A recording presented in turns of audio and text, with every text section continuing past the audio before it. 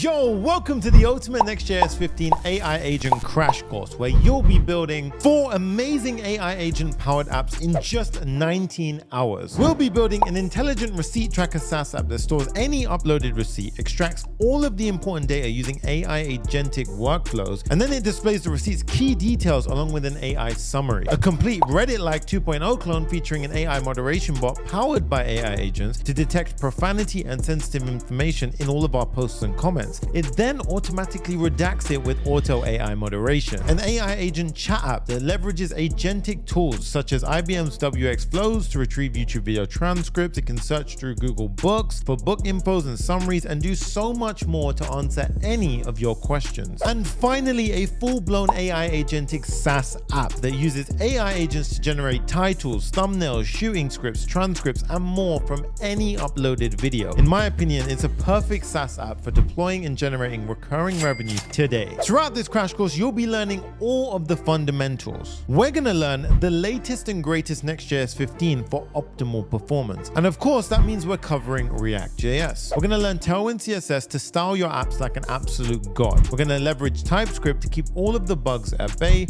And then of course, we're going to use Vercel to deploy our masterpieces to production. In addition to this, we'll also be covering tons of third-party libraries such as Convex for a fully functional backend suite of tools, including a real-time database, cron jobs, and cloud functions. Popular AI APIs such as OpenAI's API and Anthropic's API for Claude. We're going to use LangChain and LangGraph to build sophisticated AI agents with tool usage, token allocation, memory, and even custom real-time event streaming. But we'll take it even further. We're going to power up our agents with tools such as Clerk's Agent Toolkit and IBM's Wxflows to further enhance our agentic workflows. Real-time content management sorted with Sanity CMS. And to keep things nice, simple, and powerful, we'll be leveraging Vercel's AI SDK for building AI-powered apps and agents. Now, nobody ever enjoyed authentication until now, because we'll be using Clerk for easy authentication implementation. And of course, we talked about SaaS, which means we're going to have to cover billing. This is where Schematic comes in clutch. And when things get really complicated, we'll be using Inngest to build complex agentic backend workflows with clear observability. And of course, once all is said and done, we'll layer up everything with ShadCN and Radix UI to give our app that finishing touch. This video would not have been possible without the support of our amazing friends over at Clerk.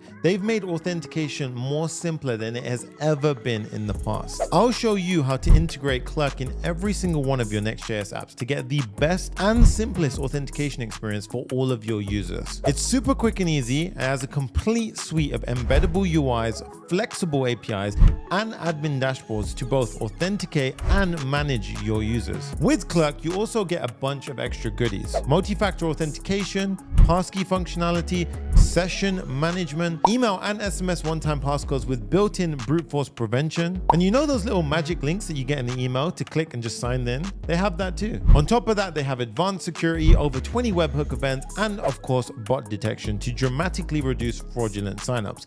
So you don't have to worry about anything authenticated related. You just focus on building a cool app. Clerk works with all of our favorite modern frameworks such as Next.js. They also support a bunch of others such as Remix, Expo, Ruby on Rails, and they integrate with pretty much every backend tool that you love. Pretty much like Firebase, Supabase, whatever you're into, they've got you covered. It's worth mentioning that they're trusted by some of the largest companies in the world: Vercel, Supabase, even Stripe themselves. And something that I haven't shown on the channel before, Clerk's brand new AI agent toolkit. This means we get the power of Clerk's user authentication with our favorite AI agentic workflows. It works out of the box with Vercel's AI SDK and LangChain. So whichever framework you're trying to use, they pretty much got you covered. So if all of that sounds good, you can get started with Clerk today by clicking on the special link in the description below.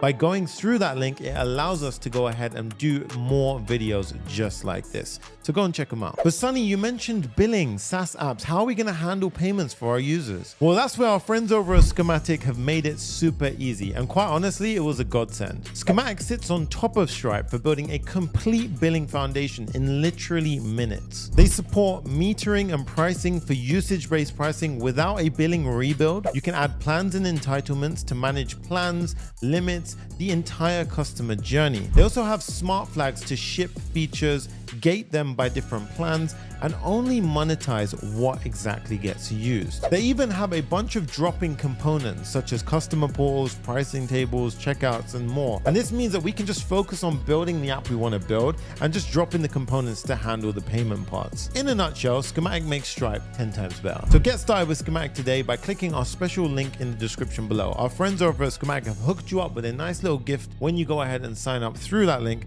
And of course, it makes videos like this possible for absolutely free. Now remember guys, this video has been cut, edited, sliced up, and kung fu'd so that you can enjoy all of the builds with zero interruptions. That means you can just stick your headphones on, dive into a flow state, and jump straight to where you want to, because of course me and the team have added timestamps, so you no longer have to scrub through an entire 19-hour video. Simply skip to the part that you want to and come back when you're ready. All I ask is that you simply smash the like button and subscribe to the channel, and it would really do me a solid if you hit the little bell notification icon so you don't miss more videos just like this when I drop them for absolutely free. If at any point you get stuck, want mentorship, or you want to be part of one of the world's largest and best developer communities on the planet with over 1,000 members, then you need to check out Zero to Full Stack Hero 2.0 in the description. Now guys, I've poured my heart and soul into this course and community to help you learn, grow, and land your dream job. And we've had thousands of successful students come in as a beginner and leave as a true expert.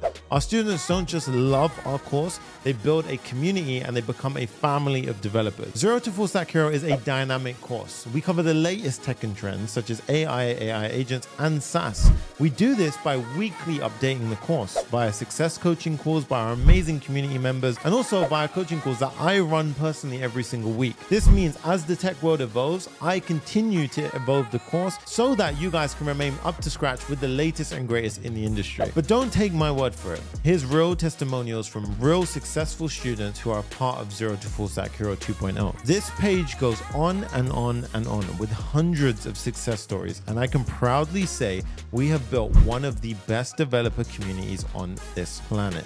So if that sounds like something you want to be a part of, simply head to www.papareact.com/course and come and join us. Now, without further ado, it's time to jump into our first build of the video. Let's go. Starting off strong with the Intelligent Receipt Tracker SaaS app. This SaaS app can store any uploaded receipt, extract all important data using AI agentic workflows, and display the receipt's key details along with a full AI summary. This amazing app is powered by Next.js 15, ReactJS, Convex for the backend, Clerk for authentication, Schematic for the billing, and we will be using Inngest for AI and the backend workflow, because we're going to need a bit more observability to see exactly what's going on at what step of the agent. We'll also be making it beautiful by wrapping it with Tailwind CSS, Shad CN, and we want to reduce the number of bugs, so of course we're coding with TypeScript. And on top of that, if you've ever wondered how to add in drag and drop functionality, we're covering React drag and drop. Once all that's done, we're going to deploy via the cell. So let's jump straight into a demo of the build. Enjoy, Papa Fam. We've got intelligent receipt scanning. But guys, you guys can see yourself, look, we have a drag and drop, beautiful drag and drop functionality, some powerful features, pricing models, very clean design, because my goal here today is to highlight the actual build emphasis about every single thing that we're going to be doing today. So we obviously have the payments, we have our authentication at the top, and then we have our receipt scanning. Now, this is not just your basic receipt scanning. So if I go in and check out some of the receipts I've already scanned, let's go and see for ourselves. Head over to the dashboard. You can see I've got a couple of receipts down here. So if I was to go ahead and click on this one right here, you can see, boom, it loads up a receipt. Now, the incredible thing here, guys, is this was all done via AI agents. Now, if you don't believe me and you're wondering, well, Sunny, is just some OCR or some scanning and this and that. Trust me, we got levels above. Look at this, guys. We have obviously the Convex dashboard, but we're using Inngest to run agentic AI workflows. Now, I want to make this a little bit bigger so you guys can see this, but look, we have runs, and as you can see, guys, we are running agentic workflow. So this is two different agents with okay, let me explain this one. Hang on. We have a routing agent, which is our supervisor agent. We have a database agent, and we have a receipt scanning agent. All three agents are working together to accomplish the job. And it's nuts. So as you can see here, like when it runs, we have a default routing agent, which passes it over to the receipt scanning agent, which uses its tool, pass PDF. Then it passes it back to the routing agent, which then passes it to the database agent, which then uses the save receipt to database functionality. And as you can see, There's a prime example of what it's extracted, the items, all of that stuff from the receipt. And this is all pushing it into Convex. So all of this stuff is absolutely nuts. Now, while it does all of this, your boy took it a step further, because what's the point of just doing agentic AI workflows? I thought, let's go even further, and we introduce schematic into the mix. So this is where it gets even more fun. So if we go ahead and see the manage plan section, now this is really where it gets pretty cool. So now you look, we've got manage your plan, and schematic make it so simple to have paid plans. So if I go ahead and click on start plan, I'm going to show you how to implement all of this so you can build real SaaS products. Now you can have yearly plans, monthly plans. In this case, we have a free tier, which is 2 scans per month, the starter tier, 50 scans, and the pro tier, which is 300 scans, plus it unlocks AI summaries. So if I was to go ahead and upgrade, all I would do is I'd click on this, it'll take me to the next checkout. And as you can see, it works out everything on its own. Everything is done by its own. It's already got my card details on an account. I click pay now. Now, with that done, what it's actually doing is in Stripe, it's upgrading my account, it's doing all that goodness, and then we are now a pro member. So as you can see, I now have AI summaries and scans. And as you can see, I've got 300 scans. I've already used 5 of them.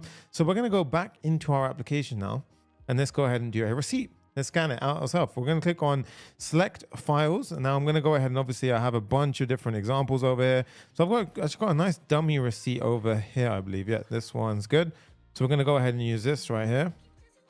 My setup is a mess right now, okay? So let's go ahead and check it out right now. So we're inside of here. And as you can see, it's pending the receipt.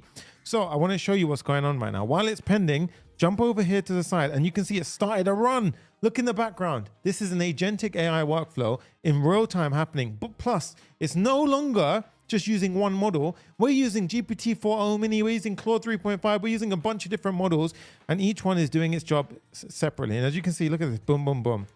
Save receipt to data, it extracted everything from the receipt. And because we're using real-time Convex database, bam, we have our receipt. It extracted the items, put in a table. We have the AI summary.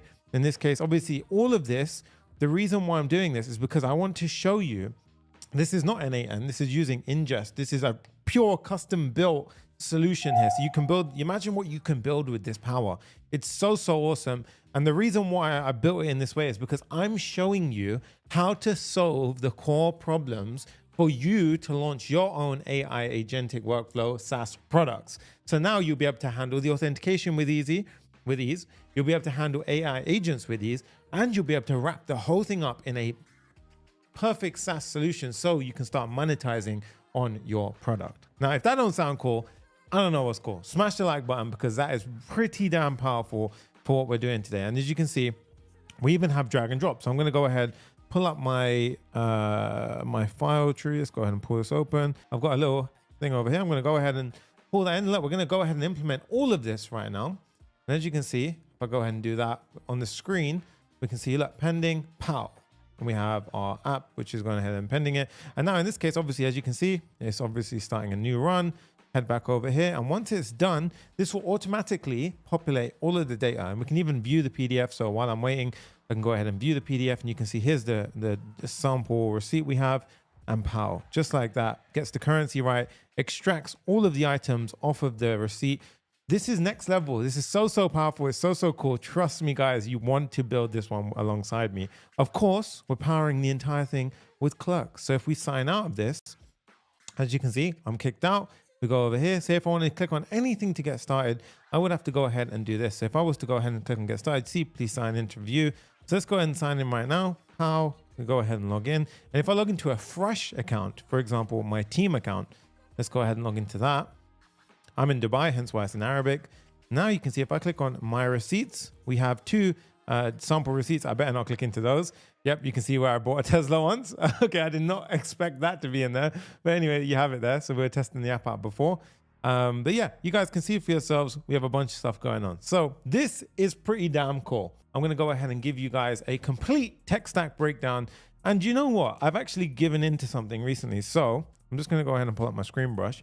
So here we have Excalibur, right? Now, obviously, I still like my screen brush. I like to draw things on the screen, but I think this might help me get to that extra level of explanation. So let's talk about the tech stack firstly. The tech stack in today's video is going to be, let's talk about the tech stack. I mean, it's not, I don't like the fact that that's so small. Can we make that? Yeah, there we go. There you go. Huh? Let's just stick to what we're good at, right? we're going to go ahead and here's going to be our Next.js app. Now, Next.js is typically, obviously, front end and back end, but for simplicity's sakes, I'm just going to assume that like, this is the front end, right? So obviously we're using Next.js in this build. But what we're going to do is every time you drag and drop a receipt in, so I'm going to have a receipt. So I'm going to have my receipt drop here. And then let's just say it was like drag and drop. So imagine it's our drag and drop box. I drag my file into this box, and then I want to kick off a bunch of processes, okay? So after we drag and drop it, what's going to happen is we're going to store it inside of a Convex database. Okay, Convex database. Now, Convex database is awesome because it's real time, out of the box, super fast and quick to use as well.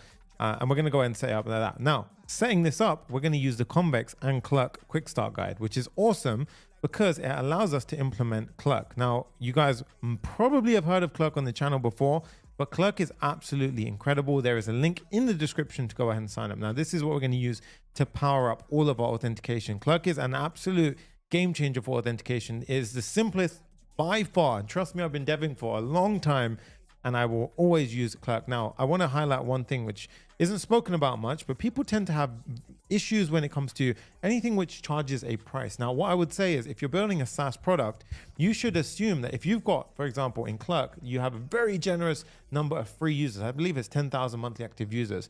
If you have 10,000 monthly active users and you don't monetize and you can't make more than $25 a month, something is wrong with your business model, not the platforms that you're using. I want to highlight that before I carry on because it's a real fact that I think the world needs to wake up on, or dev world needs to wake up on. So you guys can see for yourself. They're also amazing sponsors of the previous challenge, so you guys can see it for yourself. So now we can get all of this goodness in record-breaking time. Email and SMS one-time passcodes, session management, multi-factor, all of this stuff, magic links, fraud detection, everything just out of the box. Even if, you know those little notifications that we get sometimes where it says, looks like something suspicious or someone suspicious signed into your account.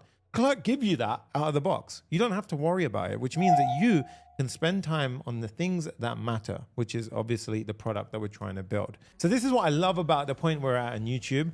We truly have gotten to a point where we're able to work with some incredible companies out there, right? Which means that we can actually solve some really difficult situations, really difficult problems, just so simply, right? One of those big problems for me was when you implement payments, you have to capture all of the different corner cases. What happens when someone upgrades? What happens when someone downgrades? How much of the certain use or allocation of a certain feature has someone got remaining? Like say, for example, they get 300 scans a month. I have to build that custom. I have to do all of that custom. It's a pain. You got to deal with webhooks. I'm not saying it's terrible, but I want to focus on product. So this is where Schematic comes into the picture perfectly. You can firstly read out, they've got a number of courses for SaaS products. So you can go ahead and sign up to those at the top, but you can go ahead and see for yourself here. Now, if you go through the special link in the description, you will come to this page, by the way. So it says, welcome Papa Fam. So make sure you go through this link because it tells them that you came from us. Okay. So over here, you guys can see for yourself, it's essentially drag and drop components. They have beautiful drag and drop builders. You can go ahead and build out. This is the pricing page I showed you guys previously. And all we essentially do, guys, is we set up our plans, we set up our pre-built components, and the rest of the things that we want and expect from our app are essentially out-of-the-box solutions that have been provided for us. So we can go ahead and implement it using their pre-built hooks, their pre-built APIs. It's so awesome. Now, what do I mean by this? Like, for example, usage quota things and things like that, right? So all of this handled out of the box for us. Now, the way that they handle this is essentially anytime that we have any kind of SaaS product, we typically have to gate people. So what does this mean? It means essentially whenever, let's say I'm a free user, okay? Well, if I was a free user, I get access to a certain number of features. Once I go pro and I pay for my service on the website, I am essentially unlocked a bunch of features, right? So when I go ahead and, but if I wasn't a pro user, I need to gate certain features from free users, right? Now that can be a bit of a pain. You can build that in a million different ways. They've made it super easy with something called feature flags. So this is where flags and entitlements comes in. And this essentially allows us to dictate what policies and what features our customers get access to based on what they've purchased. So very, very much simple stuff. And of course, things like metering as well. So depending on how much of a certain feature you've used, all of this is kind of in the box. And of course, without even, I completely forgot to mention the main thing, Stripe integration. So Stripe integration, they are basically, yeah, they're I would like to say first class integration into Stripe because it just works the way I expect it to work. Absolutely awesome. And the best part is that even if you have bespoke use cases for individual customers, you have powerful features such as overrides, company profiles, and so forth. So really, it truly is an amazing solution to what we need. And this is why I'm building essentially what we do. Now, one thing you probably didn't even notice here is when this all happened, you'll see like everything just popped in real time, works amazing. And you can honestly take this as far as you want once it's built. Look, and you can see it even strips out the different items. But what's incredibly powerful here is what you didn't see is if I go to manage plan right now, every time I uploaded a receipt, boom, you see how it says 1 of 2 scans used? So in this case, I'm on the free tier, okay? So obviously I reset my plan, that's why you see 3 receipts. But if I was to upload 1 more receipt, I would be exhausted of my free tier and then it would block my ability to upload. So you guys can see for yourself, this is exactly how we want a SaaS product to be built and how we want it to work. Now, this entire code base is going to be available in 2 different angles here. 1, you build along with me and you get it for absolutely free, or 2, it's inside the Papa GitHub repo, where if you go ahead and buy the Papa GitHub repo, you get access to this as well as all the other builds I've ever built. So it's up to you. Work for it, pay for it, whatever you do, I don't care. Just benefit from it. That's my advice here, okay? So let's go ahead and build Expensio. I think we've done an awesome way of breaking that down.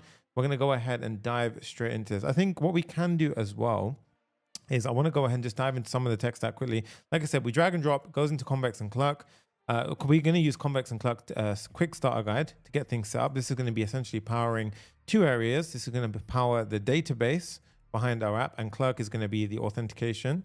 So the auth, sorry guys, that's extra small, but you guys can see that, right? So the authentication. And then of course, the entire application, the entire thing is wrapped around with something called schematic. Okay, so schematic is essentially how we're gonna power the app and make ourselves some money. Okay, so schematic is essentially how we're gonna monetize this application. So we have the drag and drop, we upload the receipts into Convex, Clerk is gonna be handling the authentication state, and then of course, the rest of the app works. Now in this is where we have this kind of like gray area of what the hell happens when we drag and drop it in, like to make that AI stuff happen.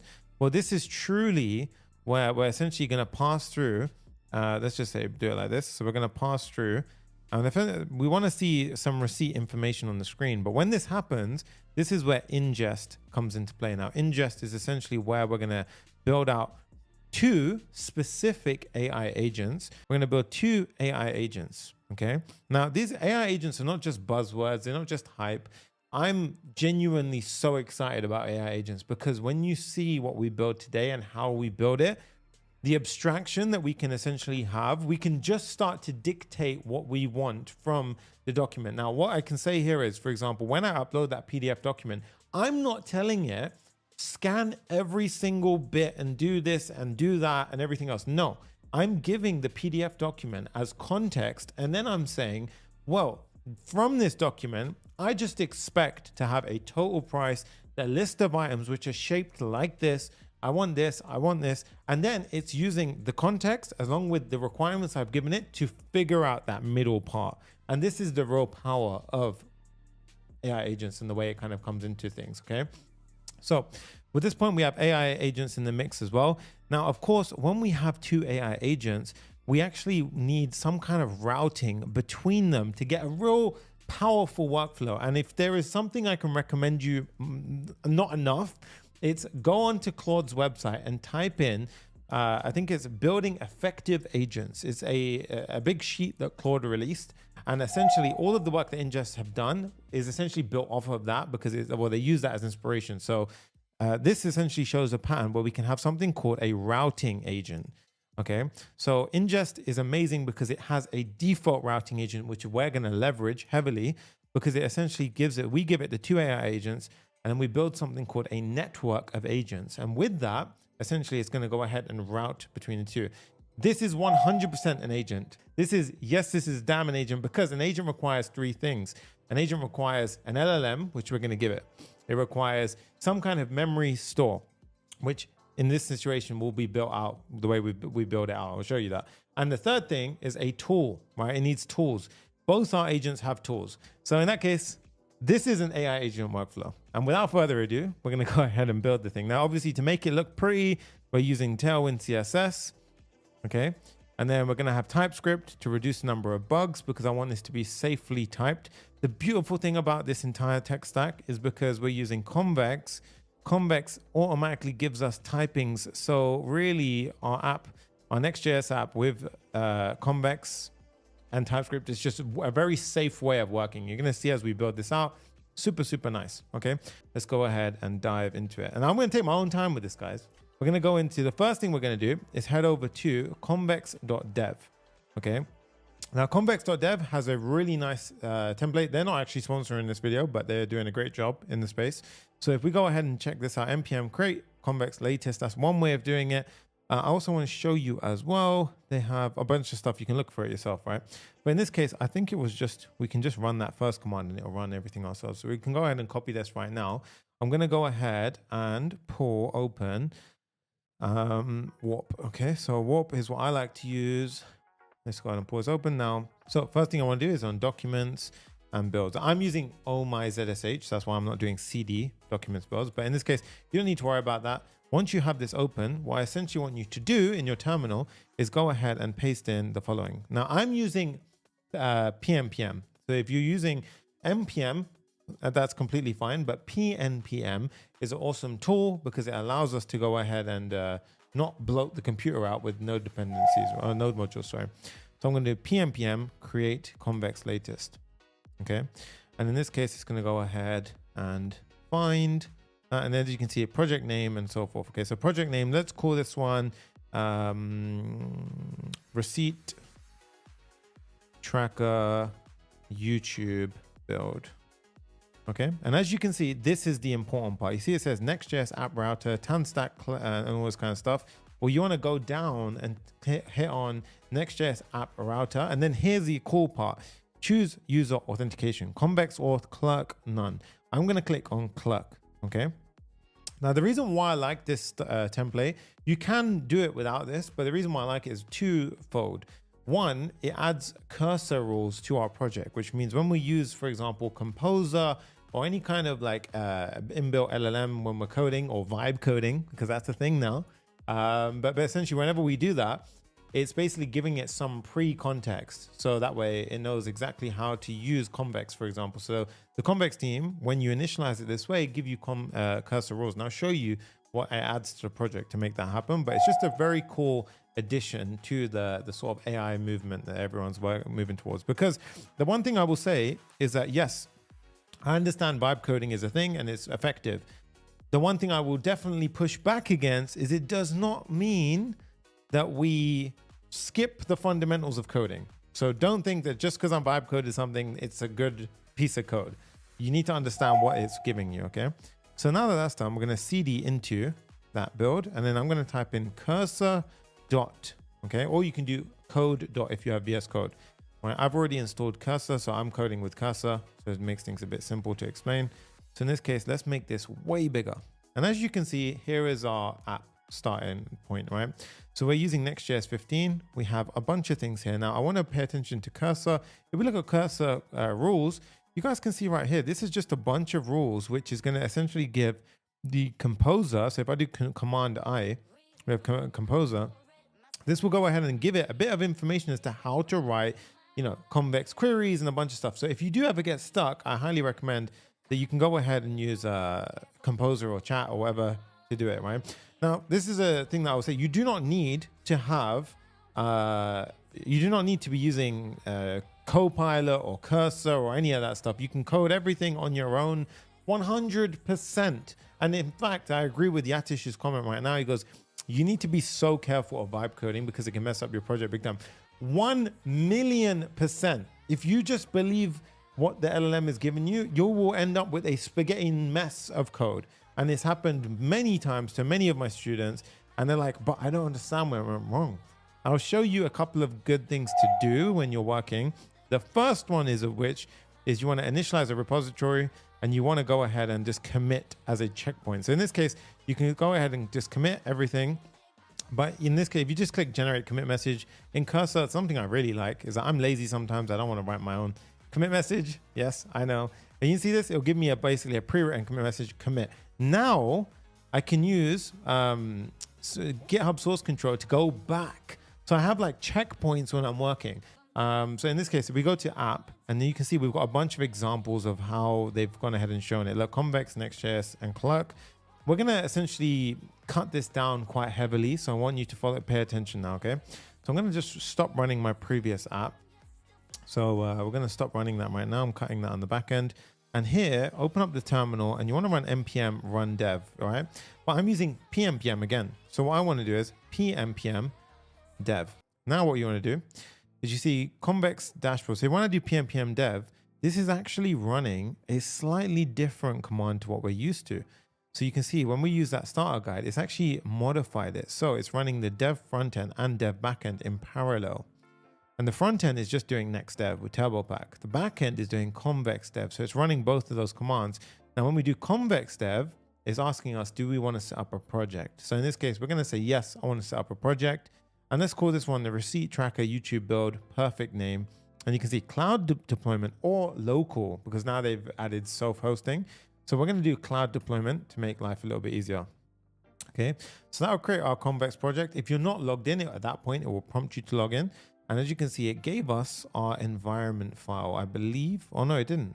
So sometimes it doesn't give us the env file, which is kind of frustrating. But you see it automatically will open up the dashboard, Convex. And you can see here we are given our logins where we can see our tables and all that good stuff. And they've already pre-populated the tables, numbers table for us in the code that was generated. And we can see that by going to Convex, and we should have I believe it's inside a schema. You can see numbers table. Okay, so this is why that's going ahead and get generated. But let's go back over here and make it a little bit smaller so we can actually see what the hell's on my screen. But this would have run both. So we don't need two things running on separate sides now, like a Convex terminal and a npm run dev. So if I hit save, for example, on any of this stuff, you'll see that it will compile. Well, I mean, it didn't do it now, but it'll compile, okay? So you can go ahead and initialize the git repo. On this screen, there'll be a command here to get in it, or you can just do a git init inside of your terminal. But let's jump into things without further ado. So we have the app running. So let's go ahead and pull it up. So I'm going to go ahead and pull it open. And what I'm going to do is I'm just going to pull it open inside of here. So localhost 3000. Let's see. So we should have, look, there we go. Nice. And you can see login to see the numbers. If I click sign in to my application. Now, obviously, this is a very cool thing about Clerk, which you may have not seen before, but Clerk is in keyless mode. And what I really like what Clerk have done here, because, for example, during the setup process, you see how Convex added these environment variables for us, which is great. We never set up a Clerk account. So what we actually have here is Clerk in keyless mode. So what I want you to do now is click on this notification and you see it says claim application. This is awesome. Okay. So what they've done is you can click on claim. And now what I love about this is it will go ahead and it will give us the opportunity to create an app that we're going to go ahead and use here, which I think is an awesome way of onboarding users. So in this case, we can say receipt tracking YouTube app, receipt tracking YouTube, right? I don't know. We'll call it what you want, right? But in this case, I'm going to claim the application and let's go ahead and see. And then it'll give me my environment variable. So I can go ahead and copy these right now. And it says that waiting for you to paste. Okay. So in this case, I'm going to go ahead and I'm going to hide my terminal. So I'm going to paste those keys inside. I'm going to save my environment file and I'm going to close it. Now, as you can see, I did nothing but hit save and it automatically, the reason why it knew that it was used is because it was already in keyless mode. So it's already detected that I added the environment variables in, and then I click on resume development. Now, claim completed. That is absolutely awesome, guys. And now you can see configure settings from the Clerk dashboard. You can click it now and boom, you'll have this open. Now, I do want to mention, please, before you do that, one thing I would say is please go ahead and go through the link in the description though, because if you go that route, they can't actually attribute it. So I've given you an easy way to set it up, but there is, if you just go through the description, create a Clerk account first, then it tells them that you came from the Papa fam, and I massively appreciate that. So go through the link in the description first. Okay, so in that case, go ahead and click on Get Started with Clerk down below, and then go ahead and do that step if needed. So you'll already be logged into the account afterwards. Okay. So in this case now we have the Clerk set up as well. So we have Clerk set up, we have Inngest on the way, which we need to set up in a second, but we're going to slowly step this up. Okay. So we've already got Clerk running. Let's go back into our application right now so we can see. And I want to go ahead and pull this up. So first, you just try and sign into our app. We're going to click continue with Google. Are you coding live? Yes, I am. So I'm going to log into my account right now. And I always notice sometimes on the first login, it will show my profile screen. But that doesn't happen in production or once we get past this first flow. I don't know why that happens as well, but in this case, look, we need to do a Cloudflare. Let's go ahead and do that. And yeah, so sometimes you might get this. So you just want to hop back over to localhost 3000. And now we can see this is my extension. Oh, no, it's not. So no JWT template exists with name Convex. The next step I want you to do is, I'm going to show you right now. Go into your Clerk dashboard, go into configure, and I want you to go down to JWT templates, new template, and do Convex. And now here is where we have a couple of things. So the first step is I want you to hit save. Okay. Now we will go ahead and, configure this and pass this over later. But for now, if we go back into our application and we do a refresh, now we can see, if we click dismiss, we get rid of that error because we have the two correctly linked together. And you can see I have my profile button at the top. So this is great. Okay. No auth provider matching the given token. Check your service server auth config. Yep. So we need to set this up afterwards. I'll show you now. If we actually go to our, I believe it's not in middleware. It's actually in auth config. Okay. So what you want to do is go to convex auth.config.ts. Okay. Now here, uncomment this once you have set up your Clerk application. Amazing. Okay. Now you want to see, you see this one, Clerk JWT issuer domain. We just got that when we actually did that JWT token step. So we need to go into our environment variable.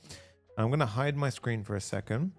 I'm going to show you what we need to do. So in this case, if I go back to my dashboard, you can see inside of Clerk, we have the configure the JWT template, and you see this issuer URL. Copy this, go into your issuer domain, paste it. Now, obviously, for many obvious reasons, don't show people these values. These are secret keys, or not. The next public ones are public, that's fine. But the secret keys, they're secret. For a reason, they're secret, okay? And as you can see, JWT issuer domain. And now if I go back into my application, what we can see is if I hit the refresh, now we are successfully connected with Convex and with Clerk. And the reason why this is all done, so this one, check your server. I think it needs to restart, to be honest. What we can do is, oh yeah, sorry. There's another step we need to do. Okay, so this one here, sorry, this is not running on our, okay, so it's something interesting. When you're deploying with Convex, something to bear in mind is whenever we set environment variables, it's not actually the one in EMB local. It's actually the one on the Convex dashboard. So you can see it pops up here and it actually gives us a direct link to set this up. But what I want you to do is firstly log into your Convex account. I believe I'm in the wrong account. I need to log into my personal. Let's log in. And I'm going to go into my Convex account and let's see for ourselves, receipt tracker, YouTube build. And here is the one that I want you to pay attention to. Okay. So inside of settings, environment variables, Clerk JWT issuer domain. And then what I want you to do is I'm just going to get my value quickly. So I found my value. I want you to go ahead and paste in the Clerk value that we found earlier when we set up the JWT token. Okay. So this one is save. So we click save. Okay. And now once that's done, now it's set up. So just a FYI, that's the only time where the environment variables will differ from the ones that we are using. Okay. So now if I refresh this, obviously the final app, this is it. So now we should get rid of that error that we saw previously. Okay. And obviously now we need to sign. Oh, I'm in a different user profile. So let's sign in now. And let's go into Sunny Sangha. I'm going to pull this one Yep, there we go, guys. Look, boom. Okay. Now I want to show you something very nice. So in this case, if I pull this open to one side, I pull this open to the other side, and let's go to the Convex dashboard. Yeah. Okay, now obviously I've got my main app here. So I need to go into YouTube build. Where is it? Receipt tracker YouTube build. Let's go into that. And on the right hand side, if we go into data, we go into numbers, you can see I actually added a number there. Okay. Now, if I'll click on add a random number, you can see on the right hand side, every time I click it, it's adding a number into the database. So we have a clear connection. So you need to get to this point to basically have your first checkpoint. We've just connected up Next.js, Convex, and Clerk. Okay. And we've got everything set up in a very, very nice setup. Okay. So they give us a bunch of dummy files. I'm not going to go into this too much because I want you guys to pay attention to things on your side, to be honest. But what I will do is I'm going to keep that open on the side. What I will do is I'll show you how to clean it up to get to the point that we want. Okay. So first up, make everything small again. Go to app. Page.tsx is the home page. That's essentially what we're seeing here. Okay. Now I'm going to start doing a cleanup setup. Now, obviously you can pause the video, take your time with this step, but I need to get through this bit so we can start building from scratch, essentially. Okay. So inside of the page.tsx, I want to eventually have a very clean function, right? As in a page, sorry. So I'm going to get rid of essentially everything. I'm going to make this a div, to be honest, firstly. Oops, sorry. And then here, everything here, let's just get rid of it. So I'm going to say h1 hello world. Okay. And then get rid of that. And you should see hello world at the top. We're going to get rid of the sign-in form. We're going to get rid of the content. We're going to go all the way down and get rid of all of it. So now you can see we've essentially got a much cleaner app. And we're even going to get rid of a use client because I want this to be a server component. So this is your first step. So look at this. We've got the hello world. Now the next step is Command B to open up the sidebar. Open the layout.tsx. Layout.tsx is where essentially the entire app begins, right? So in this case, we can see we have the body. Then we have the clerk provider, which has all been set up for us, which wraps something called the Convex client provider. Now the Convex client provider, we click into it, we get over here. Okay. Now we are going to have to modify this to eventually add in something called schematic provider. Okay. And that's going to be how we essentially handle the pricing and so forth inside of our app. But step by step, right? The first step that I want to do is I want to get a little bit of code set up firstly inside of our app. So inside the layout where we have the children being rendered out, I'm going to wrap the children inside of a main tag because this is the main, essentially considered as the main content, right? And then we're going to have the header always be rendered above it. Okay. So the header, what I'm going to do is I'm going to go into our components folder. I'm going to create a new component called header.tsx. Okay. Now here I'm going to do RFCE. And you can see I've got my first component, which is the header component. But how did I just do that? Okay, the RFCE trick. Well, I've got this lovely extension called ES7 React Redux React Native. So all you got to do is enable that. Then you get those snippets. Okay, hit save, go to our layout, hit save, import it from our file. And now you can see the header is rendered in. Okay, so this is going to be a nice little warm up to get started with the coding aspect of things. And it's going to help us get up and running with things, right? Now, obviously, when we set Next.js up out of the box, we actually do get Tailwind CSS working. So if I do text for Excel, for example, font bold, text center, you see we get our Tailwind CSS automatically working. I have installed the Tailwind IntelliSense extension as well. Okay, so bear that in mind. So again, you just do the same steps to install that. Now, what I'm going to do next is I'm going to install something called ShadCN because we are using ShadCN to power up a number of features inside of our app. So we're going to go over to ShadCN, ui.shadcn.com, and we're going to go to the installation, Next.js, and we're going to go ahead and install. Now, what I want you to do is pm dlx ShadCN latest init. Okay. So we're going to go into our project and we're going to split the terminal. Okay. And you can see that this is running both Clerk and Next.js. And on the right hand side, I'm going to shift that to the side for now. We're going to paste in that command pm dlx, right? If you're using npm, again, you don't need the p at the beginning, and it'll be npx as well. Okay. But in this case, we're going to run this. And now you can see which style would you like to use. We're going to click on New York. We're fine with all the default colors and all this as well. Now here, I want you to pay attention to, close that for a sec. We're going to use legacy peer dependencies, okay? Because React 19 has a little bit of an issue right now with this because of some version mismanagement. Everything needs to get updated. So in this case, right now, we're completely fine with just using legacy peer dependencies, okay? All right, as you can see here, we've got this working in. So in that case now, that's looking pretty good. So we have that set up now. So the next step is I want to install my first ShadCN component. And what we're going to do is add the button command. Now, if you're not aware of ShadCN, very simple. It's a bunch of different components that essentially get copy and pasted into our project. So the first one, the button, I want to pull this in, got different styles, different things. And as you can see, here's the commands to go ahead and pull them in. Here's the usage examples and the variants as well. So let's go ahead and do that right now. Let's do pmpm DLX ShadCN at latest add button. All right, now go ahead and add it. And you can see use legacy peer dependencies is fine. And now it will add the button. And to just make sure that worked, what I want you to do is just do a button like so, and just type in, for example, hello. And what we should see is a lovely black button that says hello. And as you can see inside of our UI folder, it's copy and pasted essentially the component itself. So you can go ahead and customize it, see how it works and everything as well. And you get a bunch of things such as variant, outline, and it changes the style completely. Okay, so all this stuff out of the box works, which is awesome. Okay, now I'm going to make this a client component because I want to do a little bit of checking on which route we're in and style things accordingly later on. But for now, I think what we can do is make it very, very simple. We're just going to start styling out things to look the way that we expect them to. So first up, we're going to have a link, which is going to be the top left. It's going to be a Next.js link tag. It's going to go back to the home page.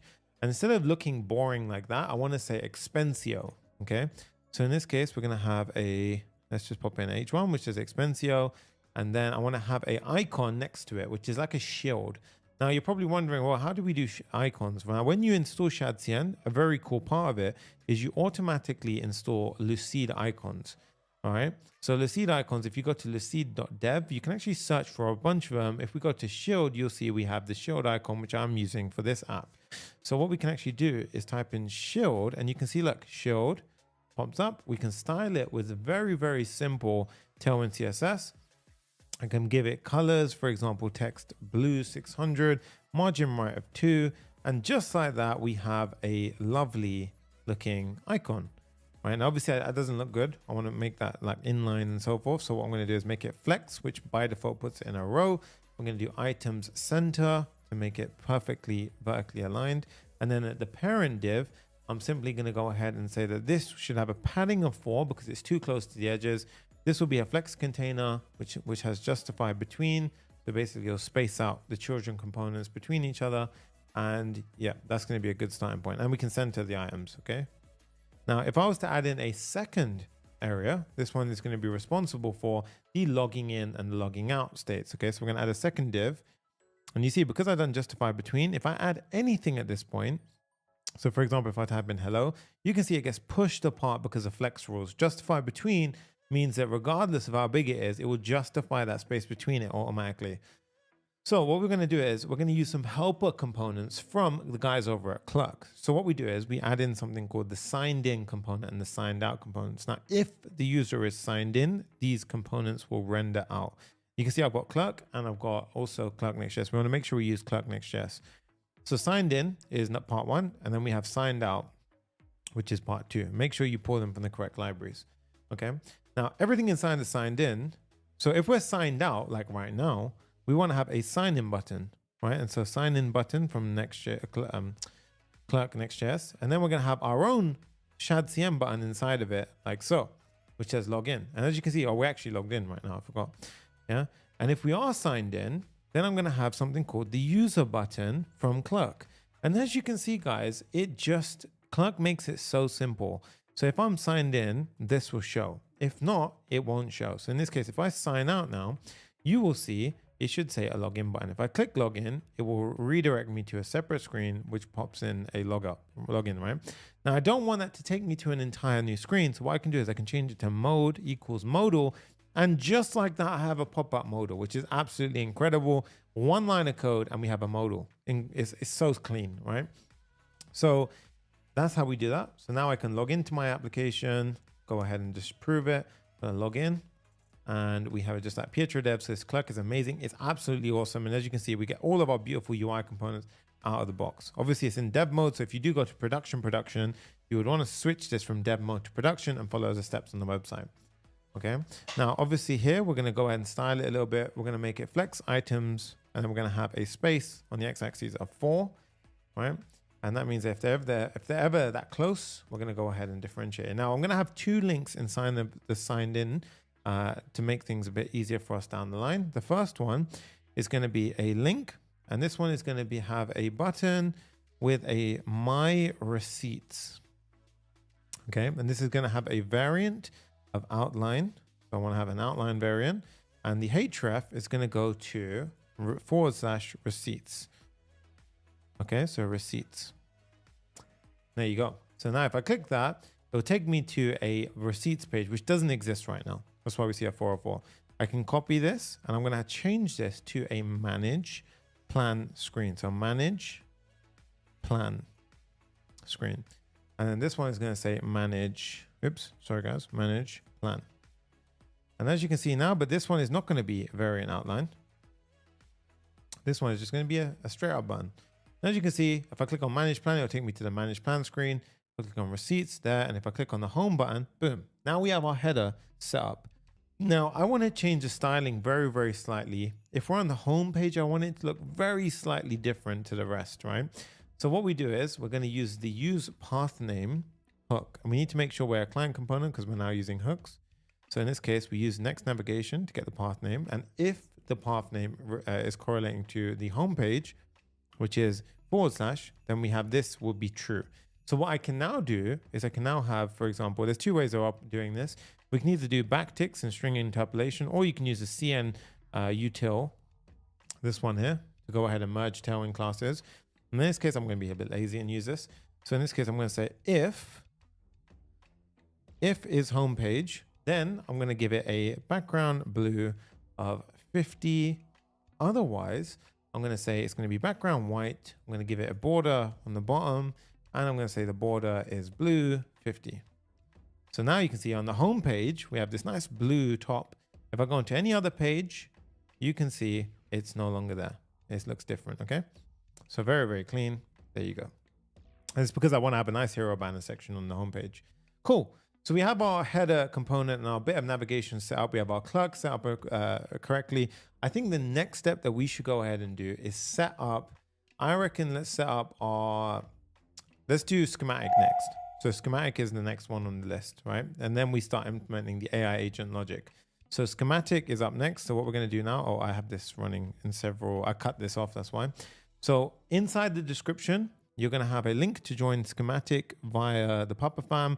So you want to make sure you go into the correct link, and you should see use a discount code for 1 month off the team plan, Papa Fam. So you want to go ahead and do that and then click on get started for free. Now I've already created an account. So if you've already created an account, there's 2 things you can do. One, they're adding several accounts to individual, they're adding the ability to add in several projects if you've already got an account. But there's a trick that I use on this, and not only this, but tons of different websites, whereby if you need to create another account, what you can do is, I'm just going to move this into a separate view so it can help us out a little bit. You can go ahead and do the following trick. So in this case, you see I have an account, and I've used this for the challenge 2 weeks ago. Okay, so we already built an entire challenge 2 weeks ago. It's crazy. We can go click on sign up, and what I want you to do is, for example, we can go ahead and type in sunny.sanga. So this is my normal email address, but you can actually go ahead and say plus, right? And this is a little trick that not many people know, right?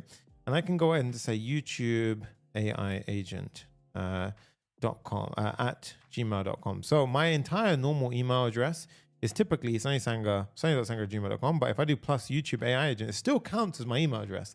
It's a little handy little trick, okay?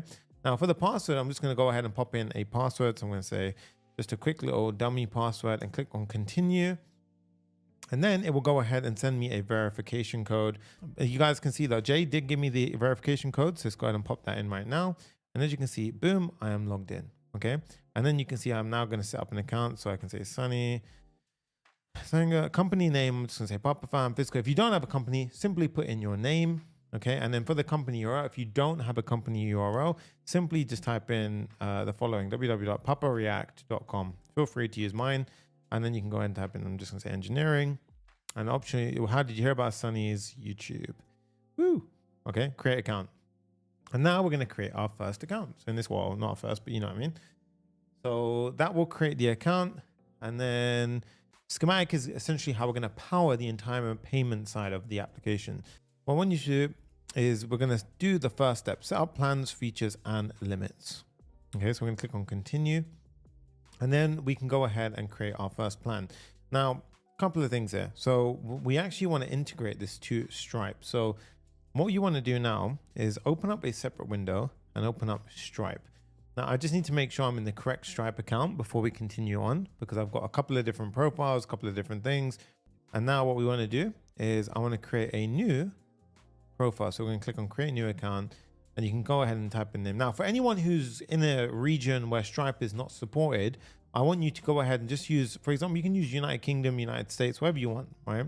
So in this case, I'm just going to type in Inngest, YouTube, demo. Okay, and we're going to type in, I'm in the UAE, so let's just do create. Okay, and this will go ahead and set up this. So what is the purpose of schematic here? Schematic is going to handle all of the payments and everything inside of it, right? And inside of our app. So all of the payments, the upgrade flow, the downgrade flow, the keeping track of the user's features and gating, all of it is powered by schematic. Okay, so it handles all of the payment aspects. So now you can see here where we have our test mode on. Okay, so I want you to go into your Stripe integration, click on this. Oh, I'm actually in the different account, so I need to be logged in into. Okay, so give me 1 second, guys.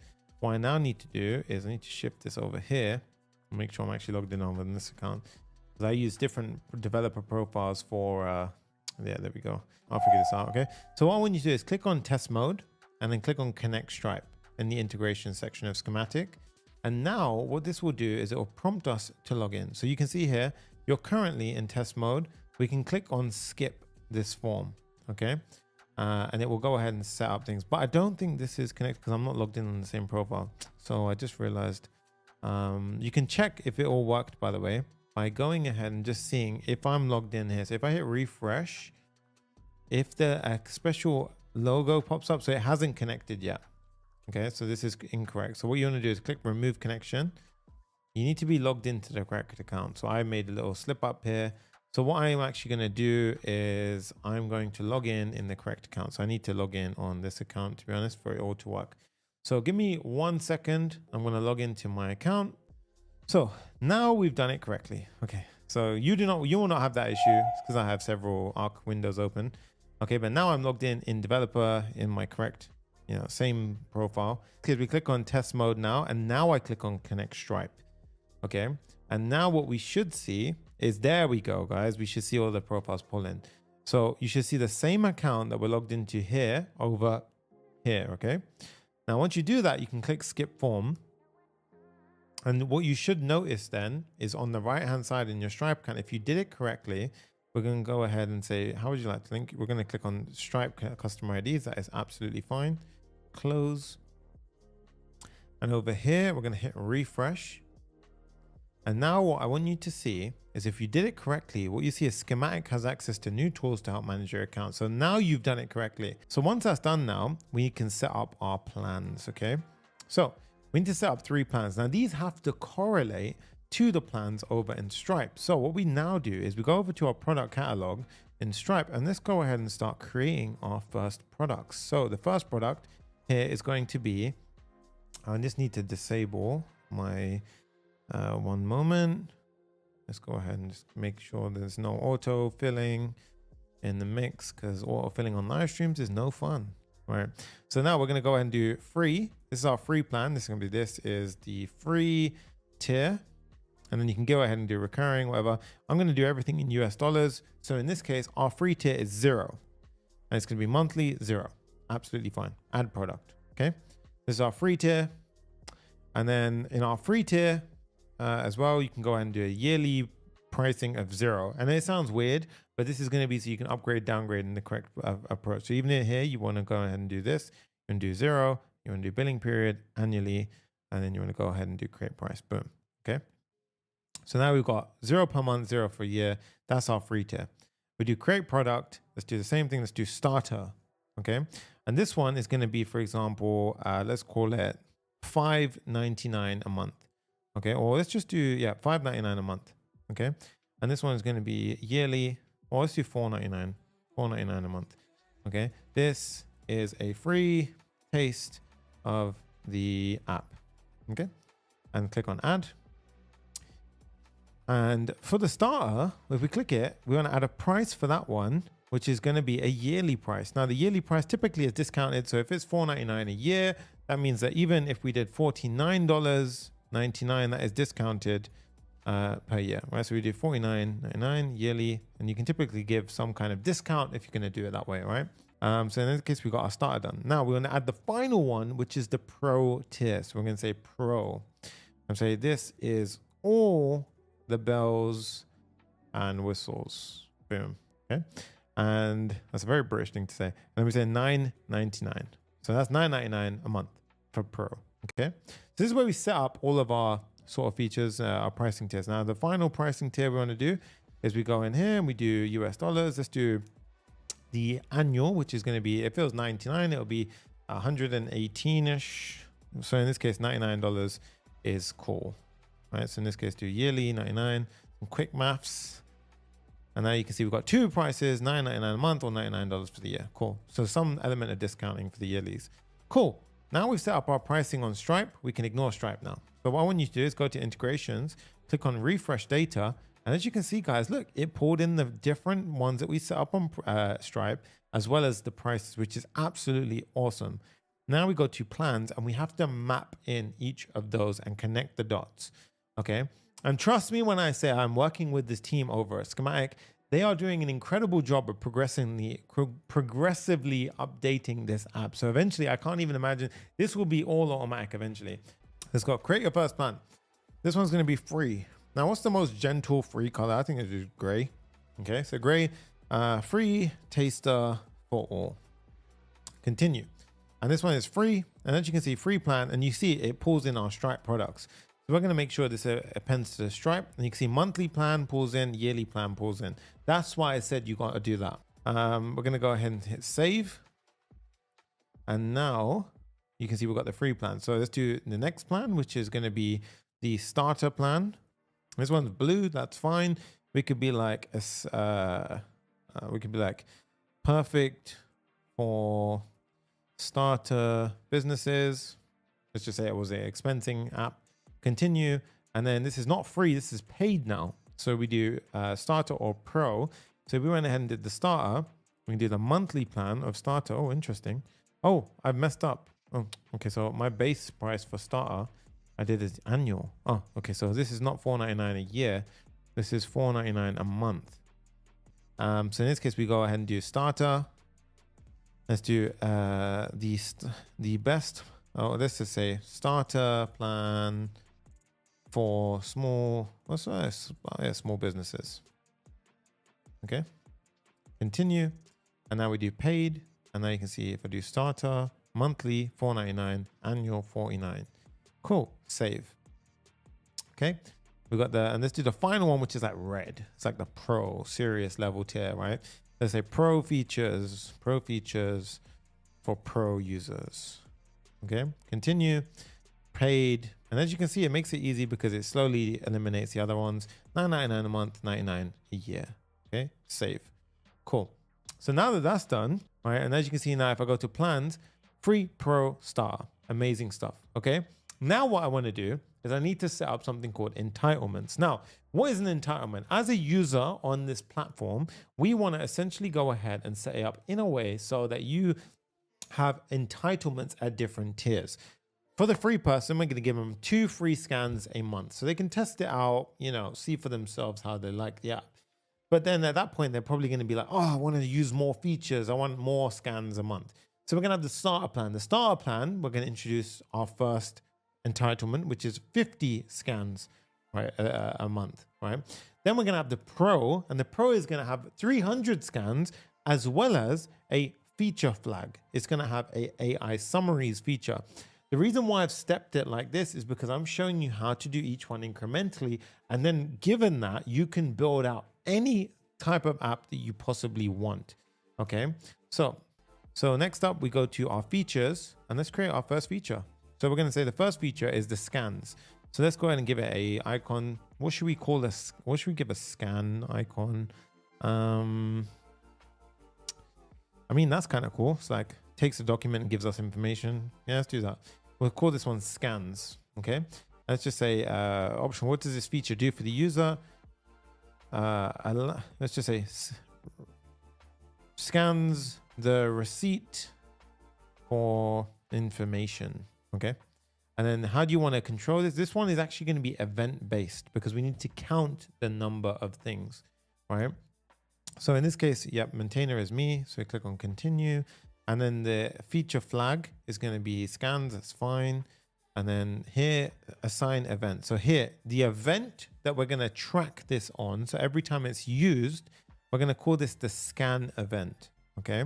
So create event scan. So I'm going to click on save. And that means every time I use this, the person uses one of their allowances, I'm going to go ahead and, call the scan event.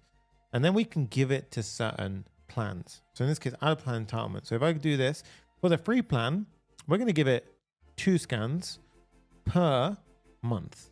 And we're going to say according to the billing period. So free plan, get access to 2 scans per month. Okay. And then we're going to add another one. This one's going to be the starter is going to get 50 scans per month. And you can see you can do it daily, weekly, monthly, really got a nice bit of flexibility here. And then we've got the final one, which is Pro. And just imagine if we had to do this all manually inside of Stripe, this really does take a long time to build all the flows, the webhooks, the mapping, the database manager. All this is where Schematic's absolutely clutch. So we do monthly, billing period, PAL, 300 a month. Okay. Now we have 3 plan entitlements. So before we add in AI summaries, we need to set up something called the arrangement, right? Or the configuration. So go to catalog and go to configuration. And here is where we want to say our default plan is the free plan. Okay. And then we want to add in the plans for the app. So they're going to have free plan, starter plan, and then the pro plan. So we need to make these, you see, active. And you can see now we've got the yearly plans and the monthly plans. Okay. And you can also do some custom stuff here as well, which is pretty cool. Oops, what did I do? Go back here. Oh, so I forgot to save. So let's go back. Let's do free, starter, pro. Save changes, and you want to click on the save changes at the top.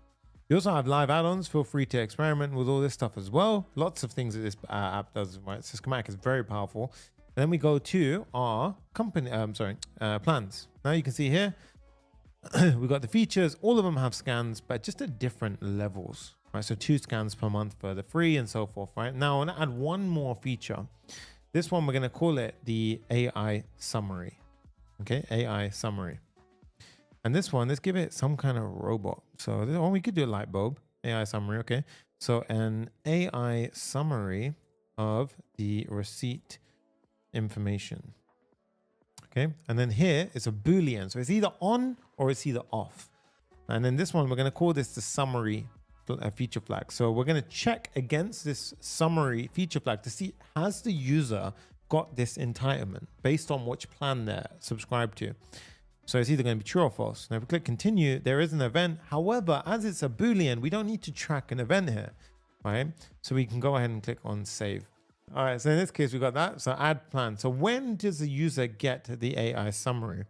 For the plan entitlement, we're only going to give it to pro members. So pro plan, get access to AI summaries. Click on save.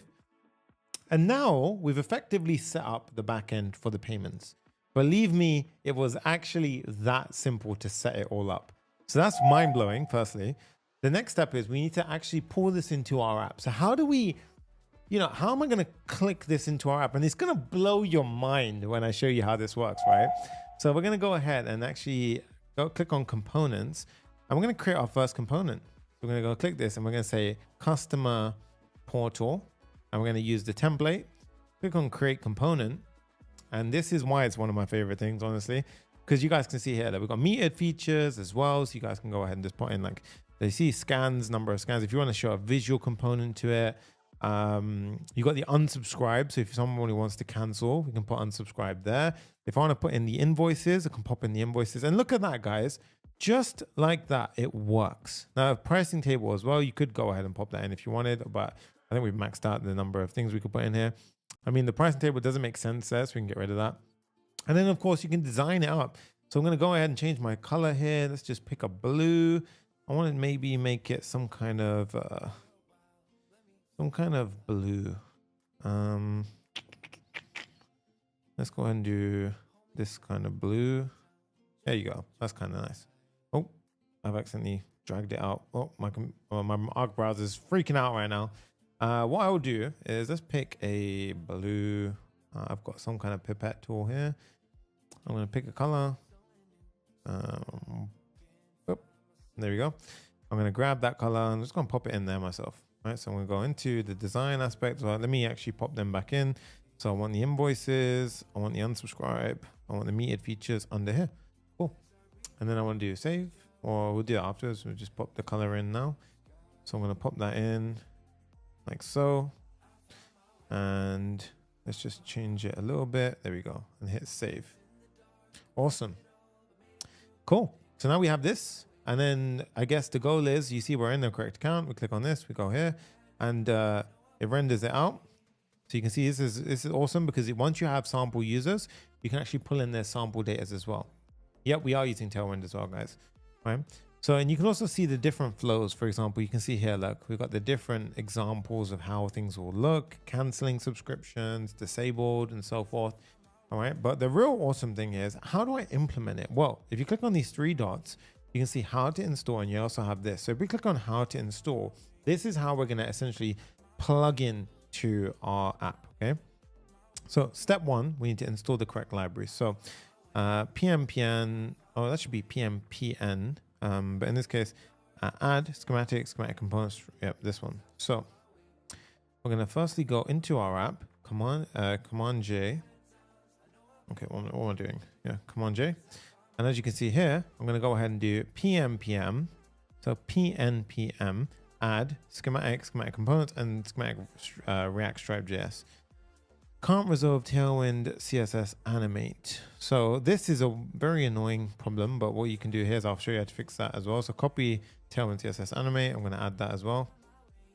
I'm also going to add that in to just fix that. PNPM, add or install Tailwind CSS animate. There you go. Get rid of this one.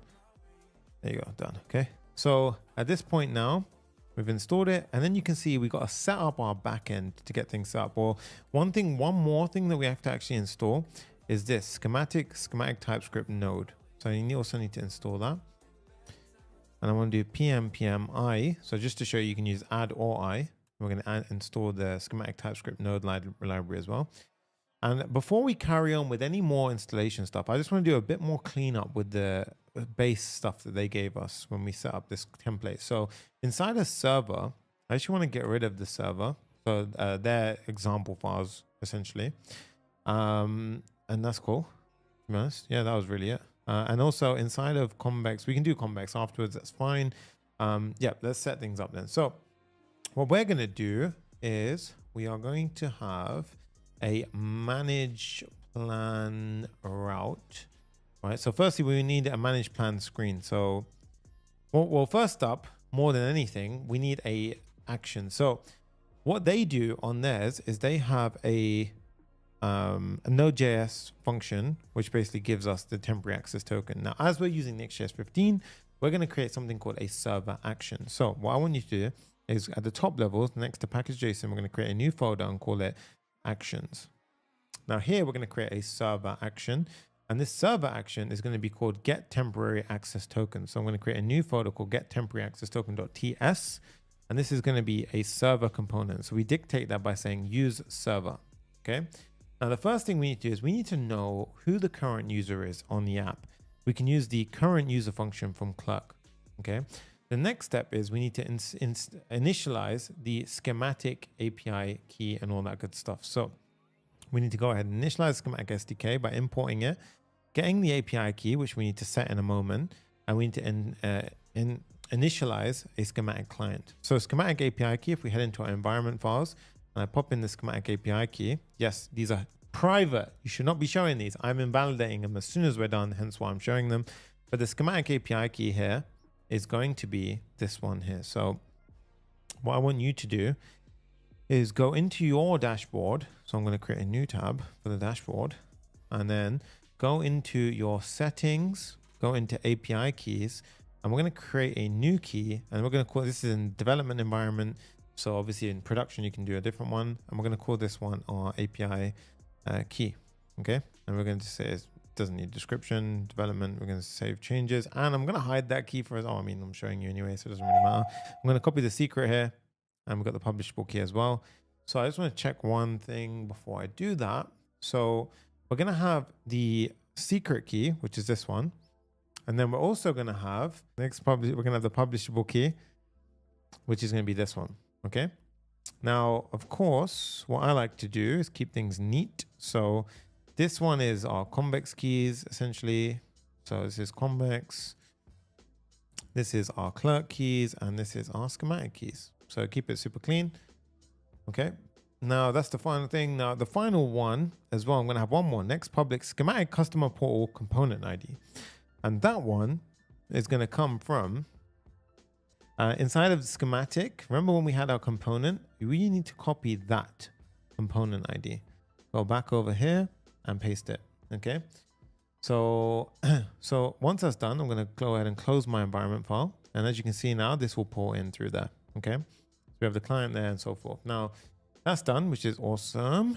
The next step is to go ahead and build out the function itself. So we need to create that temporary access token function. Now, you can look at theirs as inspiration for how to do this, obviously, because it shows you how to set things up. So you can see client access token, issue temporary access token, and so forth. In our situation, we're going to do it slightly different. We need the current user, and we're going to check if the user is existing or not. So getting temporary access token, you can log these out for debugging. We're going to check if the user doesn't exist, we're going to return no. All right. Otherwise, I'm going to log out saying issuing the temporary access token. Again, this is for your benefit, so you guys can know if something goes on. And then we're going to have our issuing happen. But well, instead of their example where we have company ID, ours is going to have resource type company, but lookup is going to be for the ID of the user ID. Okay. And then we're going to go ahead and essentially return the token itself. Okay. So this is essentially how we prepare ourselves to get a temporary access token so we can render out the schematic component. Now, we're going to have to pause here because before we can use any component of schematic inside of our application, for example, the one you see here, we actually need to set it up at the higher level. So if we go over to their SDKs and their React SDK, so the JavaScript or the React one, you can see we need to pass in a schematic provider. So I'm going to show you how we can do this. And the reason why is because we need to know when the user is logged in and they touch the app, we need to send a special identifier event so that schematic knows that this is the clerk user who is logged in, and then it can do all of the attribution that we essentially need. So what I'm going to do is I'm going to do pm install schematic react as the first step. So pm add schematic react. And then remember when I told you we're going to have to modify the Convex client provider? This is exactly what we're going to do now. So inside of our layout, we have the Convex client provider. We click into this, and here is where we do some cool stuff now. So first step, we need the schematic provider wrapping the children. So I'm going to go ahead and pop this out, and I'm going to import it from schematic provider. So this is actually being pulled from here. So I'm going to pull this in like so. And we're not using schematic events yet, but we will. So this is how we do it. The schematic key we've already set up previously, and we're going to just ensure that we do it. If you don't want to do it, you can do an if check at the top. I'm being a bit lazy today. And then I'm going to have a further wrapper. Now you can separate this into a separate file, but for simplicity, I'm going to show you how we can do it at the top. So above this, I want to show you how we can have a schematic wrapped higher order component, which takes children, which is a React node. Okay. Now inside of here, we're going to go ahead and get access to the user who is logged in by using the Clerk Next.js hook. We're going to have the identify event from schematic events, which again is going to be used to tell the schematic platform that this is the Clerk user who is logged in right now. So that way, when we send it events to track the user's usage of certain entitlements, it's able to go ahead and know who is he talking about and keep it the same user being attributed. And then the schematic wrapped here. So what I'm going to do is I'm going to go ahead and inside around the children, I'm going to put that wrapper there. So we're going to have schematic wrapped around it. Okay. Now we need to implement it. So the first step is at the top when we have this, the first thing is we're eventually going to return the children anyway, like so. This is mainly so it just has the use effect kicking off when we need it. The real magic happens in the use effect here. Okay, use effect obviously kicks off when a component mounts or when anything in the dependency array is changed. So what we essentially want to do here is we're going to say, firstly, I need the username. Now the username can exist in the user in many different shapes and forms, one of which is we can go ahead and pull it from the username, or we're just doing some knowledge check-in. We're saying the full name or email address or ID. So username will be one of these values. Okay. Then if the user has an ID, so in this case, if user.id, I can do a little check here. Then I want to throw out a identified check. Now there are two dependency arrays that we want to send the identify events. If we need two dependencies, here. One is user and one is identify. Okay. Now when this happens, we send out something called an identify event, and this takes an object. Inside of this object, we have to pass in company's keys and a few other things. Okay. So the first thing we're going to pass in is the name. Name is going to be the username. Okay. Then we have to pass in two sets of keys, which are crucial for this to work. Okay. So in this case, what we're going to go ahead and do is we're going to go ahead and have the company keys and the user keys. Now this part, because Schematic is built in such a way where it supports B2B really nicely, right? And they're transitioning to a B2C approach, which means that we have to basically, when we're doing this B2C, so when we're having customers signing up to a SaaS platform, essentially like what we're doing today, then what we're going to do is we're going to assume that the company and the user are the same. Okay, so what we do is here, we just simply say, very, very simple. For the user, we say user level keys are the keys with the ID being passed through, and the company is essentially the same thing. So the company has keys inside of it, and the keys are going to be the ID of the user. So very, very straightforward. The only thing that we have to include as well is for the company at this level, we're going to pass the name in as well. So you just need to make sure that you've got your company level keys and your user level keys set up. Okay.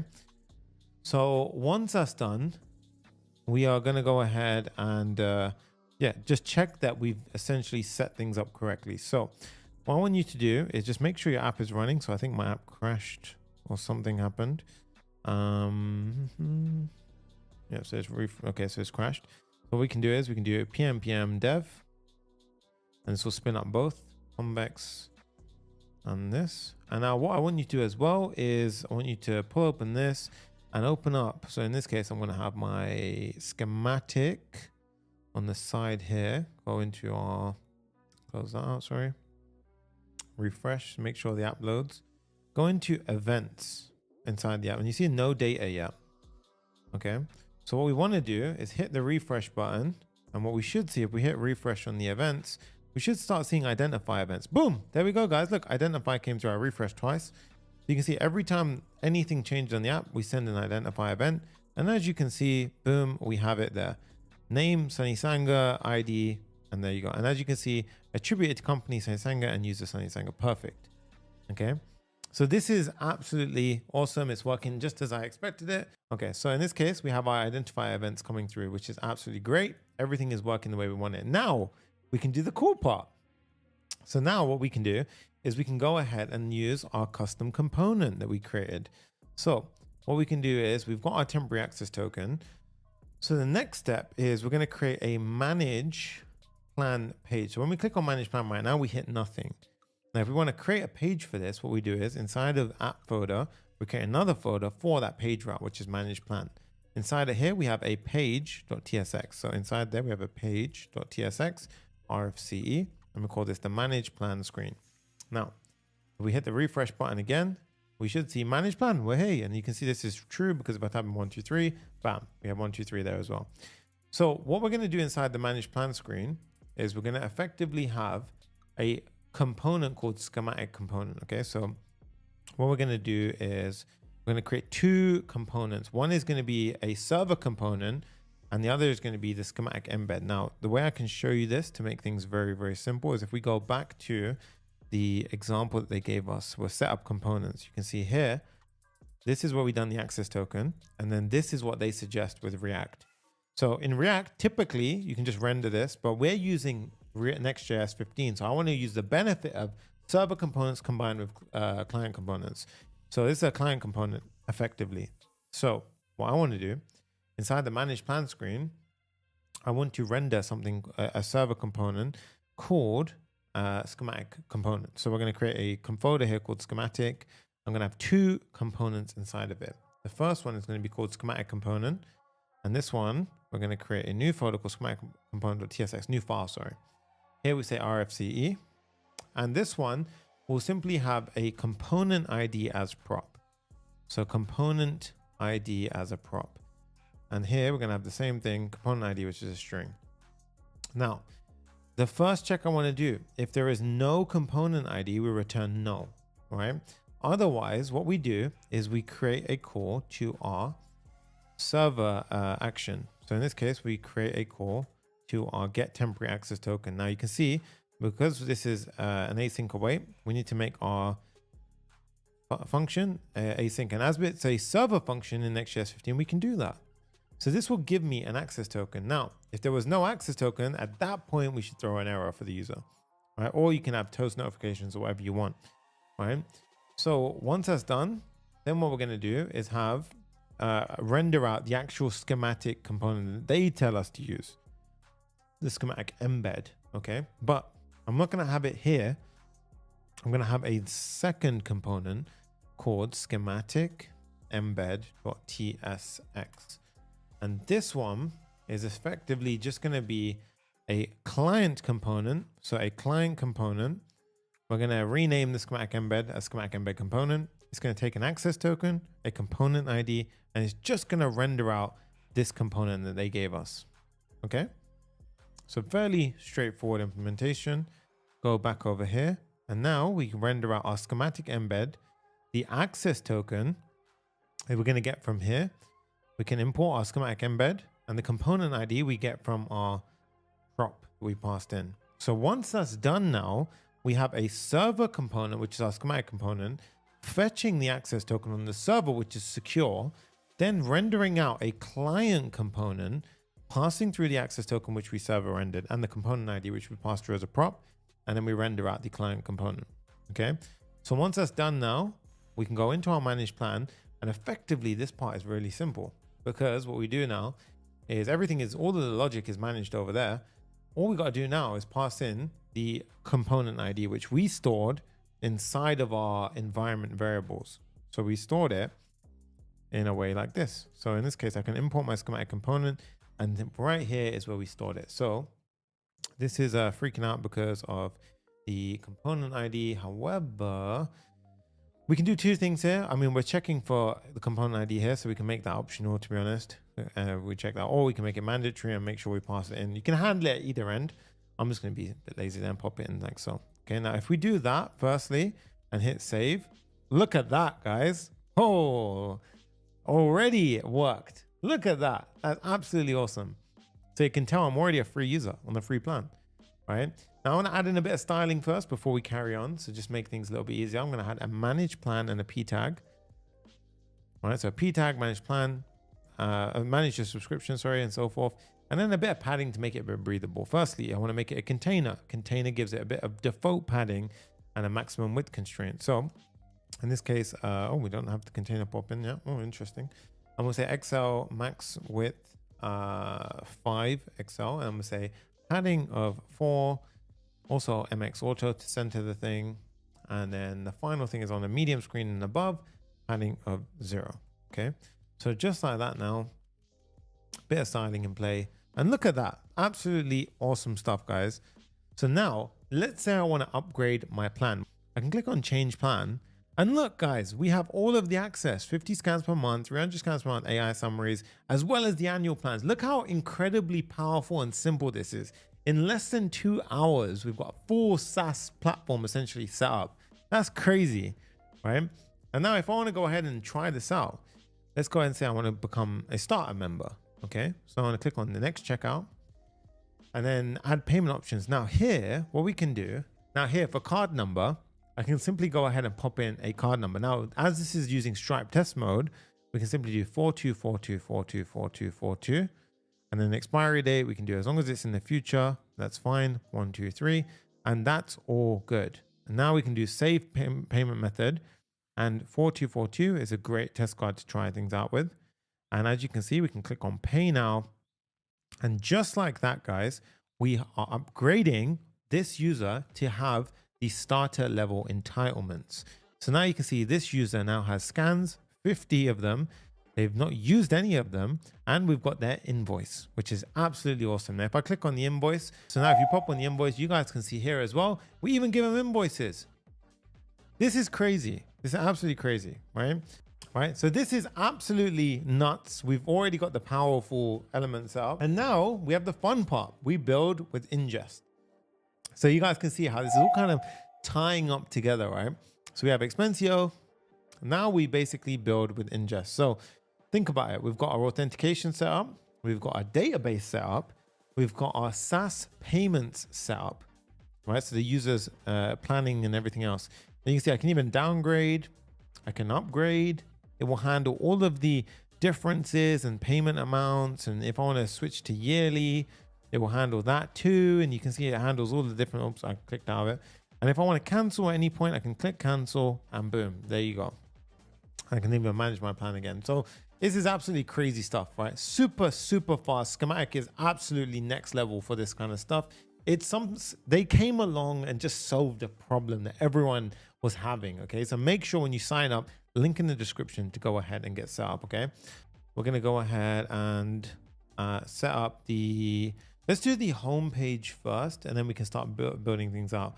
So in this case, let's go ahead and build out the home page firstly, because then that way we can actually get everything sort of set up, and then we can start building in the features. But before we do that, I want you to set up an Inngest account. So I want you to go ahead and head over to Inngest. So head over to the Inngest, sign up, right? And as you can see, we have this, okay?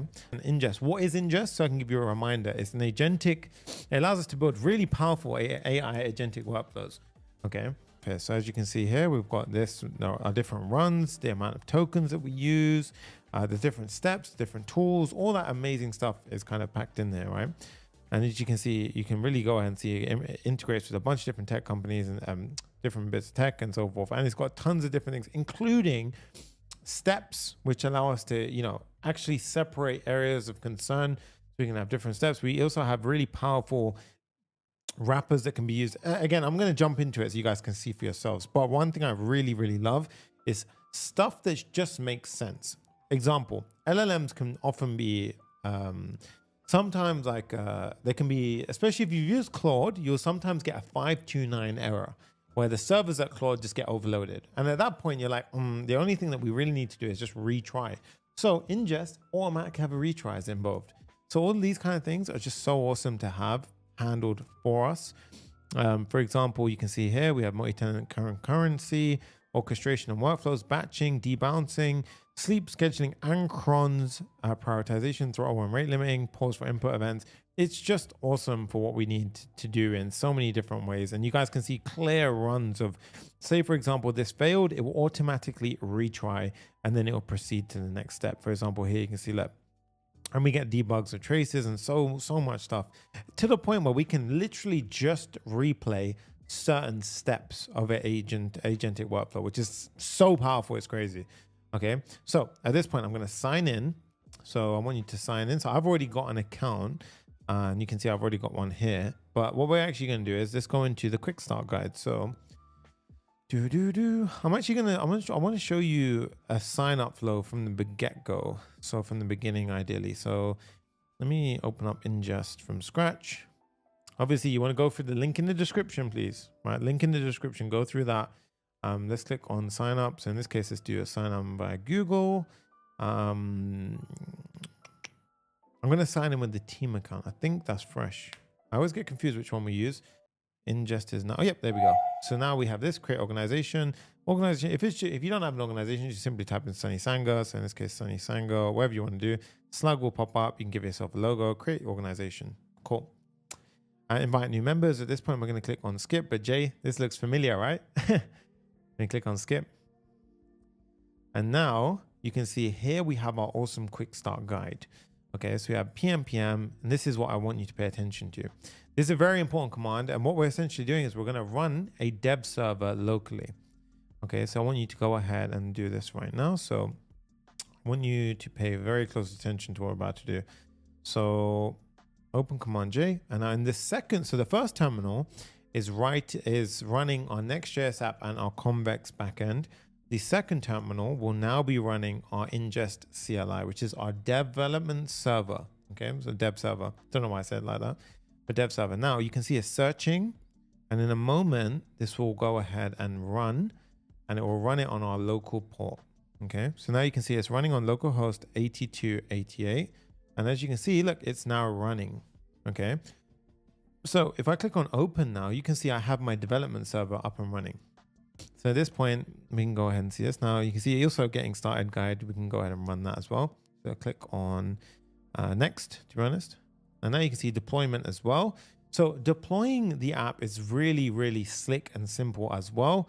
What we can do is we can do this at the end, but I want to eventually show you this part as well. But this is amazingly simple, and we can even synchronize it and do a bunch of stuff. So, but I will come back to that. Right now, we're just going to go into our app and we have this very simple empty flow. So at this point, there is also some great documentation that I want to show you with Inngest. So if we go to Inngest documentation, see Next.js, and as you can see here, we've got Next.js app router. We can install it. So we're going to install pm add Inngest. We've already ran it. Okay, so in this case, I think I'm gonna go here and we can create an Inngest client. Now, in our situation, we're going to do it slightly different, guys. So what I want you to do is we're going to go ahead and create a helper folder. So Command B, Command J to close that, close everything off here. We're going to create a new folder called Inngest. Okay, so at the top level, let's go ahead and do, so at the package.json level, create a new folder called Inngest. And here I want to create a new file called client.ts. Okay. And what I want you to do here is pop in the following. Now here you can name this app whatever you want. So we're going to call this YouTube build.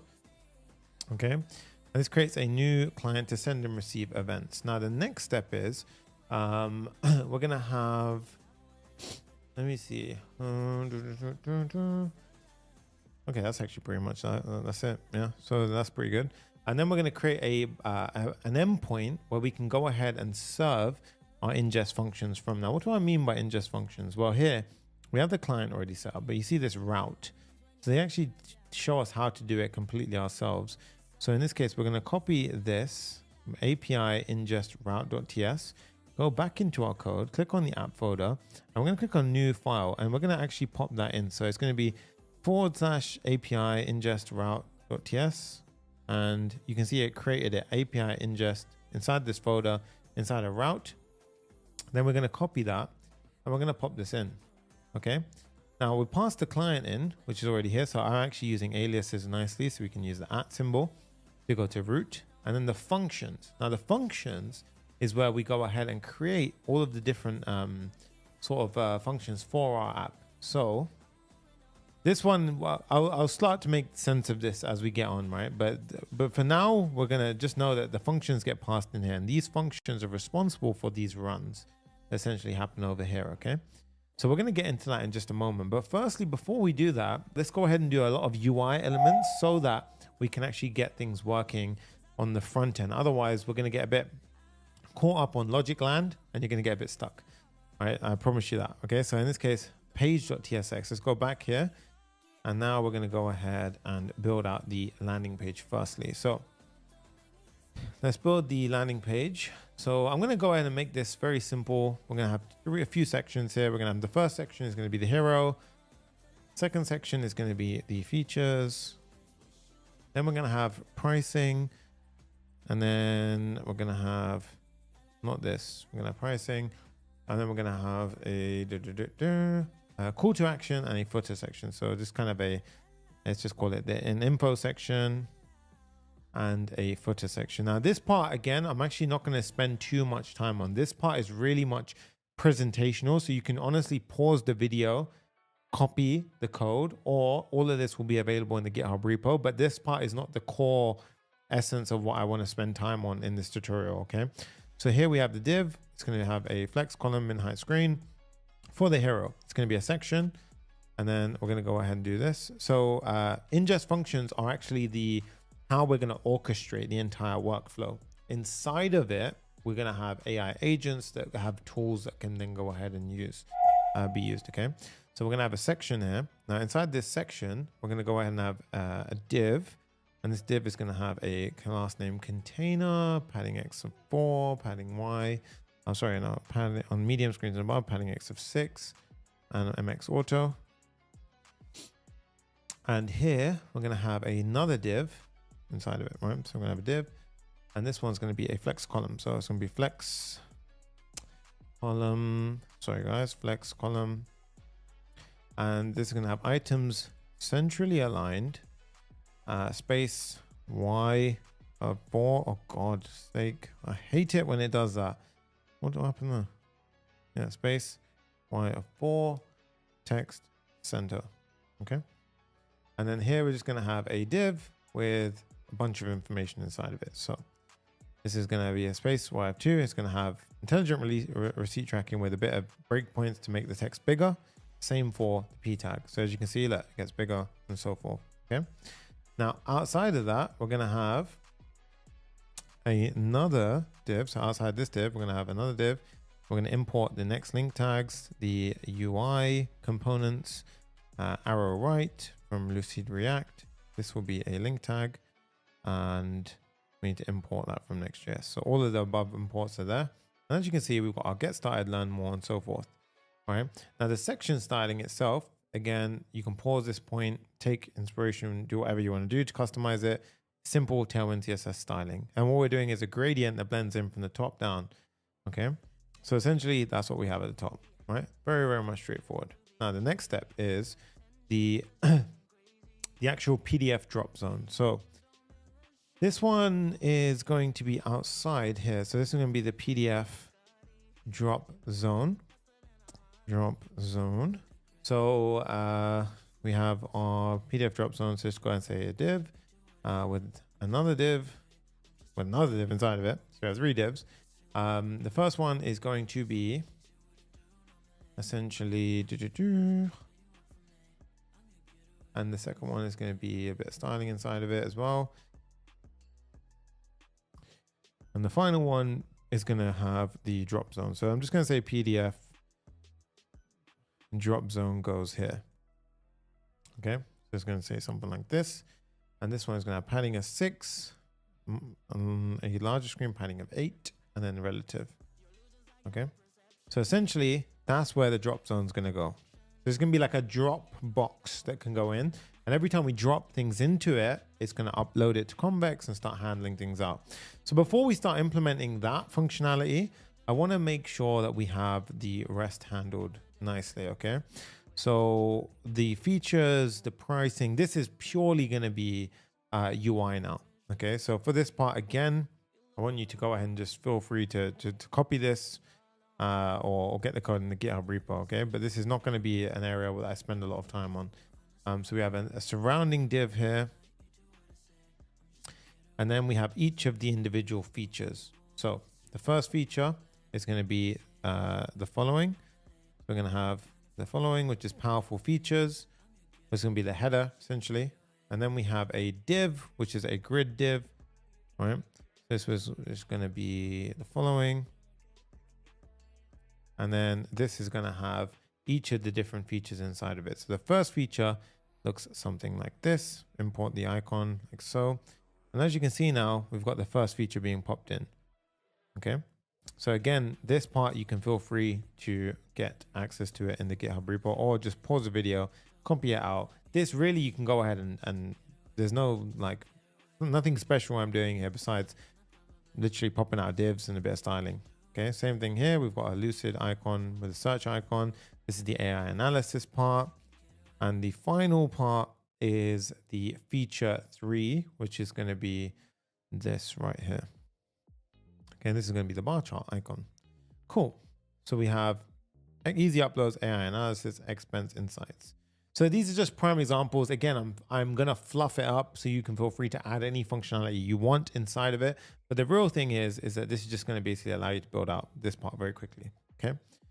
So once we have that, we have the section finished. So we'll go outside the section. We have the pricing section next. Okay.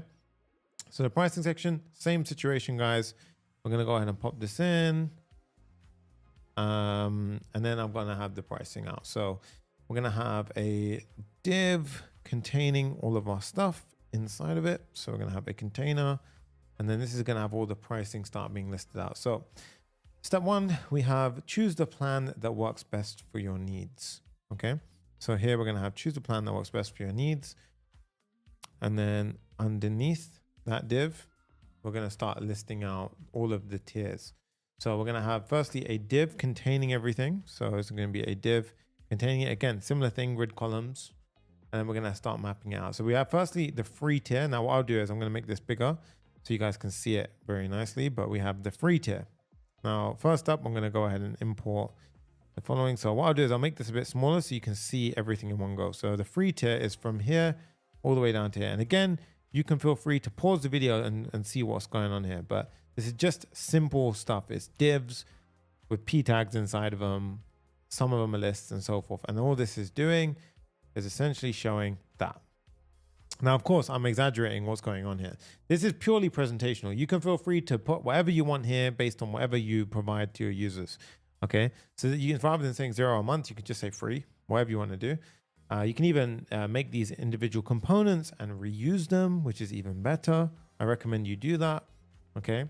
But again, I don't want to spend time on this stuff because this is not really the value proposition of a build like this, right? Again, down here, we have the next tier, which is the starter tier. So I want to actually show you the entire thing. So this is going to be the starter tier over here.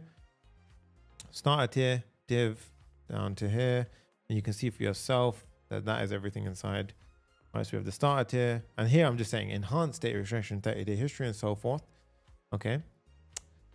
And then we have then we have the pro tier, which is going to be the most stuff going on. And this one is going to be, one second, from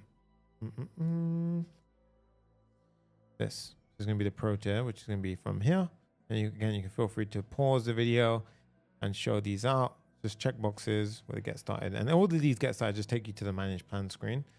Again, this one's just got a popular tag on it. Okay.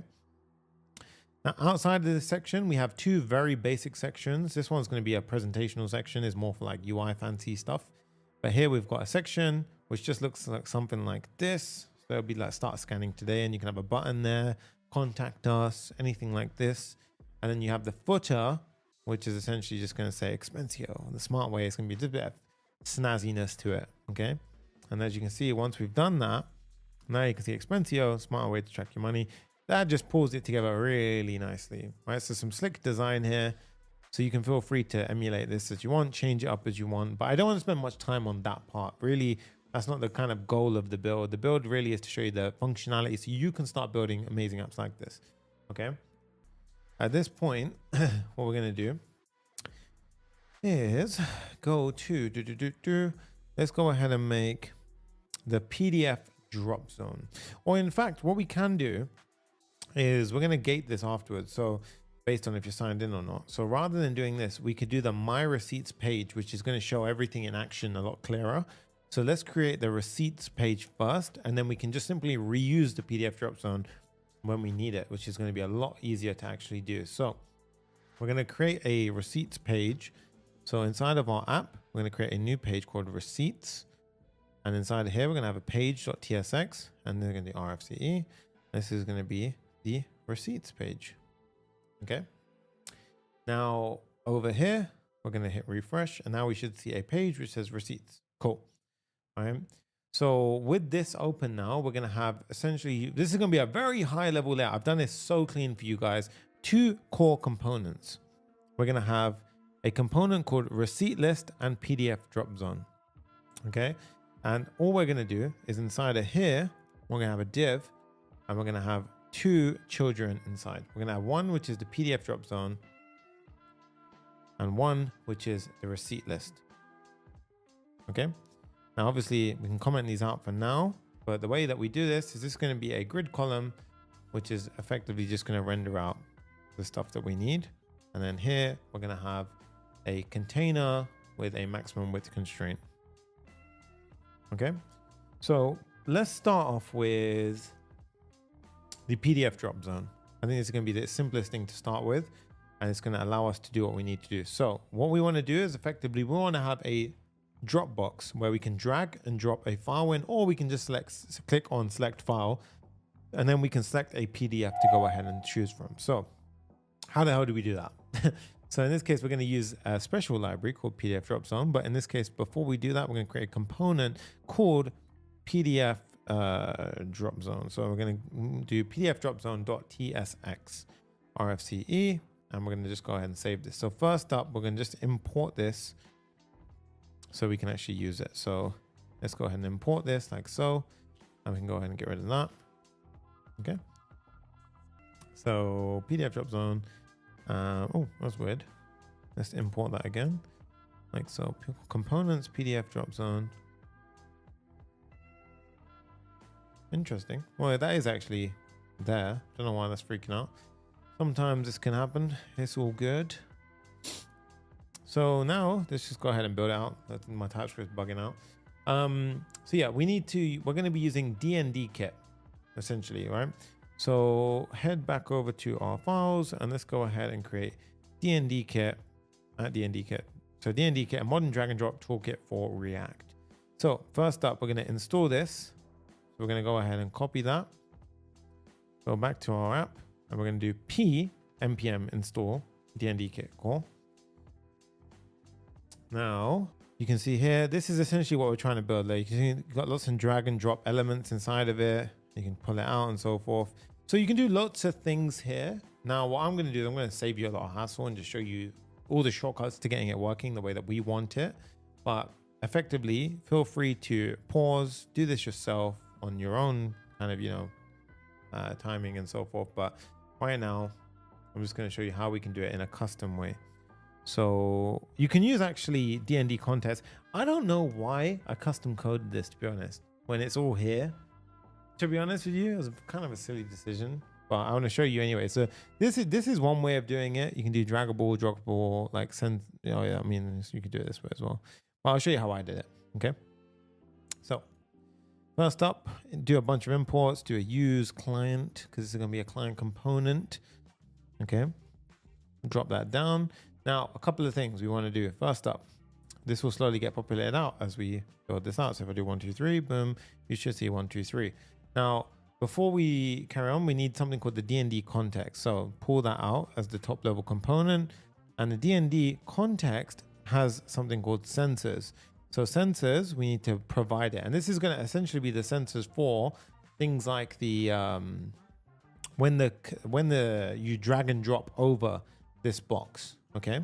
So what we do is we're going to set up some sensors for drag detection. And the way we do it is we use sensors. Inside of it, use sensor, and then we use pointer sensor. Okay. So it can be a little bit confusing, but essentially that behind the scenes now has like a listener attached to this. Okay. So while that's happening now, we can tap into other things on the screen. So first up, we're going to have a div, which is going to be surrounding things. So we've got width to full, max width, auto, and MX. And if I just make this BG red 500, you can start to see if I just put in ABC. Yeah, so you can see That's kind of our box for now, right? I can get rid of the red in a second. But the real interesting part is we have a div with a bunch of listeners inside of it, okay?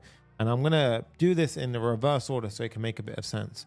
So I'm gonna go ahead and pop in the div, and you can see here we've got can upload, handle drag over, can upload, handle drop, is dragging over, and all these kind of things, right? So firstly, on drag over, on drag leave, on drop, these are all attributes of a div, okay? Now these things are our own, you know, these are our own situations. So basically we need to go ahead and get all of this working. So firstly, I'm going to create a handle drag over function. So the handle drag over function is a callback. So we use React to do so. We need to import it, and we prevent the default behavior, and we simply are just going to set our own piece of state to true. Okay. So we're going to say is dragging, and we need to import this bit of state like so. Okay. So that's the first one, handle drag over. Next up, handle drag leave.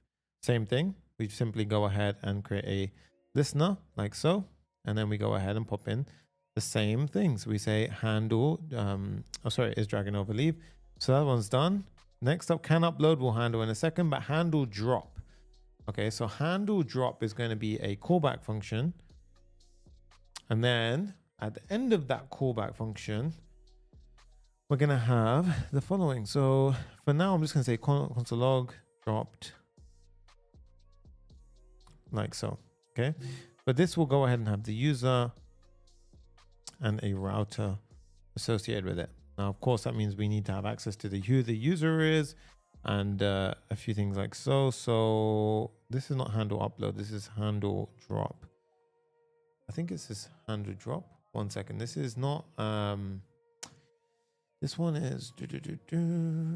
No, it's handle drop is so different. Sorry. So we're gonna have handle drop, and this is gonna have a drag event, and we're gonna prevent the default. Yeah, that's fine. Okay. Set is dragging on first. Yes.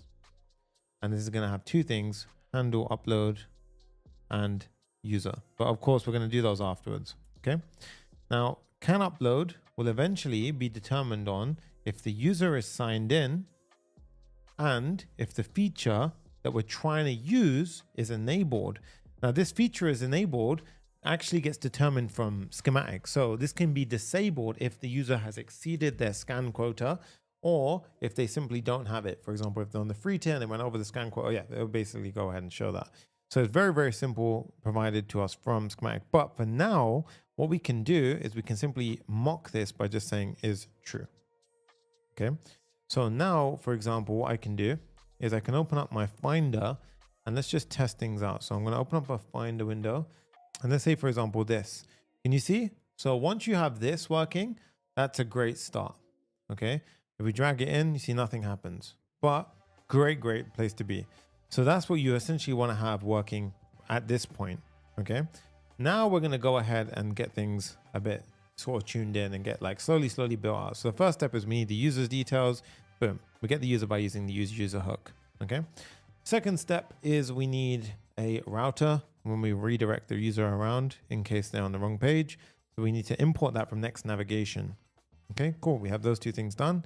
The next one is going to be the file input ref, because essentially what we want to do here is when we drag and drop a file onto that Dropbox, we're going to essentially mimic the act of putting it into a input field. So we need something called a reference. Okay, like so. And then we're going to go ahead and have 3 pieces of state.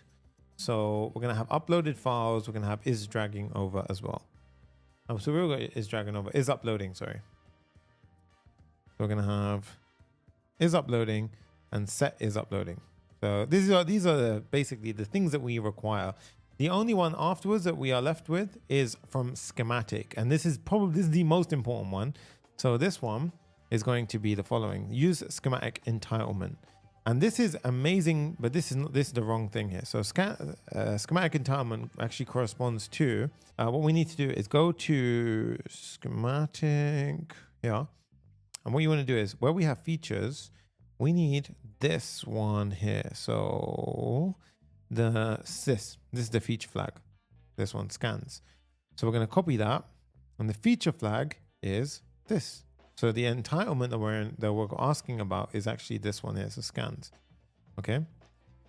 So what we do is we put scans here. Now, based on if the user has it or not, is feature enabled will be set already. So it's already actually works. So if we go into our app and I open up the console and we actually just pop open, for example, the console, and now obviously clear this out.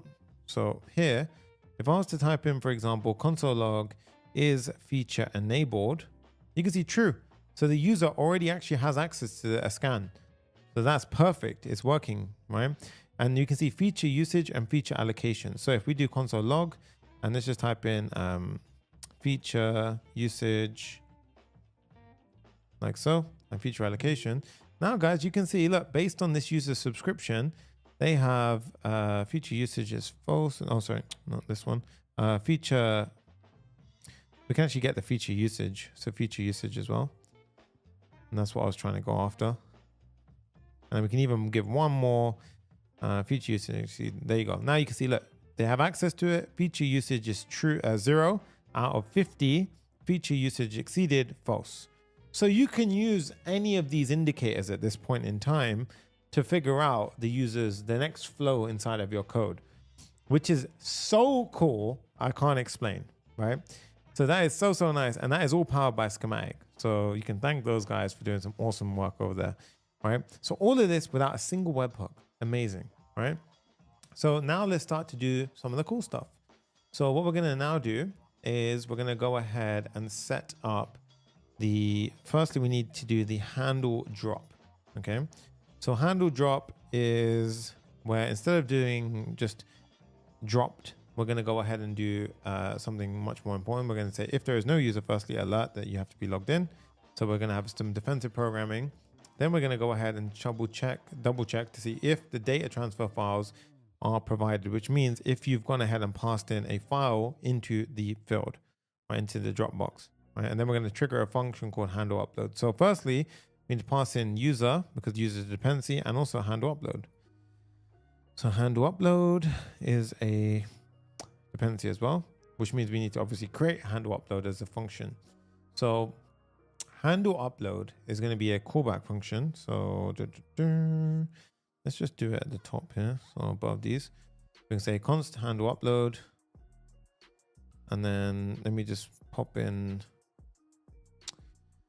I just don't like sometimes how this is. So in this case, callback function will have some kind of function that runs, and then we'll have, a dependency array. That's how the signature is. The handle upload is going to have two things which are responsible, and two dependencies, user and router, are going to be used there. So user and router, and then of course we do a bunch of stuff. Now the handle upload has an argument, so we actually pass with it files, right? So it's going to be asynchronous arrow function. So this is going to be asynchronous files get passed through file list or file, and this comes from when we drag a file in. So if I was to go ahead and do console log files, we can now test this theory. So not theory, but you know what I mean. So we can go ahead and pop this in. So if I go ahead and open up Finder, for example, and I was to pop in, for example, my file. So I'm about to drag and drop a file in. Now what we can see is inside the console, we have a file. You see, look, a file, and that's the invoice itself, right? Invoice design, business service, PDF, application PDF, okay? So this actually goes ahead and gets dropped in, and we can log it out. So this is how you're essentially going to debug at this point, right? We're going to have another debugging statement here. So no, defensive programming statement here. So if there's no user, please sign in to upload. So I'm learning a few defensive blocks here. Then we're going to go ahead and basically, firstly, only filter out the PDF file. So if you drag and dropped anything else, nope, I don't want it. Okay. And if for whatever reason the PDF file length is not 0 or is equal to 0, it's going to say please drop only PDF files. So we're filtering it down to only application PDF files, and then we're going ahead and basically saying if there isn't there, then yep, we don't want to accept it. The next step is we need to set uploading as true. Now you can use transition hook here as well to basically have a start transition and an end transition and so forth. At this point, we're going to do set uploading, and then we're going to have a try catch block here. Okay. So try, yeah, so we have a try catch block, And now if there's any error at any point, I'm going to go ahead and do a simple console error, upload failed. And then we're going to have a finally block where we always set uploading to false after things are finished. Okay, now what we're going to try and do is in the try catch block is here we're going to try and upload the file. Okay, not to S3, but we're going to upload files. So we're going to firstly get all of our files into a string format. So we're going to have an empty string array, which is going to determine the new uploaded files. And then for every single file that I've dropped in, because this is going to actually allow us to do several files at once. Yeah, we're going to say for const file of PDF files. Okay, so we're going to map through each one or loop through each one. We're going to create a form data object to use with the server action. So what do I mean by this? We're going to create we're basically emulating a submit, right? So we're making a new form data. We're appending a file, which is the file that we've drag and dropped in. And then we're going to go ahead and call a server action, which is called upload PDF. Okay. Now upload PDF we haven't written yet. So we're going to go ahead and do that. And then we're going to go ahead and say, if there was an error, we're going to throw an error. We're going to throw an error with the error code, or we're going to upload we're going to show new uploaded files dot push the file name. Okay. And then we set the uploaded files to state. Okay. And then what we're going to do is after, let's say 5 seconds, we're going to clear the uploaded files, right? So that way it will show you just uploaded these files and then it will disappear after 5 seconds. Right, so a nice little UI thing. Okay, so in this essence right now, what we'll do is when we drag and drop a file in here, it will go ahead and do exactly what I want. So we'll go ahead and it will trigger off upload PDF. But obviously we don't have upload PDF happening right now. Okay, now after that, we're going to redirect the user to the receipts page. So for example, if they were on the home page and they drag and dropped it, it would push them to the receipts page. Cool. So we're going to implement upload PDF right now in just a second, and then we will handle the UI aspect of this, right? The drag and drop box. But let's do upload PDF because that's the more critical function to essentially go ahead and build. Okay, and this is where we have Convex, file uploads, all that good stuff. So we're going to create a server action now. So we're going to say upload pdf.ts, and then here we're going to say. This is going to be this. Firstly, it's use server because it's a server action. Then we're going to have a upload PDF function. Now, before we do any of this, we're going to have we're going to step through it. So I'm going to take us through a bit of a journey now. So the first thing is we have the form data. We're going to have the current user. Now, you don't actually need to do it this way. I just realized you could just simply pass the file through. It's even easier. You don't need to do this. You could just go ahead and if you really wanted to, just pass the file straight through as a file rather than doing this kind of logic. But I'm going to show you different ways of doing stuff. And I don't really fancy it breaking right now on a live stream. So in this case, we have this down. So then what I'm going to do is I'm going to try to get the data from we're going to have a try catch block here. So try catch. If for whatever point there was an error, we're simply going to return the error and a error code. So console log error, return success was false, and we're going to turn an error where if it's an error, we show a message, otherwise an unknown error occurred. So inside of here, this is where we start doing the upload magic. So number one, we get the file from the form data, and if there was no file, boom, we say you made a mistake. Okay. Oh, sorry, the reason why we're doing form data is we're going to use upload PDF with the input file later on as well. Remember, I told you we're also going to have the button. So we're going to have drag and drop, but we're also going to have an input field that you can click and select a file and upload. That's why we did it. I was thinking in my mind, I was like, why did I do that? Yeah. So now, yeah, so if there's no file present, cool, right? Otherwise, next step is we're going to validate the file type to make sure it's only PDF that you pass through. So lots of defensive programming statements. If it broke at a previous point, it will catch it here and so forth. The next section is we need to get an upload URL from Convex. So this is where Convex starts getting involved. But before we do this, we need to set up our backend. So how do we set up the backend? Well, it's actually fairly simple with Convex. Let's go over to our Convex and where we have schema. So the schema is where we're going to basically set things up. So luckily our schema is fairly simple, right? Our schema is one table. It's not numbers. This was a demo. It's going to be schemas, and we define the table like so.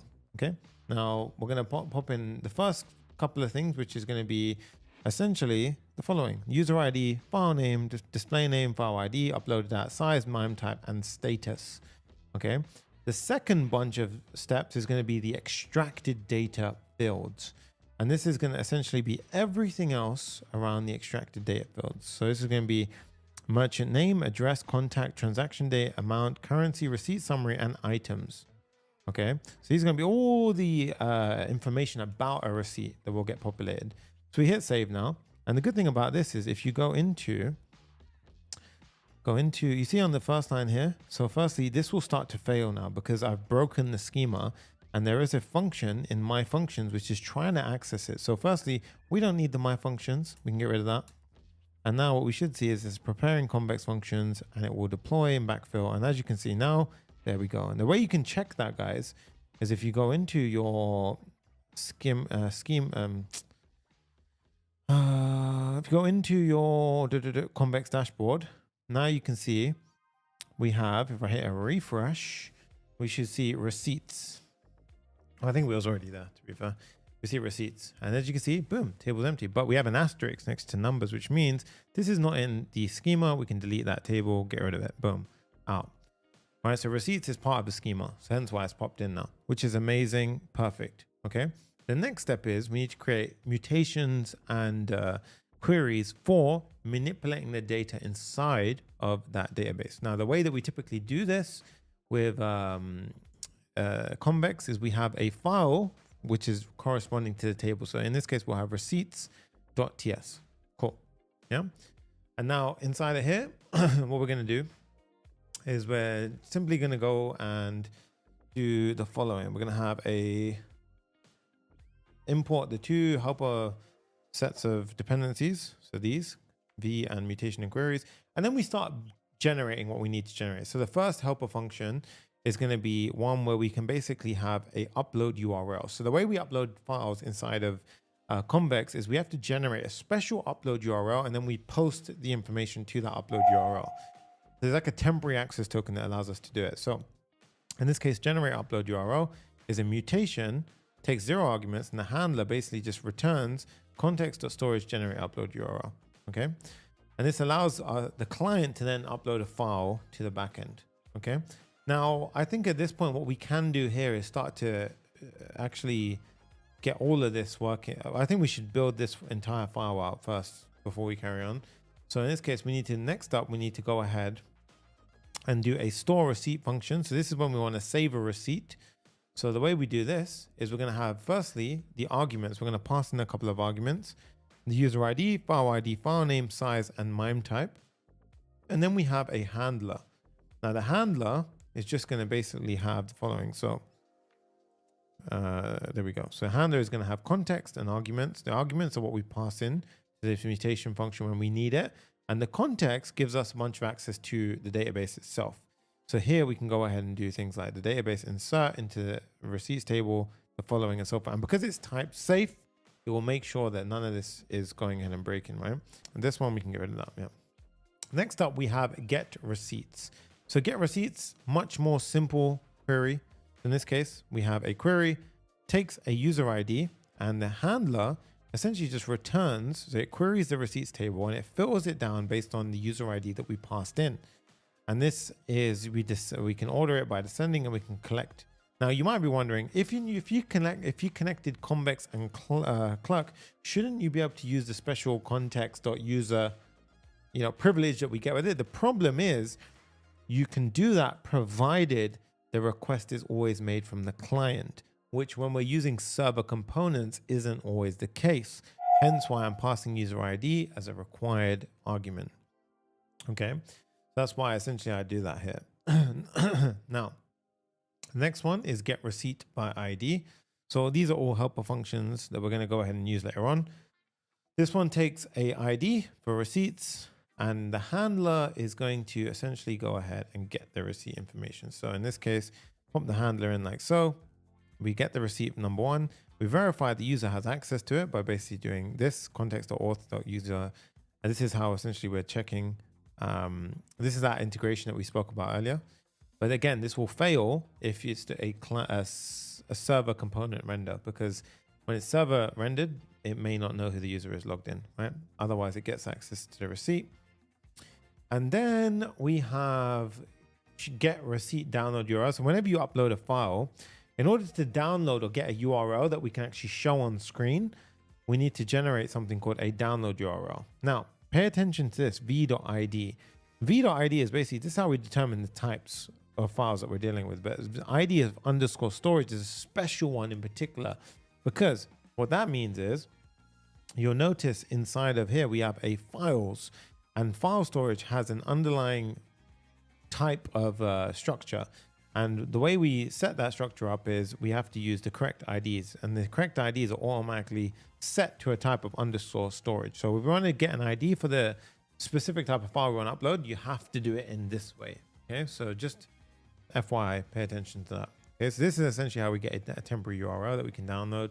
Then we need a few more things like updating the status of the receipt if it ever changed. So in this case, once the AI processes it, how do we change it? So in this case, we're going to have update receipt, which is mutation, takes ID and status, and then it simply goes ahead and it checks if the receipt is found or if the user is authenticated, and then it will go ahead and patch. If we pass through all of our defensive programming checks, it will patch the status. Now, do you need all of these? Could be overkill. It depends on how much you want to protect your database, right? And then we're going to have the delete receipt and its file. So in this case, we got the delete receipt, which is a mutation, takes an ID of the receipt, and then the handler essentially, again, defensive programming statements in the middle, deletes the file first, and then it deletes the receipt record. Because essentially when we upload files, we have to upload the file and we save a reference to said file in the row of the database. Okay. One more, which is called update receipt with extracted data. So this one is for the AI agent. So this one is going to be very important. So this one takes a chunk of arguments, which the AI agent is going to do entirely itself. The ID, the file name, merchant name, all these things the AI agent is going to generate. So we don't have to worry about it. And then we've got the handler, which is essentially just going to patch it. So I'll show you what it does here. The handler essentially firstly verifies that the receipt exists, and then it will patch it based on the information the AI agent generates, as well as mark it as processed. So that way it goes ahead and shows that it extracted the data. Now, some of these we don't even use, I don't believe. So I actually got rid of this one. So if we don't use them, you can feel free to clear them out, but I'm just showing you lots of different examples of what we're going to need potentially. But this is the one that is very important. This is where the agent does it. Let's jump straight through to the drop zone. So upload PDF is where we were at last time. So upload PDF, where we have validate the file type. So firstly, we need to get the upload URL from Convex. So now we're going back to the upload PDF step. So step one, Convex. You see it says Convex dot, and then it dies essentially, right? So we need to create a helper lib file. So here inside of lib, I'm going to create a Convex file. So this one is going to be called Convex client. So we're going to create a Convex client.ts, and we're simply going to go ahead and pull the following. So const convex equals new convex HTTP client, and we have a Convex URL that was automatically added in when we set things up. Okay, now whenever we need to access Convex, what we can do is we can import our Convex client like so. Now the good thing about Convex is whenever we're using it, essentially you can see here that no errors are found. We automatically generate a Convex underscore generated file, and this gives us access to the API. Now, why is this so damn powerful? Because if I do dot, you see I've got the tables, and then I've got all the functions that we just wrote. So this is awesome. Yeah, so generate upload URL gives us a upload URL, which is awesome. And now once we have the upload URL, we can convert the file to a array buffer. And this is important because when we send the file across, we can't just send a file. We have to convert it to something called an array buffer and then post it across the internet to store it inside of where we need it. So the way we do it is we say, boom, array buffer equals await file.array buffer. And then we go ahead and we do a post request. And the post request is how we upload it to Convex storage. So we say upload response equals await fetch upload URL method post headers content type so forth body, and then we do uint8 array and we pass in the array buffer. Okay. Now once that's done, if anything went wrong, we throw an error. right? We say, whoa, failed to upload for some reason. If it went right, then what we do is we get the storage ID from the response by going ahead, and the upload response will contain something called a storage ID. Once that's done, we can manipulate the database by storing a receipt in it. Okay, so what we do is we say receipt, convex mutation. We already created the store receipt function, and we store the receipt inside of it. Okay, then we generate the file URL. So we generate the file URL. So in this case, the file URL, and then this get file download URL, we need to create a helper function for us. So this one is actually going to go ahead and get the file URL for us. Now this one, I did create a helper function. I'm just wondering, why did I create a helper function instead of not doing this inline?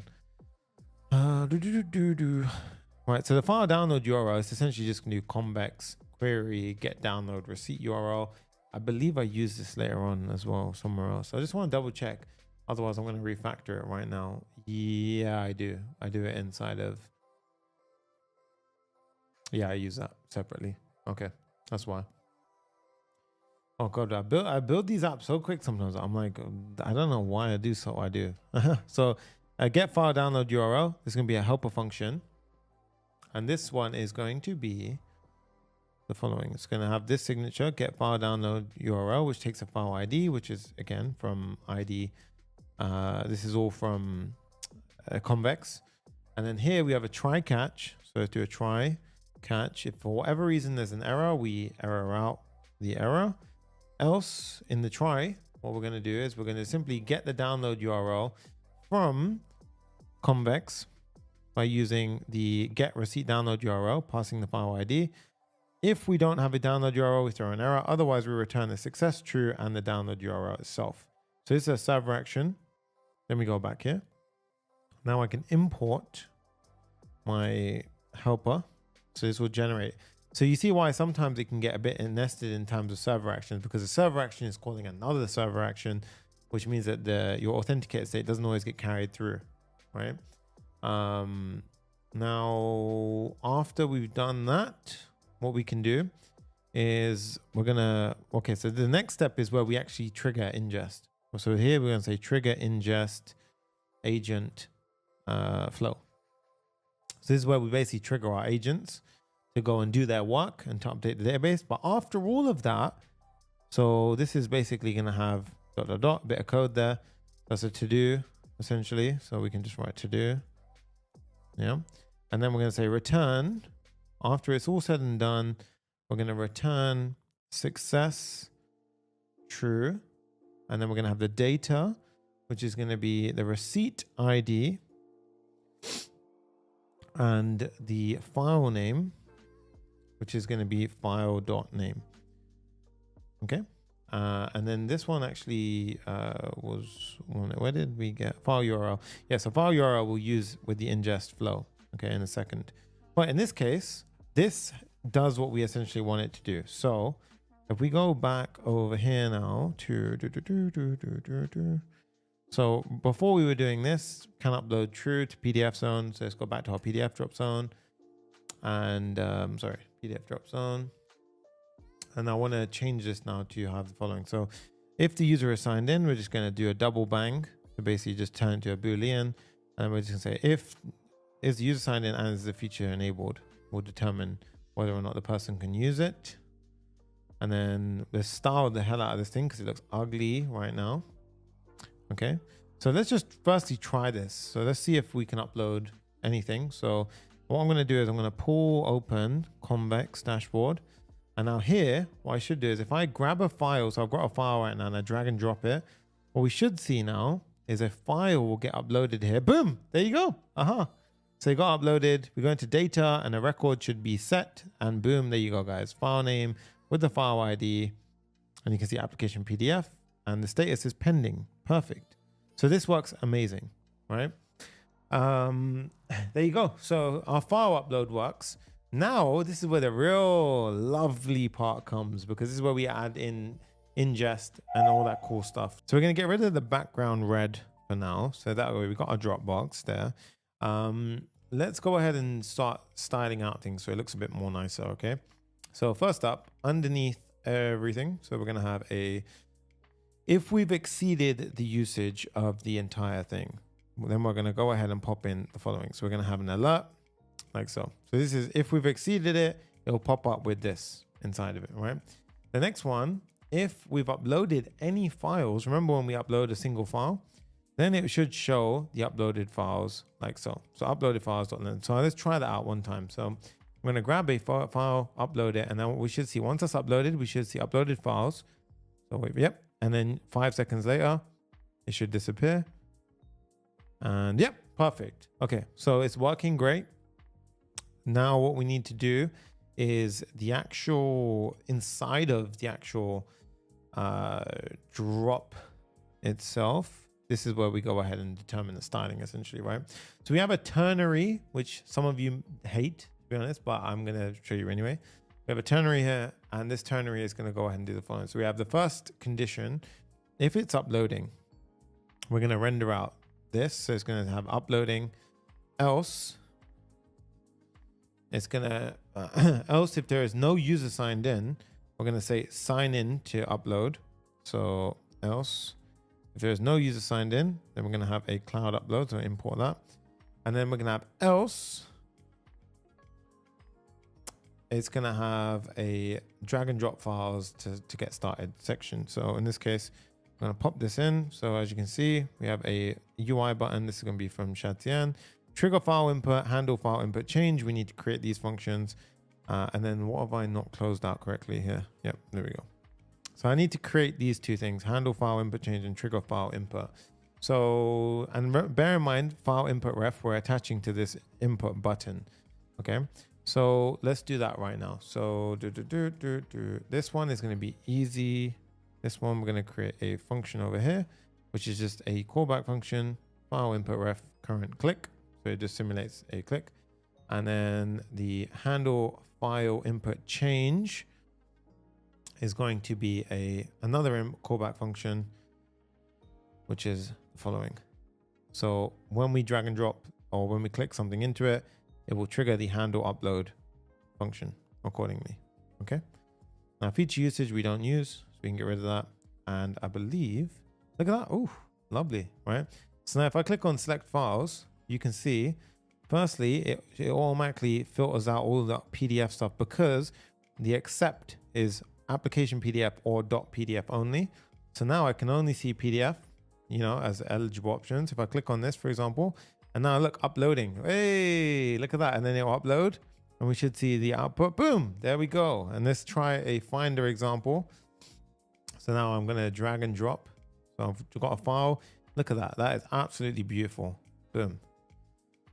Love it. All right. Now, because we've done that, what we can do is, this is what I love about when things are clean coded. And go back to the page.tsx, the home page. Remember we said just PDF drops on goes here? Simple as this, I can just pop in my PDF drops on. And just like that, guys, on the home page now, we have a beautiful PDF drop zone. And if you're not logged in, wait for it, sign in to upload files. Awesome. So now you can see just like that, super slick, super smooth. Of course, you can upgrade the design as much as you want, but as you can see right now, it pulled in my, authenticated state. And for example, if I'm on this screen and upload, look what will happen. It will upload and then it will take me to the receipt screen. Ah, amazing stuff. Okay. So the next section is we need to show the receipts that have been uploaded. And then we're going to do the ingest flow. So the ingest is coming. I promise it's coming, but it's going to be really well worth it when we get to that point, because that's when the true AI agent magic happens. So for the receipts page, we're going to have a receipts list. This bit is very easy compared to what we just did. So here, essentially, we're going to create a receipt list component. So in components, we're going to create a new component called receipt list.tsx RFCE. And let's go ahead and pop this in like so. Now here, what we do is, we need the user and we need a query. So we need the user. Firstly, if we have any hook, it's a use client, it's client component. We need clerk, we need the API, and we need convex use query. And we have the receipts, and this is automatically by default a This is by default real time. So Convex is real time, which is awesome, right? So now what I'm going to do is I'm going to have a bunch of sort of corner cases. If there's no user, we're going to render out a please sign in to view your receipts. If there are no receipts, we're going to say loading receipts because it could be loading. If receipts length is equal to 0, once it has loaded, we're going to say no receipts have been uploaded yet. And then otherwise, we're going to render out the next part, right? But before we do any of that, go into this, pull it in like so. Just like this, we can get rid of this. And as you can see now, when it's loading, that loading receipts, boom. Okay. Now, what we can do here is we can start pulling out the receipts. Now, here what I've done, by the way, is I'm using shad cn. So if we go to shad cn, we're going to install the table. So this beautiful table, I'm going to import this. So copy that, go back over here, pop it in like so. And just like that, now we've imported the table component because we're going to need that. I'm going to import a bunch of table elements to our app. So like so. Okay. And then we're going to have the table itself. So we're going to have firstly inside of here, we're going to have a h2 and a div. So let's go ahead and pop this in like so. This is going to be a width 4. There we go. So it's going to say your receipts. There we go. Nice little border on top of this one, this div. And inside of here, this is where we render out the table bot. So now a couple of things. So firstly, let's put the table in like so. And then we have a table header. The table header is going to just have essentially one row with all the table headings in it. So it's going to look at the following: name, uploaded size, total, and status. And then we're going to obviously have a map through function for the body. So here we're going to have a table body. Oops. We're going to have a table body like so. And then we're going to map through all of them. So here is the bit where you probably need to pause the video. You're going to have a table row. Okay. Now the table row is going to look something like this. So we're going to have a table row like so. Okay. Now here, that is awful. Why the hell did I do that? That's definitely vibe coded. This one here, we're going to not do this. This is ugly as hell. We're going to have a router, const router equals use router. And we're going to next navigation. And here, we're going to change this to not be this, but instead to be router.push receipt ID. Yep. Like so. And that's a one-liner, so we can do an inline piece of code to that.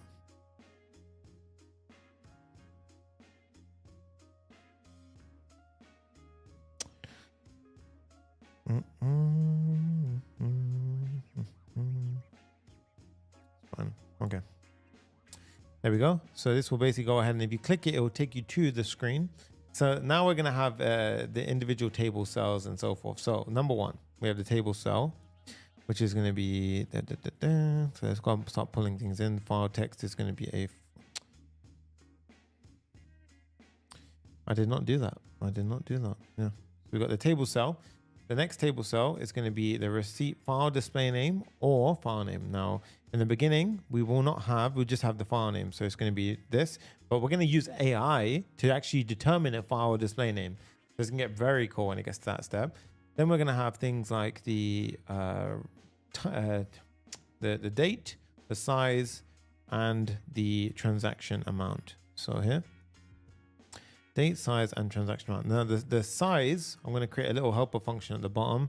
Very, very simple. You can use an external library if you want. It just takes the bytes. If bytes is 0, it returns 0 bytes. Otherwise, it will simply do a little mathematical formula, which will work out if it's bytes, kilobytes, megabytes, or gigabytes.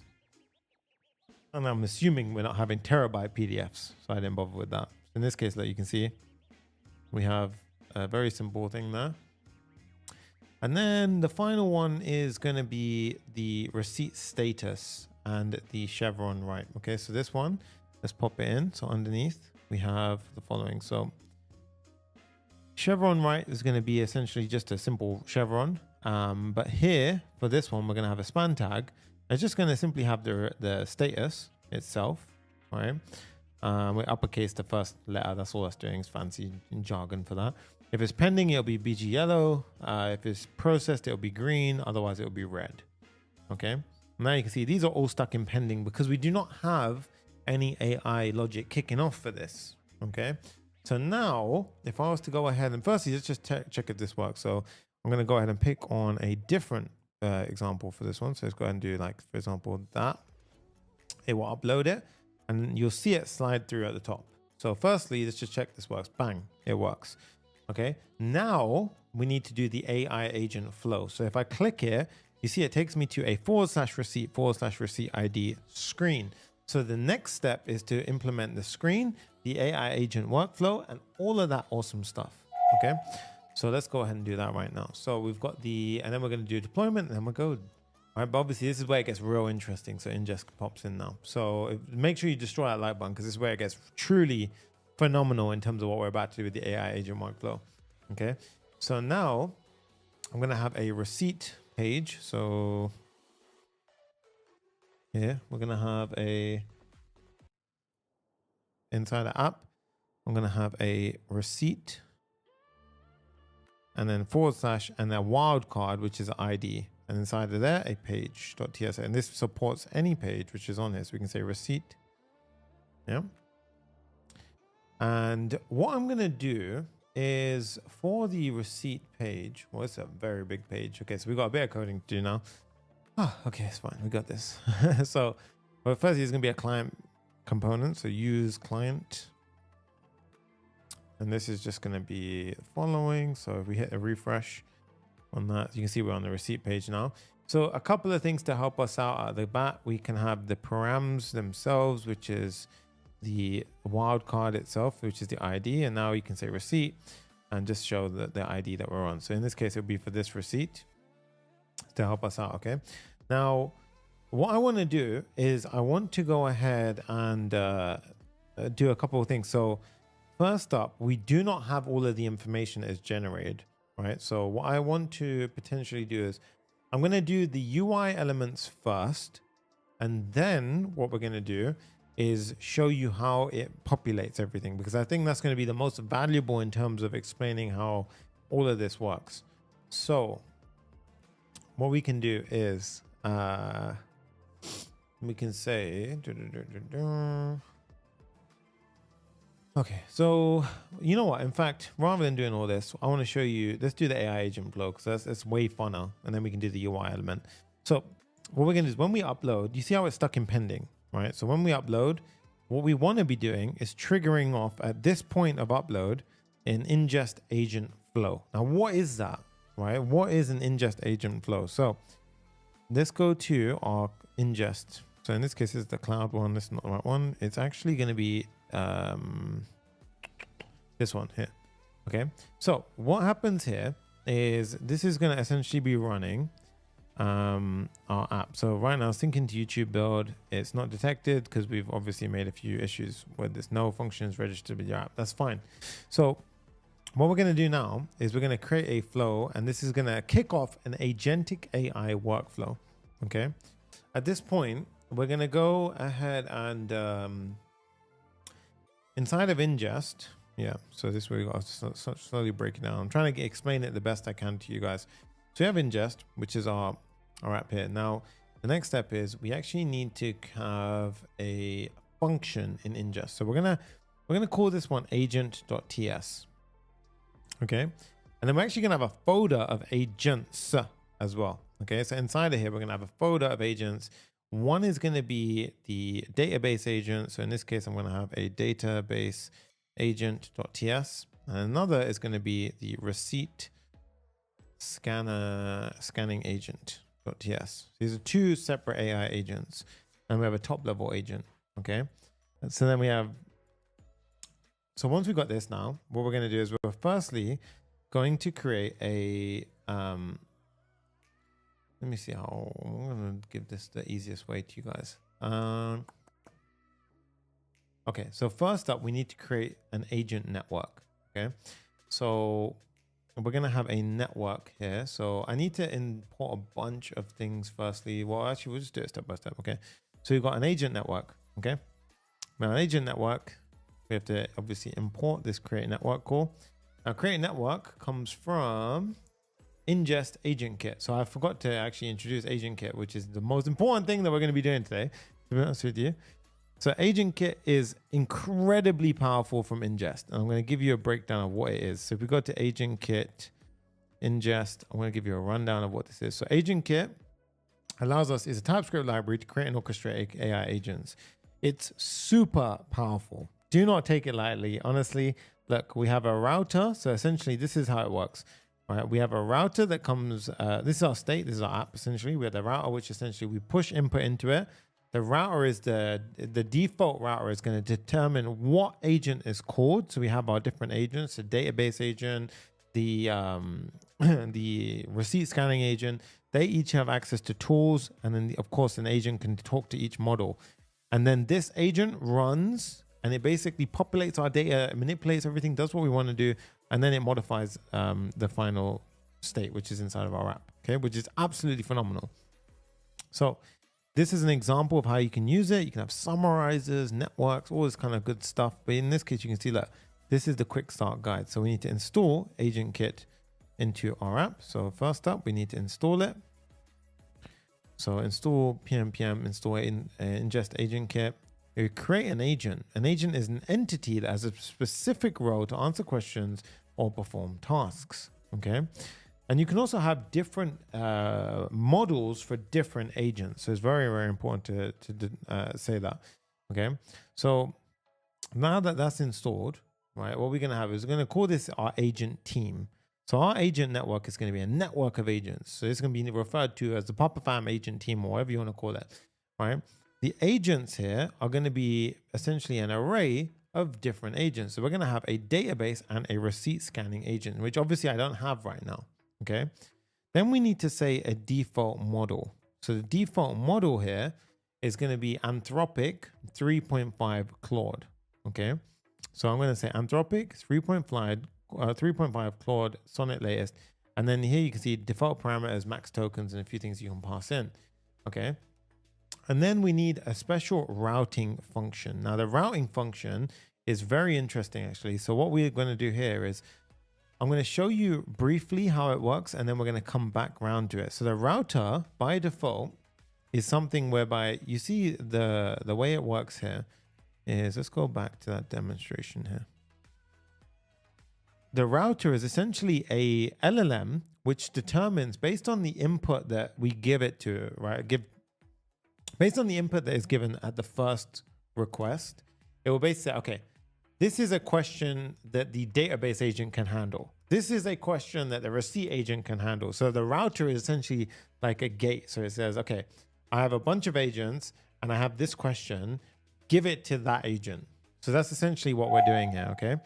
So with the default router, essentially what we do here is we're going to go ahead and say, so typically we're going to just use the existing default router, which is this get default routing agent. But I'm going to add in my own custom. So you can do two things here. You can add your own LLM, which is a custom supervisor agent, but I'm not going to get into that too much. What I'm going to do is eventually we're going to have some logic inside of our app whereby the state is going to get manipulated. Remember, all of this flow will happen and then the router can manipulate the state. So at some point in our flow of agents executing a bunch of stuff, I'm going to change a piece of state called save to database to true. And when I save it to true, that's when I want to terminate. And the way we terminate this loop here is we basically say, if save to database is not undefined, so essentially if it's true, then we terminate by returning undefined. Else, we always ask the default routing agent what to do next. So we need to create two agents now. Now, you're probably wondering, what about this? Well, how does it know when what to use? So they'll be automatically checking against certain environment keys, which I'll go ahead and run you through in a second. But here we need to next up, after we've got the agent network set up, what we're going to do is we have the export const server equals create server. So I need to import this from, it's actually coming from ingest agent kit server. Okay. So in this case, we have a server, which we're essentially going to use afterwards. And then we have our function. Now the function is what we essentially call on in ingest. Now I've called mine PDF function, but really this is going to be called, let's call it the extract and save PDF, right? And what we're going to do here is ingest. I'm going to pull it from our ingest client. So you see this one here. And then we're going to create the function itself. So let's give this a name. So let's go ahead and give it a name. So extract PDF and save in database. And then we're going to go ahead and give it the event that we're going to dispatch. Now this events, I'm going to go ahead and create a constants file. So constants.ts. And the reason why I'm doing this is because I actually want to make sure that we always go ahead, and this could be an enum as well, whatever you want to do. But all I'm doing here is essentially, so we could change this to an enum if you really want, change to enum. I'm using Composer to do that, like a little sort of hack there. You can go ahead and do that if you want. Basically now, when we use this, it will always give us this text, right? And the reason being is because when we send this from the client, I always need to match, so not be type weak, essentially, okay? So events.extract data. This is wrong, what the hell? No, that's not that. Events, yep. So that will always dispatch the correct event. And then next, after that, we want to go ahead and trigger off the actual function. Now, what does this do? Well, essentially it fires off an event. So this is the ID that we give it. So this will come up inside of our UI, inside of ingest. Then we have the event that we're going to name it as, then the actual event itself. Now, the actual execution of it. Now, this is a real key part, okay? So what we do is you see this agent network, we send it a question. So we run it essentially, right? So what we do is we say const result equals await agent network.run, okay? And what I can do here, guys, is I simply give it input. So here's the really cool part. I'm going to say extract the key data from this PDF event.data.url. Once the data is extracted, save it to the database using the receipt ID, and I give it a receipt ID. Once the receipt is successfully saved to the database, you can terminate the agent process. Start with the supervisor agent. Well, we don't actually have a supervisor agent, but the point is that you can go ahead and create a custom one and use it that way. Okay. So in this case, that is all we pass into the network. And then afterwards, what we do is we return the receipt itself. So why is this freaking out? Yep, there we go. Cool. And then all we do is we return the receipt. But in this case, we don't even care about what it returns. You can just return success. We don't actually do anything with that information. We just need it to run successfully. So let's create our two agents inside of our agent flow. Okay. So first up, the database agent. So this is where it gets really cool. Okay. So let's do our first agent, which is the database agent. So step one, let's create an agent. Okay. So this is a database agent, and we're going to go ahead and pull in create agent. Now we need to give it a name, a description, and a system prompt. Okay. So let's go ahead and do those firstly. So a name, description, responsible for taking key information regarding receipt and saving it to the Convex database. You are a helpful assistant that takes key information, saves it to a Convex database. Cool. Then we have a model. Now, remember I told you can mix models. For cheaper things, you can use GPT-4a or GPT-4o mini. For more expensive things or more complicated things, you can Clause 3.5. So here I can say model. And here I'm going to say OpenAI. And we're going to use GPT-4o mini. So this is a really powerful part because you can now start to use different AI models and so forth. Okay. So after that's done, I'm going to give it access to tools. Now, what tools am I going to do? I'm going to give this database agent access to the save to database tool. Okay. Now, what is that? So this is where we need to create a save to database tool. So what we do is because we say const save to database equals create tool. And this create tool, we basically pass this, and this is the essence of an agent, right? So we basically pass the name, description. Now this is where I want you to pay some serious attention, because this is where I personally think it's unbelievably cool what can happen now. So all we do is we pass in parameters. We do not write custom logic. We do not have to go ahead and do some craziness. We just write in what we expect the parameters to be.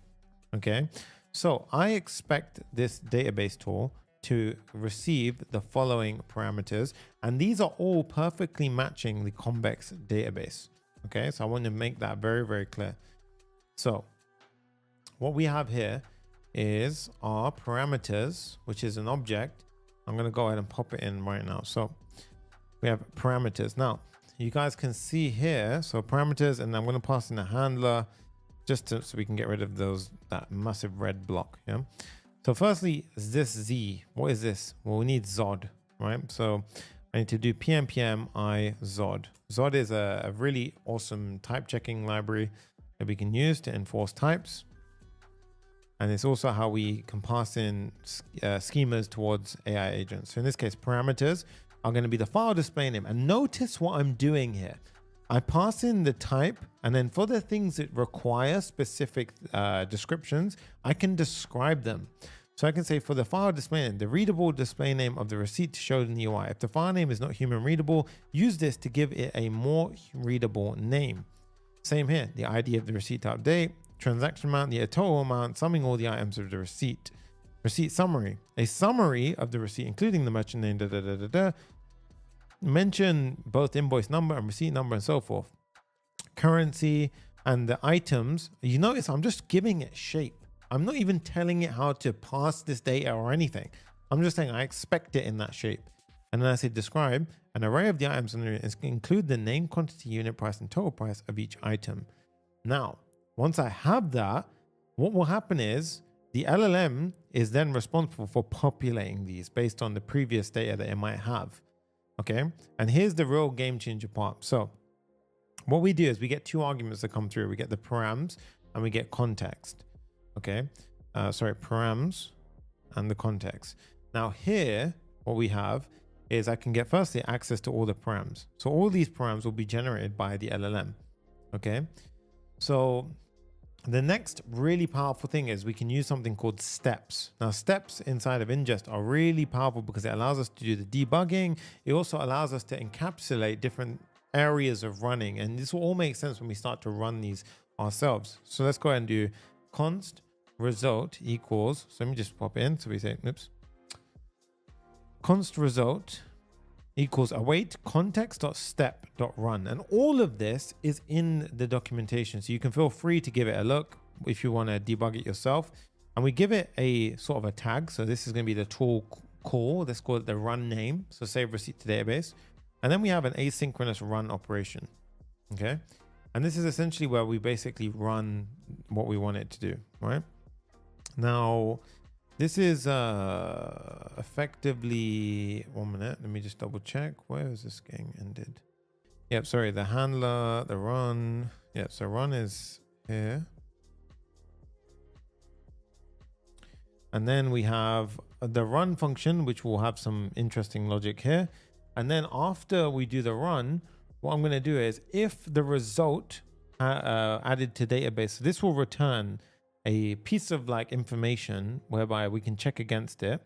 I'm going to say if the result had added to database, you know, a piece of information and it was success, then I'm going to set the network state. Remember the state value that we can basically check against when we have the router call, because every time we run through it, it goes back to the router to determine what happens next. So imagine input comes in, router passes it to a scanning agent calls a tool, goes back to router then goes, okay, I've got the information now, pass it to the database tool executes, runs, comes back.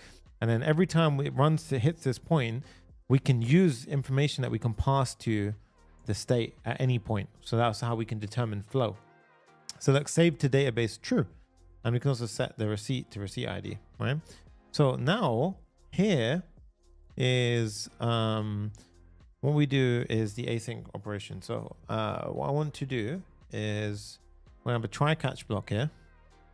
So a try catch block, and inside the error, if at any point there was an error, I'm going to return added to database failed, an error and it's going to basically pop through. And notice how this part is where it gets very powerful, because it's an element of fuzziness to it. And what I say by fuzziness is, you'll see what I'm saying, because we don't always have to return specific things, because this effectively goes to, these return blocks go to the LLM afterwards, right? And then the router will determine what to happen based on these return blocks. But here is the part that has to be correct. So now what we do is we call the convex mutation to update the receipt in the database. So what we do is we're going to, at this point, we're going to go ahead and call convex, which we have our convex client, call our API. So we've already got this, and we can import this from convex. And as you can see now, as we have the receipt ID, so we have the receipt ID, we have all of the information over here, it will basically go ahead, and if we've done it correctly, this will go ahead and update the receipt with the data that the LLM figured out. Okay. And then what we're going to do is we need to track this as a scan event. And we know the track it as a scan event. Okay. In schematic.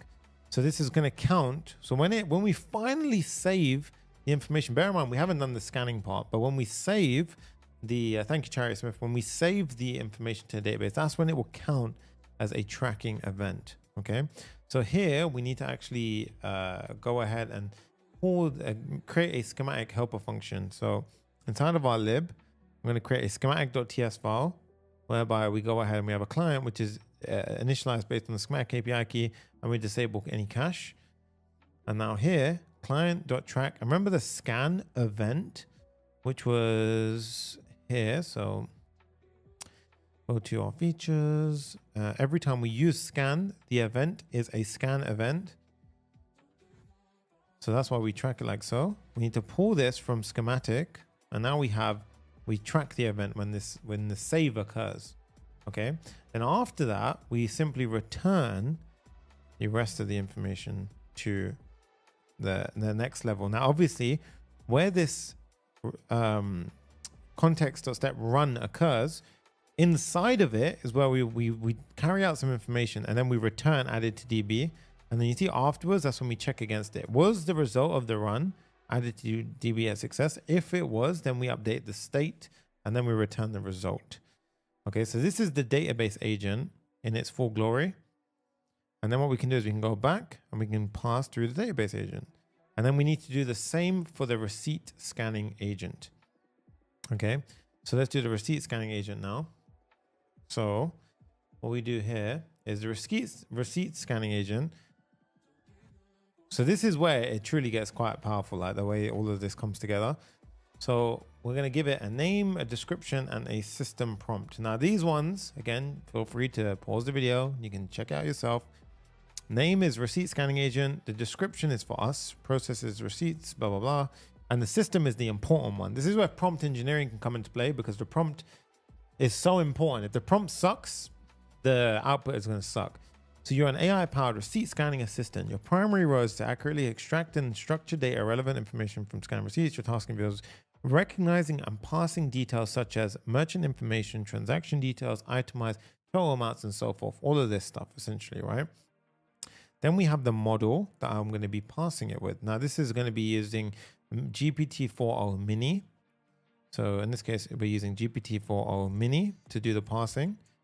We're giving it a few more tokens because it's going to be essentially maybe a bit bigger, because we might have, bigger PDFs being passed through. And then we have the parse PDF tool. Okay. So the parse PDF tool is where we need to create our own tool. So at the top now, we can say create tool, import the create tool function. And this needs to have a name, a description, and the PDF URL. Okay, so the name is parse PDF, description, analyze the given PDF. The parameters is simply a PDF URL. That's all this tool expects to be able to do what it does. And then inside of it is where we have the true clever logic. Okay, so the handler is actually where the sort of magic is going to happen. Now, remember we get the async params and context. Well, here we actually we're going to destructure both. So rather than the first one from the params, we're going to get the PDF's URL, and then from the context, we're going to get the step. Okay, because I need both those things. And then what I'm going to do now is I'm going to run inside of Inngest, they have a lot of helpful, powerful functions, one of which is called step AI, right? So in this case, what we're going to do now is we're going to go ahead and use step AI, whereby we're basically going to say return, await, step AI, infer, parse PDF. And what we do here is we're essentially wrapping so what this does, which is really powerful, is it wraps an existing call. So for example, it wraps Claude's call it wraps Claude's call, but it gives us all the information in the ingest dashboard, which is so powerful because then we can do all the ingest benefits, but we're basically inferring off of the original call. Okay, so the way that the way that Claude will naturally work. So it's a lot to explain. So yeah, I'm trying to get through it. So we have the first model, which is in this case, we're going to be using, remember, the tool call was using GPT-4o Mini because it's cheap, right? But the actual parsing PDF, it needs to be a bit smarter. So I'm going to use Anthropic here. And then what I'm going to do is I'm going to have the body, which is going to essentially have messages inside of it. And these messages are going to be what the most important part, really. So the body is going to have messages inside of it, like so. And right now it's obviously, well, it's messy, something's messed up. Okay, so we have this.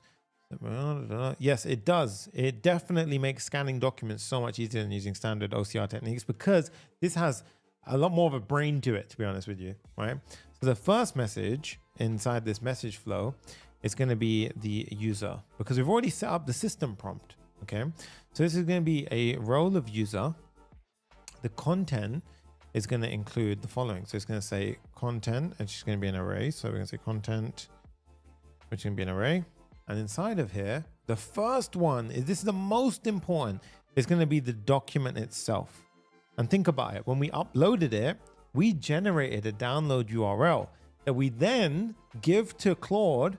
So Claude has access to the PDF via a downloadable URL so it can scan it. So this is what we're doing here. We're saying, go ahead and here's the document as context. And here's the URL to said PDF document. So you can go ahead and grab the PDF document, read it. And then I'm going to go ahead and give it the a text prompt, which is again going to be essentially like explaining what to do. So here is essentially why I say it's a text prompt where it's extract the data from the receipt and return the structured output as follows: merchant, transaction, items, totals, and so forth. Right. So it's basically giving it some kind of structured output here. So I'm saying you need to give it back the information like this, right? And this is, you see there's fuzziness here, right? So this is, there's going to take an element of trial and error, making sure you've not screwed up somewhere and so forth. Now, one thing I did not do was I needed to wrap this entire thing. Firstly, make sure your Z's are importing Zod. And then here, I'm going to try and catch the entire thing. So I'm going to go ahead and do the entire block. We're going to have a catch block whereby afterwards we're going to throw the error if there's a mistake at any point. So this is essentially what we're going to be doing. So this will pass the entire PDF. So now we go back and we can import this. So what we've just done is we've created two AI agents. Yeah, the logic is insane. I know, it's crazy. Yeah. So we've created two agents. Each one has tools. One has a save to database tool. One has a parse PDF tool, which is awesome. And now we've got an agent network, which essentially has at the core of it a router agent. So we have the router agent. It has two agents, a receipt scanner and a database scanner, a database agent. It will firstly most likely go to the receipt scanner, get the information by using its tool, come back, return the information to the router. The router then says, okay, I got the information now. He asked me to save it. So at this point, should probably use the database saving tool, say a database agent. So it goes to database agent, database saves it to the database, comes back. The router then goes ahead and says, okay, what next? And then we've modified the state. So remember, our condition will then have this access. Every time it loops through, it goes through this flow. Then at that point, when we save to database, we modified the state. So at that point, it should have said, okay, it's no longer undefined, it's set to something. Boom, terminate. The flow is done. That's pretty damn cool. Yeah, so now we're going to make the whole thing come to life. Okay. So what do you now need to do? You need to set two things which are very important to make this whole thing work, which without it will not work. So you need to set a anthropic key. Okay. Which is going to be API key. So it'll be something like this, YABC. And then we'll have also a open AI key. Now the open AI key would be, again, your OpenAI key. So at this point, I think it's self-explanatory. You go into the Anthropic Claude settings and you basically get yourself an API key, and same for here for the Open API key. But what I'm going to do is I'm going to put my keys into it and I'm going to close it. Okay, so now I've added my environment keys. Okay, you need to do that yourself and go into the Claude dashboard, create an API key, add billing to it. Same thing for OpenAI. Go into OpenAPI and use those keys. And now the key name has to be exactly as I showed you, because those are the ones that Inngest naturally check on. Cool. Now let's see if Inngest picked up. So if we go over to Inngest now, let's see, no functions registered within your app. Let's see what I've done wrong here now. So API ingest. So API ingest. Oh yeah, functions. We don't have a function here. Okay. So remember, we actually created the function here, extract and save PDF, right? So inside of our ingest route, we pass in this now. And now if we go back, oh guys, look, extract PDF and save in database, view functions. Oh, this is cool now. Okay. So what we now do is when we upload the PDF, we can send an event to trigger this function. And remember, the event to send is this one right here. We just have to send this from the client and it will trigger off this workflow. So we send this during the upload PDF. Remember, this was one of our to-dos. Upload PDF. The way we do this now is we basically send the following. So this will be the start of that flow that we spoke about. The start of this is the input, right? So what we do is the ingest client we pass in, and for events, we can pass in our enum. Now, the data that we pass in, URL and receipt ID, okay? So if I was to go into, just to show one more time, here, we've got the event data URL, event data receipt ID. URL, receipt ID, event data URL, event data receipt ID. This is how it gets passed through. And that is it. We literally have pretty much done it. You'll be amazed at how powerful this thing is, yeah? So now obviously this is where you're going to debug, most likely. So let's go into our local host and let's do it. Let's see if we do this. So let's go ahead and upload this. And now what we should see, if we implement this correctly and this whole thing works first time out, I will be gobsmacked. Look, oh guys, look, it triggered. It triggered, so we can say queue that. So it's queued it. Let's do runs. Look, it's running. Look, oh, this is sick. Look, it's running, guys. And look, it's passing it right now. And we can check, we'll break it down and have a look at everything afterwards, but it's running it, it's passing it. And look, it went back to the default routing agent with some information. It went to the database agent and it should call the save database tool. So it's trying it, save database, guys, it done it and it modified everything. There we go, guys. Look at that. And look, oh yeah, obviously we haven't rendered it out on the front end, but this is absolutely awesome. Yeah. And you guys can see it real time. Let's run through it and let's see Inngest in real action. So when we triggered it, look at this, the default routing agent, and you guys can see it. It really is next level with Syrian. I know you mean. Look, if we look at this, we can click on the input and output. So let's see the input that got generated. Look, extract the key data from this PDF. Remember that Bosch step, Convex Cloud. Once the data is extracted, save it to the database using the receipt ID. There you go. Yeah. And then this is you are the orchestrator between a group of agents. This is the default router, right? And it has a tool called select agent. This is like basically says you have the following agents available. Database agent responsible for taking key information. And all of this was populated based on what we gave it earlier, right? And now think about it. What it did was it selected an agent. So the output here was it selected the receipt scanning agent. Okay, so then it calls the receipt scanning agent and we see the input is this. Okay, so it gives in the following information. And look, the parameters, PDF URL, it gives the exact information and so forth. Okay. And you can see extract the key data from this PDF. Yeah. Once it's done that, it calls. So the receipt scanning agent says, okay, I got this input. I need to call parse PDF.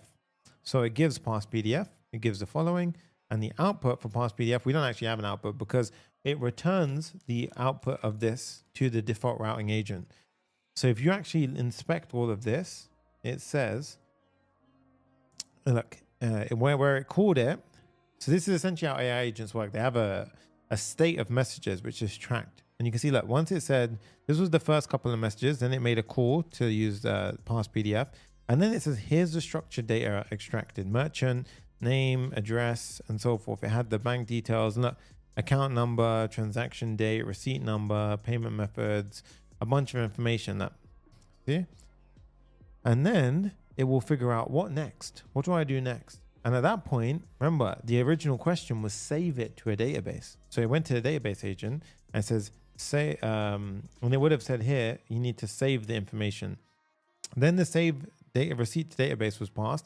The output was this, like added to database, receipt ID, file display name. And this is, remember, the file display name, which is the user-friendly name.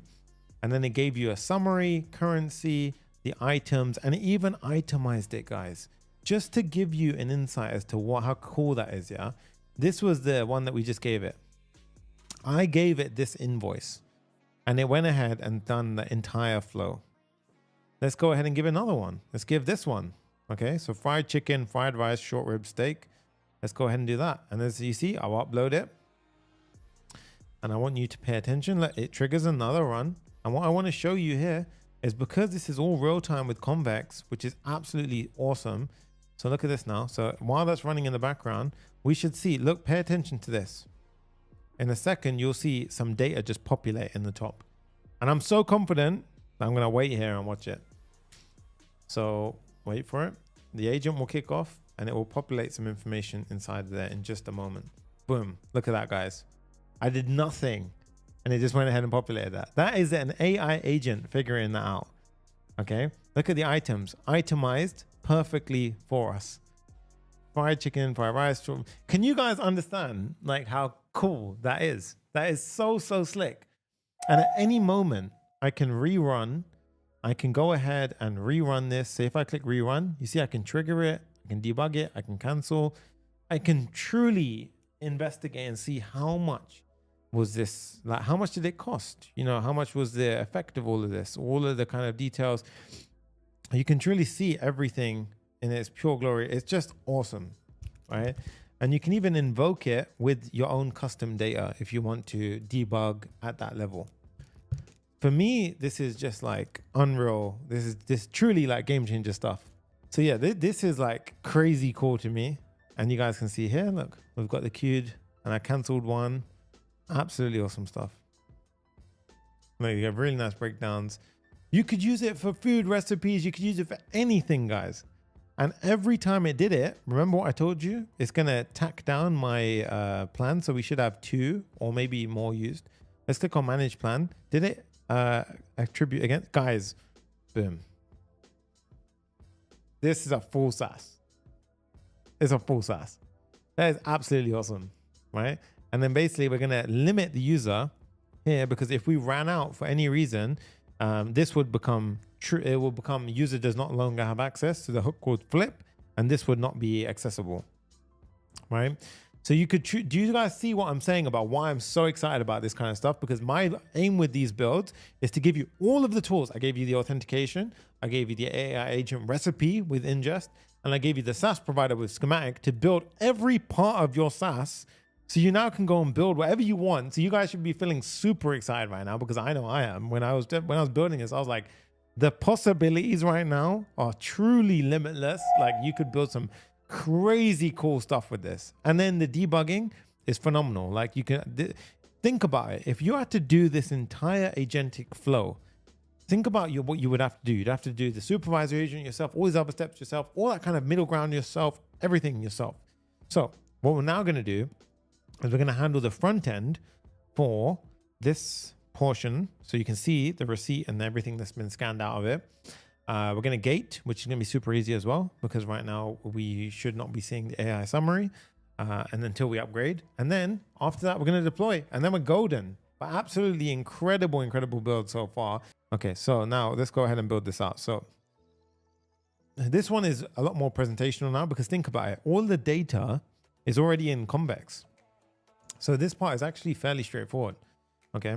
So what we're going to do is, firstly, we're actually going to do a little trick here to pass the receipt ID in the correct format. So what I'm going to do is I'm going to have a receipt ID piece of state. And then all we're going to do is when it immediately mounts, I'm just going to set the URL in a use effect to be, because we need the router as well. So this is a little use effect which basically converts the URL string ID to a convex ID. It just basically forces it into the right shape. And then it will push you to the home page if it's a wrong receipt. Yeah, because that makes sense, because the receipt IDs, so if you just went to like /123, for example, this would be wrong. So if I went to like ABC 123, it would be, this is actually an incorrect receipt ID. So once that's all set up properly, it will actually throw me away. Okay, but in the meantime, what we're gonna do is we're gonna fetch the receipt details by doing the following. So use query, and this is the beautiful thing about it. It's so simple. Once we've got everything written and built, it's very, very simple to actually get updated and working. So in this case, this will have all the receipt information now, right? Then we're gonna get the file download URL. So underneath this, we're gonna get a file download URL, which is basically going to be the get receipt download URL. And this will allow us to be able to download it. We're going to handle some buttons and everything afterwards. That's fine. Now down here, we're going to say if there is no receipt, or if it's undefined, we're going to show an undefined. If the receipt is no. So while it's loading, this is going to be while it's loading. This is essentially a loader. So loading state. And then here we have if there is no receipt, it looks like, oops, something went wrong. But now you can see it's while it's loading, it'll pop in once it's ready. And then we're going to format the upload date, and we're going to have a little bit of a conditional check here. Upload date is just going to be the date.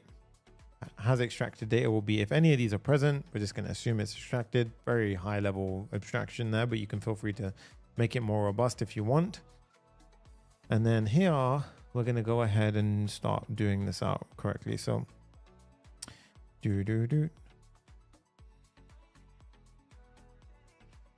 right. So now we're going to have inside of here a div like so. And I'm going to have firstly at the top a nav, and this is going to say back to receipts. So this one will say back to receipts. You see like back to receipts. There you go. Very nice. And then beneath that, we're going to start having the layout for the entire, all the information about the receipt, basically. So we're going to have a padding of 6 here. Okay, what have I screwed something up here? Yep, there we go. Padding of 6. And then we've got the chunks in. So here, what I'm going to do is I'm going to pop them in, and I'm just going to basically pause so you can take your time to see it yourself. Look, we have the div here. This main div is responsible for the file name, the receipt status, and then just, and rendering it out. Very simple. If we go back here, no different for this. You see, just takes us through like so. And then this bit is very much presentational logic. So then we have a grid column where we're going to have quite a few things involved in here, to be fair. So the first one is going to be for the information for the file. The next one is going to be for the download. So the first bit is going to be for this one's going to be for the actual information. So in this case, a format file size, again, little helper function at the bottom. I'm going to pop in, I'm going to have 2 helper functions, one for formatting currency as well. File size, same one we did previously. Feel free to refactor this, okay? Format currency as well. But you can see here, as soon as I hit save here, this is the first div, right? And again, it's just laying out information. So you can really feel free to So take your time with this bit, do it yourself. The download part here is underneath, which is going to be for the file information we've already output. Then I'm going to have the next bit, which is the download, which is going to be this, the PDF preview. So you can see here.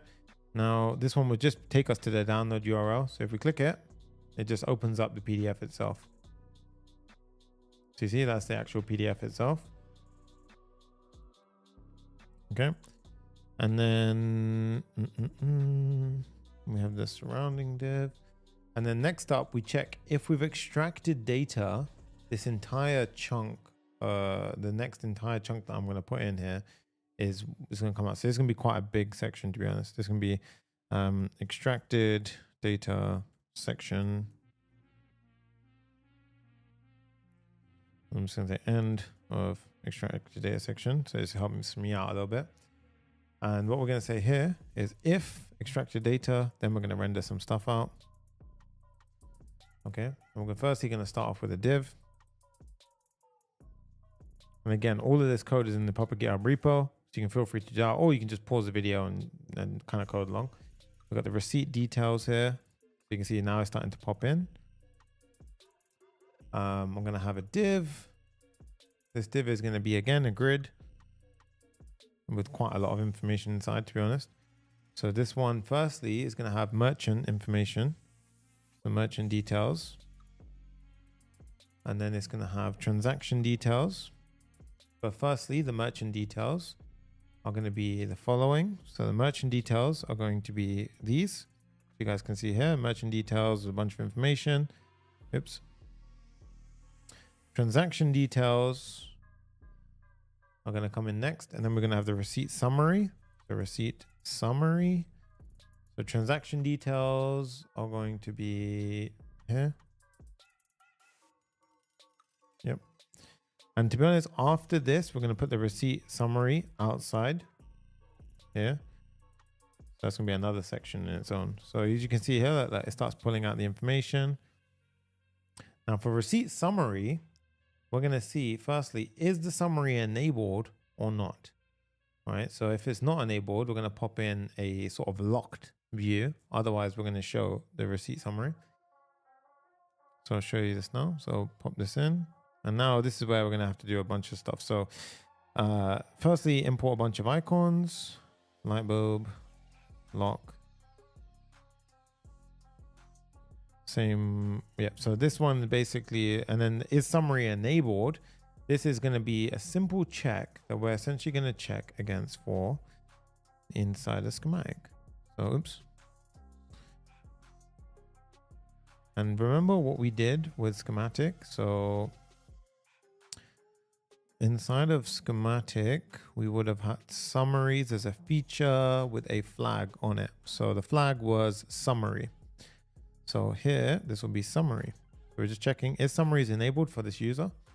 We go down, and now this will be true or false. So I believe it's locked for this user. So you see, AI summary is a pro level feature, right? Now, as you can see, firstly, that's just mind blowing how cool how easy that was to implement. And also here, if I just show you, I'm going to, again, so you can see this is the first half of the ternary. So you can pause the video, copy this out. The second half of the ternary is there to there. So essentially this is the screen. So we've got all of this information right here. And again, you can feel free to copy that out as you wish, but I'm going to show you now, just before we carry on with the rest of the details, upgrade to unlock. So if I click this, it'll take me to manage plan. Now when I manage plan, I'm going to upgrade my plan, right? So in this case, I'm going to change plan to choose to say a pro, and a pro has AI summary. So let's go ahead and upgrade. Firstly, just phenomenal, like how easy schematic have made this. It's crazy. So now, for example, I upgrade. I go ahead and I click on my receipts. So let's go to my receipts. And you can see right now, if I go into fried on fries, now look at that, guys. I have it now. So nice. So nice. And obviously, I mean, the demo, the AI summary, it's a basic summary here, but the point of it is you know how to gate based on these things. So I'm teaching you how to, the architecture to go ahead and do whatever you want to do at whatever level and complexity. But this is damn powerful. Okay. And I'll show you all of this, how it streams in afterwards. So like how it kind of works itself. So let's finish off with the, this part first, and then we can carry on. So we've got the PDF preview, we got the extracted there, we got this summary. And then after the summary, we have the items section, so itemized section. So this is actually going to be each of the individual items. So think about it. If you give a receipt like this, we're actually extracting the individual items and storing in a database. That just shows you how cool this really is, right? So in this case, we've got the item section. And now let's go ahead and pop it in. So this will be the similar approach here. So we're looping through receipt items here. So firstly, I need to import a bunch of stuff for the table components. So down here now. So I imported a bunch of the table dependencies, and as you can see, I have not closed things off correctly. So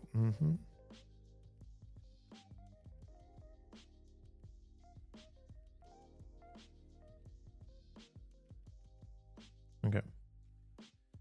So you can see, look, we have the fried chicken and all that kind of stuff there. So receipt items themselves, the table with the header rows, table body, I map through all of the receipt items, and then we simply have a footer which summarizes in a reduce function the total price of each of the items down, which is pretty cool. Yeah. So we have that down, and then after this, we're going to have a actions field. Okay. So after this, we're going to have a div, and inside of this div, we're going to have so this is the final piece, and then I'm going to start implementing it. So here, this is going to be for actions section. Okay. And then here is what I put in it. So, and the reason why I'm doing this is because honestly, you can pause the video and copy this. So I want to show you more what we're trying to do without getting into like 6-hour territory. So here, actions, we're going to have an actions section, which is going to have a like a download PDF button or a delete receipt button. Now, of course, we've got all of these things to account for now. So it's loading download, handle download, and these things. So let's go ahead and build these out first as well. So we need to have a is deleting or is loading that. And to be honest, you could have used transitions here as well. So I'm not saying that you can't. You can feel free to use those as well. But let's start implementing some of them. So handle download is one of the functions that we need to code. So let's do it let's do it at top here. It's fine. No, we need to have it on beneath these. So here. Thank you, Siren. Appreciate you, man. So in this case, we've got a handle download function. So here, firstly, if there's no receipt or file ID, we're going to return no. We're going to have a try catch block. Try catch with a finally, where we're going to set is loading to download false. At the top, we're going to set it to true. So we're basically going to have a nice little loading state. Then we're going to have a handy call to our previous function that we built, which was get file download URL. And we can call server actions from client components. Okay. Next up, we create a temporary link and trigger the download. Okay. So there's many ways you can do this, to be honest. But basically what we're doing here is we're essentially just creating a dummy element, and then we just trigger it in the thing, simulating a click. You can do this a million ways. You can hide an element, have a ref to it, simulate a click, whatever you want to do. This is one way of doing it. Okay. Otherwise, if there's an issue, we can simply pop out an error. Okay. Now, after that, we can do a handle delete, which is going to be a server action call as well. We're going to say here, handle delete receipt. Now here, we're going to do the same thing, defensive programming. But this time we're going to say, are you sure you want to delete it? And we're going to encapsulate this inside of a window.confirm. So here, are you sure you want to delete the receipt? This action cannot be undone. Okay. We're going to say try catch block, and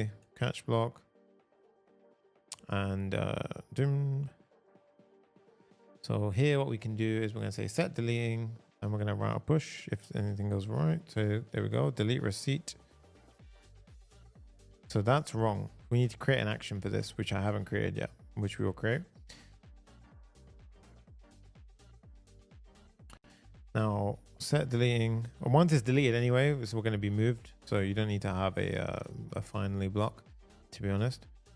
But this delete receipt we need to build. Right, so delete receipt is going to be a server action which triggers our mutation, because we can't call convex functions from a client component. So we need to create a new file, delete receipt.ts, and this one will essentially be the following. It'll be a server action, and what we're doing is we have a try catch block. If there's an error at any point, we return success, false, and a bunch of things around it. The reason why I'm showing you this way as well is because you can then do toast notifications if you want with that. Otherwise, what we do is we simply do a call to our delete receipt function. And this is the nice thing about it. When we've done it this way, it would scream at us if there was an error. So you can be safely assuring that, yes, that works. And now you can see from actions, there you go. Now, guys, let's test it out, because download PDF, you can see, boom, downloads it. Mine by default opens. But if I delete, boom, okay, it's deleting it. Failed to delete the receipt. Okay, not authenticated. Ah, yes. So that's because we actually did not.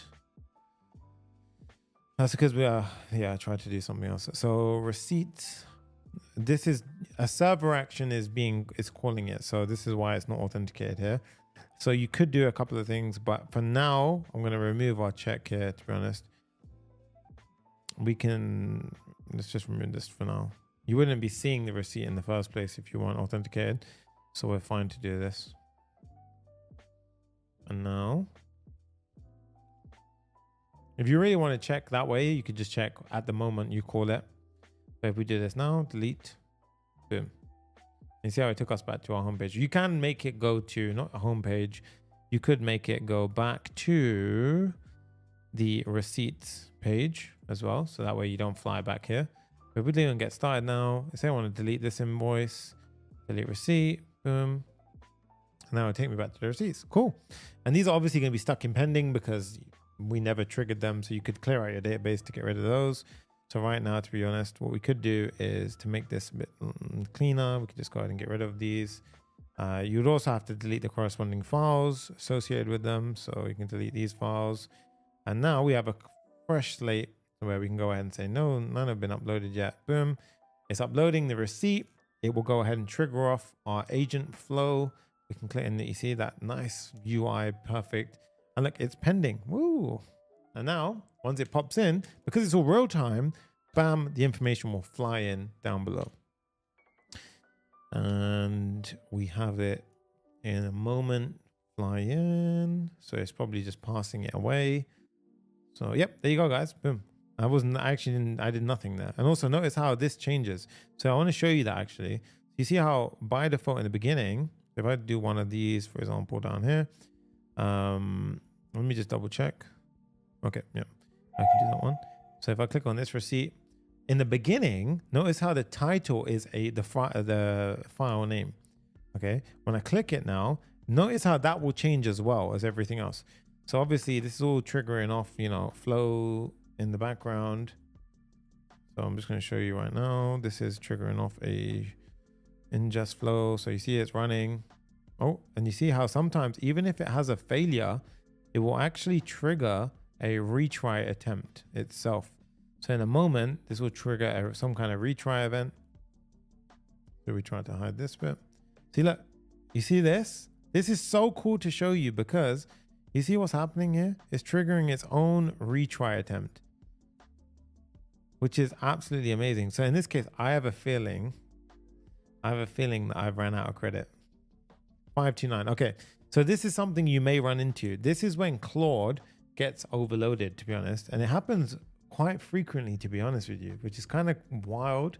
But in this case, just to showcase, like, you know, an overloaded error. So in this instance, you could change the model, you could do a bunch of things, but we don't have control over that, to be honest. That's actually on Claude's side.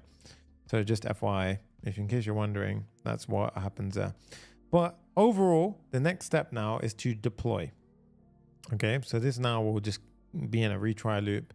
And you can obviously set a max number of retry attempts as well. So you can also do that. You can set max number of iterations. Loads of safeguards could be put in play. But right now I'm more focused on, so you see like attempt number 3, it tries to, oh look guys, come on, that is pretty cool. So I did nothing here. But you see how when the server was overloaded, it basically waited, and then boom. I didn't even have to do any checks. So this is the benefit of using Inngest, because the retry flow went and did it itself. And then look, it got past the error. That's amazing. That is something which I didn't have to code for. I didn't have to check it. The retry attempts eventually got through on the 529, and then bam, flew through the flow. That is awesome. So that was actually a really good demonstration of Inngest, to be honest. But let's go ahead and deploy right now. So now, how do we deploy this thing? That's the main question, right? So first up, what you want to do is you want to go ahead and we need to do 2 things now. So first up, I'm going to trigger a deployment to Vercel, and then I'm going to set up my Vercel, and then we're going to move through it step by step on that approach. So what you want to do is install the Vercel CLI. I've already done this, so I don't need to do that. So in this case, Vercel, and you can see it says set up and deploy. If you're not logged in, it will ask you to log in. So in this case, I'm just going to click yes. Sunny Tango's projects, yep. Existing project, no. All the defaults are absolutely fine.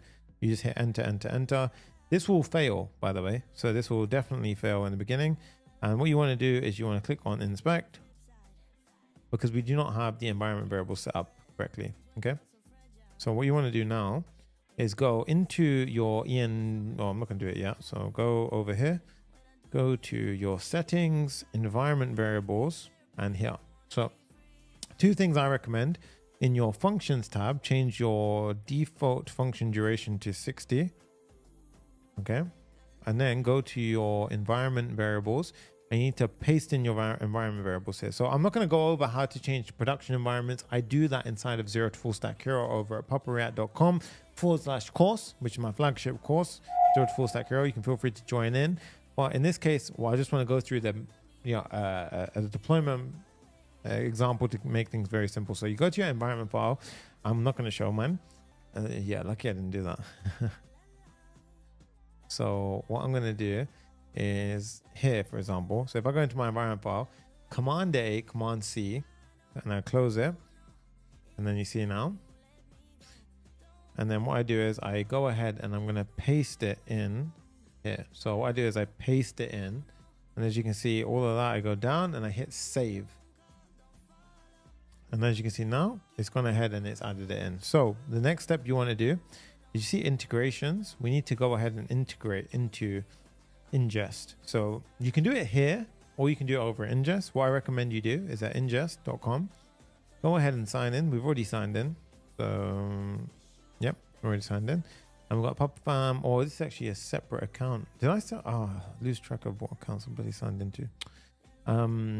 Okay, so what you want to do is click on integrations, and you want to click on Vercel. I've already hooked up Vercel, but if we click on manage, you want to connect it here. So this is one place we're going to connect it to. And then in this case, click on, this will say like connect. And I've already done that so far. But in this case, I want to click on connect here, select team, Sunny Tango's projects. It's already installed. So if I just click on create, it will pop up with the project, and I need to connect that project. So I've got a million projects. So what did we even call it? So of course it will fail. That's fine. We called it receipt tracker. So, oh my God. You guys can see how much I code. Receipt tracker YouTube build. So this one here, ticket. Go back. And then now you can see ingest successfully installed on Vercel. Continue to ingest Vercel dashboard. Awesome stuff. Window will close. Okay.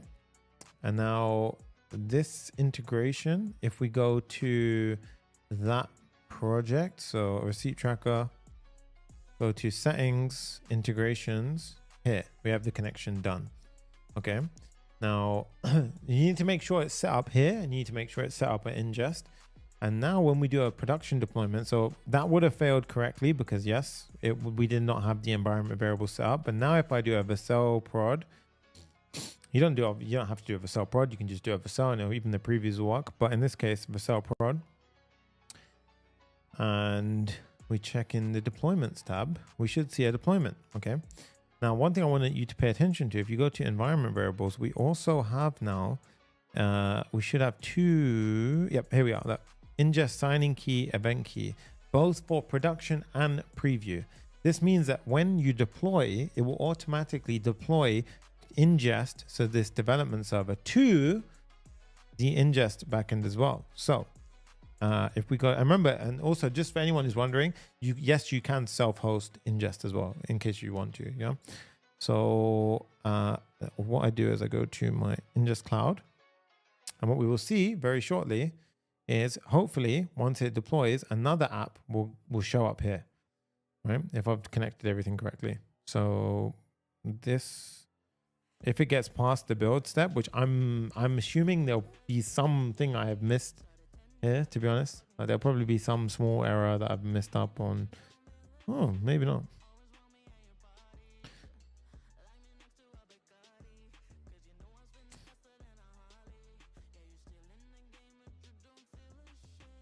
So let's see. Oh, it did it. Yeah, look at that.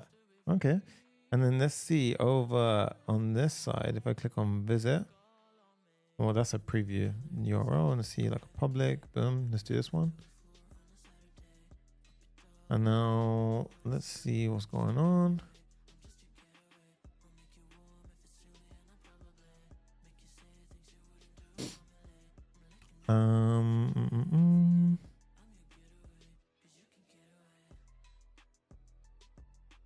I can see that that's my other app. I don't know if I've logged into a different account. That's why I get confused. Okay, but either way, let's just check. So I log in. Let's do this. Let's do a Sanga. Let's log in. It should have my previous receipts. You can see, okay, firstly, Clerk works amazing. My plan is being pulled, which I should be a pro. Yep. My receipts, I should have some previous receipts. Yep. I can select a file. Let's go ahead and do a mock-up food one, for example. And now we will see if it's stuck in pending. Well, obviously, then this is where it's not been deployed on the back end for ingest. So let's see. And the reason why we can tell is because you see, I just ran it, right? If I go to runs, you see how it's not running here? What it should be doing is it should be running on our production ingest cloud, which should be here. So inside of ingest cloud, we should see runs here now. Oh, it is there.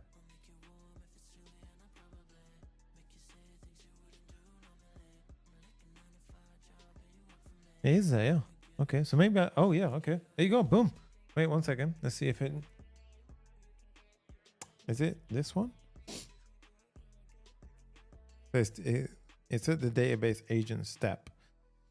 And it hasn't yet hit the next thing. So I don't know. When did this run? Oh, in 1803. Yeah, this was the right one. So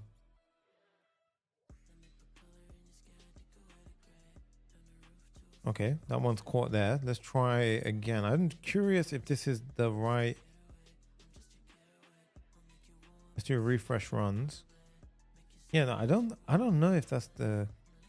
Oh, okay, so it is connected. So now on app ingest is running. So that one's just hanging at the database for some reason, which is interesting. Oh no, I know what it is. Okay. So what will happen is you need to disable your branch protection.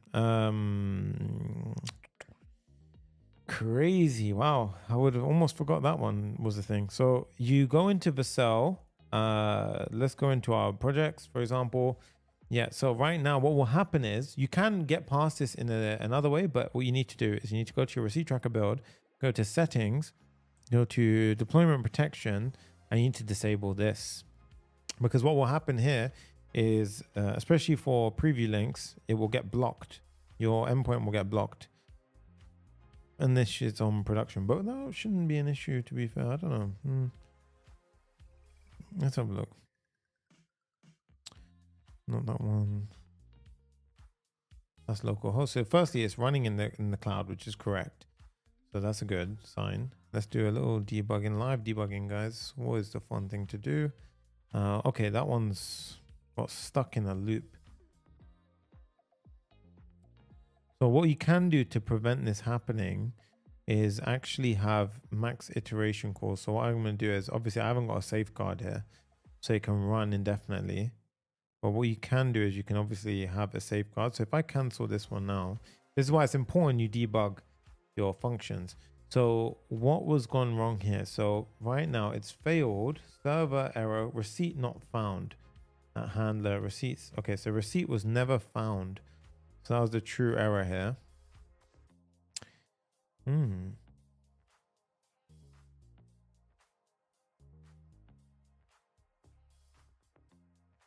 Receipt not found. Interesting. Okay.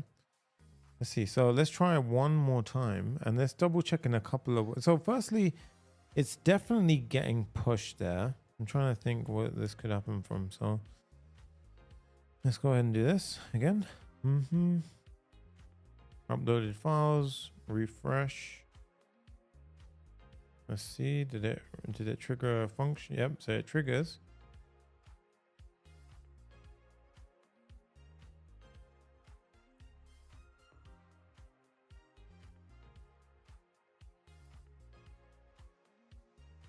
You see, yesterday I was doing it and it was working. So let's see.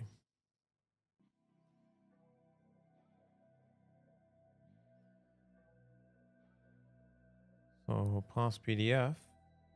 This probably got a 529. This is likely failing. Yep. So unsuccessful status 500. Internal server error. Interesting. Okay, so at this point now we debug with Vercel. So what you do is you go to Vercel. I mean, this is probably the most useful part for a lot of you anyway. So let's go here. So now we have to debug what's going on over there. So you want to go to here, deployments, production, logs. And then we can see here. So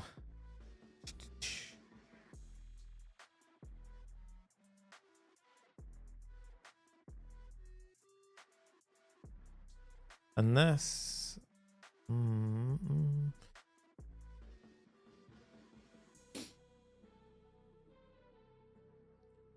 well, firstly, this one's not refreshing live, so I can't see that. So it got passed, but on the save database, it just can't find the receipt. But that's likely actually because it's never actually passing the correct detail. So I remember this happened to me before. So look, extract the details here. Receipt ID is correct. The passing details is failing though. So here's a structured data, merchant name, address, no contact. So it did extract the data, the database agent, and that's where it was failing. So save receipt to database is failing because receipt not found. So this is not getting the correct data sent over to it. So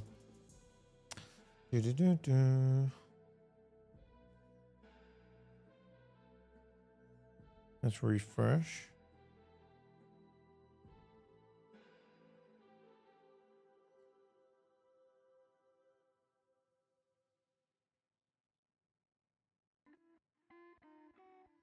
Yeah, so here is where you want to put a safeguard in for essentially how many times you're going to retry. So, okay. This is where it's frustrating to have one screen. Okay, so let's do it. So Vercel projects, let's go ahead and debug it.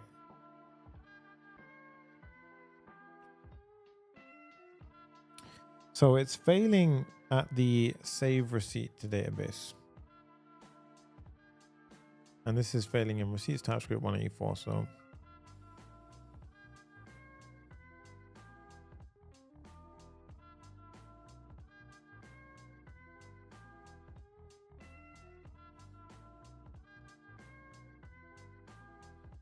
this is where it updates the receipt with the extracted information. So what you can do here to truly log this out is do a console log I also want to test this locally. I wonder if this is happening on my local as well. So firstly is make sure that's stopped. Yeah. So let's just double check now to make sure that this is not a local bug. So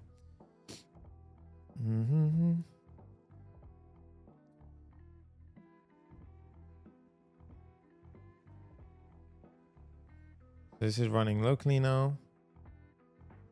Pass PDF.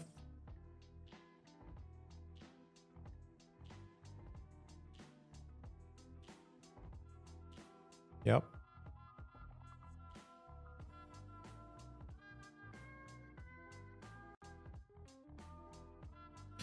Interesting. Okay, so it is working on my local, which means I've just screwed something up on my main. But what's also very strange is that my main is not set up like this, but it thinks it is. So this is very strange for me because the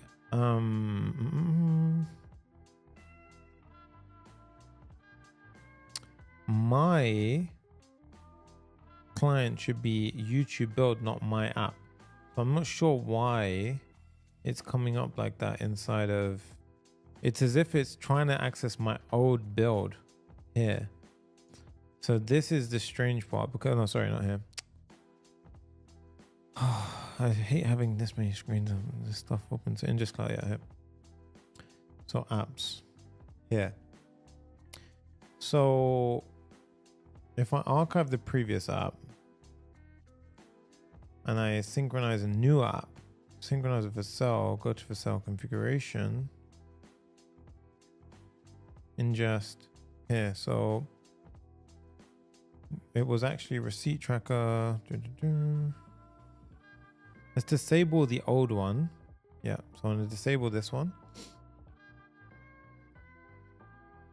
because I have a feeling it's pointing to that one for some reason. So API ingest, yes. Deployment protection key. This is, by the way, if you don't want to disable it, you can set that via Vercel. API ingest, yes. Okay.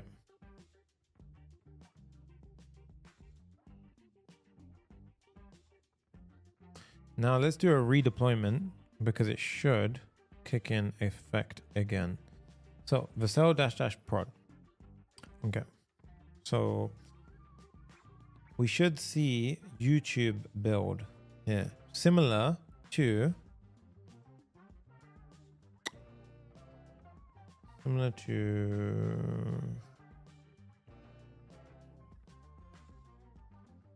here.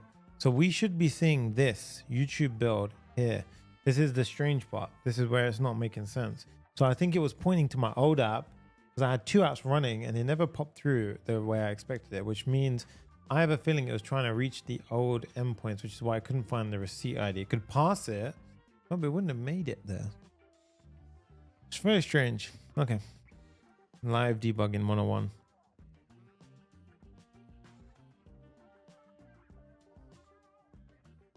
So what I recommend we do is we go here, let's check out.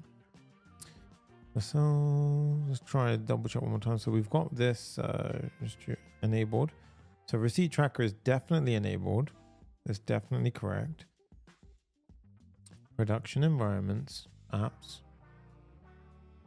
Yep, there you go. Ah, it did. Yep, success receipt, but that's correct. That's correct now. Okay, so that's actually the one. So make sure that name comes through correctly. Now, if we check runs and we do it against the production run. So if we go to our build, deployments main here. Okay, so I'm logged in. Let's do a. This should trigger a run.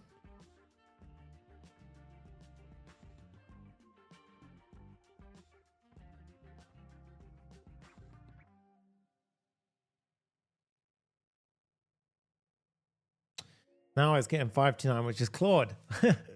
Okay, just can't win. Okay, so it's actually Claude that was the issue there, but that's better than what we were getting before because we're getting towards it now. So hopefully this can get past this retry attempt.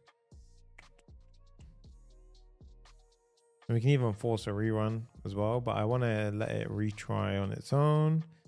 So let's see if it did a retry successfully. No.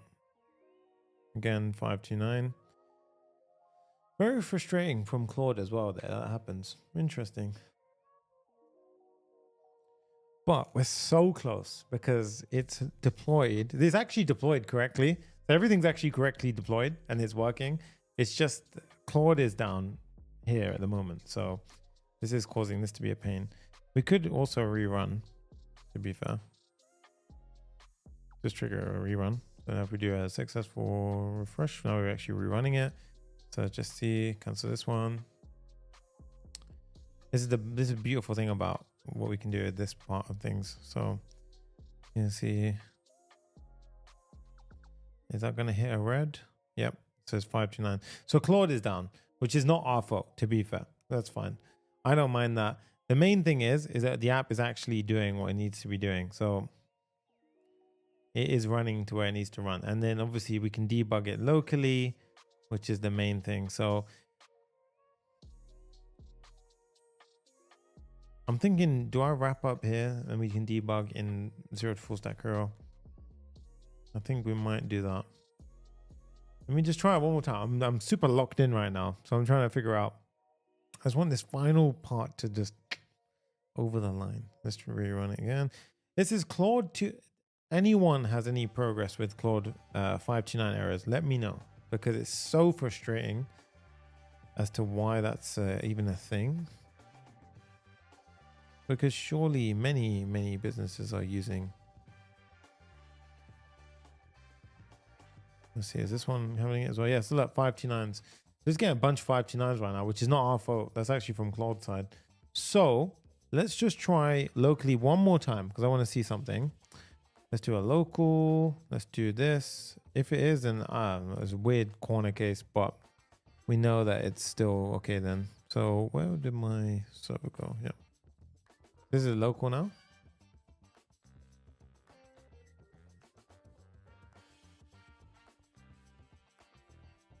This is the cool part. You see how we run against our local as well? And it's all determined based on what we're deploying to. Yeah, so look, I think it's a Claude issue because Claude is throwing errors as well. Very strange. Yeah. And look, you see sometimes Claude will go through. This is the crazy thing. So this is the element where it's not Inngest's fault, it's not our fault, it's not any of that. It's literally Claude just being a pain. But you guys can see for yourselves, boom, it goes through. I also deployed this yesterday, perfectly fine, worked. Yeah, so Claude says it's experience high demand. Yep, exactly what I was thinking. So I think we're pretty much gold, to be honest. Let's just see one more time if we can do. Okay, so it got passed on one and then it hit a 429 rate limit. Okay, then we got rate limit. So okay, so in case, you know what, it's fine because I tried to run 2 concurrent commands.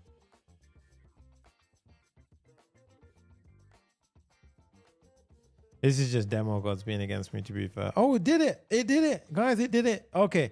Thank God it did it. It was just Claude is down. Look, this is the main proof in the pudding. So here you can see, firstly, incredible the fact that it did it. So Jay also found, yes, Jay also found it as well. If we open up my Slack, you guys can see, look, Claude AI, console and API not available. It's not our fault. It was literally, I was thinking, I was like, I'm sure this is wrong. But you see, one got through, which just shows you it works. That's my main thing I care about. Is I just want to show you that it's not ingest. It works. I did this myself. Let me quickly hit a refresh on this. Okay, look, and both went through in the end. But I want to show you, isn't that incredibly powerful, guys? The fact that even when it's not working, the retry mechanisms allowed us to get through it because it was retrialing, polling, and then pow, it got through. I was wondering why it wasn't working, but yeah, okay, there we go. Amazing stuff. We have live deployment. Everything's gold. Okay, I think that's it. We wrap up. I think that's amazing. Wow, that was an amazing app. If you enjoyed it, then do not forget to smash that like button and subscribe to this channel if you haven't already. I mean, if you're watching this and you got to this point and you haven't subscribed, what? If you want access to the entire source code for the receipt tracker build, as well as 55 plus more builds of mine, then make sure you check out the Papa GitHub repo. All of the links that you're looking for are down in the description below. Now let's get building on the next exciting app on the list, a Reddit 2.0 clone. This Reddit clone features a homepage, a subreddit functionality, upvoting, downvoting, threaded comments, and most importantly, an AI moderation bot powered by AI agents. It can detect profanity, any sensitive information in posts and comments, and the best part, it automatically redacts it. Yes, we have auto AI moderation. Now let's talk about the tech stack. Next.js 15, ReactJS, Sanity for the backend and the content management system, Clerk, of course, for our authentication, but we're taking it a step further as we're using Clerk's agent toolkit powered by the Vercel AI SDK to further enhance our agent's capabilities. Then, of course, we're going to make the app look beautiful. We need it looking fresh, Reddit style. We're going to be using Tailwind CSS and Radix UI combined with ShadCM, and we're going to reduce the number of bugs by, of course, coding with TypeScript. Once all that is said and done, boom, we're deploying to Vercel. So without further ado, let's jump into the Reddit clone. All right, here we go, guys. On the left-hand side, we have the Reddit 2.0 clone. Notice the classy little reddish name over here. And we have an entire backend admin panel. So we're talking the entire Sanity studio. Everything is going to be dialed in and built out today. Let's dive through some of the features that we got here today. So firstly, authentication. Your boy doesn't do half measures. We're going to do the whole build from front to back. We've got authentication in the house. We've got posts. This is where it gets really cool. We even have nested comments, upvotes, downvotes, everything in the mix. Search as well as complete mobile responsive navigation. Check it out, guys. Absolutely awesome stuff. Now let's go ahead and sign in and we'll give it a full demo right now. So without further ado, let's do it. Let's just jump straight into it. So sunny.sanga@gmail.com. Let's dive straight into my account and let's see what's going on. Now I'm keeping it open side by side so you can see exactly what the backend is, how we pull in all of the data. So you guys can see it right here. We've got the ability to create communities, create posts. So we've got the search communities function. So imagine we're going to go ahead and run through Reddit. If you don't know what Reddit is, essentially a thread posting kind of billboard style app. So if we go ahead and type in, for example, Next.js, you can see we actually have a community called Next.js. Let's go ahead and see here. We've got some search results popping up. We can click into the Next.js community and the Next.js community will load up all of the posts inside of it. Now, these are all of the posts which belong to the subreddit or community Next.js. Okay, so in this case, you can see right here, fully mobile responsive, works amazingly. We've got this nice responsive mobile sidebar as well. Let's go ahead and show you a bit of a demo of the app. So right now we can do upvotes, downvotes. We're doing so many things behind the scenes here. I really want to kind of dial it in so you understand how much quality is in this build. Like I kid you not, there is so much under the hood that we're going to do today. So firstly, optimistic updates. You can see right now, we click it, the UI updates immediately. So I've given you an example of how to do UI optimistic updates in this build. And as you can see, that's done an upvote. Now, what that's really done behind the scenes, if we look at the votes, I'm sure we should be able to see them all. So there's quite a lot of votes now. So if I was to flick this one, you can see my user account here. If I was to toggle that off, it should maybe trigger that one to flip. I think it's that one. If it's that one, we'll see it flip. Yeah, there you go. So you see real-time Sanity's content live lake. We've got everything working pretty awesome here. Let's go ahead and comment. So if I was to go ahead and say, wow, this is awesome. Let's go ahead and do that right now. This will go ahead and comment. And now what this is doing is it's creating a comment in the database. It's going ahead and adding it. It's appended to a post. So everything is referenced inside the database. So if we want to go ahead and do this, you can see like the author, we can see the post. And then because Sanity's live content lake is all, live by default, everything gets synchronized on the front end for all of your users. Whether you have 1 million users on the platform, you can see it goes ahead and adds in. We have some lovely, client-side elements going in. We have the ability to delete our own post. Notice how I can't delete someone else's post. If I was to go ahead and delete that, you see it will pop up, making sure it doesn't, accidentally delete it. We also have the ability to reply. Now, this is the cool part and where it gets really, really interesting. We have nested replies, nested comments, right? So in this case, I can go ahead and comment at this level. So we can say test 1, 2, 3, go ahead and comment there. And while that's happening, I'm going to go ahead and reply here to Jay and say, sup Jay over here, right? Now, of course, when you have any kind of, billboard or, kind of social media platform, there's going to be people who are going to misuse it, which means that what I've done is I've actually gone ahead and created an entire content moderation style setup. So in this case, we even have the ability to report. So firstly, you can see that lovely. Everything works. The voting mechanisms work. You can go ahead and spam across each one as you wish, and you go ahead and use it as you wish. And everything's going to get updated, synchronized in the way that we expect it, which is absolutely awesome.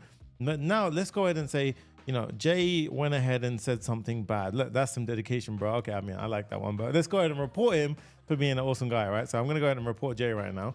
And if we go to the reported section, you can see, look, report as an admin now on the back end. And by the way, this is at the URL/studio. So we have all of this on the same domain. Now, if we went to reported comments, we should see Jay's comment. See, look, that's some dedication, bro. And now you can go ahead, come in, check if the content is okay or not, maybe change it, see what's going on. And then if you really want to, you can go ahead and actually delete the comment. You can go ahead and remove it. Now, this is actually a false alarm. We can delete the comment entirely from the database. But in this case, this was a harmless comment. So as an admin, I'm just going to go ahead and say, nope, that's not a reported post. And what will happen is you see it goes ahead. So now the admins can come in and moderate the entire content base, right? And in this case, we can also see that users will get users can get reported on as well. Now, how does that work? Because clearly Jay's not in this list, and clearly a post hasn't been reported. So what we've even done is we've included AI moderation. Now, I skipped over one step, which was very essential to what I'm about to say. When we logged in, we used Clerk authentication, easy, seamless authentication, which I recommend everyone puts in your apps, because why not? It's the simplest solution to get authentication working in the nicest way. But the golden part is they just released the agent toolkit. And then what we've done is we've taken the Vercel AI SDK, combined it with the agent toolkit from Clerk, which allows our AI agent to have context of the user and basically do some more cooler stuff. So we've given it a bunch of tools, hence why it's an AI agent. And what I've essentially done is I've created an AI moderation bot. So let's go ahead and do something here. Now, I've set it up so this will go ahead and moderate things like swear words, addresses, all of that kind of stuff. So I'm going to go ahead and create a post right now. And as you can see, because we're in the Next.js community, if I go ahead and create a post, it actually already knows to create a post in the Next.js community. So that's pretty cool as well. Let's go ahead and type in, for example, I'm going to go ahead and say something like, this is a very bad post, right? And I'm going to go ahead and tag something. Now I'm going to put I'm going to fill this with a swear word, right? And then I'm going to hide the screen when I submit this. And then the goal is to get it censored, right? So I'm going to go ahead and say, I don't know, this is do you know what? Let's do a different one, right? This is a very bad post. I'm just going to say something like, it also blocks, swear words, addresses, identifiable information, email addresses. So we could say Jay lives at 123, sorry, Jay, developer lane. His email is j123@gmail.com. Okay. So this should be censored, right? We also have the ability to upload an image. So in this case, I'm going to go ahead and click an image. I'm just going to go ahead and find some kind of, I've got the Reddit logo here that I've done on my Reddish logo. Let's go ahead and post. Now, what we can see is, firstly, I'm flexing a couple of things here. We've got, Jay's getting dark, so I see in the chat. Right now, this is uploading the image to the Sanity backend. So we've got assets being uploaded. You see, this is a very bad post. And now what we will see is, look at that, guys. The AI moderator literally went in and it covered and removed Jay's address and his email. And it also does that for swear words and everything. So that way no one else will see it. And that happens seamlessly. Now, what happened behind the scenes, right? Firstly, that's pretty cool. Jay's already commented saying, no, we're going to downvote Jay and report him. But as you can see, now we've got full interaction here. But the cool thing is as an admin now, the post should have been reported, number one. Number two, Sunny's account, me, the person who posted it, should have been reported. So we, as a moderator, can go in and check on the user and everything like that. So now if I go into our users, you can see reported users is now flagged up. And then I can see reported posts by this user, and I can also see the user's details. Now, why would I want to see the user's details? Because if they were falsely reported, I can go ahead and unreport them here. And also this sets you up perfectly to add on additional features. For example, if you want to ban them, remove them, whatever you want to do in your app, you can do it. But if we go to reported posts by users, now it's all linked, by the way. This is a custom Sanity backend dashboard, which I'll show you how to create. But now you guys can see for yourselves, oh, look, we can see this was actually a really bad post. And if this person has like 5 different posts along, you know that you can go ahead and probably safely remove or block or ban that user based on what you want to do. So I'm giving you the entire architecture to do everything possible. Now I'm teaching you how to do the moderation with the text, the body, all of that stuff. But Sapien Wins just asked a question. He goes, does censoring work for images? That's a very good question. And the thing is, you could easily extend this for image recognition. So you could, and that's probably a very good extension that someone can go ahead and do. But yes, you could do it given the way that I've built on the entire app. So I'm going to let you guys do that if you want to do that. We've also got the users over here as well. So we've got user management. Every time you post something, it will go ahead and make sure that you're synchronized to the backend, and your user ID is going to be your clerk user ID as well. And of course, we have subreddits in the house as well. Now, I've even covered every kind of corner edge case. So let's say I'm on the home screen right now and I want to go ahead and create a new community, right? Or before I even do that, so if I create a community, we've got nice dialogue pop-ups. You see all of these kind of cool UI elements. You're going to get to learn everything, as well as learn how to build beautiful apps like this. But I wanted to show you something pretty cool. So if I was typing like hello world, firstly, really nice kind of, auto pre-fill in, things like that. You can do your community image, create the community. But if I went to go ahead and create a post, but I'm on the home screen, now look at this. We've even got a mid-step screen, which will go ahead and say select a community to post in, or create your community. And again, reusable components for the win. So I'm trying to teach you so many good patterns here. Let's go ahead and create a hello world community. Okay, so I'm just going to call it the hello world community, and let's go ahead and say this is a YouTube community. Okay, chat's actually popping off right now. I see you guys. And then we go ahead and do a community image. So I'm just going to go ahead and hide the screen because I don't know what images I have here. Let's go ahead and do the reddish logo with the little robot. And what the cool thing is, by the way, AI actually built that logo, which is pretty damn cool, right? If I click on create community, this will go ahead and create a community and then redirect me over there. Let's click on hello world. It would have redirected, but it takes a bit of a second sometimes. Now, once we're in hello world, this dynamic button knows based on the URL that we are now in the, you see, we're in community hello world. So because of that, when we create a post, we can go ahead and create a post inside the hello world community. So tons and tons of stuff here. There are recognition for other communities with the same name. Yes, everything is getting recognized and handled the correct ways. We've even got this beautiful clerk pop-up button where if you go ahead and click your manage account, you can go ahead and add in your security, your details, everything all out of the box. And of course, all of this works just as the way we expect it to. It's all mobile responsive, beautiful UI. Look at this, guys, absolutely stunning. You're gonna learn to do the entire thing. Even dialogues work really well on the phones and stuff as well. Now, even this on this side, this is all going to be authenticated. So this is actually a log. You have to log into the Sanity backend. I'm going to show you how to do the entire flow and everything in between. But you guys can see this as well. Look at this. I love this new community. Jay, oh, sick. Jay's posting in there. Nice. Very, very nice. He goes, don't report me. We're going to report him again and downvote him. There you go. All right. So there we have it, guys. The Reddit 2.0 Reddish clone. So you guys can see for yourself, tons and tons of stuff to learn inside of this build. And there is just so much to unravel here. And it's going to be a big build. So I'm going to go ahead and break it all down. And then we're going to start. And I'm telling you right now, this is going to be a long one. So let's go ahead and dive straight into it. Well, let's go ahead and whip out the pen. All right, where's my pen at? You can see I was on coaching calls before. Screen tool. Okay. So let's go ahead and dissect this app. Okay. So a couple of things now. We've got loads of features to cover. Okay, so there's going to be a lot here, right? The main app contents. This is going to be Next.js. So we've got Next.js, of course, in the mix, right? Then we've got Sanity. Sanity is going to be powering the entire backend. It's going to be serving as a database. It's going to be serving as our querying place. It's going to be serving as our live content lake. Loads of stuff is happening in Sanity. I'm going to show you even how to customize the Sanity dashboard. So you saw everything that you see over here. By the way, this is all going to be deployed and live, and you can literally use this like in real environments afterwards, right? So all of this, by the way, is all on the same domain. So I'll teach you how to do all of that. All of this is also including custom elements. So these, yes, are the default kind of views. However, the reported view is a custom view. So all of this is custom. So it's showing only the reported posts. only the reported comments, users, and then we got embedded custom screens. So inside of here, like user details, reported post by users. So I'll show you how to create entirely custom flows like this. So do not worry, there's so much to unravel here.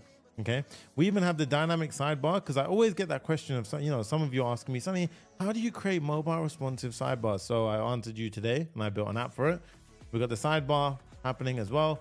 We got loads of tech, right, in the flow here. So obviously we're going to have a flow of information between these two. So we got Next.js and Sanity, and this is going to be whether or not we're, you know, sending data across, whether or not it's images, whether or not it's objects, text, right? There's loads of things in the mix, right? So we're going to be transferring information between our front and back end. So I'm going to teach you the entire flow. With that, you're going to have to dive into a lot of, you know, Next.js fundamental techniques, such as server actions, server components, all of that good stuff, right? And also not just that, when to use server and client components.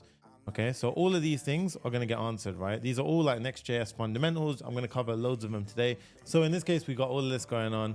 And we have Clerk for the authentication. So to secure the entire app, you know, that little user profile that we saw in the top corner, this is going to be using Clerk authentication, right? Now, of course, an app needs to look beautiful. So I'm going to teach you how to use Tailwind, CSS, as well as ShadCN. ShadCN is an amazing, let's call it a component-ish library. It's not a component library as such, but it's a similar thing.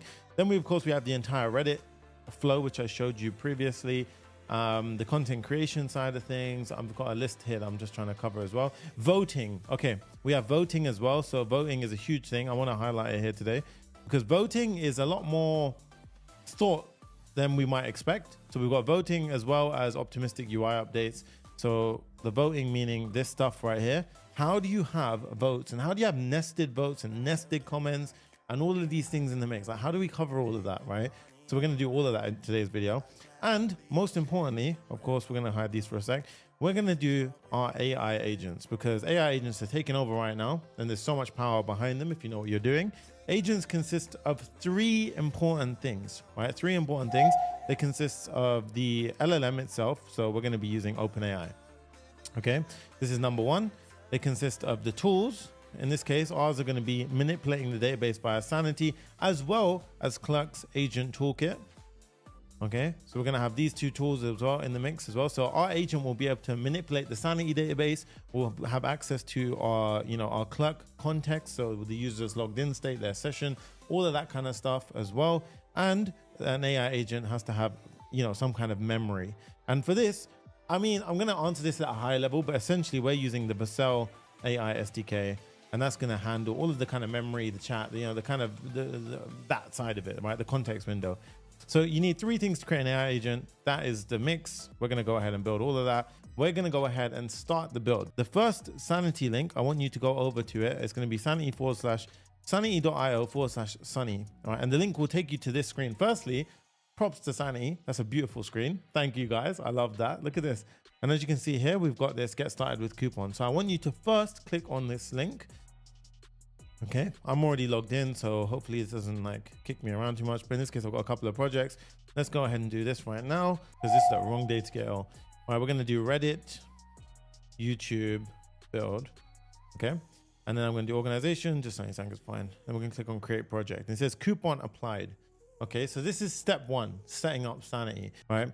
So in this case, we've got the Reddit, YouTube build, and what you should see if you applied everything correctly is the boosted growth trial. That means you get double the quota. So instead of the 30-day free trial, you get 60-day free trial. And after that, you can still use it because the free trial is super generous.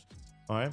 So after all of that, you should be good to go on this front. So we're going to pause here for the Sanity side of things.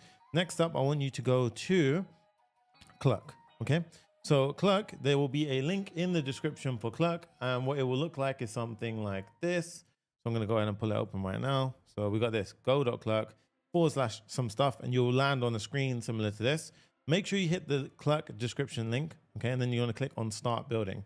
Now, once you're inside of here, you can go ahead and start with this. So you can do it, all of this flow. So you can npm create a next app, all that kind of stuff. Now you can do it this way.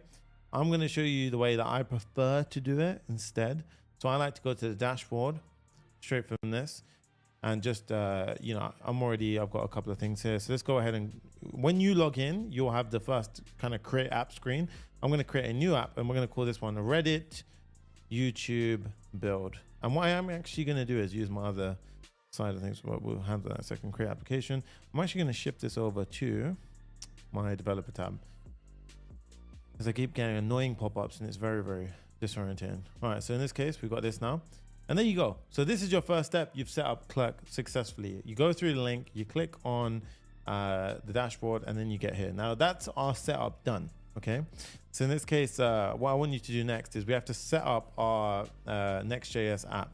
Okay. So for those of you asking what I use to draw on the screen, this is actually called Screen Brush. Okay. So I'm going to go ahead and pull open another desktop over here. And I like to use Warp lately. So I'm going to pop open Warp, which is just a terminal. So you can do the same thing. And we're going to get things set up nice and easy. So what you can do is you can do it two ways, to be honest.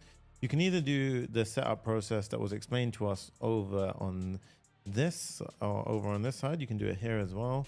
Well, screw that. I'm going to show you my way. Okay.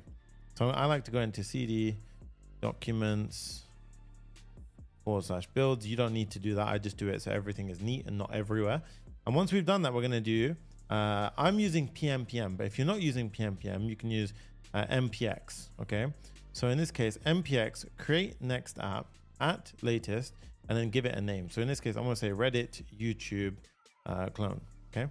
Go ahead and hit enter. Now you're going to get a couple of default questions here. So would you like to use TypeScript? Yes, yes, yes. Yes. I mean, just do the defaults. I mean, one of them was no, just do all of the defaults. They're fine. Okay. So that's getting things set up with the default. And obviously at the time of this recording, this is how it is. Things change naturally. They get evolved, they update. All of my videos will eventually be outdated in like 5 years. So the point is always do your own research, go to the Vercel website, see, if things changed or whatever changes you need to do. And if you get stuck, again, join a community like Zero to Full Stack Hero. Literally www.paparazzo.com/course. Just go and join it. You will never get stuck again, period. Like, we handle this stuff day in, day out. I've been doing it for years. I've been coding for 15 years.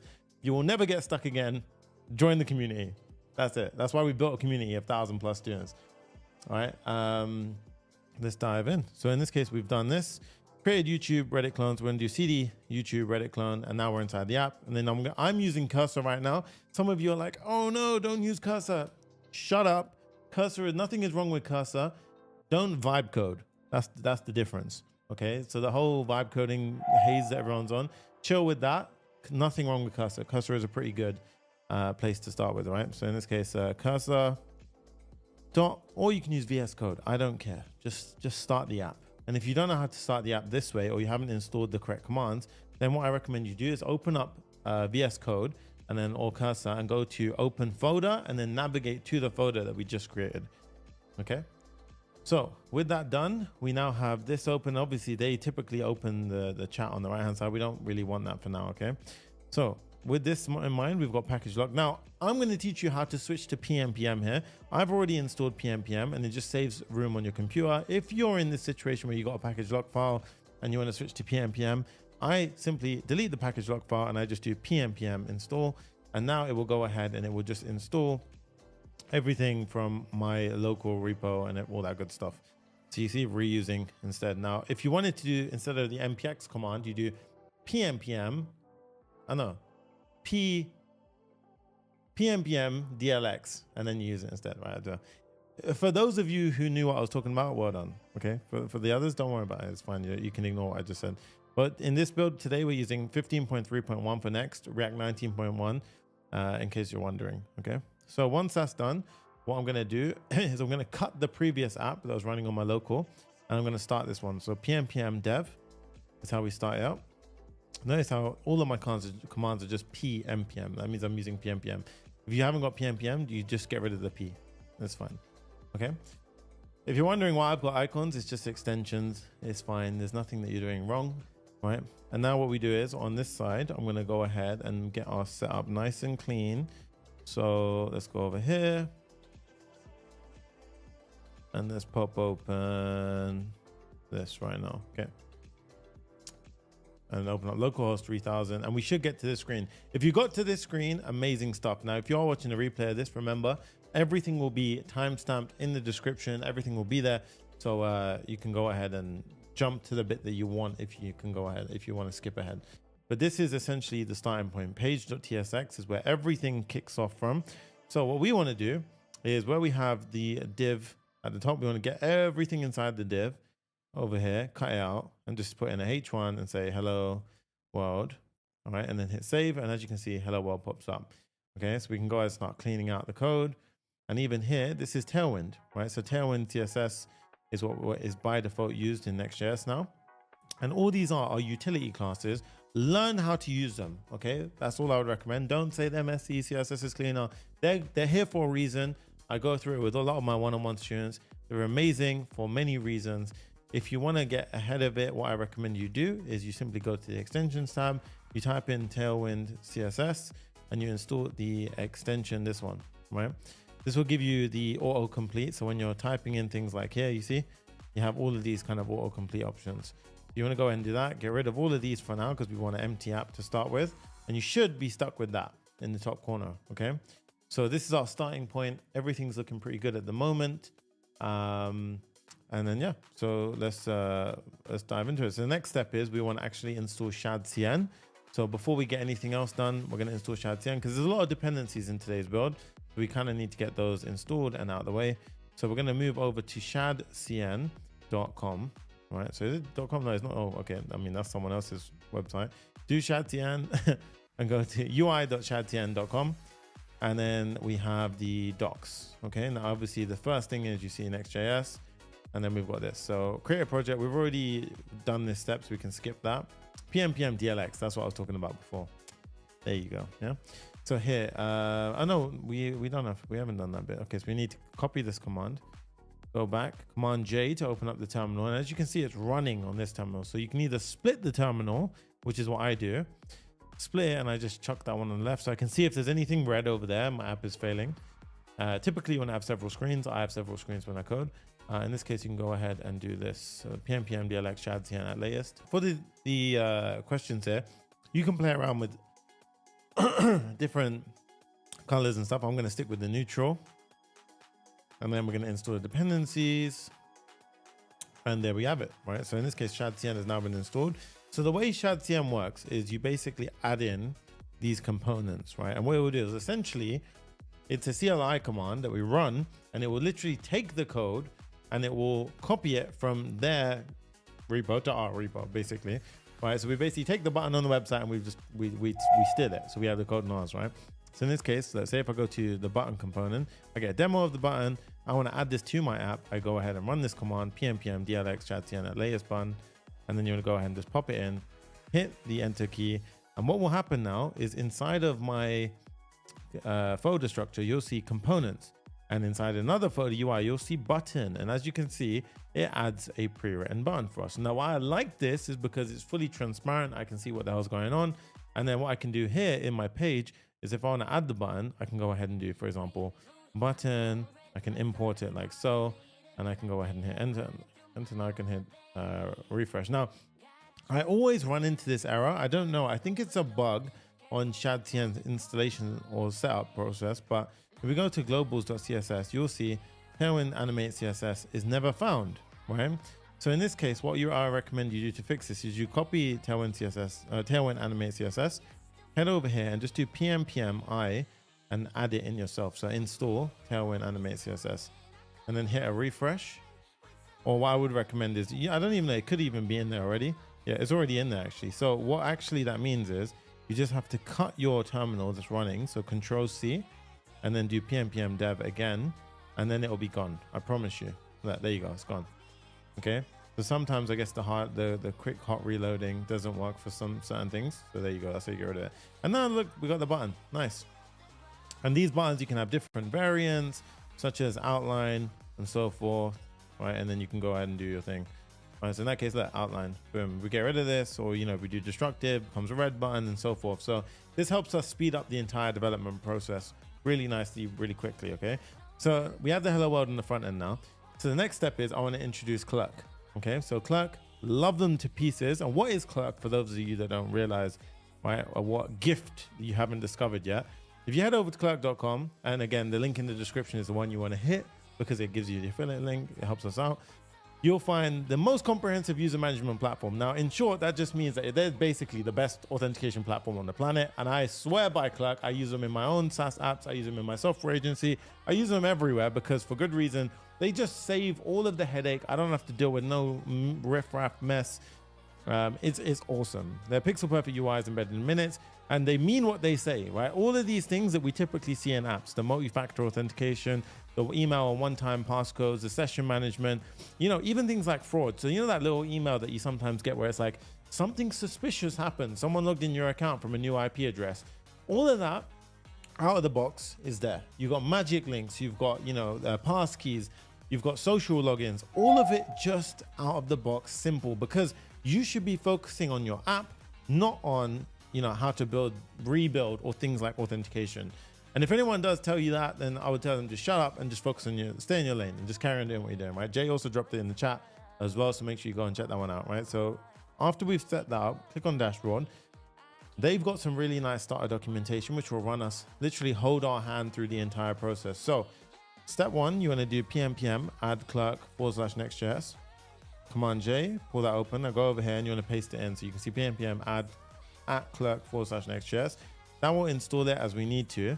And then you've got your environment variables. Now this is the delicate part. You want to copy your environment variables. I'm not going to lie, over the past couple of builds, some of the OGs in the chat right now will know these slip sometimes on my live streams, and it is what it is. I will literally revalidate them and invalidate everything. So if in case you're wondering, never share your environment variables ever, just period. Unless it says next public, it's safe to share, it's public key, but just never share it. But in this instance, if you see me leak a key or two, one, know that I'm gonna invalidate the key as soon as the live finishes, and two, just know that it's a live stream, it happens. Okay, but in the real world, you do not share that. Okay, Dev Tips goes, thanks for outstanding content. I watched your revenue cap for ride sharing or subscription. Do you think I need to use in-app purchase or normal payments using Stripe? Thanks again. I recommend you check out Schematic. You will love Schematic. So I've got a build on them coming up. I've also done the build with them in the challenge. I think I did a build with them about 2 weeks ago or a month ago. So go check that out. Peter goes, what's up everyone? Yo, Sonny, what's good, dude? Okay, so now that that's done, next step is our environment key. So what I want you to do is the top level. So click into your package.json, new file. So you're at the top level and do .env.local. This is a local environment file, okay? And I want you to paste in that key. So in this case, I'm gonna try my best to hide it as long as I can. But in this case, I'm gonna paste in the key. So you can see I'm pasted in a couple of things here. And as you can see, it's basically just popped those in, right? So I'm gonna hit save and then close that file, okay? So that was my attempt of not showing that file too much, okay? So now we've done the environment setup, and then next up we have to add middleware to the app. Middleware essentially just means this will run every time a request is passed through the app. So things like authentication, this is ideal, and it's part of Next.js's architecture. So at the package.json level, we're going to create a middleware.ts file, and in here you literally are just going to grab this and copy and paste it in. There you go. That is it. It's just a setup that will basically match certain requests from going through. At this point, we don't need to do anything custom here, but you can add in. So in case anyone's wondering, everything by default is public, and then you protect the routes that you want to protect. It used to be the other way around. They realized that was a bit annoying. So now they flipped it around. So everything is public until you protect the routes you want to protect. So you can go ahead and make certain matches in this file if you want to apply at a global scale. Okay, so next up, we're going to go ahead and add in the clerk provider. So what I want you to do next is we have a file called a layout file. Okay, now the layout file is essentially the top level file. So the way it works in Next.js is Next.js will find our layout.tsx file. This is a top level over here. And then we have, the children, and inside the children, essentially the page renders out. Now, what we're going to do, I'm not going to dive into too much of how this intricacies work, but we're going to split the app up technically into an app and an admin, right? So we're going to have two sections to it. Think of it as that way. Remember I showed you the Sanity side where we can go in, we can inspect the posts and everything like that. And we got the moderation side. That is going to be the admin side. And on the other side, we're going to have the app side. So what I'm going to do is on the app, and the apps inside the app folder, I'm going to create a new folder, and we're going to use parentheses. And this is kind of like an invisible folder, but we can do some very clever things regarding layouts, right? So in this case, I'm going to have app inside of here. And what I'm going to do is I'm going to take the global layout and I'm going to simply just drag and drop it into the app folder. Okay. And there's a reason why I'm doing this, because when we have the admin folder, we don't want our clerk authentication to override inside of the admin stuff. We want to keep certain things separate from one another, and it will make sense the longer we get into it. Okay. So once that's done, what we want to do is we want to keep our page.tsx. We can keep this the same. That's our home page for now. That's absolutely fine. Well, in fact, we don't even need this here. We can keep this inside the app as well. So we can keep it very, very straightforward. Okay. And this does not stand for /app/page. This will literally be the home page, because as I mentioned, this is an invisible folder in terms of routing. So this will be our / page when we're searching through our website. So it'll be like, you know, www. sunny.com / that's what that will stand for. Okay. So at this point now, inside the layout, we're going to add in the clerk provider. So they will show you all of this. I will show you how to do it in our way. What we're going to do is at the above all of this, we're going to do clerk provider, and then we're going to simply pop that in underneath. And this clerk provider, we are importing it from here. Okay. Now, if you go ahead and see this, what I want you to do is just refresh your app and just make sure it loads still. If it loads still, you've done it all right. Okay, all your steps are good so far. Now, what you can do is you can change your metadata here to make it, you know, be like the Reddish clone. Let's call it the Reddish. I have no affiliation with Reddit. I do not intend to copy Reddit. This is literally using their app as somewhat inspiration for a educational bit of content. Disclaimer, right? So at this point, we've got that running. So the cloud provider is there, and then yeah, cool. So it's all good. So what we want to do now is get essentially our authentication working out. What's the easiest way to get to that point? Well, I would argue inside of our layout over here, we're going to create a header. Okay, so I'm going to have a header. So let's create a header component, and this header component. And what I want to try and do actually is run my app, the production app, on a different screen so we can use it as inspiration. So what I'm going to do is, anyone who knows, by the way, this is an OG track, right? So I'm going to go into my thing, into 3001. So I'm running my production app on a separate view. This will probably fail though, because the API may not have access to 3000. If it does work, cool. If it doesn't, that's fine as well. But this is the production app. So right now we're going to build essentially this top header. So the header component that I'm referring to is this. Okay. That's what we're essentially referring to. Yeah, this is going to fail because it's got a cause origin policy, which I will fix after. Right now, I don't care about it, right? So we're going to create a header component. So inside of our components folder at the top level, not inside the UI folder, that's going to be for ShadCN components. At this level, create a header.tsx file. Okay. So inside, you see next to it, inside the components folder. Now inside of here, I want you to install a new extension called ES7 React Redux React Native Snippets, 14 million. I'm pretty sure I'm certain for a couple million of these, because I remember downloading this when it was 1 million, right? So you want to go ahead and install that. And now if you do RFCE, you get these nice React functional components. All right, snippets, right? So this will give us a nice little insight into, or a little quick start into getting that set up. We are going to change this to a header, and this is going to be a client component. So everything in Next.js 15 and above, or I think it's 14 and above, is server components by default until we put use client. The goal is you want to keep it a server component for as long as you can until you go ahead and do it that way, right? Okay. So now with that in mind, let's go ahead and import it. And if you're wondering how to get in that little pop-up, control spacebar, and then you can click, and then you have this. Okay. Or you can tab. So if I do this another way, if I tab, it will actually go ahead and do it as well. Okay. So these little shortcuts help you out a lot. We're almost at 200 likes as well. Destroy that like button if you're enjoying the content. The energy is kind of coming through now. I can feel it. All right, so now we've got the header. All right, so what I want to do is boom, boom, refresh this page, and we should see a header above this. Okay. Okay, so that one is working. So this app's freezing a bit. Why is this app freezing a bit? Oh yeah. So because we changed up the entire directory, we know we're nesting this and this and this. What I might recommend you do is you restart your dev server, because it can have a tendency to mess things up, especially when you change your root page. Okay, so can't resolve. Oh yes, that makes sense now. So if we go to our layout, this will break because now we are nested inside of a folder. Oh no, I'm filling a code. All right, so we got upper folder, global CSS, and now you can see that we got the header rendering. Awesome stuff.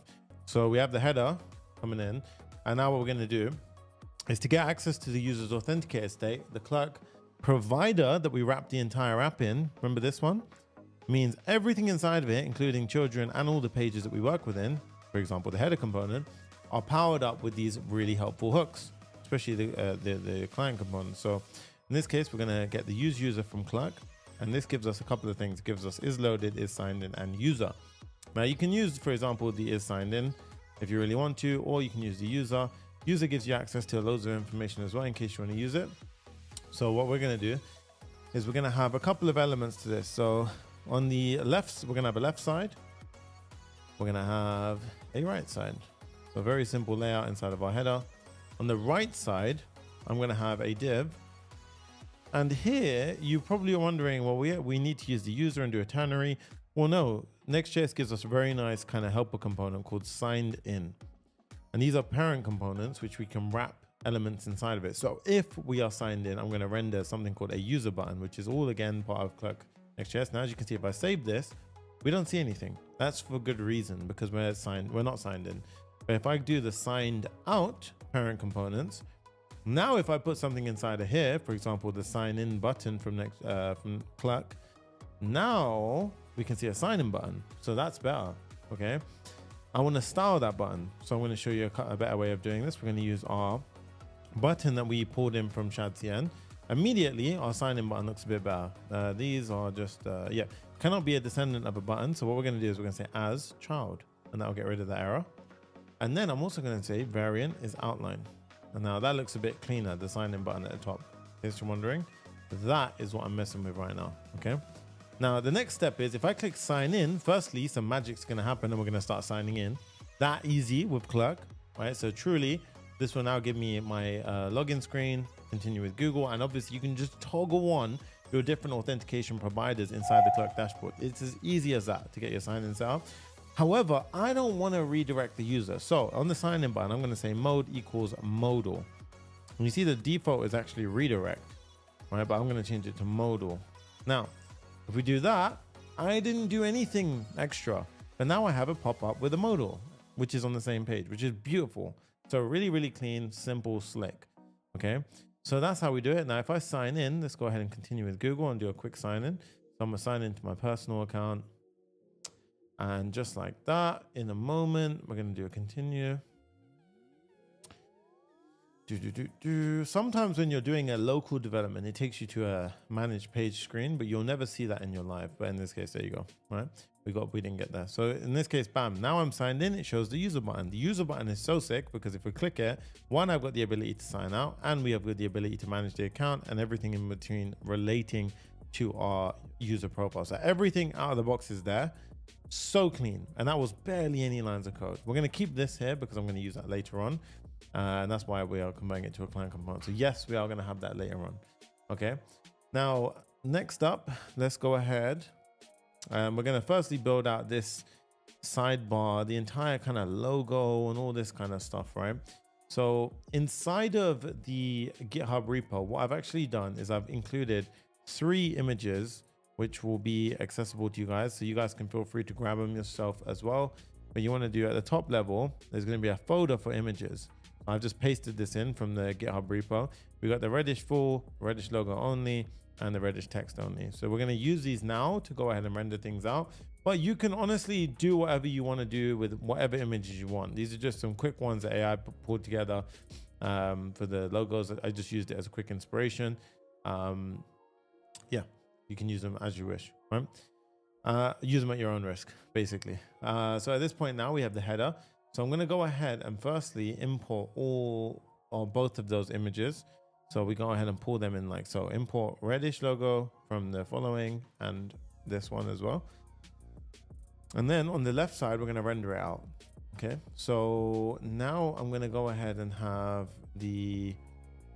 both images be pulled out onto the screen. So we're going to have a div And inside the div, I'm going to have both images. Now you're probably wondering, why has he got both images? Well, one I want to show on small screens and one I want to show on big screens. So if I go ahead and pull the next image component, so I've got a whole video on my channel about that if you're wondering what the hell that is. As you can see now, one of them is hidden by default and shows on medium screens and above as a block component. The other one is shown as a block component on mobile devices, but on medium screens and above it's hidden. Now, if you're wondering how this works, everything that we write in our class names is mobile first, which means that mobile, that the first rule I'm writing is what is going to get applied to mobile. And then as we hit these breakpoints, whether it's medium, small, large, extra large, and so forth, it could be 2XL and so forth, it will unlock the next bit of styling. So this will get unlocked at a medium screen and above. Now, what that means is we can do some pretty clever things. So you see on a large screen, it shows the entire logo. Small screens, it shows the smaller logo. So that way we can have some nice little bit of control over it, right? Now, what's this issue? Match pattern. Okay, we just hit a refresh. We're good now. Okay, so next up, we have a menu bar icon.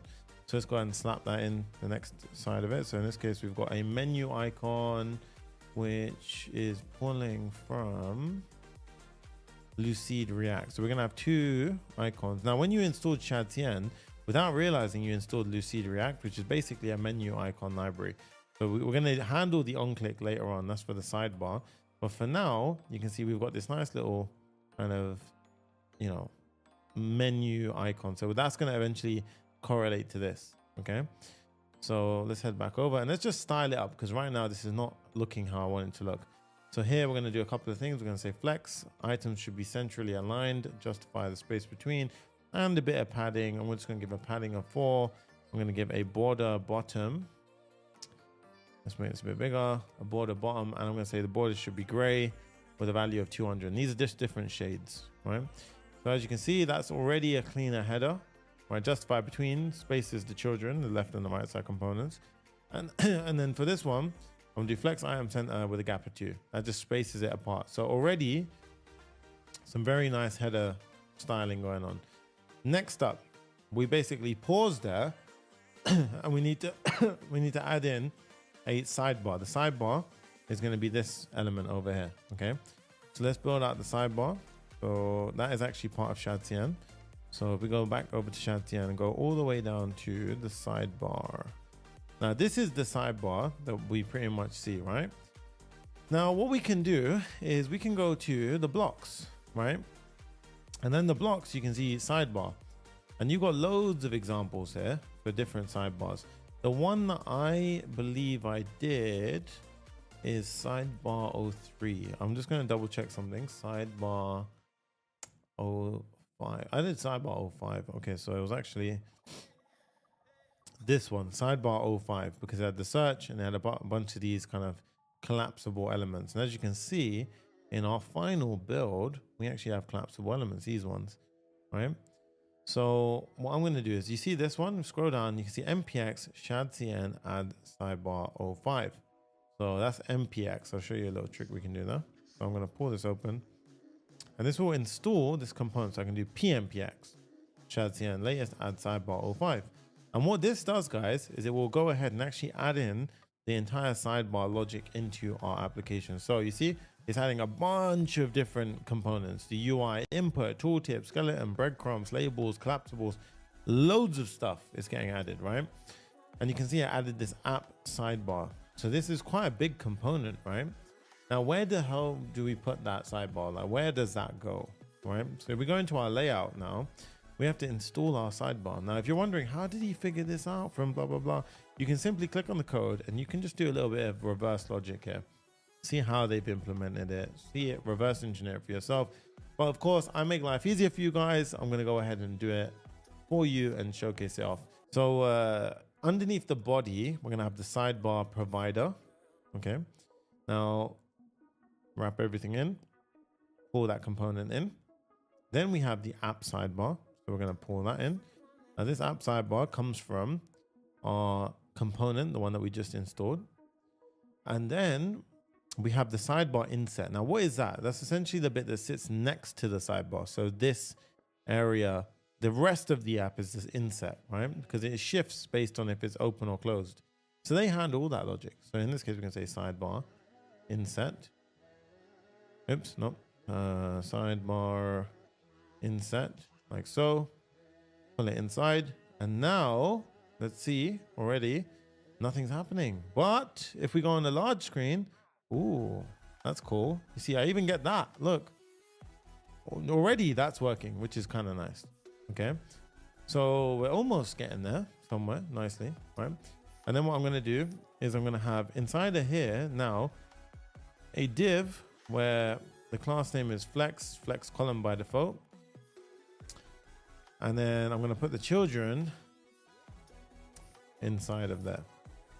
So now you can see we have the header, the inset, and then everything else accordingly. And everything is responding exactly as we expected to. Now, with that in mind, we've actually set things up pretty much for the sidebar, except if we go to the header, we need to make our button correctly hooked up now. So when I click this, it should open the sidebar up for us, okay? But it's way easier than you think. We can actually use a very handy use sidebar function from our UI sidebar that was just installed. We have a couple of things inside. Toggle sidebar open is mobile, as well as open mobile, set open mobile and state as well. So there's a bunch of stuff, right? You can go ahead and mess with yourself. In this case, our menu icon is going to toggle the sidebar. So on click is going to toggle sidebar. So now if I was to click that menu bar icon, pow. Oh, nice. Look at that. That's very clean, right? Now, obviously that's not so clean, that one. I want to show that a bit cleaner, right? But you can see already that's nice. And we even got the outside click logic, all that good stuff that we're naturally used to in design sense, right? So what I'm going to do now is I'm going to say, if it's open, I'm going to have a ternary operator. So if it's open, I want to show a chevron, all right? Which is basically going to indicate a close, right? And this is going to have a toggle. So on click, and because we've got click handlers, that's why it's a client component here. So this one will be toggle sidebar. Else, we're going to have the rest of this kind of inside the mix. So else there'll be a div with all of this stuff inside of it. So there you go. And as you can see, now we have to do flex item center again. So that way it's kind of shown. But if it's open now, this should reflect. So if we click that now, you see on the mobile, it doesn't really matter, but here, look at that, guys. Now, boom, that's clean, right? Very nice. And of course you can add hover styles in, do whatever the hell you want, right? In this case, for the chevron, I'm going to do a width and height of 6. So we just kind of make sure it stays the same as the menu icon component in case we don't want to mix things up. But as you can see now, that is awesome, right? So there we have it. The header is working. The app sidebar is implemented as well. The only thing I notice is the icon disappeared. That's not so nice, right? Why was that actually? That's interesting. Let's figure out why that disappeared. So that is because we have the left side needs to be wrapped in a let's see.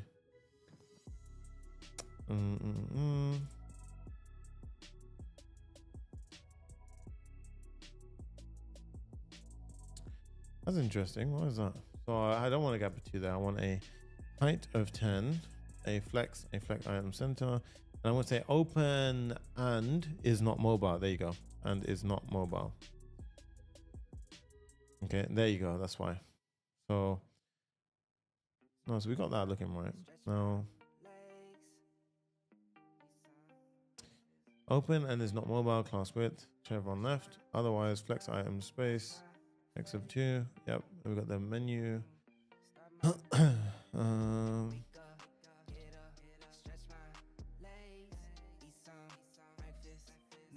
Actually, you know what, saying that over here. Oh, okay. Yeah. Oh, yeah. Yes. I forgot. So what I did is when it's open, I want the icon over there instead. That's why I didn't do that. Yeah, I was wondering, what am I talking about? Yeah. So when we open it, I want the icon to be in here instead. Okay. So that's exactly what we wanted. Okay, cool. So that's awesome. That's done. We'll come back to this later. Now. Okay. Yeah. I'll show you kind of an example of what you could do later on. Yeah. Is you can access the user's metadata. So you've got public metadata, you've got unsafe, you've got private metadata and a bunch of other stuff. And you can access properties such as is banned, right? Which could be based on the AI moderation that we do later on. You can, you know, upgrade it as you want. And then you can basically ternary operate, like ternary conditionally render out UI elements based on that. So you can say you are banned, for example, at the top on the header, if the user's metadata was banned, for example. Okay, so that's kind of an example there of doing that. But for now, we'll just comment these out. That's absolutely fine. Get rid of them. Okay. So you know what? Until we use it, I'll keep our code clean. Right, there you go.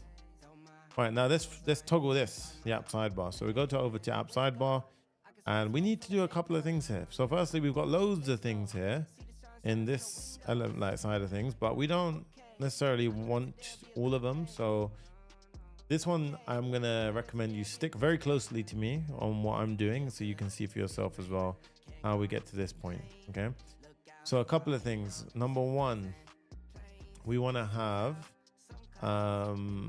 we're gonna have our example subreddits, and then we're also gonna have a couple of things that we're gonna render out. So let's look down here. We got sidebar, header elements. Sidebar menu button is our first thing. Okay, so this one I want it to be a Reddit logo instead of this search the docs. You see here we have a documentation v1 and then some kind of gallery, which is this thing, right? I don't want any of this, so we're gonna go ahead and take this, change it to a link element, right? And then we're gonna have a image, which is gonna be the Reddish logo. So I'm gonna go ahead and make this a Next.js image. This Reddish logo, I'm gonna go ahead and pull in at the top. The Reddish logo will be from here. And then we're gonna hit save. And now what we should see is a broken link. So let's refresh. What's going on here? Hydration failed because, okay. Let's see what's going on. So I messed something up. So 150.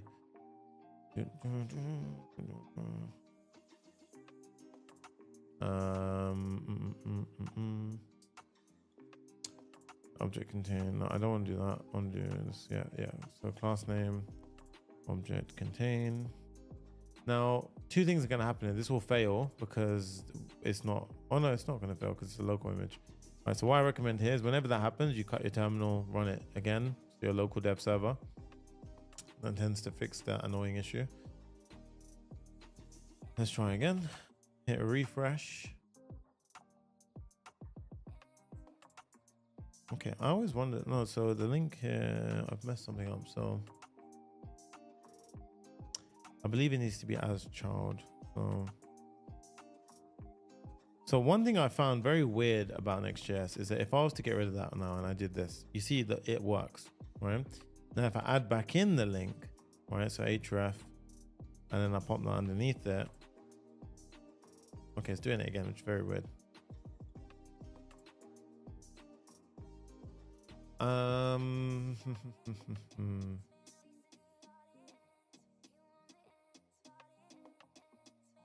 doing something silly right now, which I don't know.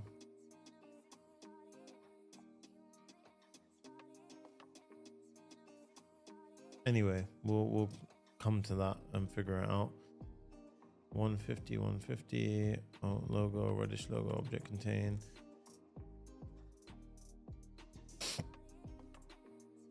Anyway, I'll fix it. Oh no, there we go. Oh, that makes crazy sense. I was spent way too long on that. The link, I was literally importing a link picture. You're on the Next.js link component. There you go. Wow, you don't understand how much that drove me crazy before. Scroll a little bit down and we should see search the docs somewhere.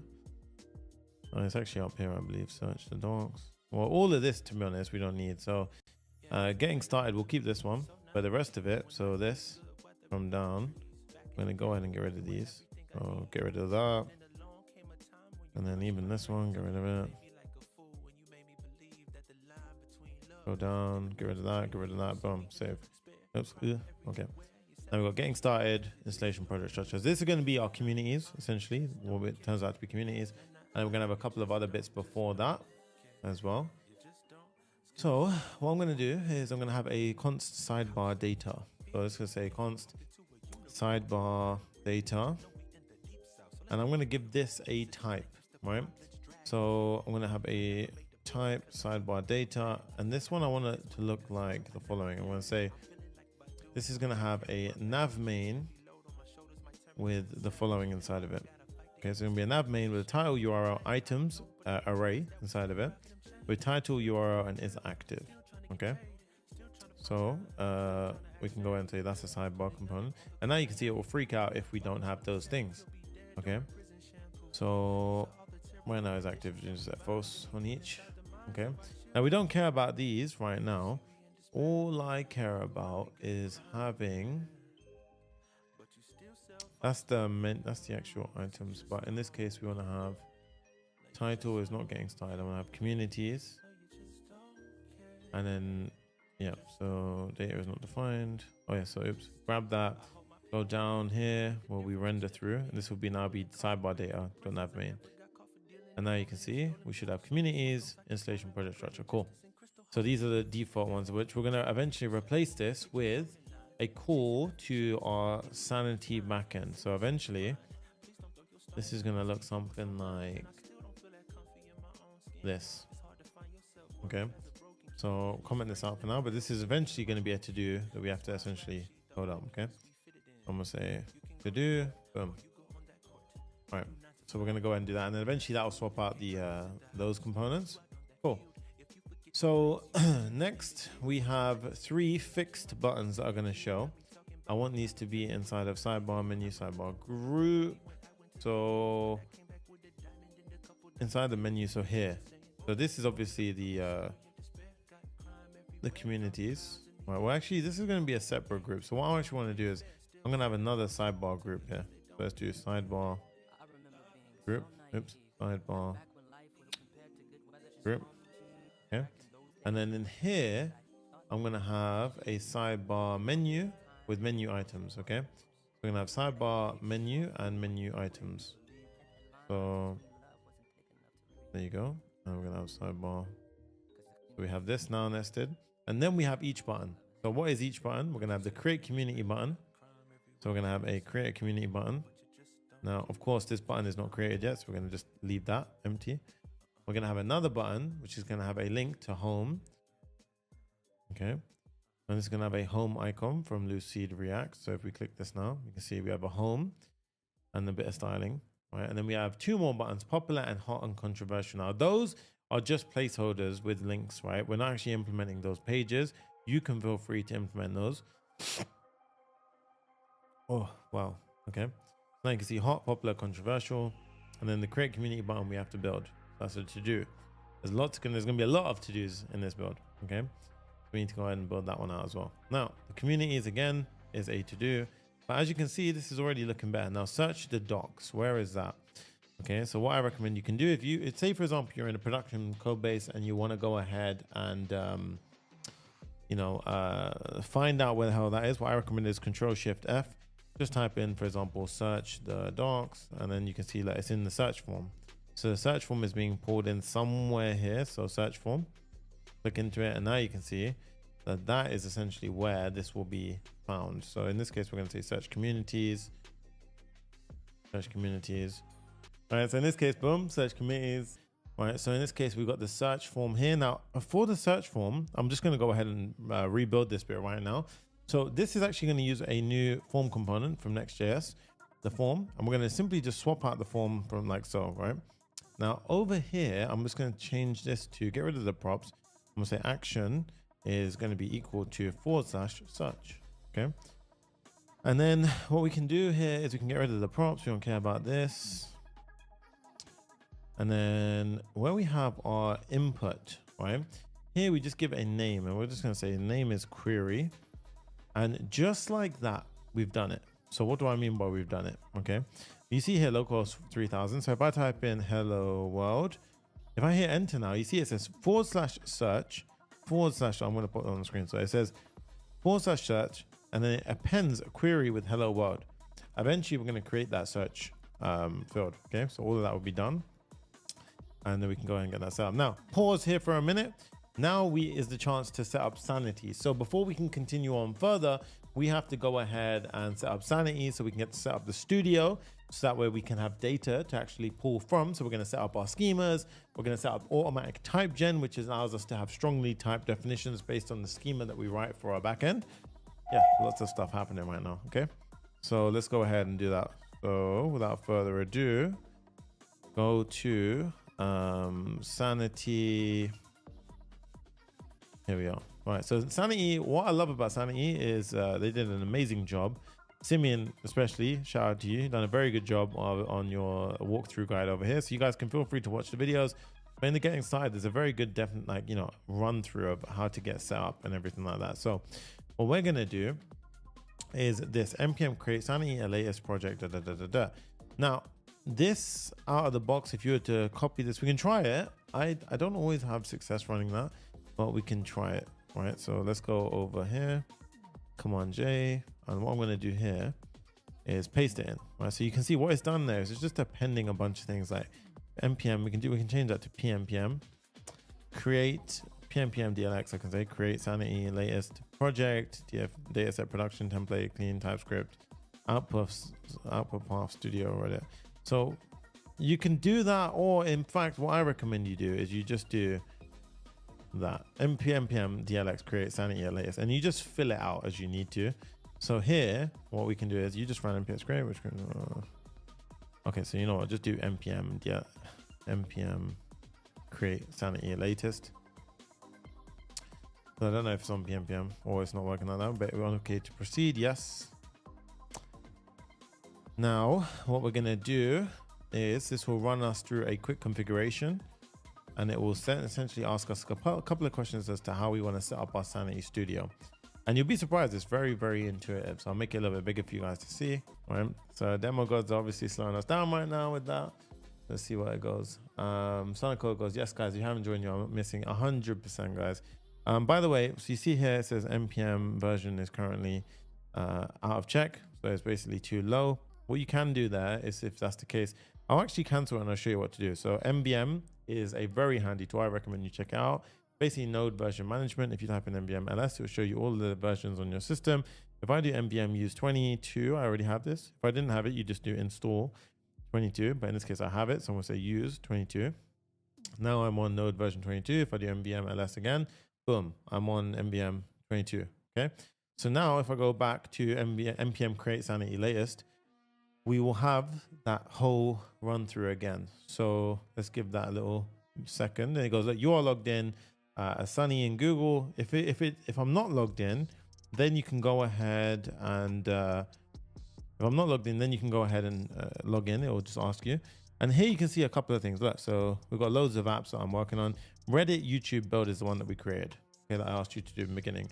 Data set. We're going to use the production data set to start with, but you can actually have your development and production separate. Would you like to add configuration files for a Sanity project in this Next.js folder? Yes. Do you want to use TypeScript? Oh wait, in this Next.js folder. That's a new one. I don't know if, I think I added it in the Sanity folder. Okay, I'm gonna try it, and then we're gonna go back on ourselves if it's the case. Okay, so we're gonna say yes. Would you like an embedded Sanity Studio? Yes. Oh yeah, that's fine actually. What route do you want to use for the studio? Yes, /studio is fine.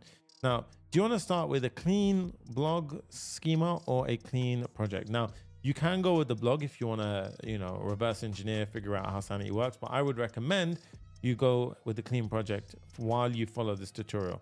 Can we add the project ID and dataset to your environment? Yes, you can. And there you go, start installing it. Pixel goes, good job, lad. Thank you, appreciate you. Canal goes, you're using Turbo Repo. Yes, by default in Next.js now, it's using Turbo Repo, so pretty cool. It's a lot faster. That's what I'm talking about. Because your Sanity configuration files have been added to this project, right? Let's go over to the docs. Now you can see, not docs, files. Now you can see Studio. Aha. So notice how it's already done a /studio/page, right? So this actually links to a perfect page for us. So, and that's also, you can see we have a Sanity lib. Inside the lib, we have a client, image, live, all of the stuff that we need to basically get up and running. So it's very, very awesome how this works. We've got environment, structure, and we have our schema types, which is empty to begin with. Now, how do we access the Sanity Studio that we just went ahead and set up? Okay. So what we do is we have, I'm going to actually open another one. We do localhost localhost 3000 /studio. And this is going to be, oops. Okay, so my app crashed. So, which is understandable. We changed loads of stuff. do pm dev again. And remember, it's actually running on our Next.js app as an embedded studio. So let's do localhost 3000/studio. Missing HTML and body tags in the root layout. This makes sense because remember what we did previously, guys, where we had the app layout and page, and then we have studio, right? I'm going to put the music down for a second because you need to go ahead and dial in on this one. Pierre goes, in every build, there's always something new to learn. Hats off, bro. Honestly, that's my goal, and I'm so happy you say that because I'm trying to put little gems in every single app that I build. So I'm glad you saw that. Right, so right now it's correct because there's no layout at the root level. So the root level is this, and only if we go inside the app is there a root layout. But inside this level where we got the dashboard we don't need. Yes, we can get rid of the dashboard. That was auto created for us. Get rid of that. Studio. Okay, so at this level we need a layout here. Okay, so inside, what I'm going to do now is I'm going to create that admin separation. So I'm going to create a new folder called admin, and what I'm going to do is this studio folder, I'm going to take it and put it inside there and update imports for studio. Yes. And now inside of here, guys, I want you to go ahead and add in a layout.tsx. Now notice how admin has its own layout.tsx, app has its own layout.tsx. The one in the admin, what we can actually do, we can actually go ahead and keep it relatively simple. We can go ahead and copy this, go into our layout, paste it. I'm sorry. Copy that, paste it, but we don't need a couple of things. So what don't we want in this one? Well, we don't want a couple of things. We don't care about the fonts. We don't care about the clerk provider in this one because this is our Sanity backend. All we want is essentially the children. We don't even care about this. We don't want that. We just want a very, very simple layout. We don't care about any of this, get rid of it all, get rid of this. We don't even want the globals, right? We want a very, very simple, and we can call it the reddish Sanity backend. Oh, let's call it admin panel. And then here we can say the same thing. Okay. Now that is going to be our layout for the admin. Now, what we'll see is it says can't resolve Sanity config. That makes sense because we changed loads of stuff around. So if we go to studio page, you can see that this is now broken. So it's because we went down a level. So what you can do here is you can either do that, or I think what we can do is do @sanity config. Yep, is like a nicer way of doing it. Now, what I recommend you do again is you do a cut the server, run it again, and let's try one more time. Now we should be good now, so we should get past this error. Yep, there you go. So now we have this, the login provider. So I'm already logged in, I think. So, oh no, we can choose login provider Google. Now, it's provided you log in with the account that we logged in with in the beginning, which is sanity.sangre@gmail.com. This is separate to the clerk login. This is our Sanity account login. Okay. And obviously you can add members and stuff, and you can add any, I can add Jay into this as well. Now here's our backend, guys. Now this is very cool because now we have two elements to our app. We have the app, the admin panel. Right, as correlated by this, you see here, we have the app and the admin panel. So this is how I'm essentially showing you guys the app, the admin panel. So now we're going to build out the admin panel, which is essentially our backend that we got a free upgrade. Thank you, Sanity, for hooking us up. All right, this is all if you go ahead and use this as well. So now Jimmy goes, absolutely criminal. There are 100 people watching this right now. Fan doesn't know what they're missing. That's it. Honestly, that's why you guys are a hidden space right now. All right, so let's build this out right now. So Sanity is a powerhouse, and I'll show you how to leverage it to the max. So, okay, now that we've cleared up that separation, let's go ahead and show you what the next thing is to do. So what with admin panel, you mean like the user profile dashboard? No, this is literally like, I might think of it like our database where everything's living. Okay. So this is essentially, this is our front end, but this is going to be where we can manage. We see all of the posts getting added in. We can manage stuff. We can, as an admin user, we can do anything to the data and the content, but it will make sense as we do it. Okay. So admin, let's go to our Sanity folder. So top level Sanity here, schema types. Okay. So this is where we start building out all of our schema types. Now there are a couple, so bear with me. Okay. Let's start off with the most simple, a user. Okay. So a user is the core of many applications. So what we're going to do is before we do this, there is a very handy Sanity MDC file. So for those of you who love using cursor, so if you do Command I, you'll have the agent chat. Now, the agent chat doesn't know about Sanity, right? So what we can do here, guys, is if we type in Sanity cursor rules, what you'll do is you'll find Sanity has a very nice kind of AI rules chat. Now, why is this handy? Because in many ways, there are really, really cool, so you see like Sanity opinionated, you can add that to your code base. So in this case, if I was to download this, for example, and you see that we have this, so you can go ahead and copy this file. So in this case, this is just going to teach Sanity how to write schemas and everything like that. So if I was to just, for example, copy that, go back now, we can add this to our, our cursor. So I'll show you how we can do this. So prime example here is at the top level, package.json level. Inside of cursor, if you're using cursor, you can create a new folder called .cursor. And inside of there, what we can do is we can simply create a rules folder. So we can do rules, folder, sorry, rules. And inside of here, we can have a sanity.mdc, or you could copy the other one, MDC, guys, sorry, MDC. And now you can see that, see, we have all this happening now. Pop that in, and we can do always this rule attached to every chat and command K request. Now you can see that it knows, it's more informed on how to use Sanity now. So every time we use cursor, it will go ahead and use it. It will go ahead and pull this in. Opinionated guidance for configuring Sanity and altering content. Now, what's handy about this is, say, for example, I do tedious tasks. So don't do the vibe coding approach you're seeing all over social media. I ain't going to push it at you because it's just not the way to do it. What I do recommend, however, is using it to help alleviate these tedious tasks. For example, what we're about to do right now. So this is, AI has a place in coding. Okay, it has a very good place as well. So let's look at schema types, for example, right? Let's create a user type, user type.ts. Okay, so user type, I'll show you how we do it. So in this case, I'm gonna have a couple of things I need to import. So I'm gonna use all of these in a moment. Let's do export const user type equals define type. And as you can see, it already starts knowing how to build this out. Now, if I do, for example, command I, and I was to get rid of these, and I just type in at user type, right?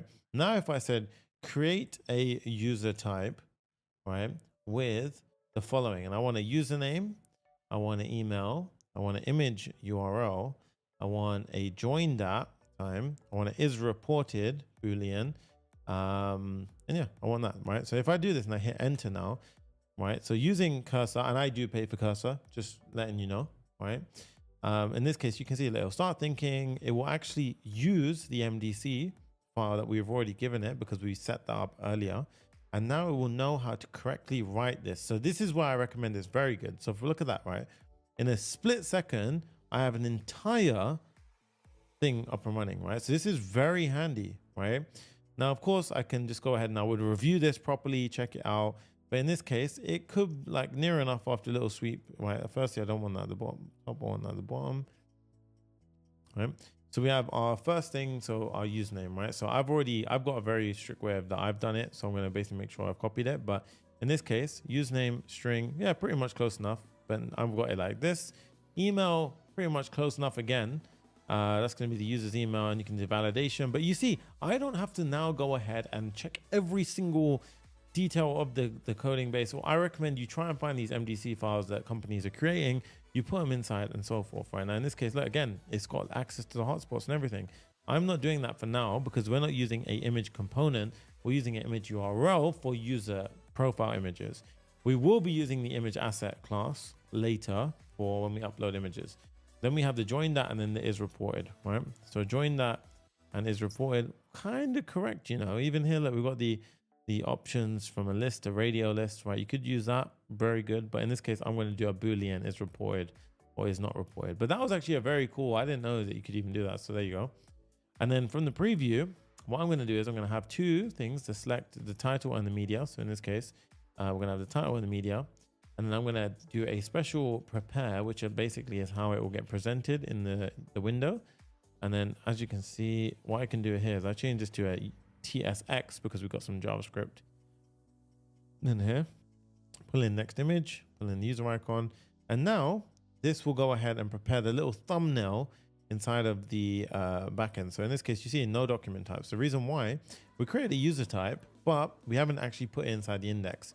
So inside of Sanity's schema here, we just simply pop in user type like so. And now if we hit a refresh on the studio, we should see our first type, which is a user. So in this case, you can see, look, users, we can add a user, and you see all this entire flow out of the box is there. So we've got the username, the email address, the image URL, join that, and is reported. So this will go ahead and get built out. So let's go ahead and continue on with that speed and build out the rest of the remaining data types. So in this case, the next one we're going to do is, for example, a post type. So I'm going to go ahead and pop in a post type.ts, and this is the same thing.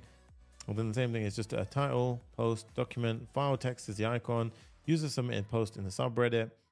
And then in this case, we've got the title, the original title, the author, which is a reference to the user type, which we just created. So user, you see that matches with this reference. So we can actually have reference fields with relations. This one is a subreddit reference or a community. We're going to call it the subreddit was there, obviously, as we're doing a similar clone. All right. So in this case, we've got the body, which is, this is of type block. So this is how we do some essentially similar to rich text, but we haven't fully configured it. Yeah. We've got the original body as well. This one, we're not actually using the original body. We can get rid of that. The image, this is definitely the image that I was referring to, the proper images that we store. The original images we're not using because we're just doing deletion. Reporting, publish that is deleted if it ever got deleted as well, right? And then we have how we go ahead and prepare to show a thumbnail of it, okay? So these are in place. Now we need to obviously do a subreddit, and then obviously we'll link it all up to the main. So subreddit is the next one. All of this is inside of the GitHub repo code. So in this case, we've got the tag icon, same thing here, title, description, slug. Slug is going to be the slug for the URL. So you know when you go to like sunnyzanga.com/community/Next.js, that'll be the slug. And then you got the image for the community moderator who created it, right? So we'll have a user who is going to be the moderator, create that time as well. Let's also have a vote. Oh, okay. So we have a comment. Let's do a comment first. Comments better. Comment type.ts. In this case, we've got a comment. Author, who posted the comment, what post it belonged to, and then we have parent comment. This is really important now. Parent comment is going to be when we nest comments, right? So you're going to have always going to have a parent post, but you're going to have a parent comment if it was a nested comment. And then from that, we're going to deduce logic to render it out the way we want to. Then we have a vote type. Votes, these are going to be for tracking the votes. So user, vote type, whether or not this is an upvote or downvote, it's going to be an option from either or, upvote or downvote. Defining a field, comment, create that. And then based on how it goes ahead and shows. So in this case, yeah, we also got validation. We've got custom rules, which says you can't vote on both a post and comment simultaneously, and must vote on either a post or a comment, right? This is handy, by the way. I didn't know how to do this. I asked Cursor to do it, and it did a perfect validation rule for me. So that was pretty awesome. So a prime example of how the MDC files help us use Cursor in a more effective way, right? And then we've got the prepare, which is basically if it's an upvote, it will show an arrow up icon or arrow down, and that's a TSX file, okay? So in this case, we've got our types. So the next natural step is to go ahead and import them. So we go ahead and pop them in like so. We go ahead and import all of our types. And now if we go over here, we should have, there we go. User post, comment, vote, subreddit. Nice. Notice how we don't have reported. Reported is a custom type. Okay. So we will have the reported stuff later. For now, let's continue on strong. And we can go ahead and let's do our first kind of post. So in this case, let's create a post and let's go ahead and say something like hello world, okay? An author, we need an author. So let's create an author. And you see, this is what I love about Sanity. It's got some really nice thing here. So just create a dummy author for now. The email address is just do sunny@gmail.com. Image URL. For now, I don't have an image URL, okay? So it's reported now. So can we publish that, or is it required image URL? Let's see. Okay, so it's optional, we set out. Okay. Next up, the subreddit. So let's create a subreddit. All of this will be programmatically done afterwards. Title of the subreddit, let's do Next.js. The first community. Slug, let's do Next.js. Image. So I'm going to go ahead and just pop in a picture here. So if I click on this, it will pop open with some stuff. So I'm going to go ahead and show you. So if we do, like, for example, Reddish logo, I will actually upload the image. You can have alternate. So we can just say logo, I don't know. Moderator, we can do a drop down. We can pick a user. Okay, Sunny is the user. Create that now. Publish. There you go. Body of the text. This is my first post. Image for the post. Right, let's go ahead and do a Reddish logo. Okay, and then you can give it alternate text if you want as well. Just say test logo. Is reported no, is deleted no. Okay, and you see that that's the preview I was talking about. Hit publish, and now if I publish both of these, that was also in draft state. So I need to publish that one as well. And as we can see, that will be gone in a second as well once that's done. Now these are all live. So you see publish, published, and so forth. So I can go ahead and close that. Now I have a published post. And if you see, if I go into comments, I can create a comment off of that as well. So we can go ahead and say this is the first comment. Author of the comment, let's just go ahead and say it was Sunny. Post, let's go ahead and say it was on that post. Parent comment right now, no, because I mean we're not going to do this one, but you'll see that it will come up with the comments. There you go. And yeah, there we go. So now you can see we've already got things up and running in that sense. We can even vote on that as well. So if I was to vote on that post or comment, you can do that. So in this case, if I was to do, for example, Sunny voted, so upvote or downvote, upvoted on this post, you guys can see, look, the whole backend is done. Right now, again, if I do this and I try and save, this should actually say, whoa, whoa, whoa, that's wrong. I believe it should have some, we've got custom validation here. So, you know, see, it's actually not letting me do it. See, there's a validation error. Ah, you see that custom validation? Very nice. Right? Cannot vote on both a post and comment simultaneously. Remember, I set that up. Very nice.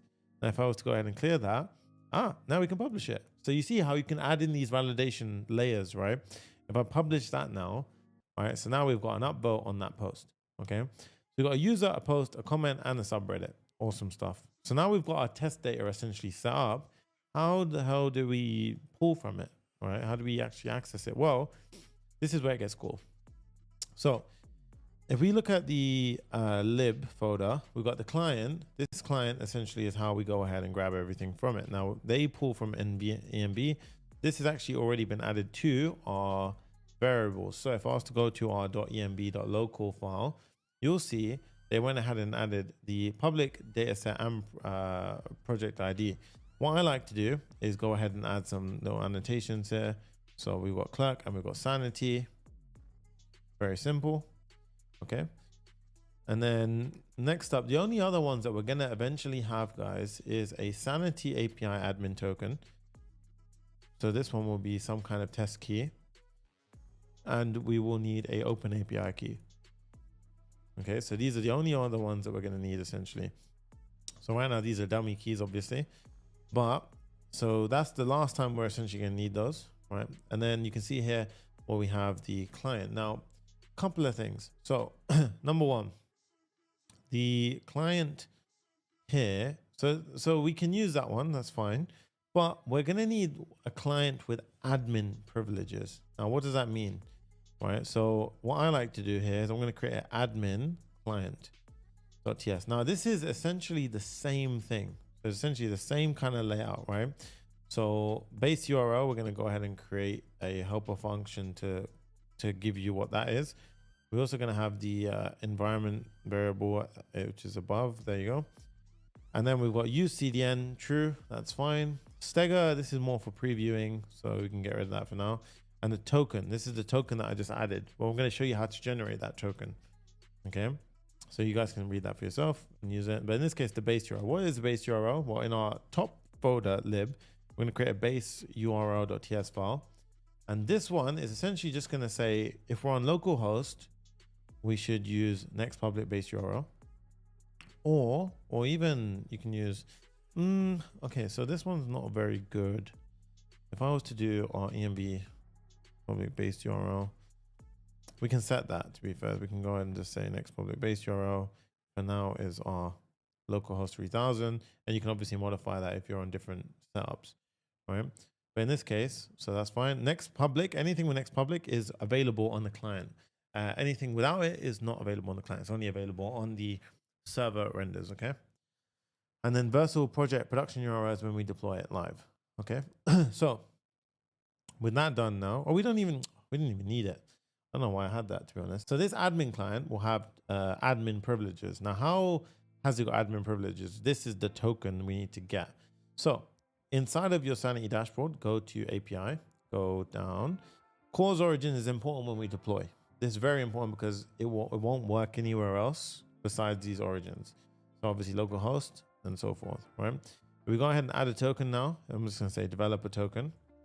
And then here you can do developer, contributor, everything essentially. In this case, developer should do the trick. If we hit save, I will now have a read and write token. So I'm gonna hit save right now. It's just so I'm gonna hide something for a sec. And as you can see, I have a token. So I'm gonna copy this token, okay?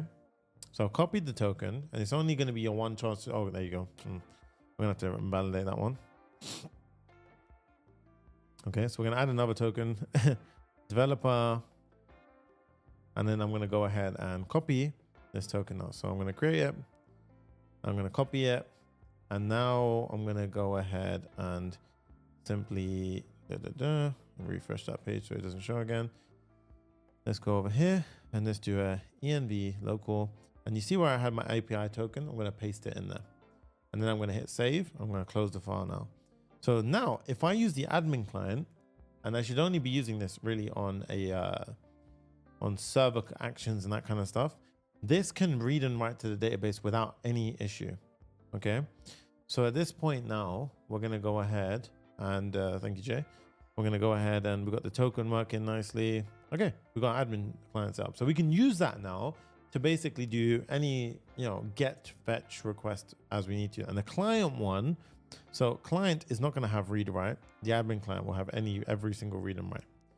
Okay, so that's how essentially we have two versions of it. Okay, so what is next? Well, let's go back to the app sidebar, and we can actually start with our first, instance of connecting to the Sanity database and grabbing data and so forth. So remember where we had our, let's get back to our setup now. So, right, we have all of our subreddits. So where's my code at?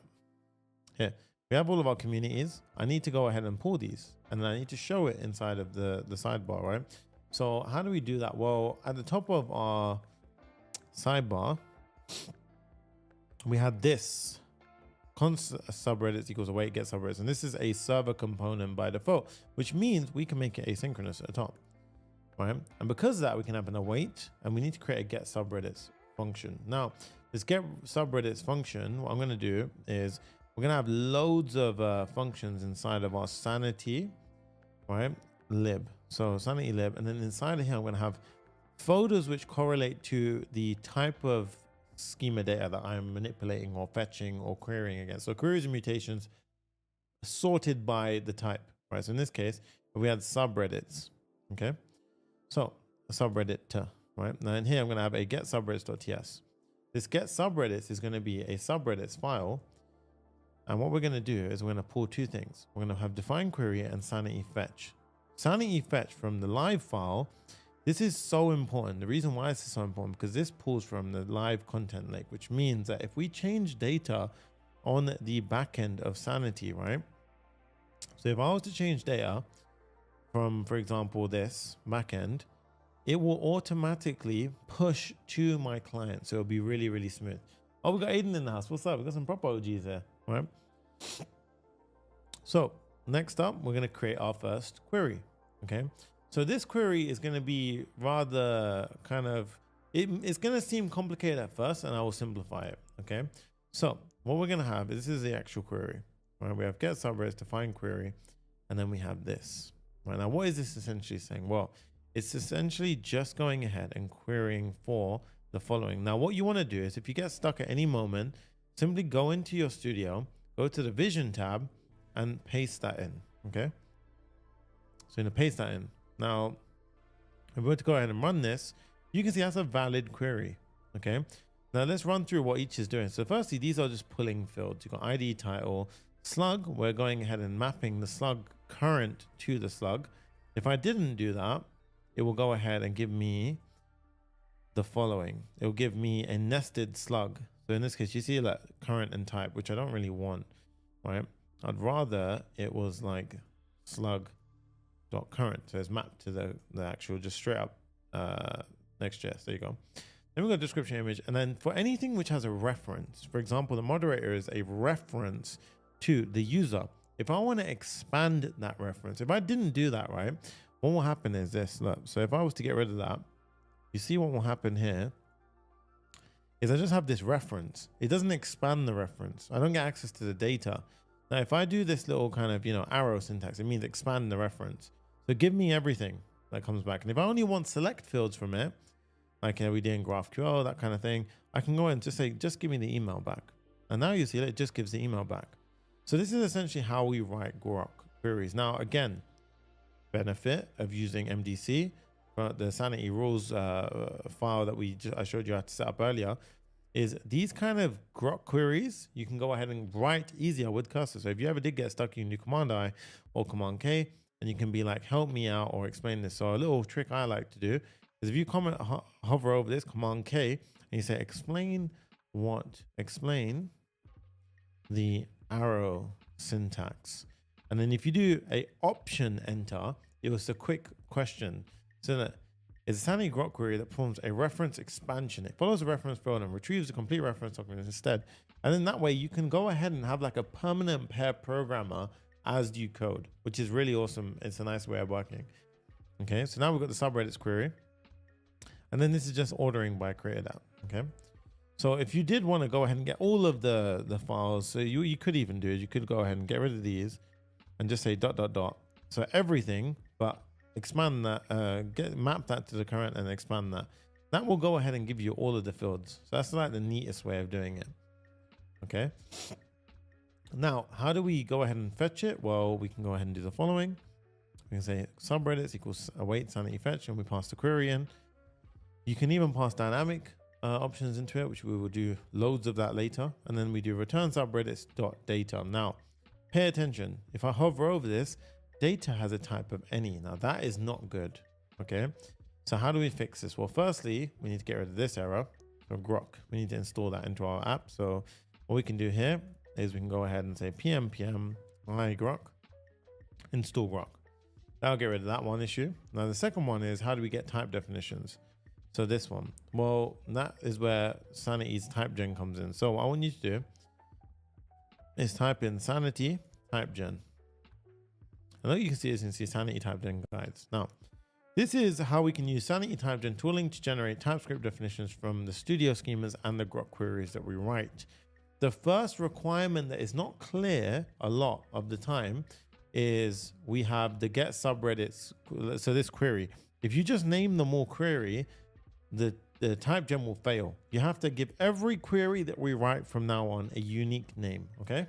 So let's go ahead and carry on. So what we're going to do now is we're going to go down here and you can see what we're going to run is these two commands, Sanity schema attract and Sanity type gen generate. Now that's kind of annoying to run that every time. So I'm going to show you a nicer way. Go to package.json and then we're going to go ahead and do here. We're going to create a custom script, type gen, and I'm going to call this one, I'm going to say Sanity schema extract and Sanity, no, not this. So Sanity schema extract, yes. And means wait for the first to finish, then run the second. Sanity type gen generate. Sorry guys, I have a code or something. I have a sore throat and it's just pause and it's just like, yeah, it's annoying me. Sanity type gen generate, hit save. And now if I do pm run type gen, this will go ahead and run this command now. Okay. So I wonder if pm type gen will just work well. Type gen. There you go. And you see it runs that command. Now what's happening is it extracts the schema and then it generates types into a sanity types.ts file, right? So in this case, now you can see I've got this massive file that's going to generate it. Now, don't think that it just works out of the box. There's a little bit of a bug that they haven't fixed. And you see a valid module name, Sanity client. So what I recommend you do is you copy this and you have to install that. So pm Sanity client. Install that, otherwise your types inference will not work, I have found. So you want to install that, wait for that to go through. And then pow, okay? And then you want to hit save and it's gone, right? Now, let's see if I hover over subreddits. Hey, look at that. We have types, and that will allow me now to go ahead and say if I was to reference through, look at that, guys. I've got all of the types that get pulled from it. And because we expanded the moderator, let's see, look at that. Got the type definitions. That is awesome, okay? So now you can see we can access our set. And now bear in mind, every time you write a new query, modify a query or anything, you just want to quickly run pm type gen or npm run type gen, okay? So a couple of little tricks to know about. Now we've done the get subreddits. So let's go back to our app sidebar, and here we can import our subreddits. Right, now we've got our subreddits. So the first step is console log the subreddits. So what I want you to do now is open up your terminal, and because it's a server render, what we want to do is go to our app where it's running, this one, and hit a refresh. Now let's see what goes on. When I hit a refresh on this right side, we should see, look at that. Oh, it pulled in the subreddits. So we have a subreddit pulling through, and that's the one that we just created, right? The first community. Remember, we just created that a second ago. That is amazing. Now, given that that information exists, we can go ahead and dynamically render out our options. So what I want you to do, what happened there? What I want you to do is take this sidebar data, leave the type outside. Underneath now, we're going to go ahead and pull in the sidebar data like so. So we've got the subreddits, get subreddits, we've got the sidebar data. And instead of this now, what I'm going to do is inside of nav main, where we have the items, I'm going to map certain things inside of here, right? So instead of this now, get rid of that. I can say subreddits.map. Okay. I'm going to map through every subreddit, and you can see now I'm going to do not R, it's going to be community/subreddit. And for each item, I'm going to have a subreddits.map,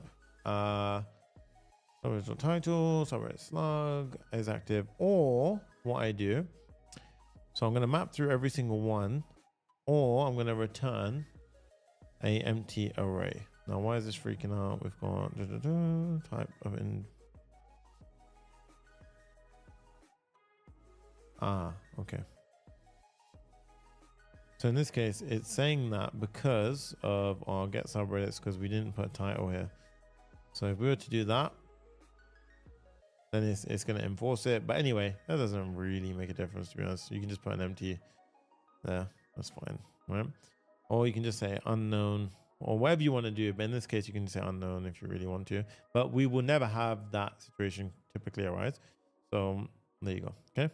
So now what I want you to do is do a let that run again. Just, I'm not sure if it ran it or not. Let's check. So we go in here, open that out, communities, Next.js. Hey, look at that, guys. Amazing. Now what I want you to do is where it shows that. So nav bar collapsible, the item pops out here. So we have anchor tag, right?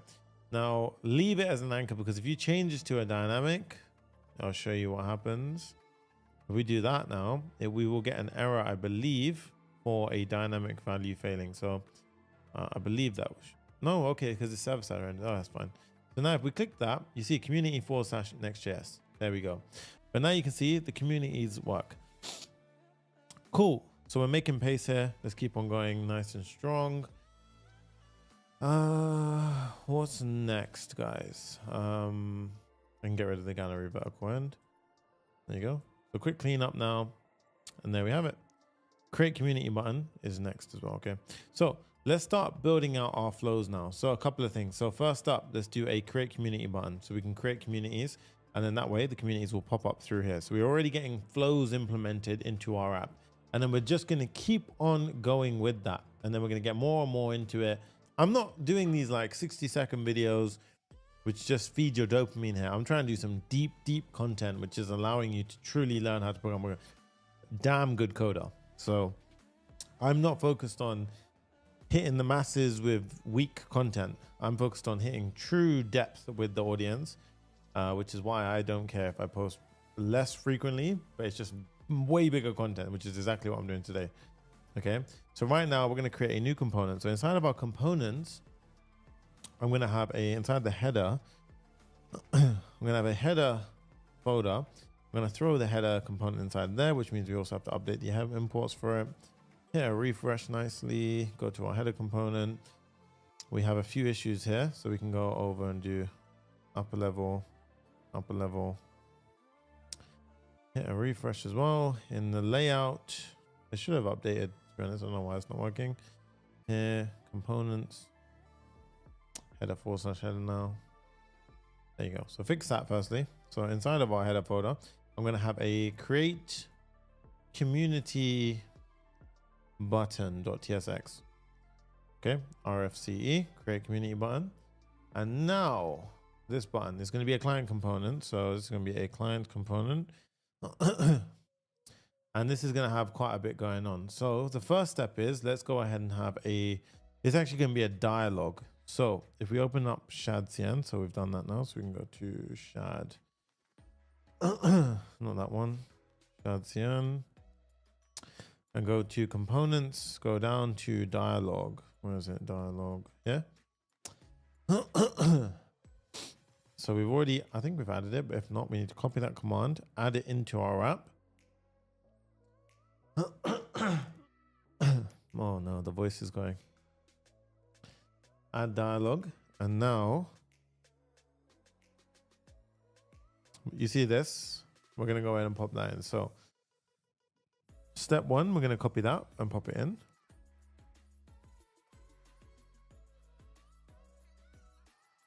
And then we need to do a bunch of imports for that. All right. So what I recommend we do is we just throw the imports straight in like so. And now what we can see is if we were to go ahead and let's put it at the top of the app sidebar. So where we had this, now we should have a button which says open. And if we do it, you see, are you absolutely sure? There we go. So now we can focus on styling it and getting everything up to scratch here. So the dialogue trigger, I've already done the styling here for this. So what, with certain things like this, I'm going to pause the video and you can just pause it and see for yourself what goes on here. If it's disabled, it has certain styling elements and so forth. The reason why is because one, I'm giving you the entire code base for free. So you can pretty much just go and grab it yourself. And two, it's literally, you can pause and read what's going on here. If we hover, it changes state and so forth. Now, a couple of things. I'm going to disable it if we haven't got access to user. So what I do is I say const user equals use user from Sanity or Clerk. You always want to use Clerk Next.js here because we're using Clerk for the authentication. Now, if there is no user, we're going to disable it. So disabled if there is no user. So if we're not logged in, so if, for example, if I was to put that there, you see how it's disabled, right? But we obviously are logged in. So there you go. And you see it's got a nice little animation out of the box as well. Okay. So that's pretty good. Now I'm going to have a nicer bit of text there, which will say, if user is there, it's going to say create a community, otherwise sign in to import from the community. Sign in to create the community. We import the plus sign, and that's already much nicer. So we've got the create community pop up. And then we got the apps, are you absolutely sure? And the dialogue and so forth. So I want to actually control the flow of what's going on here. So, you know, the opening and closing and so forth. So how do we do that? Well, there's a couple of hooks that they give us access to, which will help us with that. The main one is going to be open, right? So we're going to create a piece of state, which is going to be this. I'm going to import that from React.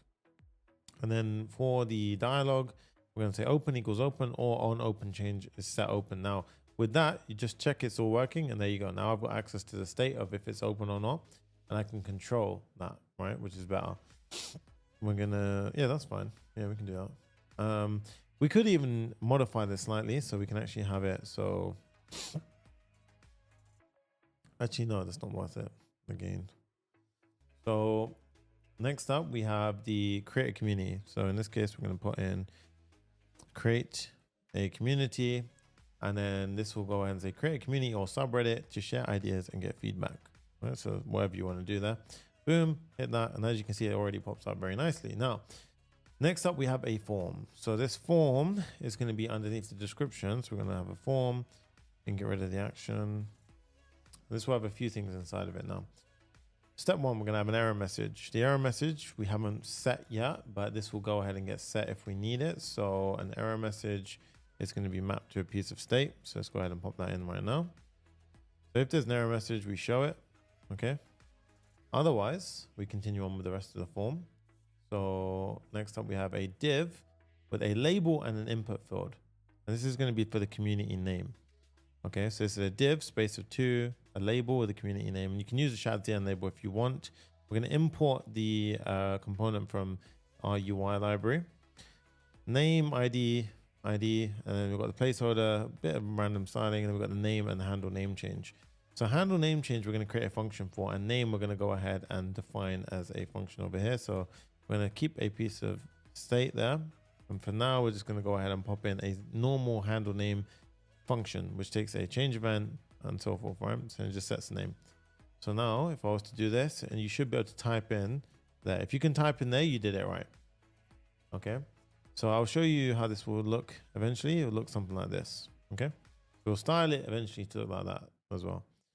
Now, the next step is we're going to go ahead and do another one. So inside of here, we're going to have a div. This is going to be the community slug. This is going to be the slug. And this is going to be the slug where we have set slug as well. So for this, we're going to do another piece of state like so. And again, we have to create community, but you see this will be used in the URL, for example, / You see how it changes dynamically there as well. And what's cool about this is when we set the name, I'm also going to go ahead and set the slug. So set slug. I don't think I wanted to do that though, so it was actually, I'm going to use a special function here. So I'm going to have we've got the value here, and then I'm going to have, so const target of value. That's much nicer. And I'm going to have a generate slug function, which is just a simple regex. Now, if you're not sure what this is, well, again, you can use my trick, Command K, say explain this, and then you can put in a quick question, and then it will say replace all white space with hyphens. So it's basically formatting it for a, so if I put hello world, it'll just put this a hyphen in between. Okay. So now we can go ahead and do this. And we got the generate slug. So as I type in now, so if I type in hello world, look at that. Very cool. This is awesome. And you've got a maximum 21 character limit. Okay, very cool. So the community name, community slug. And then after this, we have the next step, which is the description. Just pop that in as well. Description is going to be the text area. And text area we haven't got. So right now, if we go down to text area, we have to add text area to our app. So Command J, pop that in, install it into our app, import it like so. And then we need to do description as well.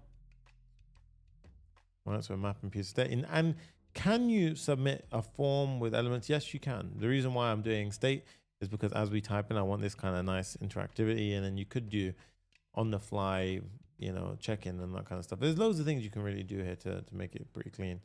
Now, the next one is the image. So the image is a bit more of an interesting one.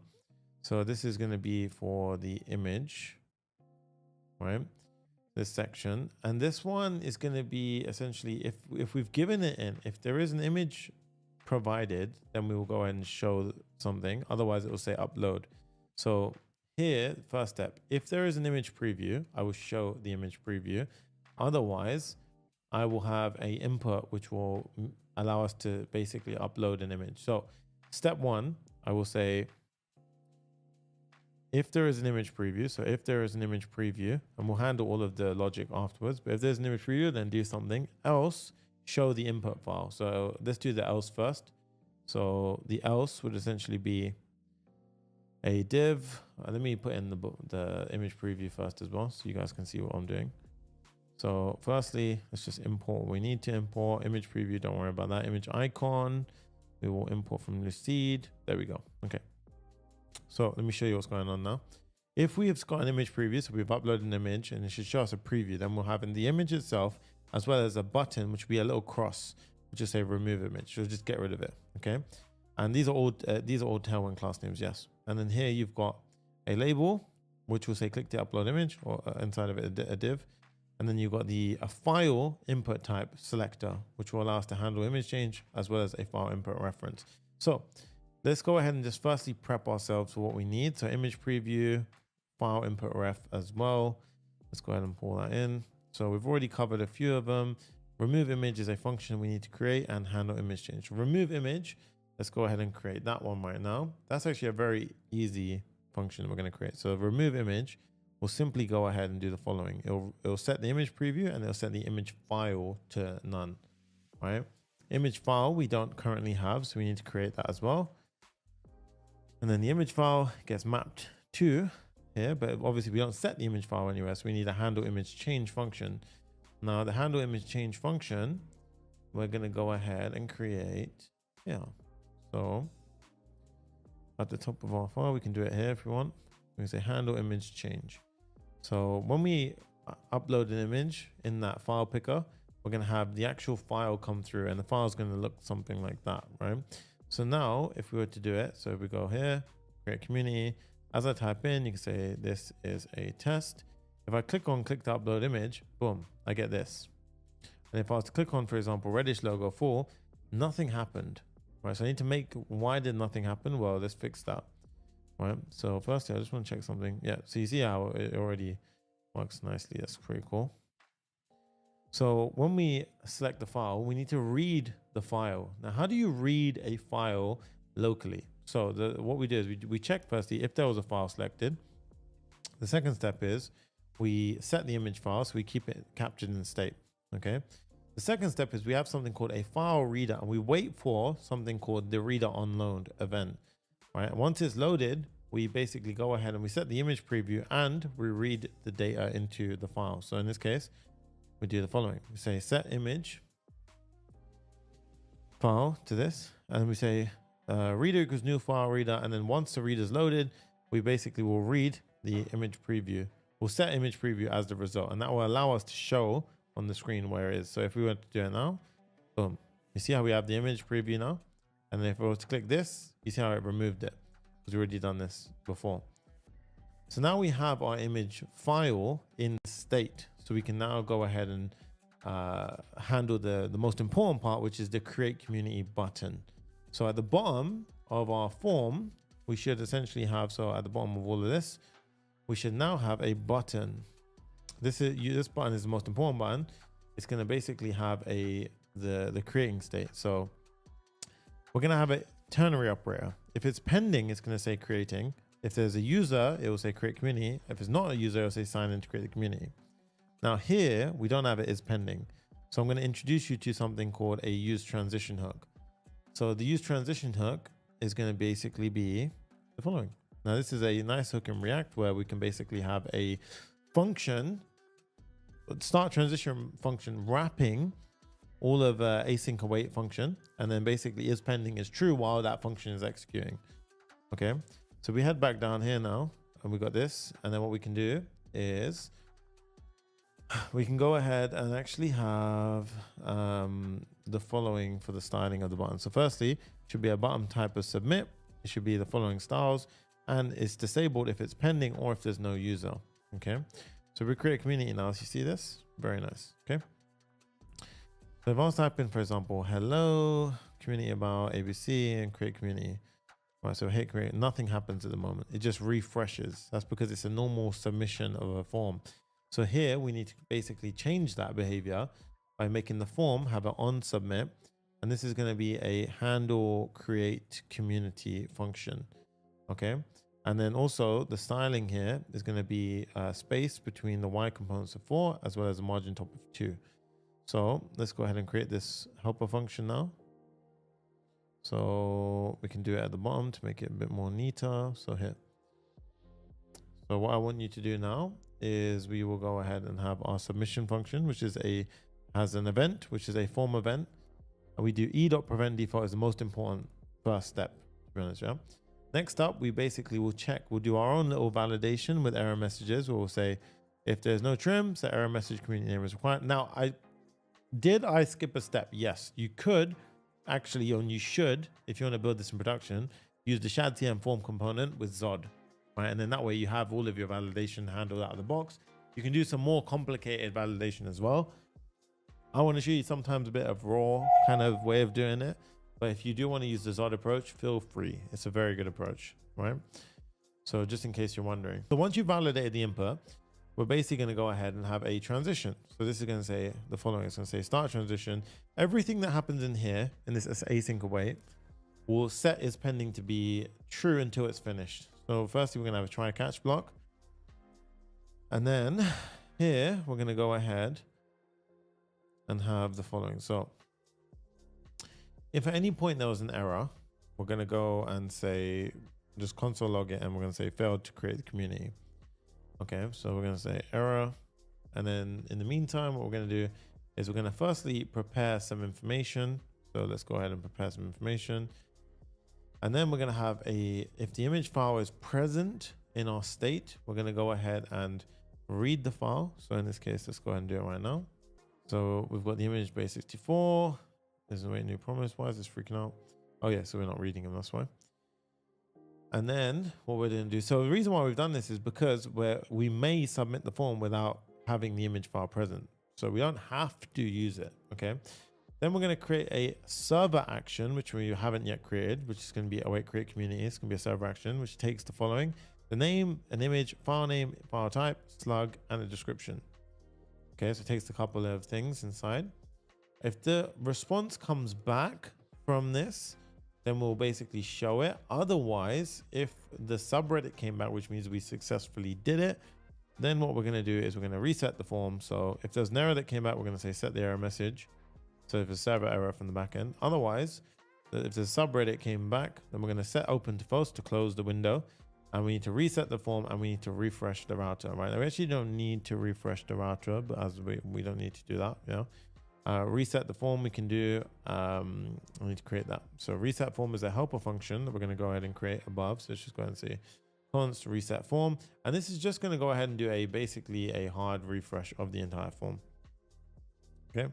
So we can go ahead and get rid of that. Right. So now let's give it a try, guys. Well, it's actually going to fail because we don't have a create community function. So firstly, let's just see what happened here. So firstly, that looks really nice. So we typed in hello world.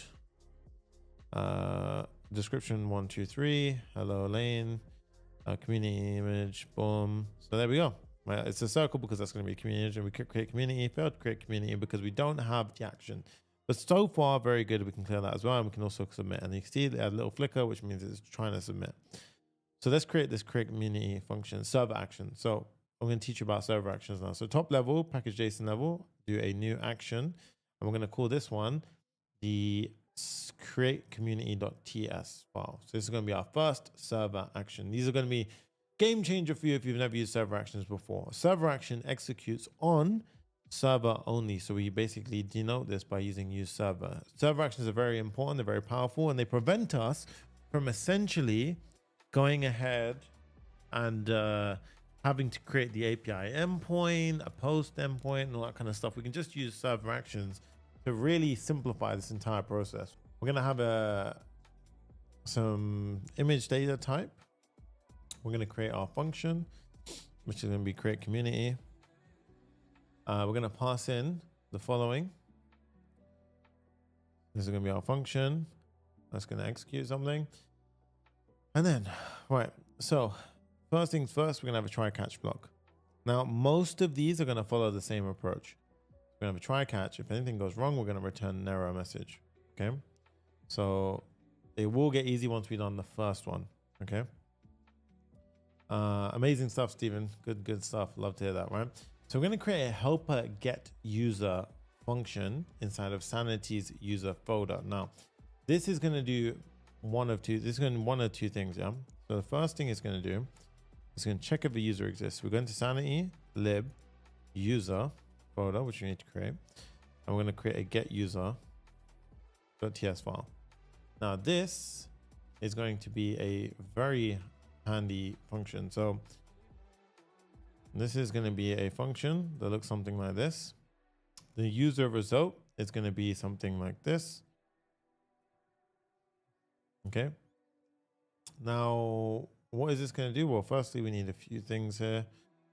We're going to create an add user function, which we're going to have in a moment. But in the beginning, what this will do is it will firstly check if we can get the user from the database. So what we're essentially doing here is, let's say, for example, a user logged in for the first time. They aren't in the database. Their clerk ID is already provided because they've already signed in, but we haven't got an input for them in the database. So what we're doing is the first time they do any kind of interaction where we require the user, we're going to call this get user to get their credentials. And when we do that, if they haven't already been added to the database, at this moment in time, we will check, we will add them to the database, and then we will return the user object. But if they were already added to the database, we won't need to add them to the database again. We instead just return the user directly, saving a mutation. Okay. So in this case, we're going to have a try, catch, and then over here, I can go ahead and just say, okay, so let's firstly go ahead and get the user. And you can see I'm going to add a couple of console logs in so you guys can see for yourself when you're debugging. And then I did this to help you guys out, to be honest, right? So anytime we have a define query, the get existing user query, for example, these kind of things, these all require us to run the type gen command again, in case you're wondering, okay? In order to get type. So you see this will say any right now. So this will be any type. That one will essentially be, oh, well, not yet anyway. But once we put this down here, you see checking if user exists, we fetch it. And now obviously, remember I mentioned before, when we have dynamic values like the ID, we pass it in by passing the query, then params, we pass the ID that is supposed to go in a dynamic placement. You can't do, I know what you're thinking. You're probably wondering, can't I just do this? No, it doesn't work the same way. You have to do it inside of this approach with the sanity fetch. Okay, now this sanity fetch comes from the live as well. And this live is not going to work yet, by the way, because we haven't done one step around that. Actually, pause. We have to do one step here before to make it all live. So if we go into the layout app, over here, we forgot to do one very important thing. Outside of sidebar provider, we have to add in sanity live parent component. So this one right here. This is very important, right? Don't forget that, because without that, this is essentially like, think of it like the listener. It's going to allow us to, it's going to be a listener that's constantly listening to update the UI if the sanity content link changes, the live content link. All right. So in this case, we've got the existing user there. So now what I want to do is I'm going to say, if the user exists, return the user data. So if the user exists, user found in the database already, we don't need to add them again. Otherwise, we're going to create a new user. Okay. So in this case, we're going to go ahead and do the following. So if the user does not exist, we're going to create a new user. So we need to create this helper function, which takes the ID, username, and email. We're going to have a pass username function. And then we're basically going to go ahead and create the user. This will then go allow us to create the user, and then we're going to return the user from the server action to the front end. Okay. Now for the error, if anything went wrong, we simply print it out with the error message. Now going back up to the top, we're going to have a pass username function locally over here, which is just going to go ahead and say remove the white space and convert to camel casing. So imagine if I had Sunny Sanga or Sunny space, you know, all that kind of stuff. It'll shrink it down to be Sunny Sanga camel cased with a random 4-digit number at the end. Okay. So that's what essentially what's happening here. We passed username. So now we need to create an add user. So which will allow us to add the user if they don't exist in the database already. So add user.ts. Let's go ahead and do that. So now this one is where we use our admin client. So firstly, we're going to go ahead and import the admin client. So let's go ahead and do that right now. We can do that easier way. I've got an idea. So first up, we need the signature of the function. So we got add user, which takes ID, username, email, and image URL. And then what we're going to do is we're going to say const user equals await admin client, so admin client. And then we're going to say dot create if not exists, right? And then what we do is we pass in. Now here's the clever part. Sanity automatically give an ID if you don't give an ID. What we're going to do is we're going to give the same ID, which is always going to be unique, the same ID from the clerk user ID, which the user will always have access to because that's going to be in their JWT token when they're logged in. And then we can use that as their sort of key. So what we do is we say underscore ID equals the ID that we pass in. And then I just pass in the rest. And I also give in the join that, which is going to be the server timestamp, which would be consistent for everyone, regardless of what's going on. So in this case, we say return user. And now we go back. We now have the add user, which is probably being imported wrong. So add user, there we go. And now we go back here and we can import our add user, get user function. So now when we create a community, when we get the user, this does more than just get the user's object. So here you can see how it's a user result. So if we run our type gen, because we've changed a bunch of stuff, we should see like extract in schema, let it do its thing. Then you see it generated 2 grok queries.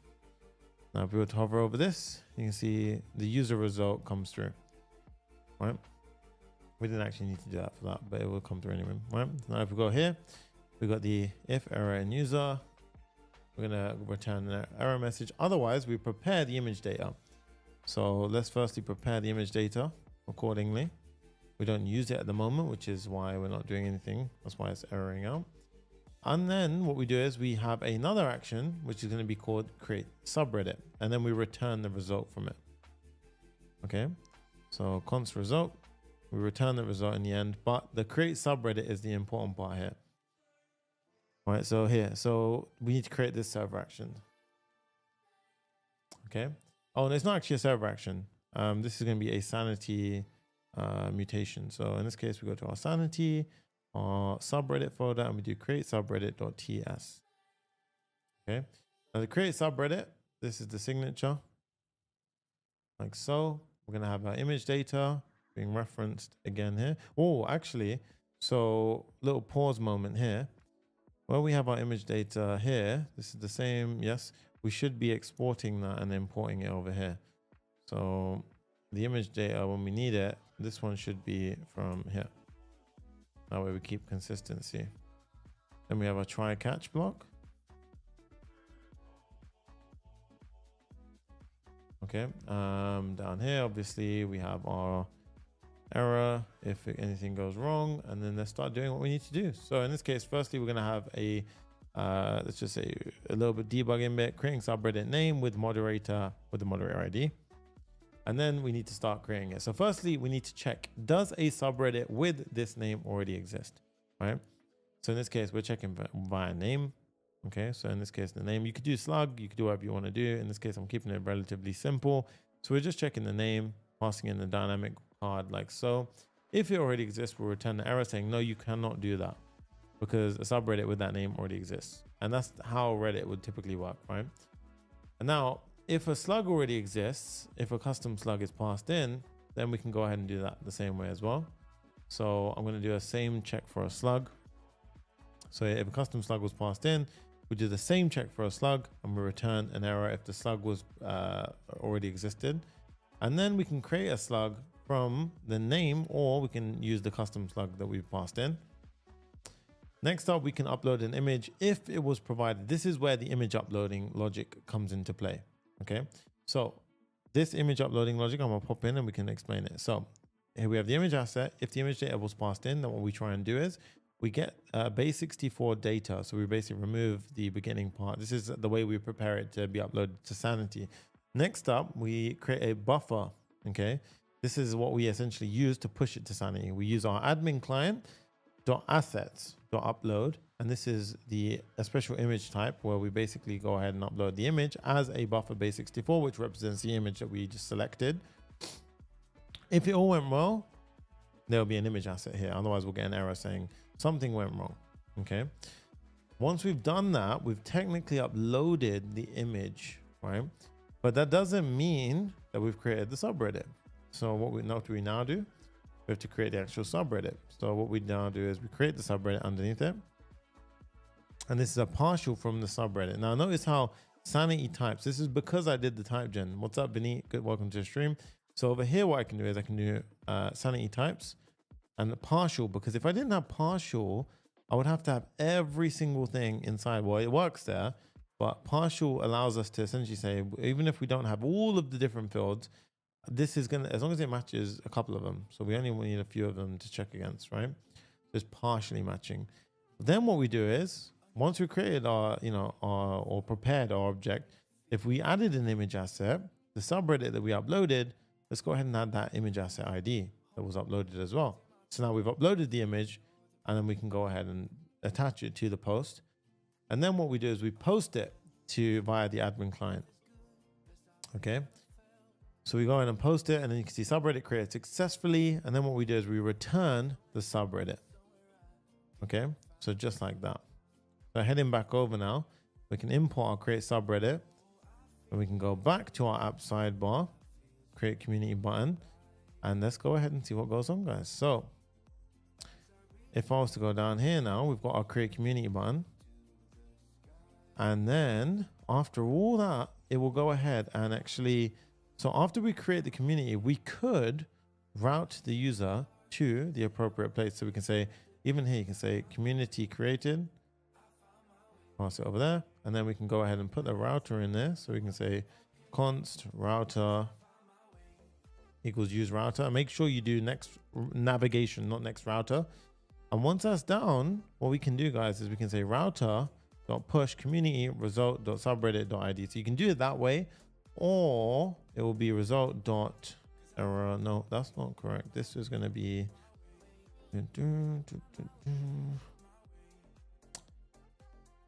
subreddit is undefined, so that's not returning the subreddit. So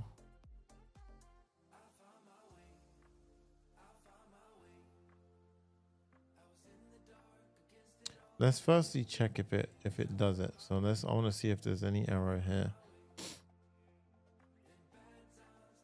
Okay, we can check this now because it will pop in here. So let's call it hello world community test.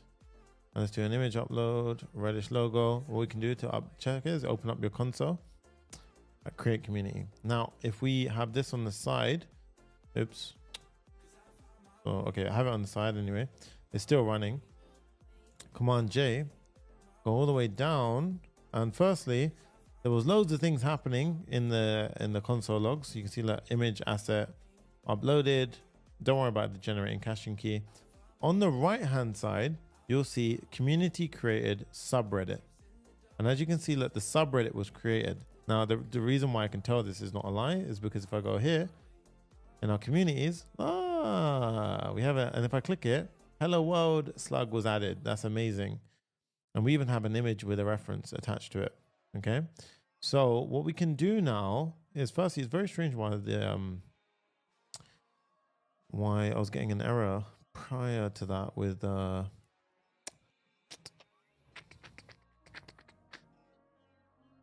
yeah, we can do it here. Sorry, I forgot. Yeah, we can do it here. So if there's a subreddit in results, we're just checking if it came back with subreddit. We can push to the subreddit ID. I don't think we're actually going to do that. I think we're going to do subreddit.slug. Like so. So let's give it a try now. So create community. So let's call this one Papa Fam. The ultimate community. And let's give it a little test image. Create. And look at that. Firstly, it's pending. You see how that one worked? And once it's done, we should get redirected to /community/Papa Fam if it worked correctly. So right now it's like, there we go. Look at that. Amazing. The whole thing works. And let's give it a little test on the back end. We go to structure, we go to subreddit, and we should have Papa Fam in here. Bam. There you go, guys. So it's working amazing at the moment. So we've got the community down with a pop-up, image upload done, sidebar done. Now that we can do the posting, the comments, that kind of stuff. And then we have the AI moderation. So let's start with the homepage.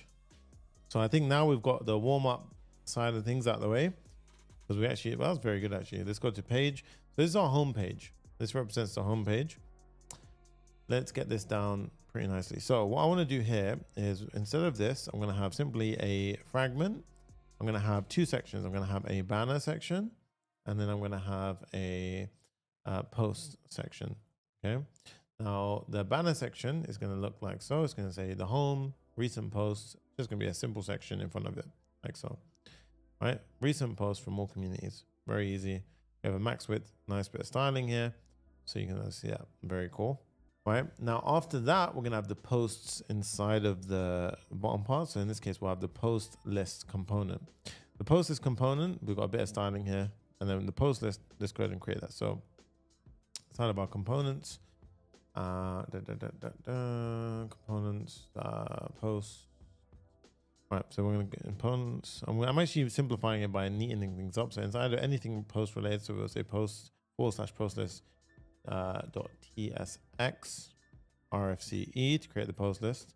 Now inside of here, we're going to go ahead and have, and this is the really nice thing about the way we code, right? Is firstly, everything's going to be reusable, and you're going to see it's going to be pretty powerful the way we do this. But firstly, I need the user. So I can access the user by hitting Next.js, hitting Clerk. Sorry, Clerk's very, very easy to use. We have the current user that way. Okay. Next up, I'm going to have the posts. So I'm going to say const posts equals await get posts. I'm going to create, oh God, get posts, right? And now this get post function, let's go ahead and create that. So inside of our sanity lib, I'm going to have a new folder called post. Now inside of here, I'm going to have a get all posts function. So, or it's actually called get posts. So just get posts.ts, right? Now this one is going to look something like this. We're going to have our two simple imports. It's going to be a get post. Our query is this get all posts. It's going to be define query. And this is basically where we say get all the posts that are not deleted. Okay. So and is basically connecting the conditional requirements. And we're pulling in all of these fields. And I'm basically expanding the author, the subreddit, mapping the current slug to the slug itself, and we're ordering it based on the published at descending. On the homepage, I don't want to see deleted things. I just want to see, the stuff that's there. And we have the post.data that I'm returning. Now, again, hover over it, you have any, which means that I now need to save the file and do a type gen. Once I do a type gen, it will extract the schema. It will generate the type definitions. And if I was to go back down here, we can go ahead and see very simply, I have get all post query results. Now it's working pretty cool. So now let's go back to post lists. Let's pull in our get posts, and this will get all of the posts now. So if I was to hover over this, you can see we actually have all the posts coming through here. So if I was to go ahead and say posts dot, you see I've got all of the posts coming through. So now what I can do is I can map through and return all of the posts. So what I'm going to do now is have the post rendered out like so. I'm going to have a post object. Now what we'll do is we'll pass in the key, which is because we're mapping through, which is in React, you should pass in a unique identifiable key.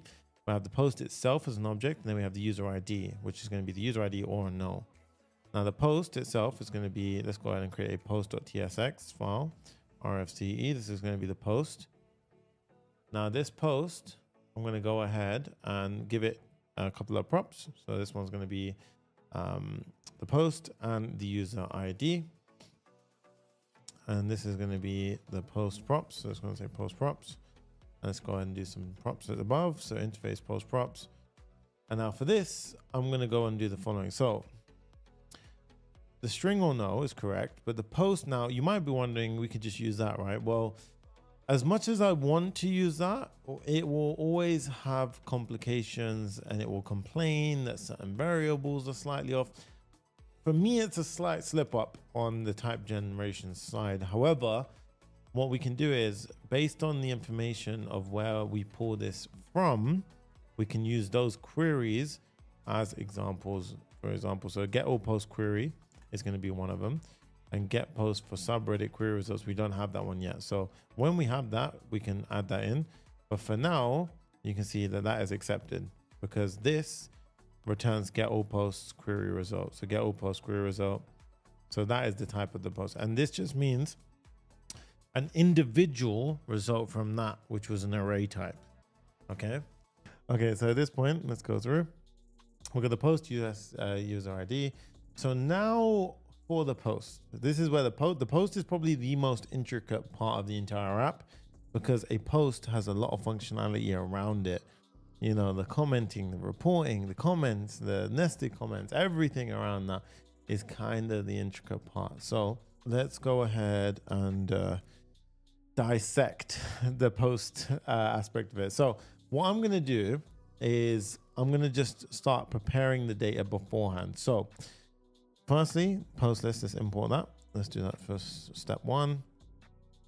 Secondly, why is that freaking out? Post list not defined. Yep, there we go. So why is that weird now? Okay, yes, we got the post list now. Post list comes through. Nothing is rendering out because we don't have any posts. And no, we do have posts. What the hell? Okay, so console log posts. Let's double check. Oh, we don't have a post come through. Interesting. So get post. Now what I would recommend you do, guys, you grab this query, and what do? We go into our vision, and we do our post, which means it should be coming through. So right now we get 0 items. Oh, okay. So is deleted as false. I have a feeling it's not. So, okay. Is deleted is equal to false. However, currently, I believe it could be no. Is deleted as false. Oh, that's interesting. Is not equal to false. Oh, cool. So post comes in here, and then we need to do a PMP type gen because I changed it. There we go. Now we've got the post. There we go. Done. All right. All right. So at this point, we've got this. So what I want to do now is I need 3 important bits of information. We need the votes, vote, and comments.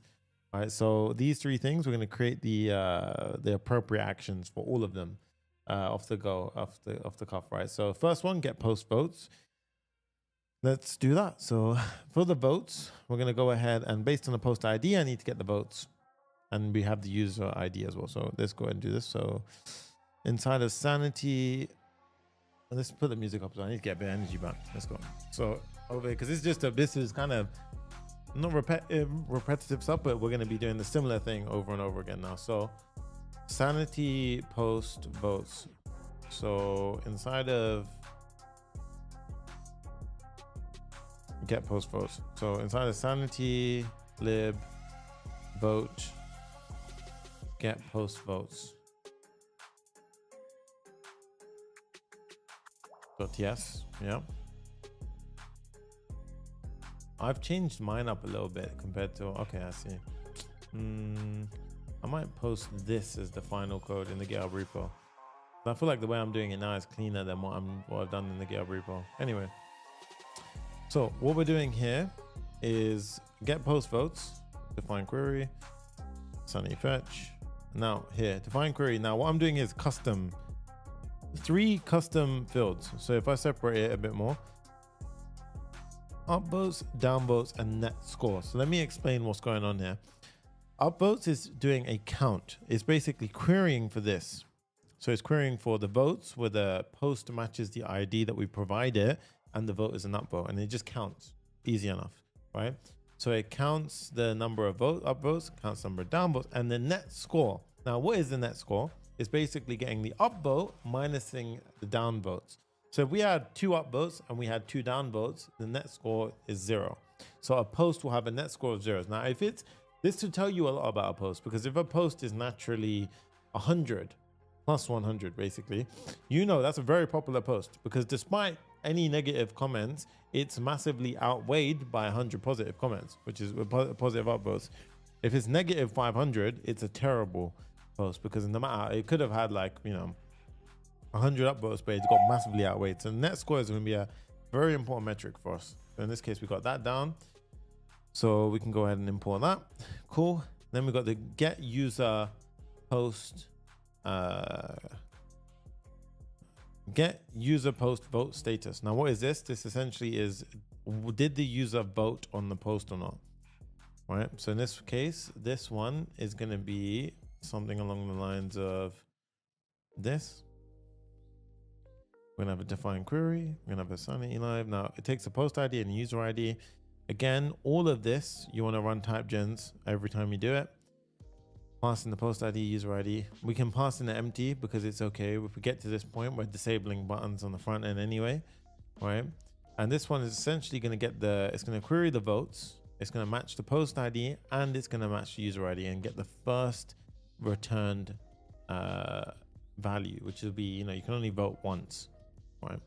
So this will give us the vote. So this will either return upvote or downvote or something along the lines. Now in this case, you see query result. So if I was to do result.data let's do 0 equals, in this case, you can see it's literally going to be one of those. So you can see upvote, downvote, or no. So in this case, if I was to go to result.data, you got this. If you really want to check it, Command Shift F, go here, and you can see sanity types here. You can see that equals up, downvote, upvote, or no. So as you can see what it generates. So all of this is going to inference. Okay. So now we can pass that in. Now I've got the person's vote status, and then the get post comments is the final one, which is of course going to be written like so. So this one's going to be a sanity vote get post comments.ts, and then this one is going to be the following. Get post comments takes a post ID, user ID, and basically here's the query. Comments, it checks the comments, matches the post up, checks that if there's a not a parent comment defined, because we're trying to get the top level post comments. We have a sub component for getting the sub nested components, comments, sorry. We get all of the information, we expand the author, the replies. Here what we're doing is we're checking, we're basically generating an array. So this is basically an array of all of the comments where the parent comment reference is matching this ID. So that means the caret means like this, the parent. So this ID, right? So this essentially will return all of the nested comments. That's essentially what's happening here, the replies, right? So this is where we need to really kind of get intricately thinking about what the hell's going on, right? So the votes are very important here. The replies, sorry. Then we have the same logic, upvote, downvote, net score, and vote status is going to be the user's vote type. And the reason why I pass this through over here is because it saves us doing unnecessary re-renders, because when we refresh the top level, we can actually just use this. It will propagate through and you can use that value as we go down. So it prevents a re-render, so optimized. And then we basically organize it by net score. So the top highest ranking ones are going to be up there. And then we also are going to create it out after that. Then we go ahead and return the data. Now again, we've done that. So we need to do a type gen, and you can see we're racking up the grok queries, 7 over here, which means 8 will come through now. Bam, I called it. No. And then we've got that down. So in this case, we've got get post comments, but okay. Then you can see I've got all of my data types. So now I can work pretty quickly in terms of getting it built out. So first step, we're going to replace the div for an article. Okay, so we're going to replace the div for an article with a bit of styling. We're going to have a internal div. So inside of here, we're going to have an internal div. We're going to have another one for the buttons. This is going to be like the deletion buttons and so forth, reporting buttons. Now inside of here, we're going to have a few things. So firstly, we're going to have a flex column. Now we're going to have the voting buttons, which is going to be a component, a smart component. Okay. Then we're going to have, this will look something like this. Okay. The post vote buttons. So we're going to have those. Then we're going to have the post content. Okay, and then we're gonna have inside of there, we're gonna post content, and then outside of this, we're gonna have 2 buttons. We're gonna have the report button and the deletion button if you own it. So that is basically what is the frame of what we're building right now. Yeah. So with that in mind, let's firstly do the post content, because we can do that right now. So post content, we can do a div. This div is going to have a flex 1 and it's going to have a padding of 3. Oh, sometimes you see this whole bloody vibe going annoys me sometimes. But flex 1, P3. Sometimes I don't want it to be so aggressive, right? And then we're gonna have the following inside. Here I'm gonna have the first section is gonna be the subreddit. So in this case, subreddit. So let's start seeing things pop in. So you see, look, see Next.js. It's gonna be the community. And then we're gonna have a little dot and we're gonna say posted by the author. And then we're gonna say posted at time ago. Okay.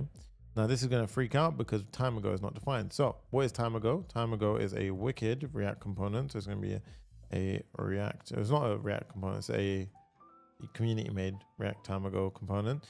So this one, we're gonna install it by doing the following. We're gonna grab that command. We're gonna do pnpm install.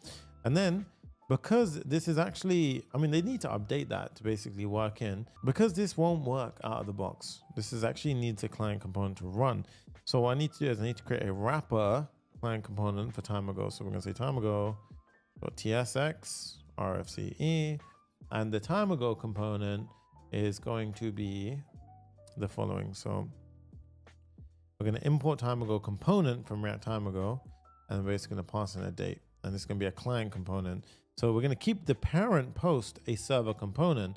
We're just going to use our local client. So only that tiny part is going to be a client component. You see how we optimize on that, right? And then after that, we have the post title. In this case, we have the post title. We have the post body with the text. So now we can go back here. So let's go ahead and hit refresh.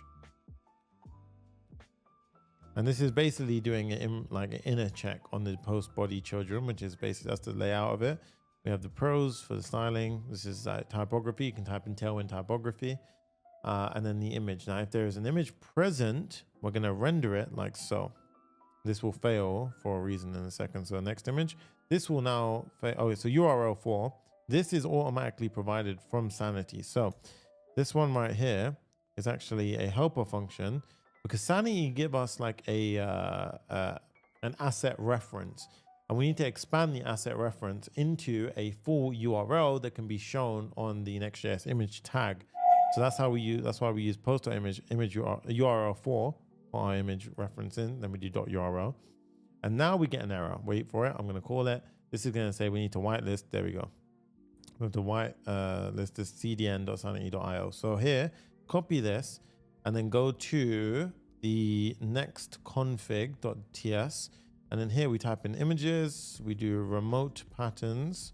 And then we pass in objects here of something like the first. We say host name, CDN sanity, and then you do protocol is HTTPS. Oops, protocol HTTPS, and then this will trigger a auto refresh. So restarting the server. There you go. And now hitting a refresh, bam, we have an image pop up on the screen in just a second. We got the post image going on. Next up, we have the button for the comments. And then we have two smarter components, which I'm yet to build, which we're going to go ahead and build. So we're going to have the comment input and the comment list. Okay, so these are the two things. Now, let's have a look. Well, firstly, we'll get in there, right? This is looking pretty good. All right, so you see this kind of stuff. Now, obviously, you can build the user pages, the community pages, and so forth. If we click on that, it takes us to a page at the moment, which is, I don't believe that's the correct page even.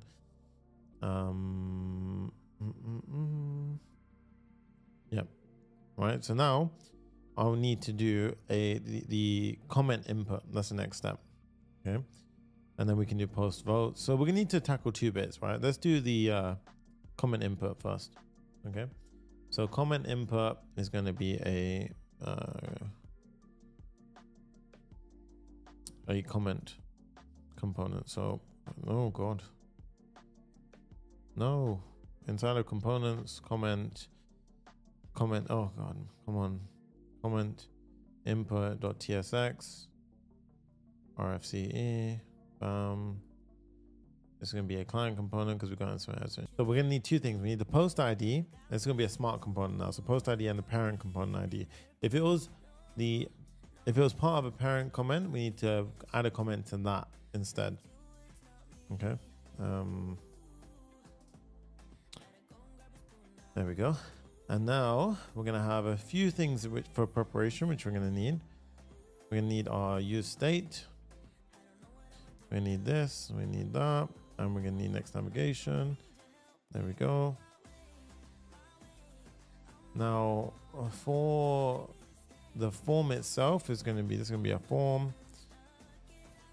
It's going to have an input field.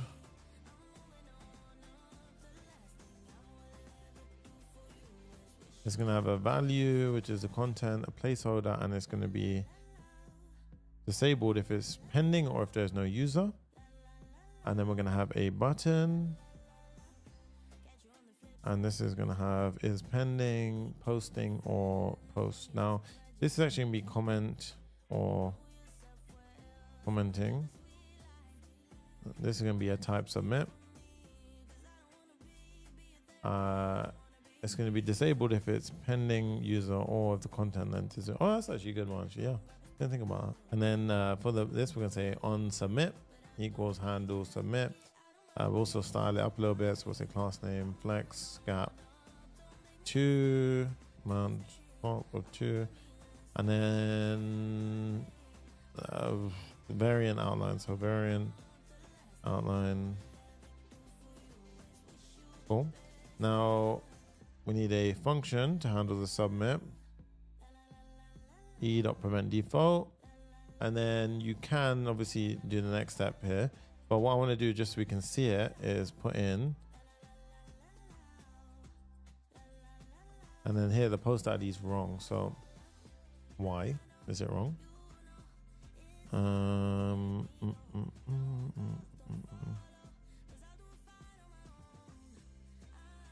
Oh, that's wrong. Yeah, see, don't import like I did in a rush. Import from the correct component. There you go.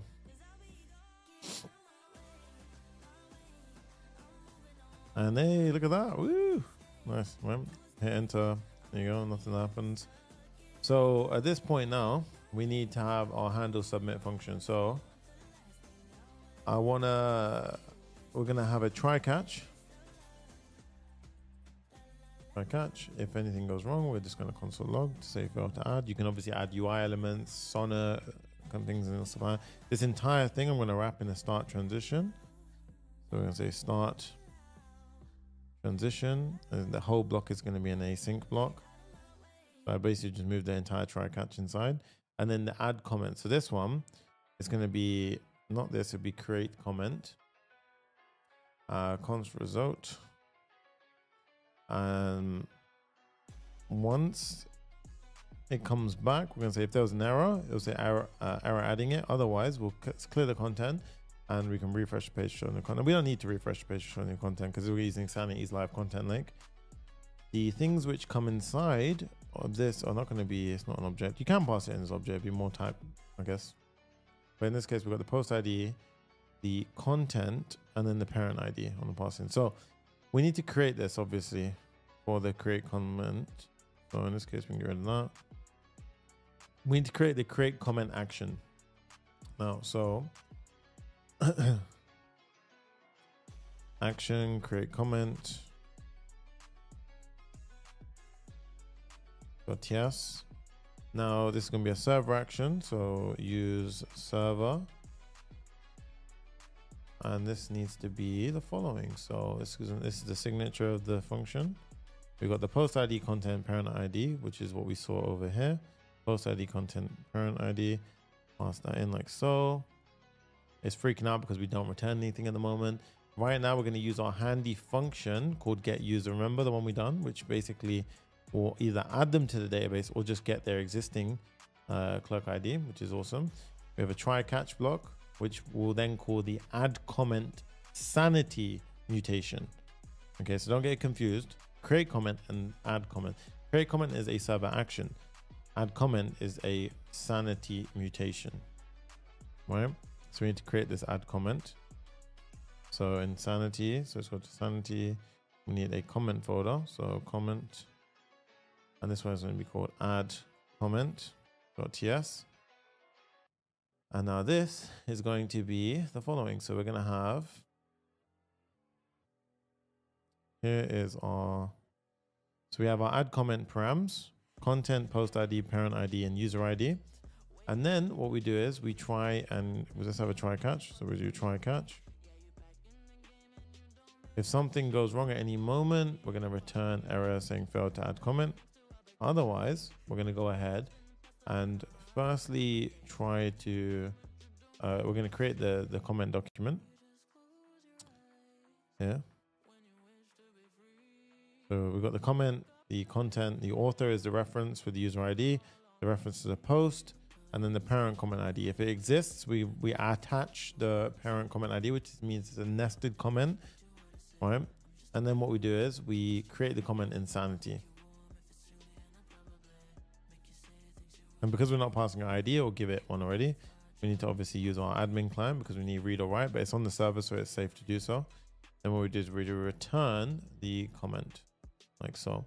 And then back over here, we have the comment, we return the comment. So we pass back up a level to the create comment. So here. So now with that said and done, this should work. So let's give it a try. So go to comment. Now, if I was to type in this, this works, and enter, look, it's use transition is blocking that. This should create a comment. Bam. Look at that, guys. Amazing. And now, this works. The author, the post, author should say me. Oh, okay. Oh, this is good. This is very good. So it's trying to render the custom, remember the custom thumbnail. However, we're using a next image tag to be more optimal, and we need to white label this post name. So go over to next config, add in the next one. So host name, host name. Add in the protocol, HTTPS, wait for that to refresh.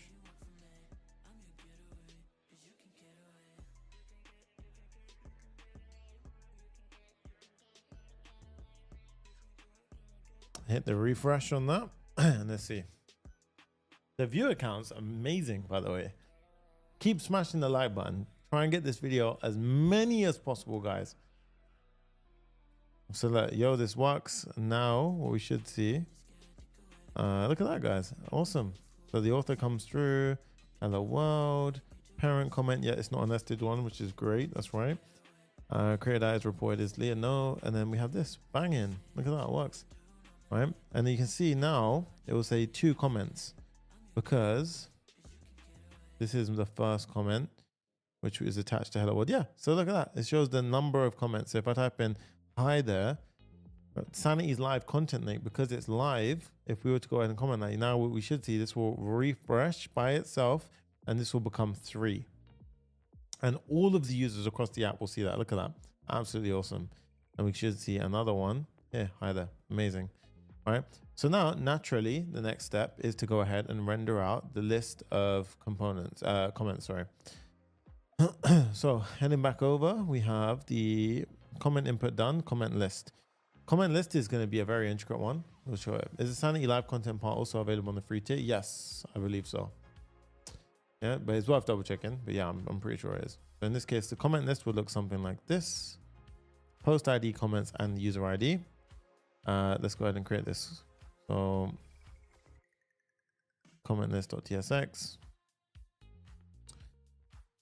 All right, now at this point, what we have is a couple of inputs like so, which we don't have any of these yet, so leave that. Let's just go ahead and pop in the following. So we have our comment list. Now, this is going to be used for several things. We're going to have a recursive pattern. Recursion means, so think of it. We have a comment list and then we have nested comments. So we're going to recursively call the comment list for inside comments.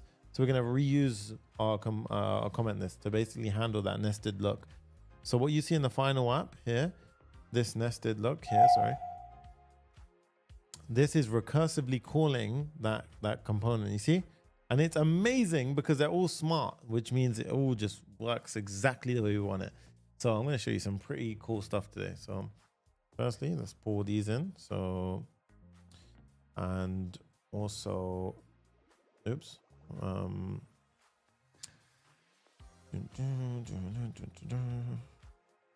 we haven't got get comment replies yet, so I'm going to leave that for now. We need to check firstly, is it the root comment? And the way we do that is we check, is any of the things inside the comment, is there any parent components? Because if there is parent comment, sorry, there is, then we know we're at the root. And that means we just don't simply show the number of comments. So you see here, notice how over here, the top comment has the comments number, but after that, it doesn't say comments 1, comments 2, and so forth, right? It just says only on the top root level. So that's essentially what we're doing here. So here, what we do is we say at the root level, we can just go ahead and return the following. We have a section. So step 1, section. Step 2, we're going to have a div, and this div is going to be responsible for if we have the root comment. Okay. And then we're going to have our comments being rendered out in the following. So the comments, this is going to be a simple list of comments. And you see, I'll just say no comment yet for a new one. I don't know if we have any here, which was, it shows that. But yeah, here, no comments yet, be the first to comment. And then we're going to create the comment that will get rendered out. Okay. So let's go ahead and create the comment. So comment.tsx, RFCE. And comment list is not getting exported, so we need to do export default comment list, and then we need to import our new comment. There we go. And then we need to sort out our input to that. So let's do that now. So the comment itself takes 3 things. It's going to take the post ID, the comment, the user ID. So let's do it now. The post comment ID, the user ID, which will go ahead and have the following. Now get post comment query result. Yes, we don't have the comment replies query result yet because we haven't done that yet, but we will have that now in a second. This will become article for SEO. We have a div inside of it. 3-hour mark. Ooh, we're doing well on the time actually. All right.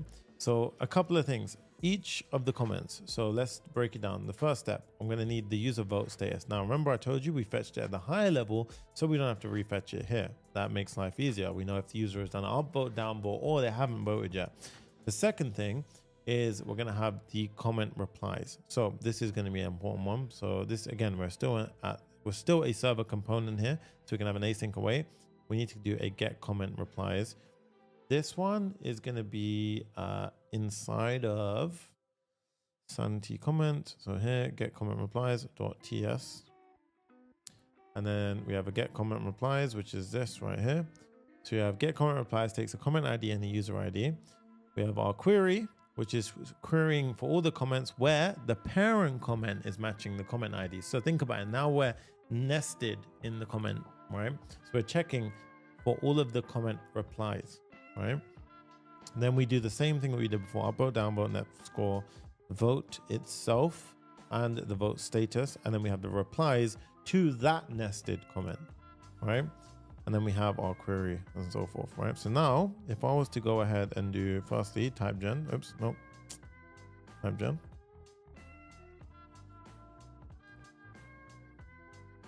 Yep, there we go. And you want to continuously just check that that's all good, right? So result of data. Now we've got to get comment replies. So now what we should do is go back here and be adding in the other ones that we were supposed to have. So I want that. And also in the comment list, remember I had it here as well. There you go. So get comment replies comes in, we get our replies, we got the user vote status, we're just not using it, that's why it's freaking out. And then let's do it. So inside of here, we're gonna have the vote buttons. So firstly, post vote buttons. Let's give it a bit of styling, flex gap before. The article is gonna have the following styles.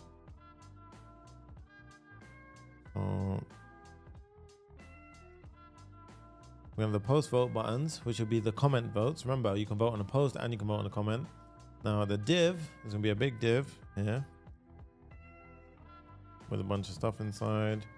This one will have the div information. So it's gonna be a lot of the information about the replies. So what do I mean by this? Well, firstly, the comment, if the user has an image, otherwise it will show an image circle.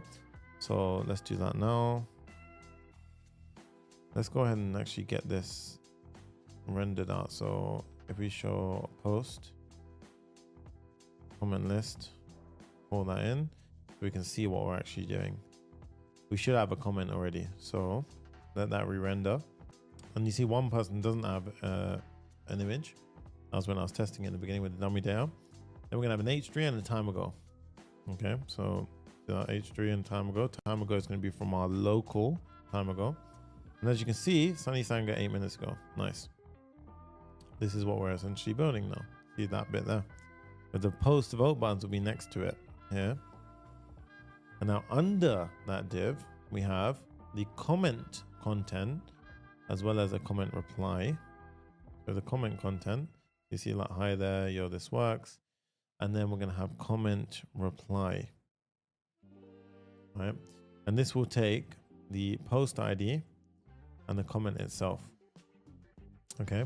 And then here's the genius part. This is where we do the internal nesting. We have the comment list render out again for the post replies user ID. So it's going to sub render posts underneath it now. So if I was to change, for example, let's see if I can show you in real time. So let's go ahead and make this guy, so my other person here, so this is the first comment. I'm going to make that a parent comment to, yo, this works. So now this should go under that. I don't know if it will render in the correct way. Oh, there, well, we done it in the grid way, I think.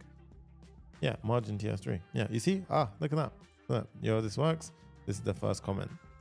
So eventually I'll have it looking perfect, but for now, it's kind of there. Okay. The comment reply is going to be the one that we want to. Yeah. So you see that? Look, that's actually it. The reason why you can't tell is because the voting is the bit that pushes it across. But that is actually a reply. So this is a reply to that comment. But with the side things, it'll look very much clear that that is the case. So we've got our nesting working. Next up, we've got obviously the votes as well as the comment reply. So comment reply, fairly easy. Let's do it. Let's do comment reply.tsx. So this takes a couple of things. Let's get our signature. Takes the post ID, the comment, and two types, which are fairly straightforward. We have the users is signed in state, so they can reply or not, because obviously you can't reply if you're not signed in. We have local state for is replying, and then we can do the following. So you know what I'm going to do here is I'm going to have a return.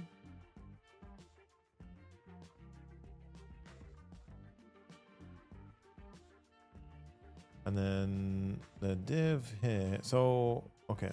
So we actually have one and is replying at the bottom, which is a comment input, which we already have this component done. The second top part is actually the comment contents itself. So I'll pop this in, and there's going to be two buttons that we haven't done. So message circle is fine. It's these two. So right now, this is a to do. So we don't have the report button and delete button. That needs to be done. The comment reply, we need to export default comment reply. So obviously reporting and deletion we need to do, and then back over. If we were to put this back in now, let's save. Now you should be able to reply to a comment.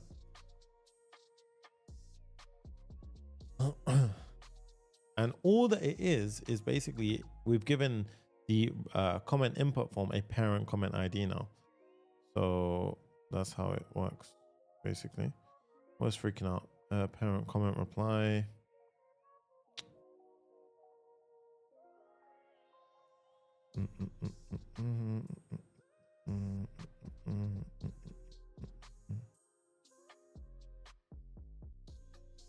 Oh, yep. Sorry, I forgot to make it a use client. There you go.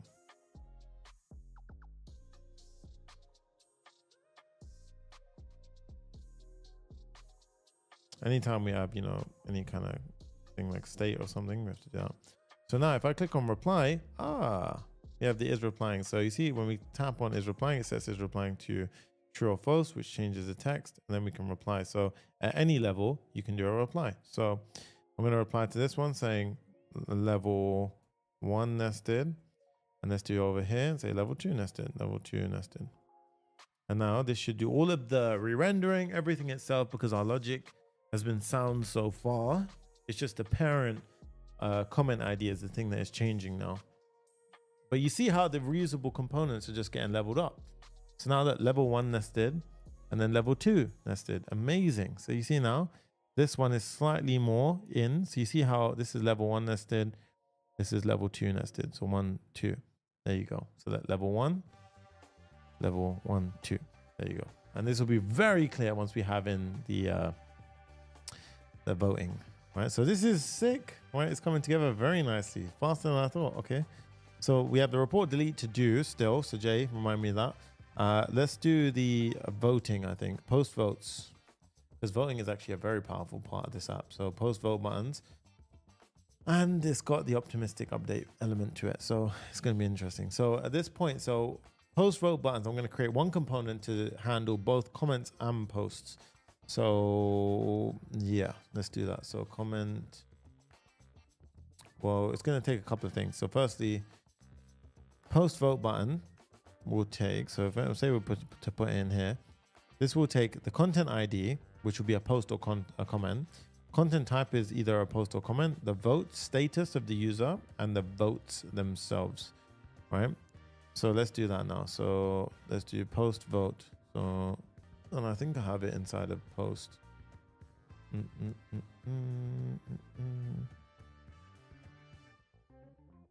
Post vote button.tsx, RFCE. Now, so here we're going to build out the post vote button. So this is going to take 3 things. By default, we're going to say it is content type post. And then I'm going to give the following types.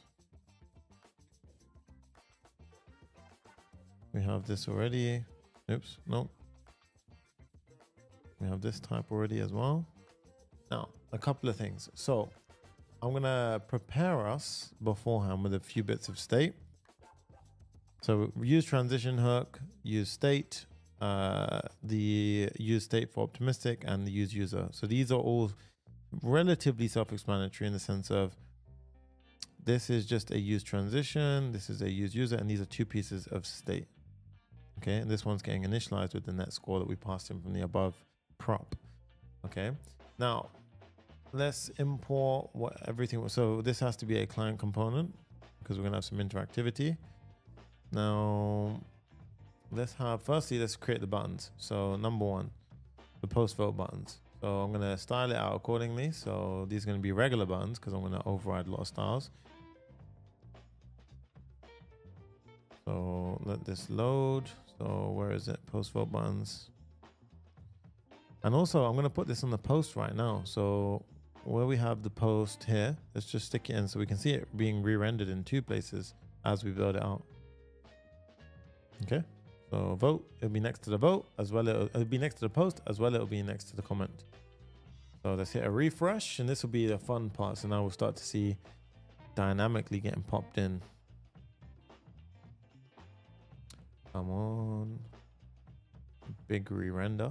I haven't got in comment. Let's see, comment.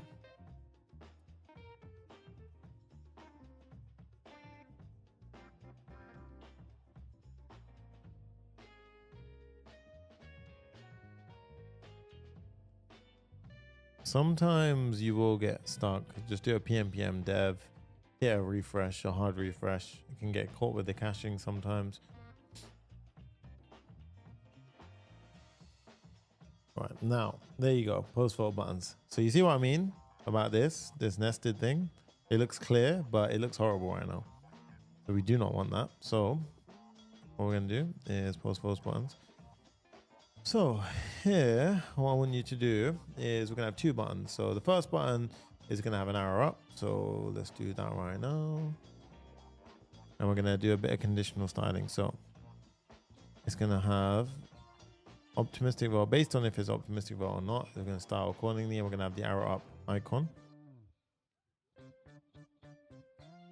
From Lucid, handle upvote, we will do a function for it. Const handle upvote. So this will be the first function. We have an upvote. There you go. Nice. Look at that. Look, hovering over it. There you go. And then we have a button. Then we have the optimistic score in between. The optimistic score is got a reason why I'm calling it that, because it's not going to be straight away how it works. So we have the button afterwards with the arrow down, with the handle down vote. Okay. Now in this case, firstly, already look at that. I mean, that looks so much better. Starting to feel like a real nice kind of thing. And we even got one vote already on something. So there you go. All right. So now here for the handle up vote and down vote. So what we're trying to do now is something called optimistic score, or the optimistic update. Now, what an optimistic update essentially means is when we update, it's basically, so if I was just to have it so it did the sanity approach right now, what would happen is you would click it and then there would be just like a freeze. You wouldn't see an update, and then it'll kind of wait. When it comes full round trip, then it'll turn 1 if we upvoted, for example. I want it to be click, so immediately turns 1, and then it kind of holds, and then it will unlock once it's ready. And that's called optimistic because it's showing the kind of end result first. And if it fails, we're being optimistic about it. And then if it fails, it changes accordingly. So handle upvote, let's do that one first. If you're not signed in, return. Then what we're going to do is we're going to calculate the score based on if it's an upvote or a down vote, right? Otherwise, user as adding a new upvote. So basically what we do is we say, if it's an optimistic vote, we do score -1. So we set the score at 0 first, right? Score change equals 0. The score change, right? If it's a down vote, then the user is changing from down vote to upvote because we remove down vote and add upvote. Else user is adding a new upvote, right? So that's what we do in the beginning. And then we update the score immediately. All right, so this will basically change immediately. So if I was to go ahead and hit save now, if I was to do, for example, the upvote, you see how it changed immediately? You see, like that is an optimistic update, even here, that +2. But it's not actually doing anything on the database side. So we're going to have a transition, which makes the actual call on the back end. So this will be a transition. And obviously that means it's pending. Is going to become, true while it'll hold the button. While it's doing the upvote, if anything went wrong, it would just revert the optimistic change, which is awesome. That's a very good way of doing it, right? So we're going to do the same thing for the downvote. Okay, so the same thing with the downvote. And then I've commented out to show you all the logic flow. So -2 because we removed downvote and change and so forth, right? And then what we can do, we update the score immediately, and then we do the same start transition to handle the change. Okay, but now we need to create the upvote and downvote server actions. Okay, so at this point now you can see that downvote immediately working, but again it froze and it didn't have it didn't hit a server action, which is why it freaked out. So we need to create the upvote and downvotes. Okay, so that's actually simpler than I thought. I didn't think it would be. I thought explaining that would be way harder, but it wasn't actually that bad. I kind of bigged it up in my head. Let's create some actions. So we're going to create an upvote, vote yes, and a downvote. And obviously you could argue, you could just have one function here instead of 2, and then just have a kind of you pass in upvote, downvote. You could do that. I'm being lazy here. But this is essentially the upvote. So let's see it. So it's an upvote. We have the get user. Takes a content ID, content type, get user, gives us our typical user flow. If they're not already in the database, add them to the database. Then we say if it's a comment, we do an upvote comment. If it's a down, we do an if it's a post, we do upvote post. That's why I didn't do it. Yeah. Now we need to create upvote post and upvote comment mutations. So I'm gonna do that afterwards, but let's do the downvote first as well, and then we can batch them all together. So let's do the downvote. It's very similar, except it's gonna be the downvote comment and the downvote post. So now let's go ahead and create all of the the voting manipulation functions basically, right? So we're gonna have the downvote, we're gonna have the downvote comment, and then we're gonna have the upvote and the upvote comment. Upvote without the comment is gonna be the post, obviously. So vote. Here we're gonna have the vote dot. This is gonna be upvote dot ts. Now, in the upvote post, so let me just check something. Sorry. Upvote comment. Sorry. So it should be upvote comment and upvote post. So upvote post dot ts. Okay, so upvote post is going to be the following, and I'm going to explain it to you, and then we're going to draw our conclusions from it. So a couple of imports we need. Firstly, yep. So what are we doing here? Well, firstly, check if the user has already voted on the post. We do a vote where we match the post ID and the user ID. Okay. If there is already an existing vote, right, then if there's already, remove it. So we basically toggle it off. So we basically delete that vote from the database, right? If there's a downvote, change it to an upvote. So we just patch it, right? So if there's already an upvote and we hit the upvote button again, we'll basically just delete it. And then if none of those, so if it didn't already exist, then we just create a new upvote. So basically very straightforward. Okay. So this will handle the upvote post. And then we do the exact same logic for the upvote comment, right? So we do upvote comment, .ts, upvote comment. So this one is the exact same. Can you go negative with the system? Yes, you can. You can definitely go negative with the system. Exact same approach here, guys. But we're just doing the comparison against the comment now instead. Okay, so that's the upvote comment. And now with this upvote comment, there you go. Okay, upvote post, upvote comment. Let's do the same for the downvote. So downvote comment, downvote post. So downvote post .ts. This reminds me of Silicon Valley. If anyone's watched the show, I love that show. It's a very cool programmer show. But this kind of song's got that kind of like vibe behind it. So this is the exact same thing, guys. Doing a couple of imports. And then, yeah, this is it. So exact same, except we're just doing for votes now on post. But downvote, sorry. And so if there's already a downvote, remove it and so forth, right? So we do that again. And then we have the downvote, this one. So downvote post and then downvote comment. Downvote comment.ts. So for downvoting the comment, guys, we're going to do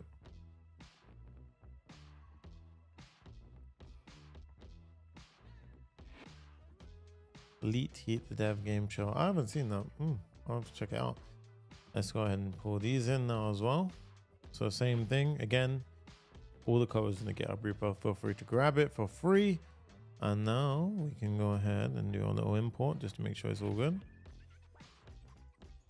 OCD like that. And there we go. And now, guys, with that in check, we can import our action downvote. We can import our action upvote. And I promise you, upvote should be done. So that is literally it. So I say that's it, but it's still like it's a bit to consume. So if we go to the votes now, let's see. So hi there, upvote, and level 1 nested downvote. So now what we should see, you see how it's locked? That's while it's manipulating the database. But we should see like untitled, level 1 nested. There we go. The untitled is coming because of it's trying to pull, I guess, the comment. Oh, it's not attaching the post. Interesting. Is that for both, I wonder? So it should actually be putting the Oh no, sorry, it's comment. Oh, that's fine. Yeah, so I've just got this on post right now. So if you were to vote on a post, that would have a title on it. So now this one will say hello world most likely in a second. So look, yeah, there you go. So you could just say that because that's a comment, we could just say untitled or comment, which is fine. But yeah, you can change a preview as you see fit. But look at that, guys, it works. This is awesome.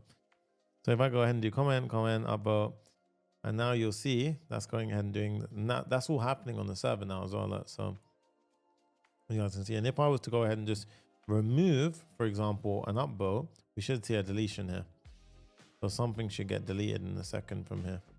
There you go. Boom, deleted. Voting works. Nice. And because of the Sanity Live content lake, everything comes through as we expected it. So now we just did nested comments and voting. Amazing, right? So 2 more things we need to do: the search, then we need to do the report, delete, and then we need to do AI moderation. So let's do search. Let's do Next.js. So I wanna keep the pace.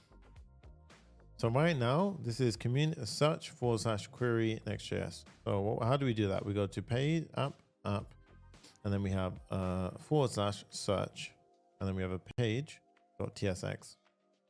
Now, where is that? That is actually here. So the way that we get access to the search page is we're going to keep this as a server rendered page. We're just going to put search page, and then what happens is the search params come through like so.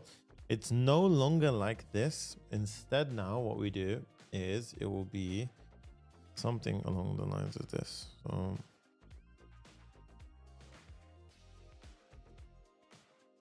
exactly that. So we do search params from this query, and then if I was correct, yeah, we pass it through. So now you can see search page gets hit instead of a 404. Right now, if we do query, you should see as well the search page for Next.js. If I was typing ABC, you see that instant. Okay, now what we're going to do is we're going to have a await search subreddits function. So right on that. So search subreddits. Okay, so this is going to be a subreddit function. So in this one, search subreddits. So sanity lib subreddit search subreddits.ts, and then there's a very simple check here. What we're doing is we pass the search term in, we skip the empty search term, so we return an empty array if we did. Otherwise, we simply do a subreddit where we match the search term that we pass in dynamically.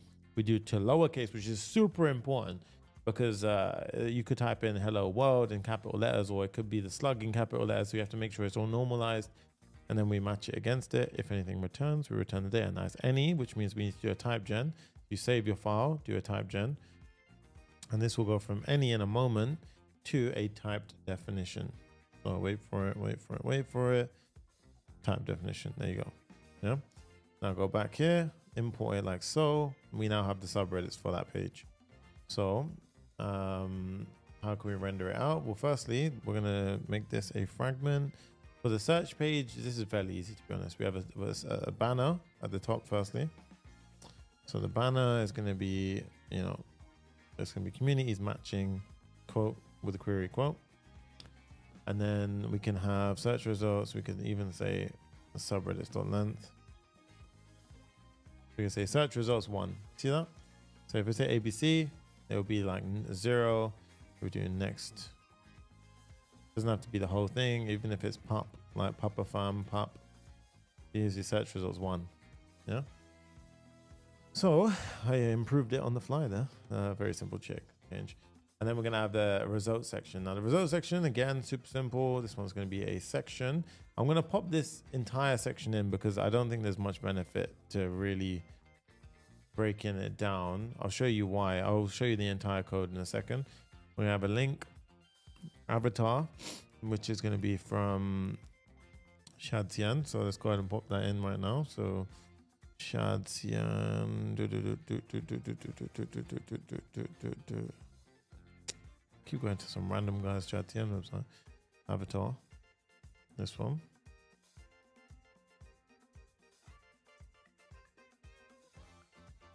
And then what we're going to do is we're going to pull in everything from avatar as well as the URL for Sanity library, that one.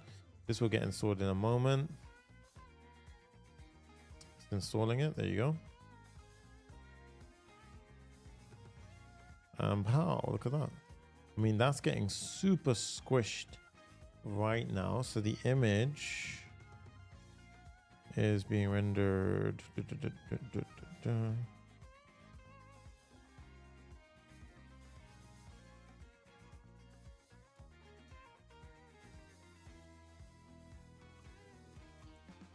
You could just, yeah, there you go. Object contain. There you go. So I'll give you a little breakdown as to what the hell we just did. So it's a results to section, bit of styling, unordered list with list elements being rendered from the map, from the subreddits that get returned. We have a link where every single one is a link to the subreddit slug. And then if we went down here, you can see the avatar. Avatars have a fallback if there is no image for that subreddit. For example, if you created a subreddit, which is totally feasible, you can do that. Without a image, it will simply fall back to the title with the first letter of the subreddit. We have the title or the description, and if there are no subreddits, it will just say no communities are found. So if we were to type in like ZZZ or something, let's go ahead and do that now. So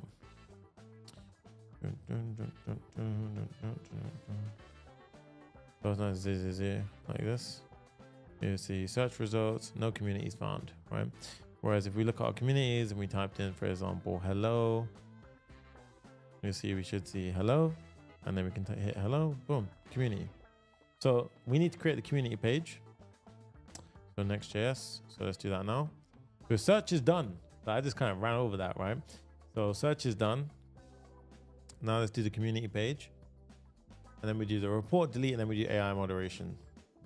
Oh, we haven't done create post page. What? We haven't done create post page. Oh God, there is a lot to do. Okay, I better.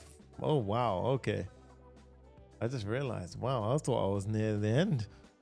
All right, slug. Okay, we got a lot to do. That's fine. Here's what it is. Page.tsx. Page.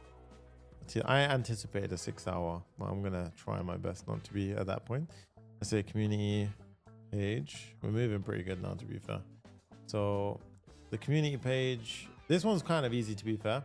So rather than this, we have the same params set up that we had previously. We await the params. And now we basically search. So we have the slug that comes through, and then we basically check. So get subreddit by slug, which is what we need to do now. So get subreddit by slug is going to be the following. So it's going to our Sanity subreddit, get subreddit by slug. Now this function is the following. It's a simple import the following. Now we pass in the slug. Again, we just do a subreddit comparison, grok query, pass in the slug. We need to do a type gen.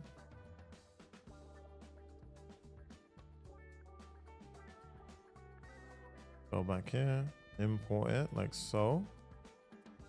And then what we do is we have a community banner, and then we render out all the posts. And this is the amazing part about reusable components. So first we have this get post for subreddit. Well, we didn't do that one yet as well. So this one we need to create as well. Get post by subreddit. So let's go back over here. Get post for subreddit.ts. Now here, this one is gonna return. So, right, you see what we're doing now? Expanding author, subreddit category, upvote, downvote, net score, comment count. Okay, and then it will show the following. So we need to do that again. So here, npm type gen. Go back. Now here we can pull in. So we have the user, the posts, and then we can render out two things. So firstly, we're gonna have a fragment. The first step is a community banner.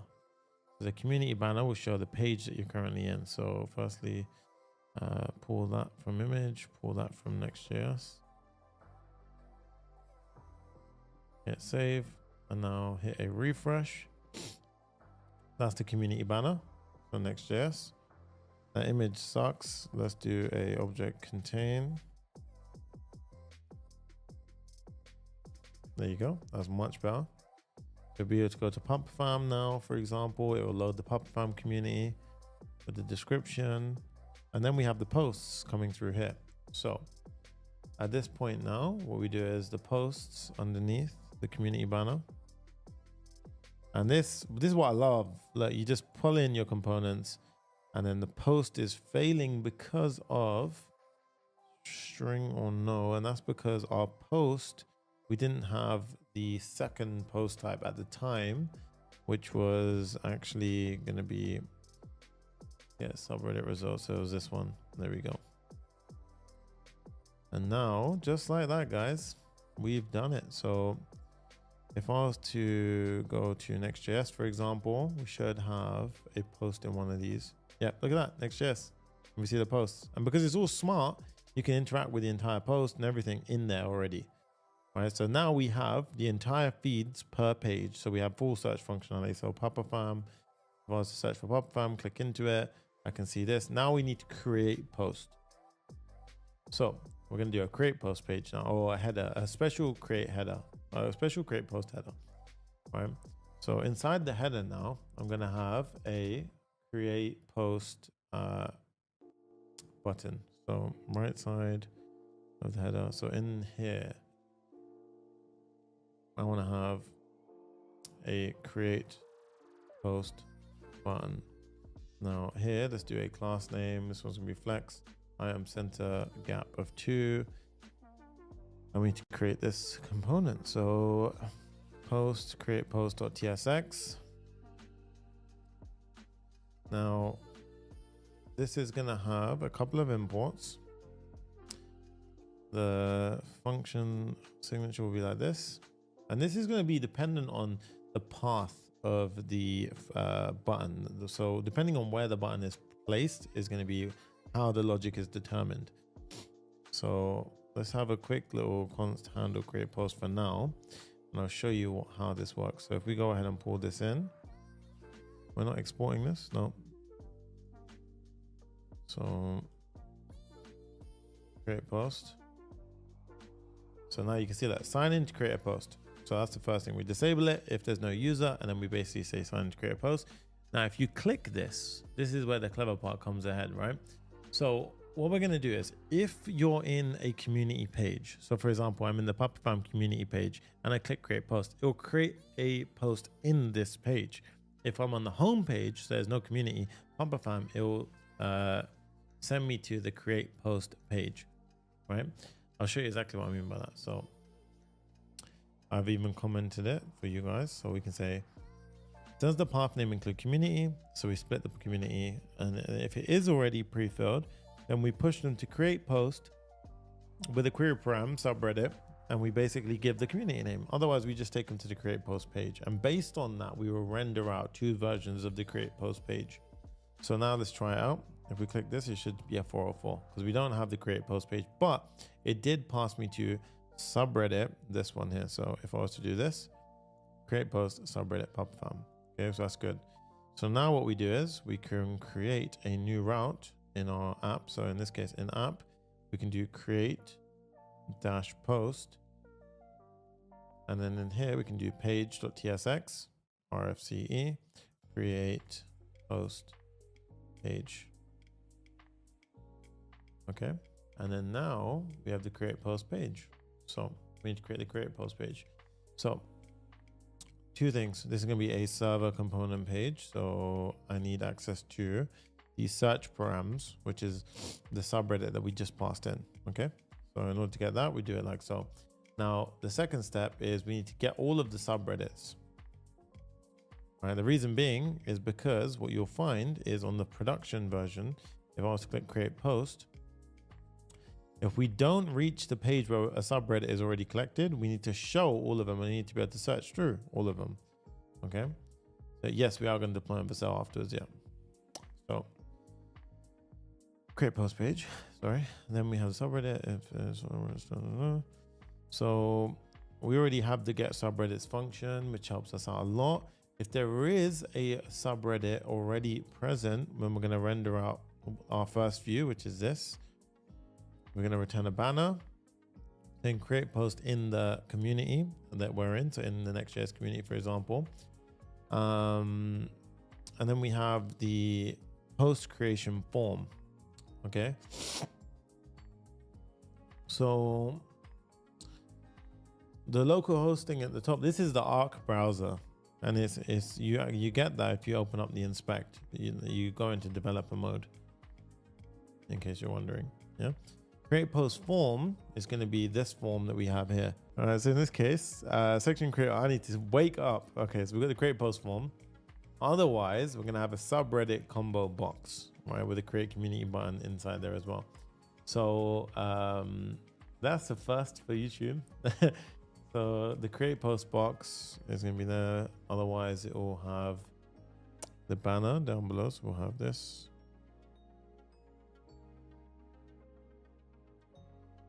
That's usually where I wait for Jay to drop me some inspirational message on the side.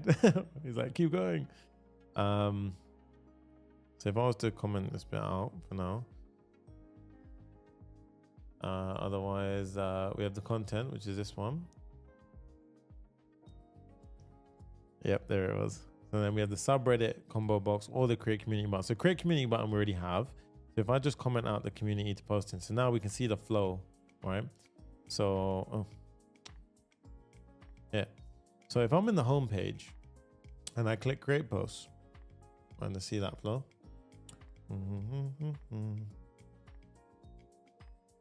So, are these buttons? Oh, that's not on the app sidebar. No, that is is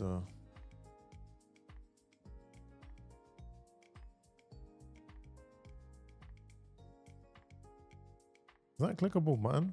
Home link graph, page graph.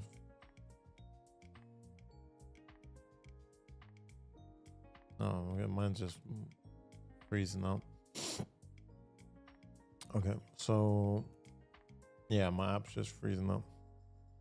So sometimes I would recommend cutting your dev server and rerunning it again. But if we were to click create post now, you can see, yeah, select community post and there'll be a drop down box, or you can create a community. To create a community, we reuse our component, which is the modal pop up. The subreddit pop up will be this one. So here, this one. So we're going to create that right now, which is very easy to create, by the way. So the subreddit combo box. So we'll do it right now.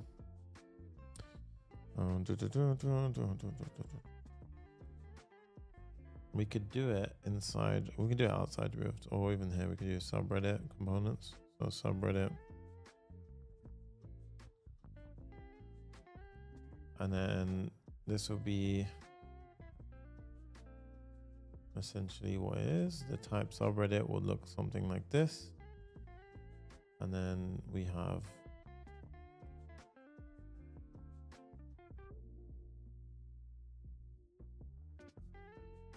then we need a popover and a command, right? So in Chadsian, we have popovers and commands. So really the combo box is the one we're after, this one. And this is a composition of popover and command. So you need to go to popover. Yeah. And we can just go ahead and just type in popover and command. So basically we pop it here. And then what I want you to do is type in popover and then afterwards command. And you can install 2 in 1. Okay. And with that down, we're going to pull in everything we need. So let that do its thing. So you can kind of pull those in at the top. So a couple of things. We're going to have our router and some state. We don't like having this. I'll keep that in there. All right. You see that will, yep. So these should go away. Oh, it's because we're not using it. Yeah. Okay. And then we're going to have a handle select, which is essentially going to be when you select it, it will just redirect you to the same page, but with the subreddit filled out. Right. So that's going to be basically what we're going to have. And then we're going to have the popover with the children inside of it. All I've done here is essentially copied the combo box and I just refactored it as we needed it. I'll say return. And I basically pop it in like so. So a couple of things. I'm going to import this, and I'll run you through it. So we have a popover. When we click it, it will just open the popover. We have a button, which will show select community, and these will just be a list of the subreddits. Okay. With the popover content, and this will have the different items inside of it, right? So if I show you now, if we go back here, subreddit combo box, subreddits is not supported.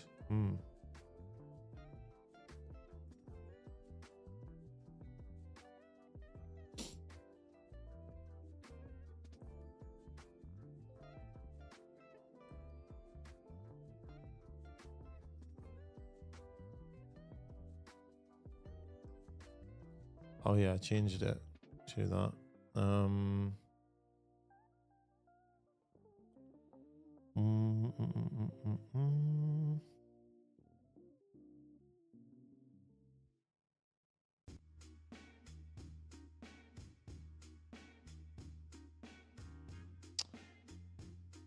Well, type gen. So this is wilding out because of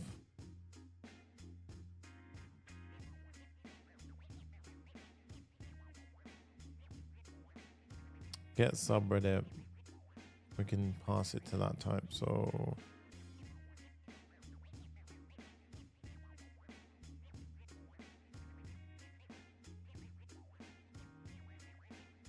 that's a stronger way of enforcing it, to be honest.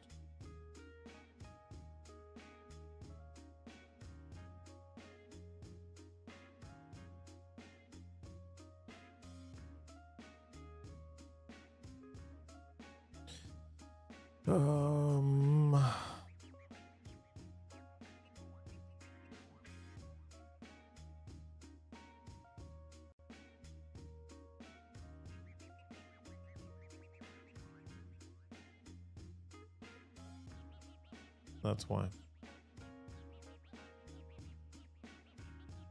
Okay, now let's check. We have use state in here, which means that this needs to be a client component because it's interactive. Makes total sense.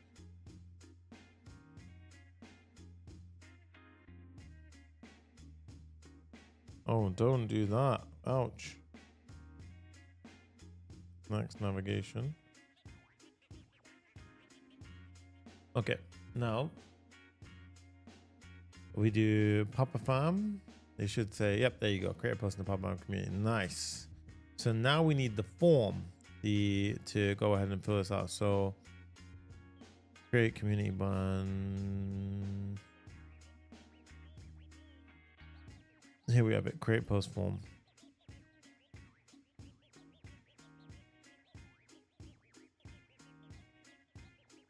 Create post form. So we need a component for the post. Create post form.tsx.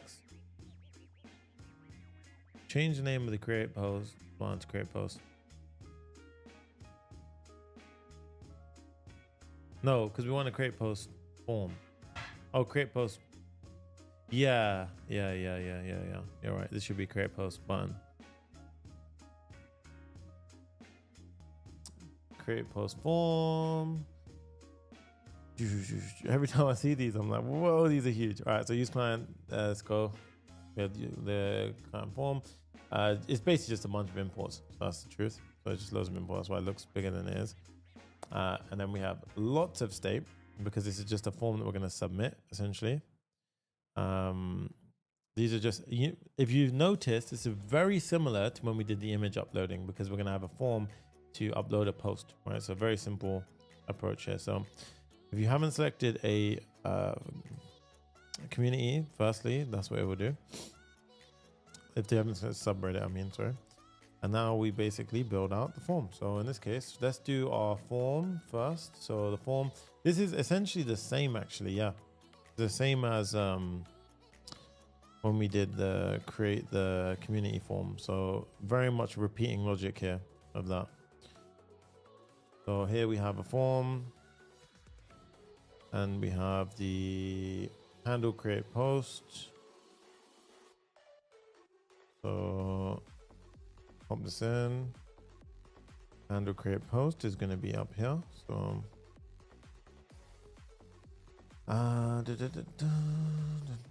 we could put it underneath, to be honest, doesn't really matter because you're not gonna, that's the most optimal really by a minute amount.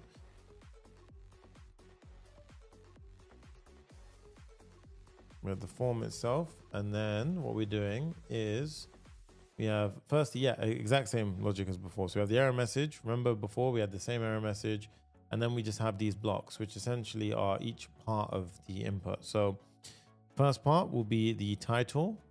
Second part is the body, which is the text area. Yeah, exact same. Yeah. The next part is going to be the image, which is optional. So this is going to be that big chunk. Remember with the dummy, there'll be a div, and inside the div we have the image preview. So image is optional. We have an image preview. If the image is there, we'll show the image preview with a remove image little X button. Otherwise, handle image change. That's absolutely fine. And then outside of the parent div, we have the button to submit. Okay, and then we need to create our functions, our helper function. So we're gonna have const handle image change, and then we're gonna have const remove image, which is gonna do a couple of things. So the remove image is easy. This is gonna be for essentially this. Sets the file pointer reference as well. The handle image is what we do previously. We're gonna load the image, and once the reader's loaded, if there's no title, we stop. And now this is how you would do it with state. So I done start transition. You can either wrap it with the start transition and then have everything inside of it, or you can do it this way. Either way, it's pretty much simple. Yeah. So you do try catch. And then if anything goes wrong, we're basically going to have the catch block like so. Now for the try, again, we're going to have the image file prep. Remember before, same thing, image file prep. If the image was there, then what we're going to do is we're going to create the post, which we already created, which is awesome. Right. So this is going to be the create post form. All right. Which means it should just work. We have the reset form. And then we check if the object had a error inside of it. Otherwise, it will push to the community. Now, the reset form will be just basically a reset of all the state fields. Set title, body, and error message. So we do that now. Go back up to the top, and we have this out of the way. So we do not have the create post action yet. So create post.ts. I thought we did that already. Oh, we didn't do it. Create post action. Okay, so this is quite simple to be fair. With the post image data, we have, oh no, okay.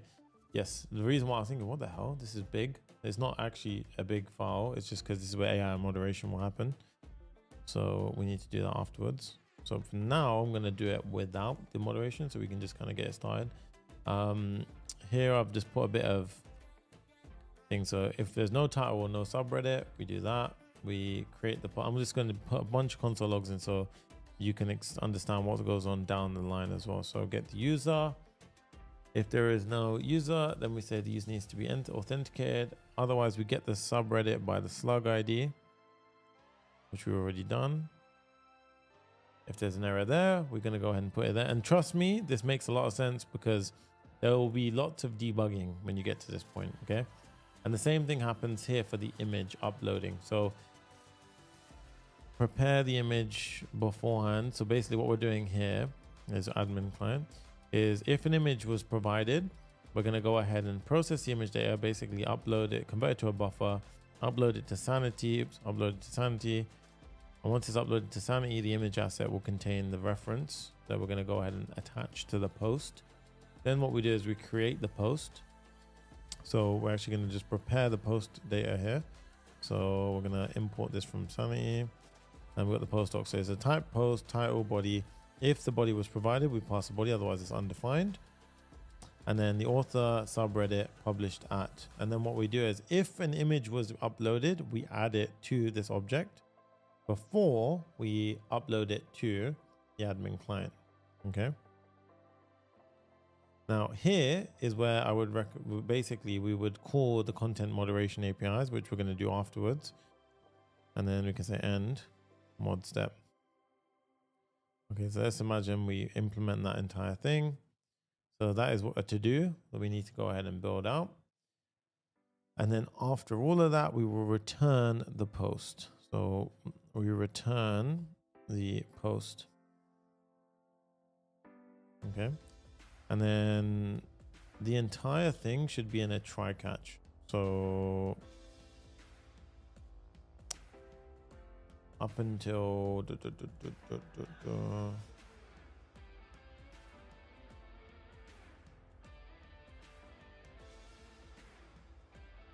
all the way down here. There you go. Okay. So now this is the entire uploading flow. So going over here now, create post, we pass that down, the action. Let's give it a try, guys. So we can pull this through. And now hit a refresh and let's give it a go. Server only cannot be imported from a client component module. So I've messed up somewhere. So the server action, did I do? Yep. Server action is a use server. It's a server action, right? So we have to tell it it's a server action. Otherwise it will not know how to handle that. Okay, so now while that's happening, let's go ahead and get ourselves ready for a little test.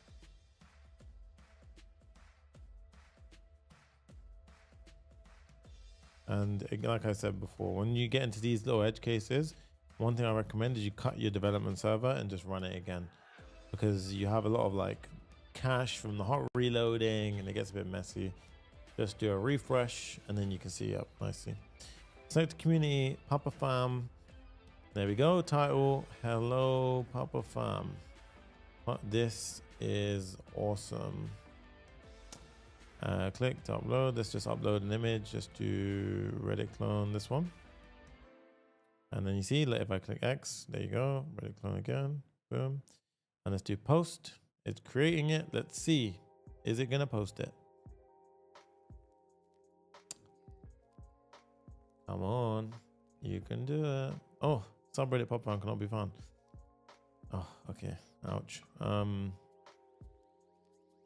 we've got to debug. Okay, so here we go. Starting post creation, getting current user found, looking up subreddit not found. So you see, this is why I told you it's very handy to have these. So subreddit not found. So subreddit not found. Not found.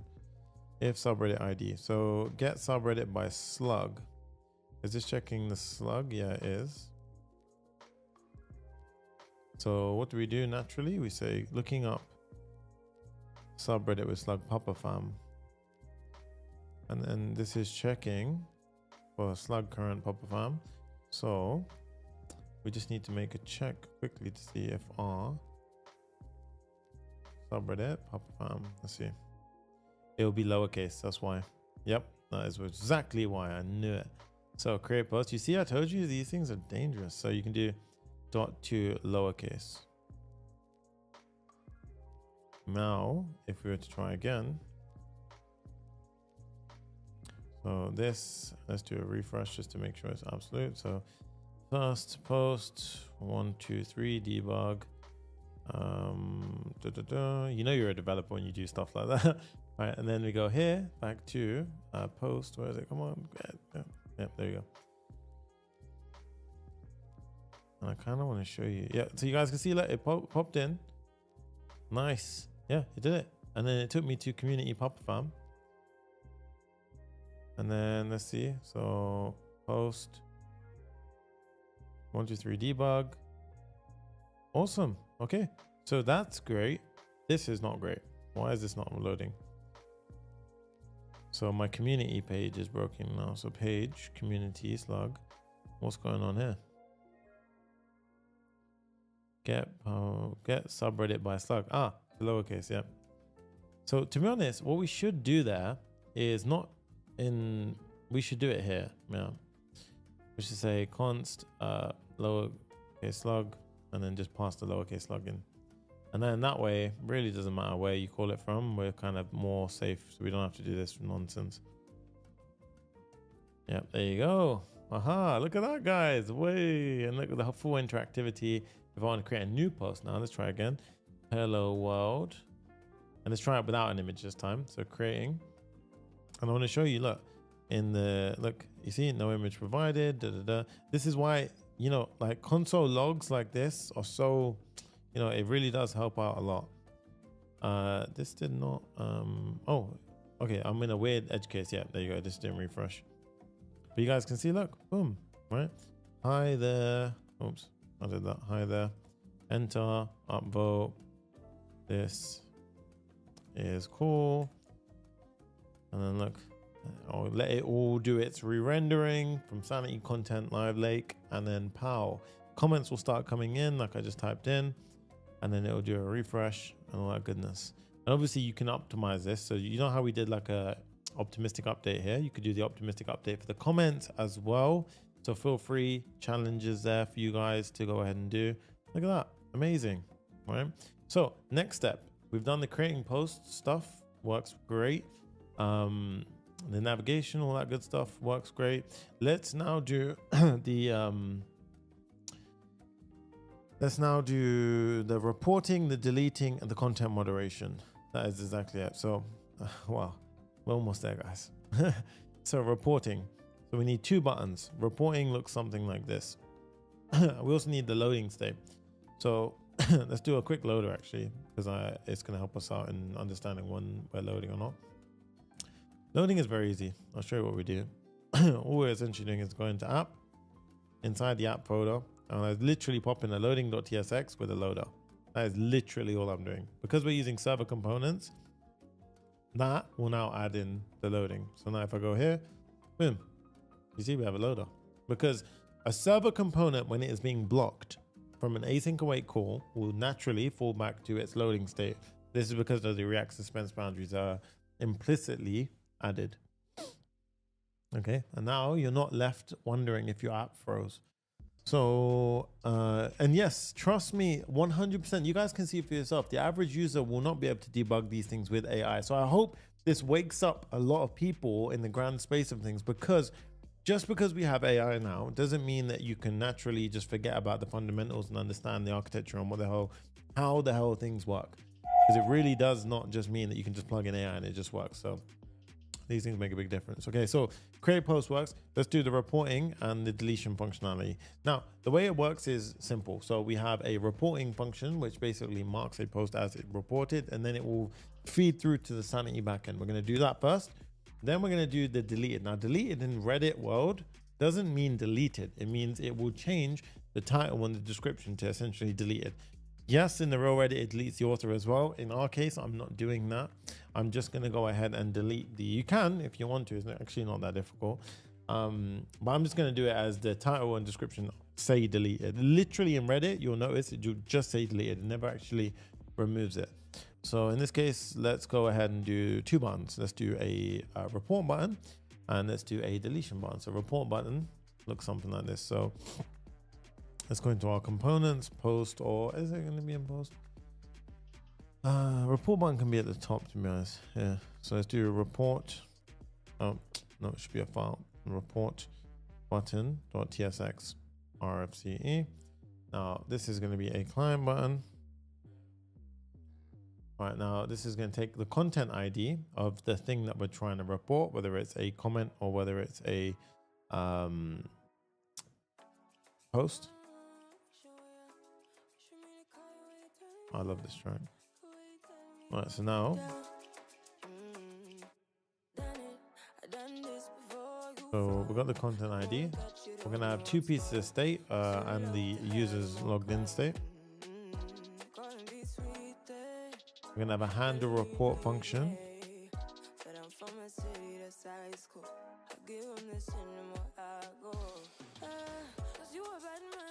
So we're gonna have the button with a flag, and it's going to have a reported state inside of it. So and a report, and this is going to be disabled if it's reported, is loading, or is signed in, right?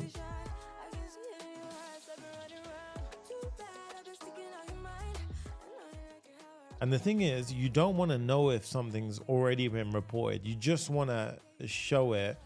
You just want to show that you've reported it. Otherwise, there's huge bias. If you saw that it's already been reported, you would just be like, oh, I don't need to report it. Like, it's good to report, like, as in not know that a post has been reported. Otherwise, it'll create, everyone would be reporting the damn thing and have bias immediately towards it. So when you report, it's going to have a simple flow, very simple flow, to be honest. We're just going to set loading, optimistically update the UI. And then what we do is we simply go ahead and do a try catch block with a finally call. And what happens here is we basically await a report content server action, which I'm going to do.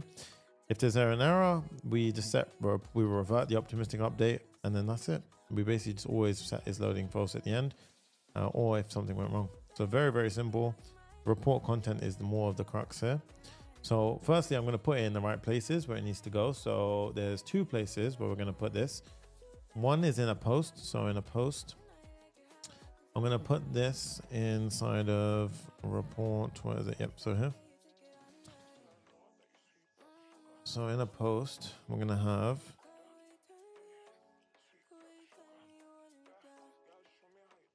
this is going to be an absolutely positioned button with a top and a right of 2.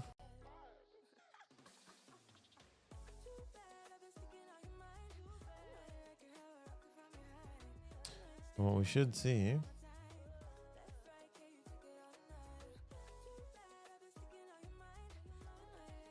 is a parent relative. Yep, parents relative. Yep, there you go. Report. So then we have a div in a div. And this one's going to have a flex item center gap 2. And that way it should push out from the corner a bit. And let it do its thing.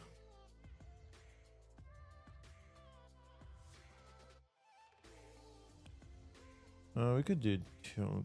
Yeah, I guess that's kind of nice though. Oh, it was top 2. I was wondering. Yeah, something fell off.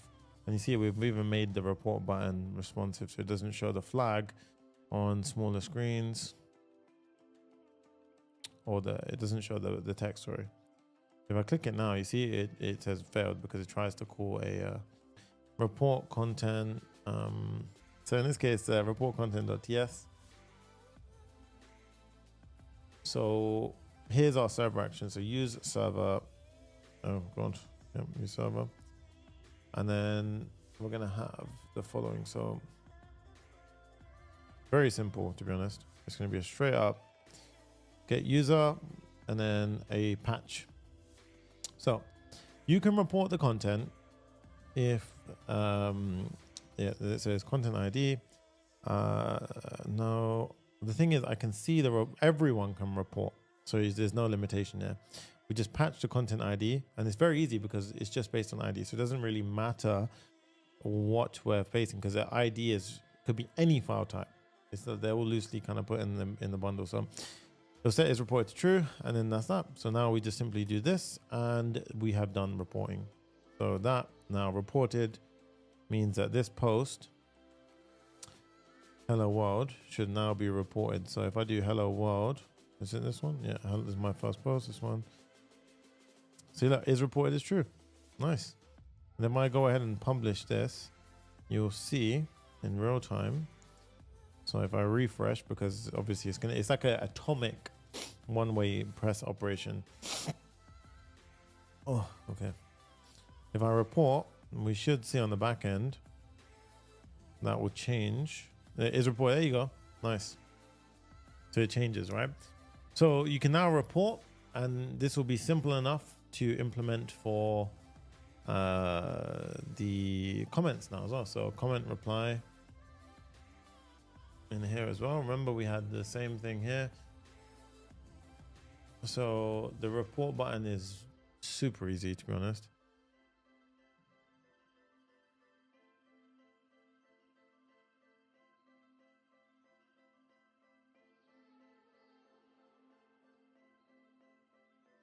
So now you can immediately report every comment. Look at this. Look.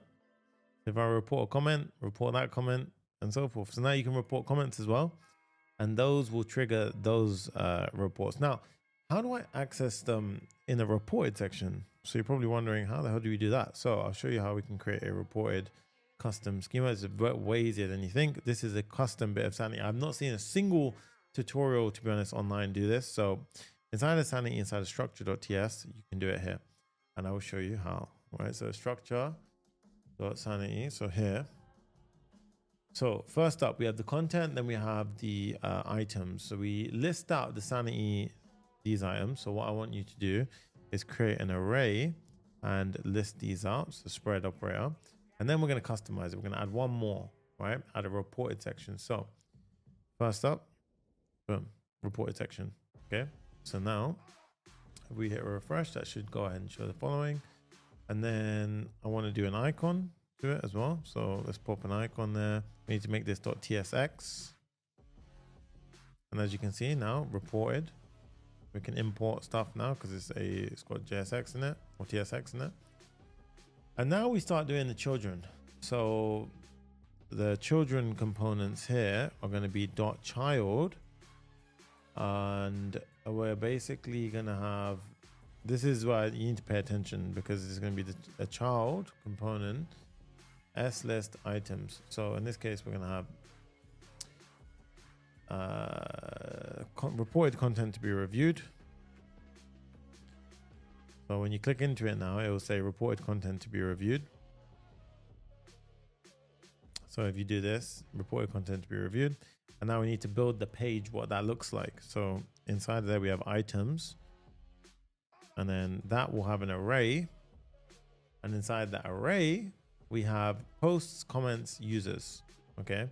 So what I'm going to do here, I'm going to recommend that you highly at this point, grab this part from the GitHub code, because basically I'll explain it all, but I pasted in 3 items: this item, and this item. Okay, and each one has like its own nested children inside of it. First one, post. If I click on post, right, it says try out. So if I click on posts, the child of that will be the document list type post. So list out all the posts type documents, but it'll filter out only the posts where the reported is true.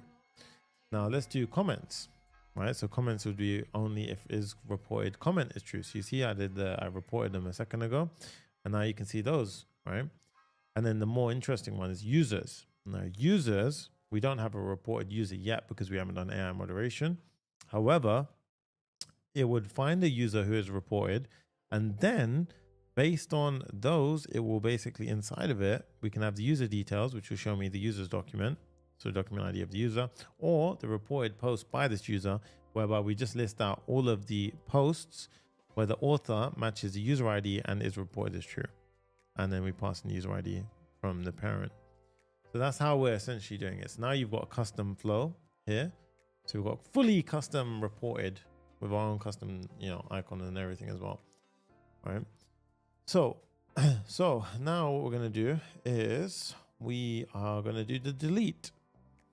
Almost there, right? So the delete function. So delete button, right? So inside of the components in report button here, I'm going to have a delete button.tsx rfce delete button. This is going to be use client. And now here, I'm going to have 3 props: content ID, content type, and content owner ID, because that's going to be important to dictate if you are allowed to delete a button or not, right? So we're going to have a couple of pieces of state. And let's just get like pretty good with this. So Clerk, use state, import React. There we go. Now let's go ahead and check this out. So we have used client. Yep. We have this turned down. Now what we're going to do is we're going to have a handle delete function. Okay. We're going to have an is owner. So is owner is very simple. It's going to be, it's going to check the content owner ID against the user who is logged in. Then we're going to have a, if you're not the owner of the post or the comment, you're not allowed to delete. And then we're gonna have a button which gets rendered up. So here we have it. There's a trash icon. Another handle delete. So obviously we've got some states based on this, is if it's deleting or is signed in, error state if something went wrong. But let's handle out the handle deletion. So here, the handle delete, a couple of things. Firstly, we're gonna have a prompt window which will exit if it says, are you sure you want to delete, and you click no, then it will cancel out. Otherwise, you could do start transition, or you can do it this way. I'm going to show you both. So in this case, boom, it's going to be, no, I'm going to show you this way, sorry. Then we have a try catch block with a finally. The try catch block with a finally is exactly the same as the previous patterns that we've been doing. Now, what we're doing is we're creating one delete button for both types. So as you can see, delete post and delete comment, two different actions, which gets triggered off based on if on the content type. So the delete button will be placed in different locations with just simply a different prop saying different content type. And then that will trigger off which action we actually go ahead and call. So we need two actions. We need delete post and we need delete comment. Delete post is going to be for this one right here. So delete post is going to be delete post.ts. And this is a direct manipulation happening here. So it's not going to go into a different file and so forth. So use server. We have the post ID. And now we're going to basically do a couple of things. So the first step is we're going to check if the user is authorized on the backend to do what they're trying to do. So we do get post by ID. We need to create this helper function. Let's go to our sanity, get post by ID. So post, get post by ID.ts. Let's create that quick helper function. So this one, simple function, passing the ID. We do the following, passing the post ID. I basically just return back the first element. So we're getting a post by its ID. It's pretty self-explanatory. And then we do a type gen because we just created many new queries, to be honest. Okay, so let that do its thing so we can work with it safely. Okay, go back out, get post by ID is now done. We now have the post, right? Now, after that, we need to go ahead and say, if you're not the owner of the post at the authentication level. So even if you tried tricking it on the client and you did some magic, it won't work, right?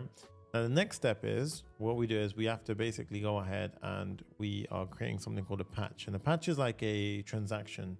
It means it's either all through or it reverts and it doesn't delete, okay? So there's a couple of steps here. We're gonna delete the image from the post. Then we're gonna set the post to be deleted, set the post is deleted true. Then we're gonna set the body of the post to deleted contents. Then we're gonna set a few things like the title to deleted and so forth. So essentially we're soft deleting, okay? Now, if the result comes back, we're gonna go ahead and do the following. We're gonna go ahead and wait 1 second. Then we're gonna remove the image from the Sanity's storage buckets, basically, right? Where the image is actually stored. Now I've set a timeout of 1 second here because there's just not a true, the await here doesn't correlate to when it actually got removed. There's like a little bit of a chance of where you can remove the document, but the actual image, the actual document hasn't been erased before you try and delete the actual image asset from Sanity's buckets. And that means that it will fail because it will say it's referencing a document. Kind of annoying, but I don't know. It's just something that they need to fix on their end, I guess. So the delete post is done. We need to do delete comment. So let's do delete comment.ts. And this is the exact same, basically. All right, so we're going to do a delete comment. This is a use server function. And then we're going to have the same thing. So this is, I'm just going to pop the whole lot in because it's the same exact flow, except we have two things, which we have the admin client, we have the current user, very simple, and get comment by ID, which is what we haven't got. So we need to create a helper there. So go to sanity comment, get comment by ID.ts. And that one is, again, grok query. Self-explanatory, fairly straightforward. That one is just passing in the comment ID and returning a bunch of information. Here we can pull that in. We now have our type definitions, and we can basically go ahead and say, again, we check you are the owner. We'll delete the contents. So it just says deleted, set is deleted to true, we commit, and then we're good to go, right? Now we can pull in that delete comment action, go back, and now we have to put the delete button somewhere. So where do we put the delete button? So delete button, where did I put it? So we have it in two places. One is in the post here, and the delete button in the post goes something like this. Well, we're still gonna be cautious and only render a delete button if you're the owner of the post.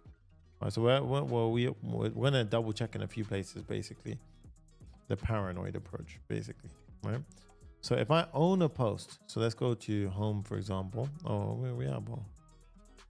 So this was not posted by me. So if I create a post saying Papa Farm, hi there, ABC, post.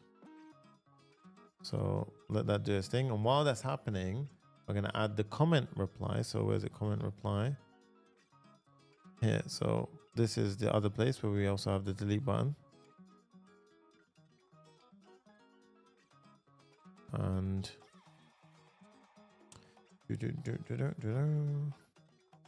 okay, now we can see a delete button. Awesome. Now I've posted all of these, as you can see. So we go to home now.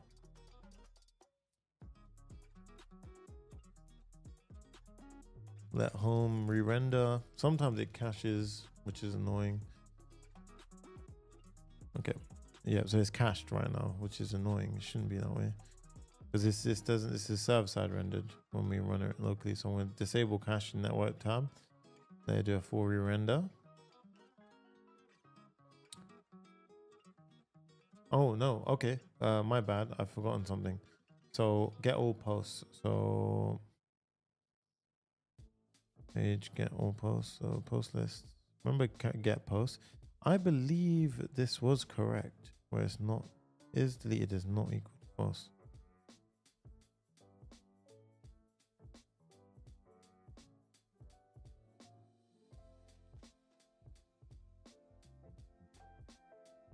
So that's if it's not deleted. Okay, because when we create, okay, that's correct. No, it's not equal to false.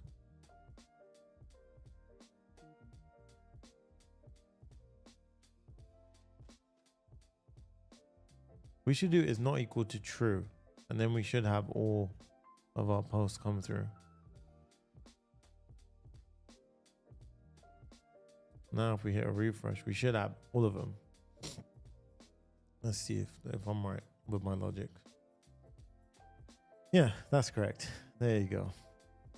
Because sometimes it was in a no state, or you know, that we've got past it. Okay, now I don't own this post, so I can't delete it. Amazing. I own this post, so I can delete it. So let's delete that, and let's see what goes on. This is deleting, and now that should change, and then we should see deleted, and a couple of things go on now. Yeah, working overtime. These guys are legends. I appreciate it. The Prime agent. Look at that. So now it's removed, but that was inside of the Next.js community. So let's see. There's inside the communities, I can see I'm not filtering out the is deleted. So let's go ahead and see. Sunny and Jay keep raising the bar every time. Love that. Or was it in the pop? I think it was in the Papa Farm community. Let's check it. So let's check the Papa Farm community.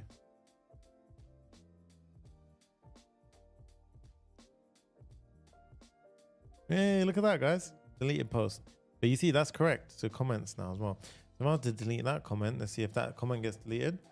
I think we're gold. Now that will trigger the re-render. That will now be deleted in a moment. Yep, boom, gone. And you could obviously make that deleted and then say if a user ID isn't there or whatever, show a undefined deleted status. Right, but that's how Reddit typically works. That's why I built it in that way. Now, that is the deletion done, which means we have come to the point that I've been waiting for, the AI agent. All right, so we now have that down. So let's do the AI agent aspect, and then we're deploying it, and then we're done. Okay, so this is it, right? So at this point, first step, you need an OpenAI key. So open your environment variable, environment.local, and then here, so your OpenAI key. So go to your OpenAI API console, find a key. I already have a key, so I'm going to save us a bit of time there for me anyway. But you guys will go ahead. You're going to have to find your own key, basically, right? So I'm going to paste in a key here. I have a key now in there. This key is basically an OpenAI key. If I go ahead and close this now, I have a key set up. So that's step one. So to get your key is fairly straightforward. You just go over, I might as well show you. So you go over to console open. I always forget, is it OpenAI console? It's platform.openai.com. And then you go to, oh, this is the wrong account. Platform.openai.com. And then you go to the top API settings, API keys, and then here, create new key, you'll get an API key. That's what you gotta do. And yes, that is bit paid, okay? Now, the AI part is the easiest part to build. Yeah, I wouldn't say it's the easiest part. It's just that I know I've practiced a lot with it. So that's why it's helped out a lot. So next up, we're gonna go and do the Vercel AI SDK. So let's go ahead and install this now. So let's do it. So cookbook, no. Next.js app browser, getting started. Okay, cool. We already set up the app. We've done this. Now here, PM, add AI. We need to add all this in. So grab all of that. Now we're gonna go ahead and pop that in.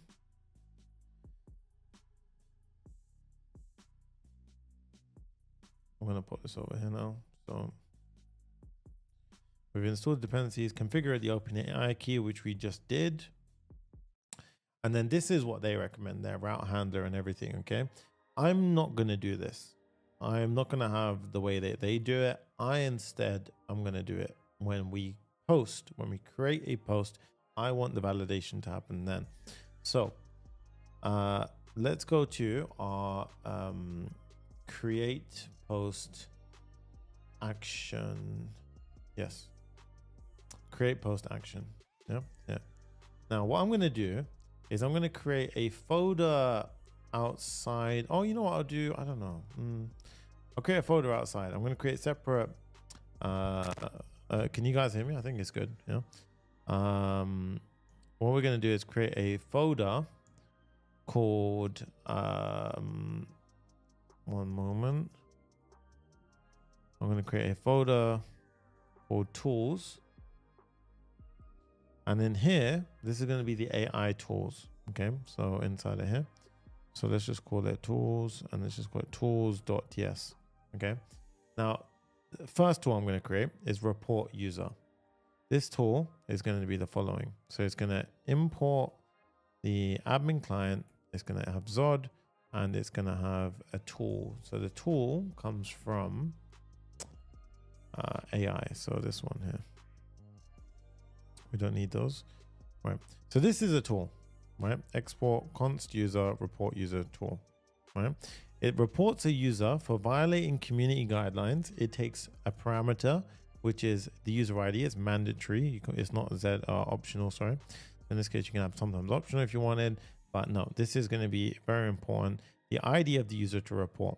Okay, we are going to use two things. We're going to use Vercel AI SDK, and we're also going to use Clerk's Agent Toolkit. So if you look at Clerk Agent Toolkit, this is very good. All right, this is actually an awesome thing that they've got going on. Agent Toolkit. I highly recommend you give it a read, and then you check out the packages documentation. They've got really good examples. It was super easy to actually get going with it. You'll see for yourself. And what this does is it gives our AI agent a bunch of access to the toolkit. So like you see the tools, the users, the organization, it injects the session claims. So basically your AI agent has access to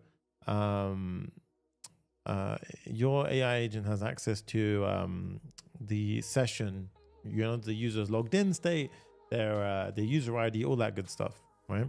So what we're going to do is it takes the user ID, and this is console logging here is actually very important for the debugging part. And then what we do is this is where the AI agent is going to go ahead and manipulate our Sanity database and set that is reported to true for that user. Okay, and it'll say user is reported successfully. So that's the report user tool. And we're going to give another tool for censoring a post. Okay, now the censoring a post is a bit of a bigger one. So on top of it now, I'm going to pop this in.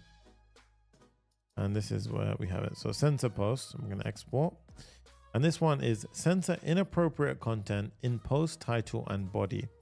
So we've got parameters and we've got a couple. We've got the post ID, which is mandatory, the title, body, and is to be reported. I've given these optional, but here's the deal. When you go ahead and work with any AI agent or any kind of, AI work, you will find that there's an element of fuzzy logic. And I like using that word as the way to explain this, because it's essentially, it's not always, or it's not like when we regularly code and it's like, if we write this code, this exactly happens. It's kind of like it's prompt engineering. It's making sure that yeah, we engineer the prompt in the best way possible to give the LLM the best chance of understanding what we're trying to do. So here we're saying what each one is: the title censored version of the title, body censored version of the body, and then if the post contains prohibited content, return true, otherwise return false.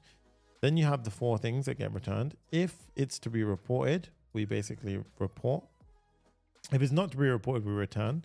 Otherwise, it starts censoring. So it goes to the title, and we do patch. And a patch is basically, like I said before, it will go ahead and do a transaction. So if anything fails at any point, it'll roll back.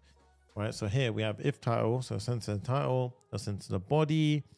And basically, the cool part about this is we just define the parameters. The AI's job is to go ahead and determine what the censored version of the title is, what the censored version of the body is, and so forth, right?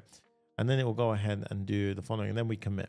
So the tools allow our AI agent to go out and actually interact with the real world, right? So that's the tools. Now, the next step is the more interesting part, which is essentially the content moderation. So here is where we do it. So inside of create post. So here, let's go to our, here we had it, mod step to do implement content moderation API call. So what we're doing here is I'm going to have a console log, and I'm going to say starting moderation call. And then what I'm going to have is a set of beginning messages. Okay. And this is going to be a call message. So we're going to call it call message like so. Right. Now it has a row and a bit of content. So I posted this post is what I'm essentially giving to the AI agent. So when I post, it's going to go ahead and do this. It gives the post ID, the title, and the body. Okay. And then I'll give the entire body.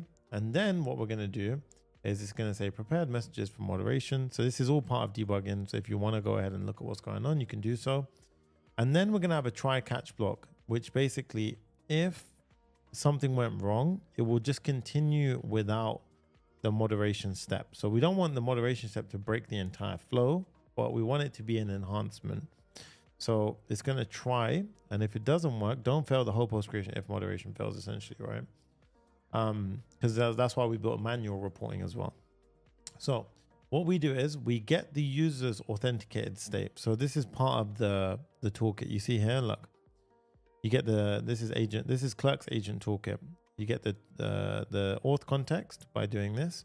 You pass in the auth context to Clerk toolkit, and then the toolkit now has an injected, it's now injected with our user information, like our user session information. And then we inject that into our system prompt, and we need to write our system prompt in a second. Okay. So what do? We basically go ahead and do the following. So if I was to show you with the console logs, it looks kind of confusing, right? Let's go ahead and import things that we need. Firstly, I need to import it as well. I haven't even done that. Install it. So let's do that. PM. Right. Install agent toolkit. So let's go ahead and grab it.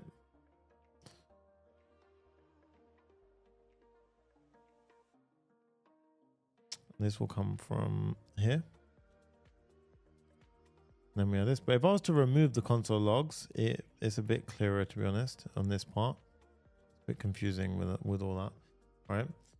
So once we have that, the next step is we want to generate text. Okay. So basically, I'm going to have a call to the AI agent. So this is where we use Wxflows AI SDK. So in this case, let's go ahead, generate text from AI. Okay, so now what we do is we say OpenAI. That's going to be, we need to install that as well.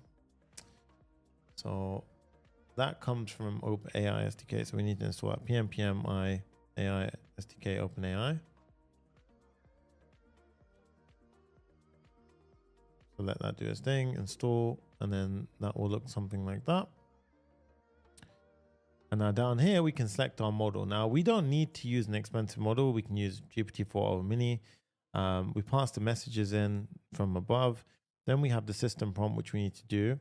We can import the sensor post and report user functions, right? So these two, we're going to go ahead and import from our tools. So our tools are here, right?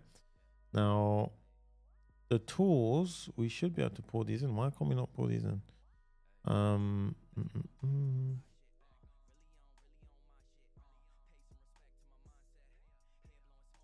Interesting. Okay, so import. Yeah, there you go. Import them. And also notice how, more importantly, we spread the toolkit users. So you see this?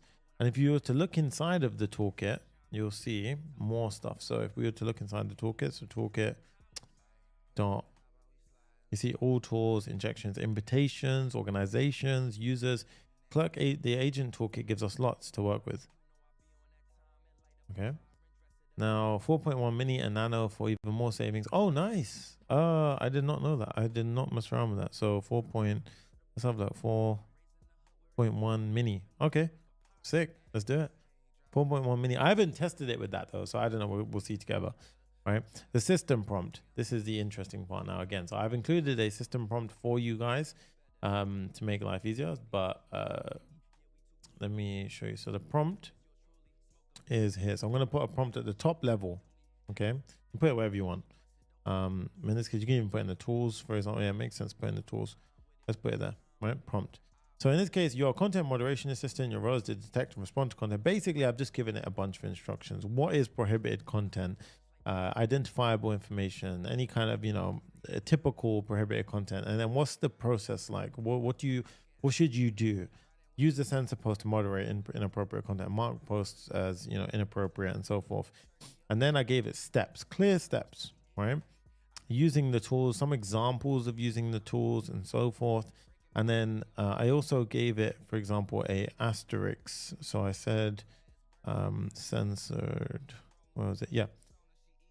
So I wrote here, never ever allow any of the prohibited content to be posted. Change the content to be compliant with the community standards. Marking as 1 asterisk per character of the prohibited content or censored to replace the prohibited content. So now with that in mind, we can import our system prompt. We have the result here. And then what we can do, guys, we're almost there, is we can, believe it or not, it will all just work, hopefully. I'm saying that with a lot of optimism, but then we can go ahead and say AI moderation completed successfully. You can see the result yourself there. And then, yeah, that will be it. So at this point, and then at the end of all of that, you can say post creation completed successfully. So let's post and we can see ourselves if it works straight away, because we'll have 2 clear indications of if it worked or not. So localhost 3000. Okay, my app crashed. Let's go down here. PM run dev. Let's refresh. Guys, moment of truth. Moment of truth. All right, let's see. Okay. So I want to show you. So here we have reported users. So I should be a reported user if I do a bad post now. So let's give me something bad to write here. So let's do hub farm. I don't know what's PG enough to put on here. That could be like I don't want to swear on screen. Let's just do something like this is so you are a stupid piece of crap.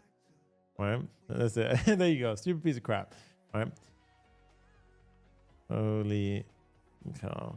Right, so maybe that doesn't, I don't know, we'll see. I mean, this is again, right, make crap a naughty word, so you can actually do that. Yeah, so in this case, let's go ahead and do a post. Right, let's see. Yeah, stupid piece of crap. So now let's see. So this behind the scenes, if we did it all correctly, is running the AI agent. The AI agent, it should now have access to the tools, will report the user. Yo, yes, let's go. Check it out, guys. It worked. It worked 21 seconds ago. And if we check this, the specs over here, look, you can see that a full flow happens. So look, you can actually see the entire request body, GPT-4.1 mini. So, oh, by the way, thank you, Stephen. It worked. In this case, cow is only, but in the context we used it. Now you can see, like, if we go down here, two tool calls, amazing. Look, sensor post and report user, and then it had results. So prompt tokens, completion tokens, total tokens. We can see GPT-4 mini. You can actually go ahead and see the entire call and what happened, the response, everything as well, the body, choices, the usage.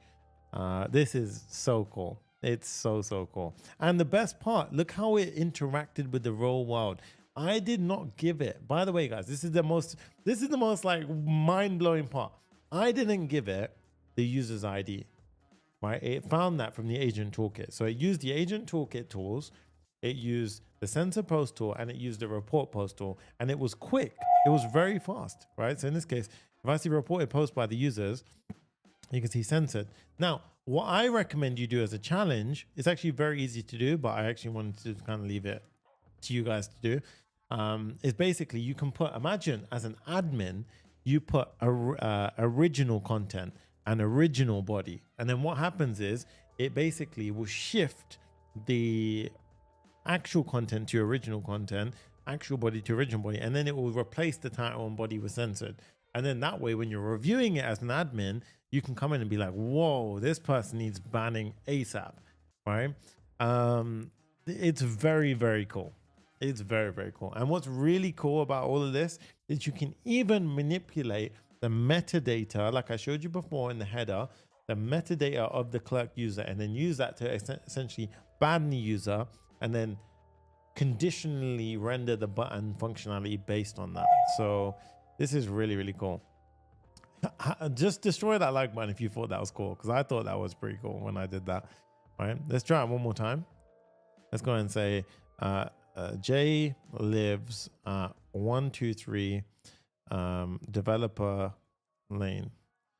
Go find Jay and throw a pineapple at him. Right? There you go. And you should see the amount of these messages that I have done in the past few days. It's actually hilarious. And then poor Jay. All right, reported post. Look, yeah, look, it did it. Censored. It censored his address. And then it censored it. Amazing. This is so cool. Sonny got it out for Jay. Jay's on the side. Just, I know, right? Guys, we did it. That is so sick. Amazing stuff. We have all of the functionality down. Let's go ahead and the main thing, let's deploy this thing. Trust me, I'm not out of the woods yet. We're almost there, but we're not out of the woods. So Vercel, let's do that. But by the way, who thought that was pretty cool? Because this is where AI agents are, they're just incredible. It's simple to implement with tooling. And trust me, that in itself was an agent. That was actually an agent because it could interact with the world. It had its own concept of memory, and it was using an LLM, the three core concepts of an agent. Yeah, Crazy, so powerful. I love that, right? So that was super cool. So let's go ahead and deploy. So what I'm going to do now is I've already installed the Vercel CLI. So you can go ahead and just install the CLI and then you run Vercel. Set up and deploy. You can do yes. And then it will ask me if I'm already logged in. So it will go ahead and do that right now. And then what I do is I go ahead and pop in my project. I say link to existing project. No. What's your project name? Yep, I can keep it as a basic one. Modify settings. No. This will fail, by the way, because I haven't added the environment variables, which is totally expected. We can go ahead and click on inspect. And now this will open up the following. This is great. We go into the Reddit YouTube clone settings, environment variables. Now here is what I want you to pay attention to. Go ahead and open up your environment variables. So in this case, I'm going to just hide my screen. Go into env.local, grab everything, copy, and then go over. Oh, God's sake. Right. and the amount of times I've done that, honestly, and then go over to here, and I want you to paste it. So you paste it all in, and then you click on save, and then that's it. Right. So now that's saved, which means my previous deployment, we cancel it. Cancel deployment because that won't be using the correct things. Oh, look what song came on of all the songs as well. Then we do Vercel, and now you'll see deploying with it's deploying to preview, so I can actually I want to cancel that. I know you shouldn't do a direct push to prod, but I want to do a direct push to prod today. I ain't got time, so I want to do Vercel -- prod. So I'll do a direct push. I guarantee I've misplaced something, or a type will break. For example, this will break. Yep, here. Yep. That's gonna fail. So what we can do is we can literally do a Vercel build locally, Vercel build, and let that do its thing. So run Vercel pull, yes.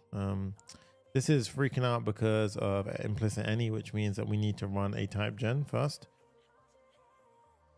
So before you deploy, run a type gen.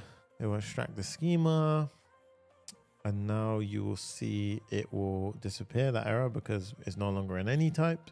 There you go. We have types. Now if we do a Vercel build, we can test locally if it's there. Do we need a specific consideration when special consideration picking a platform to deploy to? Mainly concerned about costing? I personally wouldn't. I mean, I am big on the Vercel push. Many devs out there are pushing against it. They want to push to whatever you want. Vercel don't vendor lock you in. You can do self-hosting in many ways. You can do Cloudflare. You can deploy with Cloudflare workers now as well. Lots of avenues to deployment. I like Vercel for many reasons. I focus more on product instead of, my personal take on this is I focus more on the product. I think if you focus more on the product, the cost aspect can easily be fixed if you have a good product. So that's my personal approach, but it's a hot take. Many people may disagree with that. I don't care. I do. In our software agency, I always deploy our client apps to Vercel, and it's been great, right? So in this case, we can see, there we go, amazing stuff. Now we can do Vercel -- prod.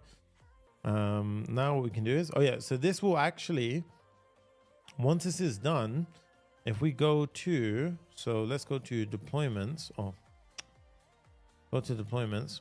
What am I doing? You can cancel that one. Do the prod one now. So here. So once it deploys to production, we need to actually add the relevant URL. So production will be, so you see this Reddit clone, that domain. What you want to do is go over to Sanity. So what you can do is you can go here, click on manage project, and then you want to go to cause. So in API, cause origin, add cause origin, https / and then paste in that. Okay. Allow credentials, as we have self-hosted self-hosted studio, so you have to enable credentials, and then that has now allowed the app to pass through, so that will now work. You can also, like I said before, when you got your data sets, you've got one of two included in the plan. So in the free plan, or this plan. So I'd recommend you have a development data set and a production data set for obvious reasons. So that way when you don't mess around with your production data when it's live.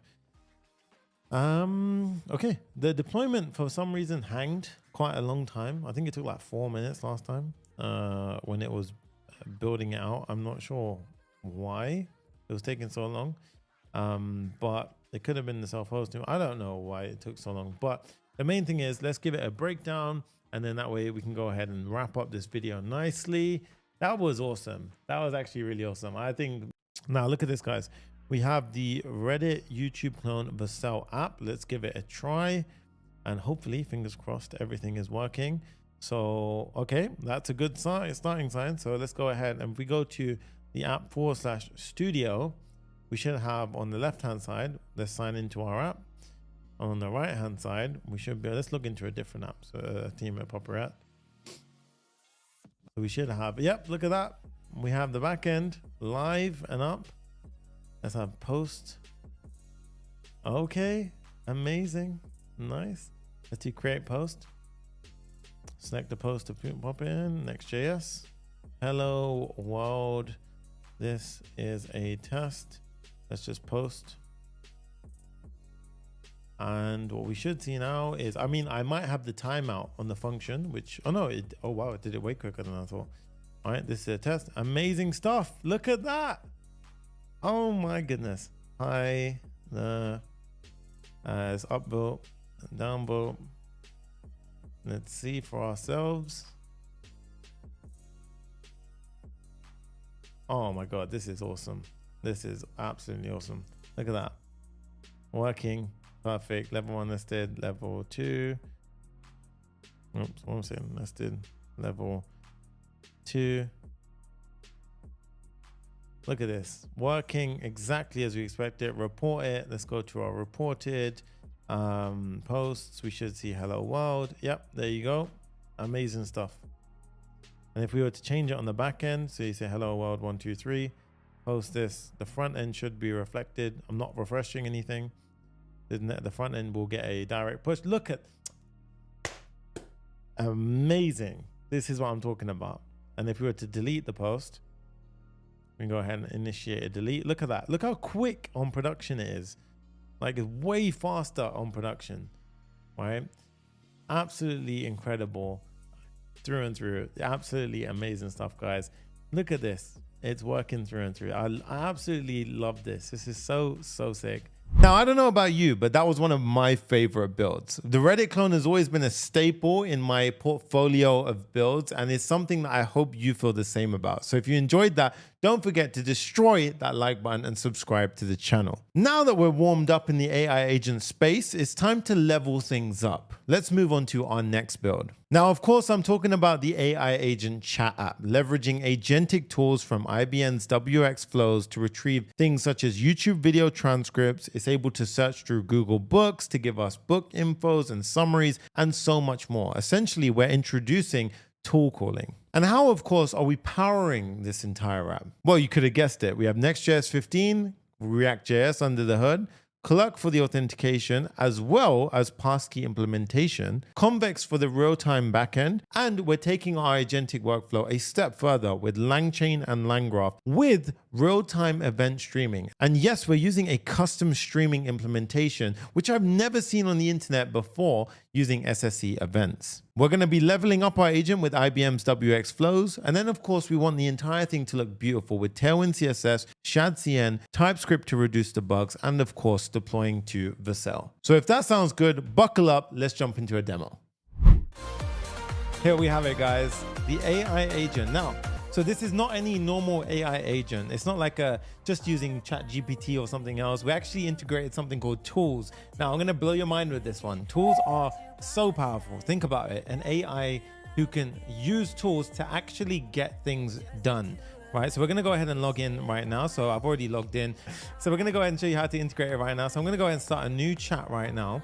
And let's go ahead and jump into it. So you can see this AI agent can do so many things. It can go ahead and pull data from our database by using specific tools. For example, all the customers in the database, all the comments from our database, It can go ahead and get YouTube video transcripts and do stuff with that. It can go ahead and search Google Books, Wikipedia, parse the data with a special tool called JSON. Let's go ahead and give it a try, right? I'm going to say, get me all of my customers.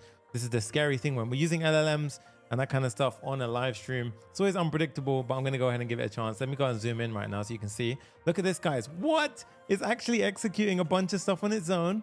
And if we head down here, look at this. It got all the customers from the database. Hey, that is awesome. And this ain't no basic tutorial. So I've actually done so many things which I haven't seen many YouTubers doing right now, which is going into the under the hood workings of how this stuff works and how you can optimize your token usage. Because I see loads of tutorials teaching you how to build an AI agent or something, but I don't see anyone telling you how to actually optimize.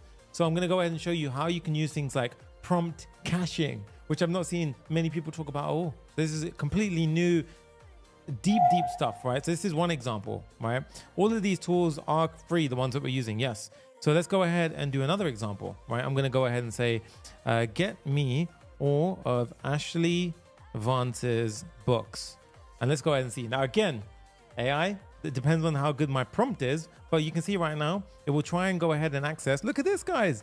It actually used, and bear in mind, I did not say at any point to go ahead and use what tool, right? What specific tool.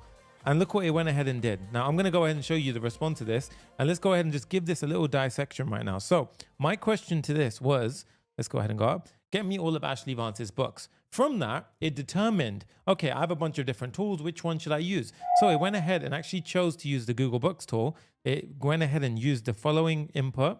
And this was the output. So you can see here, it gave us all of the books. Now from the books, it went ahead and said, okay, I've got a bunch of books. Let me get more detailed information about one of his most recent books, to which it went ahead and found a most recent book.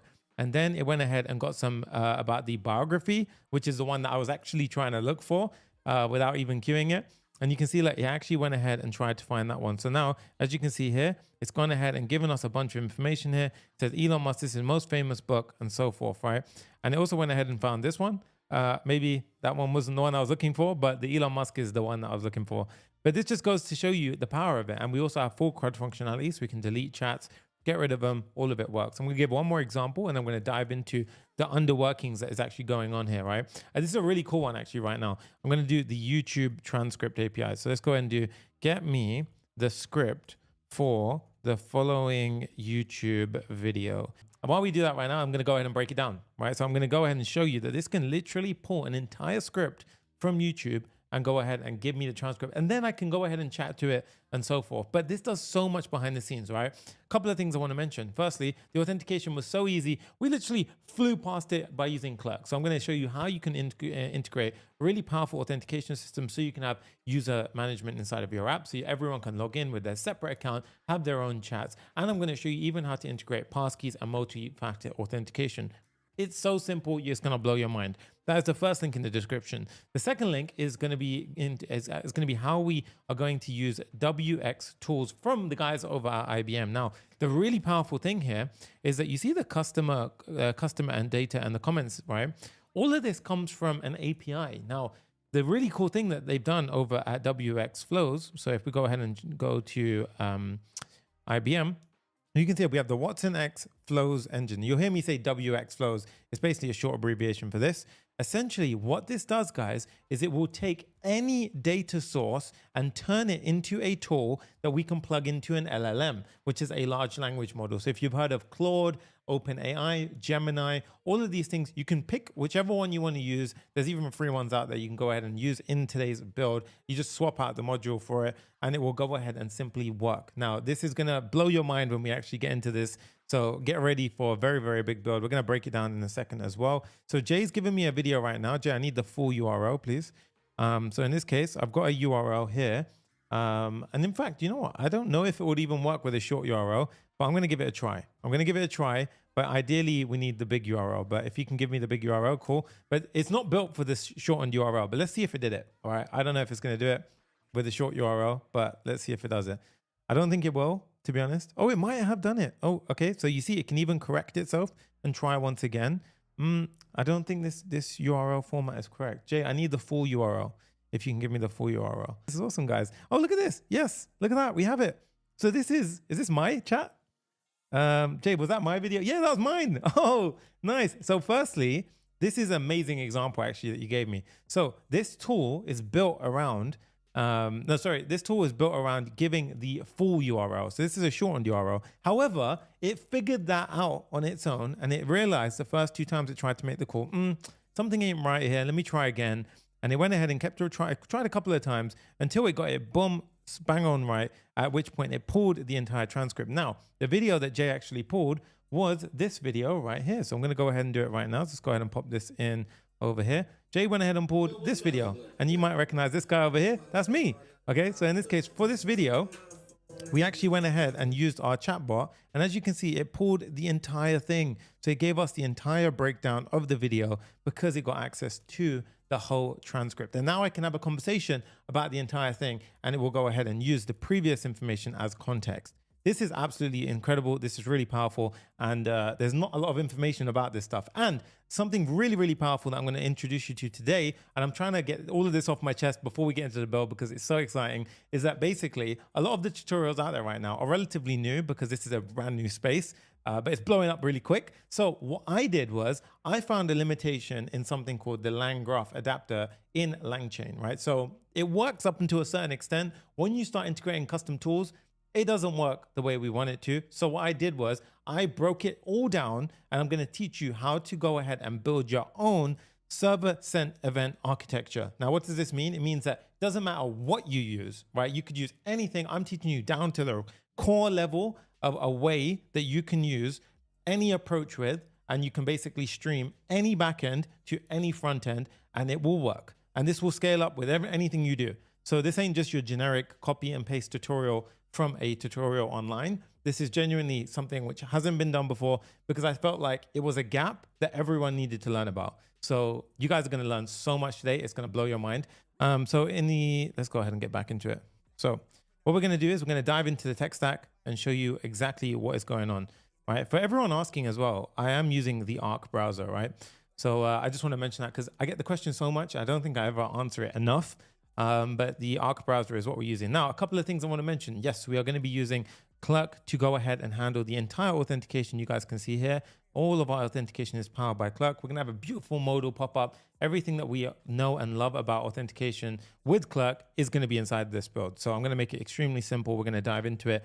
And the benefit of using something like Clerk is, one, it's so easy to implement. It's crazy. I absolutely love the guys over at Clerk because not only are they constantly releasing new things, but they're constantly updating it so it works with the latest things like Next.js 15. And it's also just the developer experience is gold, right? So you guys are going to see today, it's beautiful for implementation, right? So implementing any kind of auth provider into it. So we're going to go ahead and do this today together. And of course, I mentioned we are going to be using Watson AI Flows engine. And this is going to, again, be a really straightforward tutorial about how we can go ahead and take something like a URL such as this. So I'm going to go ahead and give you an example. So let's say, for example, we have the following URL. Okay, this URL right here. Now, this URL has all of the customers. How do you take something like this and make it a tool that can basically be integrated with something like GPT or Claude or something like that? Well, today I'm going to basically break down that entire thing and show you how you can not only do that, but then you can create a custom streaming protocol, which is, I say custom, but it's actually a standard server sent event architecture. And you can stream it to your front end. So that way you can do whatever you want to do and make a ton of money in your SaaS AI app, right? Because that's the way things are moving right now. AI agents are here to stay and loads of stuff is happening, right? So we're going to go ahead and dive into the next section. Oh, I completely skipped it, right? You're probably wondering, how is he storing all the information, right? Convex are not sponsoring this video, but I love them so much, I'm using them, right? So Convex, you guys, shout out to you guys because honestly, your backend solution here sounded so bad. But the backend solution here is so good for Next.js apps that I absolutely love it. So this is going to be something that we're going to be integrating today to support the entire backend.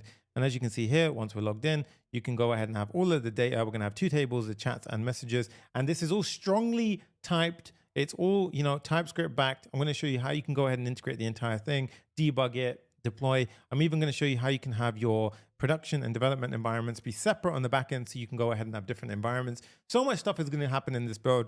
And again, like I mentioned, all of the source code is there, so you don't have to freak out. It's going to go ahead and, you know, be there for you. And of course, we are going to be using Anthropic in this case, right? So we're actually using Claude 3.5. However, as mentioned, if you want to use a free LLM, you can replace that part, right? So that's why I'm using LangChain today to go ahead and make it very simple to go ahead and do all of that, right?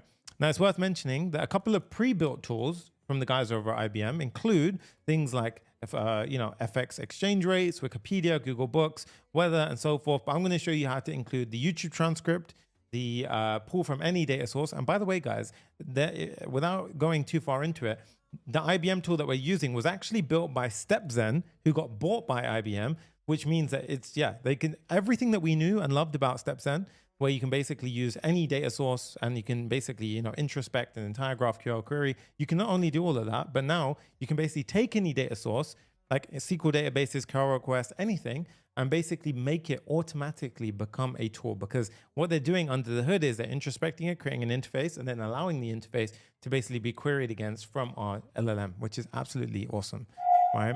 So I want to go ahead and just, again, give you a quick little demo as to what's going on. So obviously we can chat to our build over here, and that's actually not the demo I want to show you. Let's go ahead and show you one more quick example. We also have a really nice, you know, UI here, by the way. So this is the sign up I wanted to show you. Yeah, so we're going to go ahead and build this entire sign-in flow. Go ahead and log in, and let's go ahead and just give you one more demo. So I've already pre-logged into one account on Google there. Again, I'm going to show you how to do that with passkeys as well. And as you can see, we've even got the nice little placeholders, all the little things we've included, right? All right, I'm going to give one more example. Say, get me all of the comments and show me the most positive one, right? And this is the benefit of AI agents, guys. You're interfacing with it in a very human way, but it does all of the hard work stuff behind the scenes. And this is something where, honestly, you're building a really powerful solution here. And I want you guys to really pay attention to this, because there's a huge potential to do really big, powerful apps that basically solve a single problem, and you can make tons of money from it, right? And I'm not even just making this up. You can go ahead and do it right now. So many people are doing it. We have so many that we're actually going ahead and building behind the scenes. And I'm going to be releasing them publicly on YouTube and vlogging the entire thing, because I thought, why am I gatekeeping this any longer, right? So me and Jay have decided we're just going to vlog way more and just show you all of the behind the scenes. So let's break down the build and get into this. And if you want the music, everyone asks me every time, you can go ahead and subscribe to the playlist. It's in the link in the description, right? So let's break down the entire thing, because I want everyone to understand what the hell is going on, right? So we've got our Next.js app. I love this music so much, honestly. Next.js, and this is going to be Next.js 15, because your boy doesn't do half measures. 15, cool. All right, so we've got Next.js 15. And then I'm going to go ahead and have our backend. So let's go ahead and say our Convex database is over here. So let's just say this is Convex. Now, what I want you to imagine here, so I'm going to try and, you know, kind of draw this one out. Let's actually make it very simple. So I put it on the same ground. So left-hand side, consider it in high-level terms that this is the front end with the users, you know, doing their thing, right? So I'm going to put this over here. But in this case, what we have essentially is we have, you know, the user puts in a message. So let's go ahead and put a little chat box here. So let's go imagine user types in their message. So this will be, you know, they've chatted away, and then they hit the submit button. Okay, so this is going to have some kind of button here.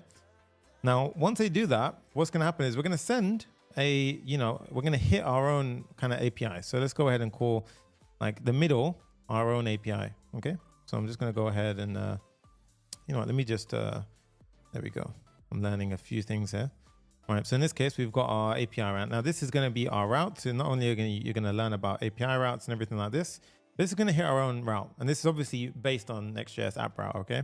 Now, once we've done this, what's going to happen is a lot of things are going to go ahead and execute behind the scenes. Now, the first thing is we're going to go ahead and make a call to a LLM. Now, what is an LLM? It's a large language model, right? Now, again, this is a high-level representation. It's built off of LangChain. But what we're going to essentially be doing is basically making a call to something called an LLM. So think of it as like, I'm just going to make it very simple for everyone. We're going to just call this, you know, this could be GPT, this could be Gemini, it could be Claude, whatever the case, right? Now our LLM basically is going to get the message. So this message that we sent, so let's just go ahead and say it was hello. Okay. Now this is going to go to our route and then it's going to go to the LLM. Now at this point, what we're going to do is we're going to create essentially like a kind of a thinking mind map for the LLM, right? So we're basically going to encapsulate the LLM in sort of a framework. So think of it like this, and this is going to be where LangChain comes into it. Now in this framework, we're going to give it a bunch of things. We're going to say, okay, when you get a message, you're going to have access to a bunch of things, a bunch of nodes, right? One of them is going to be tools, okay? And then we're going to give you a couple of, functions that you can essentially go ahead and use to determine what you should do next. And we're just going to call that should continue, okay? So you've got access to tools, you've got should continue and so forth. Now the tools are basically where you can go ahead and do anything, such as you can go ahead and get the YouTube script, right? For example, right? You can go ahead and get your, you can make a REST API request or something like that, right? But these are a bunch of different example tools, okay? Then of course we have the should continue. So let's take our context into here. So let's just say, for example, it was hello, get me customers, get me script, right? Now we start here. User puts in the message, they hit send, goes to our route, goes to the LLM, and then, for example, we hit the should continue. At this point, what we're going to do is the LLM would have already, examined the prompt and said, well, okay, do I need to use a tool here? And it will have access to the tools that it has, and it will make a decision as to, okay, if I should use the tools here, then should continue will redirect me to the appropriate tool. So we hit the YouTube script tool. Then it basically forms a loop where basically after that, after it replies, it will be like, is this enough to basically to go back to the user? Or do I need to call another tool? And you see, we have this kind of loop that goes on, right? So we go in this loop for a little while, and then afterwards, basically we have the response come back. But here's where it gets interesting. So this response, I want to kind of highlight this very clearly, right? This response is not normal. You see how I've staggered it here? So basically what is happening here is we are going to stream the response. That's why I've done this. So what we're going to essentially do is this, for example, is the message. We're going to stream back chunks. Okay. So think of it like this. So these are chunks, they're called, right? And this is essentially the reply from the LLM. Okay. Now, why do we do this? Because if we stream back in one go, not only do you have to wait, so you're essentially going to have to wait for the entire thing to be ready. The user is going to be sitting there twiddling their thumbs thinking, I don't know, it's taking longer than I thought. I'm out, right? Especially nowadays, people got very small attention spans, right? However, with chunks, the benefit is that we get an immediate response on the UI. Immediately, you can be like, hey, thanks for your question. Now I'm going to go ahead and get your script. Now I'm going to go ahead and do this. Now I'm going to go ahead and do that. And you see how it basically goes ahead and does that, right? So essentially, we go ahead and we stream the chunks back in, right? Now, there are two areas where we can store the final message into the database, right? We can either do it on the app and we can do it on the server. Now, again, for simplicity's sakes on this app, I've done it on the app. However, in a production build, whatever you want, it's not very difficult to change it. So the final message gets stored from the server to the backend. Now, what do I mean by this? Well, as we're streaming back the information, what I want you to pay attention to is, so imagine we're streaming back chunks. Now the chunks could literally be the beginning of a message. So in this case, let's go ahead and ask a question here.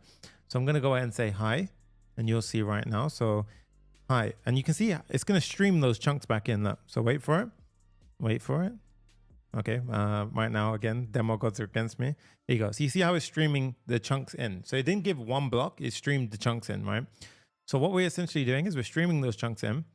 And then once it's completed and the final message is ready, so essentially think of it this way. Every time we stream a chunk in, we slowly compile up a final message. Now, once the final message is ready, so let's call it the final message.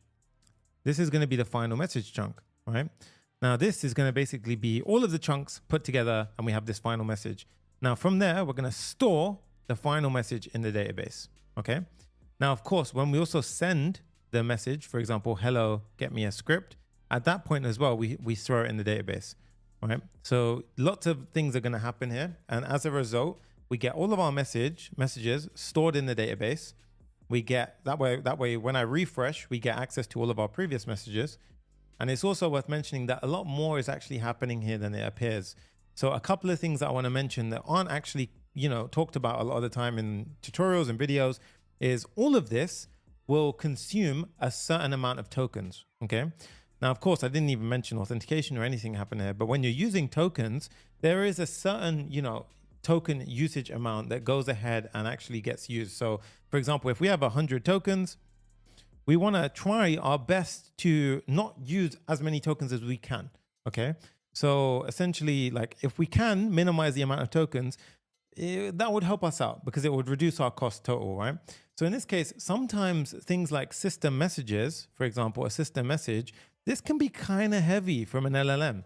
And there's certain questions that we might ask ourselves, like, why do we actually have to, constantly give the same system message over and over and over again? Isn't that a bit of a waste? Well, this is the genius part about something called prompt caching. With prompt caching, what we can do is we can basically say, okay, say I give you 3 messages and I send it up, right? Or like I've got a conversation history of 5 messages and we've asked all those questions. Every time we do that, we set these things called caching breakpoints. And what this is going to do is it's basically going to tell the LLM, okay, save this in memory somewhere so you don't have to keep on spending tokens because we've already done that part, right? I just care about the last question, right? So use the cache for the previous stuff and then only the last question spend tokens on. So I'm going to show you how you can do that. And what this actually does is it drastically reduces the number of tokens that you actually use. So I'm going to go ahead and give you a little bit of an insight here. And the reason why this is so important, if I go ahead and show you prompt caching, you guys can see for yourself lots of different articles here, right? And one of the ones that I want to show your attention to is this one right here. So if you guys can see what is prompt caching, guys, the cost reduction is huge. It can be up to 90%, right? For example, if you're chatting with a book, think about it. The book context alone could be 100,000 tokens. So you don't want to constantly spend 100,000 tokens. You should call it once, cache it, and then every subsequent question just uses the cached amount behind. And then that way you're only spending a small amount of tokens every time. So this is actually game changer for many reasons. And I'm yet to see people talk about it. So I want to dive into this and we're going to go ahead and completely break it down. So I'm going to show you all of this. There is so much inside of this. It's absolutely essential and crazy to stay locked in. So the first thing I want you to do before we jump into any of this breakdown anymore is let's start getting things moving. Okay. And we're going to create our Clerk account. Okay. So I want you to go ahead and click on this because this is going to be the first step. Without our authentication, we can't have a user. Okay. So once you go ahead and click on start building for free, I've already signed in. So I'm going to click on dashboard. Then you'll see the following page, right? What we're going to do is we're simply going to go to the top and we're going to click on create application. Now over here, I'm going to go ahead and let's just say YouTube and we're going to say AI agent. Okay. And here you can see we've got a bunch of different sign-in options. This is what I love about Clerk. It's so simple. Okay. So you can go ahead and basically toggle whichever ones you want. So right now I'm just going to stick with Google and email and I'm going to click on create application. Okay. And we're also going to implement passkeys as well in today's build. So do not forget, lots of cool stuff going on, right? And then they give you this awesome integration guide. Now, I do want to mention as well that I am now switched over to PNPM. So I know lots of you are screaming at me, Sonny, why do you keep using NPM when PNPM is so much more efficient? Yes, your boy is now using PNPM. Okay, yes, fair enough. A little bit late to the party. But here we go, we have it. And the reason why we use PNPM, basically all PNPM does differently from NPM essentially is rather than reinstalling the same dependency in all of your projects and then racking up loads of space on your computer, it just installs it in one global spot and then it references it and reuses it in a very efficient way. So basically imagine you've got 10 different projects. You haven't got the same dependency downloaded and installed 10 different times. It just references the one global one on your machine and it manages all of that dependency management really well. Right, so this is going to be absolutely pretty essential for keeping your storage pretty low. Okay, so we're going to go ahead and do that. So once you've done that, we can get started with the build. Now, we need to set up our Next.js app first. That will help us out a lot. Okay, so we're going to go ahead and get started. So I'm going to go ahead and I'm using the Warp browser. Oops, not Warp browser. So again, you don't need the Warp browser. I do it because it has some AI features involved. So what we're going to do is, if I was you, I'd always put your stuff inside of a relevant folder. I'm going to throw it inside of there. And then I'm going to go ahead and just do create next app. So basically you want to do someone's going to shout at me for this because I'm using npx. So you could use npx, or you just make sure you got node installed. If you want to go the correct way with pnpm, then it would be pnpm, and I think it's dlx, create next app latest. Okay, so just a couple of things. dlx, I don't know why they call it dlx, but there you go. All right, in this case, we got create next app latest, and let's go ahead and call it the YouTube AI agent app. Okay, and now we can go ahead and see if this will build. So you can see right now, I haven't used this typically before, so I added the package. Would you like to use TypeScript? Yes. ESLint? Yes. Tailwind CSS? Yes. Everything by default? Yes. And this will go ahead and install everything that we need. Okay, so I need to update my PNPM. Okay, and as you can see, look, it's reusing packages, guys. So I really want to highlight that to you, that that's quite an important thing, especially for using PNPM. And you can see right now, it reused a bunch of packages, which basically means it only had to download 17 new ones to my computer. Okay, which is pretty nice. And then we're going to cd into our YouTube AI agent build. Okay, and then now what you would do is you type in code dot. Now that would open up VS Code. Again, like I mentioned, I'm using cursor, so I just type in cursor dot, and it'll open up cursor. Again, do whatever you want. Use cursor, use VS Code. It's down to you, your preference. Whatever you feel comfortable with, do it. I'm using this because it just makes things a little bit simpler. And we have some cool features. If you press Command I, you have the composer, a couple of cool things like that. It really helps when you're coding. And I'll be honest with you, like it helps if you want to explain a certain thing, you know, it can really help out with things. All right, so let's go ahead and we're going to spin up our app. So I'm going to go ahead and actually cut my last app and I'm going to run it here. So we're going to say pnpm dev, okay? And pnpm dev is basically the alternative for npm run dev, okay? And as you can see now, boom, 15.1.4. And I know this was actually a very good point, but last time somebody said, can you just show the package.json at the beginning of a build? I think it's a very good thing because you guys might have different versions, but there you go. There's my package.json, okay? So at this point, we have this open.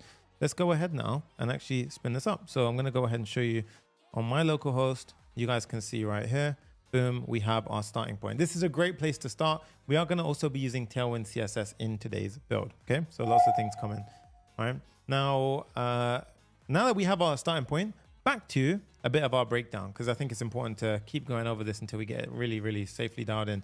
While we're building this out, I want to mention that everything is going to be built with TypeScript. Okay, so TypeScript is going to be in the mix. Okay, so at this point now, we have TypeScript. And the best thing about Convex is it's backed at it's also type protected. So everything in our database, which is going to be schemaed up so that way, you know, our chat table, our messages table, all of it is going to be, you know, strongly typed. That's awesome because that means that when we go ahead and reference our backend, everything is perfectly safe to access. We're not going to break anything because we're accessing it safely. Okay, so that's a couple of things I'm mentioning. We are also going to be using Tailwind CSS. So we're going to style up this app with Tailwind CSS. We are going to be using shadcn in today's build. I think we are. I don't know actually if I'm using it. I'm going to write it here, but I don't know if I'm actually using it. I'll be honest. I completely forgot. I got so caught up with this part of the build that I didn't do it. I can't remember if we did it. Server sent events, right? So this is basically what I'm going to teach. That's very different from every other YouTube tutorial on YouTube right now about this. So server sent events are essentially how we can build a streaming layer between our backend and our front end. So when I say backend and front end now, what I'm talking about is the backend and front end is both in Next.js. Next.js has something called the app router. And the app router allows us to have pages on the website. And it also allows us to have the, you know, sort of API routes or route handlers. So we can make post requests, get requests, anything we want.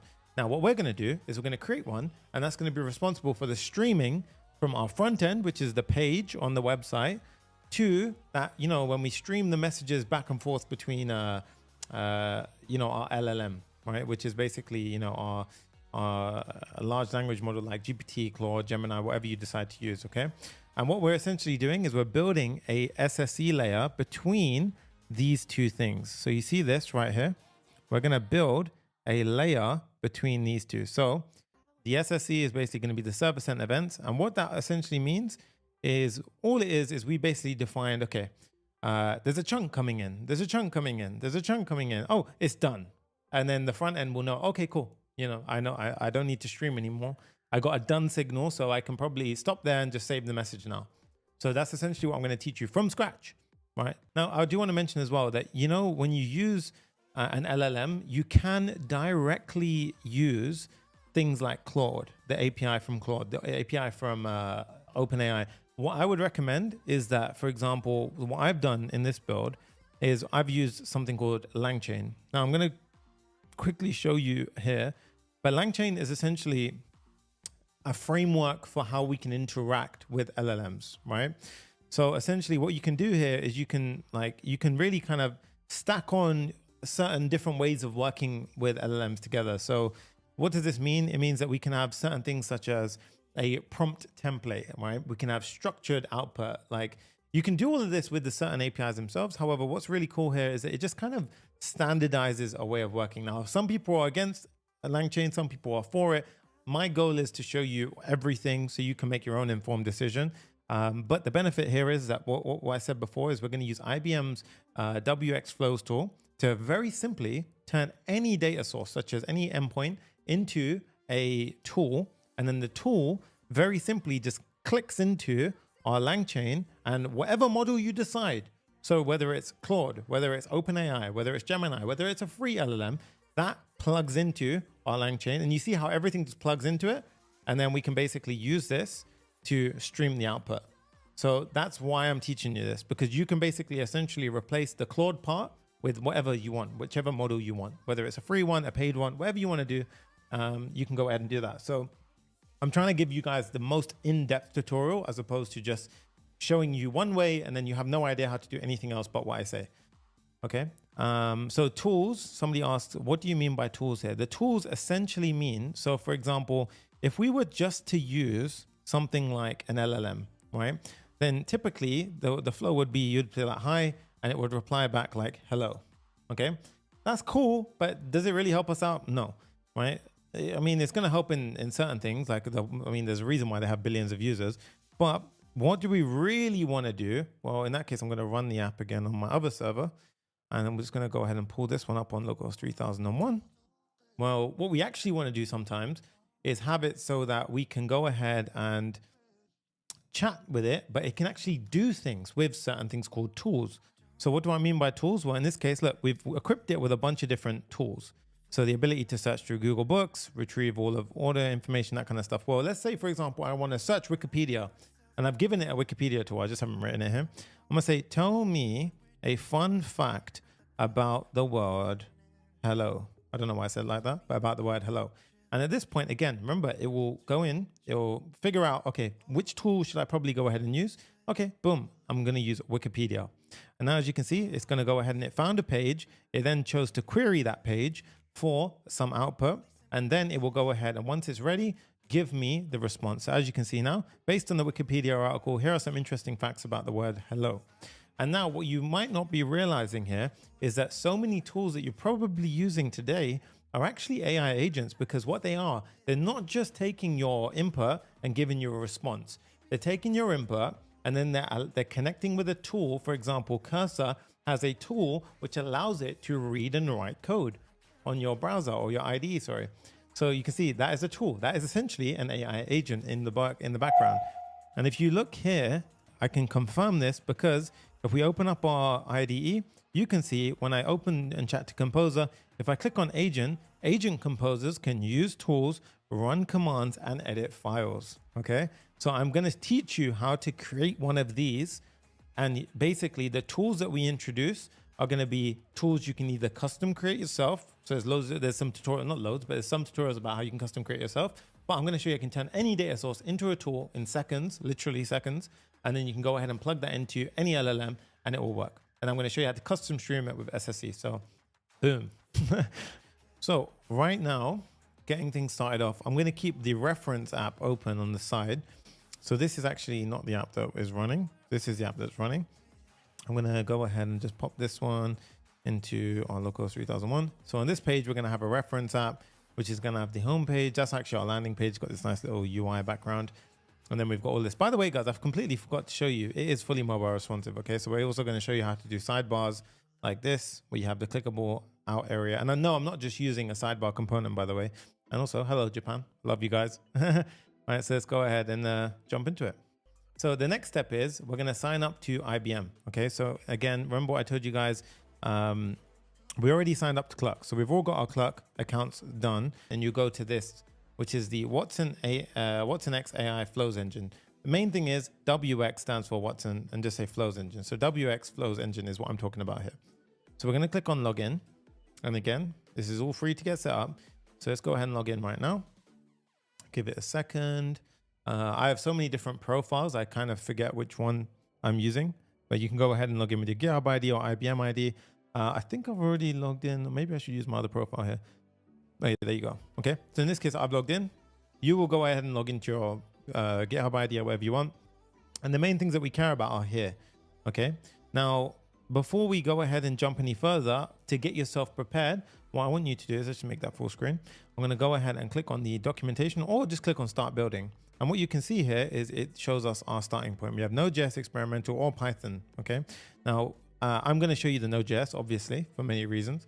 But we're going to go ahead and do that right here. Okay. So what you need to do is you want to go ahead and firstly, initialize this on your computer. So you need to download the CLI first. We've already signed up for the free account. Download and install the CLI. So you want to click on this, and then we're going to click on Node, and then you want to download this. Now, I've already done this step. So you just download this, and it will go into your downloads folder. Okay.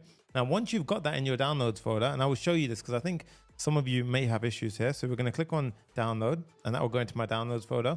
And then, for example, what I do is I go into my terminal, or I just go into Warp. And then what I can do is I can say downloads. Oops, downloads. Okay. And I'm in my downloads folder, and I can basically go ahead and execute this, right? So if I go ahead and just basically try and find this file right here, you can see I have permission to, so the file is in there. Okay. So it's definitely in there right now because it would have said file not found, but it said permission denied because I tried to access it, right? So in this case, we just need to run this command, npm-i-g. And what this will do is it will install this package, because it's experimental at the moment. It will install this package into our global directory. Once you've done that, you'll basically have installed Wxflows. And the way you can test it is you simply do Wxflows --version. Okay. So in this case, I would do that first command, and then now I can do Wxflows --version, and then boom, you see I can see 18.18.2. Okay. So once we've done that, we're ready to proceed. Okay. So we can go back over to the getting started, and then we need to authenticate the account.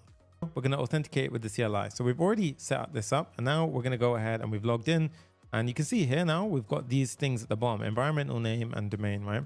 So we're going to go ahead and do Wxflows login. So right now I'm going to go into my terminal. So let's just open up my Warp, and let's do Wxflows login. And it's going to ask me in a second, what is your environment name? Okay. So in this case, the environment name, what we can do is we can go back to our home, and the environment name is this one. So we're going to copy that to clipboard, and we're simply going to paste it. So I'm going to make that bigger, and you can see what is your admin key. Now, what I want you to do here is you see your admin key, you just copy that and you paste it inside of here. And you see its input is hidden.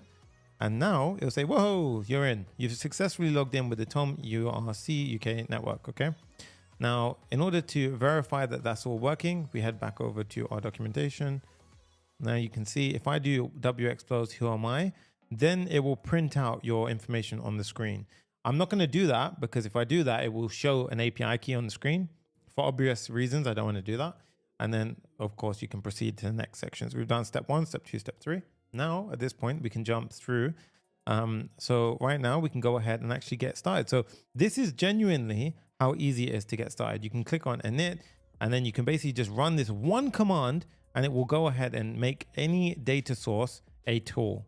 It's literally that simple, guys. You can go ahead and import any data source. Now, what data sources are we talking about? curl request, OpenAPI, GraphQL, MySQL, PostgreSQL, Snowflake, whatever you want. It basically works with all of these. Okay. Now, we're going to come back to this when we get to this point of needing to set this up. But for now, we've got everything set up. Now we can go ahead and start building the application. Okay. So at this point, I'm going to open up my localhost, and I'm just going to have a few things set up for us. So we're going to have our reference app here. Let's start with the home page. Okay. So the home page is going to be at the /page.tsx directory. So over here, so we're going to change the landing page, and then we're going to import a couple of things that we're going to need. Okay. So firstly, I'm going to import a couple of things. We're going to have Clerk, Lucid, and Next.js, Next-Link. But before that, I guess, okay, it makes more sense to install some of the dependencies. Okay, so heading back over to Clerk. Right, let's go back into our Clerk. And I think I was in here. Yeah, we are. So we're going to install Clerk because we're going to need this dependency, right? So we're going to go into Next.js, pm. And by the way, pm, you can go ahead and install yourself. Again, if you don't have it, feel free to do that another time. We're going to use pm today though, so I'm going to do it today. So copy that and I'm going to run it. I'm going to split my terminal so you guys can see on the left-hand side, I have the app running. I'm going to do pm add Clerk. Okay. And then we've got environment local file. So I'm going to copy this right now and I'm going to go ahead into my project and create a .env .local file. Okay. Now I'm going to simply paste it. So I'm going to paste this inside right now. And what we will see right now, so it'll be something like this, right? So you'll have this pasted in. So you have your next public Clerk publishable key and your Clerk secret key. So I'm going to I've obviously replaced this with a dummy value. So we're going to go ahead and get rid of that. Okay. So now we've gone ahead and done that. And then we need to set up something called the middleware, right? So middleware, very straightforward. We simply go over here. We go down to the package.json level. We add a new file called middleware.ts. Now it has to be called middleware. Okay. Because this is part of Next.js syntax. We copy this and we paste it in. This will enforce our login logic basically everywhere, right? So essentially what this does is it basically will check every request and we can even add a simple check here to protect certain routes and so forth, right? Right. So in this case, we've got the app router and pages router. So we now need to create a layout.tsx. Now I didn't mention here what we're actually going to do, which is really cool, is we're going to link Clerk and Convex together. Right, so I'm going to go ahead and basically pull open Convex now, convex.dev, click on get started. I'm already logged in, so you guys can feel free to log into your account. It's all free to get started with this. Convex is so powerful, honestly. I'd love to do another dedicated video with them, but I'm using them just because I love the platform, honestly. Click on create project, and now let's go ahead and do something like a YouTube AI agent, okay? And then boom, okay, interesting. Maybe I hit some threshold or I corner case something. That was very weird. Do convex.dev, get started. Maybe I've got a YouTube AI agent. Okay, that's very strange. Anyway, you'll get to this page, never mind. And yeah, what I want you to do before you even do that, you actually can click on start tutorial and it will show you an entire run through of what you can do and how to get started up. So main thing really is here to get us set up with this. They had a nicer tutorial than that, to be honest. I think it was just the docs. I prefer just following the docs here. So go to docs. And here we have it. Go to Next.js. So to get set up quickly with Convex and Next.js, run the following. So you can either use this. I'm going to show you how you can use the command with pm. So you can copy that bit. I'm going to do pm DLX create Convex latest. I'm going to close that one. Or actually, I'm not going to close that one. I'm going to create another terminal. So this one's running in the background. I'm going to do this so you guys can see it clearer. pm DLX create Convex. Or you replace that with npm. Again, I'm using pm, okay? So at this point, welcome to create delightful. Okay, so something was a bit weird there. I'm just going to use the npm one. Maybe there was some issue. Did it create Convex? Okay, so you know what? Let's just use the npm create Convex. I feel like it used something else there. So I'm just going to use npm create Convex at latest. And then you see project name, my app, right? So in this case, we're just going to call it, I think it's going to go into, let's just call it YouTube AI agent, okay? And then you can see we've got a client. You know what? I don't know if this is setting up create Convex at latest. No, you know what? Don't do this. This is going to set up an entire app. I don't want to do that. So Control C out of this. We've already set up the app. I just want to integrate it. So I completely missed that step. We've already done this. So screw that, right? This next one, npm install Convex. That's it. So pm I install Convex. That's it. pm I There you go. Install Convex. That's better. Cool. Now, once that's done, what we're going to do is we're going to simply go ahead and create our Convex. So at this point, we're going to hit save. We're going to go in here. Now, I'm actually going to, I don't know if it already does this. So I'm going to create a folder called Convex. I think it might already do that, but anyway, I can't remember. So we're going to go ahead and do npx convex dev. Okay. Again, you can do pnpm DLX here as well, but I'm just going to keep it simple for you guys. npx convex dev. Now, what we'll see is it will go ahead and set up a couple of things here. So would you like, what would you like to configure? Create a new project or choose an existing? We've already set up the project on the backend, so we can go ahead and choose an existing project. And you can see I've got a bunch of things. YouTube AI agent is the one I want. And as you can see now, it added a couple of things into my configuration. So if we click on the environment.local, you can see it went ahead and showed off my Convex deployment and my next public Convex URL. Now, I want you guys to pay attention to one thing. Whenever you use environment variables inside a Convex, it's took me way longer to realize than it should have, but you have environment variables in Convex. And I will show you what I mean by this, right? Because Convex is all happening on the server. So these are the ones that we use on our local instance to reference that server. However, whenever we use environment variables inside of any Convex file, those are being pulled from our Convex environment variables, which will make sense in a bit. Okay. So now that we've done that, you can go ahead and you could go ahead and carry out this stuff, but we don't need to at this point. We're good with that. The one thing I wanted to show you is that we're going to connect Clerk from this side to Convex by going ahead and doing the following. So we can do it actually afterwards, I believe. So we have Convex, let's just say Clerk. You guys can see we actually have Convex and Clerk. So they play very well together, and you can see we can go ahead and set the two up together. So this is going to be required. And essentially what this allows us to do, guys, is it allows us to have access to the Clerk user authenticated state inside of our Convex functions. I'm going to show you how we can implement that, right? So if you head over to Convex and Clerk on the Convex website, Clerk also have an example of this page on their website, by the way. So you can go ahead and check that one out as well. But in this case, we've already signed up at Clerk. We've already created an application at Clerk. The next step is at Clerk, we need to go ahead and create a JWT token. So what we do is we click on configure. We go down to JWT templates on Clerk. We click on new template. And as you can see, they have a very nice integration with Convex. So we click it, and then you can see keep the names as is. So as you can see, it says Convex, and you can see their name must be called Convex. So at this point, it's completely cool. It's already pre-filled with all the custom claims. Everything is good. Okay. So at this point, we click on save. And what I want you to notice is here, over inside of here, we have our issuer. Right now, this, you might be wondering, oh, in our code, we can just do process.env.something and it will work, right? Well, that's why I was saying be careful here. So what I want you to do now is we actually have to create this file. So we've already created our Convex folder. We're going to need to create the auth config file. So inside of our Convex folder, you can see that it's generated a bunch of stuff when I run it. So I'm going to create a file inside of Convex called auth.config. And this is outside of generated. But generated automatically gets built for us, by the way. Right? So ignore that for now because it's empty. It makes sense. We're going to basically copy the contents here and we're going to paste it in. Right? Now here, you see this, right? Now, typically what you would do is you copy your issuer and you can do this. Now you might be wondering, well, Sunny, surely you should just go ahead and save this value in our environment local, right? So like pop it in here and just have it as some kind of issuer URL. Okay. Now you would think this is how it works, but it doesn't, right? So for anything which is inside a Convex, what you need to do is if we're going to reference something like process.env.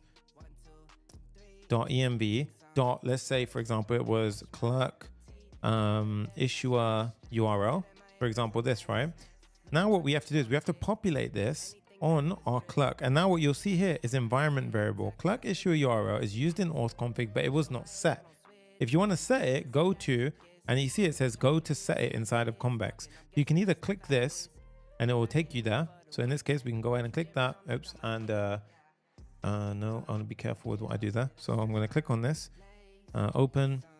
And as you can see, I'm going to open it in my developer profile. Yes.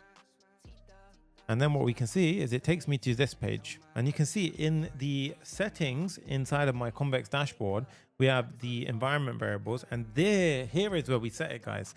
right? So it's just something which I need you to pay attention to, because when you switch your environment from, you know, your dev to production, these environment variables change here for the Convex stuff, right? So that took me way longer than than I should have to realize that. And I spent way too much time figuring that one out. So all you do is you take your issuer ID and you pop it in there, and now you hit save. And just like that, guys, if we go back, you see how it says Convex functions ready now? That's because you see it found the environment variable. So now this will no longer pop up. This is all good to go. Okay. So once that's done, what we can then do is we're already deploying changes because we're running this actively. We can install Clerk React, right? And then we're going to need to do this because actually, I don't know if let me double check something. In our layout, I believe we still use that. Yeah. Okay. So in this case, we're going to install this. I'm going to take that bit, go over here. And you see, we have our Convex running on the second terminal, our app running on the first. I'm going to open up a third, and I'm going to say pm install Clerk React. Okay. This is going to install Clerk into our app. Right. So at this point now, we got our Clerk publishable key. So they will go ahead and show you this example. This is not how I'm going to teach you how to do it. Instead, what we're going to do is we're going to create a higher order component, and we're going to go ahead and do it our own way. Now I'm going to show you a couple of tricks as to what I do when I have this pattern. Well, essentially we go to our layout inside of our app. So over here, what I want to show you is we have our body. Now what I need to do essentially is I need to wrap the entire app inside of something called Convex Client Provider. Okay. So literally the entire thing needs to go in something like this. Okay. So wait, that needs to move out of there. So that needs to happen. Okay. Now this doesn't exist. So we're going to go ahead and create this. So what I want you to do is copy that, go into our folder structure. Now at the top level, we're going to create a folder called components, and I'm going to create a file called, oh God, what have I done there?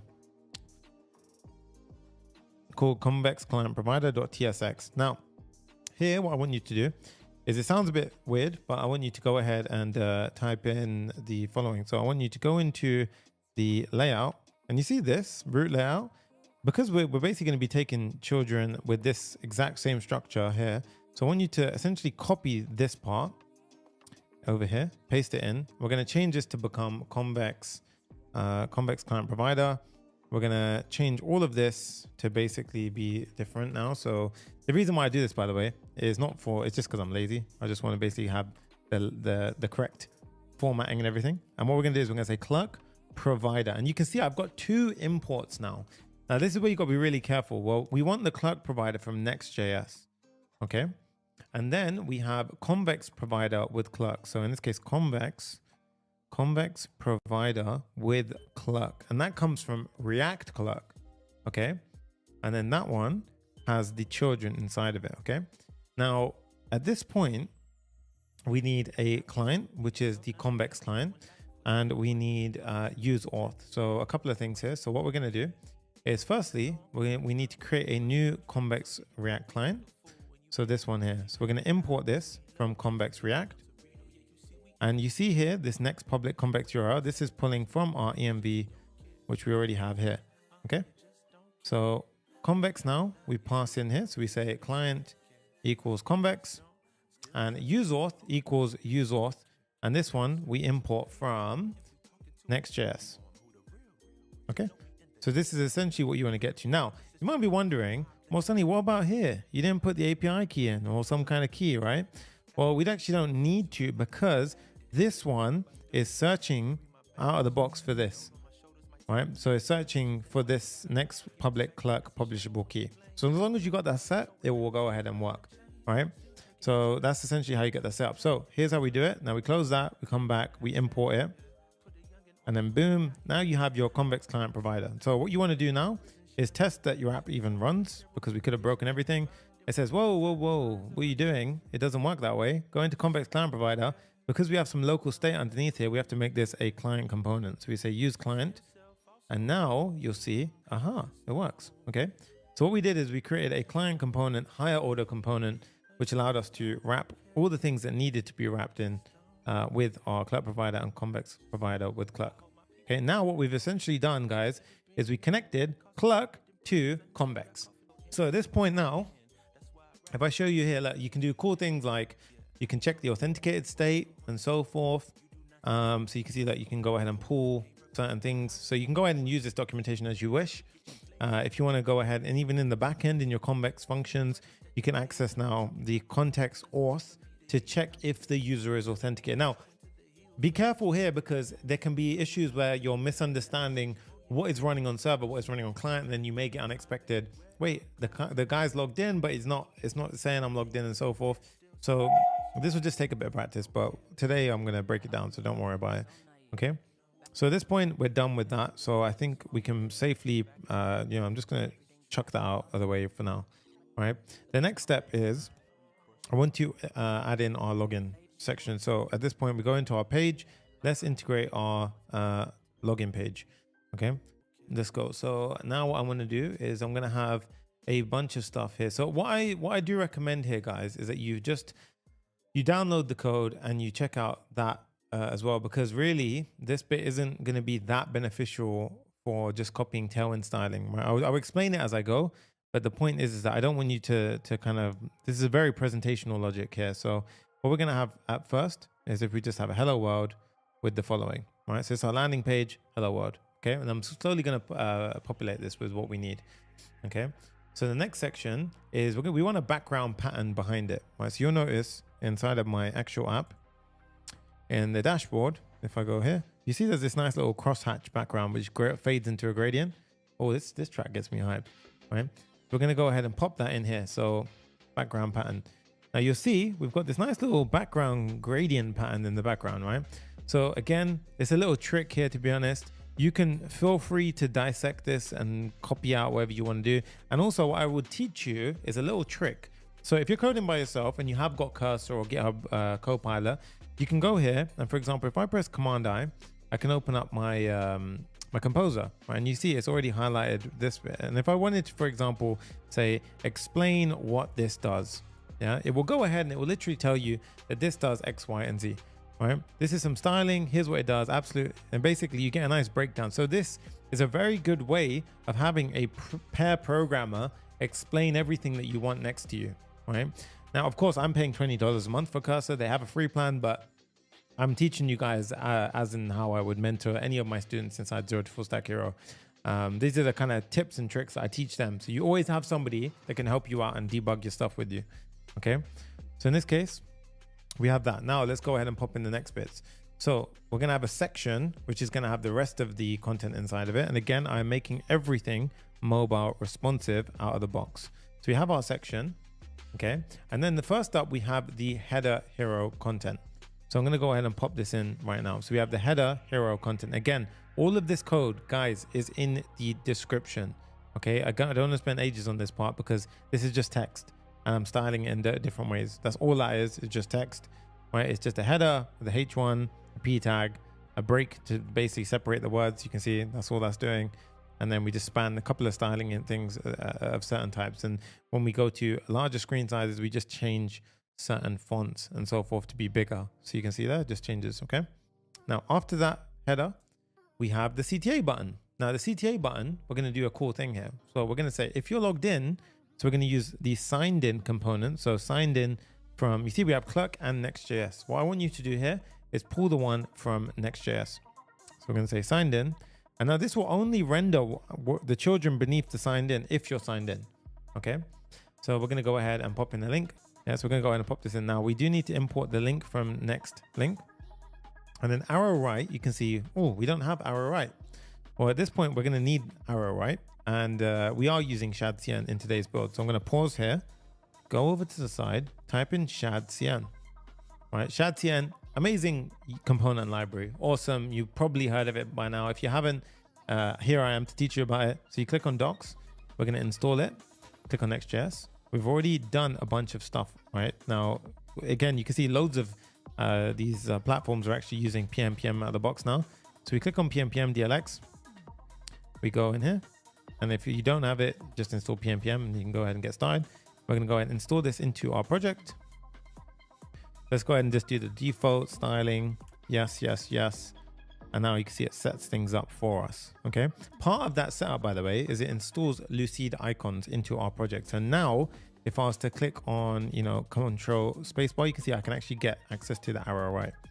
And as you can see, now I have a little arrow right if I was signed in. Okay. So cool. Now we've set that up. After that, you can really go ahead and customize it as you wish, but this is essentially how you add new components. So if I was to add, for example, a button component, because this is a component library with a bunch of things like button, breadcrumbs, basically pre-built components, and it basically copies and pastes the code into our set. I also want to mention, guys, I built a custom mono repo thing as a side project, which leverages this. So if you want to know about that, let me know. I'll create a build for that. But yeah, I've been working a cool amount with mono repos in my own little apps. So in this case, you can go, feel free to let me know. All right, but in this case, if we want to add a sample component just to get things warmed up, we can go in here. We can basically pop in that command, and this will add a button into our component. So you'll see here, we should get a UI folder, and it adds the button in. So essentially the copy and pasting I was talking about. And now we can use that button if we need it. Okay, cool. So at this point now, what I want to go ahead and show you is, so we're going to have the signed out segment next. So over here, we're going to have signed out. This signed out, we're going to import from Next.js. And now inside of here, guys, we're going to have a sign in button. Now this sign in button is actually coming from Clerk Next.js. Okay. You see it's coming from Clerk Next.js. And this one now, so you see how it says sign up? And then underneath it, this one is purely for UI purposes. I've just got a features grid. So underneath it, I've got a features grid, which essentially is just looping through 3 different features, mapping through each one and presenting it out inside of a grid.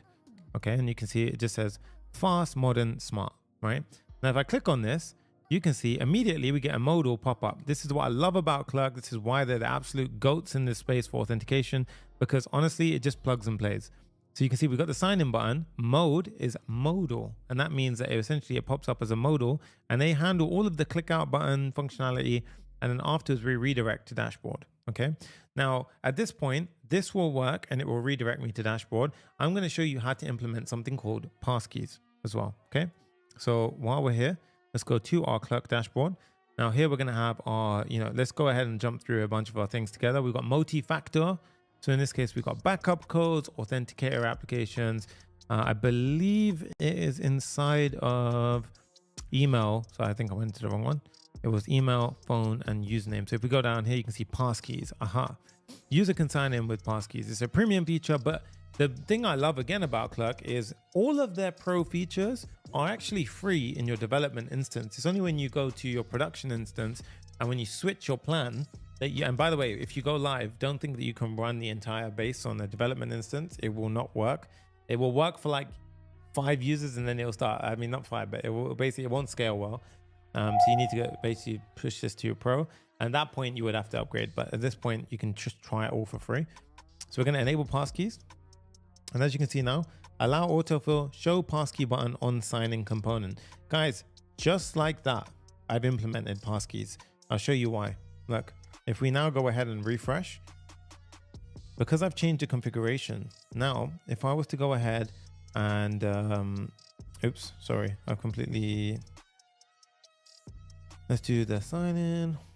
I think it's because I want to try one thing firstly. I'm going to get rid of the modal, and you see if I click it now, it'll redirect me to a sign-in page. And I think I was just cached before, to be honest. Let's have a look. 1 second, I've missed something. Oh, sorry, I didn't click save. Silly me. All right. So in this case, boom, modal.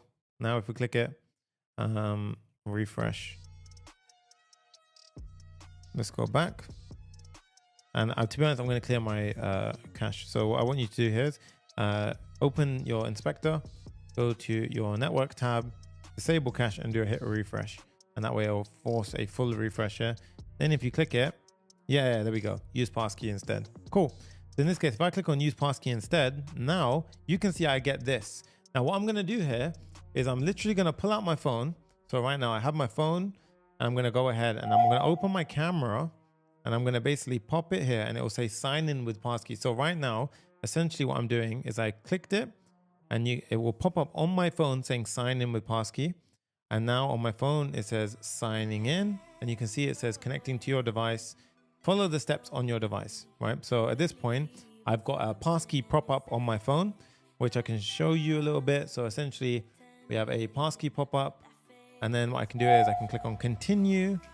And now what it's doing is it's authenticating with my passkey on my phone. So I've actually, okay, so there's certain clashes which can happen because bear in mind, I'm developing local host apps all the time. So this can happen a lot. So I'm going to try one more time with this because I think, I can see what's happening because it's messing up a couple of my accounts. But essentially, this will work out of the box. So if I click on doing, maybe I try Team Up Upper React because I haven't logged in with them. Let's see if that one works instead. Or instead, actually, okay, yeah, so this is going to be a bit of a pain point right now. If I was to open up maybe, let's see if I can do it with Chrome. Instead, I want to show you over there. So let's do Chrome. And if I go into my local host, and then if we do a sign up and use passkey, okay, so it's giving me this as well. All right, yeah. So the main thing is I want you to know is that this isn't working for me because I have literally attacked this thing with so many different local hosts and different accounts in the same profile. However, it will work for you, right? So this is something just don't worry about it. Once you've done that step on your phone, you'll be able to proceed through. I also have a separate password manager for different profiles, so it's probably mixed up with that. But yeah, it's as simple as that. Once you've got this will actually work. Now, I do want to mention as well, another way of adding a passkey to your account is very simple. For example, we click on connect with Google. So let's say we logged in for the first time with Google. We can go into our account, and I want to show you the next step here, where if we went ahead and clicked on continue, once it logs in, I'll show you. So let's go ahead and go into the account. I want you to, so now when we click this, by the way, oh, oops, I haven't done something. Yeah, so it takes us to dashboard, right? Now on the final app, when we build the header, there'll be a pop-up here, down here. So I'll show you. In the top of the final app, we will have a button over here, which says manage the account. And what I want you to do here is you can go ahead and there will be a separate toggle here, which I'm going to just check something quickly. Yes, I'm not going to show that because it exposes a couple of IPs. But yeah, there'll be a toggle, and I'll tell you what, when we get to that, I'll do that, right? Let's go ahead and dive through a bit of the build because I don't want to spend too long on that. Okay, but yeah, I'll simplify the hell out of it. All right, so now if we click on this, you see it says get started. So what I want you to do now is click on get started, and then we're going to create our dashboard screen.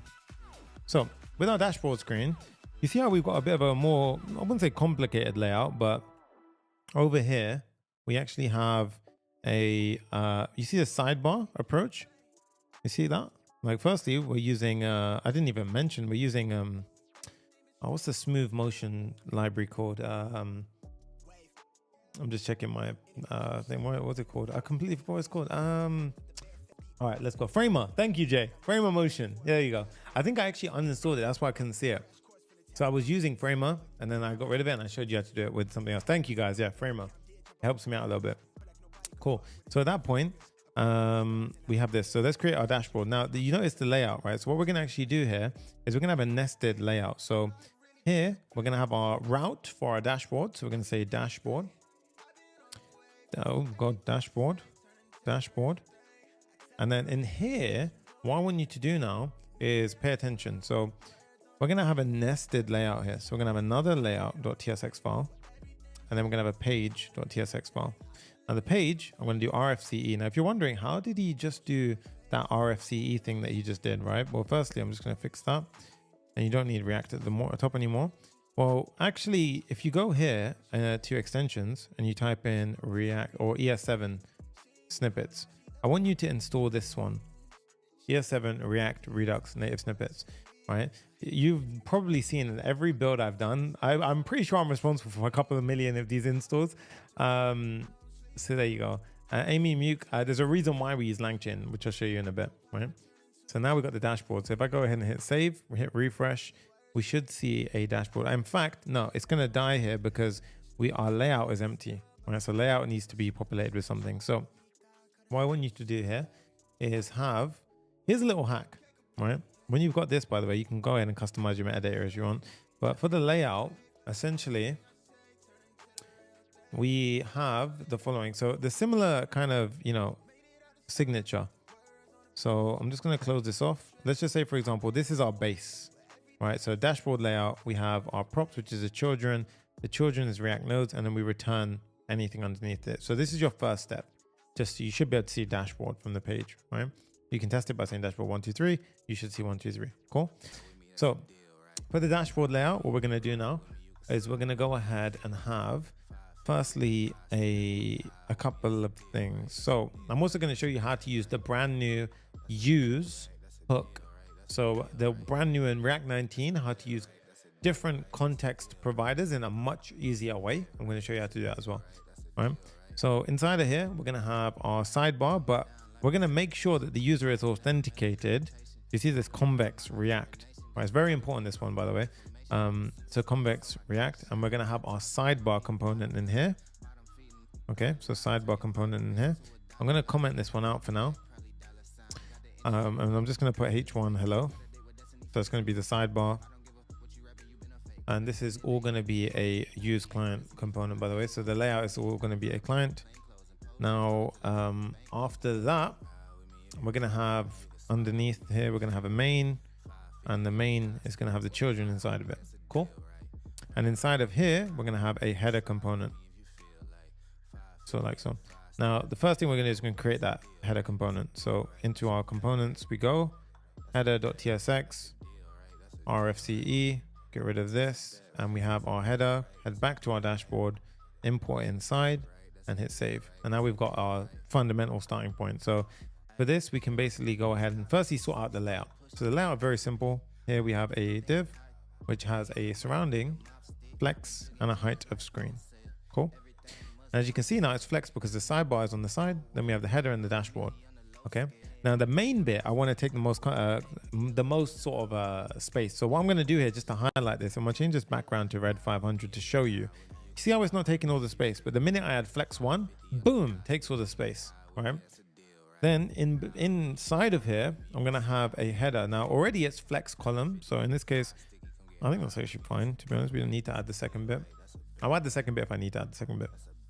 Okay. One thing I messed up as well here is the main is actually the children, and then this is actually a div. So this bit is a div. Okay, there you go. So here we go. That's nicer. Okay, so inside the header now, I'm going to get rid of the background red 500. We don't need that. So in this case, we got the header. Let's go ahead and style out the header. Header's pretty straightforward, to be honest, at this point. So the header, firstly, we're going to go ahead and style out the header. So here, I'm going to go ahead and pop in something like so. I'm going to have boom. And now we've got the header at the top. Then we're going to have a div, and this div is going to have a couple of things inside of it. And then we have a flex container inside of that. So again, yeah, just spacing things out, and this will make sense. What we're essentially building here is this with the user profile button. Now, the first thing on the top left is we're going to have a chat with AI agent button, right? So in this case, we're going to have, there we go. We're going to have a button, which we pull from our UI button. And this on click will handle afterwards. The hamburger menu icon, we actually pull in from Radix. Now, I haven't actually installed Radix yet, so we need to install this. So we're going to do pm Radix UI. I think it's that, or is it React? I think it's just that. No, is it that? I've forgotten. What is it? Is it React? Let's just check. I don't want to give you guys false information. npmi Radix UI. I think it's React / React. Yeah. Okay. So it's just that Radix UI. Cool. So it's this without the app.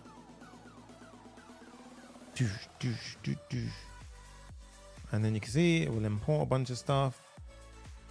And then we can just usually, if you comment that out, okay, interesting.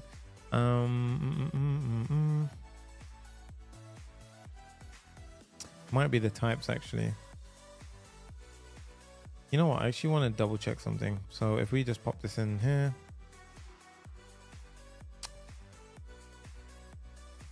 Oh my God.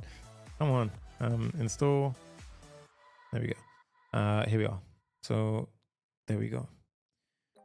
Okay, so it was literally, I slipped up a little bit. It was actually that as a command. Even I forget, guys. It's totally normal. I think you can uninstall the first dependency, but it's not that crazy. All right. So we have it now. There you go. Boom. Okay, cool. So we have the chat with AI agent now. You can see there we go. That top, I will explain afterwards, right? That's going to be for the hamburger menu for opening the sidebar, right? And that's only going to be visible on big screen. Do you see that on the small screen? Sorry. Okay. And that's where we introduce the context API. And then we have the div, and the div is going to be here as well. So in this case, let's grab the div and let's pop that underneath here. Again, guys, I want to stress the importance that like the entire code base is given to you. Okay. We don't need that as well. Okay, cool. And now you can see, look, we have the user profile button. So this user button, it comes from Clerk. And you can see here, if I click it, boom, I immediately get this manage account. If we click it, now I want to mention, if we go to security, don't worry, that's a generic IP, does not matter. You see passkeys. So what I want you to do, guys, by the way, is, oh, sorry, that's why it wasn't working. It's stupid me. So when you're in your account, you can add a passkey, right? So in this case, let's go ahead and add a passkey right now. When I add a passkey now, so for example, at this point, I can add in the save. So if I highlight over it right now, it says save a passkey. So I've literally pulled my phone out and I scanned it and it says save a passkey. And right now it connects to my device and now I can save a passkey. So it says create a passkey. So for me right now, you'll see it says create a passkey. And then if I click on continue, what you'll see is it goes ahead and does it and then boom, right? So it created a passkey for me. And now if I was to log out, sign out, and you can see now here, if I click sign up and I click use a passkey instead, and now I sign it. So in this case, let me go ahead and show. That was my bad. I completely slipped that one. And now on my phone, so firstly on the computer, it will say this, and now I have sign in with passkey. Again, I have many passkeys for localhost, so I'm hoping this one works as well. But let's go ahead and see if it does it. Yep. Okay, there you go. Boom. That's how you do it. So you have to actually add your passkey. And again, in the previous build, I showed you how to do it. But by the way, guys, that's just if you really want to use a passkey, you see how easy that was? And now you have passkeys on your profile. Super simple to go ahead and do, and you can manage and update them as needed. So at this point, we have the header done. So header is great. Let's go back over here. What I want to do now is the sidebar. But more importantly than that, I want to introduce you to our first bit of cool stuff, which is our React 19 and how we can more simply use something like use context. Okay, so what we're going to do is we're going to have something wrap around the entire thing called navigation provider. Now you can use the stand, but I like showing you new things. So in this case, you can feel free to use the stand to manage your state management here. However, if you want to use raw React inside of our lib, I'm going to create a navigation provider. So navigation provider .tsx, smash them like buttons, guys. In this case, we go over here, and now again, it's going to have a similar signature to what we keep seeing. Okay, we're going to have this. So it's going to be like the same thing. So again, high level. And what this does is first step, make it a client component, right? Use client. Second step is we're going to create our context. Now you might have seen context in the past. We're going to keep it super simple, right? We're going to have our context over here, and we're going to import the necessary dependencies. And here we're going to define what we store in this context. Now, what is context? Well, context can essentially mean something like this. So think of it as a piece of state in our memory. So, right, so I'm going to remove that because we're done with that now. Let's imagine this is my app, right? And let's imagine like throughout my app, you know, you've got different layers. You've got your header component. You've got your, so let's just say we've got the header, the dashboard page, and then the sidebar. Okay. Now each of these components, we don't always want to pass props through to each one. If I press a button here, how do I, you know, pull the state from, so say if I press the button here, how can I modify, you know what, that's so annoying. How can I modify a piece of state here, which says, you know, is sidebar open, for example, is open, right? And then how can I access that in a different component entirely? Well, you can prop drill, but that's annoying. You don't want to do prop drilling. If you find yourself doing it, stop doing it immediately. Or what we can do is we can introduce something like a global state. So think of it like this. So imagine we have a global wrapper, and this is going to be called our navigation context. right? So in this case, let's call this one the navigation context. Okay, so this is known as the context API. And this is essentially what the stand is doing, right? A lot of people asking what I'm using to draw here. This is called Screen Brush, yeah? So navigation context. Now what you can do is you can simply just pop things into it. So at this point, imagine I press the button. Okay, I modified navigation context. If I need that value, I can pull it from navigation context into my sidebar. If I need it over here, I can pull it over there. And I can also modify it from anywhere. So if I had a button that I clicked over here, for some reason it should do something, I can go ahead and modify the navigation context. So you see how it's essentially a standout, what's it called? Essentially a pink and green, yeah. It's essentially a global state, right? That we can basically push and pull values into. Okay, so this is called navigation context, and this is what essentially we're storing inside of it. Okay, now what we're going to do is we're going to have a piece of state inside of it. So trying to simplify what it's really doing. All it's doing is having a piece of state. Very simple. We've got a close mobile nav function. It's like a helper function really. And then inside of our navigation context, so in this case, what we do is we change the div here to be our navigation context. And then here, what we do is you see we've got value, children, and so forth. What we do is we pass in the value, and this essentially is the starting point of what our, what it should look like. So here, what I'm going to do is I'm just going to pop in the following. So the value is actually this. Okay, is mobile open, set is mobile, and close mobile. So basically, we're just passing in our variables here. Okay, and now we can create, usually what we used to do before is we would have a hook like this, use navigation. You don't actually need that anymore, right? I'll show you how we can just use the use, a new use parameter, which is way easier, okay? So at this point, what we can do is we can go ahead and you can give it some predefined state here as well, by the way, if you want to, but we can go back here, we can import our navigation provider. Now, all of the children are essentially wrapped in the navigation provider. Okay, so the pink, imagine this is our navigation provider. Now all of our children, which is all of this stuff right here, which is all of this right here, the children, is essentially wrapped, right? So now we can do some stuff inside of it. So inside of our header now, let's say I need access to that state that I talked about. How do we do that? Well, it's very simple. All we do is we basically go into, oh, actually I didn't do it here. Interesting. I used the use navigation. I don't want to do that. I actually want to show you guys the new use. Use React 19. I want to show you how we do it. I need a quick reminder of it. It was So that's the typical way of doing it, but the context way of doing it was this one. Okay. So what we can do is we can say const. I know, I'm not going to lie. I was impressed at how quickly I read that. I actually did read that. So you do is you pull the use and then you pass in the navigation provider. So navigation provide theme context, which is actually this one. So if we go into our navigation provider, navigation context, we have to export this one. Okay, now we go ahead and import navigation context. And as you can see now, look at this, guys. Oh, no, I don't get that one. Is it this one I'm looking at, by the way? Is it theme context? No, so it wasn't that one. It was actually just the theme provider through create context was that one. So navigation context. So we need the set is mobile open. Yeah. And this is not working. So, so theme context, create context. We've already done it. Theme provider, the uses theme directors provider. Cool.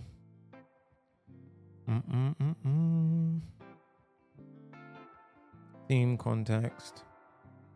Okay, so where I'm slipped up is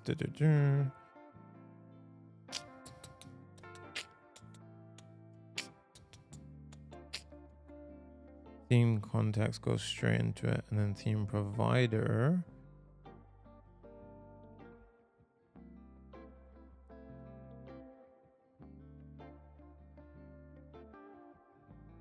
So that's actually what we wanted with the provider.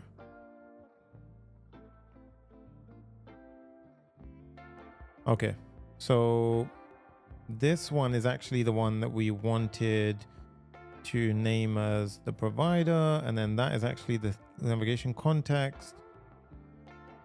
Yep. And then we are importing the theme context, which is that one. And we're wrapping the provider. So we did do it right. Not sure why it's messed up somewhere. I've messed up something simple here. I haven't prepped for, to be honest.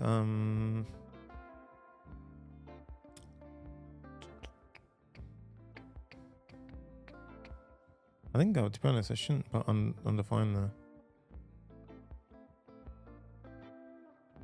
There we go. We should give it initial values. That was my mistake, actually. And there you go. Set is mobile open. Yeah, there we go. Okay, so that was why. And then we can use it. There we go. So you see how we got the use navigation. Boom, you saw live debugging. There we go. All right, so now we have the set is mobile nav open. You see we can use the use React 19 hook to use our navigation context. So before I had a silly example. Again, that was actually a prime example of where AI hallucinated and I just trusted it for a second, split second, right? So yeah, don't do that. This is just a type definition. So we start off with this and then I'm giving it values over there. Okay. So, right, now we can use this stuff. So now we can carry on. Okay, so at this point now, what I want to do is let's just console log this and I want to check. That way we can kind of move forward afterwards. So I'm going to go to my console. I'm going to press on the small sidebar. So here, and you can see it should say dispatch. Okay, there we go. Cool. It's there. I actually need the value, sorry. Is mobile nav open. And let's show that one. So true, there you go. So if we do false in the beginning, so it should be false. And then if we click it, boom, true. Nice. There you go. You see how it works? Nice. Okay, cool. So we've done it. We're here. Happy days. You guys learned how to use the new use context hook. I didn't even plan for that, by the way. So there you go. Well done. Now what I'm going to do is we're going to implement the sidebar. So the sidebar is next step. So this one, we're going to create our sidebar component in here. Oops. Component, it goes here. Sidebar.tsx, RFCE, boom. And now we're going to go ahead and do this. So sidebar is this component now. So we're going to need a couple of things. Firstly, we're going to need the use router because we're going to have a couple of navigation points here. Next navigation, always, not next router. We're going to go ahead and pull the two things from our, there we go. So we need our navigation context. All that, we need this from React. And then I need a couple of things. I need the close mobile view and we need the is mobile open. Boom. Cool. And these are just complaining because I'm not using them, right? So it's quite strict right now. And then we have a couple of things that I'm actually going to have to lean on afterwards, which is like the ability to create a chat, list my chats and so forth. But for now, what we can do is we can have a simple little kind of UI that will just kind of hold position for now. So what I want to do is just have a fragment. I'm going to do a background overlay if we're on the mobile. So what does that mean? Essentially, the overlay is this. So if I go ahead and do localhost 3001, show you guys. Let's go into our get started. So you see that overlay, the gray bit. If I click it, it closes it. That's what the overlay is. Okay. So now on a mobile, if I hit save and I do this, so we actually need to kind of build it out, to be honest, first. But that's going to be the overlay, essentially what's going on. So when I click that, it's going to have is mobile nav open overlay. So if I was to do background red 500, oops. I'm going to do this. Well, we haven't actually set anything up yet. Okay, it's fine. Okay, so for now, we're going to have our div. And what I'm going to do is I'm going to pop this entire chunk in. Again, the code is in the repo. I'm going to show you what we do here. So a couple of things. Firstly, cn is from our libutils. So that automatically gets imported when we've actually created shadcn or, imported it. Then we've got our stuff here. So this one, they're going to import this from our shadcn, which we already installed. This plus icon is from Radix, I believe. So yep, that's from Radix. And then we've got the chat rows that get rendered out and handle new chat. We don't have handle new chat yet. And we don't have our chats being rendered out yet. So we can comment these out like so. Okay. So for now, if we try and load this up, you can see the sidebar is being rendered as is. So we need to go into our layout, hit save. Oh yeah, so there we go. Sorry, I didn't even import it. I was wondering what's going on here. Yeah, so we have to import the actual sidebar. Now if I click it, boom, there you go. You see how it pulled out? We've got the new chat, and then if I click on this outer space, boom, it works. Okay. So again, the code is available in the GitHub repo down below. What I'm gonna firstly do is handle click is here. Let's create a helper function. Const. This one's gonna be handle click. And then this one is not gonna be that. It's just gonna say, firstly, it's just gonna close the mobile nav. And then it will route the user to the appropriate destination. So really what this will do is it will have the chat ID and so forth, but we're gonna just say here, to do route to chat ID page. Okay, cool. And then handle click goes into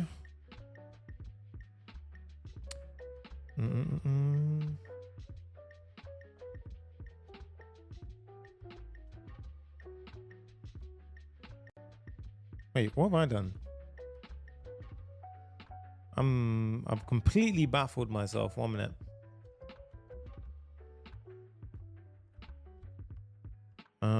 Okay, 1 minute. Whoa, what have I done? Is mobile nav? Oh yeah, okay, there we go. Okay, we're gonna touch on this afterwards. Yeah, there we go. All right, for now, that's fine until we create the new chat functionality. There we go. Pause there. We'll come back to the sidebar. There we go. All right, there's lots of moving parts here, which we will come around to. Don't worry. All right. What I got confused about is the chat row. Yeah, okay, it makes sense. I made some silly thing like inline. That's why it kind of messed me up. So what we're going to do is eventually we're going to have these three, and then we're going to have the ability to loop through all of our chats. We're going to have the ability to create a chat and delete a chat. Cool. Right. I think at this point, what will help us out quite a lot is the ability to create a chat and then have that chat be stored in our Convex database. Makes the most logical sense, right? So firstly, that works. Cool. All right. So next up, I also want to test as well. If I'm on a bigger screen, yeah, you see how the sidebar is there, and it's just, there we go. Beautiful, right? And the animation was based on the, here it was ease in and out. And then we had to translate to when we move to a medium screen. There we go. Okay. And the animation is transition transform. There we go. Okay. So at this point, we are going to have our Convex part set up. Okay. So Convex, let's move over to it. So heading over to Convex. Well, a couple of things. Well, okay. So I think it's better to draft this one out. So in Convex, we have to define a schema, right? Now, what is a schema? A schema is essentially how do we store data inside a Convex? So in here, for example, in the final build, you will notice that we have two tables. We have a chats table and a messages table, right? Every single message belongs to a chat, right? So we have a many messages in a chat situation, right? So many messages belong to one chat. Okay, so in this case, we've got the content and then you got the row. Is it assistant or did the user send the message? Right, we got the chat ID and so forth, and then the chat belongs to a user. Okay, so and that's basically where we get the clerk's users logged in state. So at this point now, what I do want to recommend is we basically create a schema because that's the only logical step. So I don't know why I said like that. So over here, what we do is we create something called a schema.ts file. Okay, now the first step is import a couple of things we're going to need, and then we basically go ahead and define our schema. So the way we define a schema is we basically give it the chat name. And then, so in this case, we're going to use a chats table. We're going to define the table and we're going to have a title, which is we're using Convex's values. And this is a string, a user ID string, and a created at, which is a number, right? Now, what you can do afterwards, which is really powerful, is you can add indexes. Now, what does an index mean? It means that, okay, if I was to go ahead and say maybe by user, so if I ever searched by user, I'm basically preparing it. So I can go ahead and do something like the following. So I can call this index and I can pass in a user ID, and it basically optimizes the database in a way that basically we add an index. So this basically just speeds up the search for if we ever want to query the chats table by user, right? So this helps us a ton by speeding things up. Now after this, we've got the messages table. So I'm going to do the same thing with this. Thank you so much, Olu. I appreciate you. All right, so here we have a V union. Now, what does a union mean? It means two data types. It means we've either got a user or a assistant. Okay, it has to be one of these values. Otherwise, it will freak out. Okay, create that and so forth, right?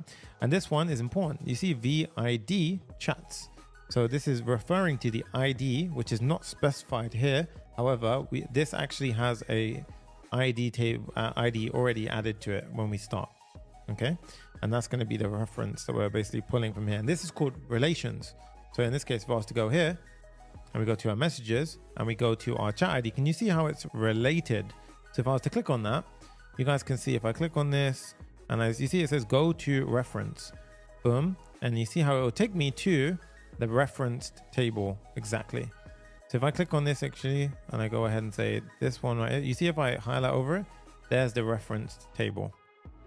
Okay, so this is a new chat with the user ID and so forth. It's got a reference to it. Okay, so that's what we call a relation.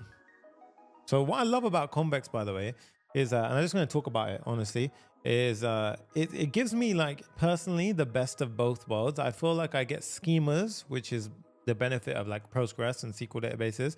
But then I get the flexibility of NoSQL, where I can essentially kind of easily manipulate and mess with the database in a functional programming way. I don't like doing SQL. Many people like it. I don't like doing SQL. I like coding in a NoSQL way, but I like the benefit that SQL gives me with schemas. Convex have nailed this. And the best part is that it generates, remember that generated folder?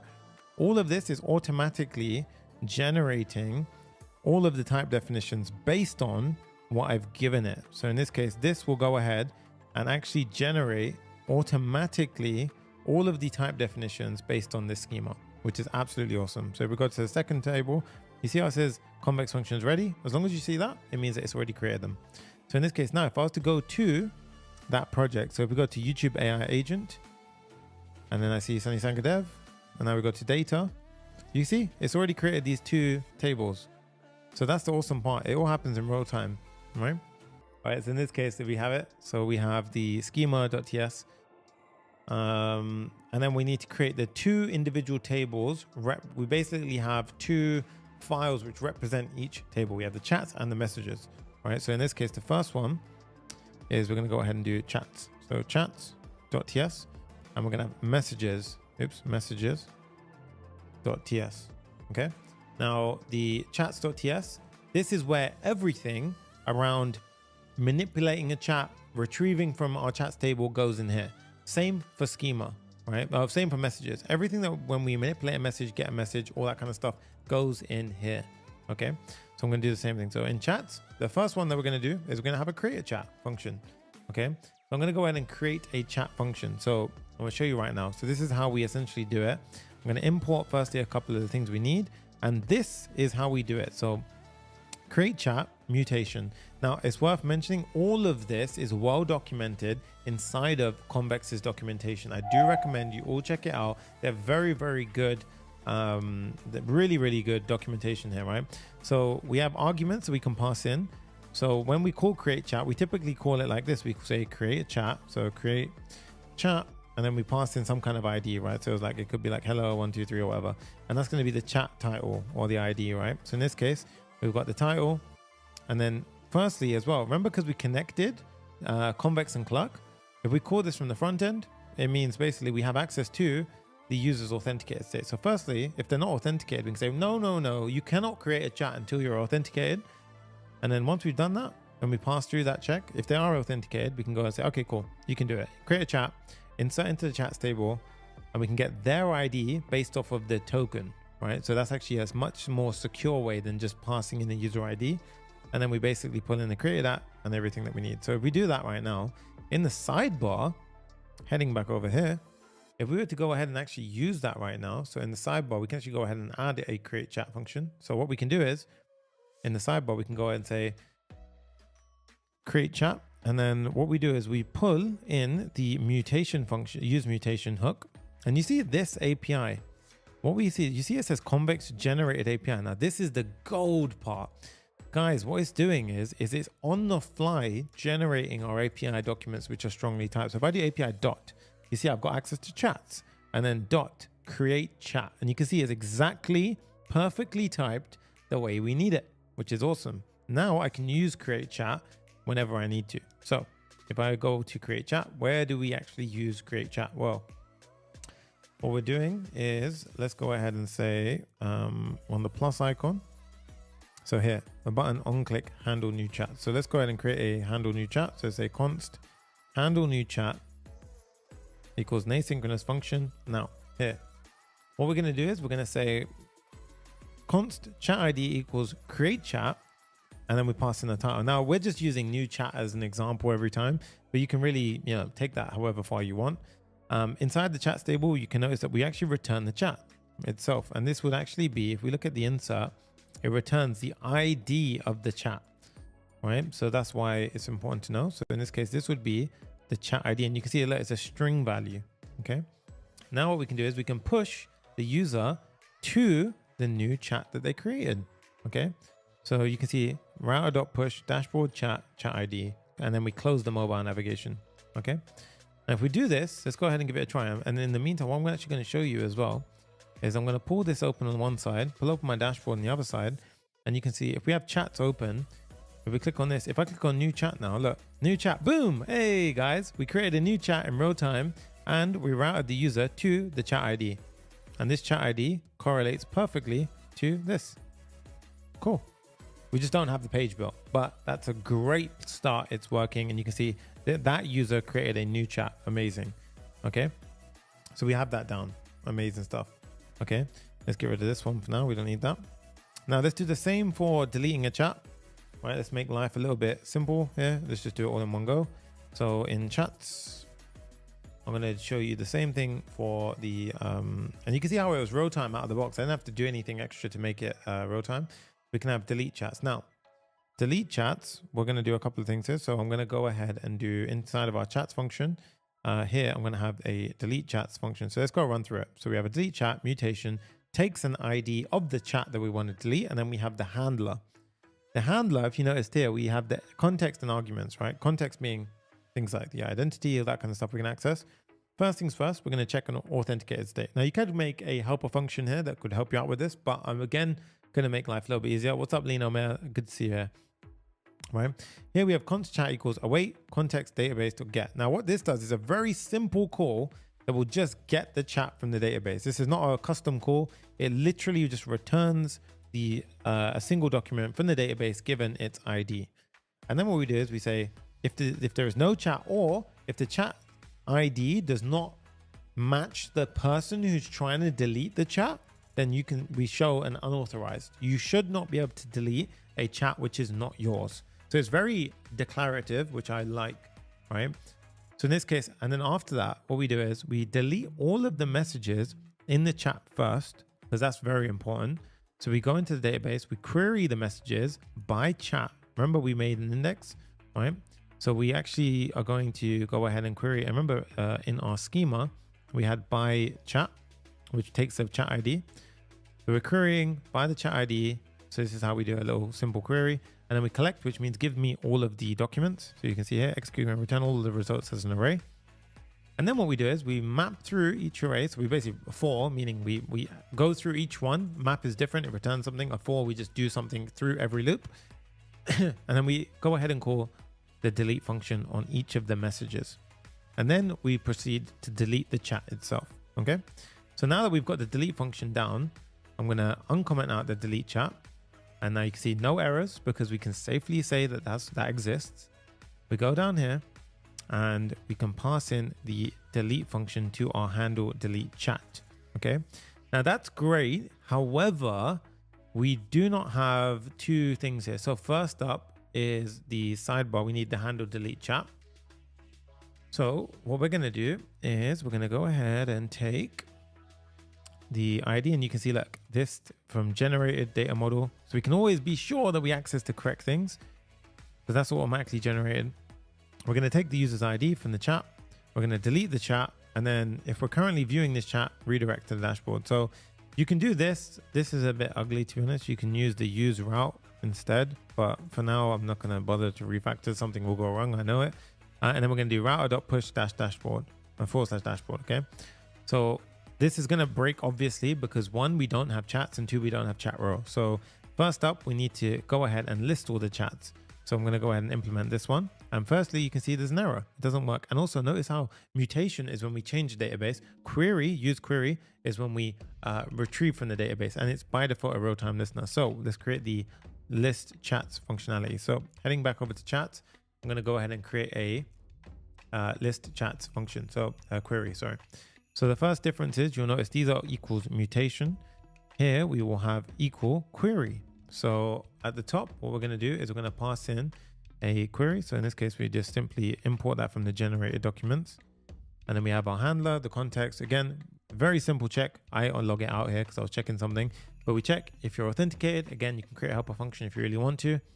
And then we can say, go into the chats with the index by user. Again, I showed you how we add that index previously.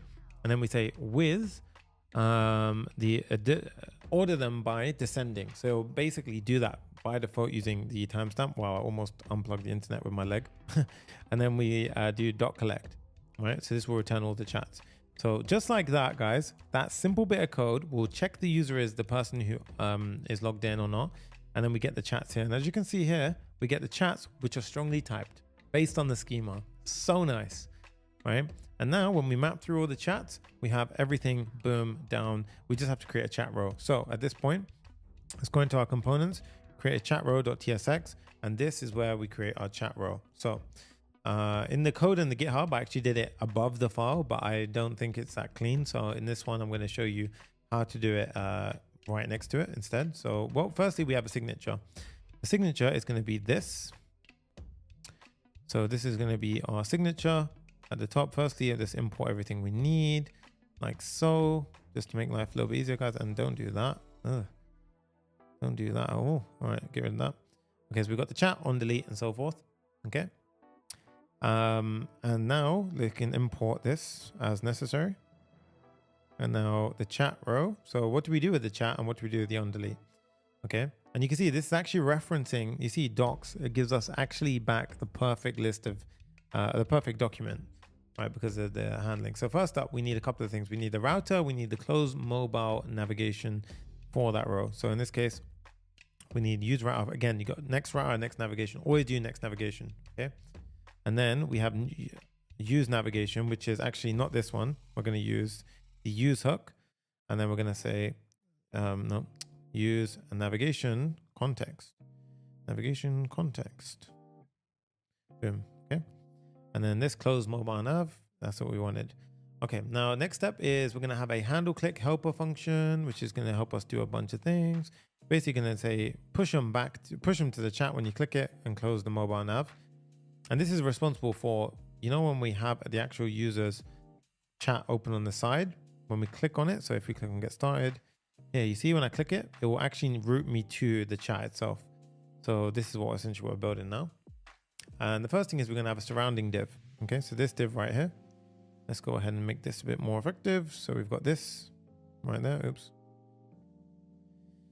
Boom, boom, boom. That goes in there like so. All right, so we've got something which looks a bit nicer now. Let me show you as well as we do it. So I want to go to our dashboard itself. And you can see like chat row, right? Now, next up, we have a div and another div within it, right? So first up, I want to show you. So we're going to have a div with another div inside of it. So here, we're going to have a div with another div inside of it and close everything up as we need to. Cool. And then we're going to have in here, we're going to have a p tag with the last message that was sent as well as the timestamp. Okay. So in this case, for now, I'm just going to go ahead and have a very simple sort of just say chat, right? Until we have something else kind of in the flow. So that is what we're going to do here. Underneath all of this, we're going to have the last message. So the last message will look something like this eventually. So the last message here. So what do I mean by last message, guys? Well, what I essentially mean here is, is it will be this. So the last message that was sent will be the beginning of that chat. So it's kind of like a very normal chat that we're used to looking at, right? So at this point, we're doing good on timing. So we click on new chat and you can see there, boom, it took me to the chat and it actually created the new chat. So if I click it, you'll notice the new chat pops in. See that? Very nice. Okay. And you can see now I have those chats open. Okay. Now the next one that I want to do is the delete. So delete, what we can do is we're going to have a button inside of the chat itself. So what we're going to do is we're going to have a button here. This is going to be a UI button. The trash icon, we're going to import from Radix UI. And then we have a stop propagation. This is because in this button is surrounded currently by, actually, no, it's not really inside of a link tag. So if it was surrounded in a link tag and you don't want it to go to the link, that's when you do stop propagation. Although I don't think we need that. But for now, I'll keep it in there just for now. But on delete, this should delete the chat. So if we click on this delete, we should see, look at that, guys, deletes. Awesome, right? And what we can see is that if I create a new chat, boom, it creates a new chat. If I click on delete, boom, it gets rid of a chat. Delete, cool, right? So it works perfectly. So we're going pretty good on timing. And you see how initially it won't load that until it gets the authenticated state, which is nice, okay? So at this point, we have the chat inside, right? Now, of course, the messages is a whole nother area, which we can tackle in a second. But now we have the basis of our app. We can start doing the messaging functionality. So first up, when you land on the home page, I want to just have a nicer message here. So on the dashboard itself, when you land on the dashboard page, right now we just have this, which is very boring. Instead, I want to have a nice kind of UI. So I don't want to spend time on this dashboard bit here. This is just going to be a very basic page. The thing I care more about is in the layout where we have the actual child component being rendered in. The page itself, this thing doesn't really, I don't really care about it, right? So in this case, what do I mean by that? Well, this should just be like a press new chat to get started, right? So in this case, what I'm going to do is I'm going to just pop in the entire chunk of code here. This, again, you can get it for absolutely free on the GitHub, link in the description. So in this case, I'm just going to pop in this. And you can see, you can literally pause the video and copy that. Or, again, the link in the description gives you the code for absolutely free. That's all it is. Look, welcome to the AI agent. Start a new conversation or select existing chat. So if we click on this, Jay also just dropped it in the chat right now, live chat. If we click on new chat, now we need to create this chat endpoint. So /chat/ and then the route. So let's do that firstly. So let's go ahead and create that endpoint. So okay. So at this point, we're going to go ahead and do page. Sorry, we're not doing page. Right, we're going to go into our dashboard. And now what we need is /chat/ a wildcard for the chat ID. Inside the dashboard, we create a new folder called chat. And inside of there, we create a new chat ID. And this square bracket notation annotates a wildcard, which means it will be /chat/ any value, and you will land on that page. Okay, so we're going to say page.tsx. Now, a couple of things I want to do. Well, firstly, we'll do the loading state afterwards. The loading state is basically how I have this. So you see when I click in between, I have a nice little loader. So you see this little loader. I'll show you how to do all that later. That's like extra fluff. And even if you want to do that yourself, it's literally a loading.tsx file, and all of the code for that again is in the GitHub repo. Essentially what it is, I'll pop it in now. So it's loading.tsx, and it essentially is just this, guys. So it's a number of messages. And again, this is just some dummy placeholder like styling, which will basically predefine some looking messages and just randomizes the number of messages you'll see between 2 and 6. And it basically just shows a loading state. So for whatever reason, if this page is blocked based on any form of load, that's why we will then see that. So now that's basically what is responsible for this. So if I click on this, boom. If you're wondering, when I saw that, you see, look at that, boom. All of this is happening because of that loader. So that's the loader code. There again, code for that is all in the GitHub description. It's for free. Go check it out. But the page is my main priority here. Okay. So a couple of things. Firstly, I need the parameters. When I access a page, let's see for ourselves. So when I hit this page now, we shouldn't see if we hit refresh, we should see chat page now. So, okay, there you go, chat page. But what I'm interested in is you see that URL right there. I need that. I need that ID. How do we get that? Well, we actually get something called the params as an argument here, right? And what we need to do is we're going to basically give this chat page params. Now for chat page params, we're going to go ahead and define it like so. Now this one in Next.js 15 and above, well, firstly it's chat page props, sorry, not params, chat page props.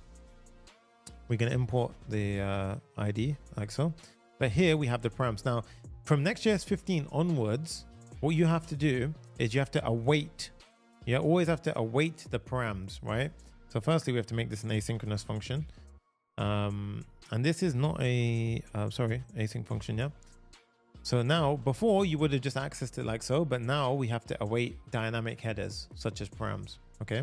Then we have the chat ID. And for example, you can prove that that's the case by doing the following. So now, oops, sorry guys. I am accessing it like so because we need to destructure it. There we go. Now you can see here, if I switch between different chats, there you go, guys. Look at that. We've got access to different chats and that's being server side rendered, right? So that's actually rendered on the server. So a couple of things now. I'm going to check if the user is authenticated. If they're not authenticated, we're going to redirect the user. Boom.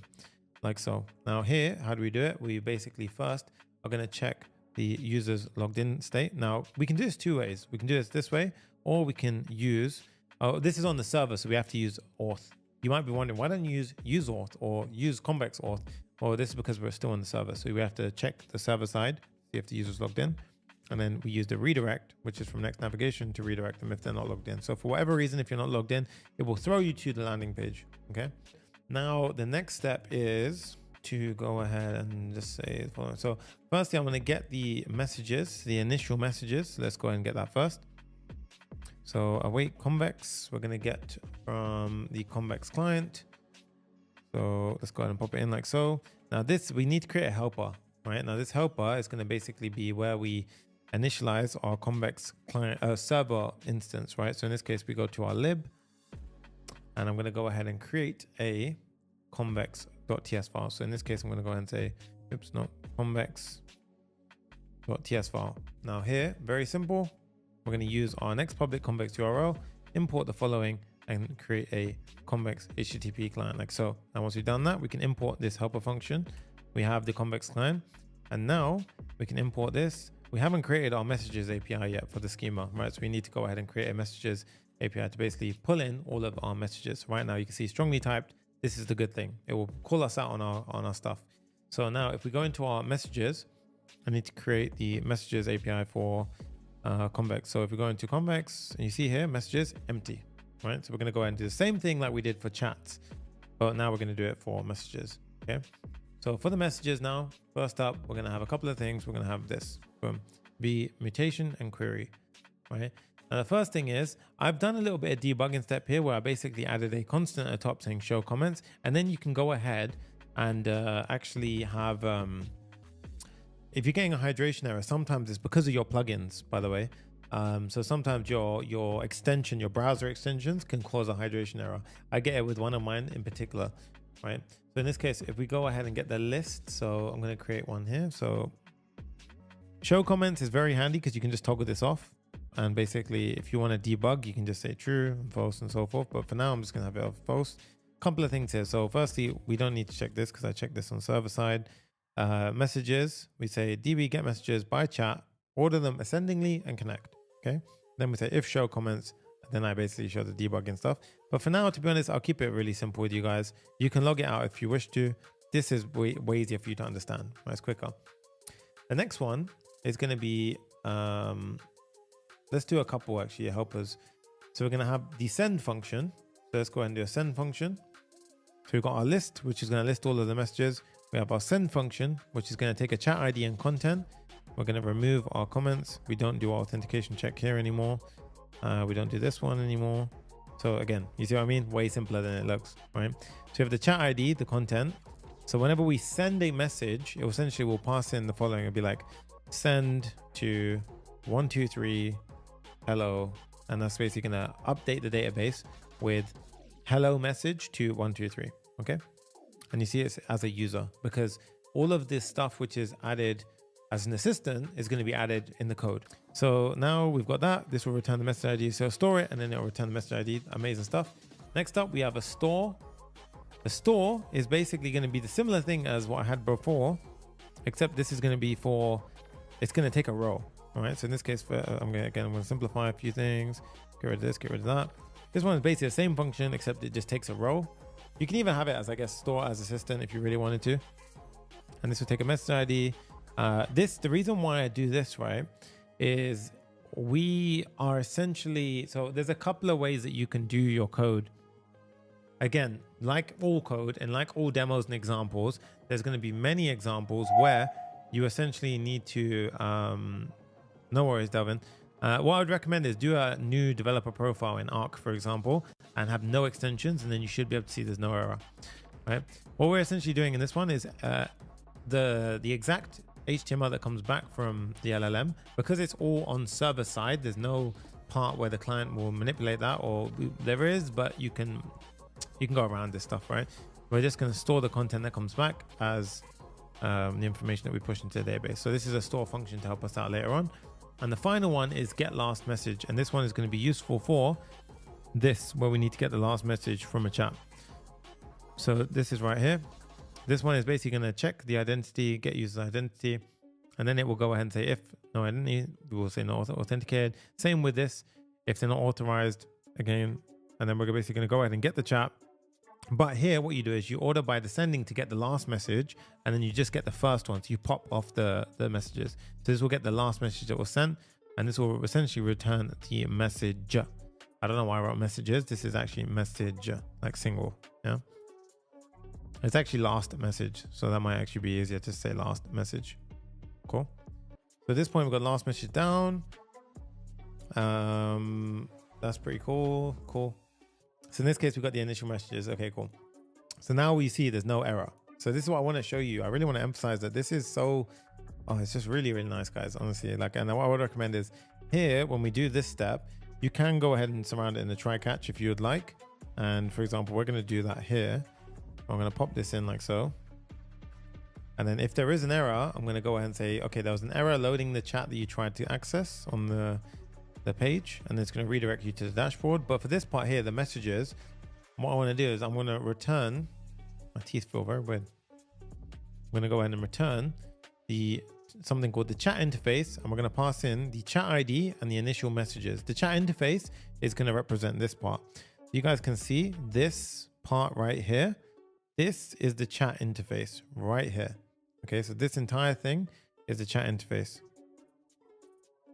Okay, so that is going to be the chat interface, and that obviously requires the chat ID and it requires the initial messages to load this. Okay, so chat interface, we're going to go ahead and create right now. So head over to your components, and we're going to go ahead and create a chat interface.tsx. RFCE, boom, chat interface.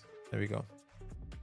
And now let's go ahead and do this. So the chat interface is going to be a use client. So we're going to have a interface for the props. And then over here, we're going to go ahead and have the chat ID and initial messages. Yeah, that's right. And then we're going to import what we need like so. This is a big one, chat interface, right? I'll be honest with you guys. This is going to be the one that is basically going to set things up for the entire app now, because this is where the chat exists. So first things first, we need to initialize our state with the initial messages that we pass in. Cool. Second thing is we're going to have a input field, and we're going to have a loading field, and we're going to have, yeah, we'll start with those. Okay. We're going to have input field and a loading field. Okay. Now chat interface 4, and let's just say chat ID like so. So firstly, just get to this point and test that it works. So over here now, if I pull up on my sidebar, I click on the chat, boom. Oh, we got an error. Chat interface is not defined. Okay, so firstly, you see how the try catch worked. So again, essence of having a try catch block there saved us. So we pull the chat interface in now. Hit save now. Now if we go ahead and do it, click it, see how there's nice little loader and chat interface for this app. Then we go to that one, see as it's loading, boom, cool, right? So chat interface loads, now we can start doing what we need to do. Cool, so first up, what I wanna do before we get into any of the processing, any of the kind of LLM stuff, let's get the UI down. And then from that, we can basically derive the rest of the build, okay? So what I wanna do is, let's have a main sort of section here. And right, so let's have a main. This can be main or section. I can't remember. I think we had main outside, but for now anyway, it's fine. We're gonna have main. And then we're gonna have a section inside, which is gonna be responsible for the messages. So this section is gonna be responsible for the messages. Go here, and then we're gonna have the footer. Okay, let's carry on. I got the messages here. Let's do the footer here. The footer is going to be the input field, footer input. Okay. So here we're going to say footer, and we're going to have a form inside of the footer, which is going to be responsible for. All right. So inside of here, we're going to have our logic for the form. So here is where I want to get dialed in a bit. Okay. So we got our form, which I'm going to have on submit functions and stuff like that. We got the starting again. All of the code for this is in the GitHub repo. We got an input field. Our button we're going to pull from Shadcn, and the arrow we're going to pull from Lucid React. Okay. So main things to consider here: as we type in the input field, that's what the value is. As we change what we type in, because that is honestly awesome. The community is damn cool. I'm going to say border top. Background is white for this one. I'm going to give it a padding of 4. And as you can see now, look guys, boom, that's our message AI agent is there. Awesome stuff. Inside the form now, we've got a handle submit function, which we're going to write. And then we've got a class name max width for Excel, MX auto. And then we have relative. MX auto, amazing stuff. So handle submit is not defined.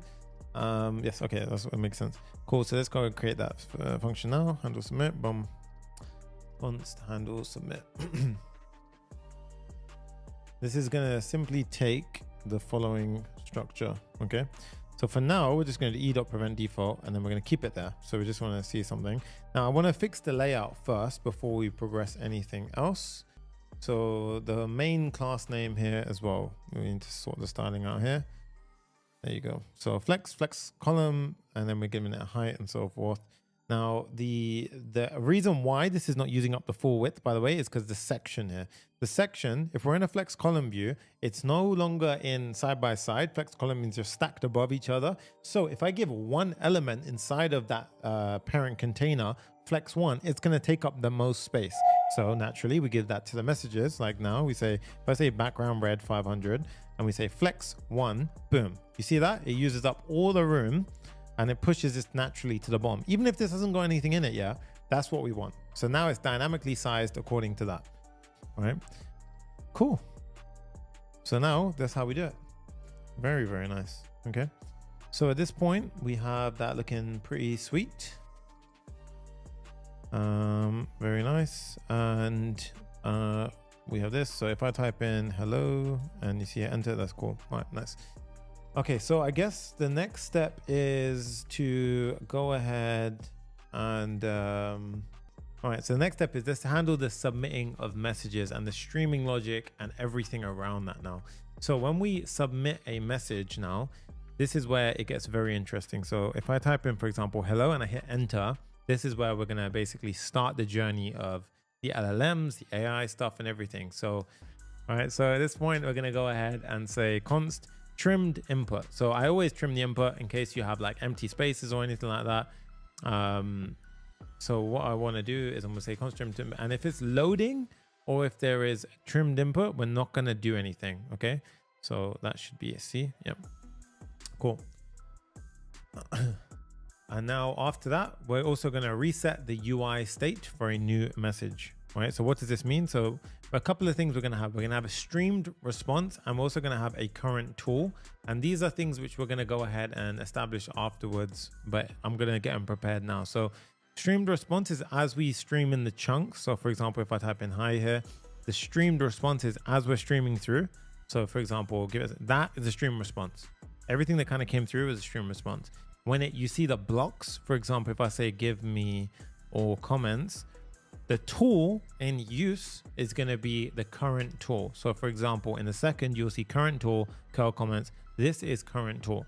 Okay. And you see how I just did it in the background, right? So that's obviously the main app that's working right now. Okay. So here we have our prepped setup. So next step is we're also going to have a messages end ref. And this is going to be for a little trick that we've seen a couple of times where essentially we're going to go ahead and scroll to the bottom of a message. So this is what you see, for example, here, if I type in hi, you see how it scrolls to the bottom every time. That. Okay. So you see that as well. Okay.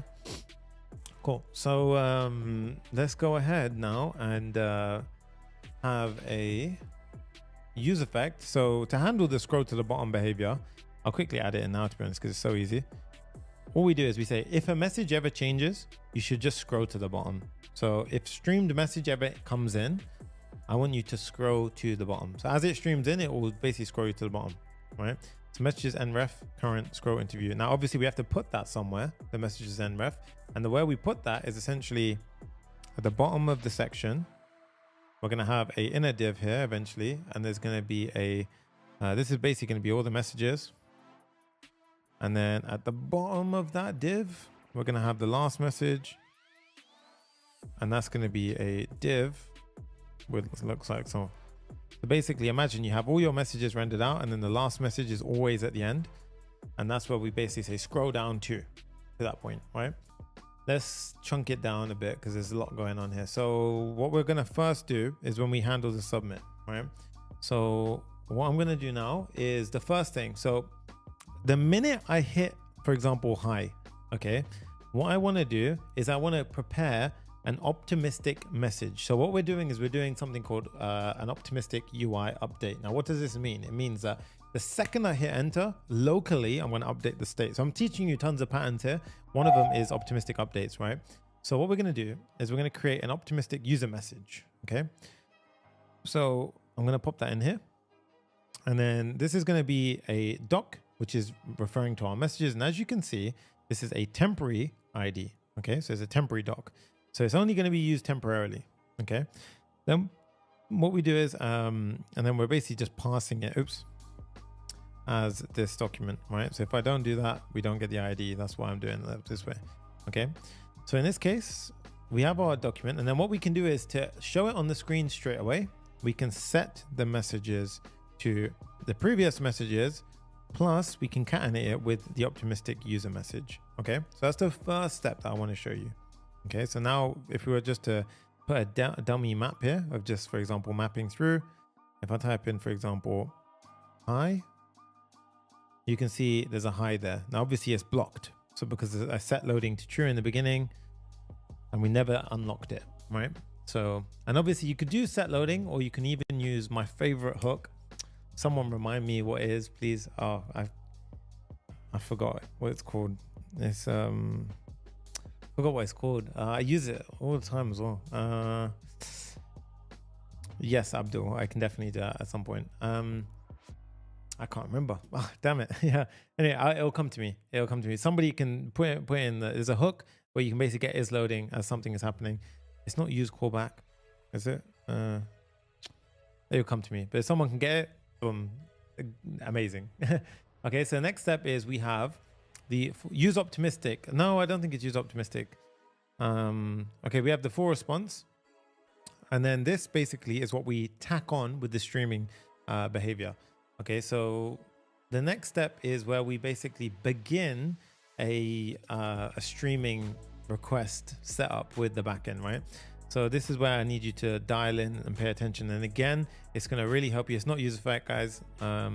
This is really what I need you to dial in. Okay, so the first step is we're going to prepare the request body. Okay, so the request body to send to our backend, which doesn't exist yet. Okay, this is going to be passed to chat request body, which we're going to define in a second. And this is going to basically have the messages inside of it, the new message that we want to send in, and the chat ID that we're going to basically push to. Okay, now the chat request body, what I'm going to do is I'm going to create a type definition file. So at the top level, what I'm going to do is inside of lib, actually, I'm going to create a types.ts file. I'm going to export chat request body. And this, I'm going to go ahead and import. Sorry, don't do that. I'm going to import message. Where is it? I'm going to have a helper type at the top, and we're also going to import our convex. There we go. So each message has a row. A message can be a user or assistant, and the content inside of it as well. So messages gets passed through. New message is the new message that we want to pass through, and we have our chat ID, which is ID of chats table. Cool. Next up, we are going to import this type, and then we have the request body. So again, everything's strongly typed because we want to make sure we don't fall into any errors. Okay. Use transition. Yes. Yes. Yes. Yes. It was use transition. So ideally, use transition is the one. I would say use that, surround it in use transition. Then next up, what we do is we initialize an SSE connection. So essentially, I'm calling it SSE connection, but what we're doing here, guys, is we're basically making a post request to this endpoint, which is our backend, /API/chat/stream post. We're making an application JSON because we're just passing our request body through to it. And this is where the real kind of main part is happening, right? Firstly, if the request comes back as an error, then we throw an error. If there's no body, we say, yep, you never returned a body, right? And then what we do is we basically are going to go ahead and handle the stream. Okay, so here we say handle the stream. Now, if at any point anything went wrong, we're going to throw our error. Now, the error, I'm just going to go ahead and help us out a bit. So if any time an error happened, what we're going to do is this function we'll create later on. For now, we're just going to say error. Okay, so we'll come up with that afterwards. But for now, we're just going to say error sending messages, remove the optimistic message if there was an error, and then set a streamed response to just say, okay, something went wrong. Okay, so that's the error state if it happens, which obviously, hopefully it doesn't. And then finally, regardless of what happens, we should release the is loading. Okay, so false. Okay, so now the main chunk that we need to do is here. Okay, so the handle stream logic. Okay, so this is really what we're going to handle now in between here. So we need to create our endpoint API chat /stream. Okay, now I'm going to quickly give you a breakdown of what the hell is going on here, because it can get a bit mad as to what's going on and what I'm talking about. So let's get you up to speed with what's happening. Okay, and that's, again, like I said, I don't care how long this takes. I would rather you understand it 1,000,000 times over than me just blast through it and you have no idea what I'm doing. So we have Next.js, and then we have our API route. Okay, let's just call it the API route. So what we're doing here is, usually the model is simple. It's a request goes over this way and we send a response back. So usually we say, like, I don't know, it could be like hello, and then boom, you know, hi comes back, right? So server does something, hi comes back. This is not going to be like that. It's going to be basically an example where we essentially are setting up like a stream, right? So we're essentially setting up a stream here. So I'm going to go ahead and just define it. So imagine like a stream is being set up here, right? So a stream is being set. Now this is a stream because what we're essentially doing is we're sending information over there. So we're sending our message in this direction, right? We're sending it from here over there, right? So I'm going to put it this way. So the message is going this way. Okay, so I'm going to pop that here. Message goes out, and then what we do is we're going to send back loads of chunks, right? So this is where we have all the, let's just call it the LLM magic, right? So this will go ahead and do the LLM stuff. So we'll go ahead and we'll work with Claude and APIs and all that kind of cool stuff. And then what's going to happen is we're going to basically stream back the chunks, right? So the chunks are basically going to be parts of the message, okay? So this is just going to be like chunks that are going to come back, right? And the way we're going to, and I've done this because it's like a flowing kind of array of things. So imagine we do this and then we're streaming the chunks back, okay? So like every time we receive a chunk, it's more like this. So we get a chunk, boom, it goes over there, right? We get a chunk, it goes over there. We get a chunk, it goes over there. We get a chunk, it goes over there. We get a chunk, it goes over there. And eventually all of these chunks build to basically give us the full response, at which point we take the full response and we store it in the database. Okay, so that's essentially what's happening. every time we're streaming it over that way, right? So we have to do something called, we have to keep a connection open when we do this. So how the hell does all of that work, right? Well, I'll make it simple, okay? And the thing is as well, a lot of the time you might be wondering, oh, we can use a Vercel AI and all this kind of stuff. Well, yeah, you can use stuff like that. But one, as you get more nested and you start using bespoke tooling and different frameworks, there's not always a pre-built stream solution out there. So this way that I'm going to teach you will work for anything and everything, regardless. Is a architecture called server sent events, right? So essentially what we do is we define our structure. We say this is some server sent events. So we basically send messages which correlate to stuff like this. We say a done message if we've finished sending all the messages, okay? We send, let's just say, a partial message alongside all of the chunks. So every time we send a chunk, we could send, for example, a chunk with, so let's say we sent that over, we could say that that was a partial. And then the front end, when it receives partials, it can do something. When it receives done, it can do something else and so forth. And we call this architecture server sent events, right? So this is what we're essentially building, server sent events. Okay, so this is called server sent events. So I hope this is kind of helping you guys out. So at this point now, let's create this API chat stream, okay? So go into our app and we're going to create our API. Now, does it have to be inside the API folder? No, it doesn't. All right, but I'm just going to make it for simplicity purposes. In the app router, we don't need to. As long as we're inside of a route.ts file, that's enough. But in this case, we're just going to keep it relatively simple. API chat stream. Okay. And then inside of here, we have a route.ts. It must be route.ts. Okay. Now here, the signature that we have is this. This is how we handle routes inside of Next.js 15 or 13 upwards. Okay. First step is we have our request. Okay. So what we first want to do is get the user's authenticated state. If they're not authenticated, we're going to throw an error. So we're going to have a try catch block. Try catch block. Cool. We're going to say if the user is authenticated or not. So firstly, we get access to their server instance, or this is coming from Clerk, sorry. If there's no user authenticated, whoa, you're not authorized. Chill out, hold up. You're not going through, okay? So that's the first step. Next up, what we do is we extract the chat request body. So remember we wrote this before, the chat request body. And this is essentially what we're doing here. Now, this is kind of looking a bit confusing, but really what that is doing, guys, is it's that. So we await the request.json. So if I was to put this in a single line, the way it would look a bit more easier, guys, it was something like this. So const body equals await the request.json. And we can say as chat request body. And then you can go ahead and do the following. You can just say, like, if this makes it easier for you guys, then feel free. Like, there you go. Okay. That's essentially what we did there.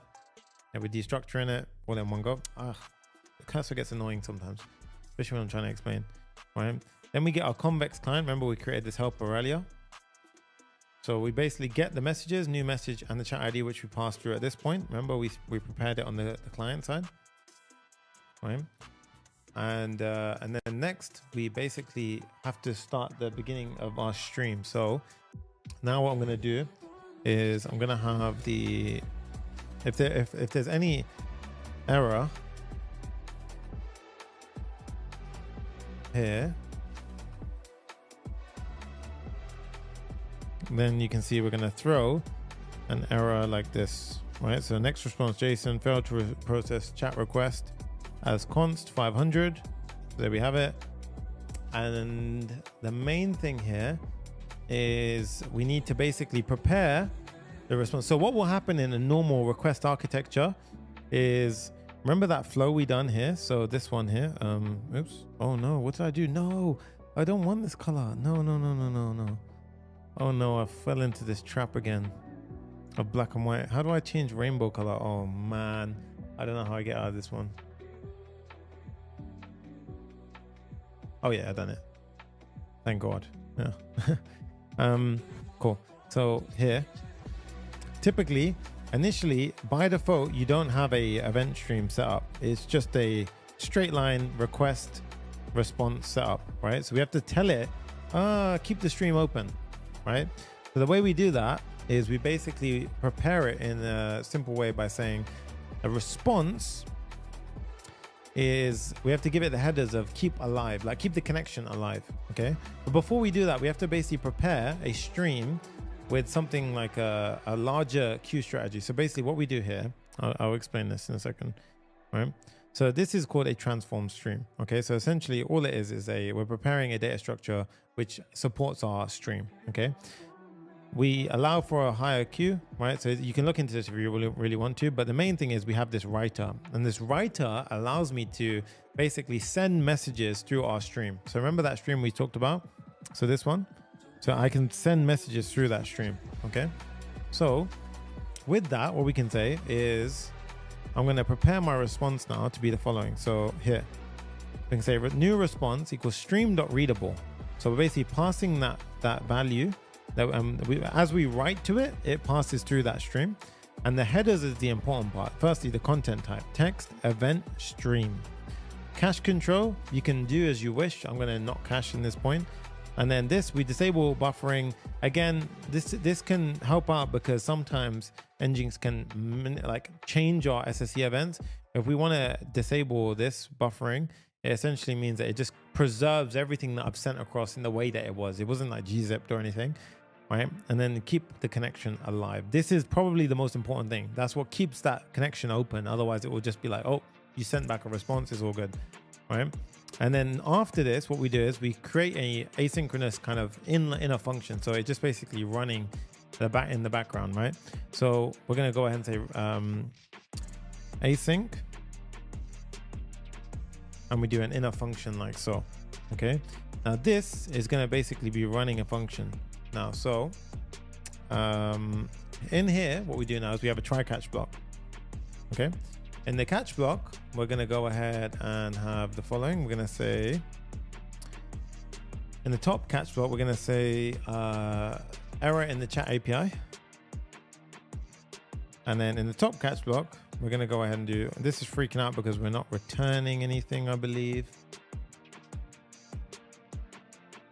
No, sorry. Okay, 1 minute. Sorry. This is asynchronous. This needs to be executed on its own. And this needs to be wrapped like so. Yeah. So like this. Okay. So I know it can be a bit confusing, but essentially that's what we're doing, right? And you can even rewrite this as a separate function. So you could even say start stream. So if I was to say rewrite this as so if we said rewrite as a start stream function, then you can go ahead and do the following. So start stream, and you can basically just do it like that. So if you really want to do it in this way, you could do start stream. Maybe it makes it a bit easier for you to understand. That, by the way, what I just did there was composer on cursor. So I highlighted something, Command K, and you can see it went ahead and did it like that. Okay. So we can start the stream. Now, after that, we can go ahead and return our response. Return the response like so. Okay. So in here now, this is where the magic of the stream will happen. So here, what we're going to do now is we have our try and catch block. And first up, this is where you need to kind of like stick with me a bit, right? We need to send an initial connection message to the front end saying we connected. Okay. So this is the first thing. So we basically send so imagine once this connection happens. So the way that we're going to do this now is I'm going to show you roughly. So I'm going to kind of just delete all of this, and delete these for now, delete that, and then just put this in. So we have our Next.js app. So the first thing I want to do is in this connection is I need to basically, I've made a post request here. And the first thing is it says, whoa, okay. So let me send back the first SSE event. So I'm going to do a half one to basically say like signify an SSE event.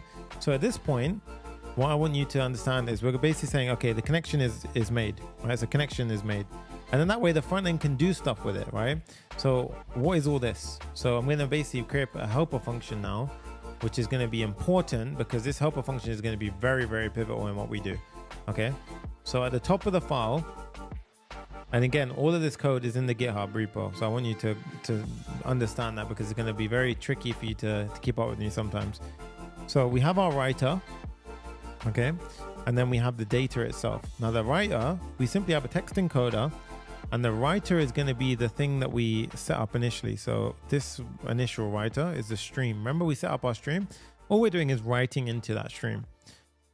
And now what we do is we set up a structure. So what we're going to do is we're going to have some kind of prefix, and then we're going to have a delimiter line. So that way in the front end, we can determine what to do with it based on what comes in. And then we stringify the data. Okay. So this is how I can choose it. Again, this is custom. So you can really build this however the hell you want. But this is really like a kind of, it can get quite in depth and so forth, right? So stream message, we're going to go ahead and implement. So this can come from our types. So inside of here, what we're going to do is we're going to create a stream message. And these are the different messages that I'm going to support. Connected message, done message, tool start, tool end, and token message. Okay. Now all of these are going to come as extensions of a different type of message. So what we're going to do is we're going to create a stream message type. So in this case, it's an enum. So you see how each one represents a string, but we don't want to ever do loose string comparisons. We also want to use something like an enum. Okay. So you see how these are going to be used for when we get a new token, which is a chunk. When we get an error. When we get connected. Tool start, tool end is when the LLM says to us that we're using a new tool or something like that, right? So at this point, we have the base stream message. So a base stream message represents like every message, whether it's, token message, error message, connected message, so forth, are going to be extensions off of this. And then each one is just going to simply go ahead and be built from it. So what I'll show you is the following. So we have the following. So we have a token message, which is very simple. It has the type, which is, type will be token. And then the token itself will be a string. Error would contain an error. The connected message would just say connected. The done message would just say done. The tool start will have the tool that's in use and the input of the tool. The tool end message will have the tool string and it will have the output. Okay. And then you can see how now we can basically use these. So this is like a very, very safe way of ensuring that we don't, use the wrong string. Okay. And then what we do is we import the stream message, and then here, SSE data prefix and delimiter. What does that mean? Well, firstly, these are kind of constants that we should store somewhere that we can rely on, right? So what do we use this for? Well, think of it this way. The prefix means that every time I send data back, right? If I just send data back like this, okay, this could easily get mixed up somewhere in the logic, and I do an if statement, and it may not be here, but it could be like, I don't know, if it was like message, right? But what we can do is we can say that, okay, I want to control in a really controlled fashion. I want to know 100% that it was supposed to be a chunk that came from the backend. So what we do is we prefix it like this.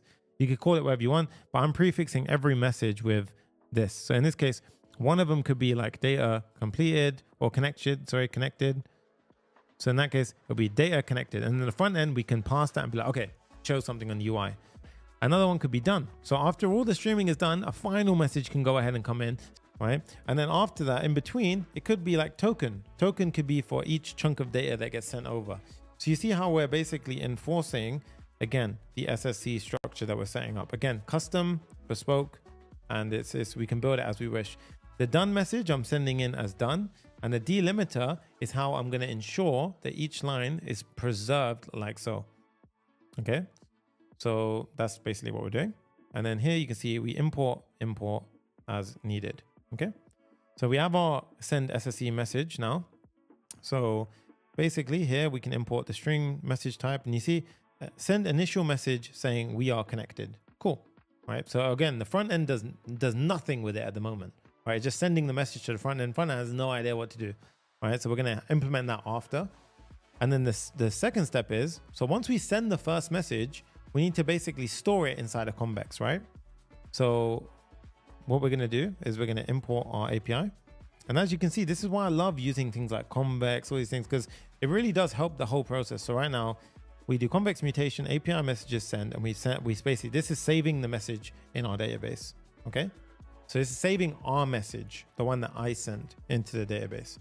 The next step is where we get into the LLM territory. Okay. So LLMs require messages to be structured in a certain way. Now we are using something called LangChain, which is a framework for using models in a certain way and for allowing tool usage and so forth. Right. So because we're using that, we have to prepare our messages in a certain way. So this is where we get into LangChain territory, right? So let's go ahead and get started with LangChain. So what I'm going to do here, guys, is I'm just going to go ahead and use this side now. So we say LangChain, and let's head over to LangChain, and let's do Next.js. So boom, Next.js. Okay. Your latest docs. How-to guides. You've got a bunch of tutorials. I'll be honest, it can be very scary when you're first getting into this. How the hell to do everything, stream runnables, chain runnables, all this kind of stuff. It can get really intense. But you've got lots of examples of how to get set up and stuff like that, right? The first thing I would do is just look at, for example, in the tutorials, chat models and prompts, you can just start here, for example, PMP, add LangChain and core. Okay. Now, are we going to use this tutorial? No, I'm just showing you an example of what we need to get started. But there's a couple of things we're going to need. The first thing is we're going to need LangChain core. We're also going to need a couple more. We're going to need LangChain Anthropic, right? So we're going to need LangChain Anthropic as well. And we're also going to need, I believe, the community as well. A LangGraph we're definitely going to need. Okay, so I'm going to install these to begin with, right? So these are going to help me out. Cool, right? And then after that, we need to go ahead and basically create our LangGraph folder or So inside of our lib, we're going to create a LangGraph.ts folder, LangGraph.ts folder. And think of this as the AI file, right? So everything AI is going in here. Okay, so LangGraph. So at this point now, what we're going to do is this is how we essentially build out the model. Okay, so the first step is I'm going to have a function called initialize model. Okay, so that's going to be the first thing to get set up, right? The initialize model. So this is where we basically have const model equals, const model equals, and then basically we can say new, and here I'm going to say chat anthropic. So chat anthropic. So it's this one here, chat anthropic. Now we don't actually have anthropic installed, which is coming from LangChain anthropic. Maybe it didn't install. Did it install? Let's have a look. npm, oh sorry, pmi LangChain anthropic. Maybe I didn't install it. No, it already did. So maybe it's just not auto completing. So let's go ahead and pull that in. Yeah, we have to pull it in ourselves. Okay, so next up, what we do is we have to pass in a couple of variables. So the first thing is the model name. Okay, now the model name is very important, guys. That has to be this specifically right now, and they do change it as frequently and as we need to. So the next bit is the API key. So first off, I want to say that this chat anthropic model, I'm using Claude 3.5. The model I'm using is paid. It's tokens. You top up the account and you use it. The reason why I'm using Claude 3.5, it's a good model, right? It's a great model for the use case we're doing. Now, do you need to use a paid model? No, there are free models out there.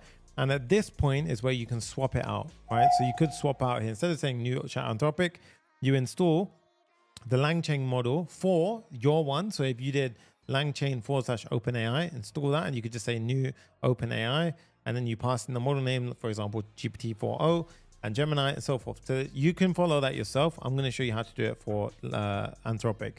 Now, for Anthropic, what you can do is you can get your key, all right? So if we go to Anthropic console, so what you want to find is, I want to show you from the beginning. So we say Anthropic, let's just say, if I want to Google this, I'm just trying to get it. There you go. Google, come on, Claude, Anthropic. So here, Claude.ai. Okay. So once you're here, I want you to log into your account, and then you're gonna go ahead and click on. So I'm on a free plan here, but if we go on to here, and then you go on to API console. Okay, and then you go to console.anthropic.com. I've already created an account. So in this case, if we click on this, I'm going to click on to API keys. And then you can see here where we have IBM build, right? So in this case, I've already created a key. So in this case, you would click on create key. you would click on your workspace and then you name your key. So in this case, I'll type in like test key, and then you click on add, right? So I'm going to click on that right now. And then what it will do is it will show you a key on the screen. Now I'm not going to show this key because it's paid. Okay, so you copy your key and you see it looks like something like this, right? So sk da da da da da, and you copy that key.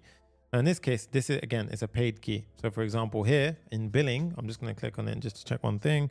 I'm not going to show that one right now, but and for example, in billing, you can see I have a balance in there. So just showing you right now, I have $9 in there.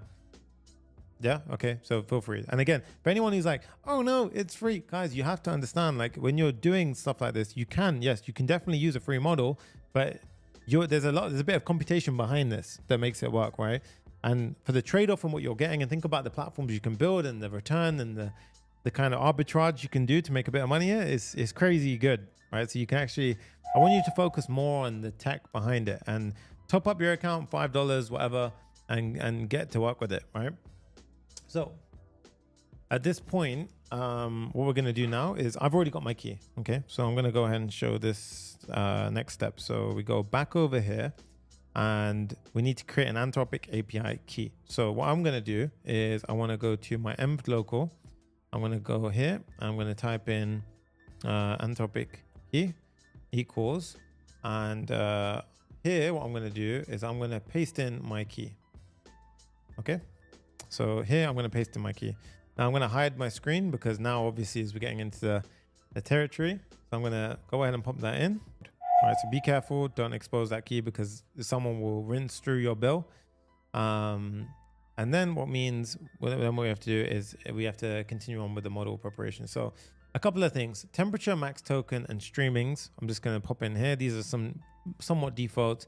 Temperature essentially allows us to go ahead and, if I go ahead and show you this, higher temperature, more creative, right? If you put lower temperature, more safe, but more likely to get the same answer. Max tokens, 4096. That's fine for now. And then that's for the responses as well. And streaming, true, because we're using SSE, right?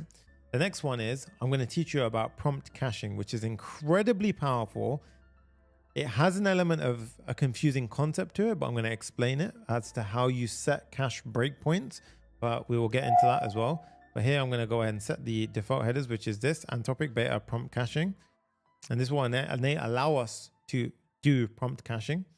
And then what you can do is you can add these things called callbacks, right? So I'll show you how to do it. But if you want to basically, log out saying when the LLM starts, how many tokens it used, for example, end LLM call and the output, this is very important for later. For now, I'm just going to comment this out, because we don't want to, bulge out this part for now, but it's important for us in terms of understanding how many tokens get used. Okay, so actually we'll keep it in there for now. Okay, and then here we can, I'll keep the starting LLM call and end LLM call, and then this can be used for tokens, for example, right? So you can use this for debugging. So I'm going to keep that in there just so you understand what's going on. The next step that we will do here is we need to bind the tools to this. Now, what is the tools, right? This is the real kind of clever part about what I was saying before. But right now we don't have tools. So how do we get the tools to bind to it? All right, so that's the model. And remember the tools that I showed you earlier, the ability to go ahead and communicate with the database, the ability to go ahead and get a YouTube transcript. How do I just bind tools to it? Because that seems like it's way too easy, right? If it was just add the tools in and it works. Well, it kind of is that easy with Wxflows. So I'm going to show you exactly how we can do it. All right. The first step is that we are going to connect to Wxflows. Now, obviously, we don't have this installed. I'll show you how we do it all. And then the next step after that is we will retrieve the tools. Now, again, all of this stuff, it doesn't exist yet because we haven't done anything. The first step I want you to do for the tool node, we have to go ahead and pop in the following, right? LangChain, LangGraph pre-built. Okay. Tool node right now, we will use later on. Tools we can use to bind here. Wxflows we need to install. Okay, so this we don't actually have installed yet. So what I'll do is I'll go over now to steps in. So let's go ahead. So the IBM Wxflows. And remember when we had start building. Okay, you're gonna click on that. Now if we go into this, we go down. We can see what's going on here, and you've got a bunch of examples of implementing and getting things started off. Now, one thing that I want to kind of bring to your attention is more so how to install it and get started. So if we click on the Node CLI, now here, see, you can also by building many of our tutorials. They've got plenty of tutorials out there with this. I think it's better if I just show you, to be honest, my own approach as opposed to this, because I basically went through this and I kind of like, you know, I done the hard bit for you so you don't have to do this yourself. So at this point we got Wxflows, so I'm going to import that, and you see this right here. I'm going to install that. So pm I Wxflows, like so. Okay, and I'm going to install that into our project. And as you can see here, now will it work? Did I do it correctly? I don't know if I did it. Oh, I didn't do the right install. Okay, so Wxflows. Where is it? Wxflows. There's a nice README somewhere here. Wxflows.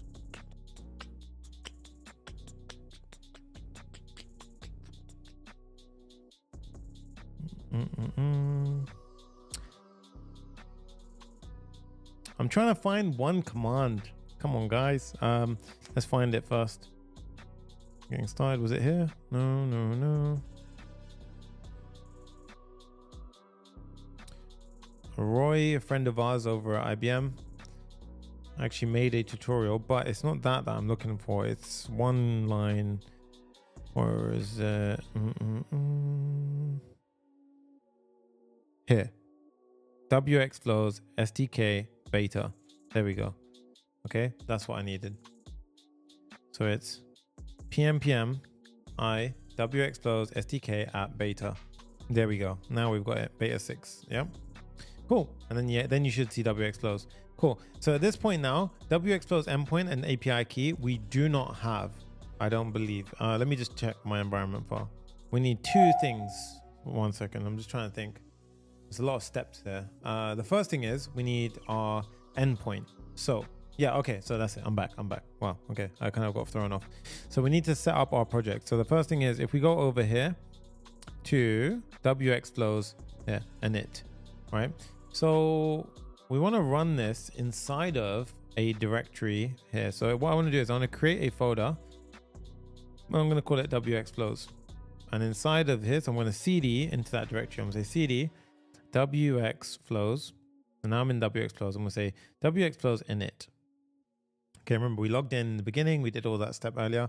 What would you like your endpoint to be called? I'm just going to use illferret. And then, as you can see inside of here now, we have our config.json file. Okay. Now at this point, what we can see is that's done. Now we just need to import our first data source. Okay. So a couple of things we can do here really. Well, you can go ahead and use a pre-built tool. So in this case, there's a Wikipedia tool right here. So let's go ahead and use the Wikipedia tool first. I'm going to copy this command to the clipboard over here. So wx import tools. And as you can see, this was actually on the getting started page, right? So remember when we were on the home page, we went to getting started here, and you can see the tool is here. So we're going to copy this command, and you can see it's basically going to this GitHub repo, and we're going to import that. So what we do is we do wxflows import tool, and we basically point to that directory. And as you can see now, it imported the Wikipedia tool.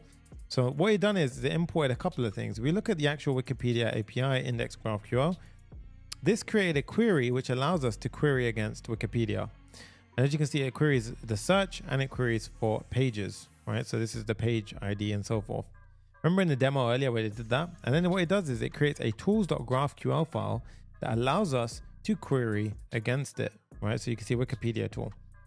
Okay, now I'm going to add a second one. So in this case, let's go ahead and do the Google Books tool as well, right? So Google Books, I'm going to copy that one, and let's go ahead and do Wxflows import tool Google Books.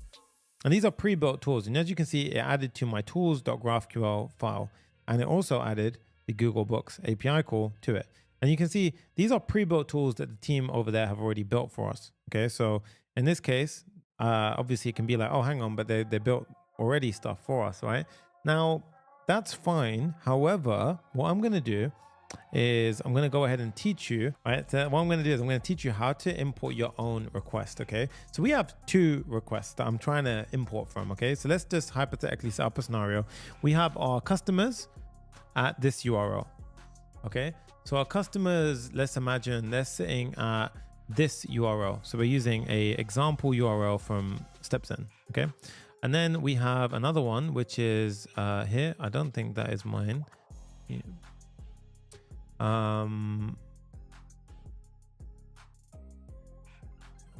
One second.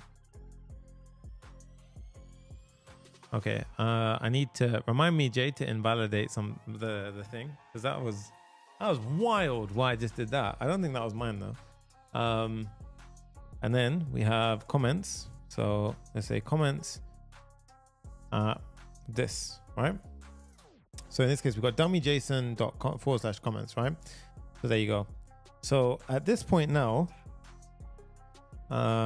we have the dummy JSON. So we have this, which is basically a comments. All the comments are there, so you can see like there's dummy comments and everything. So basically, I want to make a tool from that. So how the hell do I do that, right?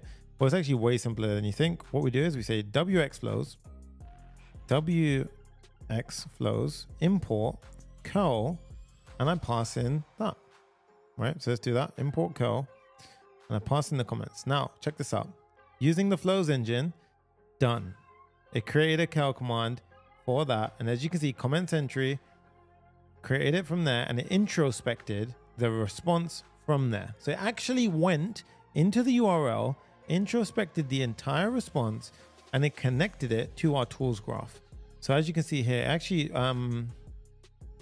it didn't connect it to the tools graph. So I'll show you how we can do that as well. But that was the curl that we did, and I'm going to show you another one as well. So we're going to say import curl, and we're going to do the second one, which was going to be for this one, the customers. Okay, customers, and as you can see, it will do curl, another one, and obviously there's a few parameters you can pass in to rename these, but I'm just going to keep it as curl and curl1.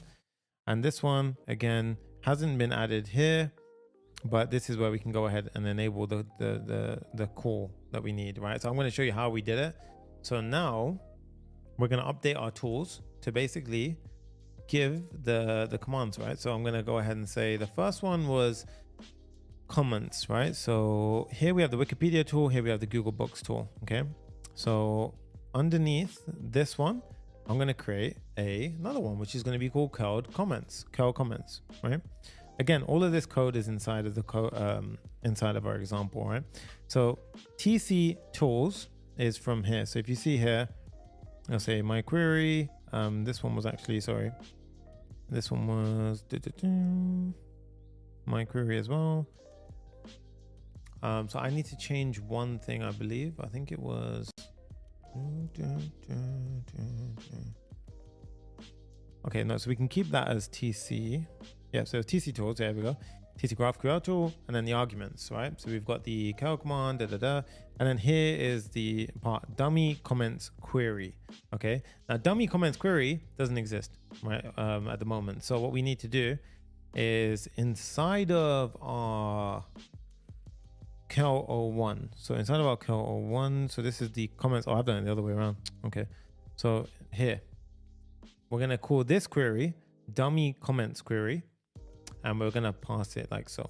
Okay, next one is inside of the tools. After this, we're gonna go ahead and get the and you can also pass in this description. Is very important, by the way, guys, really important. This one is essentially how to go ahead.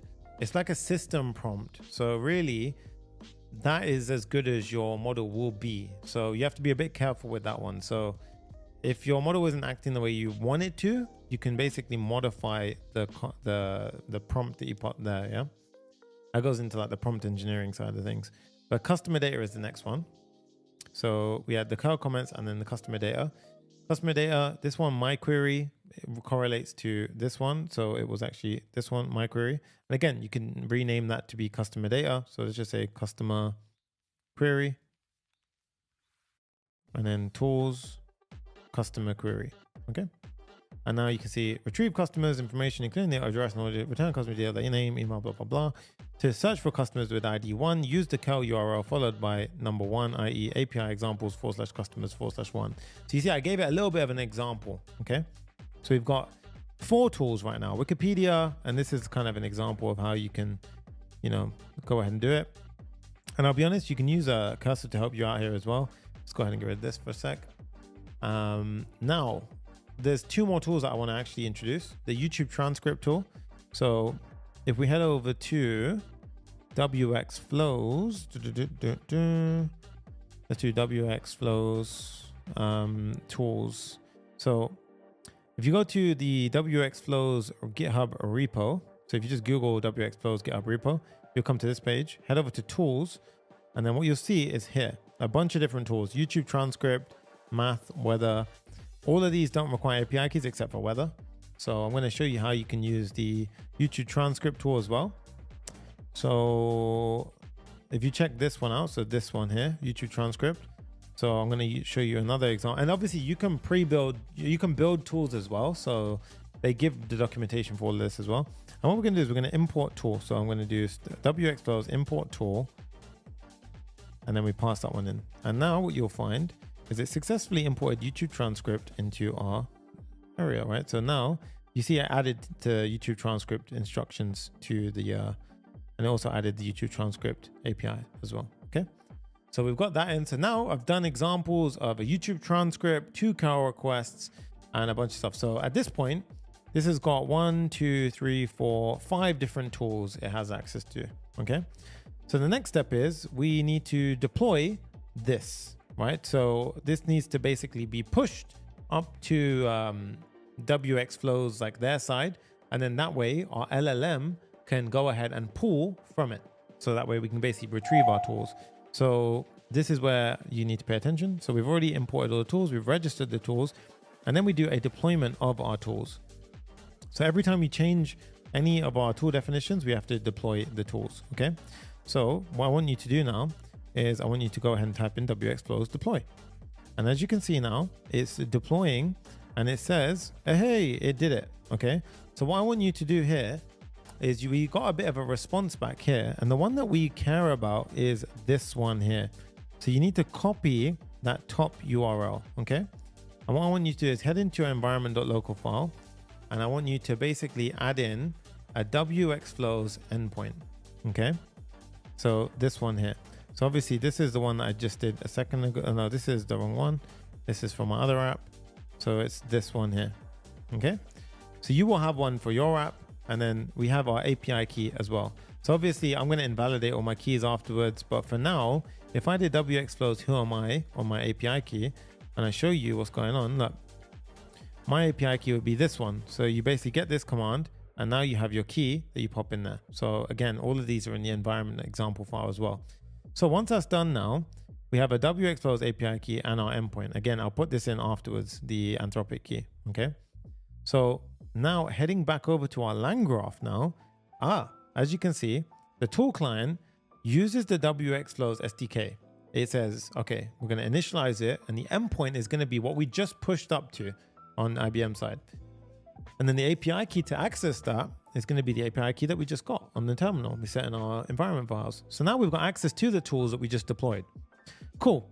Simple as that. Now what we do is we create a tool node, and that's going to be used later on. The main way we connect it to our Claude, our OpenAI model, whatever we're doing, is we basically go down to the bottom and we say .bind tools, and then we return the model. So initialize model will prepare the entire model for what we need to essentially do in order for it to use tools, okay? So that's basically where we need it, all right? Now, this is when it gets to the more fun part now. So the next step is we're gonna create something called a workflow, okay? So const create workflow. So create workflow. And again, all of the documentation is on the website and all the code is available. So in this case here, we're just going to create a workflow. So yeah, we don't need to set up. Okay. So the first step is we initialize the model. Cool. Right. We have our model and there we go. This is, of course, you see a runnable chat Anthropic file. Okay.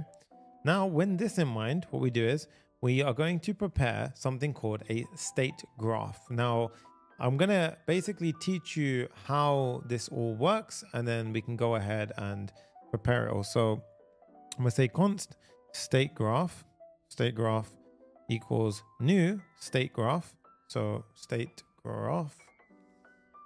I'm going to import a bunch of stuff from LangGraph, LangChain. So now we're using a framework for LangChain called LangGraph. Yeah. And the reason why I've chosen to use LangGraph is because it plays well with the tools. But however, it's just worth mentioning that, yeah, there's many ways that you can do stuff like this, right? But in this case, state graph, right? So here, now what is state graph? Well, I want you to understand that state graph is essentially like it's a graph of flow for our LLM. So like, I imagine, okay, so this is essentially where it's going to do two things. One, it's going to allow us to, well, I just need to check one thing before I give you an answer here. It's more a case of, okay, yeah. So straight graph is basically going to prepare some memory for us. So we're basically creating a graph, and this graph is decisions. So basically when I ask the AI a question, it will say, okay, should it call a tool or is it done? All right. Should it call a tool? And then after that, the response is, should it call another tool? And then after that, is it done? So essentially that's what we're building initially. And what we do is we add nodes to it. And the nodes are basically like, we say you have a tools node where you have the ability to call a tool. Where do you start the tree from? And we're going to say we started from the agent tree. And that's basically where everything starts. And then we're going to say should continue is going to be a conditional edge where basically it's going to say, okay, if it reaches a point, once it gets a response, we have to run it through our conditional edge and say, okay, should you use another tool or should you go ahead and, end here and so forth. So it will make sense in a second, right? So what we do is we create new state graph. And what we do is we say that this state graph has a message annotation type. Now this message annotation basically is how messages are structured in a chat template, right? So in this case, message annotation refers to, if we click on this, you can see messages, base message has essentially like text, content, name, and so forth. So we'll get into that, but don't worry about it for now. Okay. So we have our state graph. Now, the state graph, basically the first step is, this is the state graph itself, right? Now what we're going to do is we're going to say state graph, one second, sorry. Yeah, state graph dot add node. Okay. And the first one is actually going to be the agent node. Okay. So what I'm going to do here, maybe I will simplify this for us by saying const agent node. So we already have our tools node up here. I'm going to say agent node because I think this might help us out a little bit, right? And then we're going to say that this is actually an asynchronous function which has a piece of state, okay? And this state, the reason why I don't want to do it this way, to be honest, is because I'm going to do it inline because I don't want to mix up the type definitions. Okay, so I'll show you, right? So we're going to say add node here, right? So we're going to add a node directly onto it. And this node is going to basically say, the first node is going to be an agent, right? And we're going to have a asynchronous inline function. So asynchronous, async. And this one is going to be, has a piece of state. And now this, so you can see how this is what I was trying to avoid, right? So this is, I don't have to type this. So now we have a state type of messages, right? So the first node of this state graph is the agent, okay? Now, this agent is basically, firstly, we need a system message. The system message is basically when you use any LLM, you can prepare it with some information. Say, you are called Bob. Every time I chat to you, reply as, hi, I'm Bob, do something like this, right? So in this case, you're welcome, Emmanuel, right? So in this case, let's say we've got the system content equals system message. Now here, system message, I've abstracted it into a separate file to help us out a little bit in terms of like space. So at the top level, I'm going to create a constants folder. I'm going to create one called system message.ts. And inside of here, I'm going to basically have my export. Now, again, this is really where prompt engineering comes into play because, again, all of this code is in our GitHub repo, right? Now, again, does it need to be this long? No. But what I'm trying to show you here is a couple of things. I want to turn the music down for a second. What I'm trying to show you here is that essentially your entire graph and entire flow is only as good as your prompt. Because if I said you're a monkey and you don't do anything, and just reply back like, I don't know, monkey noises. The thing is literally you're just going to reply back monkey noises, regardless if I gave it tools, right? So in this case, now I need to define what I want it to do and try to the best of my ability to give it the most instructions. Think of it as like a new worker comes in, joins your company, and you say, okay, this is how you code, but they never coded a day in their life. You can't just assume they're going to know how to do everything. So you have to kind of give as much information as possible. So here we say you're an AI assistant that uses tools to help answer questions. You have access to several tools that can help you find information and perform tasks. When using tools, only use tools that are explicitly provided and so forth.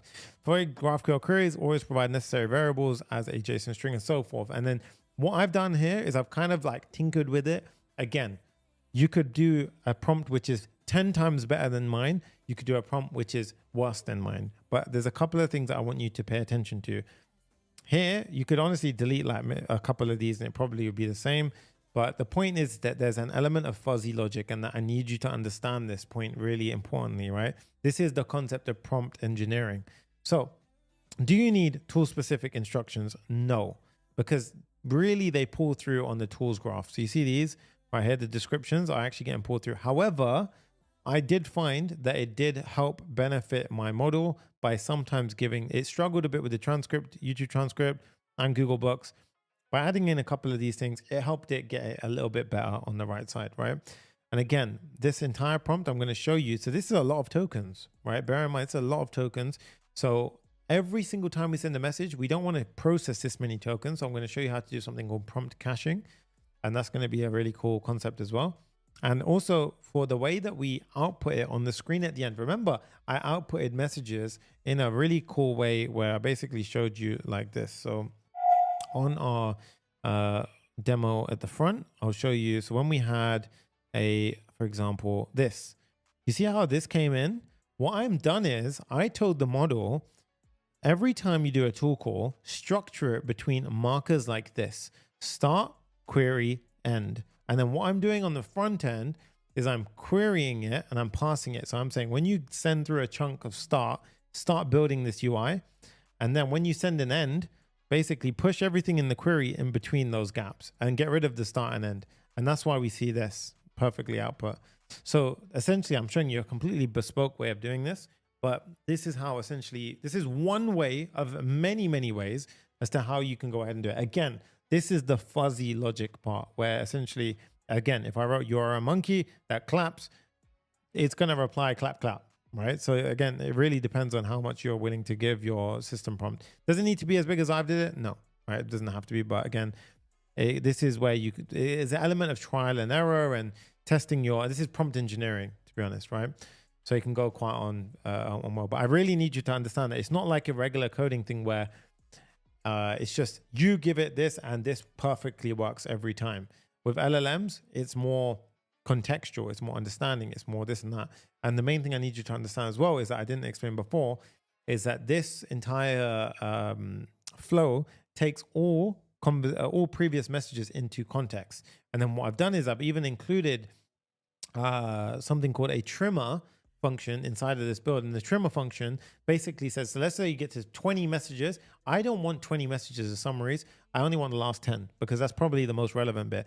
If you do really want to get to a point where you have like the 20 or 30, 40 messages and there's key details in each, you can actually create something called summary messages. So after 10 messages, it will create a summary message. And then every time you try to get your previous context, instead of going to 50 messages, it creates 5 summary messages. And then when you have 10 summary messages, it creates a summary message from that. And you can honestly like have, and every time it like reduces the amount of tokens. So really this goes into levels. But again, this could go on for hours if I did all that. So I'm trying to just give you guys as much depth, like insight as possible. So we have our system message. The first bit is we have to create something called a chat. We don't have to, but this is one way of doing it. We're going to create a chat prompt template. Now, what does this mean? Essentially, it means the way in which we have our chat. So we're basically going to create a chat template, right? So a prompt template. So we're going to go ahead and create a prompt template with system message and messages placeholder. Okay. So here's how I do it. I say const prompt template equals a chat prompt template, and we pull that in from the top. And again, all the code is in the repo, and we say from messages. So this is wrong actually. So this shouldn't be this one. I didn't even import it, did I? This is actually coming from core prompts. So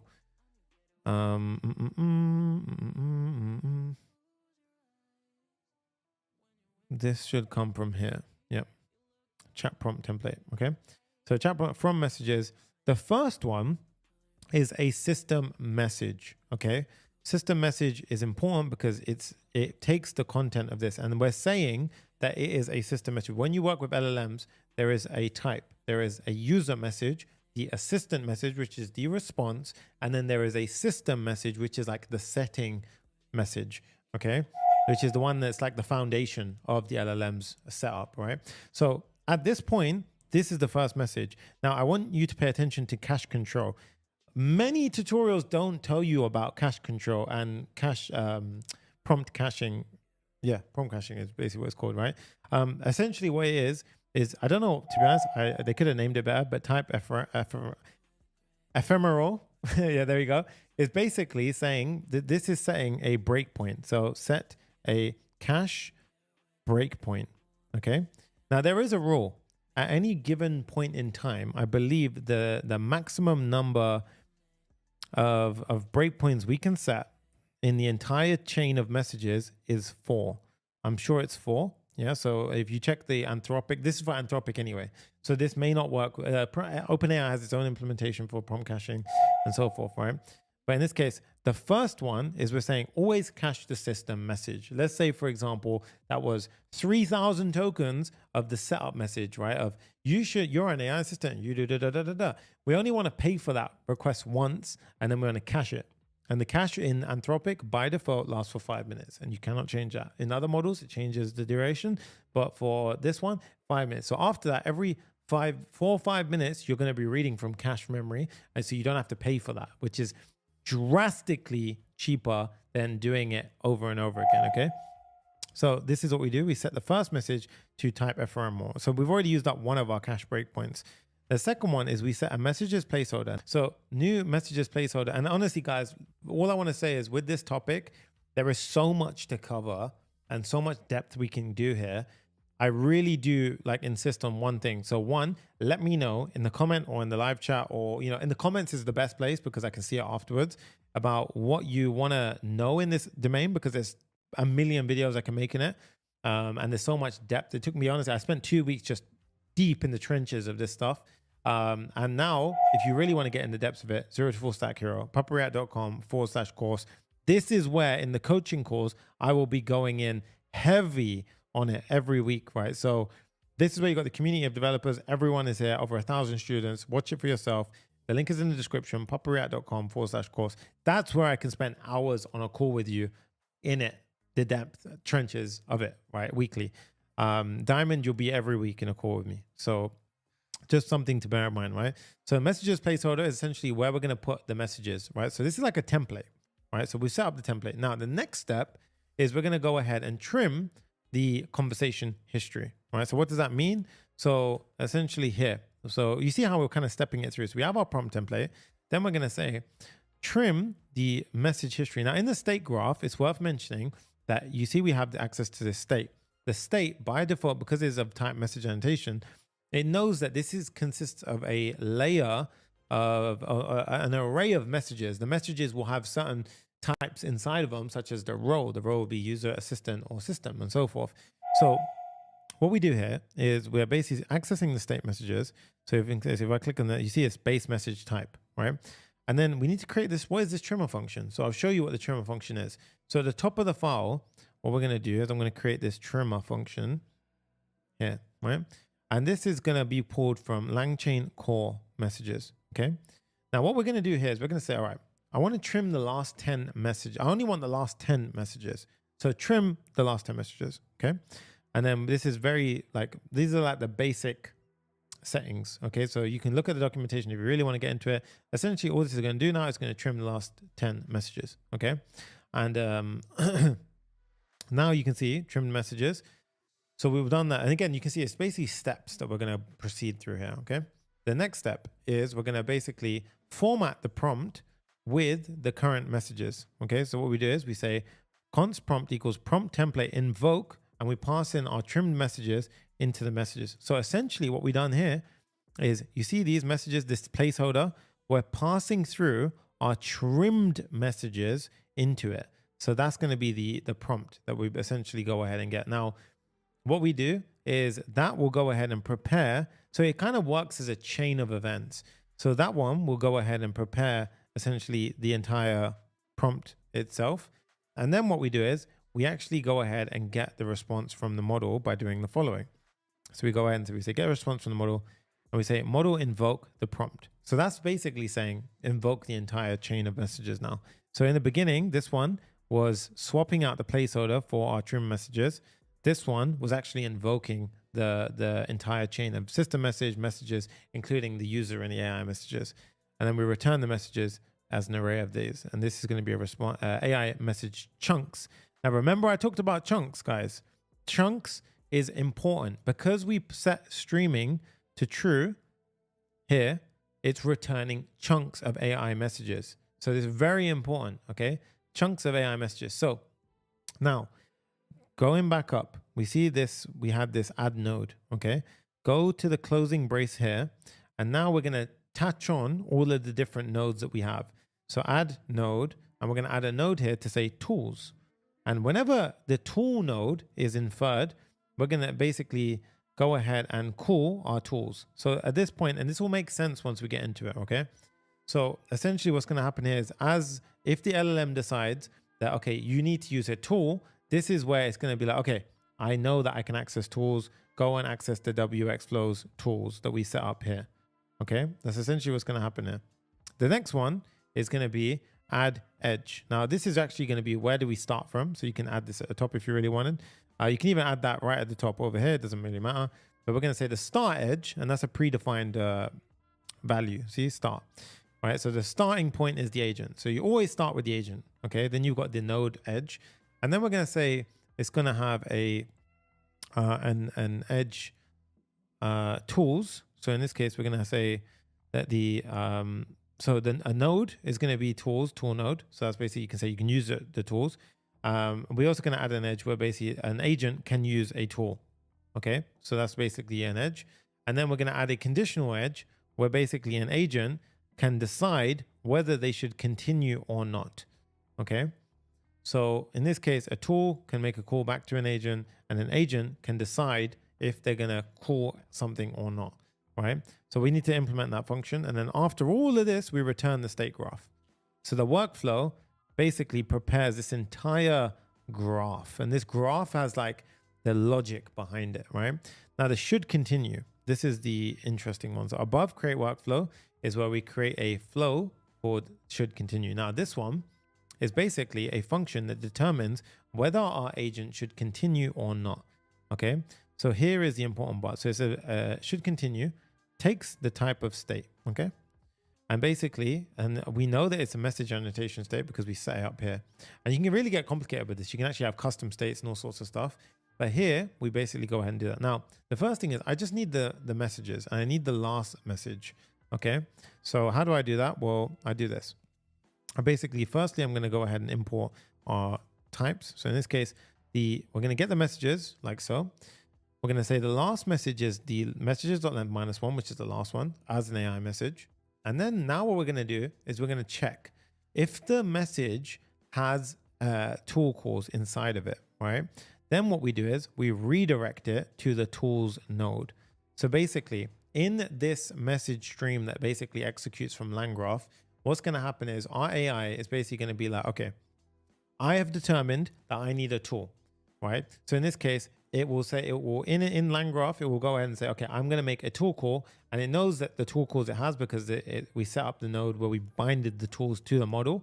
So it says, okay, it seems like, we could probably get this information from Wikipedia. So at this point, it would populate a tools call to Wikipedia. So at this point, we direct it to the tools. Okay, so that way it goes ahead and executes the tool. Now, the next thing is, if the last message is a tool call, so in this case, if the last message is a tool call, so in this case, if last message content and the type is of tool, then we return it back to the agent. So essentially, This one is if there's any more tool calls. So for example, if there's 3 tool calls, keep routing back to the tools to use the tools. And then if the last one contains the content that we need to basically go ahead, and the content is the actual return, the reply, right? So you notice here, like this is the tool calls, but the content is this part. So if the content came back, give it back to the agent, right? And then after that, if the last message is all good, we simply just reply end. So reply to the user. So when we return with an end, so after all of this, he'll basically go ahead and reply end, right? So create workflow. And again, this can get really deep and intricate. So I need you guys just to kind of just take your time, really break it down slowly, test it out yourself, and kind of like, just don't get overwhelmed is my point, right? Like it can get very scary quickly, but it will come together, I promise, right? So the next thing is we're going to have a main function called submit question, okay? Now submit question takes base messages, which is basically base messages is how we derive, like an AI message is extended off a base message. So if we click on this, it extends off a base message, except AI messages can have tool calls and a bunch of stuff, right? So this build is absolutely fire. Thank you so much, Greg Peters. I appreciate you. We've got the messages and we've got the chat ID. So you can imagine in this submit question, this is really going to be where the stuff happens, right? So the first thing is, remember I talked about caching, right? And caching is very important, by the way, because it's one thing to go ahead and execute the same heavy prompt over and over again, but you're going to exhaust your tokens very quick.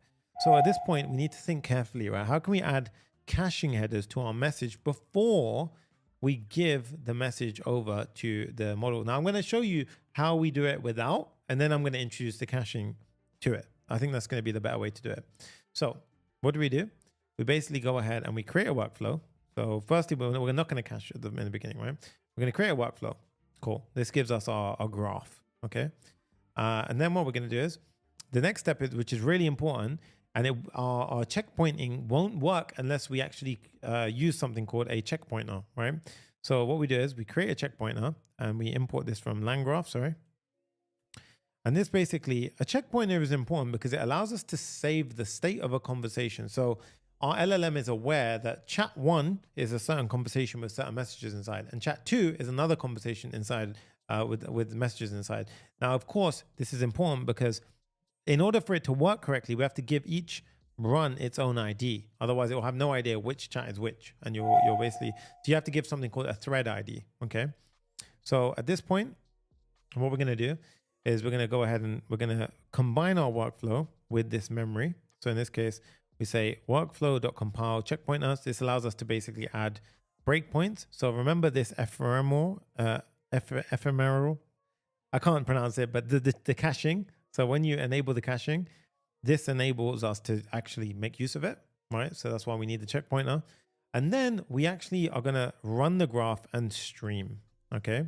So essentially what we do here is we say const stream equals, and then we say await app.stream events, okay?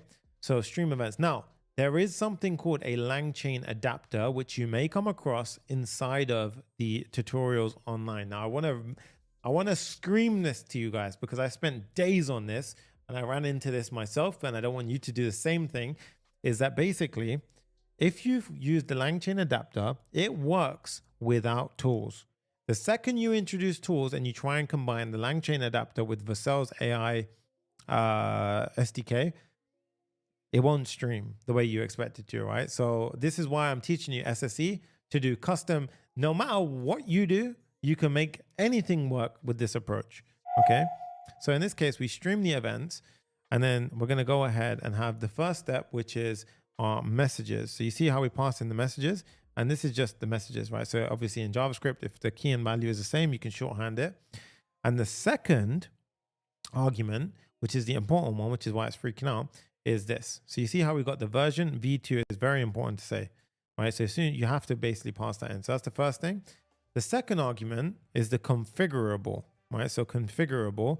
Now this one is really important. So if you don't give the thread ID here, okay, so it's not actually this, it's, wait, what's going on here? Why is this being annoying? 1 second. Stream events, do we have this? Yes, okay, so. configurable, yes. Thread ID. Okay, so I mean, I'm going to give it to you guys properly anyway, but this is what you need to do, right? Configurable thread ID is the correct one. Version 2 is the other one. So this is very important, right?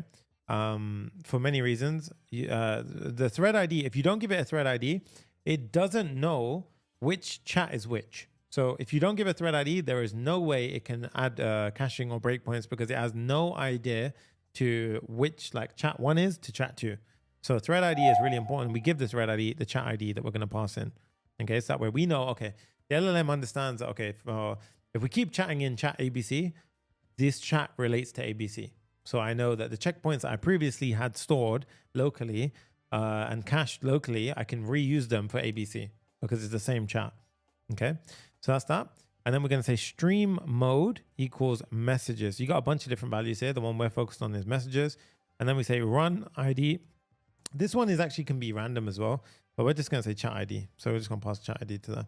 Okay. And then what we're going to do is we're going to save. So what is up with this right now? So messages. This is freaking out because of, okay, so this is wrong because of, yeah. So messages. So we got the first one, which is messages. The second one, which is this. Iteratable stream, readable stream event. Okay, so at this point we got the stream. Now this stream we return to our route. Okay, so we say return stream.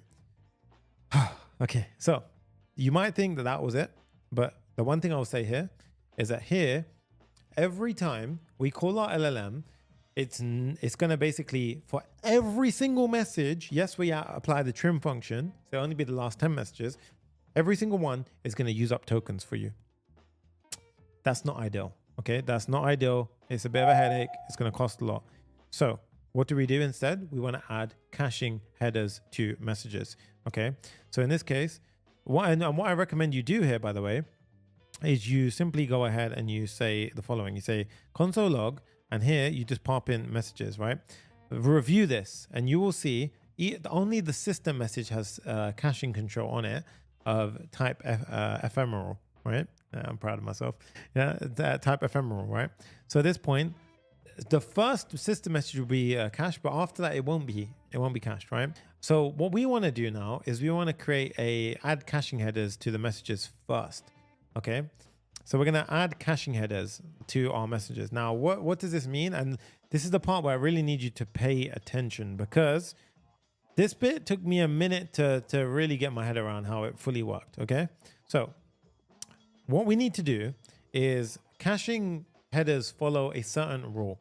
Firstly, so I'm just going to write rules of caching headers for a turn-by-turn conversation. So you can see the definition itself. So no, don't do that. Okay, so rule number 1 is going to be cache the first system message. Okay, rule number 2 is we cache the last message, right? Rule number 3, we cache the second to last human message. Okay, I know it can be kind of confusing, but all I recommend is that you read through the documentation for prompt caching. Okay, so look at Anthropic's prompt caching with Claude, and you will see if we type in second to last, I believe, is it this one? Notion uses this as well, by the way.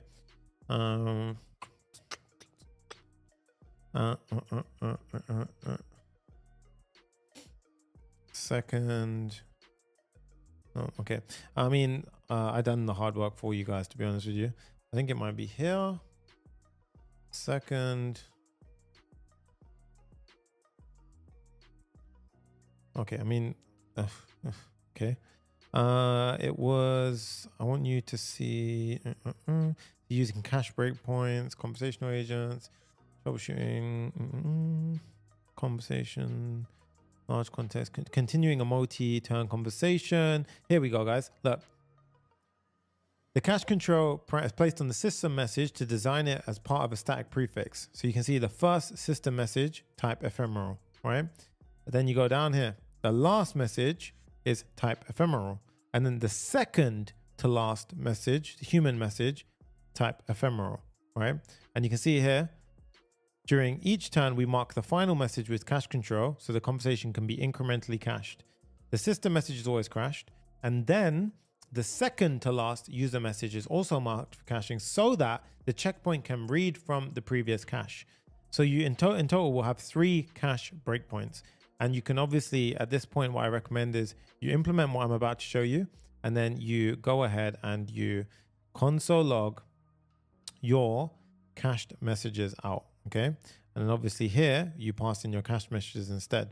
Right, so now obviously we're gonna add this instead. So now we need to actually create that function. So what I've done here is I've created basically a couple of loops, which allow me to add in, and trust me, there's probably, there's always an efficient way to do it, but I went through over and over and over again. And believe me, after like a week of coding with learning a bunch of stuff, I'm happy with this. It probably is a better way to do it efficiently, but it works. And believe me, yeah, I spent time on this, right? Not this bit, but just testing. So firstly, if there's no messages, we return the messages. Secondly, we create a copy because we're going to follow immutability, right? We don't want to modify the initial messages. So we get a cache message copy. Secondly, we help to add the cache control. So we create a cache control helper. So whenever we identify a message, we basically give the message. We say the message content now becomes the type. The text stays the same, and the cache control becomes type ephemeral, right? Now, I'm getting confident with that, right? And then after that, we have our helper function. Now the first steps. Firstly, we cache the last message. We've already done the system message in the system prompt, right? So we did that up here. We already did that there, yeah? Now the second one is firstly we cache the last message, and you can console log it as well. So obviously, as you can see, I did that. And the second one, we find and cache the second to last human message. So what I did here was I went ahead and I looped backwards in the array to find the second last human message. So it found that if it would iterate through, if it's an instance of a human message, we increment our counter. And then when the counter hits 2, we go ahead and we add the cache to that one message. Okay. And then we break out of the chain. Okay. So once we've done that, what we do is we return the cache messages. Okay. So there you go. We return the cache. And now we've got caching headers on the first system message, the second to last human message, and the last message. There we go. Cool. All right. So once we've done that, now you guys can see that our LangChain file is done. Okay. So I understand this could be like really overwhelming, but the LangGraph file is done. So our AI logic is actually done, believe it or not.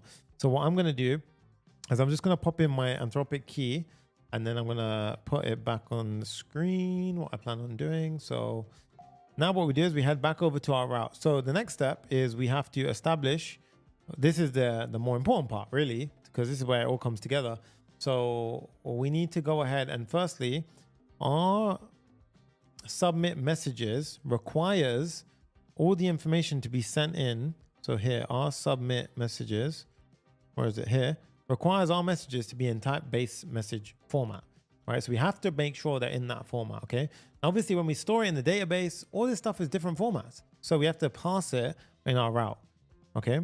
So over here, when we send the user message, so remember when we start the stream, what we do is we go to our, basically now we're going to convert our messages to our LangChain format. So what we do is we map through a copy of our messages. So LangChain messages equals all of our messages, map through them all. And we say, if it's a user row, we convert it to a human message.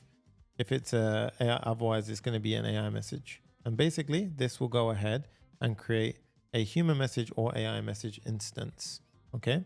And then what we do is the last message, we append it to the end of the messages as the new message. Okay. So in this case, we've got our LangChain messages. And now what we do is we surround the next step in a try catch. Okay. So we go ahead and we have another try catch here.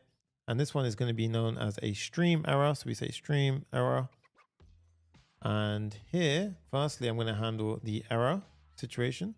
So in the error situation, I'm going to go ahead and say error in event stream.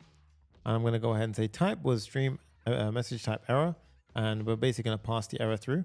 And also on the overall error, guys, I'm actually going to go ahead and send in an error message instead of just saying error in chat API. Okay. So, oh no, sorry, I've messed. No, I haven't messed up. That's error in chat API. So that one stays correct. This one is the one that I need to change. So that's error in event stream. And this is error in stream. There we go. So here.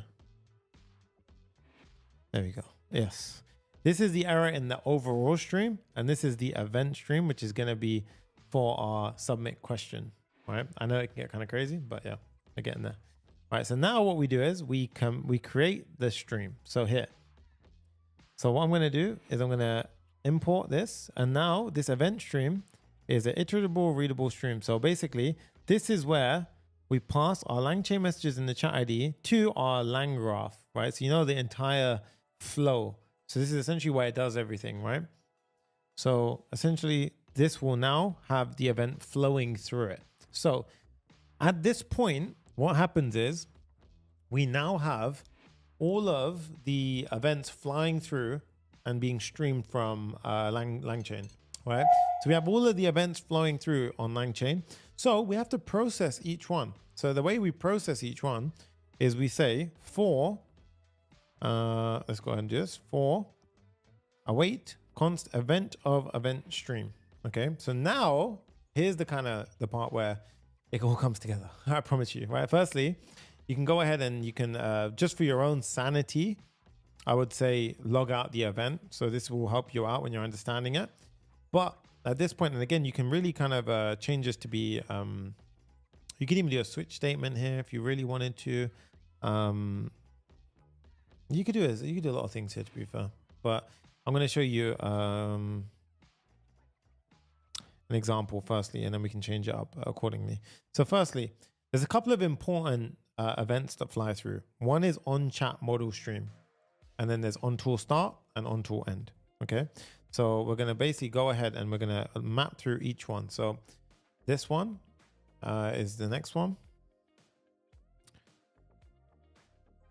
Okay.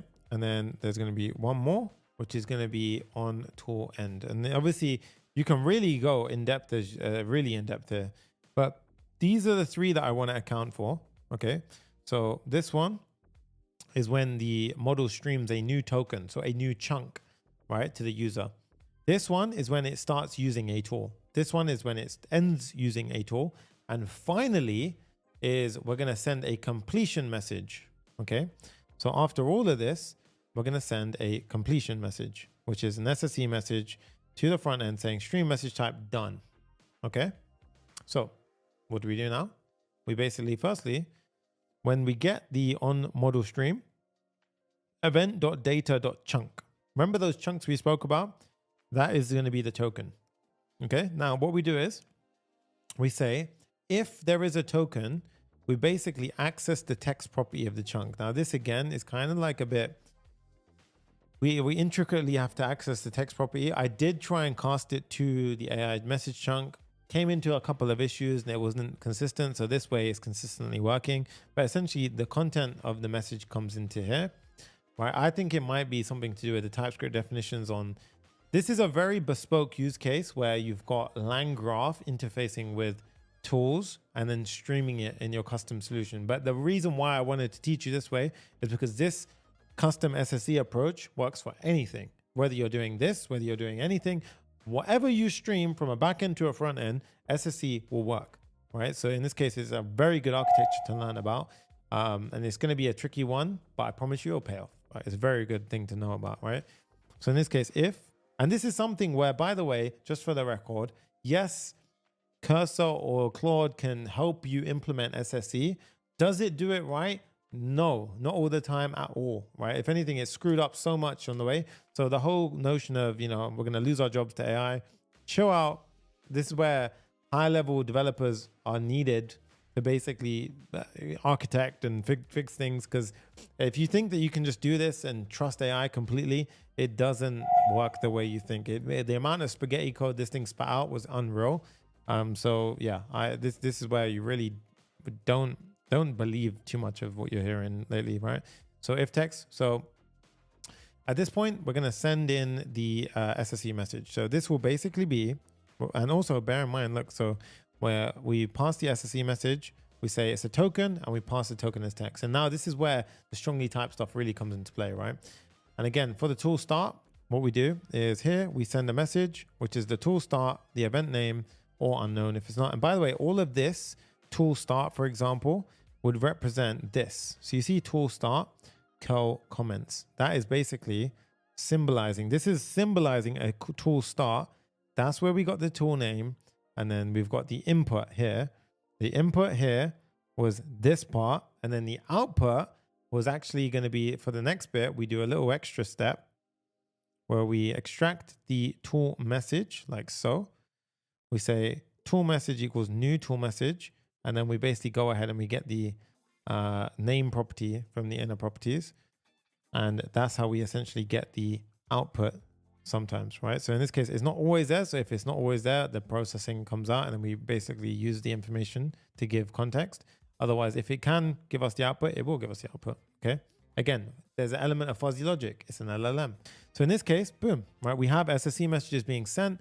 And at that point, I believe what we need to do is after the error in stream, which is, okay, so I've mixed up one or two things here. So it can get a bit loop and kind of crazy and mixed up. But the one thing that I have gotten a little bit messy is,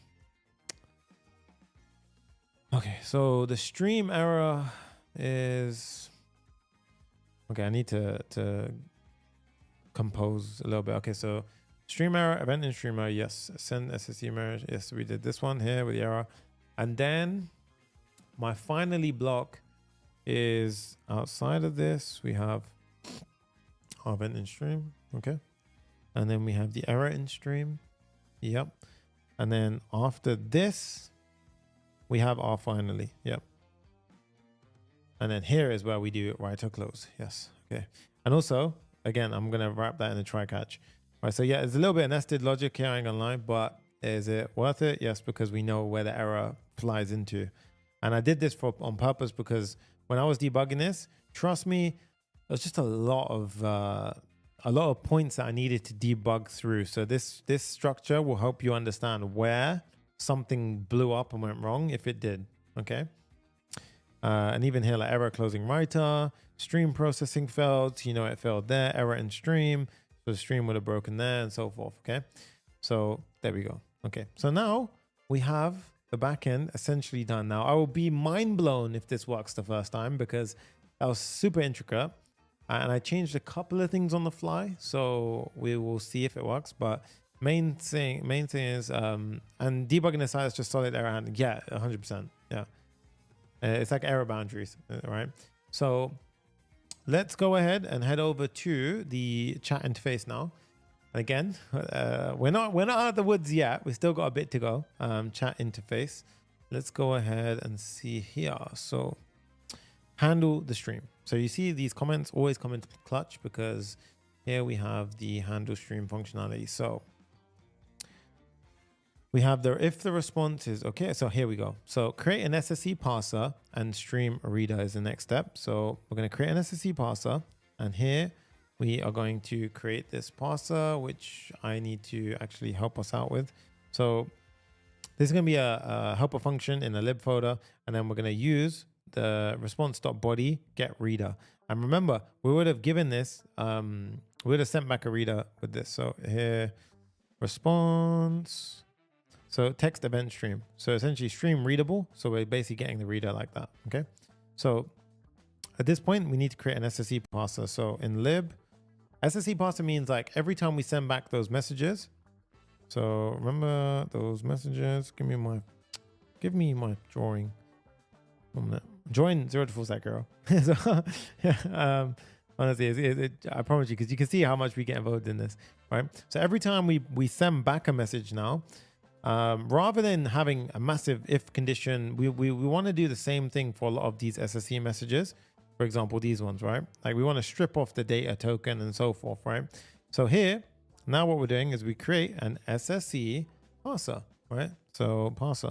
And this is going to help us figure out and basically do the following. So every time it receives this, it will extract, for example, this part, and it will cut it off, right? So for example, so that's essentially what this is going to do. So let's go back in over here. So create SSE parser. In here, we're going to say create SSE parser.ts, and jumping into it, we're going to go ahead and do the following. So I need a couple of things from my imports. I need to create, and basically I'm going to add I added lots of comments here, by the way, to help you guys out. So create a parser for server-sent event streams. SSE allows real-time updates from server to client. Hopefully, by the way, can you guys just appreciate and let me know if my comments and the breakdown I've done today helped more than usual. So I just need to know a little bit of feedback, whether you're watching the replay or whether you're watching this live.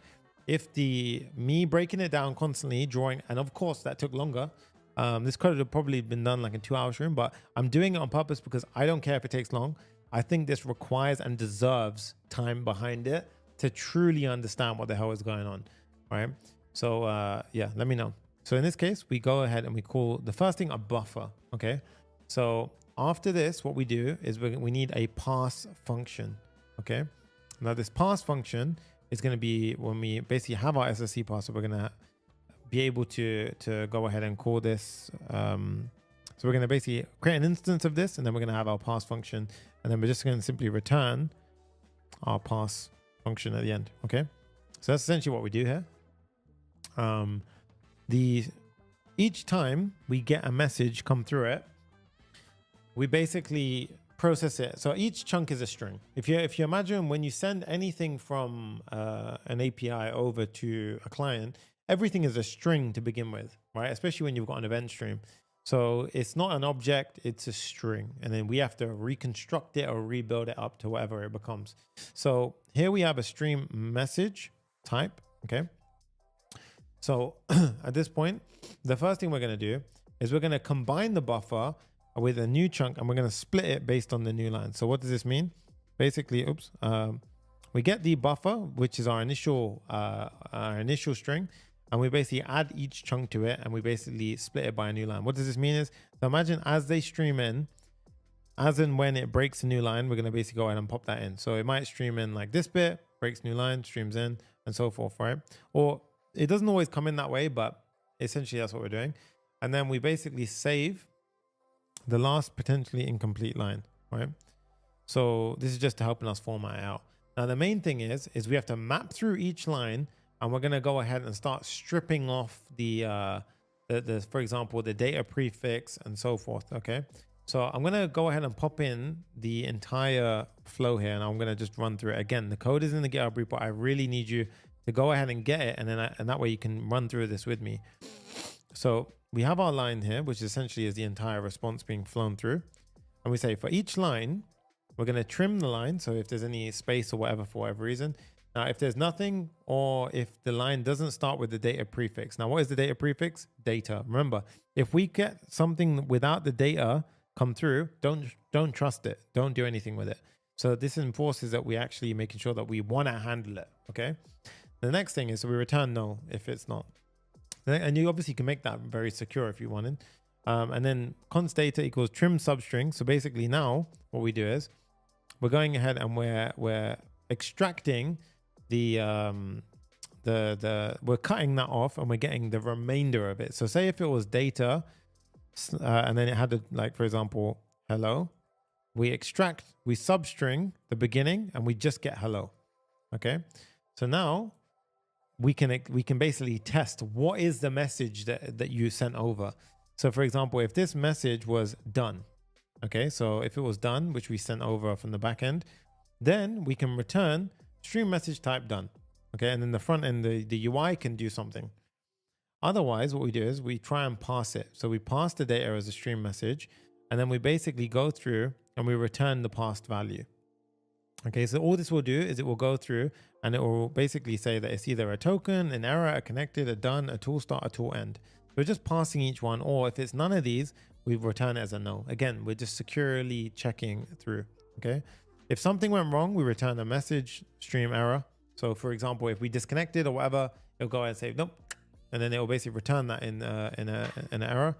And then what we do is we filter out any of the messages where the message is not equal to no. Okay, so this is obviously just a precautionary step. So you can see we're actually really processing the stream as it comes through. Now what we do is we get this, and you see we have the parser. Okay, so heading back over, this is where it gets pretty cool, because this is where it all kind of ties together.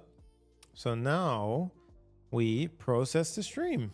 Okay, so what I'm going to do now is have a helper function at the top called process stream. So I'm going to say const process stream equals, and it's going to take an asynchronous function. It's going to take two things, right?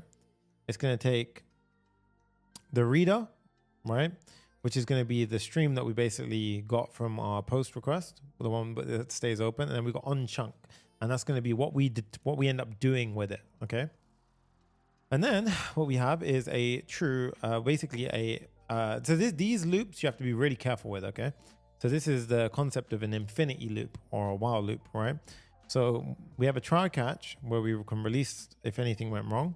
But here I want you to be careful. Whenever you use a while true, you have to be very careful. Okay. So in this case, while true.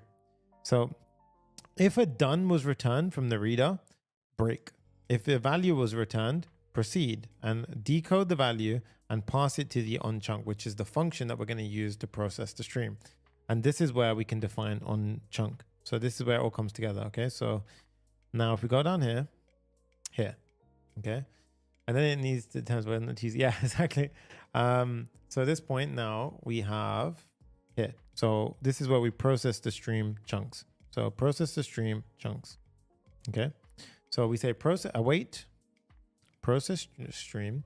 We pass in the reader, which came back from our route, and we say asynchronous. And for every chunk, this is our on chunk handler. So now every chunk that comes through, this is the final part if you think about it, because what's happened now is we've essentially done the entire flow where we've basically gone ahead and pushed things over there. Now things are starting to fly back. We go through our SSE parser. We have all of the stuff, and we've made sure it's all type checked with our type safety, all following our SSE principles and architecture. And then afterwards, now we basically, this is where we decide if we get this token, do this, if we do this, do that. And then basically we show stuff on the front end, right? I was about to swear. So at this point, we're going to firstly pass messages from the chunk. So remember that helper function that I created, the pass, this one here. So we basically go ahead and we pass that. So let's just pop that in here. We say pass like so. Like so, yep. So we go ahead and we messages equals parser, pass chunk. And now what we do is this will give us a list of stream messages, right? Now think about it. A list of stream messages. Okay. I want you to pay attention to what I said. A list of stream messages. So each message has one of these inside of it now. So now I've basically taken this messy stream and I've neatened it into a list of things that we can basically act on. So what we do is we naturally we do a for loop and we process each one. So we say for every message of this message loop. And now I do a switch statement. So a switch statement where basically we go ahead and a switch statement will basically allow us to check for different types of different things. So the first one is if the message is a token, I'm going to simply set a streamed so basically I'll show you. So firstly, I'm going to import the type. So if a token came back, which is a chunk, so a token. So imagine when AI sends us back a message, for example, if I type in hi, each bit is a chunk. So watch out, chunk. You see that? It was like different chunks just came in, right? Every time it did that, what we do is if there's a token in the message, what we do is we say the full response, which is, by the way, we set up over here. That we're going to use that because that's going to be what we essentially use to store in the database. we keep incrementing the message token, and then we set streamed response to full response. And that gives us that real-time updating. As it processes through, it will re-render, and so forth, right? And then it breaks out of it. And then we can carry on processing. So we got tool start, again, same thing. Tool start, we do something different. And this bit, you can really go ahead and take your time, break into it. Format terminal output, we still haven't written this function, but I will show you what essentially it does. This one is going to be essentially how we get it to look like this. Okay, so there's a bit of a messy function that I've done, but it works, right?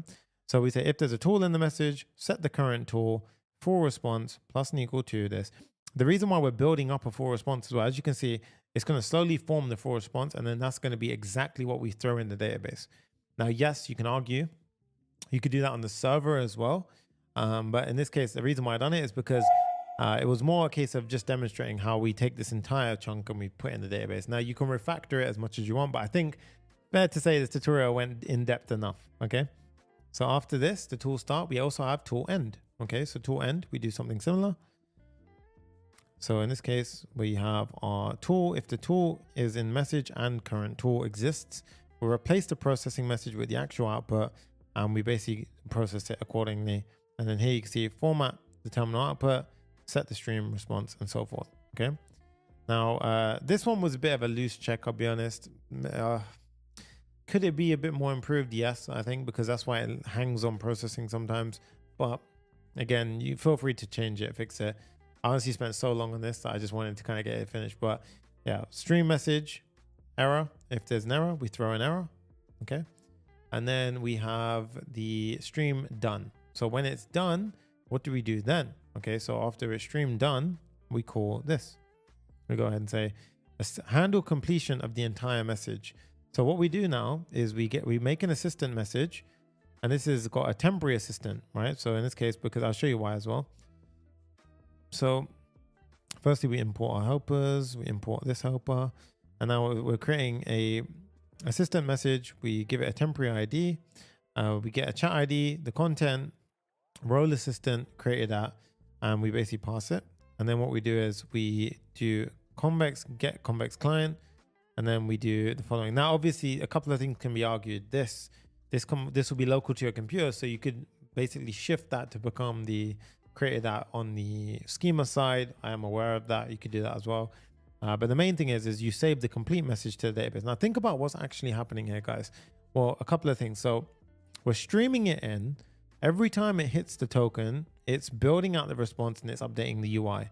That keeps happening. Same with the tool. Tool's going to happen. And on the UI, we're going to handle that afterwards. And then afterwards, the full response is fully built because the last chunk to send through is the done. And then we basically take that message when we send it to the database, and then that's how we basically push it into the database. At which point we also set messages. You could even put this above here, to be honest, so that way it happens even quicker on the UI front. And then we set the stream response to blank because the messages is what we actually want to show. So essentially what we do is we show messages as the output, but when we stream a new message, it's streaming it, and then once it's finished streaming, we actually blank it out and we update the messages, if that makes sense, right? And then so that's actually the kind of flow that we're doing. Okay, so after all of that, we essentially come out of it, we error sending messages, and we say, okay, so that's all, right?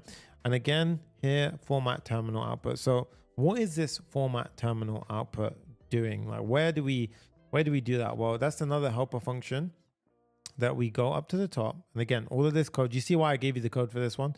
Because honestly, it can get pretty hectic. So you're welcome.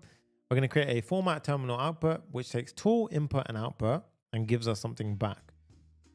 Okay. So in this case, we have our, yeah. And then we basically, this is going to be, now some of you are going to have a heart attack when I show you this, but it's just is what it is. You can feel free to refactor this as you wish. But essentially what we're doing here is this is the terminal, which looks like this, right? So essentially what we're doing here is we're taking the tool, we're popping the tool inside, and you see we've got this like green, red light arrow, which represents this. I'm basically just drawing it out, right?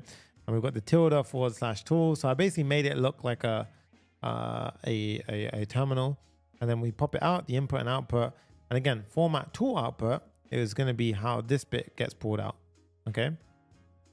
And then we've got the return start and end. Now this is important because the start and end we're actually going to use on the when we output it, we're going to substring it. So we get rid of this start and end.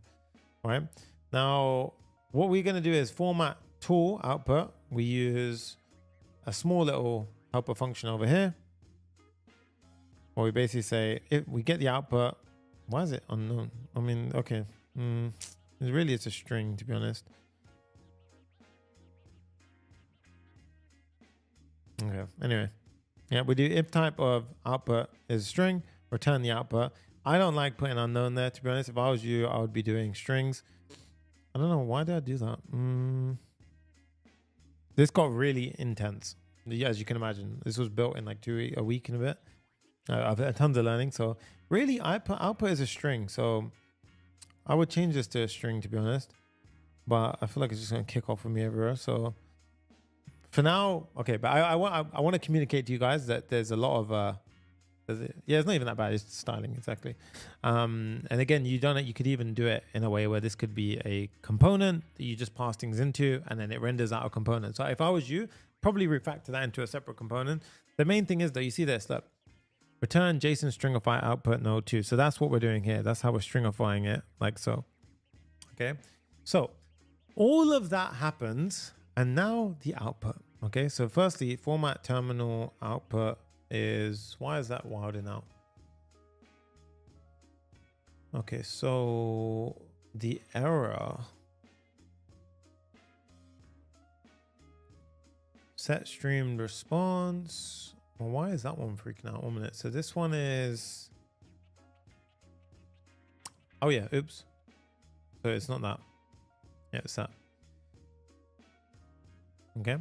So, okay, we're good. So now we've actually did most things. That what we now need to do is render it out. Okay. So a couple of things.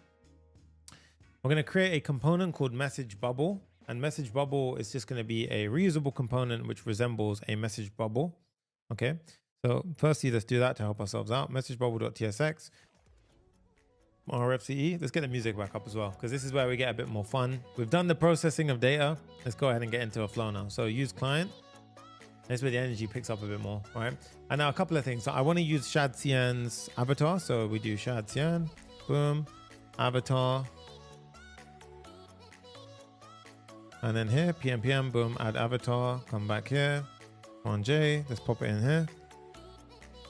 Oh, no. Don't do that. Don't do that. Okay. Inside the top level folder, not inside the, not inside Wxflows. And now while that's doing that, we can go ahead and carry on. So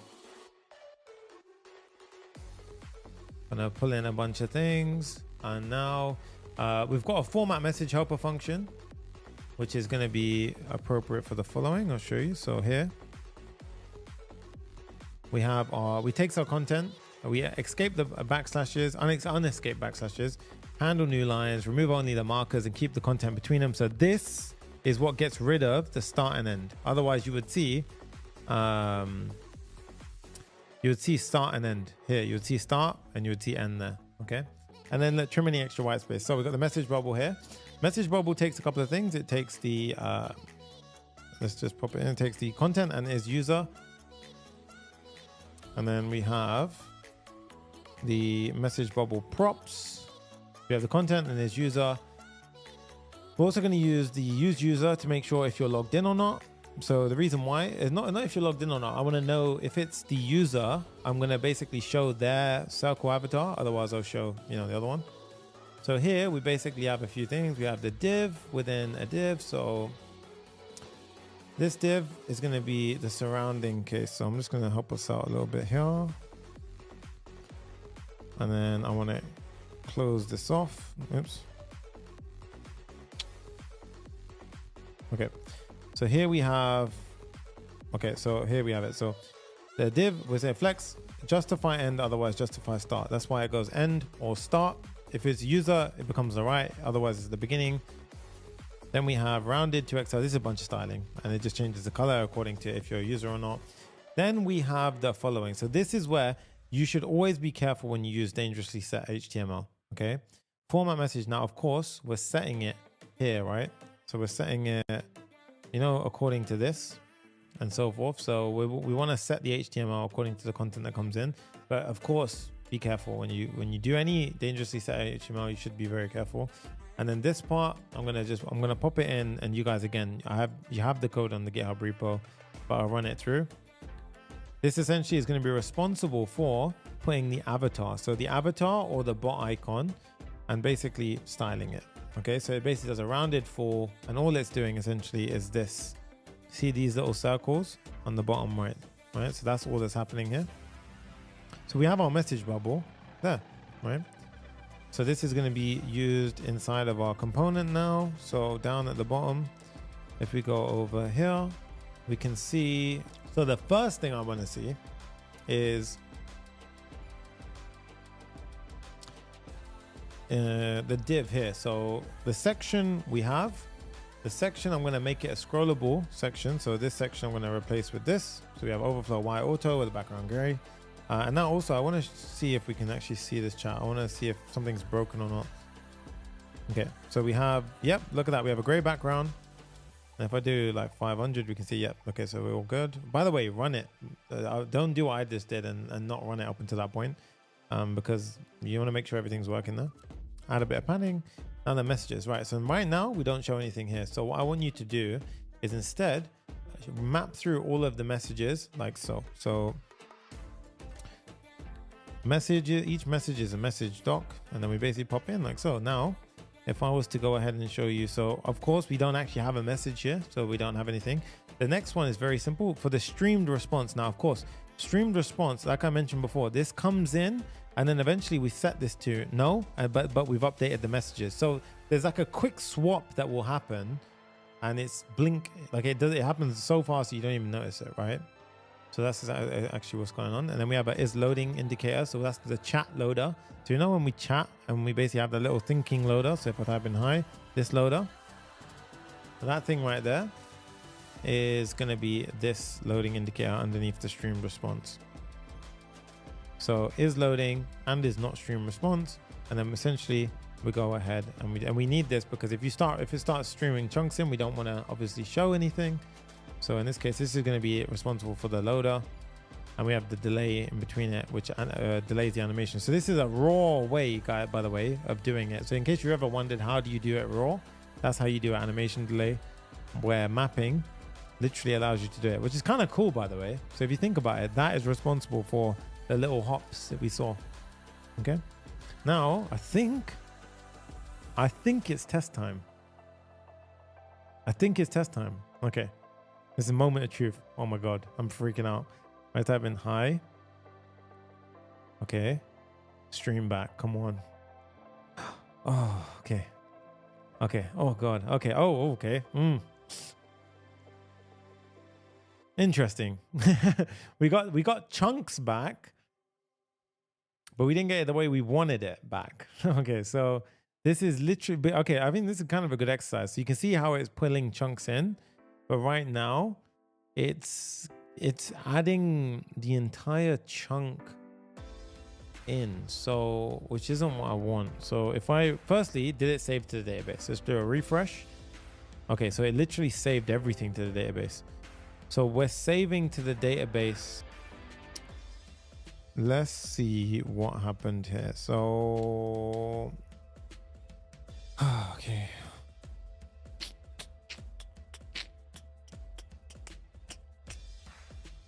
Okay, so a couple of things I'm curious about. Firstly, let's do a little debug in messages now. I want to see, is it basically, if I delete all my messages, refresh.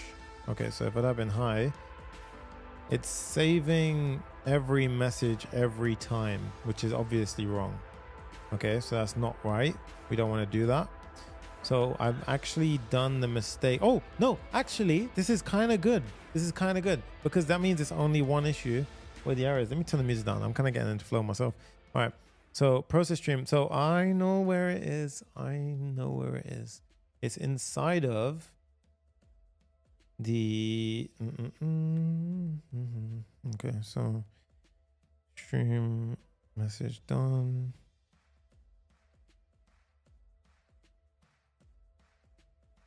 It's because we're saving here and then we return.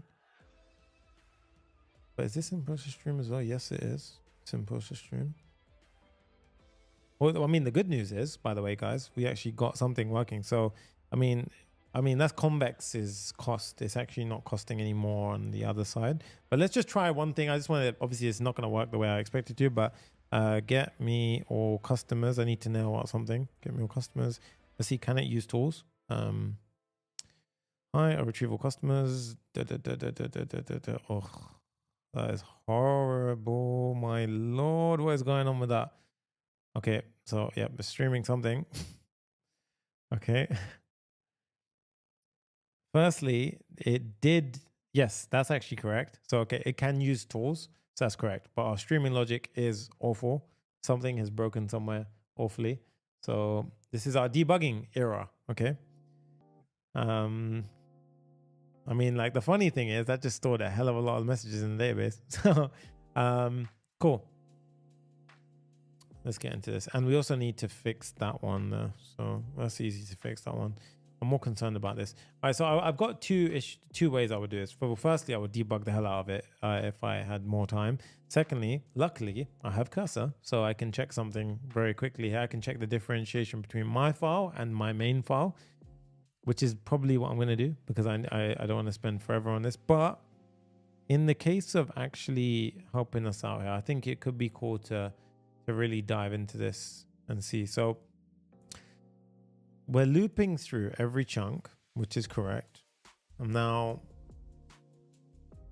for each message, I understand that we're doing the saving logic here. However, we shouldn't really be processing the stream. So after we process the stream,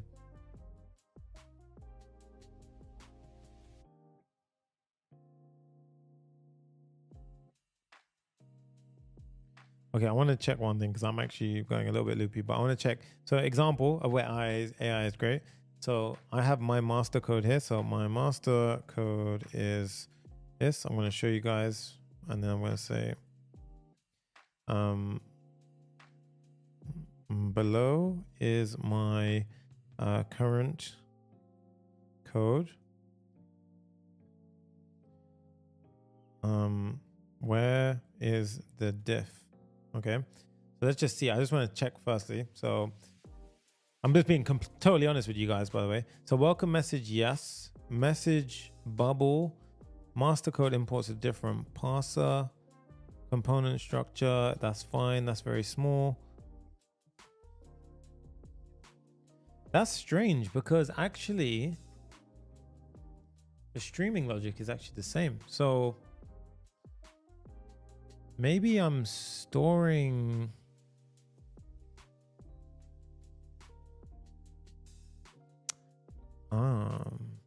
Maybe it's doing it here. I have a feeling it's this potentially because I changed this actually quite heavily. So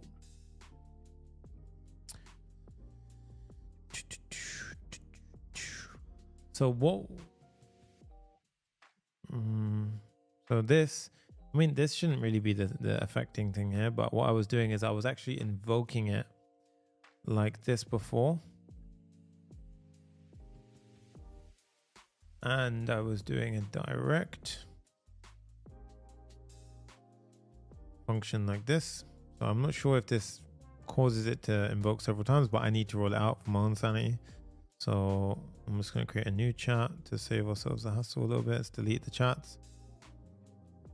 And let's do hi. Okay, so that's not it. That's definitely not what the problem is. It's okay. The clear error, I'm being silly now. The clear error is because we're saving every time. So there's only one place where we can save, right? That is a mutation store. So mutation send. So it's not in here. This is not the error. So the error is happening in our loop in chat interface. So mutation is happening here. It's literally occurring here? Because we can say debug, and we can say storing now. And then you can do for response, storing now, I'm sorry, for,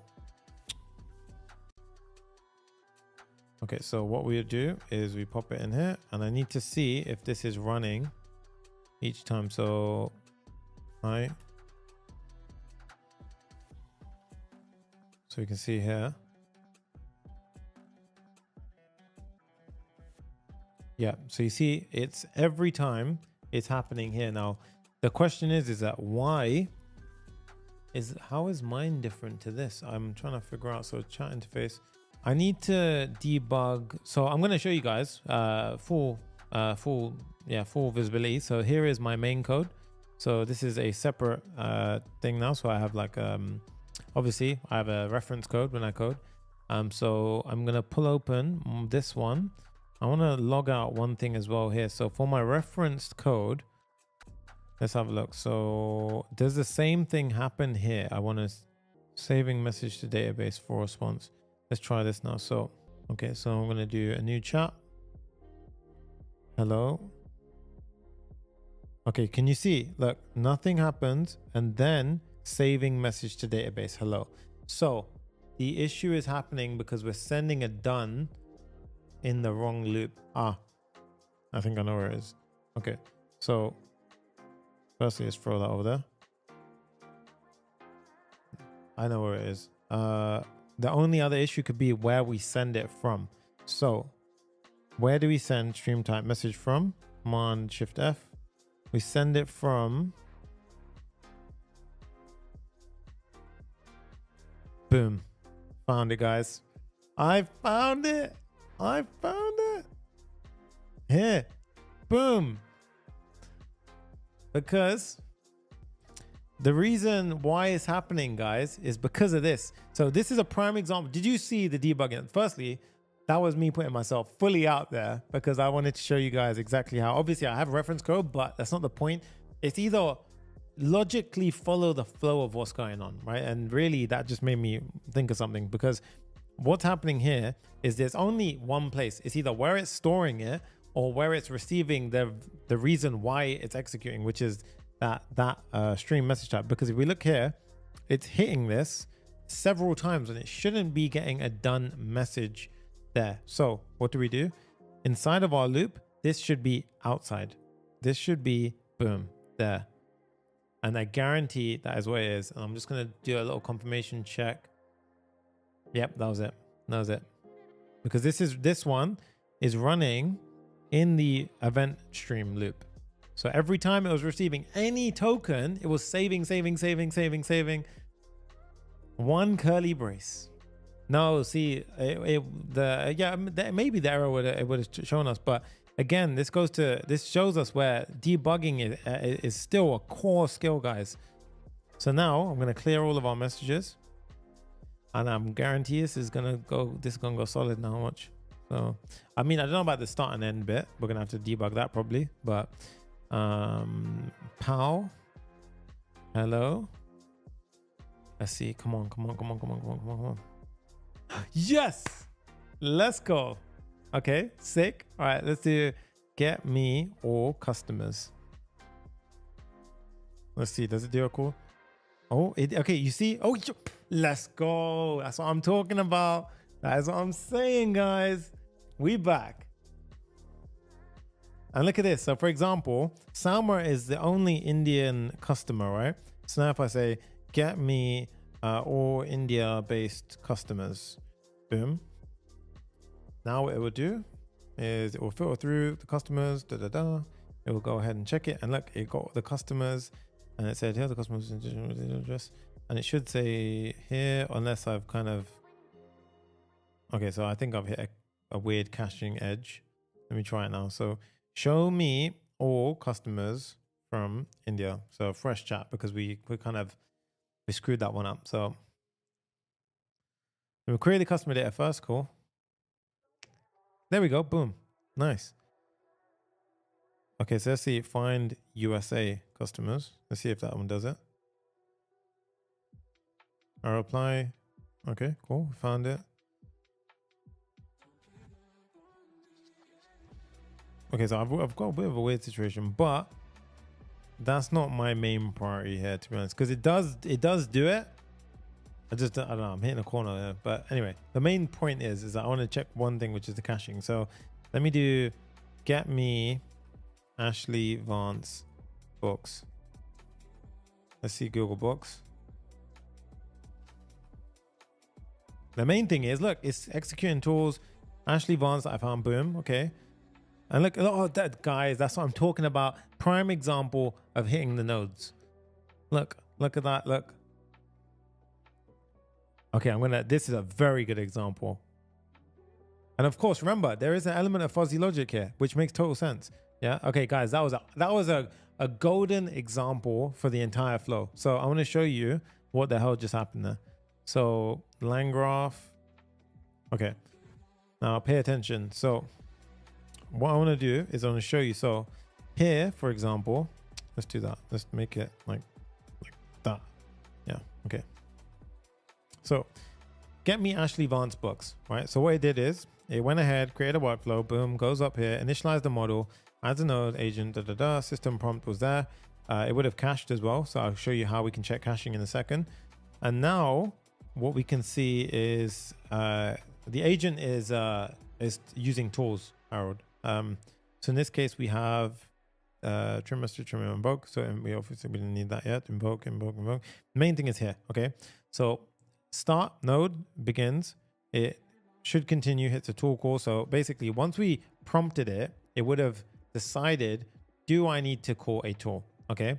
So based on the context, it would have put a query call, a tool call, Google Books API. So at that point, it found it, returned tools. So at that point, it pushes to the tool node here, right? Tool node, it exists on it because one, we added it as a node whenever we push from should continue. So should continue would hit this, push it to a tool node. How does it know what tools to use? Because we bind the tools when we set the model up. At that point, it gets a response. Should continue gets fired again because basically it'll go here, get a response. And then it's decided to give us more information. Now, of course, this could be down to the original system prompt that I gave, a bunch of reasons why, but you could basically, even in the system prompt, say always elaborate on questions, always don't elaborate on questions, and so forth. Again, fuzziness in the system prompt. But now what it did is it found, for example, when the heavens went on sale, okay? And then it said, let me get more detailed information about his most recent book. And then basically it decided to use Google Books to find it. And then it goes, let me also get information about his famous Elon Musk book, right? So in this case, boom, it goes ahead and does that. And then it even had an error situation. Now, this is the bit that I love. And I think this is where AI agents stand out in the league because it can have an adaptive property. Usually in normal code that would fail, right? It would fail and it'll be like, it broke, doesn't work.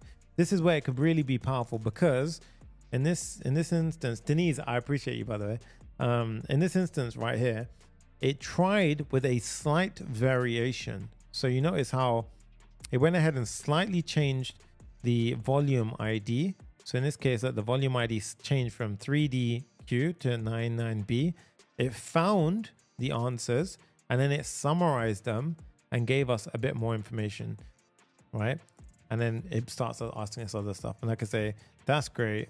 Bye, right? And what I also want to show you is here we go ahead and look, see, it worked, right? Here we go starting LLM call and ending LLM call. Now, I want you to pay attention here. So if we can have a look here, guys, I want to go ahead and see this part. So we can see a bunch of stuff happening here. Now, can you notice how, so I want to do a new conversation. And let's do a start chat. So let's clear this terminal. And if you're wondering why I didn't do Command K there, it's because Command K opens up my terminal prompt here. In case anyone's wondering.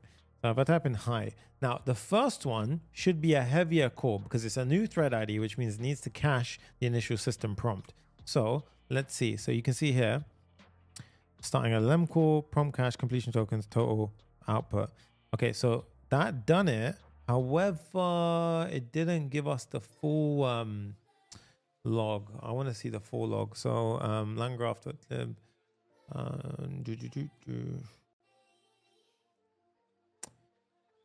So I want to find out everything about this, to be honest. So LangGraph, trim messages, Wxflows, tools, no, Anthropic beta, here, output. Interesting, because it should have, I mean, I don't know why it's not actually giving me the, they changed the chat generation chunk. Interesting, because that wasn't actually giving me that before. In generations, we'll actually get a, okay, I mean, I can show you two ways actually. So in this case, okay, look at this, right? Prompt tokens, completion tokens, total tokens, 93. That's not 93, that's way more than 93, right? If I type in hello, watch this. So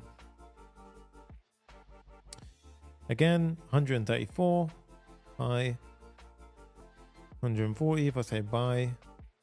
Okay, that was what I wanted to prove.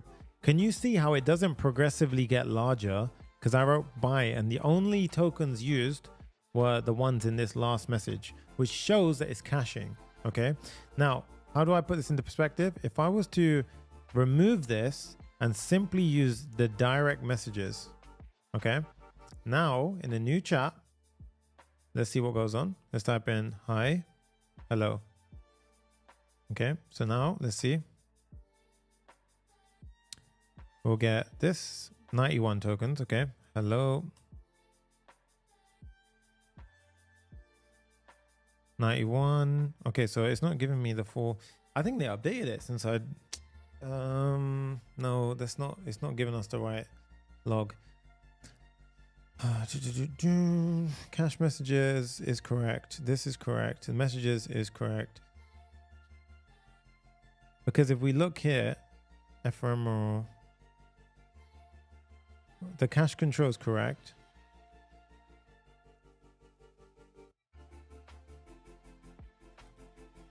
Yeah, the cache control, the second to last human message and the last message, yes.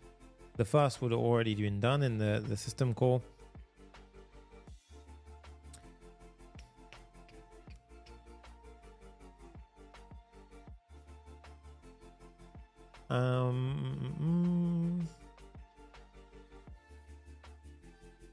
I think it changed. I'm not even joking. I think it actually changed version between me doing this. So LangTrank Anthropic, not 311, core 330.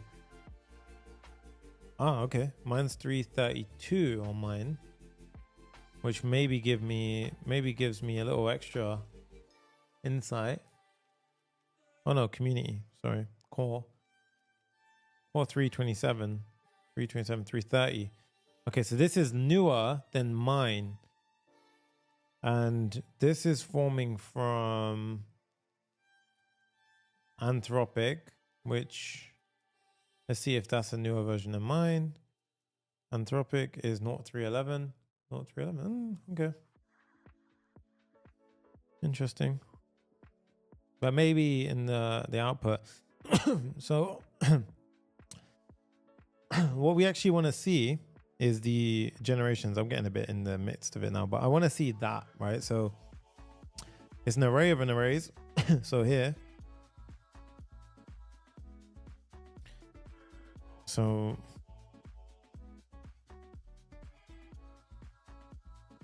we'll say based on this JSON stringify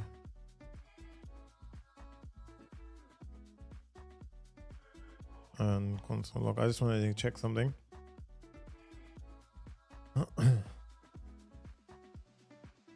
mean, that's just going to do the first one. Doesn't help me. We can map through. So we could just say output.generations.map for every generation stringify. And then we could, I mean, we could even map through that, to be honest. We could say generation.map g console log JSON stringify. So okay, this is extreme, I know, but I really want to see the output and see if the tokens are in there. So let's just say hello. Thank you, Siren. I appreciate you, dude. Okay, so here we are. total tokens 100, input cache read. Yeah, guys, there we go. Look, cache read, cache. That's what I was looking for. Cache read and cache creation. Can we see that? Can we see that? Okay. So in this case, I'm going to create a new chat and I'm going to type in hello. And now you can see cache creation 2,757. Okay. So we've got 2,757 in this one. Obviously the one before it doesn't count. And then we type in hi. And now what we should see in the next call is a cache read. Yes, guys, look at that. I knew it. Look, 2,757 read cache and cache creation 98. So what it's doing now is it's reading from the cache and it's spending less. So if you noticed previously, so that works. Perfect. Amazing.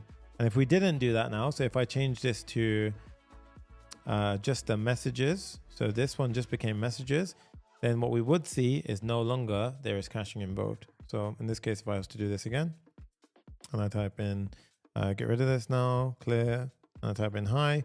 I know that was obsessive, me going into that much detail, but I think it's so important to know that. Look, cache creation, 72%. Okay, because the same instance is running, I'd have to cut it off and everything. But anyway, the point remains the same, that the cache creation is there. So right now it's, yeah, that's fine. Yeah, but the, oh no, sorry. No. That's right. Because it still would have cached the system message. So now to prove this point, if I type in hello, the second one won't get cached. I'm not wrong. Cache creation, yes. And then what's the latest one? Cache creation here. Cache creation, input tokens, cache creation, read tokens. Input tokens.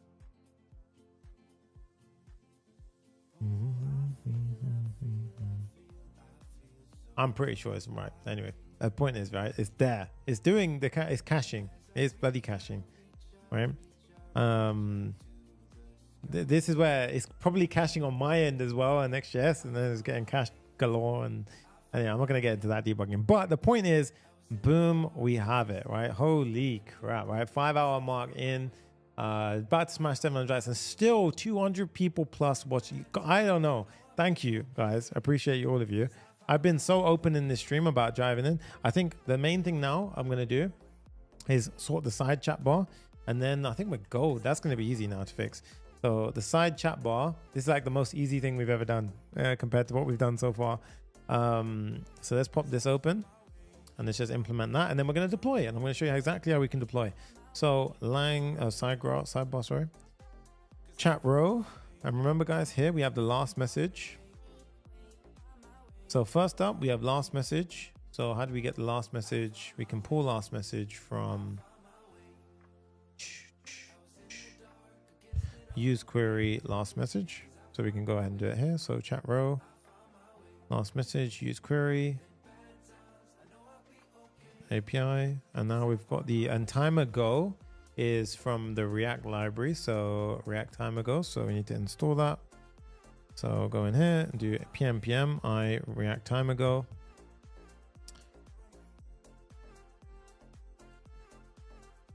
And here we can go ahead and import timer go. And this usually freaks out because of the type definition. So what we can do is you can say pm I types, and to be honest, that can be D for developer.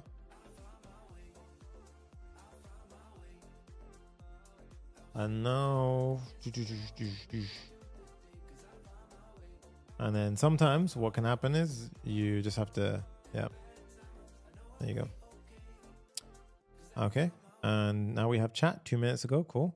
I now want to show the last message itself. So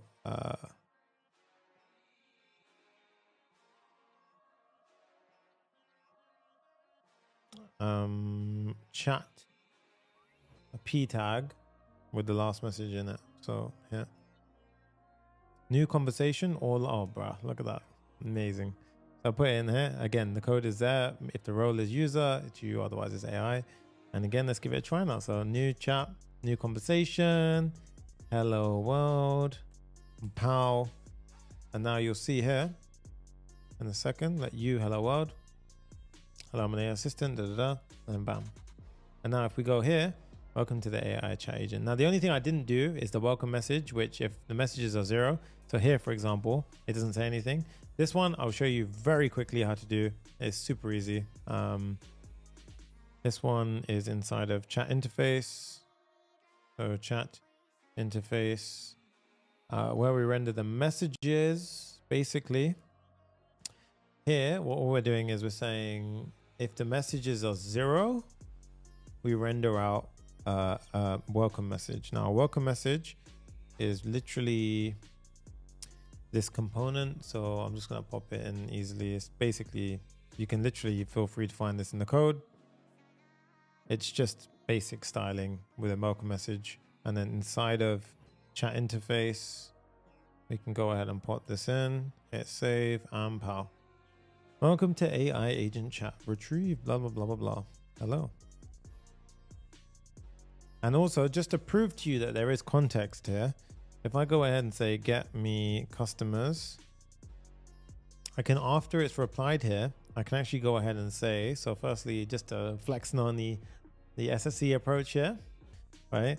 And now here, say we have all this, I'm going to do, what's it called? Oh yeah, I'm gonna say, what messages have we exchanged so far? Because obviously I want to prove to you guys that it does what I say it does. And look at that, boom, done. You asked, get me customers. Look at that. Hello, get me customers. I responded by retrieving, show you list 10 customers, and then you asked which I'm currently responding to. Boom. Amazing, amazing stuff. I'm not, yes, I believe Convex can store vector embeddings. Yeah. Guys, there you go. Boom, we done it. I think the main thing now is deployment. I'm hyped. Holy crap, we made it. All right, that was so cool. A couple of things, right? Let's go ahead and firstly, get me to 700 likes. Let's go. Come on, smash that like button. Let's go ahead and deploy now. So a couple of things that are going to obviously break when we deploy. I already know it. Let's do Vercel. Obviously, if you haven't installed Vercel CLI tools, you've got to install Vercel CLI tools. But here I'm going to do Vercel build. And now it says no environment variables found. Actually, to be honest, before you even do that, I'm going to just run Vercel. And it's going to set up a project. So we can say yes. Sunny Sanga's projects, link to existing project. No. What's your project name? YouTube AI agent. Yes. All the defaults are good. And now it will create a Vercel project. I'm already logged in. If you weren't logged in, it will prompt you to log in. And at this point, this will definitely fail because it hasn't got my environment variables. So a couple of things I need to do. Open up the developer tab, pop this open, head over here, go to settings, go to environment variables, and then boom, client keys. I'm going to go to my environment files now, and I'm going to hide my screen because you guys thought I was going to slip, but I'm not going to slip. I'm going to copy. Basically, I do Command A, and then on the environment local screen, I'm going to literally copy everything. And then I close that screen and I go back over here and I paste in here. Now, obviously, I'm not going to show this one. I could show that. Paste to see, did it work? Okay, cool. Yeah. So I basically do that and then I click on save. And now a couple of things. Obviously, there's a few variables that you have to be aware that are going to change. So right now, this is all going to point towards my Convex developer dashboard. If you want to do production, super easy. You just click on production. It will provision a production system. This one project has this issue where it does that. I don't know why. But now if we go here and I go into production, yeah, see, I don't know. This is weird. And now in settings here, this one will have a separate deployment URL, a separate HTTP actions, and separate environment variables. So you can just swap out the keys and change it, and then you can do it that way. But in this case, I'm just going to push to the development one, the Clerk issuer URL as well, if you had your different one for your each thing. So just bear that in mind. All right, so in this case, that I didn't expect it to go through. It's either a build issue or it's simply a let's have a look. So we can inspect it, boom. Let's have a look. Most likely very small little issue. Here we are. Only absolute URLs are welcomed. Stream route. Yeah, so I thought so actually. I had a feeling that was going to happen. And that is happening in our chat stream. So inside of our route, we do on that broke actually because of that broke because we didn't have our environment variable set. So now if we do Vercel, it will do it. So if we do Vercel build now, you can run it locally with Vercel pull. So that will actually pull the local environment variables in, and then we can run it locally, so you don't have to keep waiting for it to do it on the cloud. So that's a little hack if you didn't know. A little thing to be aware of now. So what's going to happen is, but bear in mind, when you set up a stream, you're leaving a connection open. Okay, so as a connection is open and it streams in the information, we can test this will work on the deployed outcome now, because we should be able to get back quick responses. However, if it goes over 10 seconds for a streamed response, remember the free tier of Vercel has a 10-second timeout limit on a serverless function. So at that point, we will see the message cut. So just bear in mind, I'm already calling it. That's going to happen. So firstly, you see how it worked now? Boom. Confidence in the ability, right? So let's go ahead and do this right now. Push this out, and obviously I'm pushing to preview right now, so that way otherwise if I put it on my main one, you can increase your free tier to 60. Where is that? Can I if you can find that while I'm live, that would be amazing. Is it in functions?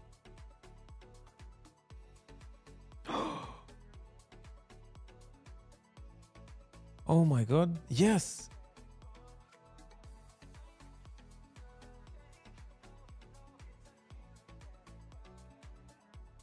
But it says can impact, learn more about the impact. Deep.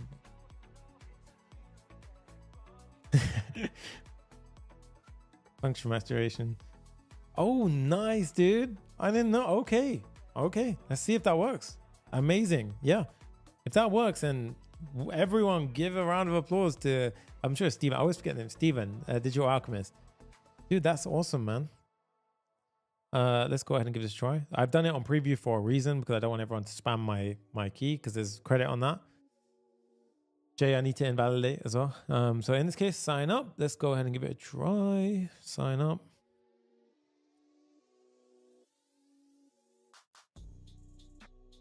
Bear in mind, just want to emphasize a couple of things here. Firstly, look, it loaded. Hey, awesome. Chat. Let's see. Hi. Let's see. Come on. Is it going to work? I always get weary. Oh my God, it works. Okay, so firstly, that works. If we hit a refresh, did it still save? Yes, it saved. Let's do something like get me customers from database. Let's see if that works, because this will take longer than 10 seconds typically. So we can see ourselves, it's doing it. And did it cut? Dude, you're incredible. I didn't know that. I did not know that. I thought it was pro only. That's so good. Damn, that is so good. Holy. Okay, let's do something which takes a little bit longer. Get me YouTube script. Let me do a new chat. I'm just gonna cut a couple of these off. Get me YouTube script for okay, Jay gave me the cookie one again. I want to try a different one. Let's try. So right now I've got my Dubai vlog, moving to Dubai, right? So moving to Dubai vlog, right? I'm going to be vlogging more. Also, let me know right now while I do this. Do you guys want to see more vlogs? Give me YouTube script for this. Okay, so again, look, I've actually gave it a bunch of extra stuff to see if it figures it out, all right? Guys, this is on preview. The reason why I'm not giving a link is because everyone's going to exhaust my key, and that's got real money on it. So you can see, look, so it tried to remove the playlist parameter. Yes. Tries again. Let's see if it does it. Gives it in. I think it, okay. So that one might be different, or there may not be a transcript on that video, which can definitely be the case as well. So Jay gave me a viral video of a crazy man's job interview. Okay. Let's skip this one and see if we can do it. Oh, Jay, keep giving me short URLs, man. Let's see if it does it anyway. Oh, okay. Video URL. Let's try it with the correct URL format. Let's see if it figured it out. String was not provided. Oh my God, it did. Yeah. Initially wearing the complaining. So Jay gave a video of this one. So obviously I'll let this be an Easter egg in the video. So you guys can feel free to go there, watch it, and then look what it said. Initially wearing a few companies. That's quite funny. So there you go, guys. That is so funny.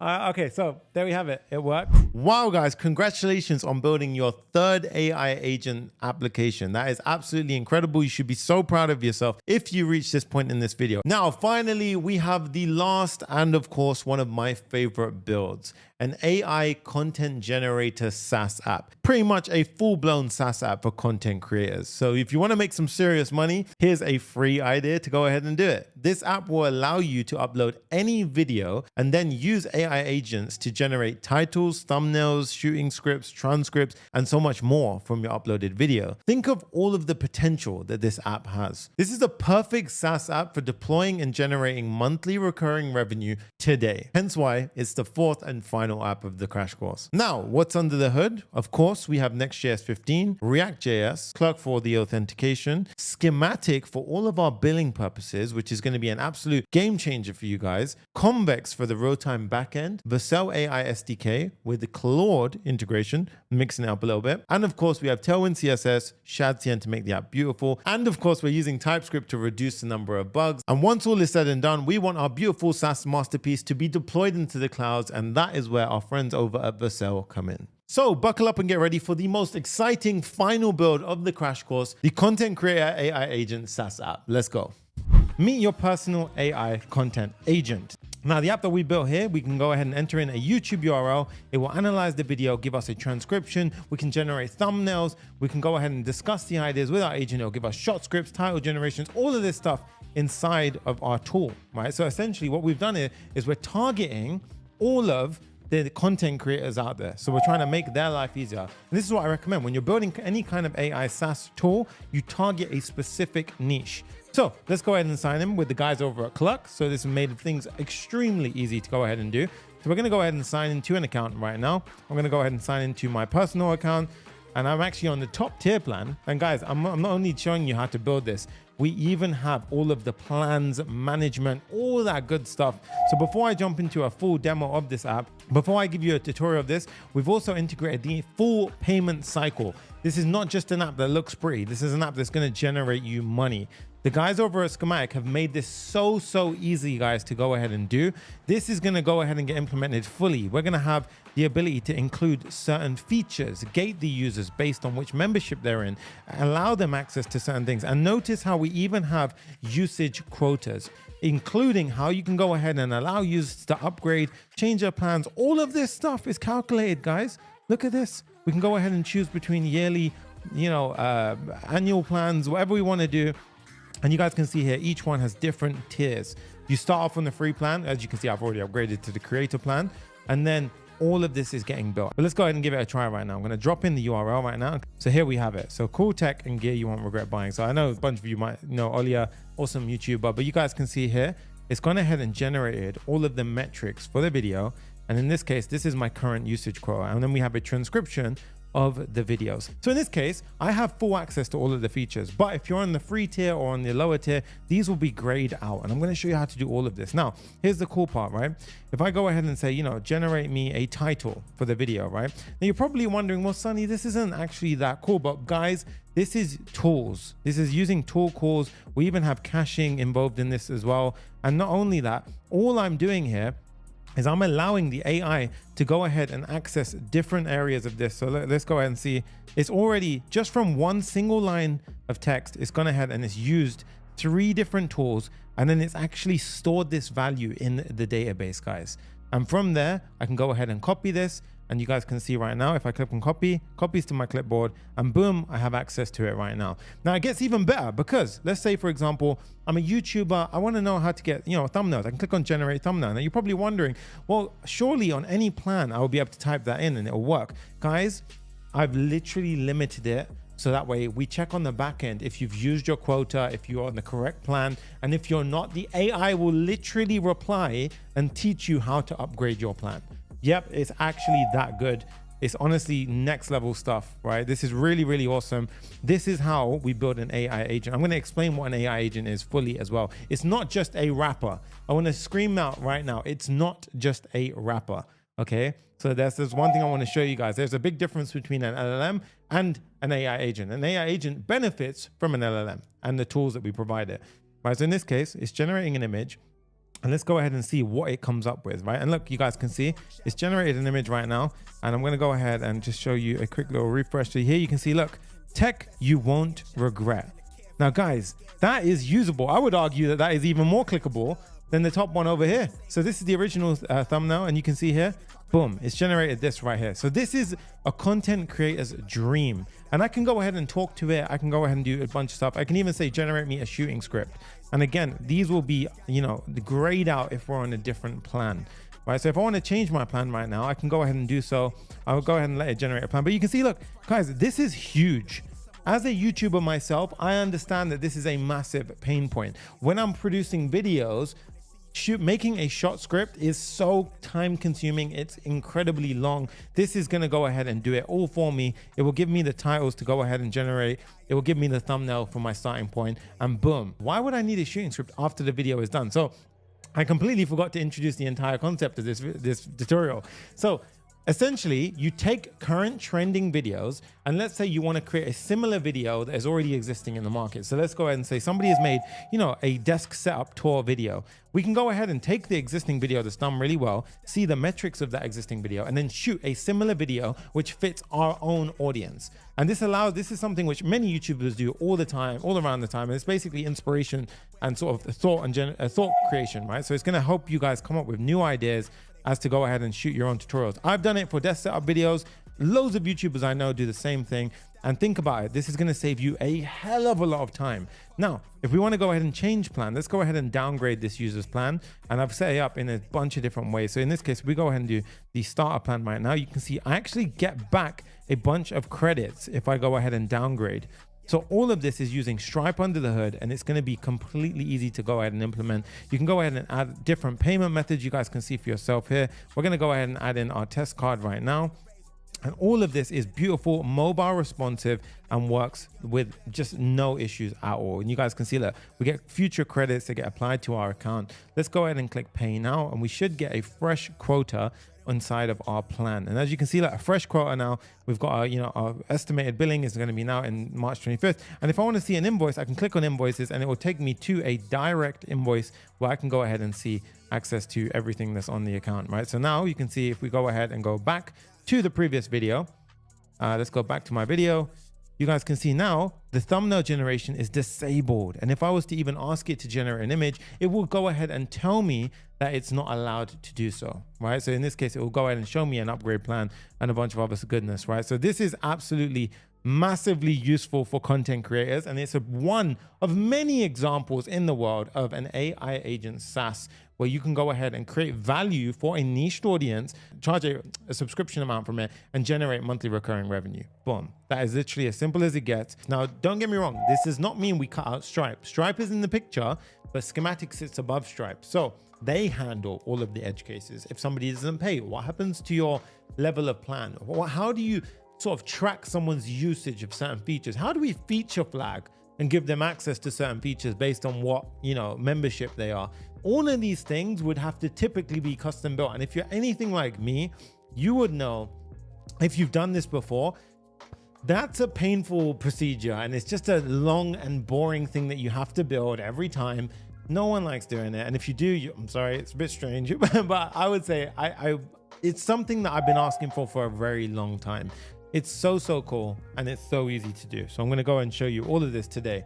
So to get set up, what we're gonna do is we're gonna actually start off in ShadCN. So I want you to go ahead and type in ShadCN into your Google, right? So go to shadcn.com. And what I'm gonna do is actually, I'm gonna move this over to my developer tab right now. So ShadCN, okay, cool. Now you're gonna go over here, and this is essentially where we're gonna start. Now, you're probably wondering, why are we gonna go ahead and start over here? Because, well, firstly, ShadCN is awesome for many reasons. It's a component library. We are gonna be using something called Next.js, which is a framework for a very popular library called React. But with ShadCN, if we go to the docs and we go to the Next.js framework, if you go down now, you can actually see there's one over here called Tailwind v4, right? And to get set up over here, if we go ahead and do it this way, it's going to be a lot easier to get set up. So as you can see, we can now go ahead and set this up with Next.js in the easiest way over here. So I want you to go to Getting Started, Tailwind v4. I am using PNPM. If you're using NPM, just simply remove the P, but PNPM saves up room on your computer. And basically we can go ahead and follow that command. Now I'm just going to go ahead and just do the beginning command right now and pop this into my terminal. So I'm going to open up a simple terminal on my computer, go ahead and do PNPM, create next app, canary. And then I'm going to go ahead and just type in something like AI agent challenge. Okay. Call the app whatever you want. Absolutely easy. If you can see, would you like to use TypeScript? So as you can see, yes. ESLint, yes. Tailwind CSS, yes. Outside the source directory, no. All of the defaults are okay. And the app router, turbo pack, all of this stuff, just do all of the defaults. We're absolutely okay with that. Okay. When we go ahead and use this, I actually don't use a normal terminal. I use Warp. So Warp is pretty cool. Warp is essentially this. It's an AI terminal, way nicer, and you can basically use like agents and all sorts of stuff inside of there. But yeah, in case you were wondering, that's how I do it. So we've gone ahead and built out our app. So in this case, we're going to cd into that agent directory like so. And then we're going to use cursor to open it. So cursor dot. Now, if you don't have cursor, that's fine. You don't need cursor. You can use VS Code. All you need to do is open up your code editor, go over to file, go over to open folder, and just select the folder that we created. It's as simple as that. And then you'll get to this page. Command J opens up your terminal. Command B opens up your sidebar. Okay, so a couple of little introduction steps. If we open up the app, this is where all of our main files exist. We've got page.tsx. And as you can see, all of this right here, this is Tailwind CSS. Okay, so Tailwind CSS is utility classes, which just allow us to write CSS in a much faster, quicker way, right? Now you might be wondering, when he hovers over his, he gets all of the CSS, properties. So in that case, you want to go to your extensions, type in Tailwind, and you should just install the Tailwind CSS IntelliSense. So install that, you'll be good to go. Okay, so the page.tsx file, let's go ahead and start this app. So I'm going to cut my previous app from running. And in this case, in the terminal, you can do npm run dev. Now I'm using pnpm. So instead of this, I'm actually just going to do pnpm dev. Okay. And then that will go ahead and start my app on localhost 3000. What I'm going to also do, guys, is create another window and pop this in over here. So let's go ahead and make life a little bit easier here. Lots of you were asking for the playlist yesterday. So if you do want the playlist, don't worry, we give all of that inside of our community. So you can actually go to the description of any of my videos and it's all in there. Let's go to localhost 3000 and hit a refresh. And right now I'm on I don't know why I'm on that one. Just do localhost 3000. And as you can see, we should get to this page. If you get to this, amazing stuff. So in that case, I work with dark mode all the time. Right now we're streaming, so I'm going to do light mode, right? But FYI, that's how it is. Okay, so in this case, now we're going to just go ahead and start with building out the landing page. I'm actually going to run the other app on a separate port, so that way we can see it. So right now, if I refresh this will see my current app. So if I go to 3001, this one will show up my other app that I've got running on a separate screen. And then as you guys can see here. So as you can see, meet your personal AI content assistant. So let's start with this. Okay, let's build this out first. And you might notice as well, we've got a couple of components here. We've got the header as well. So at the top, we've actually got the header over here. So you guys can see there is a header and then we've got the body over here.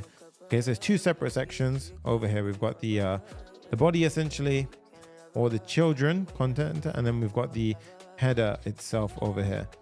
Okay, so header and body, let's go ahead and build that out right now.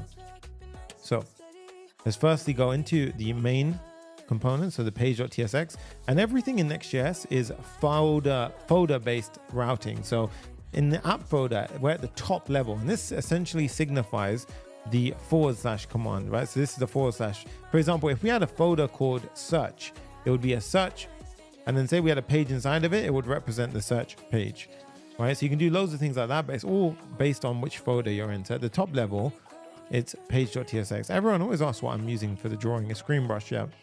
You want to go ahead and delete everything from inside this so you get a clean slate. And even this, we're just going to go ahead and get rid of this. And we're just going to type in H1, welcome to the challenge.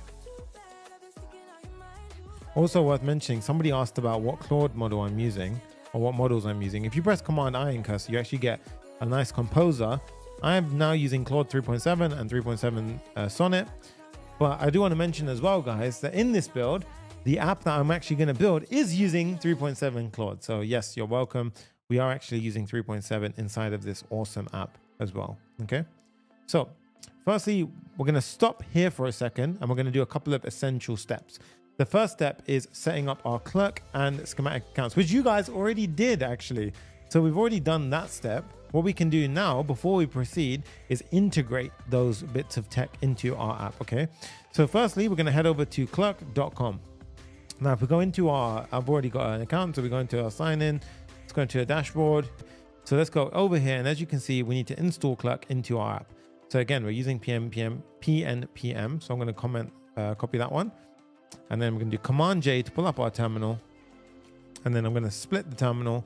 So we have the app running on the left. And then on the right side, I've got my fresh terminal. And we're going to add Clerk to our app. Keep it very simple, straightforward. Then we have our environment file. Okay, so we're going to copy the contents of this. We're going to go over to our folder structure. And at the top level, at the package.json level, I'm going to click new file and I'm going to do .env.local. And I'm simply going to paste. Now I'm going to hide my screen for a second because I don't want to expose all of my keys. Okay, I haven't set that screen up, but as you can see now, we've got the this screen. So as you can see, the next public publishable key and then the clerk secret key. Okay, we're going to hide that now. And then back to the main screen. The next step is to introduce middleware. Middleware is essential because it allows us to protect people from accessing the app that shouldn't be accessing the app based on if they're signed in or not. So what do I mean by this? Well, if we actually give you a quick little demo here, let's say if I go into my main app right now, and for example, if I was to sign out, right? And let's grab a YouTube video. So I'm going to grab any video right now. For example, this one right here, and I'm going to paste it in here. Boom.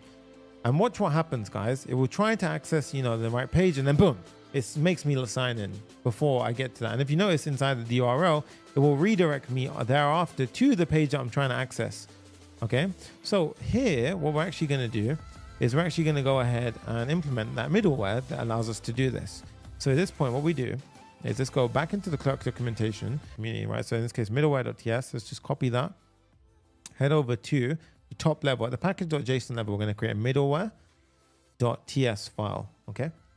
Now at this point, we're going to go ahead and just paste in this file.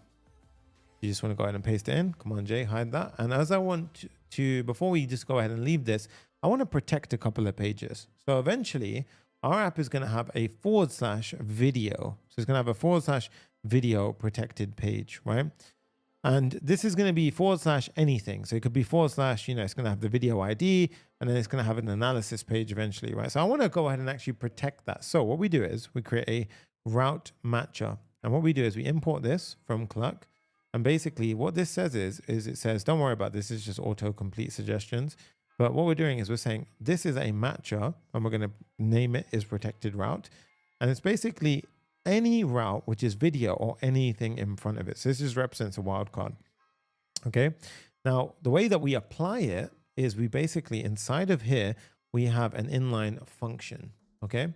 Now this inline function has two things that it gives us. It has a authentication object and a request object. And then what that we do is this is an asynchronous function. And inside of here, we can now use those things accordingly. So what we can now do is we can say, get the user ID and redirect to sign in from auth, right? And this is essentially the authentication object. And then we're going to say, if the user is not signed in or it's a protected route, then you can add custom logic here. But our custom logic is essentially going to go push them to the sign-in page. Okay. And you don't need comments if your code is very clear. Okay, that's a nice little bit of advice for you. Okay. So as you guys can see right here, we've got the redirect to sign in. So that's all we essentially need. And now all routes which are /video and above are essentially going to be protected via a login. Okay. So once that's done, we now need to wrap our app in a provider. This is going to be the Clerk provider. Okay. And what we're going to do is actually I'm going to do a little bit of a slightly different variation to what they're doing here. Because I'm going to create something called a client wrapper, because we're going to have lots of wrappers in this mix. We're not going to just have Clerk provider. We're going to have schematic and a few other things. So I'll show you a little pattern that we do here. Layout is the actual top level file. Okay. As you can see, we've got the HTML, the body, and then the children. And children is essentially where the page.tsx renders. So this essentially gets swapped out with the page. Okay. So what we're going to do is we're going to wrap this entire thing with something called a provider. And what a provider is responsible for is just essentially powering up everything beneath it. So this is called a higher order component. Okay. So a higher order component, what we're going to do is we're going to call it a client wrapper. Okay. Just like so. And as you can see, it's complaining because we don't actually have a client wrapper. So what I'm going to do now is I'm going to create a components folder and start putting it inside of there. Okay. So in this case, a components folder. Oh, not in here. Sorry. Guys, we actually forgot to install. I completely skipped over the shadcm part. So we'll go back to that afterwards. I completely got caught off and just carried on. But we'll come back to that afterwards. So you want to create a components folder at the top level. And then we're going to go ahead and create a, oh, okay. Well, that's interesting. I mean, I'm going to invalidate my keys. Jay, remind me to invalidate the keys. That's all good. So then we've got the client wrapper components. We're going to create a new folder called client wrapper.tsx. Okay. Now here, an easy way to think about this is it's simply similar to a layout file. Okay. So what you're going to do is you're going to just copy the layout file and paste it in. And then we're simply just going to rename a couple of things. We're going to say client wrapper. And then we can change the metadata if you want. But in this case, we're just going to leave that. We're going to get rid of all of this. We're going to get rid of that. We're going to get rid of that. And essentially, it's the same kind of topical layout, except this obviously is going to change. So we have the children being rendered out and just like so. Okay, so this is essentially your signature for that file. So if you want a little shortcut, that's kind of an easy way of doing it. Then you can import it like so into your component. Okay, so now we have the client wrapper over here. So what we can do is, according to that logic, we can simply pop in the clerk provider like so. So here we can have the clerk provider. Right, wrap the component. So in this case, we can go and say clerk provider. And as you can see, just like that, now we have our wrapper set up. Okay, so first things first is make sure your app is still running. So just do a simple refresh. If you don't see this, something went wrong. Okay, and also it's worth checking your terminal at this point. So I'm going to close the second terminal. And if you hit a refresh, you shouldn't see any errors inside. So obviously that's an error from before. But right now, everything looks pretty great. Okay, I mean, that's loading right now. So let's go ahead and do that again. Localhost 3000, and this should be completely cool to go ahead and load. Right now, mine's being a bit slow, but I'm going to restart this, pm dev, and let's go ahead and hit a refresh. Oh, and sorry, I've completely forgotten one thing as well. This client wrapper, we want to make sure it's using use client. Okay, well, right now you don't need that, but we're going to do a couple of things interesting here. And what this essentially does is, that's why I'm calling it a client wrapper. This is a client component wrapper. Okay, and so we're going to use that because we're going to need a couple of interesting things in this bit as well. Okay, so that's Clerk essentially set up. And as you can see, we run it, it's all good to go. Okay, so once Clerk's up and running, we're now going to set up Schematic, and then we're going to go ahead and do the header, because the header allows us to set a couple of things up in the mix. And as you can see, next step is to go ahead and set up Schematic. So head over to schematichq.com. We've actually already signed in, so I don't need to do that. I think if I click sign in, it should just throw me straight in. You already signed in, there you go. And we should have a fresh account. Well, in this case, I'm on this account. If I open up Schematic on this page, on this profile, I believe I should be having it right. So I'm already logged in this account as well. Account here, actually. Let's do continue with Google. I'm going to create a new account on my team profile. Oh, did we do it on the team profile? I think we did. I'm going to do Sunny, my email. Demo gods are playing with me right now. There you go. So sign up and then do it. Okay. Sunny.sanga. There you go. Company name. Just going to write PubFam. And then for the email, if you don't have a company email, that's all good. You can go ahead and use the challenge. Just say properreact.com/challenge. What is your role? Engineering. Hear about us. Sunny's challenge. Create an account. Okay, so I'm showing you from scratch how you can do it from a fresh account.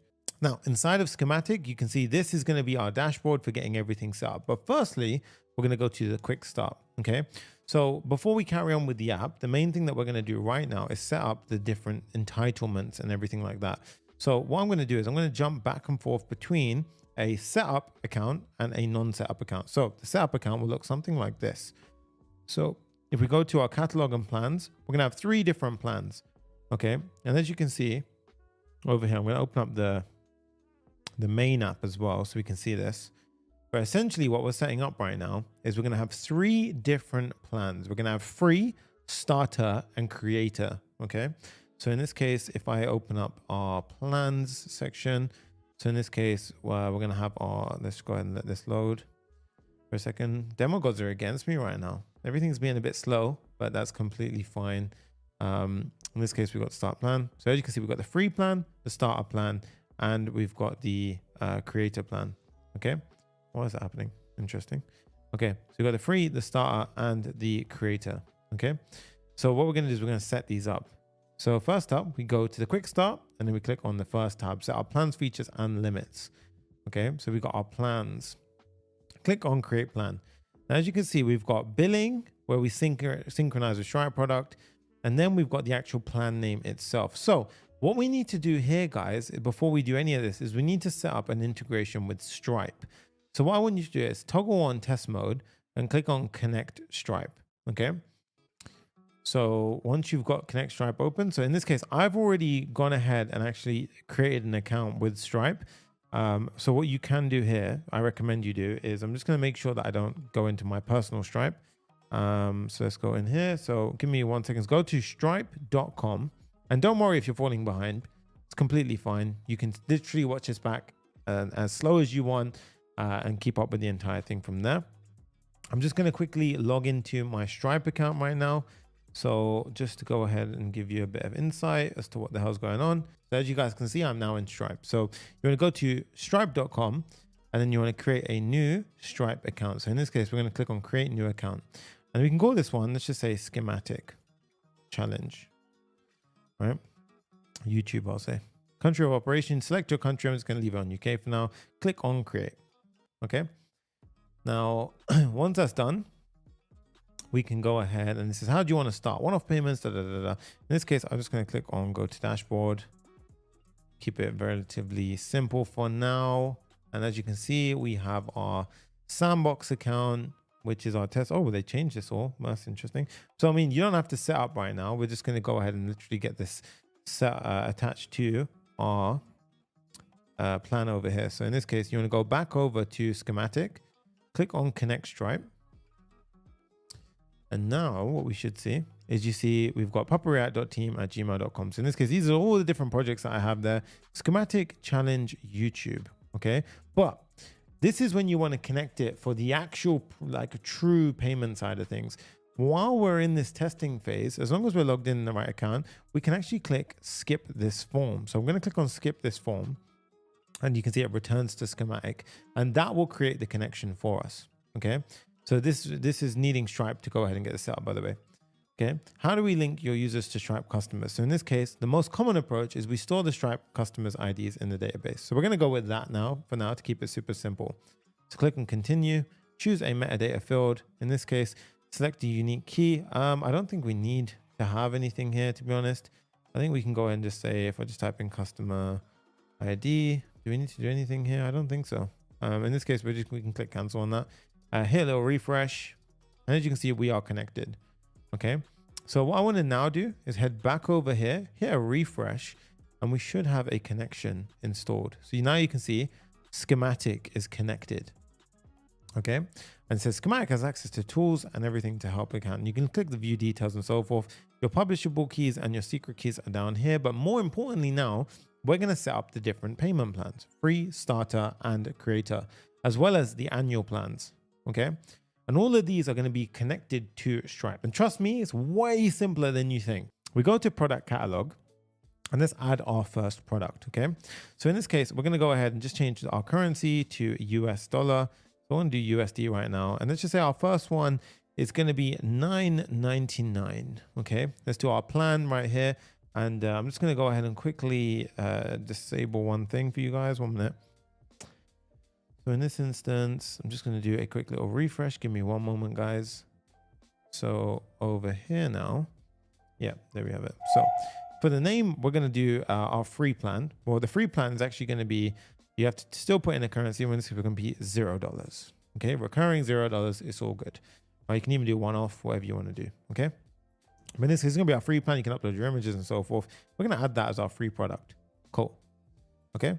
Next up, we're going to add a new product and we're going to call this one our starter product, right? And you can do, imagine this is your different tiers.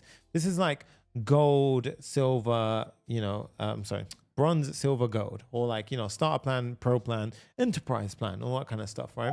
So in this case, we're gonna have starter plan, and let's just go ahead and say that this one is $9.99 monthly, okay? And let's go ahead and add that product. And then let's add one more, which is gonna be the pro plan, right? So this one's gonna be the pro plan, or, you can have like growth plan, or even, we're gonna call ours creator because it's directed at that niche. Let's say the creator plan, this is a full-fledged plan, okay? The full plan to unlock your creative potential. Pow. Okay.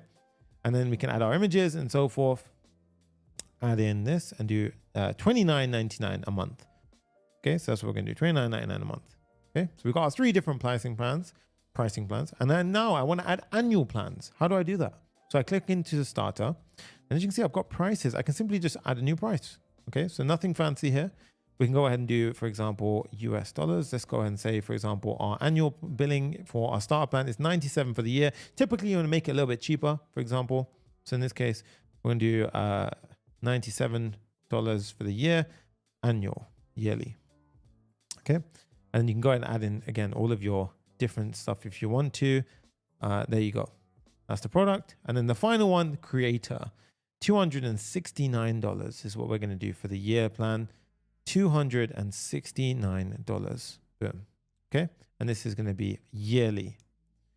So we go ahead and create the price. And now, as you can see, we've got all of our products here. So you're probably wondering, wow, we're going to have to go ahead and set up webhooks, and we're going to have to do all the lifts, set up Stripe and Stripe checkout, and then I need to make sure the IDs are all right. Nope, none of that, because Schematic exists and they are so good at what they do.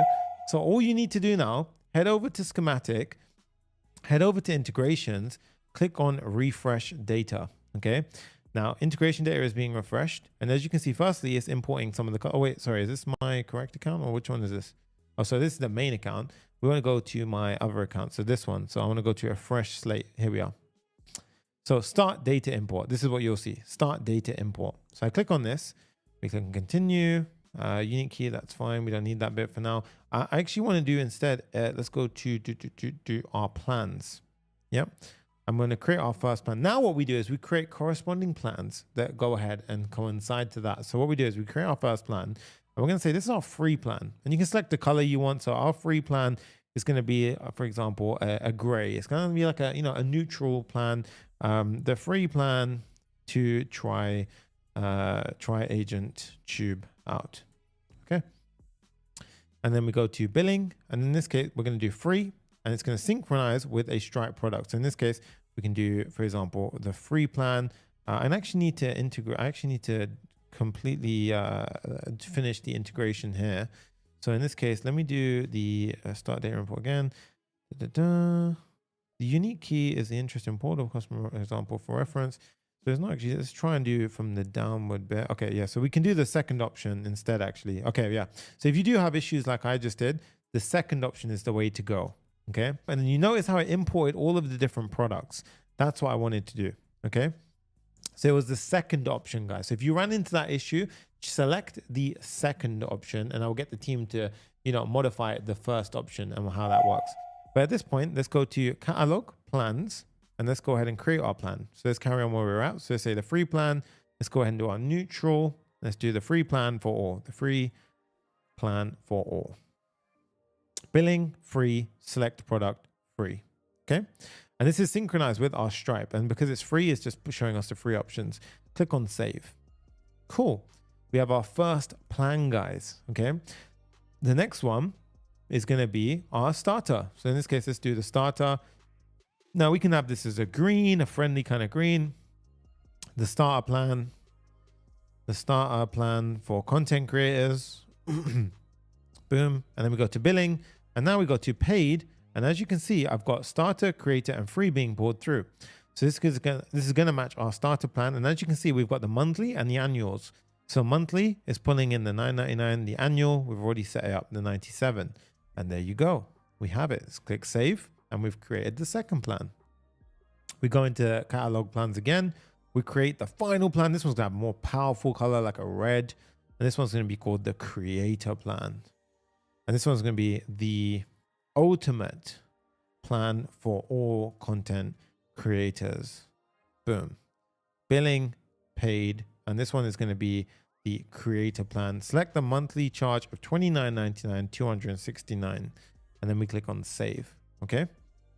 So just like that, guys, we have our 3 plans set up, and you can notice how we have no entitlements. Now, what is an entitlement? Well, let's look at the fully fledged account, right? So firstly, so if I go to my plans on the full account, you can see each one has different features, right? So if we were to go into the free plan gets access to transcriptions and video analysis tokens, right? Whereas the starter gets access to a couple more, gets 4 entitlements, script generation, title generations, and then the creator gets access to all. Now, an entitlement can be either something based off of a certain amount of usage, for example, 300 analysis tokens a month. It could be a feature flag, for example, script generation is just toggled on or off. It can also be a couple of other things, but in this case, these are the 2 examples that we're going to go with today. So let's set this up. Video analysis tokens. Transcriptions is going to be supporting the transcriptions. Image generation to support image generation. Script generation is going to be a feature flag. And title generations is going to be a event-based tracking thing as well. Now, inside the final app, just to give a little demo as well, notice how inside of the app, you can see, look, it all gets pulled through. We track the user's activity and everything. So all of this is going to happen for you guys as well. Okay, so let's go back into our app, go into our plans, start off with the free plan. Okay, so here we're going to add our first entitlement. So in this case, we need to add a feature, and you can see we have no features yet because we have to actually start by creating features. It's very intuitive. We start with the features. So let's go ahead and create a feature, and let's do the first feature. And in this case, the first feature is going to be, it could be any of these, to be honest. It could be, for example, let's just do script generation is actually an interesting. Let's just start with video analysis tokens. So let's say video analysis tokens, right? Let's just say video analysis is the feature name. And then you can select any icon. So in this case, I'm just going to select random icons here. So I'm going to go ahead and select something like this. So it's kind of like a chipset. And then you can give it a description. So each of them can have its own little description. I'm going to leave this optional right now. And then we have ways of tracking. So Boolean is it on or off for the certain plan? Event-based, how many we get for that plan. And then trait-based is per user, right? So in this case, but we're going to not talk about trait today. We're going to talk more about Boolean and event-based. So video analysis is going to be an event-based. Maintainer user is essentially the admin. So we can keep that as is. And then we can click on continue. And next up, we have the flag key. Now the flag key is interesting. So what this represents is, for example, if I was to go into my features and we click on to, for example, video analysis, you can see here that the flag key is essentially how we, inside of our code, find out if the user has access to it or not. So this is going to be analyze video, for example. So here I'm just going to do analyze video as the flag key. It's going to be a feature flag, which is either on or off. So this is essentially how the feature flagging works in Schematic. So very, very simple. Okay. Then we click on continue, and then we have an event. So here, what we want to do is every time the user uses one of their tokens, for example, we need to send an event to Schematic to tell them that, hey, that user just used one of their 50 tokens for the month. Okay, so this is called an event. So in this case, we can give it a event name. So I'm going to go ahead and call this one analyze video. Oh yeah, analyze video. And as you can see, when I type it in, it pops up create event analyze video. So I can click this and I can click on save. And we just created our first feature, guys. So we're going to create a couple more now. So we've done our first one. Let's go ahead and create. And again, I want you guys to create your own and extend this project even more, right? This is fully fledged. And you can imagine this is doing everything that we need now under the hood, right? So title generations is next. Let's go ahead and do that. So we're going to say title generations, okay? And then we're going to have some kind of, pen. Is there a pen? That one's cool. And then you can do, for example, event-based here as well. So it's going to be an event-based one. Title generations, the flag key I'm going to use is title generations. So yep, same one as this. And then we're going to click on continue. And then for the event name, I'm going to have it as generate title, right? So generate title is going to be our event. So in this case, I click on it, I click on save, and that's the second feature done. So you guys can see it's pretty fast, right? You get this set up, you set it up once and that's it, you're good. We've got the 2 features down already. let's go ahead and do another feature. Let's do image generation, right? Image generation, create new feature, image generation. Let's go ahead and do an image. For example, is there a picture anywhere?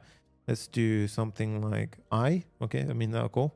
And let's do event-based, event-based. Let's do continue. And then image generation is what we're going to use. Yep. And then we're going to actually have the event as generate image. So the flag is that, and generate image is the event. Go ahead and do that. And that's image generation done. Let's do another one. So we've got 2 more left. Let's do transcriptions. And this is going to be for the transcript for a video. Okay. This one's going to be transcriptions. And let's go ahead and say this is event-based. Transcriptions, yes. Transcription is what I've given the flag here. So it's going to be a single. And then the actual title is going to be transcribe. So the event, sorry. Because every time we use it, it's essentially we track a transcribe event, if that makes sense, right? We click on save. And as you can see, we've got 1 more. And these have all been event-based so far, but I want 1 more just to show you guys how another works. Let's do script generation as a Boolean. So it's either on or off based on what plan we're in. So let's go ahead and create. Let's do script generation. And then let's go ahead and do Boolean, continue, script generation, continue. And then you can give it an event as well. In this case, we don't actually have an event, so it's an optional field, so we can click on save. Okay. Awesome stuff, guys. Now, what we can do is we can add plan entitlements here, and you can also add an individual company overrides. But what we're going to do now is click on plans, and we're going to click into each plan and actually give access to each entitled feature. So for a free plan, what does a free plan get, right? So just to go ahead and explain as well, video analysis, I'll explain how that one works. That's essentially if you landed on the video for the first time, that counts as 1 video analysis. When you land on it a subsequent time, if it's the same video URL, we don't count it as another video analysis. So the first time you land on the page, that is a video analysis. And then basically only if you have video analysis tokens, or only if you've transcribed it by using a token, can you then chat to that video. If you have run out of tokens, you can't go to a new video and try and chat to it. It will simply take you to the video analysis page, but it won't let you proceed. That's essentially how it works. Okay. So we have the free plan here, and then let's go ahead and do add feature. Now, this is the cool part, guys. So what do the free guys get? And you guys can see how intuitive this is. This is what it should be like. This is what billing should be like at its core. And this is why I love this platform so much. We've got free transcriptions and video analysis.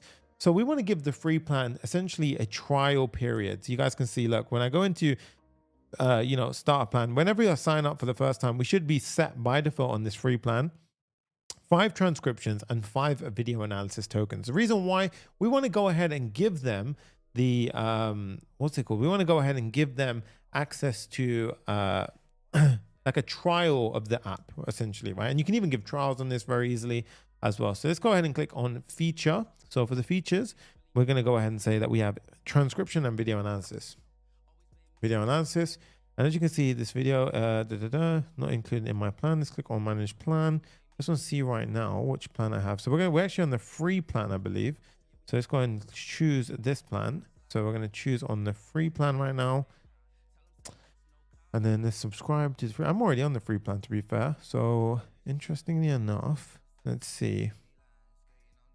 Unlimited flags. So you see on the free plan, we actually get a bunch of goodies, and I actually already should have that. So let's just go back over to my features.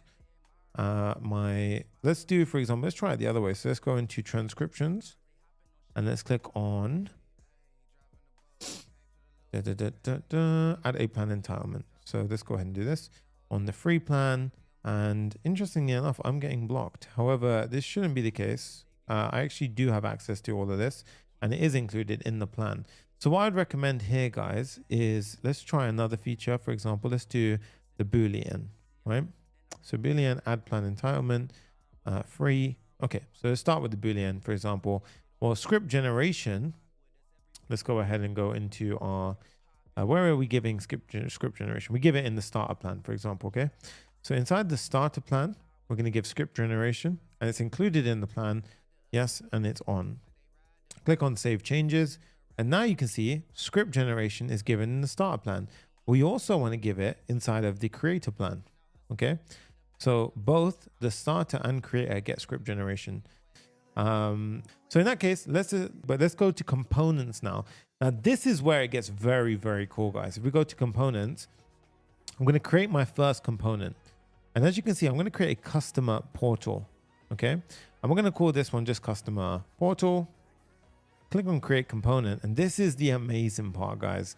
So what you can do here is you can see you've got the starter plan where you can actually go ahead and see your billing and everything like that. So, and then you can go ahead and add in different, customize it. And this is fully drag and drop. So for example, you can add invoices in underneath here. So now if I've got invoices, they'll pop up underneath here.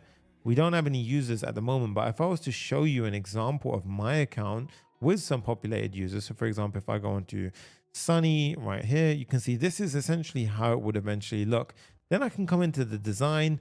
I can customize the colors. I can go ahead and make it, like different colorings and so forth. And this is the awesome part. It's so easy to do that. Change the background colors and all that goodness as well. So you can feel free to come in here and mess around with things yourself. If I was to go ahead and try that right now, you can see you could do that. I wouldn't recommend you do that because that looks horrible. But in this case, you can go ahead and style it out as much as you want. You can even separate if you prefer a separated look. And you can see the different screens and how it will go ahead and look according, right, to different scenarios and what happens. Okay, so in this case, what we're going to do is going back over to our app. We're just going to keep things very simple for now. And we're going to click on save. And then we're going to click on CDocs to embed component. Now, what I'm actually going to do is you see here, it's got the how to install. If we click on that, it will take us to a nice rundown of exactly how to get this set up. We have to create something called a temporary access token. And before we jump into all of this, we're going to pause on that because we're just going to get into the coding of a bit of UI first. But just know that it's very simple to embed this drag and drop element into our app. And believe me, all it takes is this level of code and a simple little snippet like so, where we literally go ahead and call the schematic embed with the token, with the component ID, which we get from here. Okay, so it's so easy to actually just drag and drop this into our app. It's kind of crazy.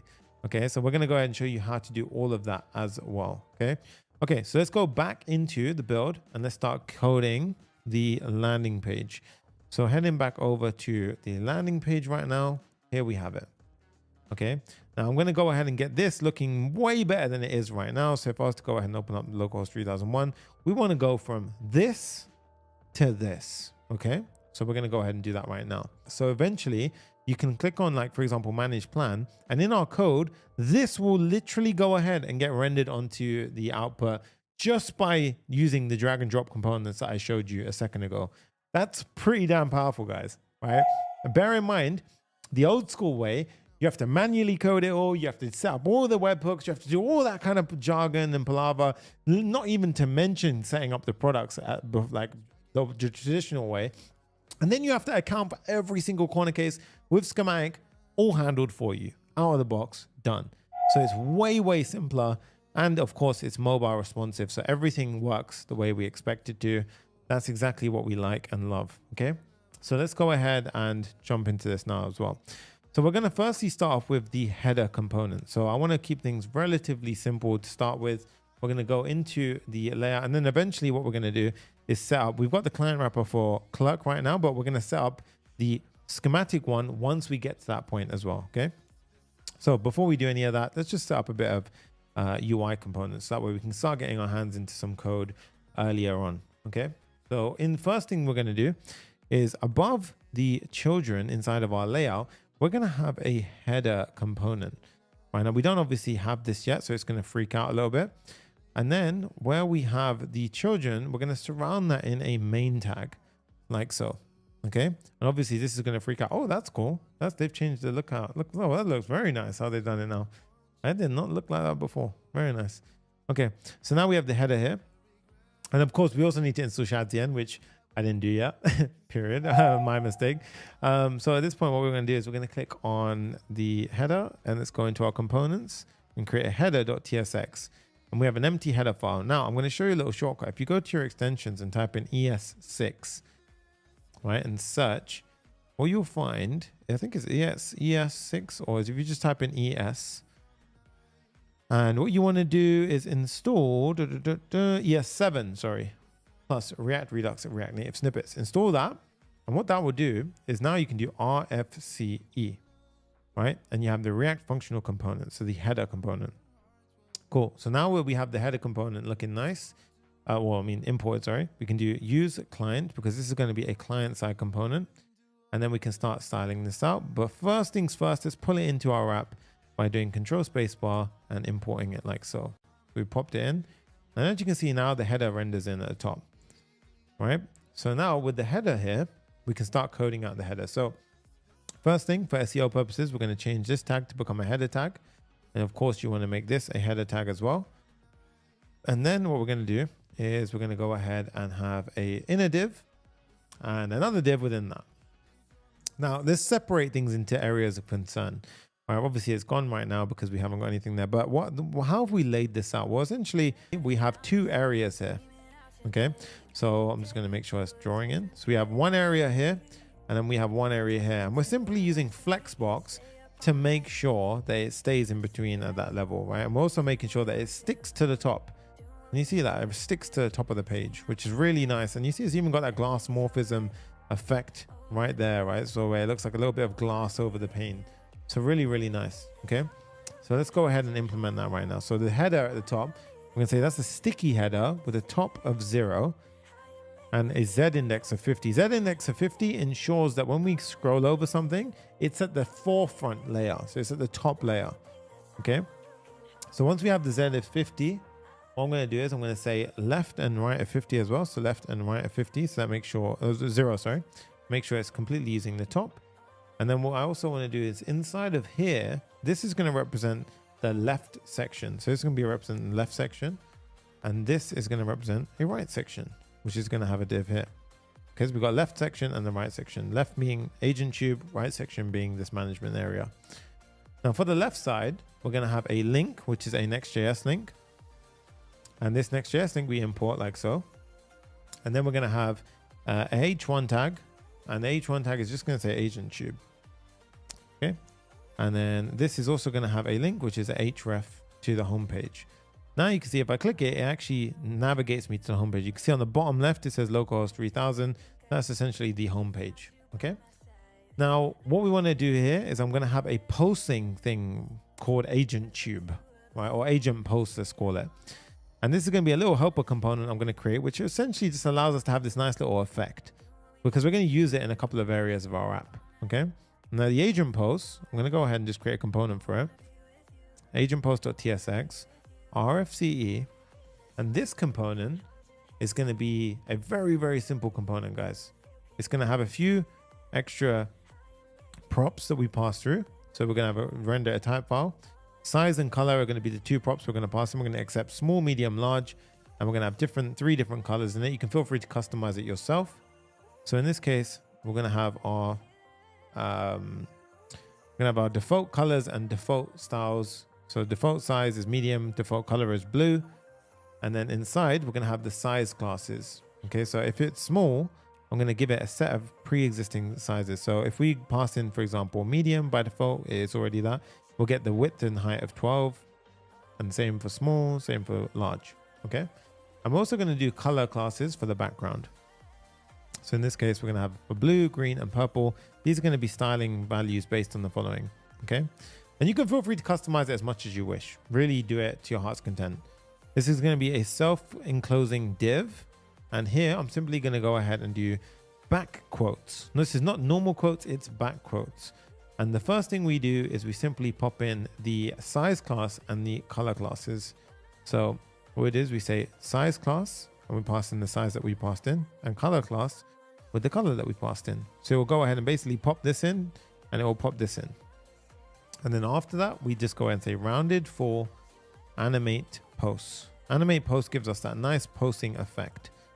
And that is our agent post created. Okay. So now if we go ahead and uncomment this out and we say agent post, and now if we import it just like this, look at that, guys, we have a nice little agent post, but that's pretty big. We don't want it to be that big. So now we're going to say size is small and the color is blue.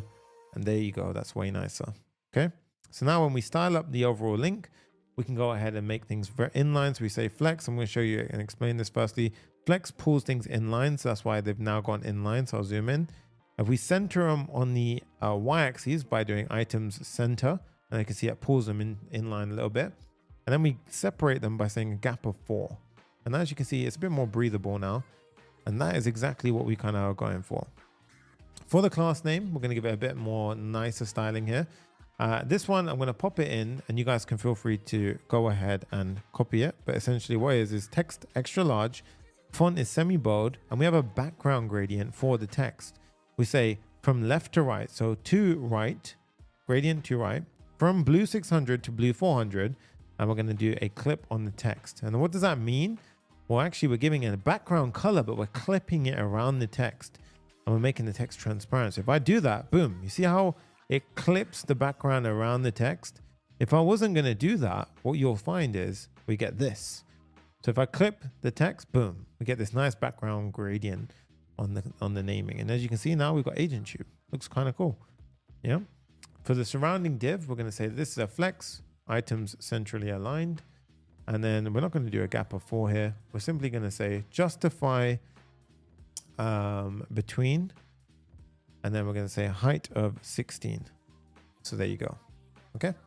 And then the surrounding div, typically you might have padding and so on forth, but a nice little hack is if you say container, this will give you a max width constraint out of the box. To see it in action, what we do is we say MX auto, and then we don't need the padding. And now what you'll find is we have a max width being applied, right? So technically what container does is it actually applies a maximum width around the entire thing. So in this case, you can see if I go really small, notice how it gets, oh God, what have I done? Right? So let's get back into the code. So for the header now, what we're going to do is we're going to finish off the styling, guys. We're going to say padding X on small devices is 4, but once we go medium and above, it turns to padding X of 0 because we've got the container that will kick in. And I'm just going to give it some background styling. Right, so I'm going to go ahead and get rid of that, and I'm going to add it over here. So we've got Z50 here. And now you can see it's a white background. Very, very nice. And how we get that, little effect is we say backdrop blur SM.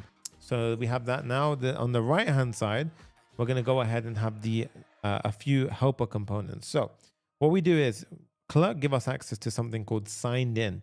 So what we do is we say signed in, and this is a helper wrapper essentially. And basically these will only render if we're signed in. So if we're signed in, I want to see a manage plan button. So in this case, we're going to have a link like so, and we're going to say manage plan. Okay. And then the link here is going to be href that goes towards manage plan. Okay. So if we're signed in, we'll see this. So you see right now, I'm not signed in, so we don't see this. Okay. So at this point, that should look very much like this, empty. But in fact, instead of this, actually, I want to have a button, and I'm going to use shad cn here to set up the button. So we're going to pause here for a second. I'm going to head into my UI and we'll type in shad cn and go to the docs, and we're going to finish what I started here. All right. So initially we ran this command, create next step, canary. The next step we want to do is this pm dlx shad cn canary init. So I'm going to copy this. So then we're going to go to the terminal. We're going to paste that in, and this will start preparing everything inside of our directory for shad cn. Now you can go ahead and give it your base colors. I'm just going to keep all of the simple starting off settings. And we are using Tailwind v4, by the way. And then we don't need to worry about the rest of these, but this is the next command we're going to do. pm dlx shad cn canary add button. Essentially, shad cn works in a way where if you want to use any of these components, you install them into the project. Okay. But notice how we're using canary. So even when you do these ones, you want to make sure you change it from latest to canary, add label and so forth. We're going to add the button now. And then, nice one, Aiden. In this case, we've got the button now. And what it's done is it's actually created a button component for us inside of our code. So now if we go over here, inside of our link, we're now going to have a button. So we're going to say button, and you see how we can now import the button from our own code and say manage plan.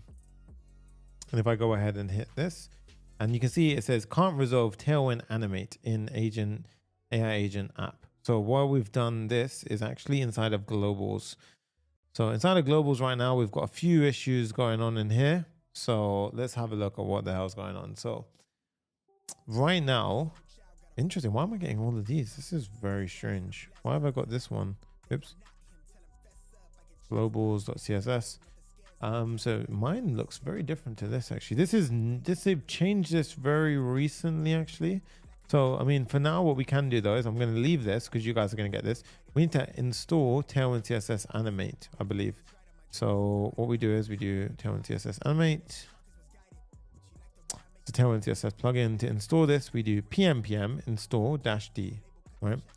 So what I'm going to do, pm install -d Tailwind CSS animate, and this will fix that issue. So in this case, it did add it, or it removed something and added something else. Interesting to see. Can't resolve Tailwind CSS.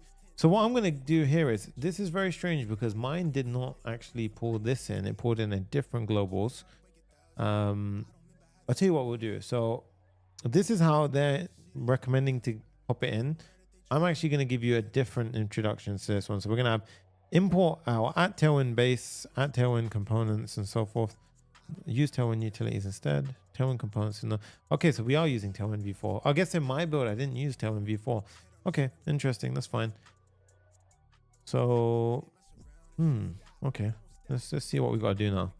So I've definitely not installed everything correctly then. So let's go back up to our docs, our v4, and let's follow it correctly then, I guess.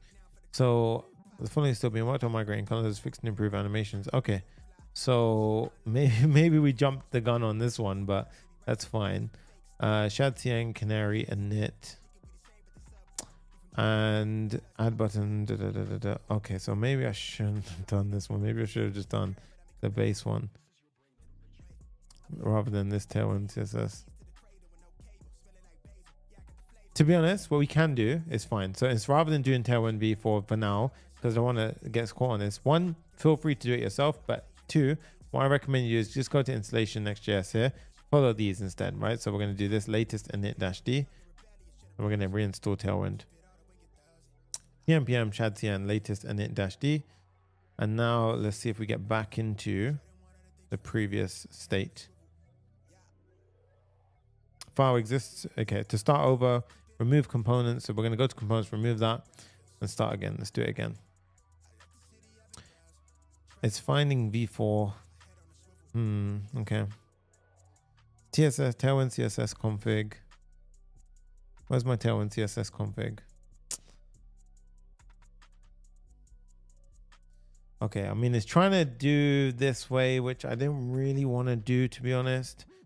I kind of wanted to just go the route of not, because we haven't done this one. So Tailwind v4. Okay. When you started, to be honest, you should have done this command. That's what I recommend instead of doing what I did, because this is going to cause a few issues for you guys. But never mind, we can figure it out. We're going to have to debug this live then, which is super frustrating, to be honest. So anyway, we can figure out the code for this app is here. V4 shared given we found here. You can test v4 by doing this. Canary in it. Let's do it. Let's do it. Live debugging is always the best. Let's do it right now. So I'm going to delete this component. So I'm going to do pm shad cn canary init. Let's go ahead and init this one. Boom. We have this down. So the only thing that's not working is the Tailwind CSS animate. If I got rid of that, you can see it's all good. So, oh, actually, oh no, 1 minute. Oh, okay. Everything was actually fine, guys. God damn it. You know what we should have done? We should have restarted the server. Silly me. We did a big install and we changed a bunch of stuff. So just restart your server. And then you're fine. You don't need to go back and forth. I kind of went into panic mode because we were in the middle of a challenge, but it's fine. Like you guys can see, that's all good. Right? So we got past. We're okay. Right? So at this point now, we just need to go ahead. We need to install a Canary version of ShadCN. Yeah, no, we already did that. So we did it here. That was the initial step that we did. So I just went back on that. What we completely forgot to do is just restart the server. That's basically all that needed to be done. All right. The next version is Canary version. That's fine. Yeah. So at this point now, what we're going to do is inside the header, carry on. So we've got the signed in components, and then panic mode resolved. Whew. Okay, you guys saw it. That freaked me out for a second. I was like, what the hell is going on? Anyway, we've got the manage plan, and then outside of that, we're going to have a user button. So I've got a div surrounding it, and we've got the user button. Okay. And as you can see, if we were signed in, we would see this, but we're not signed in. And also around that, I'm going to give it a little bit of styling here. Nothing special. It's just a border around the button. So when we are signed in, what we will see is, you see like that little border that you get? That's what I've just added in. Okay. Same for the manage plan. I'm going to give it a little bit of a nice bit of styling. You can feel free to do this yourself, but we have a variant for, you know, lots of different variants here. Destructive, ghost, outline. I'm going to give it an outline. I'm going to give it a bit of styling as well. Okay. But this only gets rendered if you're signed in. What about if we're signed out, like right now? Well, we're going to click on signed out. First, we're going to import that from Clerk. So it comes at the top. And then we're going to say, this is going to be a sign in button. Okay, so sign in button from Clerk. And inside of here, we render our button from Shadsian. Okay. And then what we do is this is going to be a variant ghost. And then it's going to have a bit of styling. Very simple styling here. It's just going to say sign in as well. So it's going to have a bit of styling, and it's just going to say sign in. So super lightweight, neat UI. Okay. And as you can see, everything isn't kind of in line the way that we need it right now. Okay. And that's because what we've done here is the right-hand side, we need to make this a flex box. We say flex items center gap 4. Okay. So that's firstly for this one, but actually the top one, we haven't given this a flex, and that's the true issue that's going on here. So this one needs to be a flex box. Oh, actually completely messed up. So this container around the left and right needs to have another div around it all. Yep. So around the entire left and right, we have a flex box here. So flex items center. And I want you guys to see that, look, it's okay to get stuck. You guys saw me get stuck. It's totally normal to get stuck. If we click on sign in now, you'll see it takes me to a sign in. That's nice, but I think we can improve that a little bit more. Instead of redirecting me, I want to have a modal pop up, and it's so nice in Clerk. The Clerk have made it so easy. All you do is the sign in button. You just type in mode, and then you see modal or redirect. By default, it's redirect. We're going to change it to modal. Just by doing that, boom, we have a modal pop up. That's beautiful. Now, if I click continue with Google, yes, this video, all of my videos go straight back up. Now we go to sunny.sanga@gmail.com. I'm in Dubai, so it's in Arabic. We go ahead and click sunny.sanga, and then we do continue. And just like that, guys, we have the, wait for it. We are now logged in. So first time you log in, you might get this. This is kind of like a setup step, but you won't get redirected to that in the future. So go back yourself, and what it'll do is it'll pull in your profile picture. Let's do that entire flow one more time to give you a nice little demo. So if we go continue with Google, sunny.sanga@gmail.com, and now you can see it takes me back to the app. Okay, so it only does that the first time when you set things up. As you can see, guys, boom, we have our app running. And as you can see, if we click on manage plan, it takes me to a /manage plan screen, which we're going to implement tomorrow. Okay, so that we don't need to worry about today. That's essentially just going to be for this error element here. We could even do it today. I'll see how we do, right? But now we've done the header section. So firstly, pat yourself on the back. Hey, that was awesome. Now we're going to build the landing page. So this element, this is actually a breeze. This will be so easy if you got to this point already. So don't worry, you're doing amazing for time. Okay. So what we're going to do now is we're going to go ahead and set up our landing page. So the first step I want you to do is the home screen is going to be a minimum height of screen. Okay. Minimum height screen. And then we're going to have different sections. So the first section is going to be a hero section. Hero section refers to this chunk at the top, right? This bit right here. So this is a hero section. Okay. Then we have the features section. And then we have the meet your agent in 3 simple steps. And the whole point of this, and then we have a footer section. The whole point of this is to give you just a bit of a nice UI, to go ahead and land your users on right now. Notice that we don't have pricing pages. Our approach is based around letting them try the app for themselves and just introduce them as a user, because it reduces the friction for them to use your app. Imagine they could just go ahead and then right now they just want to play with it straight away. They just want to play with the app. And that's a more powerful approach sometimes. Okay. So in this case, we're going to go ahead and have this. And then what I want to do is I'm going to go ahead and have a hero section. I'm going to just start doing my approach. If you know anything about me, I like to have this approach where we map things out. So features section, and then we're going to have the how it works section. That's to essentially meet your agent. And then we have the call to action, right? Or basically the footer section. Okay. So at this point, we're going to have a section. So it's a section, and then we have the content inside. Now, this part, I'm not going to spend too long on. I want you to customize it as you do yours. So I want everyone's to be a little bit different, customize it. This is going to be a part of grading, right? So we're going to have a div with another div inside. Now, this div is going to have an agent post. Remember the post that we created? It's going to have a large blue one, okay? And then it's going to have a H1 saying, meet your personal AI content agent, okay? So I'm going to go ahead and pop in my one. It's just a bit of styling in the mix. And this is essentially saying, MD text large means on a bigger screen, change the screen text to a 6XL. So as you can see, as on a bigger screen, it changes. We have our little kind of, agent pop in. The surrounding div here, let's say flex column, center it like so. And then we're going to say gap of 10, text should be centrally aligned, and a margin bottom of 12. And as you can see, just like that, just like that, we have our nice kind of, top banner.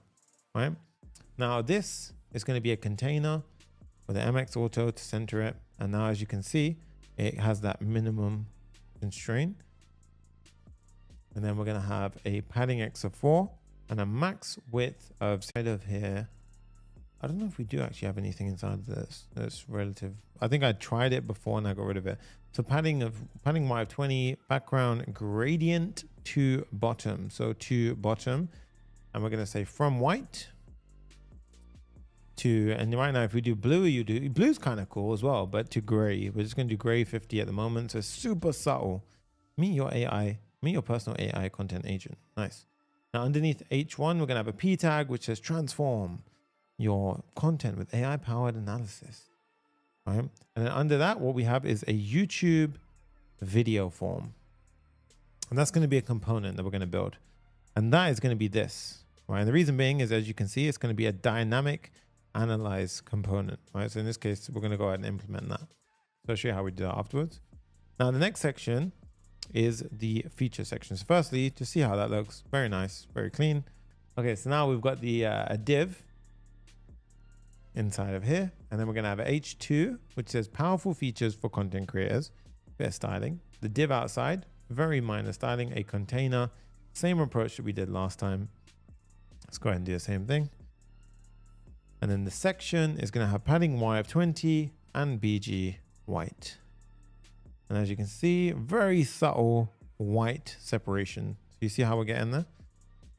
And now for the next bit, we're going to have a div, and this is going to have all the features in, feature cards. Now for this, rather than copy and pasting, what I'm going to do instead is at the top of the file, we're going to have a features array. I'm going to paste in an array, and I'm going to have you can pause the video and watch it over yourself. But essentially, this is going to be the features array. Okay, so it's going to be an array of objects. Each object is going to have a title, a description, an icon background color, and an icon color.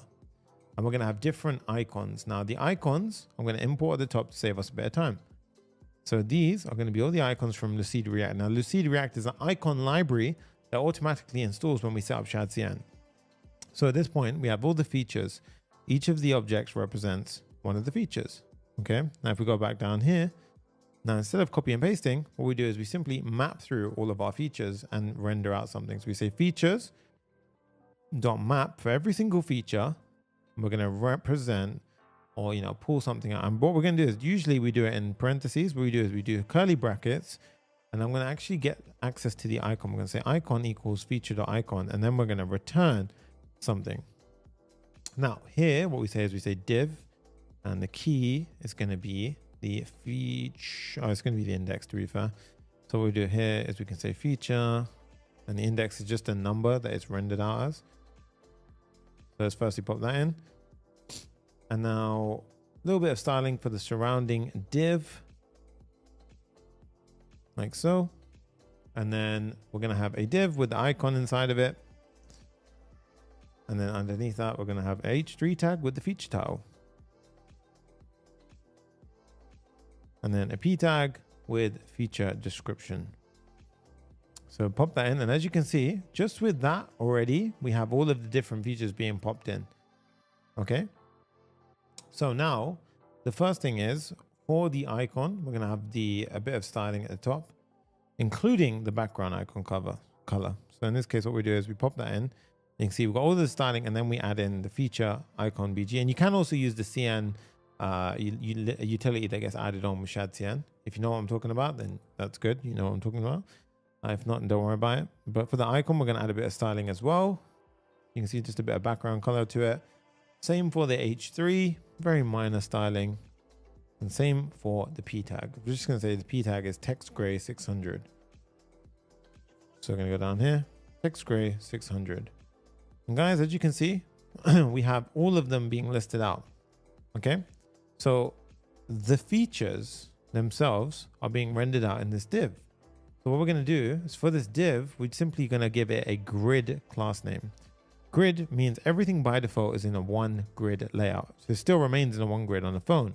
The second we get to a bigger device, it goes to a 2 grid. And the second we get to a large device, it goes to a 3 grid. And we always remain a gap of 8 between each element. So as we grow, oops. God damn it. Where'd it go?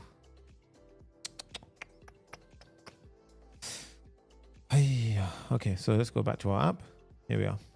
So as we grow now, you can see on a medium screen, it goes to 2, and on a large screen, it goes to 3. Awesome stuff. Okay. Now in this section, you can see, look, it's already getting to that point where it's too big, right? We don't want it like that. We want a max width constraint. So what we can do here is we can apply a maximum width to it. So this section, we can go ahead and actually say around it. So this one, max width 6XL.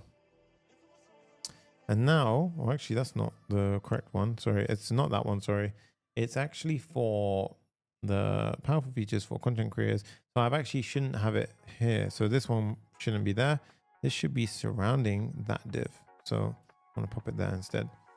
And now, guys, we have the contain, because the container does the job of that. So I was wondering, why is it not restricting it? Yep, there you go. So that's actually doing the job that we want. And if you want to constrict it even more, like here, so my one's using max width. This is using container width. You can go ahead and just simply do max width here. So max width 6XL. And now you'll see it restricts it even further. Cool. So nicely done, guys. Really, really simple. And then the next step is to go ahead and do the how it works section. Right? The how it works section, again, section with a div with H2 inside, saying meet your AI agent in 3 simple steps. That's going to be down here. You can see it's getting popped in just down there. Now this one for the styling, we're going to have a container with a maximum width constraint. And then the class name styling here is going to be text 3XL, font bold, text center, margin bottom of 12. As you can see, it's down there. And this section itself is going to have padding Y of 20. Background is going to be gray 50. Okay. It's down here now. Now underneath the H2, we're going to have a div, and this div is going to have each of the steps inside of which we are going to wrap in a grid. Okay, so the steps are going to be these steps 1, 2, and 3. So these steps are going to follow the same approach that we did last time, guys. It's going to be just an array of objects. So if we go up to the top and then we go here and pop it in. So steps, 3 objects. Each one has a title, description, and an icon, right? Connect your content, agent analysis, receive intelligence. Okay. Now down here, we simply map through each one and render out the UI. So the first step is very similar to what we previously did. We essentially are going to go ahead and do the following. Sorry, it's this right now. Yep. So We're going to map through for every single step. And for each time we map through, we're going to have a separate index. We're going to pop something else. In this case, we're going to have a div, and the key is going to be the index. That's not very good index. If you can have an ID, ideally, that's better. But in this case, it's okay. It's fine. Right, it's only 3 elements on the page. And then we're going to pop in the rest of the components like so. So all I've done here is pop in a div with an icon, a h3 and a p tag, and each one has a bit of styling. You can feel free to pause it and copy the styling. But essentially, it's just this styling right here. And as you see, it's wrapped inside of a grid container that gives the same layout. Cool. So once that's done, head outside into the footer section, right? And the final section is a footer. This one I'm not going to spend long on. It's literally just a simple footer, but I want you guys to come up with something creative. Mine is a section with a simple background gradient. And it simply says, you know, ready to meet your AI content agent. And what you can do is you can add a padding of 20, for example, or not even 20, you can add a 4. And then on medium devices and above, you can get rid of the padding. That way you keep it padding pretty nice. And there you go. That's a landing page. Boom. There we go, guys. Very sleek, right? Nice landing page. The only thing we're missing now is that input box. So I'm going to show you how we can implement that input box. Let's go ahead and do that right now. So first step is go up to YouTube video form. And inside of YouTube video form, we're going to go ahead and create that component firstly. And this is going to be a component. We're going to say YouTube video form.tsx rfce, create our YouTube video form. And we're going to import 2 things to begin with. Okay, well, actually, yeah, we're going to import the new form from Next form. And this is actually a form which is pretty cool. You can feel free to look it up yourself, but it's essentially a new one inside of Next.js. And this is going to be a div, and it's going to have a form element so inside of it. So form element inside of it. And this is going to have an input field. And you can feel free to use shadcn here to make it look a bit more snazzy and so forth. Yeah, but in this case, we're going to have an action attached to this form. Right now, it does nothing. It's just going to be an empty action to get rid of all the errors. And then we also want to style the form. So we're going to have a class name.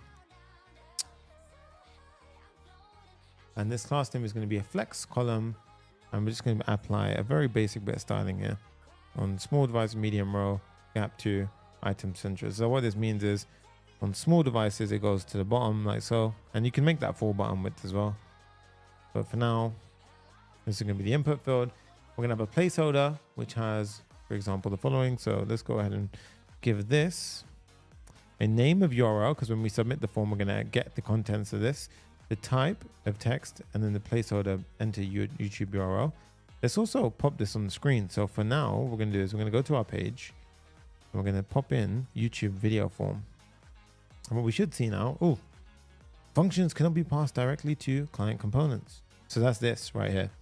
And that's actually completely understandable. So right now, if we were to go ahead and do that, you can see this is erroring because this will take an action, a server action. And we're going to create a server action in order to analyze the YouTube video. But for now, we don't have it. So it's okay. It's fine for now. Okay. So what I want to do is we're going to have a analyze button. Analyze button. And this button is a nested child component because it uses something called the form status, right? So inside here, we're going to have an analyze button, and this is going to be a sub component. So it's just going to be another component, analyze button.tsx rfce. And this one is going to be pulling in the following. So it's going to be a client component using the form status. We simply get the pending state from when we submit the form. This is a nice little trick in Next.js. And it's going to be a simple button with a bit of styling. Okay, so it's going to be a button, a submit button. It's disabled if it's pending. We've got a bunch of styling around it. So you guys can feel free to pause the video and style accordingly. And then if it's pending, it's analyzing. Otherwise, it will say analyze. Okay, now let's go ahead and import the button.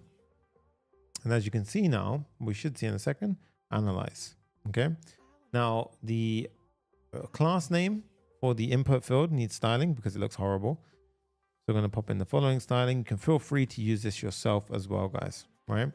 Now, the styling for the actual surrounding div is not correct at the moment. This should be a width 4, and that way it uses the full width.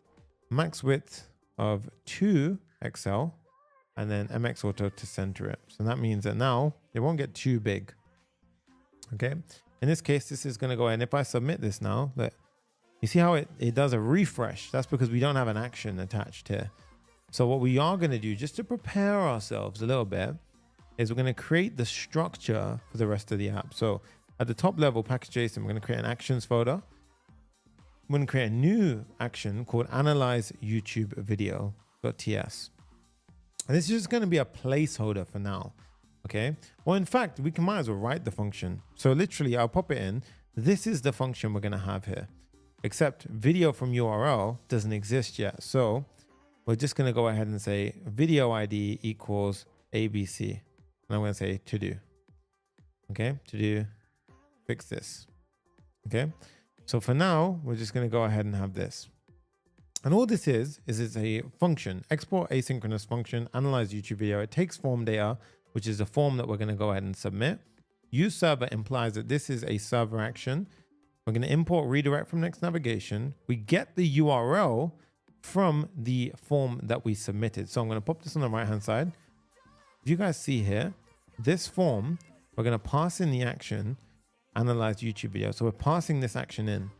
And as you can see here, because the name is URL, we get access to the URL based on that. So form data dot get URL to string. If there is no URL, we just stop, right? And then we're basically going to have a step here to go ahead and process the ID, which we're going to do tomorrow. If there is no video ID, we will return, and then it will redirect us to video /ID /analysis. Okay. It's me, Miko, your biggest fan. What's up, dude?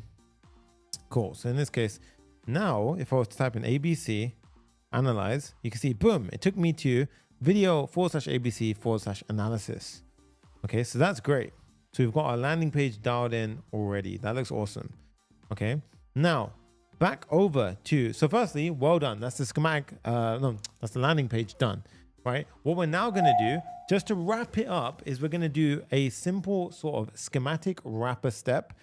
And then we're going to go ahead and just implement the manage plan page. So it's going to be maybe 20 minutes or so. So let's go ahead and get through that right now. So what I want you to do is we're going to finish off installing schematic into our application. So for example, if I go to schematic docs, what we're going to do is we're going to firstly finish off the installation. So if we go down to here in the documentation, we say SDKs React, and we're going to install it. So npm add schematic React. So let's go ahead and install this npm add schematic React. And then what I want you to do, guys, is we're going to go ahead and look at the documentation here.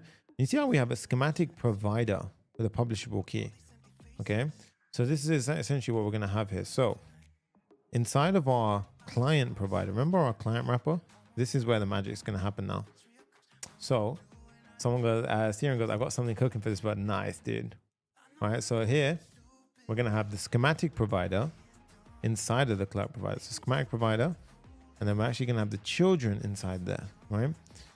Now for this, we're going to have a publishable key that we have to pass in. Now for this, we're actually going to use our environment variables, but we need to check if it's even there. So the way we do this is we say const schematic public key equals process.environment next public schematic publishable key. Right now, we don't have that key.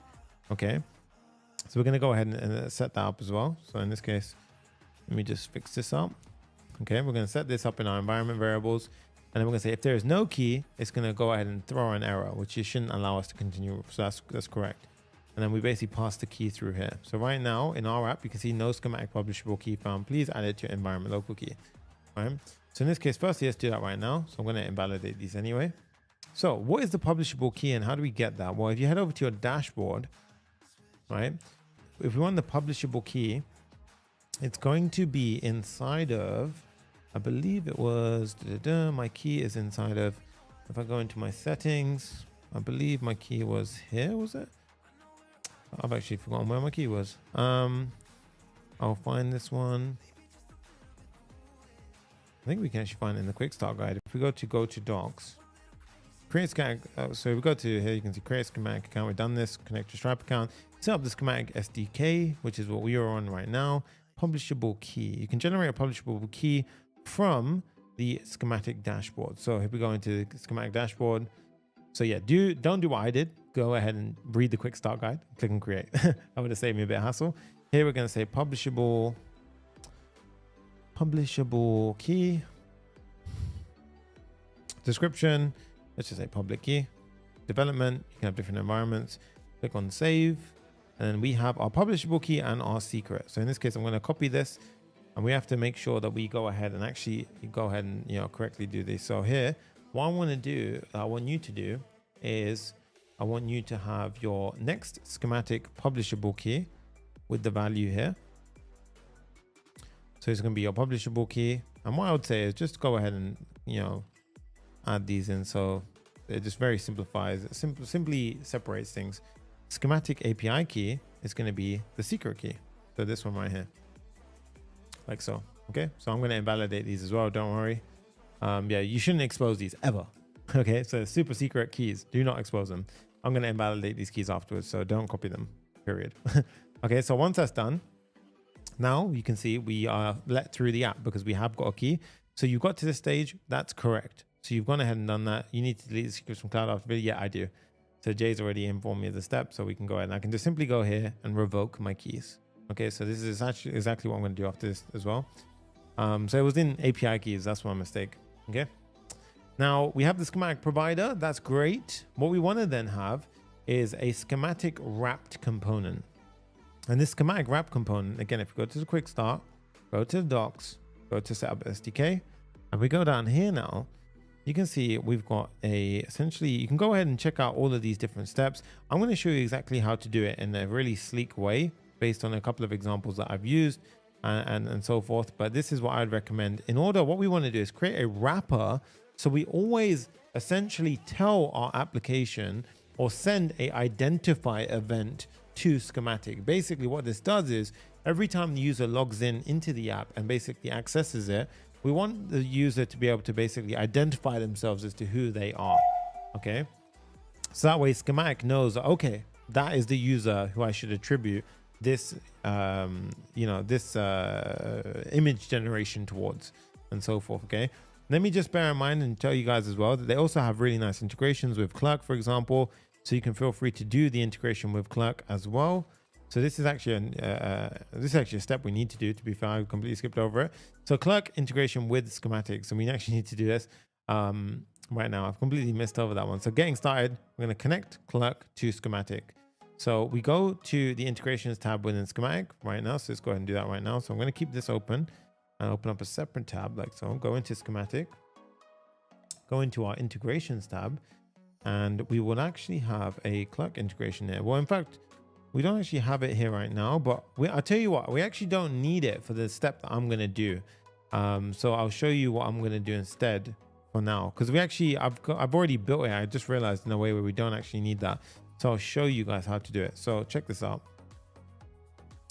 If we go into my code here, so let's go ahead and we're going to create a schematic wrapped function, and it'll make sense why we don't need the integration part and why it's going to be even easier than what I thought it was. So what we do is we do schematic wrapped, and then we pop the children inside. And as you can see, we don't have schematic wrap. So what we're going to do is we're going to create another schematic wrap.tsx component. Now this one is going to be the following. It's going to be something along the lines of this. Okay, so it's going to be a wrapper, which goes here. So firstly, we import this, and you should see your app continues to run. That's your first step. Now, why do we need this? And why is this so important? Well, firstly, it's a client component. But secondly, this is where the real power of Clerk and schematic come together. Because what happens here, guys, is basically we're going to go ahead, and we actually don't even need to do this. We can just return the children directly. Okay. What we're actually going to do here is we're just going to make sure that whenever the identity or user changes, we send an identify event. So basically we're going to use two helpful hooks, one from Clerk and one from schematic. One from schematic called identify. Again, what this means is when any of those two values change, we send over an event to schematic saying, hey, I'm Sunny, and any event that I send from now on is from me. Okay. And the same thing. And in order to identify the user who is signed in, we use this, which is from Clerk. Okay. So we have a use effect. A use effect simply runs when the component mounts inside of React. And what we do is we import this from React like so. Now, this is going to be dependent on the user and on the identify call. So we need those two things inside of our use effect. And then all we're going to do here is we're simply going to check for firstly a username property.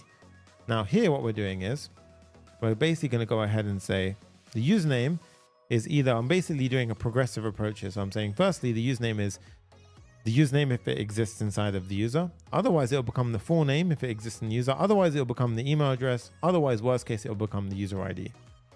So this is going to be the username, right?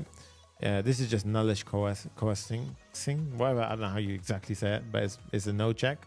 And then here, what we do is we say if there is a user ID, this is a no check here as well. So if the user ID exists, then what we do is we just send off an identify event. Okay. Now here's the key part. Okay. So typically Schematic works both with B2B and B2C setups. So I'm going to show you how to set it up in a B2C approach. So what we have to do here is we have to pass over two things. We have to pass over something called a company level key, and we have to pass over something called a user level key. Now in our example, just for simplicity purposes, assume that a company and user are essentially the same thing, right? So they're going to be represented in the same way in the way that our app is set up.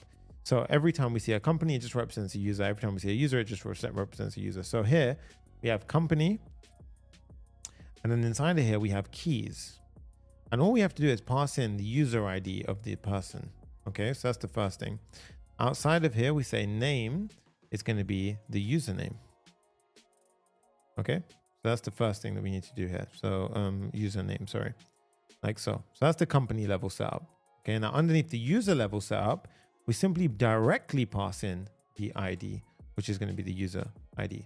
Okay, and then outside of that, we have the name. Okay, so you can see we've got a company level key and user level key. This is essential. You need both of these to correctly start tracking inside of Schematic. Okay, so that's as simple as it is. So you guys can see here, if I go ahead and hit save, go back over here. Now, make sure that when you hit a refresh, I want you to go over to, so we've got one little issue here. What's this?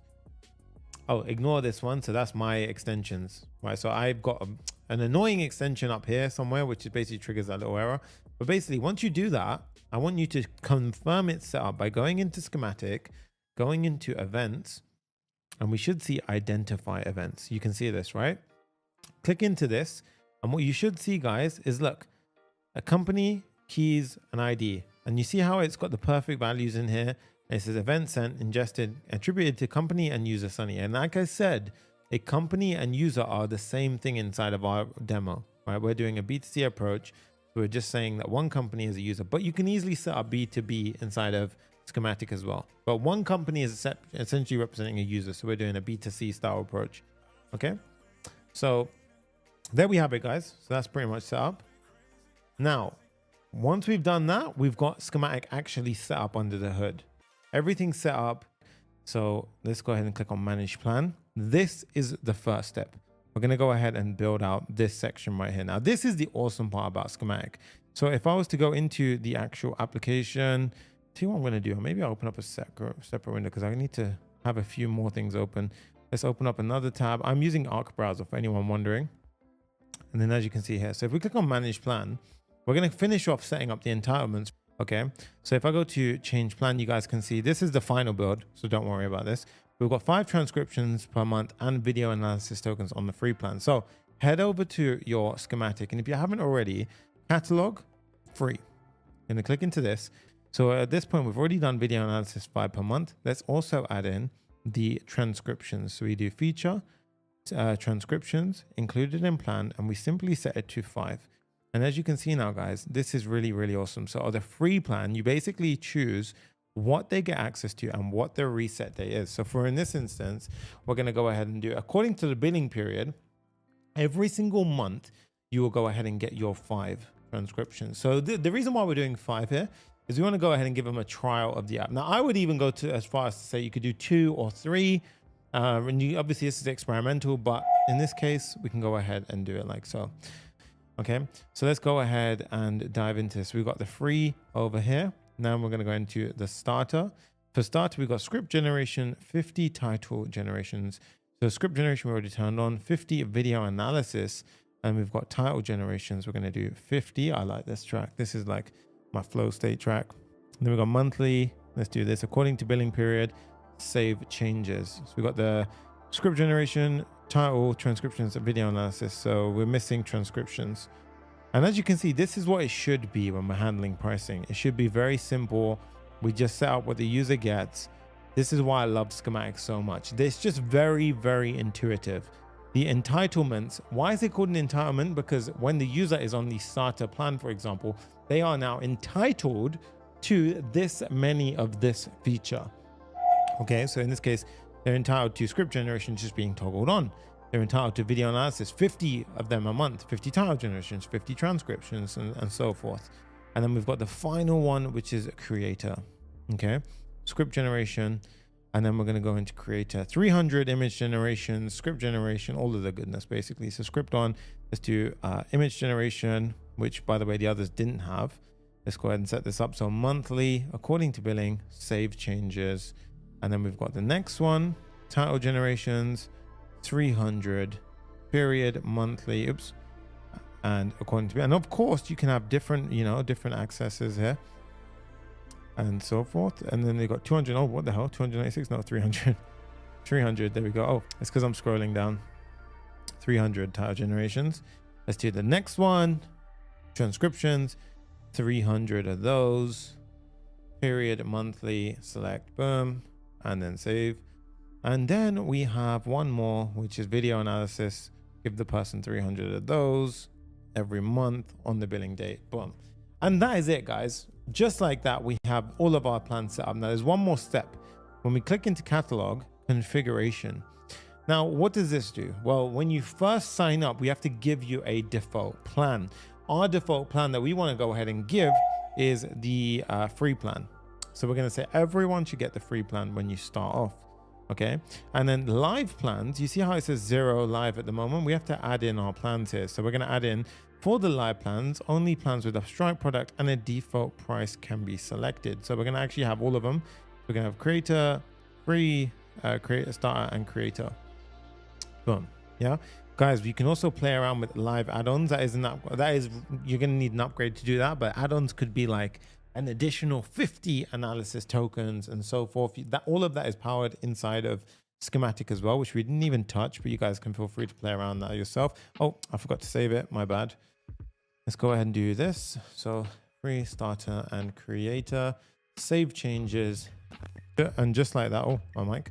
And just like that, we're going to go ahead and you can see we've got the yearly plans being thrown in as well. Click save and boom, configuration is good. Okay. So at this point, what we're going to do is we're going to integrate the component into it. Now, what component? Remember yesterday we created a customer portal.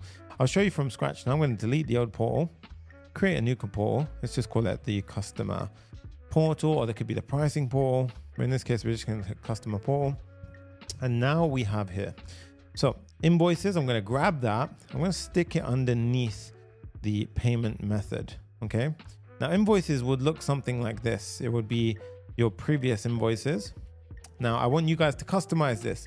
Go into design, change the styles up, do all that you need to do, as well as if you want to change the layout, you can do that, and coloring. I'm going to keep it as the default for now. Probably what I will do just for now, so you can see it in action, is I'm going to change the tone to be something along the lines of, I was just going to give it a little bit of a change anywhere so you guys can see what's going on. So in that case, look, we got a bit of red in the mix, right? So just something to show you that I did change it. And then what I want to do, you can, of course, can click through the different options, right? Now what I want to do is I want to click on save. And now how do we embed this? So this drag and drop component builder, how do I actually put this in my app? And you're probably wondering, Sunny, that looks really, really difficult, right? How do we go ahead and do that? Well, in this case, we're going to go ahead and make things a lot simpler now. So what we're going to do is we're going to go ahead and click on the get embed code and how to install. So if you get the embed code, you'll see we get this, right? Where we have a token and all this goodness. So you can go ahead and obviously copy this. And this is a good starting point for us. What we're going to do is we're going to go into our code. So let's get our code up and running now. So pull our code up over into the mix. And now in our code, So components, inside the components folder, we're going to have a folder called schematic. And in schematic, what we're going to do is we're going to create a schematic component and a schematic embed. Okay. Now the schematic component, well, the embed is going to be the interesting one. Actually, let's do it here. So let's do schematic embed.tsx. Okay. And we're going to paste it in, right? Now here, I'm going to rename a couple of things. I'm going to say schematic embed. I'm going to do a default export. So export default. And then what we're going to do is we're going to import schematic embed as schematic embed component. Okay. And I'm going to rename this one here. So this is kind of the get-go, the starting points, but you can see, look, we don't actually have the schematic components installed. So what you do is you grab this, go into your terminal, and you want to go ahead and run the install command. So pmpmi and install at schematic components. Now, obviously I'm using pmpm. If you're not using pmpm, you can just use npm. Okay, I'll make it a little bit bigger just for you guys to see, and you can see it's installed the dependency. Cool. So we have that done. Now, of course, what is this about a token and all this stuff, right? Well, what we have here is a token which gives us access to that specific component. So it's like a temporary token, essentially. So if we look at this now, and let's go back into how to install. And as you can see, it says setup components, and we've got Node.js or Go code. And here you can see this is the backend code. Anytime we see Node.js, we're talking about backend code. And if you see over here, this is the React front-end code. Okay, so we have component ID, we have if the component is not found, and then we have an access token. Okay, so what I'm going to do here is I'm going to refactor this component. So we're going to actually take two props. We're going to take a access token, and we're going to take a component ID, right? And I'm going to make sure that we type this correctly. So it's going to say access token, and then the type definitions are going to be for access token and component ID, both being a string. Cool. So this is very simple, and this is simply going to be a client component. Now, with this done, we can actually move over to the wrapper component. Now, what do I call this wrapper component? Because as you can see, this is a client component, right? It's going to render on the client. But what we can do here is leverage Next.js in such a way where we can get that access token from a server component first. So what we do is we call this one the schematic component.tsx. You can call it a schematic wrapper, whatever you kind of want, right? We'll do RFCE. And now we're going to say that this is a asynchronous function. And I'm going to go ahead and actually we're not going to say use client because this is not a client component. Now, well, the goal of this one is to go ahead and eventually render out a schematic embed. And this schematic embed is not coming from the schematic component. It's coming from our local schematic embed. And as you can see, we need to pass in the access token and a component ID. So how do we do this? Well, the only thing that we're going to pass into this component is called a component ID. Okay.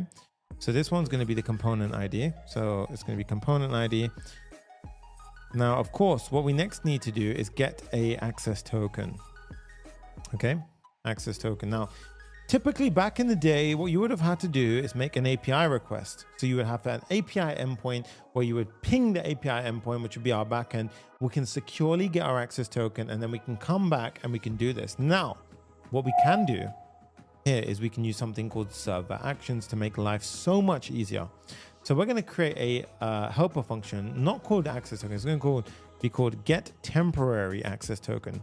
And you can look at this example here. And basically, this will go ahead and give a company scope temporary access token to make requests on behalf of the company. So how do we get this working? Well, what we do is we go into our folder, and we already created a sample action yesterday. I'm going to create another action, and this one's going to be called get temporary access token.ts. Now, the first thing what we have to do when we're declaring a server action is we have to make sure it stays on the server by saying use server directive. Okay, now once we've done that, what we do is we create a function. So we're going to say export asynchronous function get temporary access token. And this is going to be our server action. Now, the first thing is I need to know if the user is logged in. If they're not logged in, we should stop right now. Okay, so how do we do this? Well, I can go ahead and actually get access to the user because Clerk has made it so easy with the current user hook. So we can simply use this, and this will give me the user. Now, if the user does not exist, we can simply go ahead and say if there is no user, return no. Okay, we can just simply say return no and be very much done with it. Now, if there is a now what we should be doing essentially is going ahead and issuing a temporary access token. Now, how do we go ahead and do that? Well, firstly, we need to create a schematic client, and this is going to need a backend library. So you can see this one right here, schematic TypeScript node. Now, if you want more documentation on this, you can simply go to SDKs and go to the Node.js side, and you can see these are the instructions to go ahead and install it. So we're going to go ahead and simply do this right now. So let's go ahead and do that step right now. So let's go back over here, go to our terminal, pnpm add the following. Now, once that's done, we can go ahead and import the schematic SDK, and then we should have this. Now, what we want to do is, first up, we want to make sure we have our API key. So we're going to say const client equals new schematic client, and then this expects a API key. And this API key will be something, and then we basically go ahead and pass it in. Now here, we should be using environment variables, okay? So which environment variable do we need? Well, in the documentation, you can click on the issue an API key, and it will take us to the relevant place. Now, I think we already did this yesterday, where we went ahead and did I'm sure we did this, yeah. So go into our dashboard, and let's see for ourselves inside the dashboard. If we go into our settings, API keys, and we actually did create a publishable key, which consisted of two things yesterday. Now, what I'll do is I'm going to show half of my screen. I'm going to show you my environment file. Well, that's fine. It is what it is. Okay. So in this case, I'm going to hide these keys anyway afterwards. So in this case, we've got the schematic API key and the next public publishable key. So the one that we're interested in right now is the schematic API key. Okay. So this one right here, what we want to do now is go ahead and change it here. So we say process.env schematic API key. Now you could do a little check here, to be honest, where you basically go ahead and say something along the lines of this. You say const key equals process, and then you can say if no key, and then you can throw an error here, and that will basically prevent them from going through. And if you really want to make it clean, you can say API key, and then you can change this to API key, and then this can be shorthanded like so. Cool. Okay, so with that in mind, now we have the client. Okay, so in this case, now what we're going to do is we're going to say const response equals await client dot.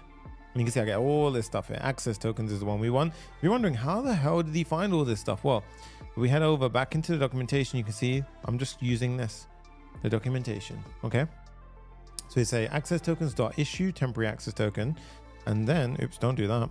And then we pass in some of the requirements. We've got lookup and resource type. Now, resource type is going to be company. Remember, because every company is associated to a user in our instance, a resource type is going to be company. And then the lookup is going to be the ID, which is going to be the user ID. Okay.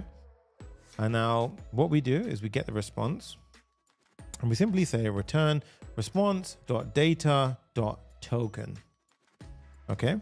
And just like that, we will now have an issue. We have an issue access token function. So what we can now do is inside of our code is very, very clean. We can go ahead and comment this out, pull this in. And you see, because we haven't got a use client call here, by default, every single component in Next.js 15 is a server component by default. Okay. So at this point now, what I want you to do is we're going to go ahead and have the following. We're going to say, firstly, if you didn't pass in a component ID, okay, if there is no component ID, we're going to throw an error. Now you can throw an error. It's very aggressive though. We're just going to return no, to be honest, in the beginning. So we generously handle that. The next one after this is if we don't have an access token, that's an issue because something actually went wrong there. So in this case here, we would throw a new error, failed to get access token. Okay. And then what we do is, you see, we pass over the access token and component ID. Cool. So now we have essentially our setup. We have our server component, which gets the access token, passes it to our client component, which renders out the schematic embed from schematic. Cool. We've done all the hard work now. This is where it absolutely gets mind-boggling how simple schematic have made it for us. What we can do now, guys, is we can go over here and into our page. And what we have is we have the manage plan. Now, what I'm going to do is I've got a bit of haywire going on here. So I'm going to go into my localhost 3000, which is my local app right now. Okay. Let's sign into this app. And this is where we got to yesterday. So let's sign in. And we're doing very well for actually timing and pace. So we're signed in now, and I'm going to click on manage plan, and you can see it's a 404 here. I like how what they've done here. It's very cool, right? And we're going to do we've got 404. So manage plan. How do I create a manage plan page so that I can then put on the component from schematic? And I'm swapping between the production and the one that we're working on, right? So the way we do that is inside of app, page.tsx represents the home page. So what we can do to make a manage plan page is we just create a new folder inside and we say manage plan, and we create a page inside of it, page.tsx. We do RFCE, and then we basically go ahead and rename this to something manageable. So we can say manage plan page. And this is the manage plan. Now notice just by hitting save, we have a page. Amazing, right? This is good. And now in the manage plan, it's as simple as popping in our components. So let's do a little bit of prep work here. I'm going to go ahead and just throw this over here so we can see this for a sec. So this is a bit of a nicer coding experience now. So we've got the manage plan. And then what I'm going to do is I'm going to have a container with a bit of padding on it. Very nice. And then instead of manage plan, because that's boring, we're going to have a manage plan H1 and a P tag. Okay. So we've got manage plan and a P tag. Okay. Now, underneath this, you're probably wondering now, this is where I want to really emphasize what they've done so well here. I'm going to go to schematic. Now, I've created this from drag and drop components. All I have to do now is copy this code, this command, this component ID. I literally type in schematic component. So schematic component. I pull it from our components and I pass in an ID, which is this one right here. And guys, are you ready for this? I hit save and then watch this. Look at this. I mean, come on. That is so easy, guys. Look at this. I've got my users usage amounts. I can click change plan. I mean, come on. Like back in the day, you would have had to have all the craziness of Stripe checkout session, You guys just saw here first how easy one line of code. I think that deserves a massive hats off to Schematic for that, right? They've done an amazing job there with this. And the amazing part about this, guys, is it handles everything now. Okay, you ready for this? I'm going to go into starter plan. Okay, I want to join a starter plan and I'm going to create a payment. Let's go ahead and do a payment. 4242 is the test number. So if you do 4242 on Stripe, you get payment test numbers. And we can go ahead and click on save payment method. And guys, watch this. If I click on pay now, we can even have discount codes, all this goodness. Pay now and watch this. It's as simple as this, guys. I see a subscription updated. It gets refreshed. And then let me go ahead and refresh. Boom, I'm on the starter plan. Look at that, guys. Absolutely incredible. Worked just like that. And as you can see, expires. If I go to invoices, I can see the entire invoice here. There you go, guys. Absolutely incredible stuff. I can download it as a user, see it was in test mode. Guys, that's so powerful right there. And you can see it knows what plan I'm on. And now, as the user, I can click manage plan. Now, I don't know if you guys understand that in literally 5 minutes, we just implemented the entire payment system. Let that sink in. I'm gonna give that deserves a moment of appreciation right there. When in less than 5 minutes, we just did the entire payment system. Like, if that doesn't blow your mind, I don't know what should blow your mind, because that is absolutely incredible. I'm gonna open up my Stripe right now.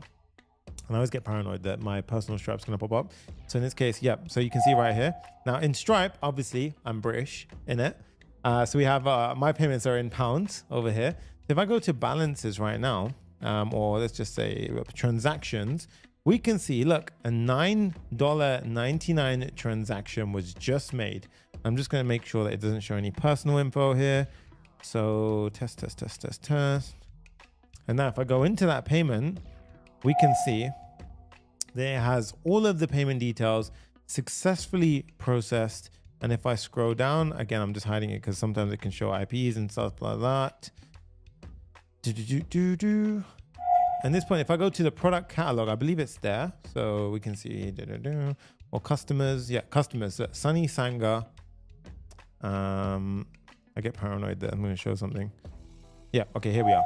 Boom. If I look at Sunny Sanga, product starter billing monthly 27th of March, $9.99. And I want to show you something. What if I want to upgrade or downgrade? Well, in this case, I want to upgrade to a creator plan. Cool. Let's go ahead and do this. Oh, I've actually expired my session, so we have to refresh because it lasts for 5 minutes. So in this case, if I click change and I do choose plan, next checkout, and let's go ahead and pay now. And look at that. Look, it automatically applied all the changes in pricing because I'd already paid a certain amount. And then boom, we have this. Now I'm a creator. Cool. So what happened in Stripe? Surely that must be really complicated, Sunny. And how the hell does all that work and calculate itself out? Well, not really. Handled all of it for us. Look at this. Boom. We have the starter. And as you can see here, now I'm on the starter plan. So was it starter? Sorry, I'm on the creator plan now. So let's go back to customers. And we should have seen a transaction. Oh, cool. My Stripe's bugging out now. I have it here, I believe. Let's go transactions. So maybe it just takes a second to come into it. But the main thing to consider here is that we have it. And the reason why I can tell this is true is because my invoice is here and it's processed correctly, okay? So in this case, you can go ahead and see, boom, you got, and we already have all the plans active, selected, and working. And we can obviously downgrade between these two. We've gone over the limit for the free tier because I was testing a bunch. But as you can see, even if we want to switch to a yearly plan, we can go ahead and do that as well, right? So all of that is absolutely amazing. And there we have it, guys. You can go ahead and get it set up. Oh, sorry. No. There was no mistake on their end. I just went to my production one. This one. This one. I did the red button. That's why I did the red button in the first place. Oh, okay. That was my mistake. That was my mistake, right? If we click change plan, I was wondering what the hell was going on, right? So in this case, creator, right? And here, there we go. There we go. The numbers weren't adding up. There we go. Let's choose plan. Now you can see that it works out the difference. I already paid $9.99, $29, and this, there you go. And it also works out pro rata time. Okay. Now let's go ahead and pay now. Okay. My bad. Now, in this case, look at that. Pay now goes ahead and calculates everything. Let's just check in on the thing over here. So if I do a refresh here, we should see another transaction come through here. Boom. There you go. My mistake. My mistake. So in this case, now we have creator. There you go. It adds up perfectly. I was wondering, I was like, something ain't adding up here. And in this case, if I go to Sunny Sanga, you can see I am on the creator plan. Amazing stuff. That's exactly what we wanted.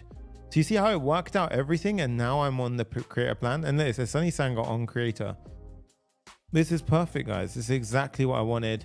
It works out all of the details. It does everything for us, and that you can even run a simulation on Stripe side of things. So there you go, guys. Absolutely amazing stuff, and it works. Cool. So if your platform or where you are in the world right now isn't supported by Stripe, all I recommend you do when you set up the Stripe store, just select a location which is, right? So especially if you're doing this for a test project, if you're doing this for production, of course you would have to be in a location that is supported. But for test purposes, if it's for a portfolio piece or something, then I just definitely recommend you just change the location. Okay, so in this case, we got the managed plan already done. So all of the payments are done, right? That was absolutely simple as that. Okay, so very, very nicely done. Now let's do the analysis page, right? So we're making absolutely good way here. Let's go back into our code, and it gets confusing when I've got so many apps open. Yeah, there you go. I should probably change the color of our production one to this one. Maybe I will do that. Maybe just so I can see the one inside of my production is going to be this. I'm going to make it green. So production is going to be green. So there you go. If you see a green, to be like, Sunny, that's the production one. I just changed it, okay? So green is production, so it screams at me. This is our current one. There you go. So I've done that on the fly. Right, so now let's jump back. So localhost 3000. We should be seeing blue, okay? So now we want to do the analysis. So we've already done, you know, the whole flow where the form sends us to another location. But let's go ahead, and obviously I was looking at a camera video recently. So if we go ahead and do a URL. So in this case, the URL, well, it'll strip off the URL or the ID here, and we click analyze, and let's see where that will happen. So if we go into the page, so page.tsx, and we see the YouTube video form is where we did this, right? Now the form has the analyze YouTube video function. Now here, the video ID.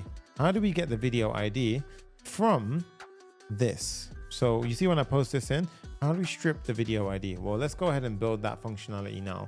This is actually way more simple than you can imagine. So what we're going to do is we're going to go into our lib folder, and we're going to create a helper function called get video from URL. Okay. And what we're going to do here is this is going to be a simple function. So it's going to be a function which simply takes a URL and returns a string or a null value. Okay. So we're going to start with a simple empty variable. It's going to be the video ID. Next up, we're going to go ahead and have an if statement, which basically go ahead and conditionally checks a bunch of different conditions. So we start off, we say if the YouTube URL is shortened, okay, then we're going to go ahead and split it based on the URL format like follows. Okay, so in this case, you can see here, I'm just going to make sure that we actually return it at the end. So return video ID. There you go. So if the YouTube URL looks like this, what we're doing is we're doing a split function, and we're split it according to our regex function. And you can feel free to look into this exactly, or if you're using something like Cursor, if you ever come into code that you don't understand, I'm telling you this because I want you to self-learn as well, is what you can do as a little trick is say I'm in Cursor and do Command K, and I can say explain this, and then I do Option Enter, and as you can see, what it will do now is it will literally explain the entire line. So look, using no, so basically we'll explain the entire description, and I like using Sonnet. You can say explain it more. Okay, oops, I didn't generate. So in this case, I mean, you can, if you do generate, it will just give you the actual step by step, right? So in this case, you can go, there you go. So that's just a cool little neat bit of advice for you, right? And then we do else if the YouTube URL is a short, okay?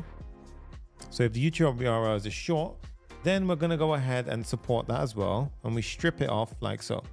All I'm trying to essentially do is get this final video ID, right? And the final bit is if the video is in the standard format, which most of the time it just includes a v equals, then that is essentially the way that we're typically used to it.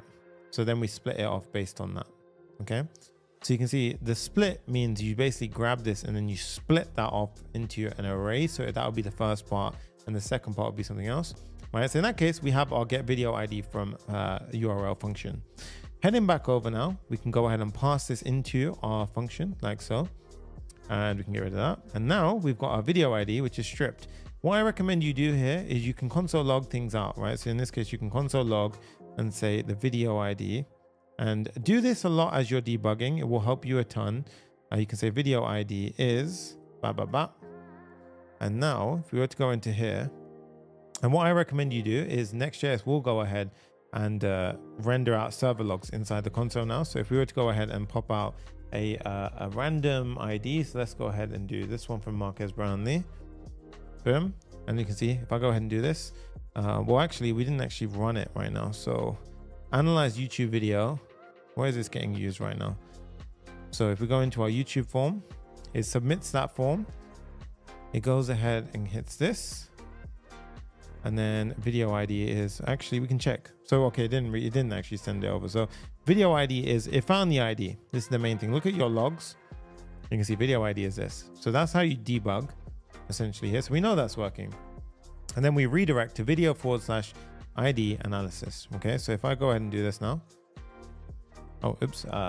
Let's go ahead and do another one. So what I'll do is I'm just going to grab a link like so. And as you can see, if I was to open up my debug log, and what you can see is if you're using Arc, just a little word of advice here.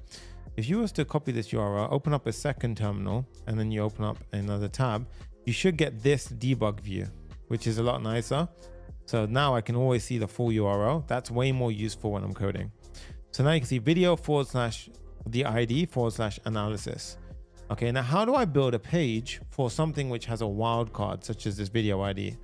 Okay, so what we do here is we go into our file format, folder structure, sorry, and in the app directory, we basically start building out this route.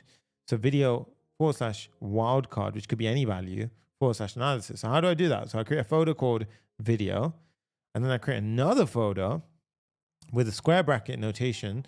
And I'm going to go ahead and say that that is simply going to be represented by the video ID. So video ID / analysis. And now you can see I've got 3 folders, 1, 2, 3. Okay. Now only on the final one, I make sure I'm clicked so the underline is there. New file, page.tsx. Make sure that this is inside of the analysis folder, RFCE. And then what we do is we say analysis page. And now just give it a little bit of a check-in. So let's go ahead and do, there we go. And now you can see analysis page. So if we were to test out our app again, I'm going to go ahead and just do something quickly. There you go, I got my link. And if I go ahead and do enter, boom, analysis page. We no longer have a 404. So getting to this point is a very good step. Make sure you follow through analysis page.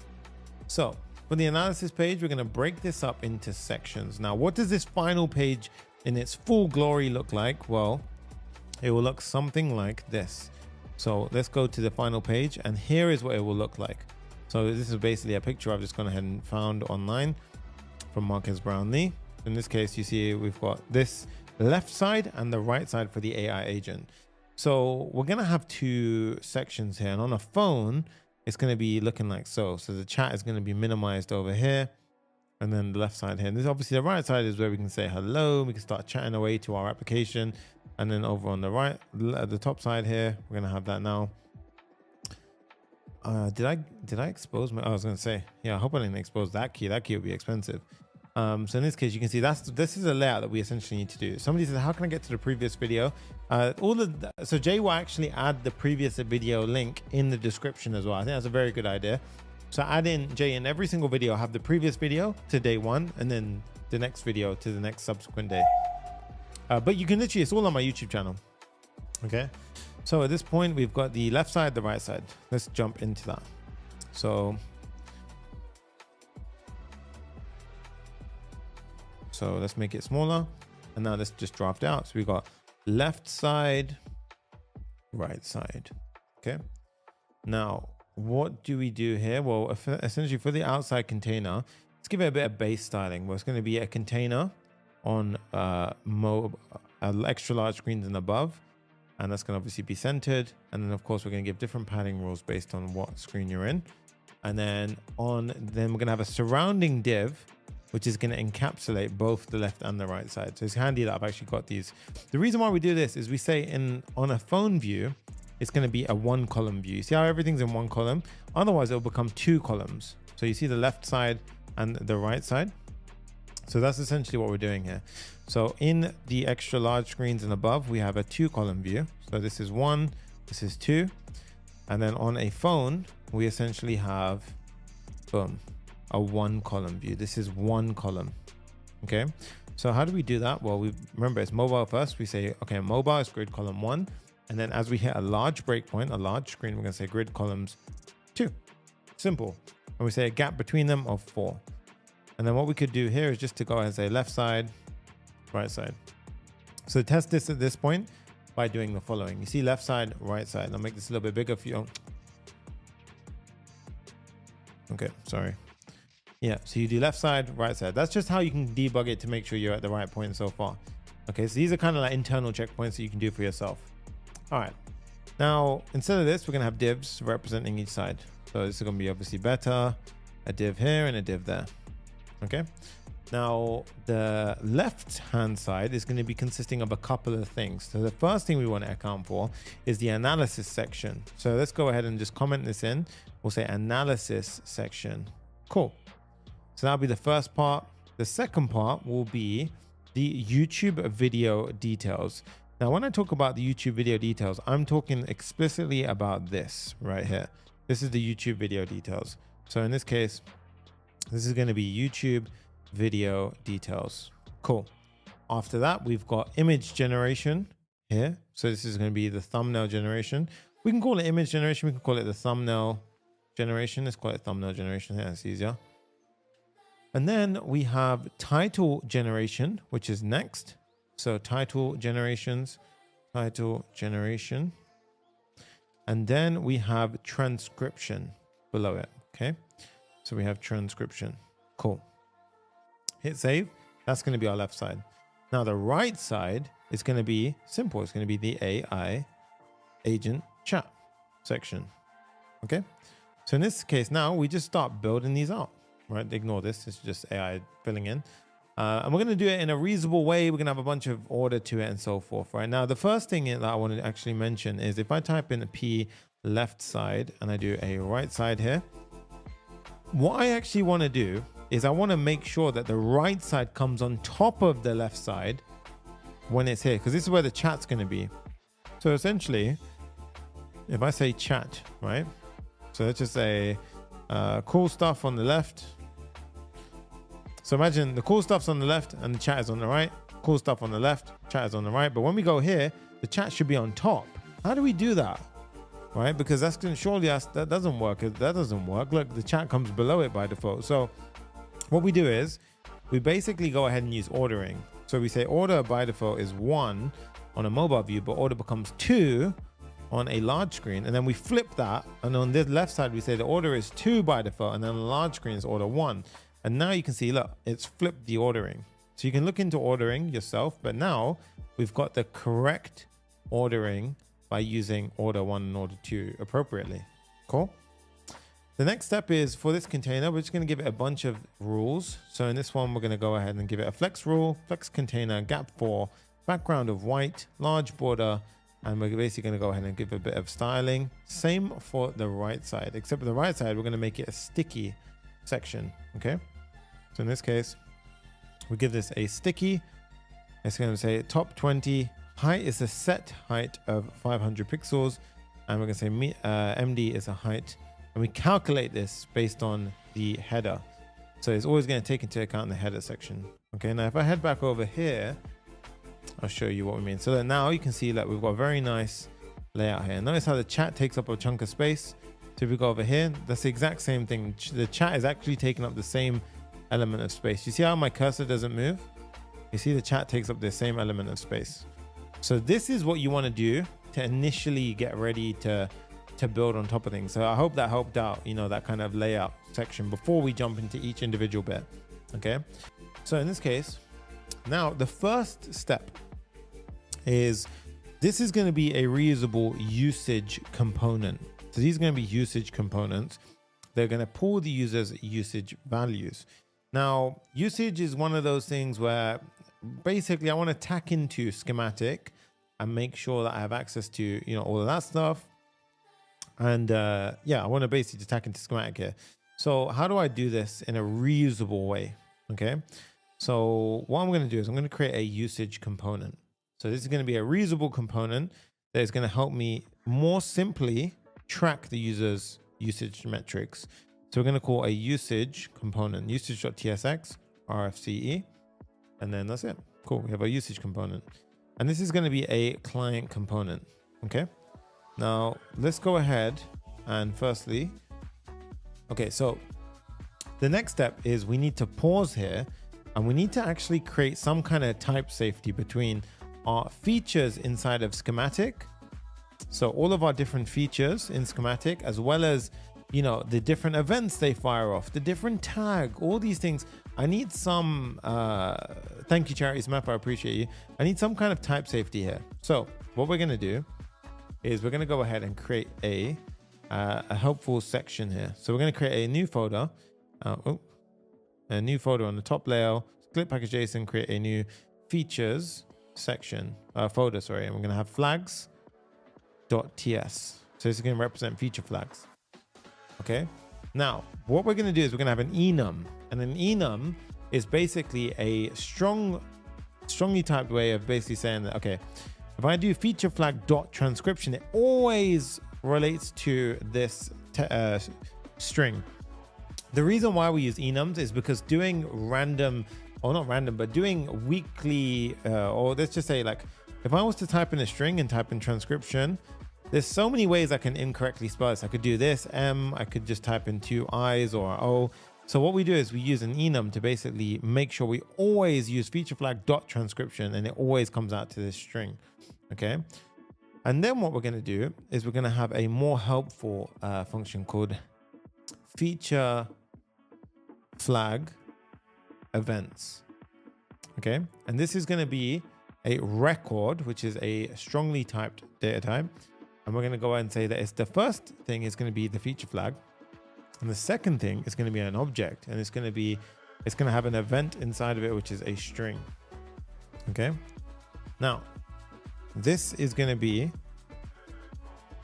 each one is going to be a key value pair or a record. Okay. So the first one, what we do is let's go ahead and just pop them in and I'll explain what is going on here. So there we go. So in this case, the first one, the key, these are key value pairs, key being the feature flag, value being an object with a string inside of it. So in this case, like each of the following transcription, image generation, analyze video, and title generations and script. Now it's your job to check one thing. Does this match with our definitions here? So for title generations, so in this case, we've got title generations here. So this title generations should perfectly match this title generations. The event generate title should be perfectly written here as generate title. And all of these should match. So it's up to you now to go into yours and make sure that each of these are correctly typed in. Now you can pull these values from the actual SDK. So as in you can actually pull this from schematic itself, but we're doing this in our own type way. So that way you have your control element of this going on, right? Now script generation doesn't have an event because it's a Boolean. So we're just going to leave that one empty, right? And you can feel free to rewrite this however you want. But in this case, this is how I built it. So you've got the different feature flags and everything. So you can see that's all the only setup that we actually have to do. Okay. So now what we can do is we can start using this. So where we have usage, which is our reusable component, which is going to look something like this inside of our app. Here. So for example, this is an analyze video usage component. Well, what we're going to do is, in order to figure out which one we're tracking, this is going to take a feature flag and a title. Title will be the text that we demonstrate here, all right? And the feature flag is going to be the thing that we're going ahead and tacking onto. So the feature flag is going to be of type feature flag. So feature flag. And you can see we import that from feature flag. And if I click this, that is essentially what we're only allowing. So now if I try to pass in a random text string, it won't work. It will only accept one of those. The next one is going to be a title, which is a string. Cool. And now we can go ahead and start using this. So inside of here, we're going to use some handy hooks from schematic. So what we do is let's import those hooks. We're going to have two hooks, use schematic entitlement and use schematic is pending. The first one, use schematic is pending, tells us if schematic is loading on the client side. This is important because we need to know if it's loading. The second one is use schematic entitlement. And this gives us a bunch of different things. So if I press Control Spacebar, you can see all of the different things it passes along with it. We're going to take along with it the feature allocation, feature usage, and value. And we're renaming as value to is feature enabled. So feature allocation and feature usage, what are they? Well, essentially what they are, if I go into schematic here, a feature, if we go into any feature, for example, so the entitlement, so 5 transcriptions per month, that is your feature allocation. Feature usage is how many of those you've used. Okay, so if we were to go into manage plan right now, we can see a real example of our different allocations and usages. So in this case, this user is on the creator plan and they have 300 allocation, 0 usage. Okay, and is feature enabled? Yes. So all of these features will be true. Okay, so this is how we essentially do it. And we pass in the feature flag. The feature flag is represented by that right there, which we have so nicely added into our flags section. So flags, so transcription. That is the feature flag. And if you look back over here, you see how it says flag, transcription. So this is how feature flags work. Okay, so in a nutshell, this is all it needs to go ahead and do that right now. If a user has used up all of their tokens, we're going to create a little helper here. Feature usage and feature allocation and feature usage, making sure that they all exist, or these two exist. Then we're going to check that if it's equal to or greater than the feature allocation, this will become basically true. And it'll say, okay, you've used all your tokens. So we can conditionally render basically a block there. Now, if it's pending, we're going to go ahead and say, okay, there's going to be a loader. Now I'm just going to put a simple loading state here. So I'm just going to say return loading. Okay. Otherwise, if you've used up all of your tokens, this one is going to be a very, very simple. So if has used all tokens, we can just put simply a normal div here, which says you have used all your tokens for this feature. But I've got something a bit nicer here. And what I'm going to do is I'm going to go ahead and firstly show you the component we're going to use. So we're actually using a component from ShadCN called progress component. And you can actually see an example of it on the home page. So an example of a progress component, I don't actually have it here, but a progress component could be something like, that is kind of a progress component, yeah? So if we go to docs, progress, this one, yeah, that's what we want to use.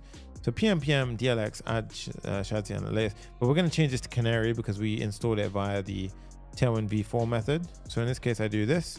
I go back into the terminal. I'm just going to change that to canary. Add progress. And now this should add the progress bar component into our application. Boom, done.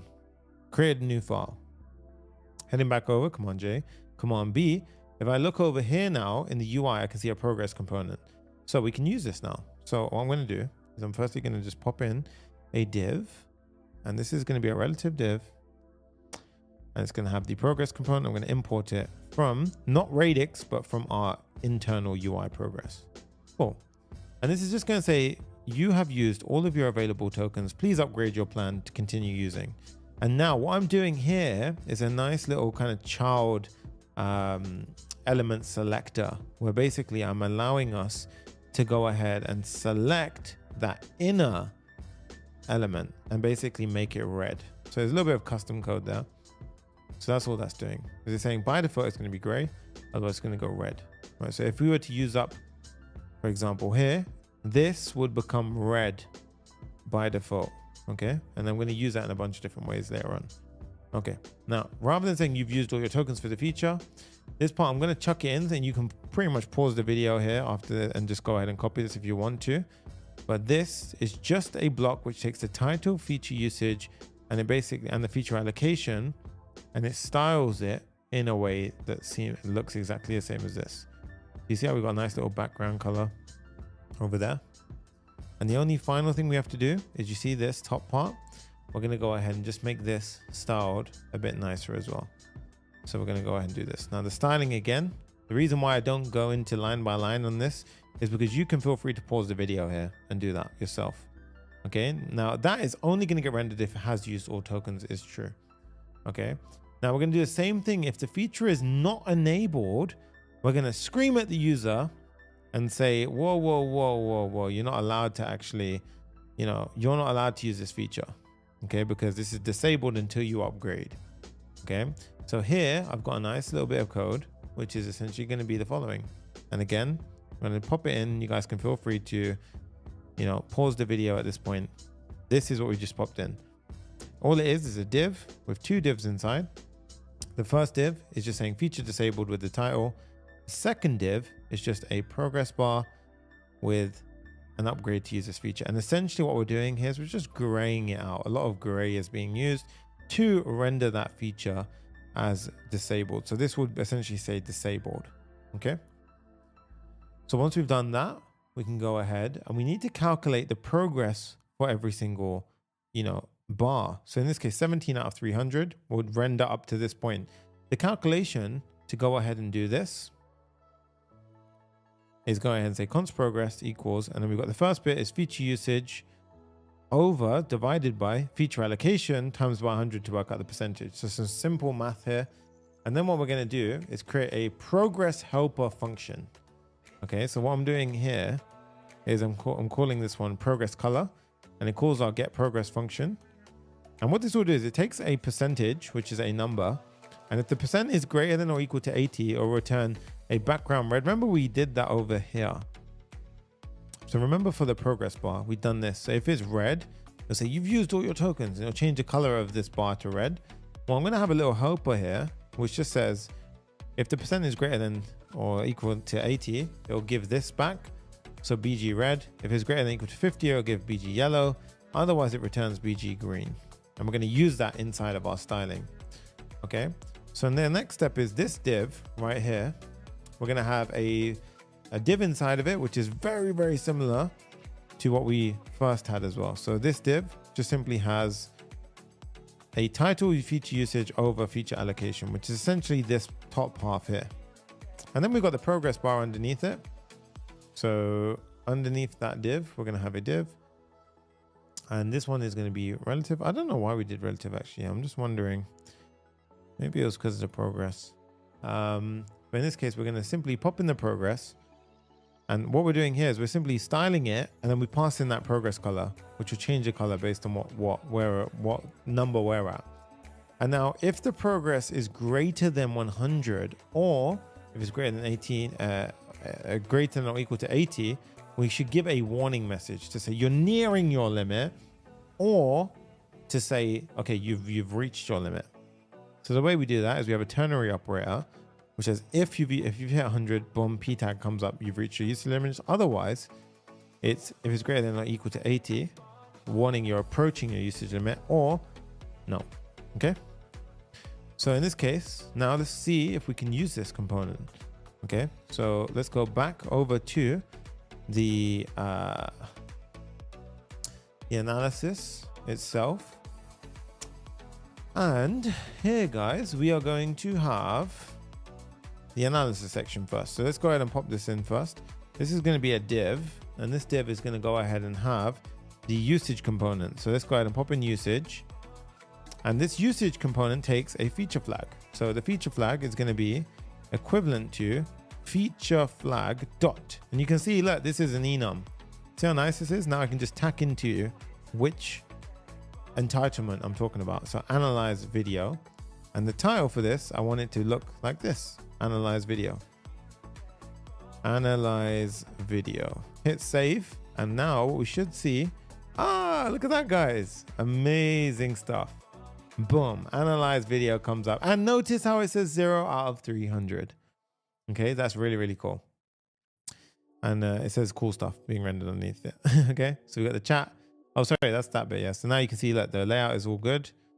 Amazing stuff. Okay, so we got this. Now, what I actually want to do is we're going to have the video transcription status later added here, because this is going to be how we determine what analyze video does, but we can determine that bit afterwards. Right now, well, that's when we set up Convex.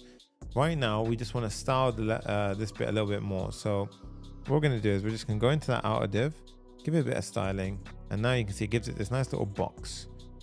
Okay, and that's going to be the same box that we essentially use over here. Okay, so once that's done, eventually we're going to have the video transcription status here, and this will make sense as to what we determine an analyze video is later on. Okay, next up we have the YouTube video details. Now the YouTube video details is going to be a lot of things. Now you'll start to notice are going to play off the video ID that we actually got in the beginning of this. So notice how inside of this page we have access to the video ID. So it was actually here, I believe. So let's copy this video URL. Let's just pop it in here. So notice how when we're on this page, it's video ID / analysis. So to get that wildcard value, so the video ID, to get that video ID up, what we can do is we can go ahead and to get that video, sorry, as we are inside of the analysis page. So firstly, I'm going to make this a client component. So I'm going to say use client. And then the second step is I'm going to go ahead and inside of here, I'm going to say const params equals use params. And this is from Next navigation. Okay. Now for this, what we can actually do is we can give it some type definitions and we can give it the video ID.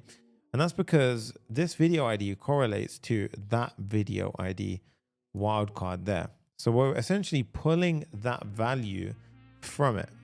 So what we can do is we can say const video ID, destructuring, ES6 destructuring to get this. Now, with that in mind, we have the video ID. So we can start to pass this down to separate different YouTube video details sections and stuff like this. So this is going to be the YouTube video details, which takes video ID as a param. So let's go ahead and build this component out now. So go into our components, create a YouTube video details.tsx, RFCE, and this is going to be the component that we're building next. Okay. So first up, this is going to be a client component. So use client. What is going on with my English? There we go. Use client. We go into our analysis page and let's import this. So you can see now we import it. YouTube video details pops in. That's how we import it. Back over to the file. This takes a prop. The prop it takes is the video ID. Okay. So the video ID looks something like this. And now you can say video details, video ID, and you should see the ID on the screen. This is your quick way of testing if it came through or not. So depending on what video you have, it will go ahead, strip the video ID, and then go ahead and pop it in here. Now, how do we go ahead and get the video details? This is a more interesting part now. So what we're going to do is we're going to have a piece of state, which is representing the video itself. So in this case, a use state, we're going to have a piece of state, which holds the video details, and that we don't currently have. So what we need to do is we're going to create a folder at the top level. So package.json create a folder called types. And inside of here, we're going to have a types.ts file. Now, inside of this, we're going to have essentially a video details type. And this is going to have access to the channel, and the channel will have a few details inside of it, which is essentially this. So title, thumbnail, subscribers. Now, how do we get this information is a question. So this is where we use the YouTube API. So in this case, I'm going to pull in our types.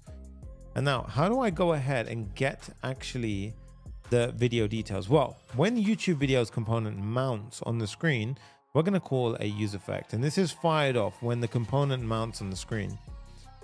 Okay, so firstly, we need to import this like so. Now, when the component mounts on the screen, or when video ID changes, what we do, and you can watch my use effect video if that is confusing to you in any shape or form, or we can actually go ahead and do, guys, the concurrent views are climbing. It's nice.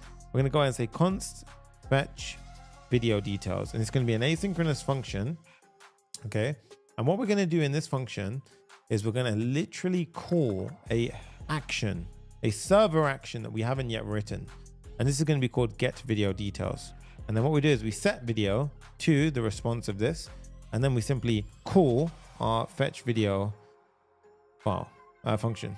Okay, so that's how you do an asynchronous code block inside of a use effect. You have to do an inline arrow function, and then boom. Okay, so now what we do, we have to create video detail, get video details action. So we create a video details, get video details server action, and now inside of here, it's going to be a server action. Use server, and over here we need access to the Google APIs. So we need to install Google APIs right now. So what we do is firstly, we're going to go into here and we're going to say pm Google APIs. And this is going to install the Google API into our project. Now, in order to get this working, well, firstly, we are going to have access to the video details. So in this case, we're going to use our type definitions, but we're going to actually initialize the Google API like so, google.youtube version v3, and then we're going to need to set up a YouTube API key.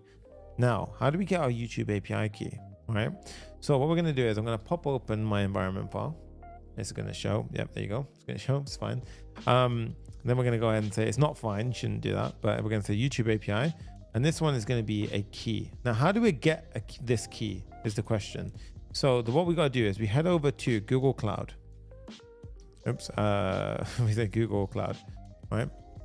Now on Google Cloud Platform, we just go to the Cloud Console. And this is console.cloud.google.com. And then in this case, you see I've got a build up here. What you want to do is you want to create a new project. Now I've already created a project, but I could show you right now, to be fair. Let's create a new project, and I'm going to call this one AI Agent Challenge Video. Okay. And then I'm going to click on create. And as you can see, it will start creating. Okay, so you see it says creating project AI agent challenge video. Okay. Now, while it's doing that, what you want to do is, so right now, once that's done, so you want to kind of wait until that's done. Notifications, you see it created, select the project, and you can see I'm in the project. We want to go to the navigation menu, go down to API and services, and then we want to find the YouTube API. So we're going to click on enable APIs and services. We're going to type in YouTube. And you can see YouTube data v3. Click it. And then we're going to click on enable. And in order to use this now, we're actually going to need to go ahead and set up comments. You may need to add billing into your platform. So that's a non-negotiable in order to get access to it. But in this case, we're good. What I can then do is I can go over to credentials. So you see it says create credentials. It actually prompted me already there. If we go back over there, or what was it? You could have you could have clicked that. Click create credentials here.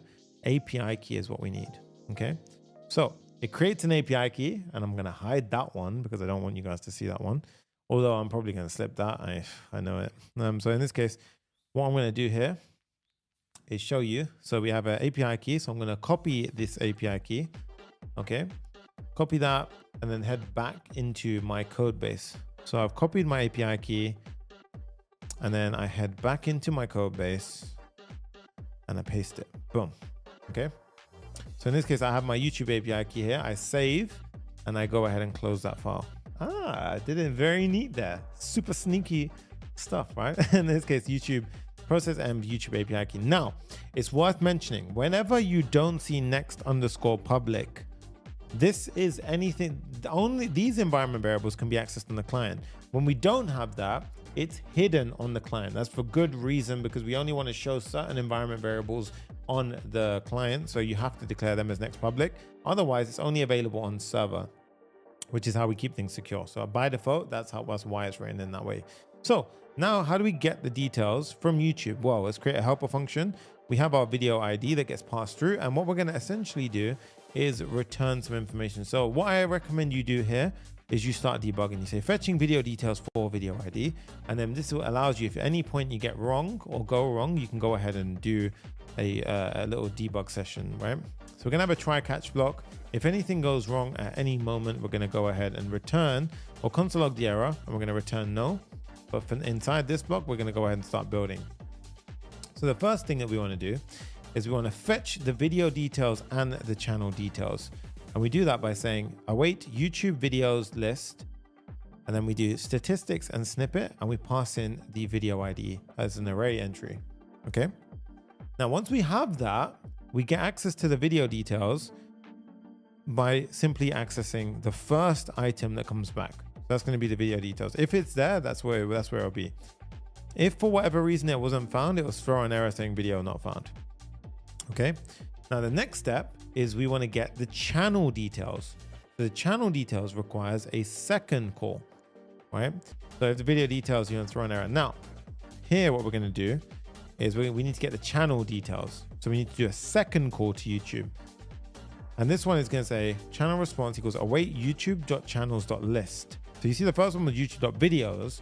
The second one is channels.list. We pass in snippet and statistics, same as before. But this time we're passing in the channel ID, yeah, or an empty value, and then we pass in the key, okay? And now, I don't know if we actually need to pass in the key again. We may not need to pass the key again, but I'm just going to keep it in there for now until we can validate that. And then what I'm going to do is I'm going to get the channel details. And the channel details come back. So now I've got my YouTube video details and I've got the channel details, okay? So what I can then do is I can go ahead and throw a vlog, video details fetched successfully. And then I'm going to create an object called const video. So const video details is of video details type. And this is of the types that we declared earlier. Okay. So in this case, now we have the video. Now what you want to do is you want to go ahead and get the video information firstly. So this is going to be the title, the thumbnail, and the published at. So the first couple of bits are going to be this. Title, which is video details.snippet.title, or we're going to say unknown. Thumbnail is we're going to go through all the different possible ones that they give back, or we return them to string. And published at is going to be the published at variable from the response that YouTube give. The second bit of information is going to be the video metrics. This is the views, the likes, and the comments. Okay, so this is the views, the likes, and the comments, which you can get from the video details.statistics. And notice how this is how we queried for it here, statistics and snippets. Okay. Now, once we've done that, we're also going to give a channel information. This is going to be in a separate object that I pass through. So channel, and this is going to be an object with title, thumbnail, and subscribers. And that comes from the second call that we made over here. Okay. So in this case, we're going to go ahead and hit save. And then what we do is we return the video details fetched successfully. We don't need that bit here. What we do is we return the video. Cool. All right. So once we've done that, this will go ahead and get all of the YouTube video details provided we did it correctly. So now what we can do is we can pull in that function. Cool. Now we've got the video inside of our YouTube video details. And then what we can do here is outside of this, if there is no video, we can say video is not found and to begin with. Okay. So this will now be whenever we load the YouTube video details. So let's go back in here and you can see YouTube video details renders out this. And let's see here. So you see right now it says video not found. So if we were to refresh, you see it says video not found, and then it popped in the video. Okay. So that means that it did find something. And to test this, what we could do is you could do console log video. And if I was to go ahead and show you the console logs inside of here now, and we refresh, you guys can see that we now have a, look at this, boom. We have all the details for the video plus the channel details inside of it. Now you guys can see here, boom, there we have it. Okay. So now I can use that information. And because I added type definitions, we can safely code this next bit. Okay. So what I want to do now is I'm going to go ahead and pop in the following. So rather than just say, you know, the random thing here, we're going to go ahead and pop in a div, a huge surrounding div. So let's go ahead and pop this in. So doon. Now you might be wondering, whoa, Sunny, what is that? What is @md? Well, this is called container queries. Now, I'm not going to go too far into container queries, but this is a very powerful feature inside of the Tailwind CSS. And what it means is, typically, we've so far covered how everything that we write in Tailwind CSS is mobile first, which means if I write a rule, it applies to mobile. And then if I put MD or LG, it will hit that breakpoint, and depending on the screen size, and size up or apply that style based on as and when it hits that screen size. But what if we want to not do by screen size, but we want to do by the container parent itself? So if that container ever gets to a certain size, I want to change the style. That's where container queries come in. In order for a container query to work, however, the parent has to have the @container directive. So @container, and you can see that container type inline size, BG white rounded XL.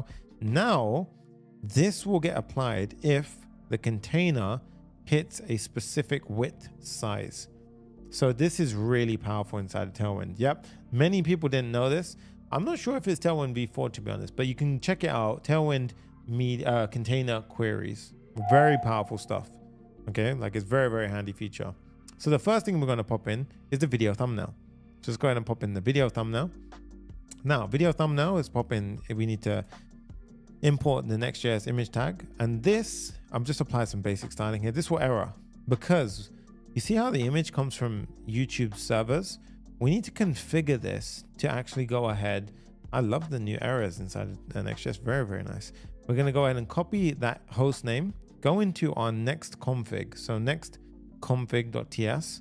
And here what we do is we type in images.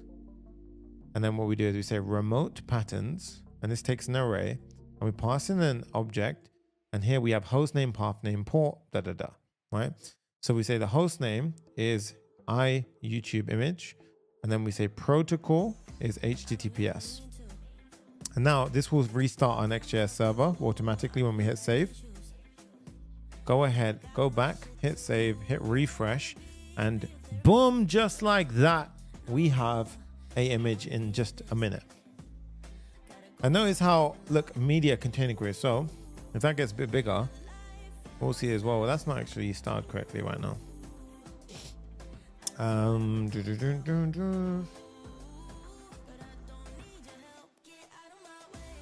So right now that's not looking as I wanted it. That should be bigger on the screen. So I probably need to style this up correctly, but we'll get to this and why that is happening. I think it's because of, oh, I know why. Silly me. So this is because of the parent. So if we go back to the analysis screen, over here, inside the analysis screen, we've got YouTube video details. We'll debug that afterwards. I mean, probably something very, very simple that I'm just missing here.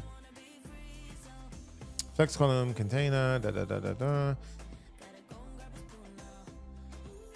and the image.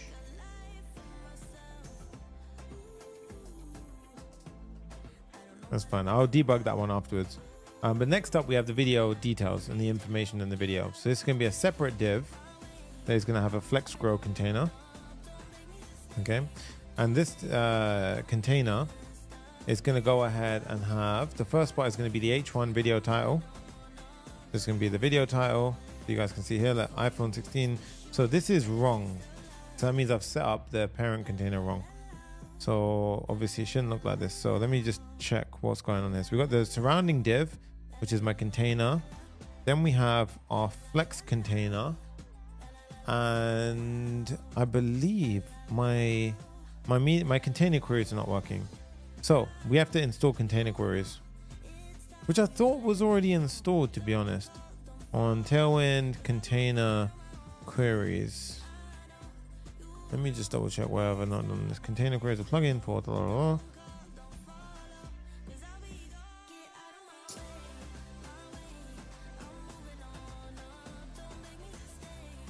As of Tailwind v4 supporting the framework by default. Now let's just double check that we are using Tailwind v4. So package.json Tailwind v4. Yeah. So interestingly enough, it should be enabled out of the box here, but it's not being applied here. So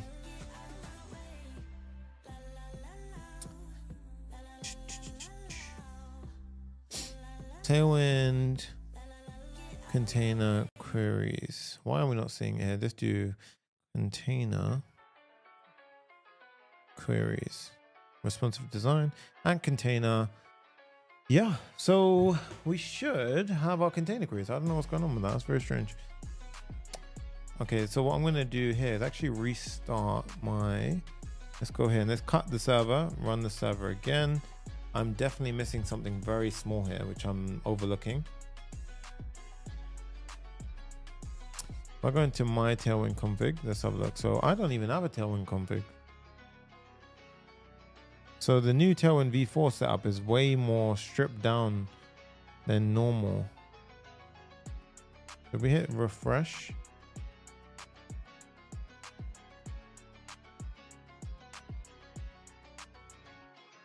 interesting. Okay.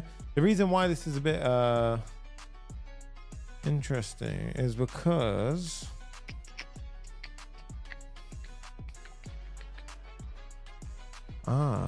see breakpoint initial moving default breakpoints.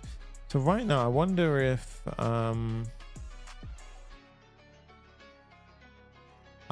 here we are. Viewport to the head of your document. So that's what I needed to do. So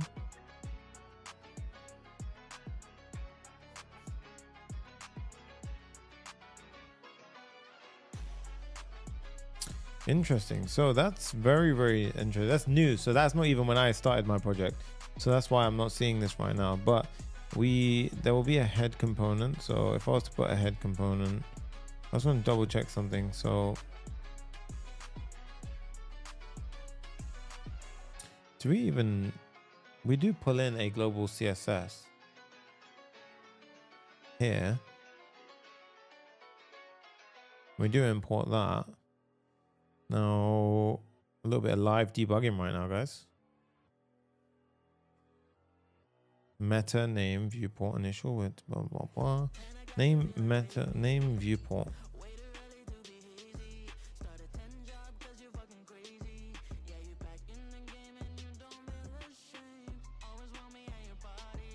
Thing is, I don't want that to be, I mean, for now, let's pop a head tag like so. That's wrong. That's not, well, firstly, we know that analysis video is working. That's good. If we hit refresh, there you go. Nice. Head. It should be a next head tag, to be honest, as well. Okay, so interestingly enough, in Tailwind v4, okay. This is very annoying. So this is already fine, so we don't need to actually even worry about that. It's the container queries. So container queries are modern CSS framework. Use the class to mark an element as a container, then use various elements like container, MD, flex, row. So maybe I've done something so stupid here. And let's just go back here. Add container. No, that's right. So you see, look, if I was to get rid of that, then it works great. But that's never becoming a flex.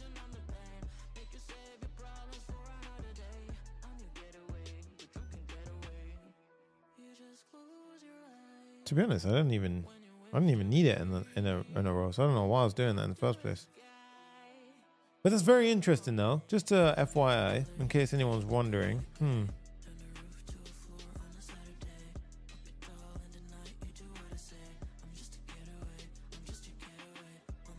Okay. For now, we don't need that. The video thumbnail. That as well. Okay, the video thumbnail is fine. Okay, that's fine for now then. We don't need that, but it's very good to know. Cool. So here you go, a little bit of live debugging. What I do want to keep is the @container class, because the query, that one. And I do want to check something. I want to say something like, let's just do something wild, like @medium BG red 500. And let's just see. Okay, look guys, look.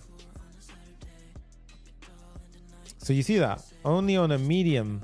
So on small screens, it's not there, but once we hit a medium, it will go red. So see medium, it goes red. On a small screen, so technically that's not even a small screen. So on a, let's just say on an extra large screen and above. So you see how it's not there, but then on an extra large screen, it's there. So that just goes to show you that the media queries are working. So, there's a nice little bit of debugging there, to be honest. Cool. So in that case then, video info, let's just carry on with it. So @large 3XL. So you see how it's small here, but on a large screen, boom, 3XL. Yeah, that's cool. So it's working. It's working. Okay. Interesting. A little bit of live debugging to never hurt anyone, to keep me awake. So let's go ahead and have outside the H1 tag, the channel info. The channel info is going to have an image of the channel. So this is going to be the following, like so. And we actually have another link we have to whitelist. So it's going to be the channel info. So that comes from a different URL. So next config, we're going to add in a host name, which is the same as that, and protocol HTTPS. Next up, we're going to have some information about the channel here. So this is just going to be a div with a P tag and a P tag. The first one is going to be the title, and the second one is subscribers. And look at that. You can see that. Cool. Now underneath that div, we're going to have the video stats. Okay, so that's going to be that's actually the channel info. And then next up, we have the video stats, which is going to be the following. It's going to be a grid column 2, but on a large breakpoint on the container query, it goes to 4, and then a gap of 4 and so forth. Now, what does this mean? Large. You see on a phone, it becomes 2. Oh, no, it never actually changed. Interesting. Grid column 4. Never actually hit that breakpoint. Anyway, we'll see now if it changes it. So let's go ahead and have a div. First one here is going to be the following. This is going to require us to import the calendar icon. And what this one will do is this one is going to have 2 divs internally. One is a P tag with just the published date. So you can see here, published date. So you can see published date. The second one is going to be for the first bit is published with the calendar view. There you go, published. Yeah. And what I've done here wrong, by the way, guys, is this. I did this wrong. So the channel info, make sure we're outside of the channel info. Okay. So I just realized I put that in wrong. So channel info is here. Outside of that is where we put the video stats. There you go. Yeah, it should look like that. Okay. Now that's going to be the first one. The second one is going to be for the video views. So we just got a bunch of these blocks here now. So the first one was for the calendar. The second one is for the video views. You can import the eye from there. That's going to be the video views. And again, you can pause this and go ahead and, you know, follow along with that. So it's just a bit of styling here. The second one's video views. And then it's going to be the same for the likes and the same for the comments. So likes is going to be this with the thumbs up from Lucide. And then we have the final one, which is going to be the comments from video, right? Message circle, import all of them like so from the top. And now you can see the following. Okay. So down over here, we've got the grid columns 2, but on large, grid columns 4. Ah, there you go, guys. So on and here, it never actually hit that. Interesting. Maybe I didn't have a container set up correctly. So on a large container, you see how it goes in a line, but over here on a smaller container, it goes into a grid column 2. So you guys are learning a lot actually with the container columns as well. All right. So this is the YouTube video details, and let's just check this works the way we expect it now. So if we go back, let's go ahead and pick another YouTube video. For example, a desk setup tour. This one just popped up on my feed. Boom. See analyzing, and then boom, disk setup. Right now, it says video not found. You can make that pretty, make that look nicer, do whatever you need to do. In this case now, that's pretty cool though. So you see how it fetches loading GIF? To be honest, that would probably be nicer. A little loading GIF or a loading kind of, you know, thing. Right now, I've got this, but I could just do, and again, I'll show you a little cheat code here. So if you're using cursor or something, you can just say something like, you could just pop in and say Tailwind, CSS, spinner, centered. And this is just an example of how you can use something like cursor to help you out a little bit. Boom, I'll give you a little centered animation spinner.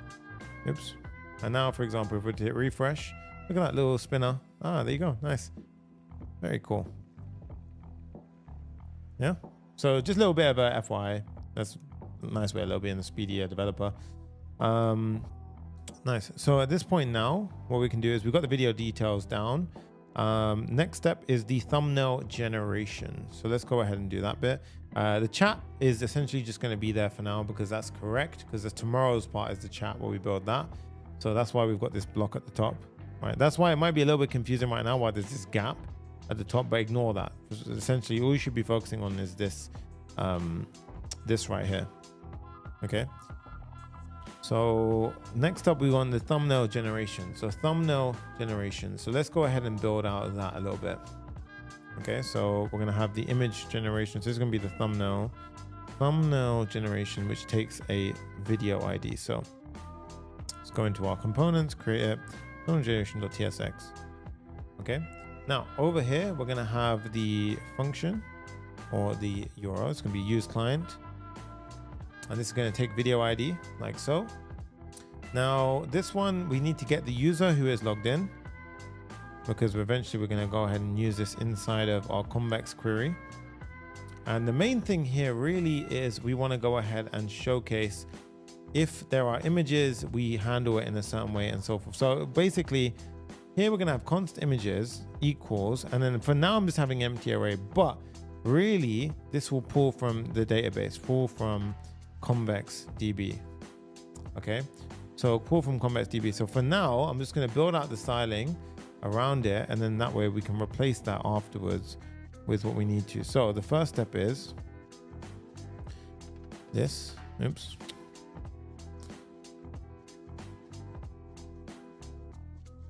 There you go. So go back into this area and let's pop this in. Thumbnail generation. And you can see we've got thumbnail generation starting to appear. Okay, so what we're going to do, well, firstly, we're going to have a usage, right? So the first one, remember, this is the golden thing about using reusable components. So I want a usage, pull that in, and we're going to pull the feature flag for image generation, and then straight away, bam, we have our usage quota for thumbnails. So you see now if I was to refresh the page, boom, loading, thumbnail generation. This is the whole point of using reusable components, right? The next thing is going to be the simple horizontal scrolling for the images. So underneath this div, we're gonna have simple horizontal scrolling for images. Now, what am I gonna do here? Well, I'm simply gonna map through every image. Okay, so I'm gonna basically say images.map. I'm gonna map through every single image, and this will render out an image. Okay, so firstly, I wanna check to make sure that the image exists. So what I do is I say image.url and only if the image URL exists, am I gonna render out a div. Let's just say a div where the key is going to be the image ID. And this is all going to bug out a little bit because at this moment in time, firstly, image is an empty array. And you can see here, it implicitly has an any type because we haven't given it, like, where are we getting this type from right now? Well, we don't actually have anything there, right? So that makes sense. The reason why this is being written out like this is because for now, I'm just styling it. And then eventually I'm going to add in the class. There you go. That's better. I'm going to pop in the image. I'm going to show you how we pull this from the database. So we've got the div with the image, and this is going to be pulled in from Next. We don't need loading image. There you go. So this right now obviously doesn't show any images because we have no images. It's an empty array. We're going to pull that from the Convex database, and that's where it's going to be. Now, if there are no images, what I want to instead do is show a no images generated message. So this will look something like the following. So here I have if images.length is non-existent, so nullish check, then we just render out the following. No images have been generated yet. And this is what we should be seeing now. So no images have been generated yet. Cool. And the reason why we want this is because eventually once we connect Convex to this, once we develop it, or once we set up the sort of, the part where it actually generates the thumbnail, then we're essentially going to say when we generate the thumbnail, we're using the AI agent, it will upload it to the database, and then it will handle that side of things. Okay. So what we're going to do now is have title generations. Okay. So firstly, you can leave this with the red errors. It's fine for now. Okay. Well, actually, you're probably going to get a deployment error at this point. So we actually will need to give this a value. So we can do that. I'll tell you what, let's carry on for now, and then we will handle that afterwards. Okay. So I want you to get a bit of presentational steps done before we carry on. So we're going to do title generations. Now title generations follows the exact same formatting. Title generations will be here. So title generations, video ID, and then we need to create this component. So go into our components, create a title generations.tsx, same exact principle, right? We say this is a client component. And then here we go ahead and we say video ID pass through. This one is going to have the same thing. It's going to have const user. We need to know if the user is logged in. And then we're going to say const titles. And for now, it's going to be an empty array. And eventually it's going to be a to-do pull from Convex DB. Okay. And next we're going to have a outside p tag. So this one, we're actually going to start this. First up, let's go ahead and pop in this. Bit of styling. Let's go into our analysis page and let's import that in. And now what we should see, title generations. So over here now for title generations, we're going to have a usage. So we're going to use our usage. So instead we're going to have a div, and inside of here, we're going to have a usage component. So again, this, you can see the benefit and beauty of this. And then what we do is we import our feature flag, title generation. That's actually going to be title generations. You see how easy it is to mess up on that? And here you can just say titles. Now you can see, look, boom, component comes straight in, pulling those values in, all right? Now for this, we're going to give it a minimum width of 52, right? So the usage, I don't even think we need that anymore. I use that for something else afterwards, but for now, I'm just going to keep it in. And then what we're going to do is the same thing. We're going to have, if there are no titles generated yet underneath, then we're going to have the following. Now this is titles generated, or is titles generated yet. that's going to come from, oh, it is title generation enabled. Well, how do we know if the titles, if the is title generation enabled or not is there? Well, we're going to use the same schematic entitlement that we used earlier. Remember, we used it inside of our usage component. So this one right here, we import it like so. We pass in feature flag title generations, and you know what? We can actually use another one as well. So they actually have a couple of helpful feature functions that you can use schematic flag, and then that will give you direct example. But I'm just going to keep it very simple for you guys. Just use this one and rename the value to is title generated. Is title generation enabled. We're just doing a double bang to change it to a boolean, which I think is already a boolean, to be honest. Yeah, so it's already a boolean. In this case, we need to say, yeah, I mean, it's the same thing as doing that, really. So if it's not enabled, then we say no titles have been generated yet. Okay. In this case, yeah, we're doing double bang in case it hasn't been pulled through yet. Okay. Now, that's for if no titles are generated. But if you have generated a title, we're going to have a div inside of it. And then we're going to map through all of the titles. So I'm going to map through every single title. And for every title, I'm going to have a div. And the div is going to have the key title._ID. And this is going to come from Convex eventually. The styling is a little bit more complicated than this. Guys, wow, Jay just told me we almost have over 3,000 in the viewing room. That's nuts. We have titles, and this is freaking out why. So that's because I passed in the class name here. So boom.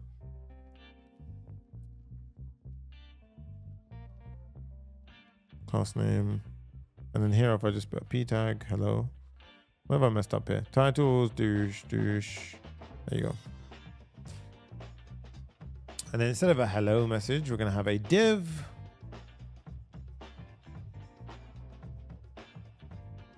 And inside of this div, again, you can pause this button, you know, screenshot the styling and stuff. We're going to have the title inside. And then we're going to have the button click. Now, the button click is going to trigger a copy to clipboard function. So whenever we have a title that's generated, there'll be a copy to clipboard button. If I generate a title here now, and I go ahead and just let that do its thing. So you see the AI agent is going to go and generate a title now. I'll show you how we do the copy to clipboard in a second. So we're going to use that. We're going to create a helper copy to clipboard function, and it's going to easily use the this one we need to create a toast navigation after toaster after. That'll be done tomorrow. But right now, Navigator is a built-in API, and it basically allows us to access the copy function. So Navigator got clipboard.writeText. That's the browser API. And as you can see, it's going ahead and it's generating it right now. So in this case, as you can see, boom, we have a title. And if I clicked it, that's what you would eventually get. So we'll do the toaster tomorrow. Right now, this is freaking out because it's got an any type, which is fine for now. It's all good. Okay. So we've got the titles done. That's all good. We've got the only one we left is the transcriptions. Okay. So transcriptions, we're almost there. And what I'm going to do is I'm going to halt at a certain point so it's not too overwhelming today. I'm thinking that's going to come after the transcription point. So yeah, I think after transcriptions we will do that. So I think that's a good idea. Yeah, okay, cool. That's good actually. I've got an idea. So here we're going to do transcriptions, which takes video ID. And this one here is going to be the same concept, guys. So going to components, and transcription.tsx, RFCE, boom. Now transcription, we're going to go ahead and this is going to be the same signature like so. It's a client component. We're going to go ahead and create. Firstly, check if the feature has exceeded its usage. So we can do that by doing the following. We can pass in these and you see feature usage exceeded. This is a Boolean that should come back if I've used all of my transcription values. Okay. I need to keep a piece of state for the transcript entries. Now transcript entries are going to be in the format of text and timescript array. So in this case, what do I mean by this? Well, it's going to be interface transcript entry. We need to also have this restate text and timestamps. Why is it? Because this is going to be text and timestamp. So that's exactly how my array is going to look eventually. So what we do is we keep a piece of state, which is an object where we have the transcript, which is the entries, which in this format, which is an array. and we have cache. Cache is basically going to say, if I've already fetched it once, pull it from the database so we don't exhaust, we don't like get rate limited by transcription API. So basically we're also optimizing here as well, right? So eventually we're going to be using caching as well. And tomorrow that's going to blow your mind. Trust me, when it comes to the AI agent part of that. But what we do here is, before we do any of the kind of crazy transcription stuff, right now, we're just going to go ahead and handle presentational logic. So what we do here is we have the following. So we have the transcription. Let's go ahead and import that in like so. Transcription, and you can see down here it's pulling in. Now here you can probably guess what I'm going to do. We're going to have a usage component which is going to use our transcription, and then you can see it pulls it already in. Now once we've got the transcription down, we're going to say if there is no transcription, or if there is no transcript, we're going to have a button which says generate transcript. Well, actually we don't even need the button because I'm going to make that automatic. So I used to have a button here which would be some kind of like generation of transcript, but we don't actually do that anymore. So we don't actually need to worry about that. So now what I can just do is, if we haven't exceeded the limit for the transcription, then we can render out a transcript. So this bit here. So in this case, we're going to render out a div, which looks something like, the reason why this is freaking out, we can just do all no. There you go. There's a flex column. Again, I'm not running over the presentational logic because you can pause the video and run through what I've done. But here, basically, we're saying if there was a transcript, we're going to say render out, map through all of the transcript points and give each input. Otherwise, so here, I'll show you. So this, I'm gonna go through it. Don't worry.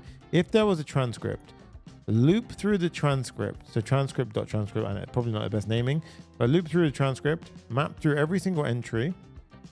We're just going to use the index here to give a unique key. And then we're going to span, and we're going to say the timestamp and the entry text. This will resemble these entries. It loops through it and pulls these out. And then if there is no transcript, it'll say no transcription available. So in our one, we see no transcription available. Okay. So now you can see we have our UI. So you guys can see this. Look at that. Boom. That is already looking beautiful. Look at that. Look at that dynamic behavior. Everything's loading. Boom. It pops in the different usages and so forth. Amazing. What we will do is we're going to go ahead and finalize on setting up the Convex database, and then we will deploy. So this is going to be a step which is going to allow you to get to this point in presentational logic, so we can have all of this stuff and see if you get to this point, which is going to really be very good. Now, what we want to do is, in order to deploy all of the next step is we just need to set up Convex. So Convex is actually way easier than you can imagine. Convex.dev. All we do is head over to convex.dev, and then we have this command at the top. Right now, if we copy that command, we do here, and I'm just simply going to add a P in front of it. So pm create Convex latest. And what this will do is it will spin up Convex inside of our application. So project name, my app. We can call this one AI Agent App YouTube. And then we can do React Next.js App Router. So in this case, Next.js App Router, Convex Auth Clerk, right? So we're going to use Clerk for Clerk authentication, setting it up for us. Latest cursor rules added to project. Nice.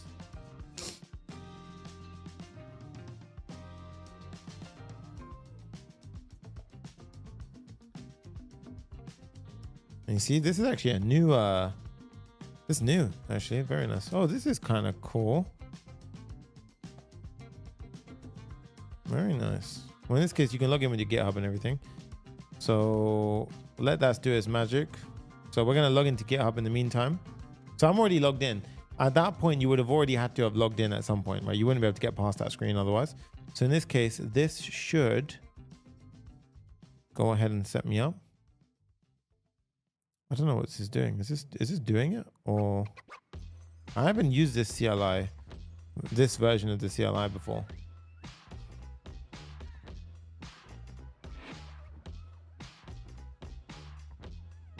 Interesting.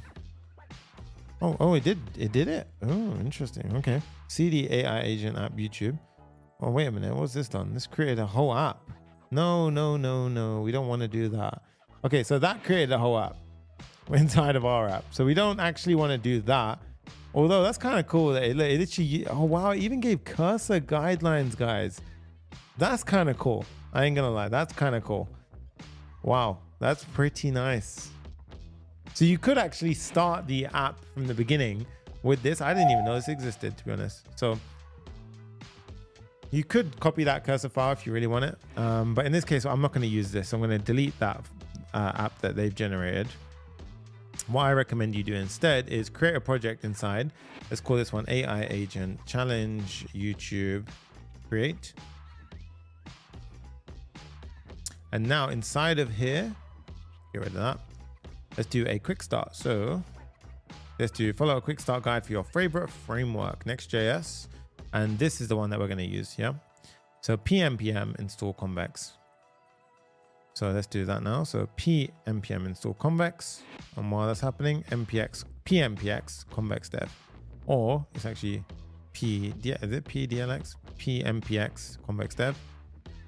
And now this will go ahead and spin up Convex for us. So it will actually create a Convex folder for us in a second. Look. So would you like to choose an existing project? Yes. And you can see I've got a bunch of apps here. So am I in the correct account? Ticketing SaaS project. PC customer. I don't know how many apps I have here.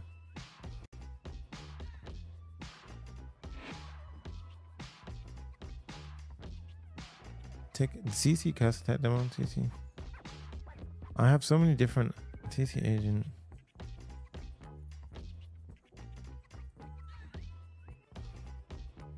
Okay, I think it's that one. AI agent challenge. Yeah. AI agent challenge. That's very, very weird actually. AI agent challenge YouTube. No, that's not the one. Oh God. Okay. Okay, so Convex file would have got created. What we can do is you can just delete that file for now. Move to trash. God's sake, won't it? Okay, so I'm in the wrong account. React.team. Convex log out maybe. Yep.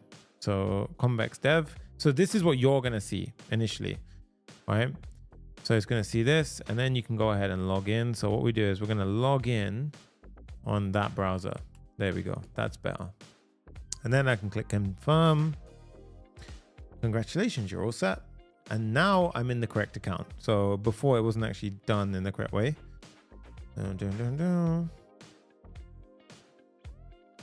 Well, I'd already done this, so we've already done it. So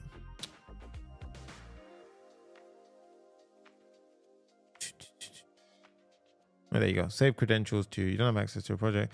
Okay, I mean, ignore that. So choose an existing project. There we go. Now I should see 3 projects. There we go. AI Agent Challenge YouTube. Live debugging. And you can see now it's added in the Convex deployment to our environment file. So I'm going to go ahead and make this a bit bigger. I'll go to my environment file. And what we can see here, guys, is... Oh, okay, Jay, remind me, invalidate all keys as usual. But in this case, you can see a Convex deployment and a next public Convex URL. So acoustic aura. So that's what we essentially needed to do. And now what I can do is I can close that, get rid of that. And the way you can check very simply, go to settings, go to URL and deployment, or to be honest, you can go to project settings. Oh God, where is it?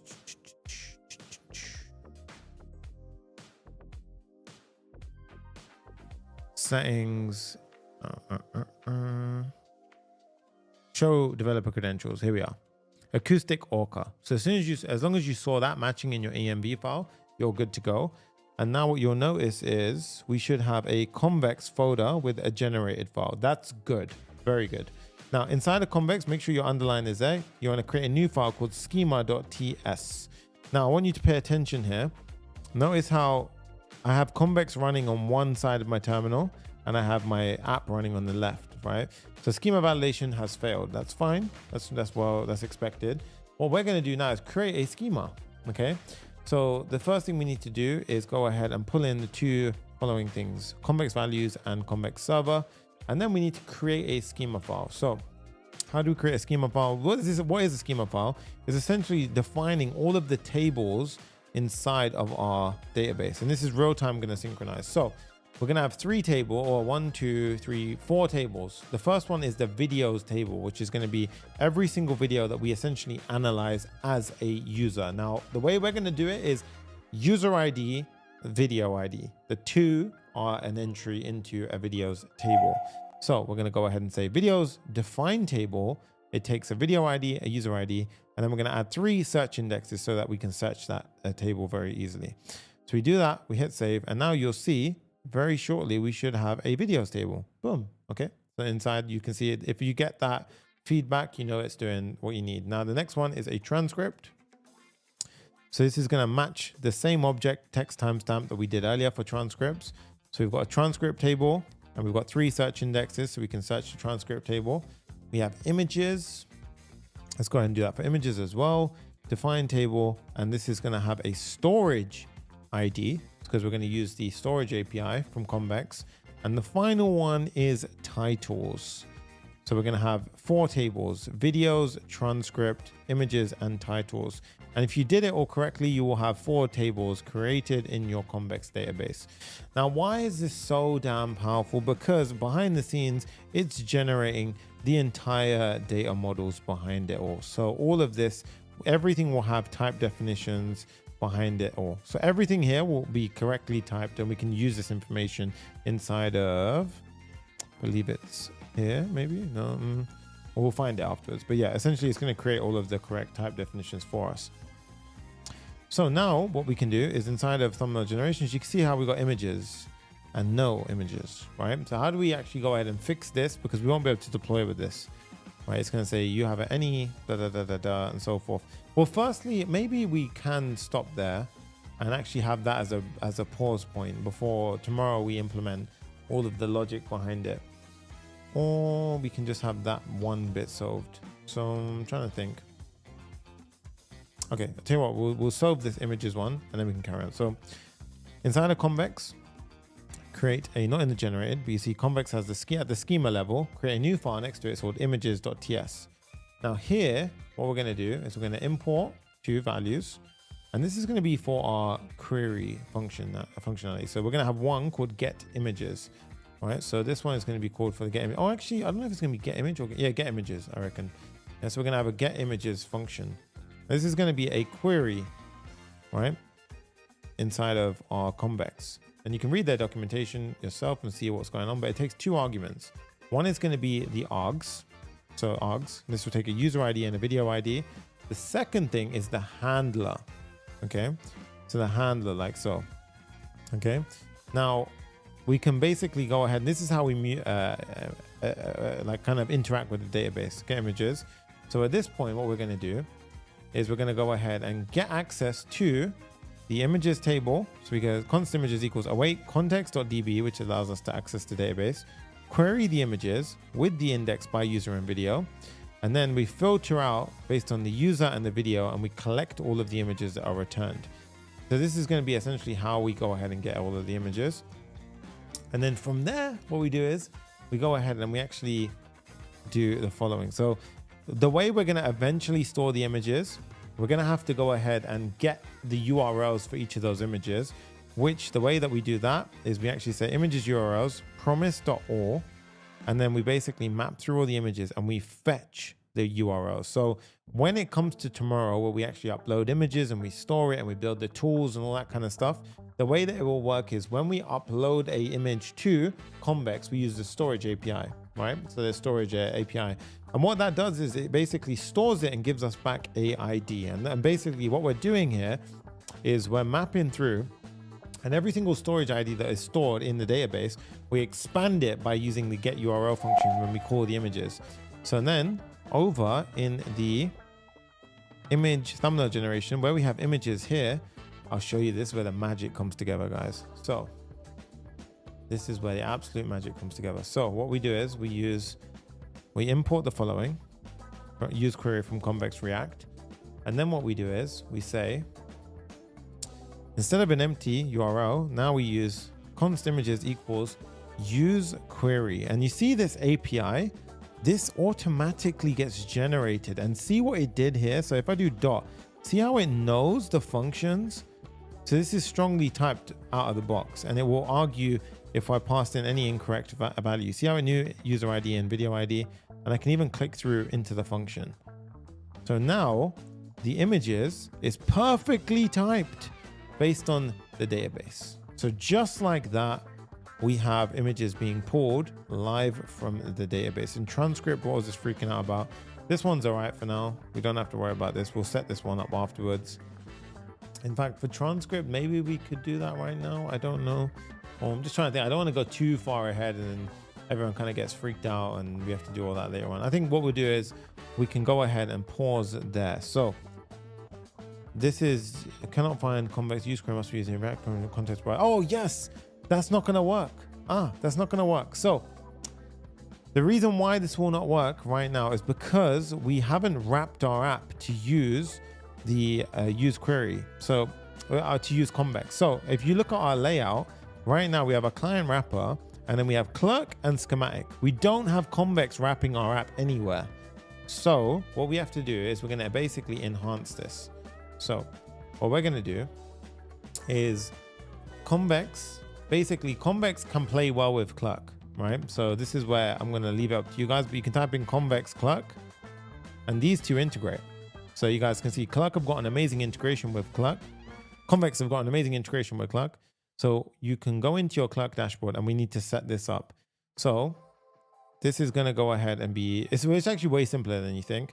We copy this auth-config.ts, go ahead and do this. So boom, and we go into our Convex, create a new auth.config.ts, copy this file and paste it. Now this one is going to be the where our Clerk account lives, right? So I'll show you how we do this now. So what we're going to do is keep that open on one side, go over to our Clerk dashboard. All right, so let's go over to our Clerk dashboard, go into our sign in. So let's go start building. Am I in this one? Or maybe I should be in the other one. Let's do this. Clerk. Yep. So inside of our Clerk dashboard now, so the Convex documentation shows us what's going on. AI agent challenge. Let's go into configure. Then you want to go simply over to JWT templates. And we're going to create a new template. And we're going to call Convex. And you can see here, keep the name Convex. Do not change that. The issuer is the key part here. You're going to copy the issuer.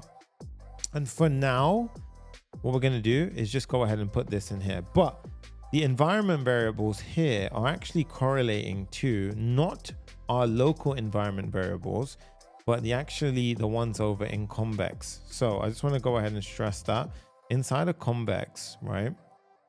What we actually have is, if I go over to Convex here in Convex in settings, environment variables. So let's say, for example, this environment variable here, next public Convex URL. Well, no, it's not this one. It's not this one. It's issuer URL. So this one is actually going to be for, let me just go ahead and show you right now. So Clerk issue URL. So we're going to call this one Clerk issue URL. And the value here is going to be what I just found over at my other page. So where was it? Yeah, here, this one. So you need to actually store it here. And the reason why is because Convex is anything inside of Convex that you have inside of your code, consider the process.env. So process.env, this, consider this to essentially be, what's it called? To essentially be pulled from the Convex dashboard, not our local env file. That's how I would kind of make life a bit simpler for you. And what we can do here to add a little bit of a sanity check, we can say auth-config equals this, and then we can say export, or we can say if there is no Clerk issue URL, then do that, and then we can export default. So that way we're checking if that doesn't exist. So now, once we got that down, what we do is we go into our layout, go TSX, client wrapper, and where we have clerk provider, we're going to create another higher order component called the Convex client provider. Okay, so we're going to call this one Convex client, or Convex, client provider .tsx. And this one, we're going to go ahead and do the following. We're going to say this is a client component. We're going to have export convex client like so. Okay. And then here, what we do, oops, sorry guys. Here, what we do is this one will actually return a clerk provider. Okay. And then we actually import Convex provider with clerk from Convex React Clerk. And now what you'll find is we render it out like so. So use auth, we pull it in from use Clerk Next.js, and then Convex here, we actually create a new Convex React client like so. And we import that from Convex React. And you see next public Convex URL. This should be set up inside of our env file. So this right here, next public Convex URL, this one should have been set up for us yet here. Okay. So now what you should see is we have the Convex client provider. And you see how it still passes in the client provider for clerk. So what we do is we go here and we instead of we replace this with the Convex client provider. Now you can see this one is oops, sorry, I've broken something. It should be Convex client provider. So Convex client provider from our local, boom, boom. Why is this freaking out? It's saying it's not possible to assign React node export function. Let's go into that export function.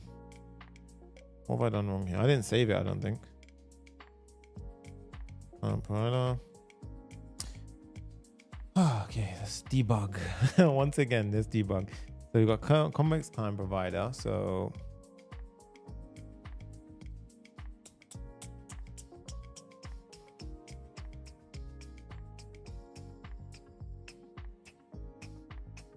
oh yeah, I didn't return it. So you have to return it. There you go. And now we shouldn't have an issue. So now you can see you get past that issue. So if we refresh, what's this? No JWT template exists with name Convex. Interesting. So we didn't save our, we never saved it. So you click on save. And now go back, hit refresh. Hit refresh. And you should see, we're through. Amazing stuff. Cool. So there we have it. We set up the analysis page. So let's go ahead and show you right now. We set up the analysis page. We set up Convex on the back end. We set up the connection with Clerk. So now, and the reason why you want to do that, by the way, is that way in your, we're using user IDs to keep it simple, but you can actually use inside the context, whenever we do a mutational query inside of Convex, you can use your Clerk user ID state inside of there because the two are connected. So it's very powerful what you can do with this. But now, more importantly, we are going to go ahead and just deploy this to Vercel. So what I want to do now is two things. I want to go ahead and go to, you see this is all good now. I'm going to create another terminal. I'm just going to say Vercel. What's this error? Let's just double check. Get rid of that, yeah. I'm going to do Vercel and then I can do -- prod. Obviously you don't always push to prod. I'm just showing you because we're doing a demo. This will fail because we haven't updated our environment variables. So what I want you to do is open up your environment variables like so. And now I want you to Command A, can copy them all, head back into our, so Command J. And you see this inspect, what we get, go ahead and open that. And open it like so. Now inside of here, go into AI Agent Challenge, settings, environment variables, and we're just going to update all of our keys. So what I do is I paste in the value here. So I paste And as you can see, I go ahead and I go down and I click on the save. So in this case, there's a save button. I click it and then boom, it goes ahead and it adds in those variables. So what I want to do now is go to my deployments and you see where it's currently building. I'm going to cancel that deployment. Head back over to my code. This will now say canceled. And now I do Vercel -- prod. So I do Vercel -- prod. And if all went well, we should have done our deployment. So in this case, let's go ahead and see the deployment, and we should have a green deployment, hopefully. Oh, we got an error. Like some more debugging. Let's see what's going on. So in this case, we had more so here. This one's fine. You can ignore that one. It's title generations. So here, so what I want to show you is whenever you get these errors, what you can actually do to debug this faster is go into your code. So let's go into our code and just do Vercel build here. And now you can pull you can pull them in and you can actually run that build process locally. So you can see those issues locally. Mainly this is going to be because we're not using video ID and user. That's probably, that's the reason why, right? So video ID is not used, set defined is not used. So title generations and transcript are going to be where it's wrong. So transcription, it's going wrong here. So in this case, what you could do just to get past that for now, you could just go ahead and log these out. So titles, video ID, and this will honestly just get rid of it for now. So in this case, you could do titles. Let's just do explicitly allow for, oh God, this is going to bug me. Okay. Yeah. For now, you could go ahead and just pop this in. So it says title ID and then an empty array, and you just console log them. This will get rid of the error for now. I'm not saying this is good practice, but I'm going to show you how to build the titles section afterwards, right? Or you can just create the convex getter function if you want to skip ahead, right? So you can do that. And then the other issue was in the transcription here. So what we can do here is we can just console log the video ID to get rid of that error. And then here for now, we can get rid of that, the set function, and that will get rid of the 2 errors for us. And as you can see, if we do Vercel build now, it will get past that. Okay. So in this case, let's see, we've got the build logs running in. This one's fine. This one, the team is actually working on this right now. That's a very minor dependency bug. The main thing here is the static page generation. So at this point, oh, this is awesome. Look at this. So you've got the AI agent challenge Vercel app. So you want to make sure it's this global one. Remember the global one. I just want to test something as well. We should have protected this root. So if I try and access that now, look, it should take me to log in. Ah, nice. Our middleware works. Just a little random check. And then we click continue with Google. That's because Clerk's awesome. Clerk already had that built into the middleware. We just added that simple check and it did it. And now it should show me the analysis page. And if it's all good, pow, there you go, guys. Amazing stuff. So what I want to do is I'm going to keep this open on one side and then we're going to slowly break this down right now. A couple of things that we're going to go ahead and do. And obviously I'm going to go ahead and take our time to go ahead and like break this one a little bit more slowly and stuff, guys. I'm going to go ahead and start breaking it down in terms of what tech stack we're going to do. So we're going to use the Vercel AI SDK. Okay. So in this case, we've got the Vercel AI SDK. And as you can see here, the AI SDK is a TypeScript toolkit designed to help developers build AI-powered applications and agents with the React, Next.js, Vue, Svelte, Node.js, and more. Okay, so I want to go ahead and mention as well, before we do anything, I'm going to start a new easel here. Now, what is an AI agent? Okay, now what is AI agent? It's not just ChatGPT. So here we're going to have our little AI friend. Where is he? Let me get where's my pen go? Let me get my pen. There we go. I got my pen. Oh, okay. Where?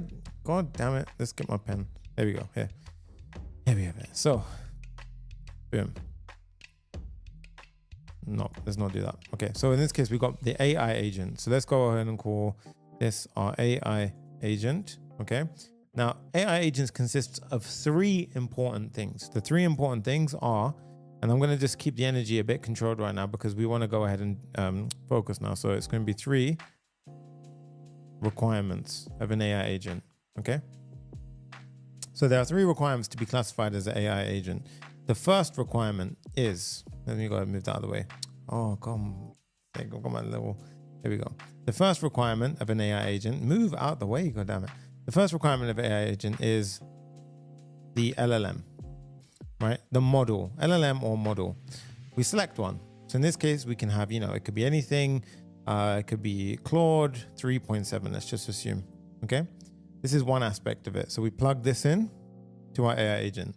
The second is the context. Let's move this up, right? The second is the context. Now, what is the context? Well, essentially, context could be a couple of things. It could be the messages. It could be a messages array.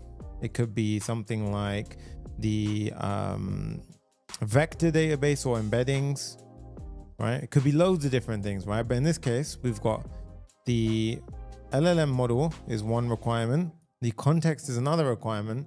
And does anyone know what the third requirement is? So it's tools, okay?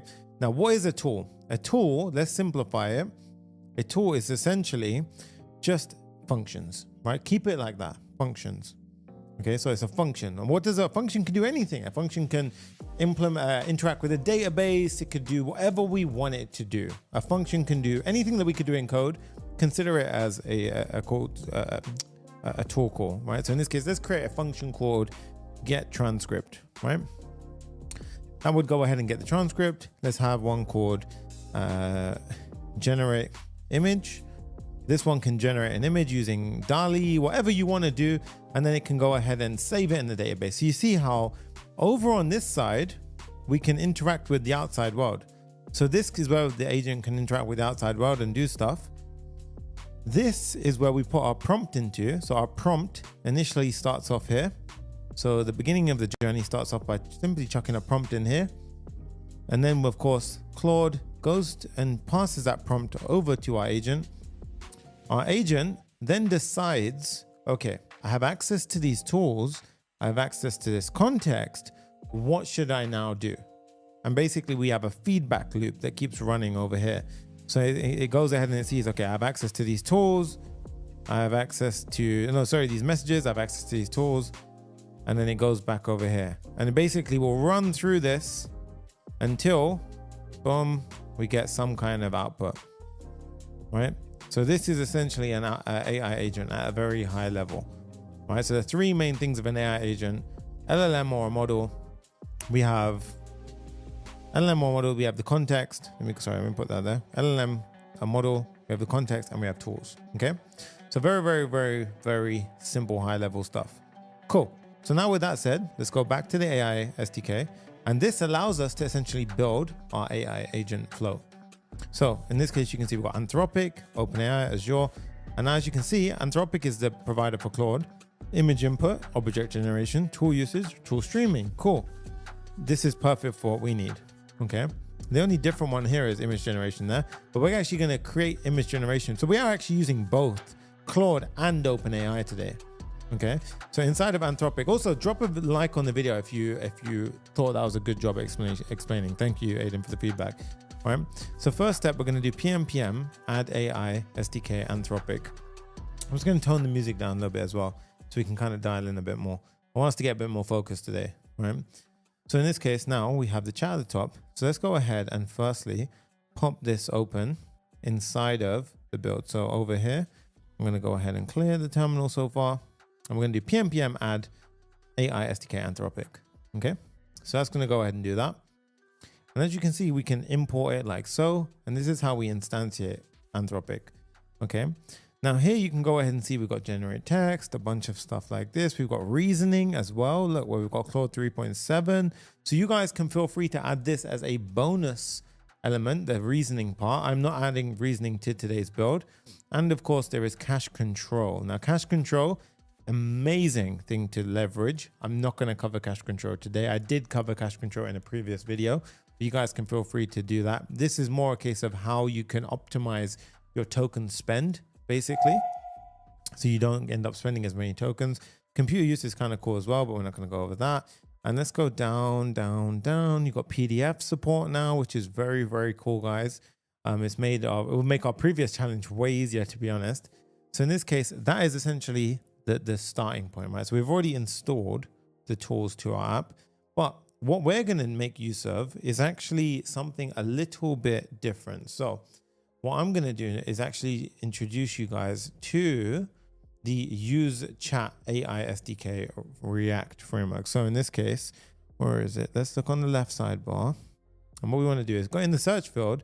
We've also got 4.1. Okay, let's do search and type in AI SDK React. Okay, or just type in React very simply. And as you can see here, if we go inside of overview, we have Anthropic, and we've got a bunch of stuff here. We can generate the text. Now, the one that I'm interested in is actually going to be, I'm trying to find the example that I'm showing you. The reason why I'm showing you the example is that way you guys can feel free to go through yourself afterwards. But essentially this left side, the generating text, structured data, tool calling especially, all of these things are things which you can definitely leverage. But there's actually a much easier way to leverage all of this. And I believe it could be the AI SDK UI. Yeah, here it is. So AI SDK UI. So we're going to use the use chat. Okay, now use chat is very friendly. So we're going to implement the AI SDK React library. So let's go ahead and install that. So let's go over here, PMI AI SDK React. Okay, so we're going to first install that. And then you can see right here, we have a page call with a messages input, handle input state, and handle submit. And you can see it has a empty initializer. And then we have the messages which we render out and a form to submit said messages. Okay. By default, when we submit this, it hits a API route called API chat. We can change that, but we're going to keep it simple for now. And let me go ahead and just break down what the hell that I'm talking about. So let's go to analysis firstly, our video page. And now down here where we had AI agent chat section, this is where we're essentially going to start the build now. So what I want to do is I want to build a AI agent chat component. So over here, I'm going to create a AI agent chat.tsx. Okay. This is going to be a React functional component.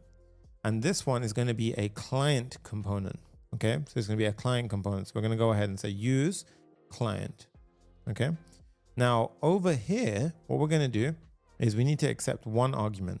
This argument is going to be the video ID. Okay. Video ID. So we take the video ID and now we're going to instantiate our use chat hook. So we're going to copy this example here and we're going to pop it in like so. So we've got the use chat hook. Let's go ahead and import this from the correct place. So in this case, it's not pulling it. So we're going to pull it ourselves from AI SDK.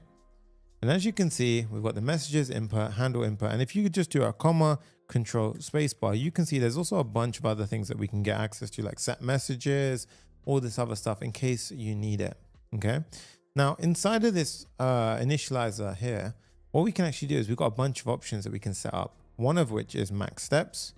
This is basically when we start calling tools. Remember in that flow that I spoke about earlier, where it can where we have the LLM, the context, and then we have the tools. How many cycles should we have? How many times should it be able to call a tool? Because sometimes it could get caught in an infinite loop for some reason. So in this case, what we're going to do is we're going to set a 5 maximum step limit. If you need more, feel free to change it, right? Then what we're going to do is the body of the request, whenever we send a message, we're going to append the video ID. So you see what we're doing here? We're passing through the video ID. So that's because that's going to be quite important for us to handle a couple of things inside of our app. Cool. Now that we have that simplicity out the way, let's go ahead and get something like the form in, right? But let's just start building it from the ground up so we can just get straight into it. So here I'm going to have div flex column height of full and hit save. Okay. Now, as you can see, it still says we should see AI agent chat. Oh, I haven't even pulled it in. So inside the analysis page now, let's go down over here, get rid of this, and AI agent chat, import it, pass the video chat in, and we can now see AI agent chat. Okay. And you obviously want to keep hitting save when you do this. So that way you don't get, you can just test it out as you go. Now here we've got a div with a H2, which simply says AI agent. And this is freaking out. Why exactly? I don't know. Cannot find div. What the hell? Cannot find div. Crazy. All right. Now, if we hit refresh, we should be able to see. Oh, it's hidden on, yep, there you go. So on a big screen, it will go ahead and show. Otherwise, we don't want to show that because we want to save some real estate. So that's just a header block. And then we have the actual messages themselves. Okay. Now here, what we're going to have is a div. So what I want to do here is I want to have a scrollable div. So you notice how this is a scrollable div on the left-hand side. So this chunk here. So let me just close that out. This part here is a scrollable container, right? So as you can see, when I can scroll inside of it. So this right here is going to be our div, and this is a scrollable div. So this is going to be flex 1 because I want it to take up the majority of the room. Overflow Y auto. So it will only show the spacebar when it's required. Padding X of 4 on mobile, padding X of Y on 4, or everything, right? And then inside of here is where the messages go. Now, what I'm going to have inside of here is first up, I'm going to have a separate div because we're going to store a bunch of stuff in here. We're going to have another div inside where each of the children elements are going to be spaced out. And then we're going to have, if the message length is 0, we're going to say, welcome to the chat. And we're going to say, ask a question about your video to get started. Okay. So here, what I'm going to do is pop in a message saying messages length is equal to 0 and it's a simple div, which just says, welcome to the AI agent chat. Ask any questions about your video. So in the beginning, we haven't got any messages. So in this case, we can go ahead and see now, when you have no message, you should just say, welcome to the chat and so forth. Okay. Now that's done. Outside of that block, we're going to render out the messages. So we're going to start this call like so. We're going to have messages.map. And for every message, we're going to have a div. And each div is going to have a key. Now the key is going to be the message dot. And you can see each message has an ID, right? And then we're going to go ahead and say, well, in this case, we don't even need that. And also here, we can shorthand it. That message can be M, right? So it can just be messages.map for every message. Then we can go, you can do whatever you want. In this case, I'm just keeping it M, right? So whenever we see M, it represents a message. Okay. Now inside of here, just to keep it simple for now, I'm just going to say P, it's going to be a message content. So in this case, message dot, M dot content. And as you can see, we don't have any messages at the moment. So we're keeping it super simple for now. Okay. Now outside of this, I want to have a form. Okay. So outside of all of that, I want to have a form. So I'm going to have a div, and this is going to be the input form. So inside of this div, we're going to have another div, which is going to be spacing elements by 3. And this one is going to be a form. And this form is going to have a on submit action. This on submit is going to be called handle submit. Now handle submit, you notice they already give it to us in the use chat hook, right? Now for the outside div, we're going to say this one has a simple border T. And you can see that I'm starting to add the border here. Border T, border gray 100, padding of 4, and background here should be white. Okay. Now if you don't see what I'm doing here, that's essentially what I've just styled. Right. So I've just made that white. Okay.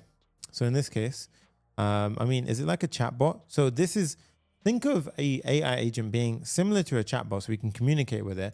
However, it has the ability to call on tooling. Tooling is the game changer part here. The AI agent becomes an AI agent the minute it has access to tools. It can start interacting with databases. It can start doing things in your as yourself. So it can basically, imagine AI agents can schedule emails. They can go ahead and call on APIs. They can do so much stuff around what more than what just a chatbot. A chatbot cannot act on your behalf. A AI agent can act on your behalf. This is truly where the game changer part comes in.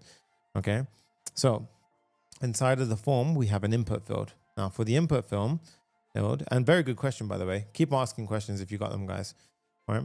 So over here, we're just going to have a placeholder bit of text for now saying enter a question. And as you can see, we've got a question popping up. A little bit of styling here. I'm going to keep it relatively straightforward. You guys can feel free to pause the video to add in your own styling. But right now, I'm popping in the following. Now for the form, I'm going to make it a flex with a gap of 2. So here we're going to say flex with a gap of 2. And now it uses up the full width. And as you can see, very, very clean. Then underneath it, we're going to have a button. Now notice how I'm using a button from ShadCN, so UI button. Okay, so I've already installed that button. And then in here, we're going to say send, right? Just send. And as you can see, we got a nice little send button. Now, for this button, again, I'm going to give it a bit of styling. I'm also going to give it some disabled styling. So in this case, I say, give it a bunch of styling and I say disabled. If it's disabled for whatever reason, then we give an opacity and cursor not loud. So if I was to go ahead and say that this is disabled, you can see how it looks. It's disabled now. And there you go. Right. So we're going to obviously have that programmatically set down the line. Now, here's the cool part, guys. So if I was to type in hello and I hit send, okay, see, nothing's happening, right? And if I look inside the console and I type in hello, hello, hello, hello, send, send, send, you can see nothing is happening here. If I go into the network tab, send, send, send, or fetch, let's see if it shows here. So nothing is showing here. Yeah. So I'll make it more sense of it actually. I've got a better way to show you. We have the input field here. We have also got the input field, the button. The button here should be type submit. So in this case, hello. Okay, so that's fine for now. I have an idea as to what's going on. If I go up here, we don't have an API route. That's the truth. That's basically what's going on. Oh my God. Okay. Let's go down here. Cool. So what we need to do now is essentially have the API endpoint that is calling. Now I want to show you something. Inside of here, notice how we have API. Typically by default, this is actually the API route that we end up hitting. But so when we're going to keep to that standard, we're just going to use that same easier route, API /chat/route. And can you see what they do? They've made it a very simple streamable response. Okay, so let's go ahead and do a very simple example to go ahead and get started here. And then I'll show you how this kind of ties together. So in the top level of our file, inside of our app directory, we're going to create an API folder / and we're going to say API / chat. Okay. Now inside of our chat folder, we're going to create a route.ts. And this is known as a route handler inside of Next.js. Okay. Now for the route handler, guys, what we're going to do is the route handler is just going to be a simple post function. So this is a simple post function. Okay. And it has a request object to it. And to be honest, what we could do is we could just say hello, right? So we could literally say hello and we could just say return message hello. Okay. Now if I was to go ahead and try and hit this right now, you see here we've got the app running. If I type in hi, nothing is getting sent right now. So I don't think I've even set the form up correctly, because we should have got some kind of error there, to be fair. Let's have a look at it. We've got the handle submit. Oh yeah, handle input change. Ah, my bad.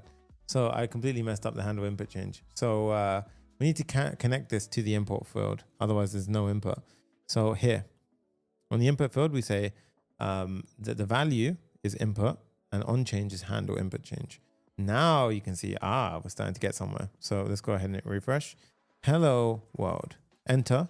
And like you see, it sent my message, but when nothing happened. Why is that? And as you can see, we see hello on the back end. So it's hitting this backend API. If we didn't add in the backend, you would have seen a 401, right? Or 404, sorry, not found message. Okay, so it wouldn't have found the API endpoint. So this is your first test, right? You can just test it for yourself by saying hello 123 and type in hi. And now you can see like hello 123 in the API. So you know it's hitting that. These are steps you should be taking when you follow this build. If you don't get that same output, that's where you stop and you debug it. And you can see it retains the information about the previous messages. Okay. So how do we get access to a couple of the things like the video ID that we set up earlier over here? If you remember, how do I get that? How do I get the chat? You know, all of that stuff. How do I get it? Well, it's very, very simple. What we do, guys, is we actually just go ahead and say const messages video ID equals await request.json. And then what we can do is we can message out, we can get the messages and the video ID. So let's try again. Now I want you to pay attention down here, and you can see if I type in hello 111 and send. Oh, guys, look at this. 3 messages, role of user, content, hello world, hi, hello 111, some parts, and the video ID. Now we're starting to get a bit more dialed in. Okay. So at this point now we've got our information that we need to essentially do everything that we need to do. So what do we do now? Well, we can do basically we can either have a stream text call here where we basically go ahead and we just connect to something like GPT-4 Turbo, and we can basically stream the response back, and this will do exactly what we want. But in this case, we're actually going to be using Claude. Okay. So what I want you to do here is have the following call. So we need to have the following call here with Claude. So we're going to say create const anthropic equals create anthropic. And right now, it's very strange. Right now, my auto IntelliSense isn't pulling in. We can find that actually by going to overview anthropic, and it's actually from this SDK. So my create anthropic is from this one here. So here, okay. And then we need to add in our Claude key. And then here, you're probably wondering, what is that, Sonny? I don't know what that is. Well, that's actually a very interesting one. If you go to the recent introduction of Claude, you guys can see Claude 3.7 Sonnet was just released, right? And one of the if we click into a quick start, you guys can see, if we see the code itself. So you can see that's firstly the model itself. But in one of their,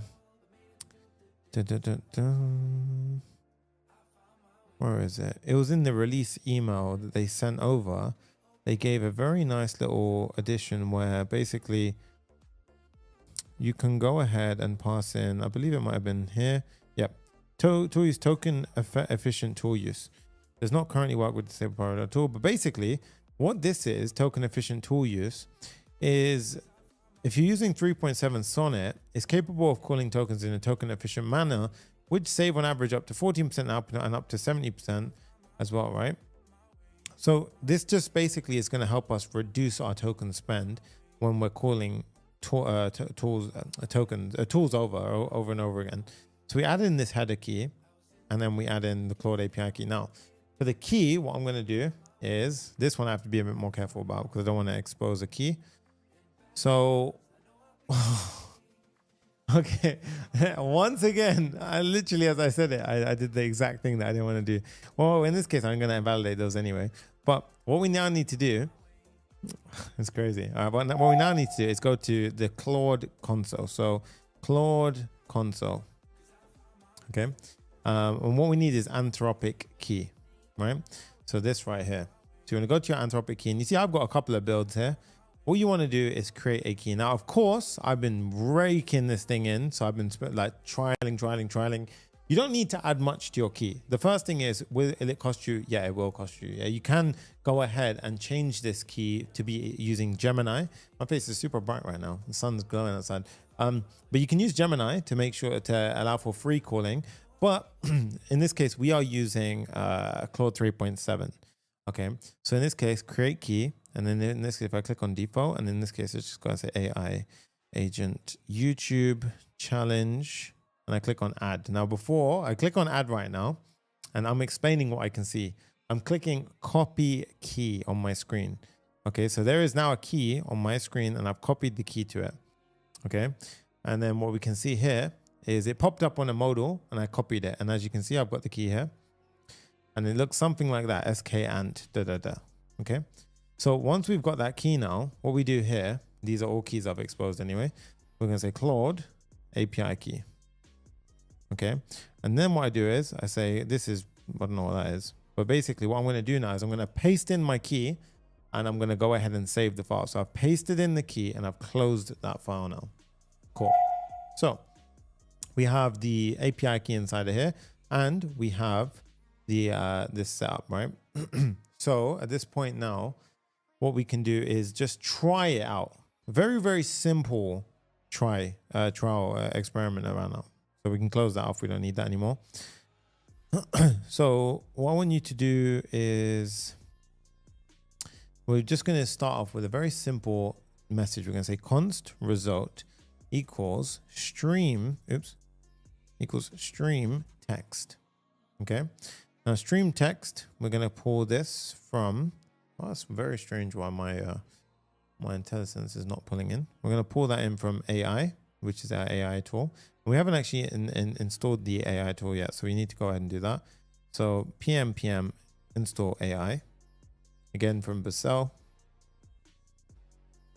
And you guys can see for yourself, very interestingly enough, if I go down to, let's go back to where we were at previously. Oh no, so it wasn't this one. It was actually AI SDK. See this one, generate text AI. So there's a lot of different examples. You can even see AI SDK 4.1. This is very, very cool stuff. I would definitely recommend you guys get used to reading this text, understanding what's going on. It's just worth it in terms of like, look, you can replace what we're going to do today with the replicate API, which is an awesome API, by the way, and just to go ahead and, you know, update things. But in this case, let's stream text, for example, is what we're using. So I just definitely recommend you dive into the documentation yourself to have a look at what's going on. But here, what we're going to do is we have the model itself that we're going to pass in. Okay. So this is the model and this is Anthropic essentially, right? So it's this. So what I'm going to do, which I haven't done, one second, is, sorry, I've messed something up. Outside of here, we're going to say const. And you know what? We don't need to do this every time. So we can actually cut this out of here and pop it outside. And we can say const model equals Anthropic. And it's not Claude 3.7. What we're doing here is it's Claude 3, and it's not Claude 3.5, sorry, it's Claude 3.7, and that's the date. So we're saving it into our variable. And then here we can shorthand it. So we pass the model in like so. Okay. So once we've got this, and now what we can do is we can go ahead and make our call. So the rest of it is going to be the messages that we pass in. And right now the messages we can just pass through. We're just going to pass through as is to keep it very, very simple. And then we're going to have, this is also missing. I don't know if this needs any, I think it needs one more message, to be honest. Well, let's just give it a try anyway. And let's just see what this comes out with for now. Okay. So that, and then what we can do is we can return result dot to data stream response. We can get rid of this. Okay. So just a prime, simple example here. So let's go ahead and start our app up again. Something failed. So let's go ahead and restart the app. Hit the refresh. So let's go ahead and type in hello. And will we get, oh, look at that. We have response. We have life, guys. Who are you? Look, who are you? And then look, boom. You see how it's streaming in? There we have it. We have streamed AI coming straight back at us. So first off, I want to show you guys that that's all it takes. That and that to have streaming, right? You can do, obviously you can get more complicated with LangChain, LangGraph, all this other stuff, but what's the need? You don't need to get really crazy with that, right? So I'm going to show you obviously a really smart way to be about this. And what we're going to do now is we're going to obviously do something way more interesting than just this. Okay. So the first step is I need to get the user who is logged in. So I'm going to say const user equals await current user. Now, if there is no user, I'm going to send back a unauthorized 401 message, right? The next step is I want to get the video details. Now, remember this call that we did here? Well, we can go ahead and say, we can actually use the exact same action that we used earlier to go ahead and pass the video ID and get the video details. So we can do all of that on the back end, right? Now, what we need next is a system message. Now, whenever we're working with AI, this is where you have to be really, I'm super bright right now on the screen. Wow, I can't even, I'm not going to bother changing it, but anyway, it's fine. Well, basically, it's all about prompt engineering to a degree, right? So what we give, okay, so it has a very much, and this is like a data science principle. If you have trash in, then trash goes out. If you have gold in, then gold comes out, right? So in this case, like we have to give it a good quote, okay? Right? So in this case, I've got a quote here that I'm going to go ahead and pass to you. So system message, you are an AI agent ready to accept questions from the user about one specific video. The video ID in question is this video ID, but you'll refer to this as the video title or selected video. Use emojis to make the conversation more engaging. If an error occurs, explain it to user and ask them to try again there. If the error suggests the user upgrades, explain that they must upgrade to use the feature. Tell them to go to the manage plan in the header and upgrade. If any tool is used, analyze the response, and if it contains a cache, Explain that the transcript is cached because they previously transcribed the video, saving the user a token. Use words like database instead of cache to make it more easy to understand, and always format it for Notion. So that way it formats it in like the rich text format. So with this now in mind, what I can do is where we have the messages, I'm going to pass in an array, and messages here, we're going to pass in a message ourselves. And this one, the first message we're going to pass in is a system message. So you can see here, we can pass a couple of things in here: assistant, data, system, tool, user. System message is like a very important message for when we work with AI. The next step is we spread out the previous messages. So the first message we give is a system message. Now this is where you can use prompt caching to save yourself even more tokens to optimize things, but I'm not going to go into that today. But in this case, we have our system message, and now let's give it a try, guys. So I'm going to go ahead and say hi, and as we can see, let's see what it says. And now wait for it. It goes, hello, I'm here to help you ask any questions about this video. And as you can see, firstly, well, we're not formatting this to come back. We're not actually formatting the response, but you can see that's the Notion format. So if I was to copy this and paste it into Notion right now, it would show, but eventually we're going to render it out like so. Okay. So now it says, hello, I'm here to help you answer any questions you might have about the video. This DJI $69 rig, which is designed to help blah, blah, blah, blah. How it compares to other gimbals, any specific details. And if I was to say, for example, tell me more about the video.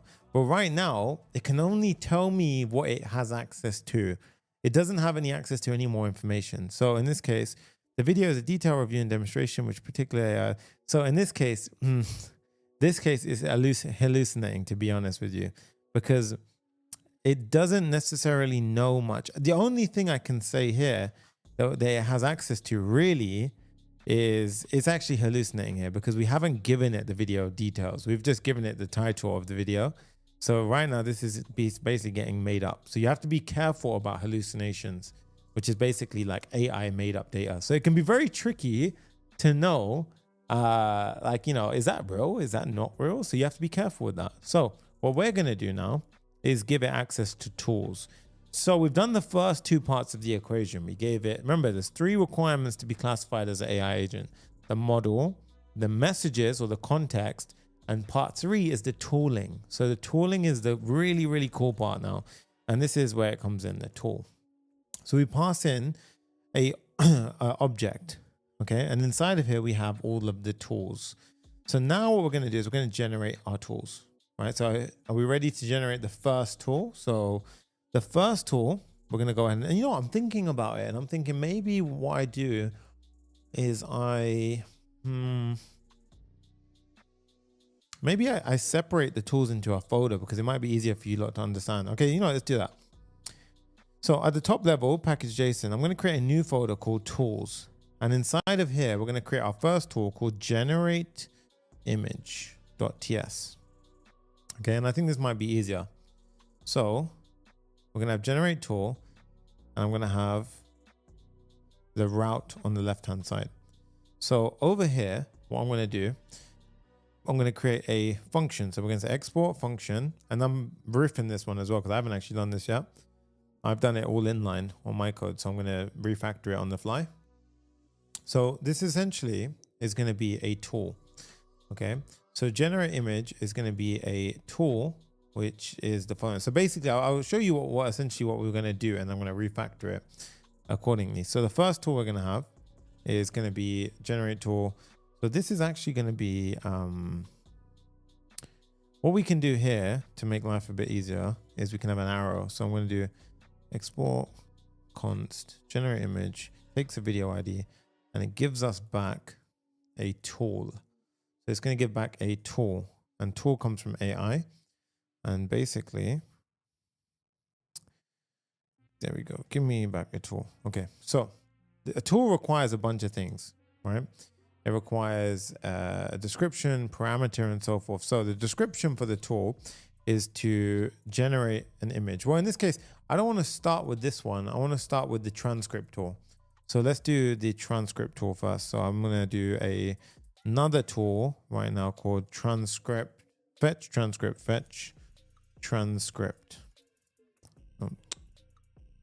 transcript.ts. Okay, let's do it. So it's export const, or in this case, we could just do export default afterwards. So const fetch transcript equals, takes a video I, makes a tool call, and fetch the transcript of a YouTube video. So fetch the transcript of a YouTube video in segments. Okay. Now, the next section is we need something called Zod. Now Zod, we have to install because it's not here actually. So Zod is basically a way to type check and make sure that things are in the right typings. So here we can do pm I Zod, and we're going to define our objects using Zod. Okay, so what we do is we go ahead and import Zod, and we can pass in the parameters. Now for the parameters for this one, it's going to be essentially an object with the video ID inside of it. Okay, so it's going to be an object with the video ID, which is a string. And then what you have to do is you have to describe the parameter. Now, why is this important? You might be wondering, this is strange. Why is he doing this? Well, what we do is we describe what the parameter is. And then basically this gives our LLM, our model, insight as to, oh, I see. So when I use that tool, I need to pass a parameter, and this is the information about the parameter. So in this case, it's the video ID to fetch the transcript for. So it starts figuring out, well, okay, so now I need to get this information and and so forth. And the next thing we have is an execute command. So in this case, what we then do is we have an asynchronous arrow function, which takes the video ID that we pass through. And what this will do is we're going to go ahead and get the YouTube transcript. Okay. So we're going to go ahead and get the YouTube transcript, which is, we haven't actually got this yet. So we need to create a get YouTube transcript action. So let's go ahead and do that right now. So inside of our actions, we're going to create a get YouTube transcript.ts. All right. So let's go ahead and get the YouTube transcript. So the YouTube transcript is going to be the following. So it's going to take a video ID, right? Oops, no, don't do any of this. It's going to take a video ID. And then what we do is we need to get access to the current user, because we're going to have defensive programming checks here. We're going to make sure that the user inside of this function call is defined, right? So if it's not, they're going to go ahead and throw that away.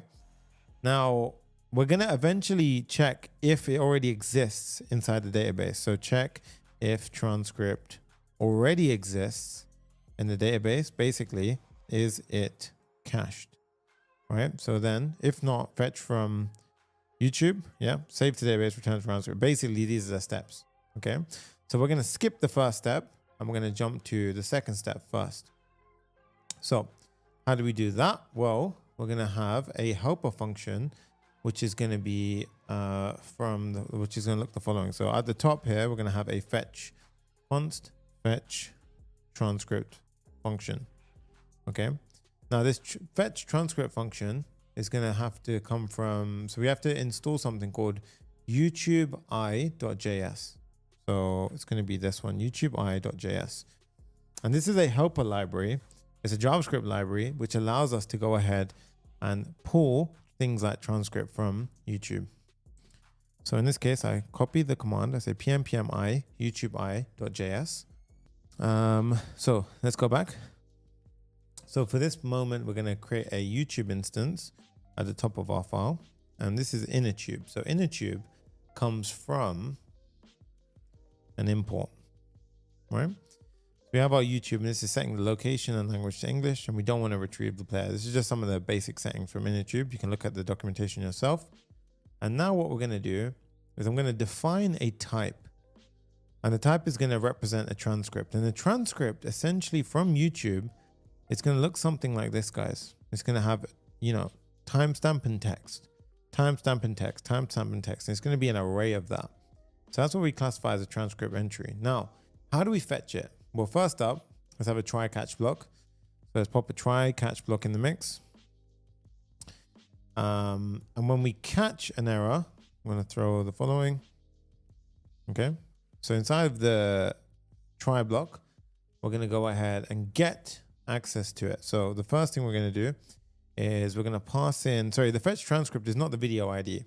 it's going to be the URL. Well, actually it is the video ID, to be honest.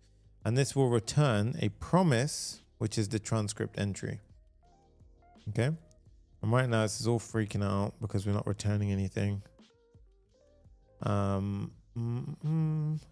Sorry, I've done this should be a function, an asynchronous function, which fetch transcript, and then we don't have an arrow. There we go. Okay. And now what we're going to do is we're going to go ahead and fetch the information from YouTube. So this is going to be the video ID. Okay. So what we do is we call the youtube.getInfo, and this will return a video info object. Okay. Now to get the transcript, what we do is we do info.getTranscript, and this will give us the transcript data. Now, this doesn't come back in the ideal way that we expect it, which is this text and timestamp. It comes in a bit of a nested way from the way YouTube returns its data. So I've already done us the hard work. What we're going to do is we're going to say const. So we're going to say const transcript, or let's just say, yeah, transcript. And this is going to be of type transcript entry. And then right now, to start with, it's going to be an empty array, but we're going to change this to be transcript.data. And we're going to map through every entry, and we're going to go ahead and get back our information. Now, this is not how we essentially do it. This is wrong. So what we do here, sometimes it's too aggressive, the thing. So in this case, we do transcript data.transcript.content.body.initial segments. And inside of here is what we need to map through. So we map through every segment. So every single segment. And then what we do is we return an object. So parentheses, an object. And then inside of here, we have the segment, which we have the two things. We have the timestamp and the segment. So this is going to look something like this. It's going to be the text, which is segment.snippet.text. And we do nullish coercing. So it's basically no coercing. I don't know. I'd probably say it.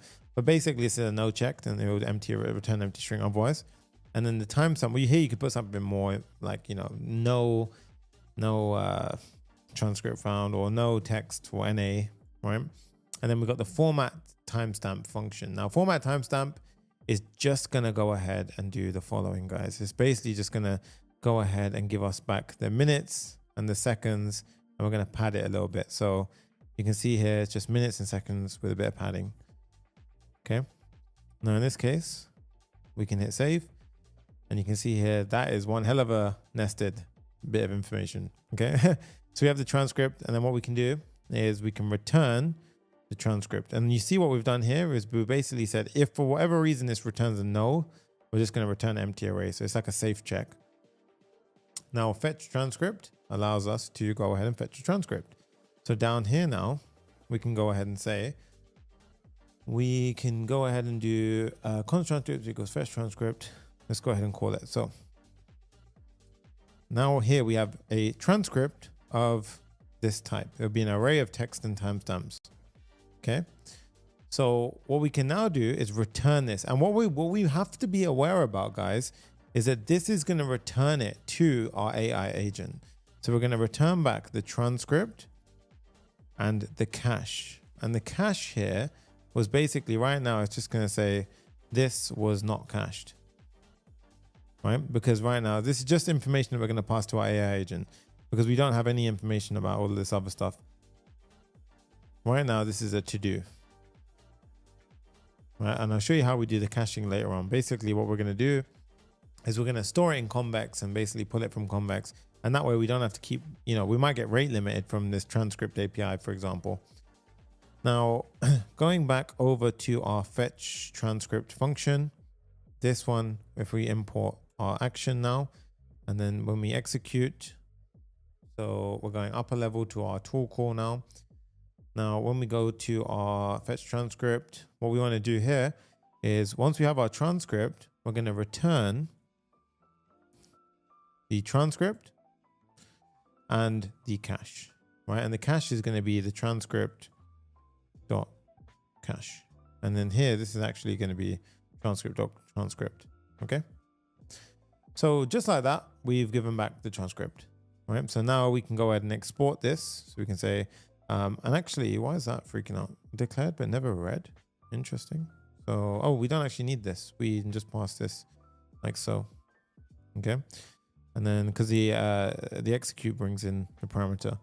And then we do export default, fetch transcript. Now back over to our API route. Here, now we can pass in our tool, our fetch transcript tool. And you can see this is freaking out because so this should just be a straight up. So this is my only fear of when I was setting this up. What we can do is we can just make it a straight up tool. Yeah, so we don't make it an invocable function. So it's straight up a tool. And now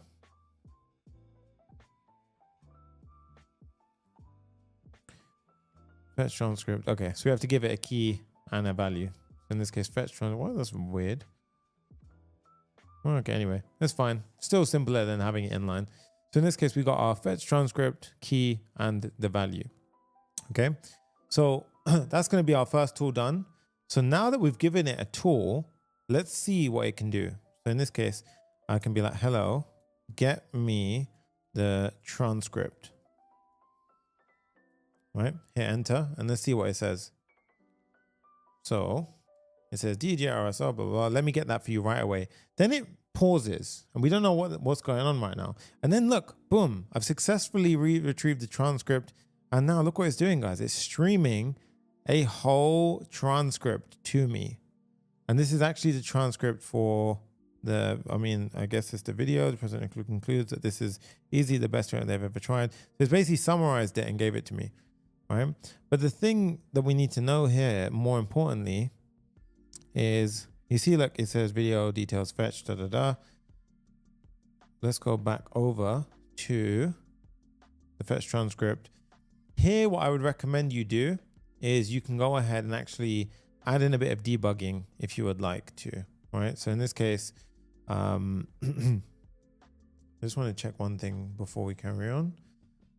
Tool. Yeah, that's fine. So what I'd recommend we do here is you want to make sure that you throw a bit of debugging in the mix, just so you understand what the hell is going on. Okay, so here, if I was you, I would add in a bit of, and here what you could do is you could view Command K, you can say add console logs. And now watch this. Cursor will go in and pop in some cursor. There you go. In this case, and now it will go ahead and help us out. So if I was to do the same thing, fetch transcript, and look at this. Now I want you to pay attention here. Enter. And as you can see, look, it's going to call that tool in a second. So you see how it reaches that point, and now you can see this is proof that it actually hit that tool. You see this fetch transcript with 253 segments. So we actually have an AI agent working right now. Of course, the output is not ideal. It's not, shown in the right way, but we've already set up our first tool, guys. So firstly, well done. We did that, right? That's absolutely awesome. Now let's go ahead and firstly optimize the output so it looks a bit nicer. And then we can carry on with the rest of the tool calls. Okay. So let's go ahead and do that right now. So where we have the tool itself, the tool call, in this, let's fix the AI agent chat, and then we can come back to this. So right now the AI agent chat looks very, very ugly. I don't like how it looks. So we're going to go ahead and fix this, and we're going to use a couple of things. We're going to have React Markdown.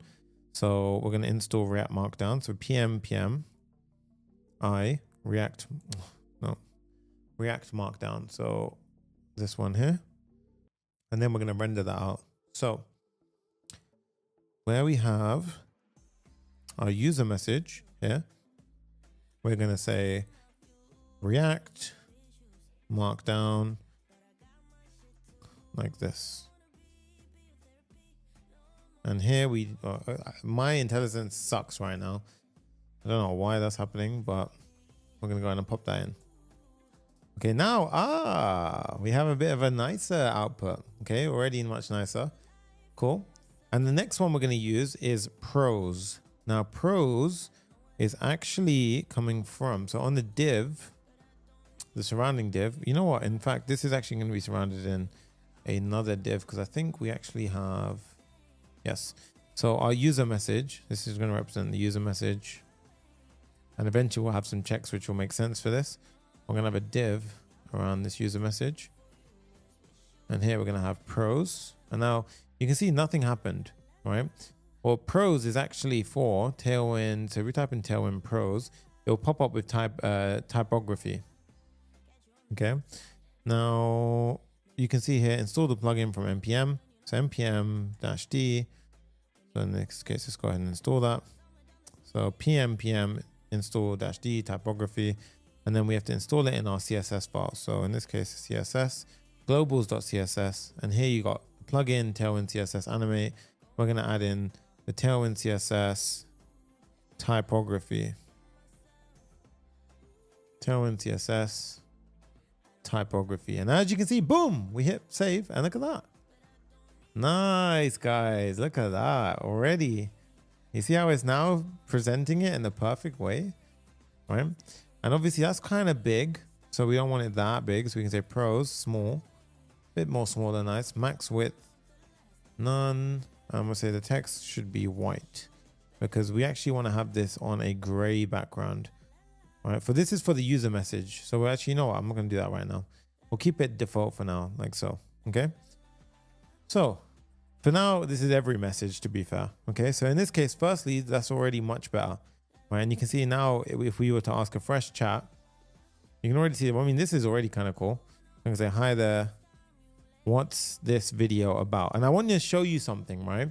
If I just say, what is this video about? It uses its understanding of the tools, the description of any kind of environment variable. And as you can see, let me fetch the transcript so I can give you more specific details about what's covered in the video.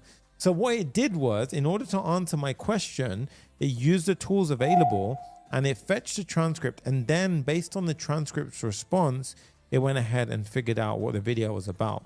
Can you see the difference between an AI agent versus a normal chatbot now? That's huge. Okay, so that is a prime example of what you can do. And then we just touched the surface so far. Okay, so in this case now, let's go ahead and we're going to pick the speed up a bit because we've actually got quite a lot to do now, right? So in this case, we've got the messages here. Now, the first main thing here is we're going to go ahead and firstly check if it's an assistant message, which means did the system reply or was it us?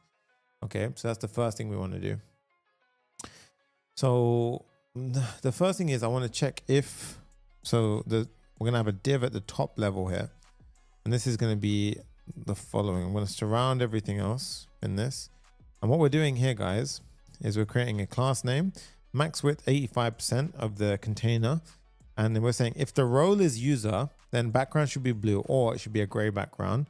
Round the corners off with a bit of padding. Now, as you can see, look at that. We've got this kind of pop in, right? And then what we do is, so this is just the surrounding message kind of thing. So, you know, if it's a user, pops in there and so forth. The next step is we should check if it's an assistant, otherwise it's a user message. So what we do is we say if an assistant message, else it's going to be this. So what I could do for now is I could just copy and paste that just to showcase something. Why is this freaking out? Yep, there we go. And now you can see we've got this kind of flow. So this would be assistant message, else this would be a user message. Okay. Now here, what I can do is I can say the text should be white.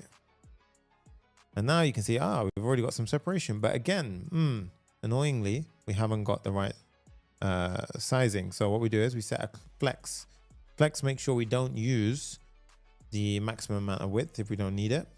And then what I can do is I'm going to change this to back braces and pop in the following. If there's if the role is user, we justify them to the end. Otherwise, we justify it to the start. And now you can see, look at that. And by the way, I can keep talking about this. I can say, repeat your last sentence. And you can see here, would you like me to elaborate on any specific part of the video? Let's see what it says. Final thoughts. The presenter is very enthusiastic about calling a best tracking gadget. Also, I mean, it repeated their last sentence. Yeah, but you can see right there, that's how we went in and done it. So I could also prove that it has context here. I could be like, what questions have I asked so far? And you can see, and also I want to fix the scrolling behavior. So I want it to automatically scroll to the bottom. See, look, questions. Hi there. What's this video about? Repeat your last sentence. Is there any specific? You see, so it's proof that it has context behind this. Okay. So in this case, boom, we have the styling a bit more nicer. Now I want tool calling. So this is a more interesting part here. So the assistant message, or the AI agent essentially. So here is where we want to get a bit more classy about the response now. So what I want to do is I want to have a div surrounding this entire thing for the AI message. And I'm going to go ahead and say space y of 3. And what I'm going to do here, guys, is I'm actually going to have a little check, which basically renders out a couple of things. So when we have a message response, remember it came back as, we also had an array of parts. And parts is very important because parts could be tool calls, it could be text, it could be different parts of the message that come back. So what we do is, here we render through each of the parts. Okay. So what we're going to do now is over at this point, we're going to say if part type is equal to, and you can see that reasoning, source, text, tool invocation. Reasoning, if you add the reasoning model, go for it. You guys can even render out some really nice reasoning UIs. You can see really down to a cool level what you could do here, right? So if it's text, then we're going to render out the original message. Okay. If part.type equals tool invocation, then we're going to go ahead and render out a tool call. So this tool call is going to be a bit more interesting. And what I'm going to do here is I'm just going to pop a div for now. So just an empty div. And then after all of that, we're just going to put a no here so I can hit save.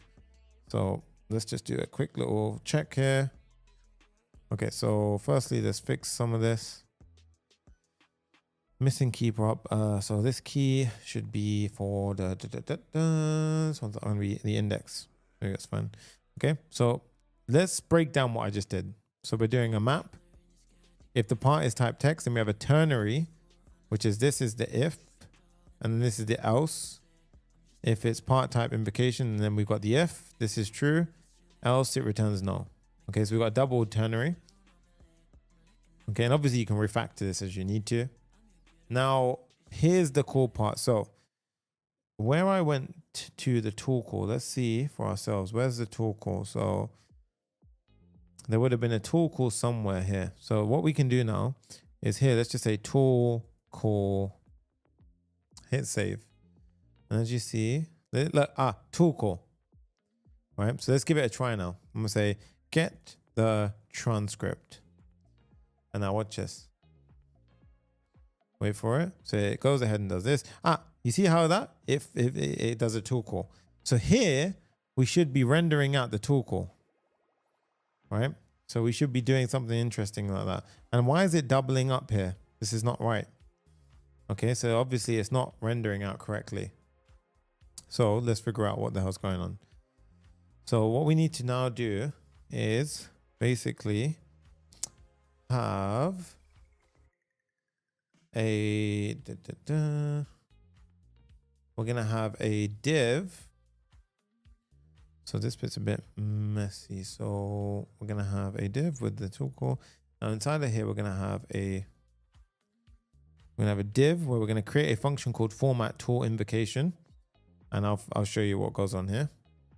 And then we're also gonna have another element here. So just bear with me. Trust me, it'll make sense once we get this down. So we're gonna have a part being rendered out. So in this case, tool part, I will show you what that is. So tool part is effectively, let's go to the top. Tool invocation we import from AI. So we're going to create a helper function here, which is going to help us format the output of the tool. And then here, what we do is we access the tool invocation, the result of the tool. And then we basically go ahead and render out what we need to. So why is this freaking out? Does not resist. And that's because we actually create our own custom tool invocation.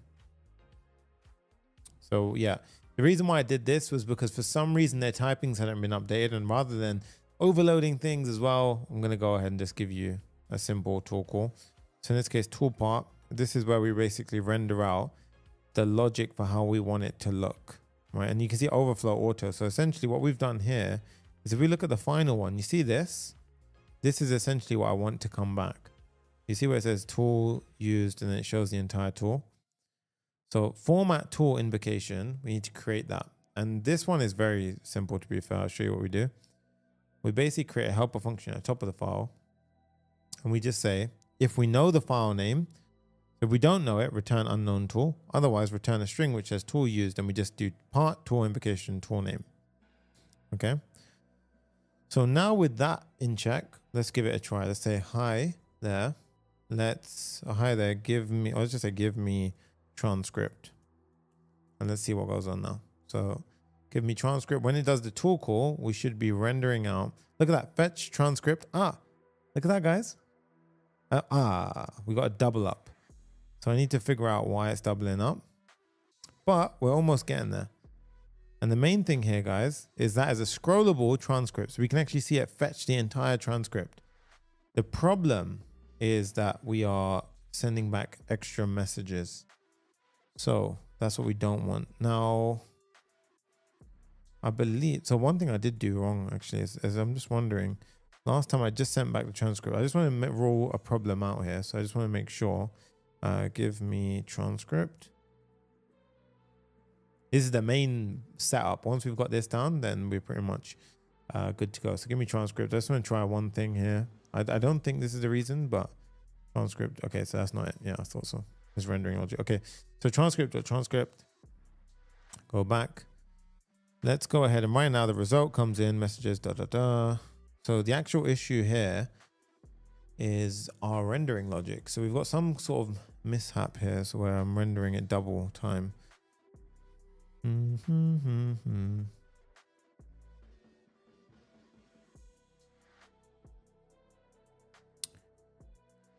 Messages.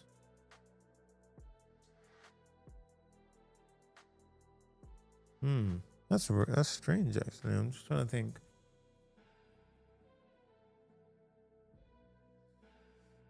Okay, we're gonna have to figure out why I'm getting a double here, but that's annoying. We're gonna have to figure this one out. So hi, I just want to check something. Let's see. Hi there, get me more info. And you can see now it's going to use its tool, most likely. I'm fetching transcript, tool used, fetch transcript, and then boom, it fetched the transcript. And then we've got it's that part that's very strange. It's sending back a double. So I think I'm just doing something silly in the route. Debugging, live 101, guys. So we've got the system message, the model, the messages.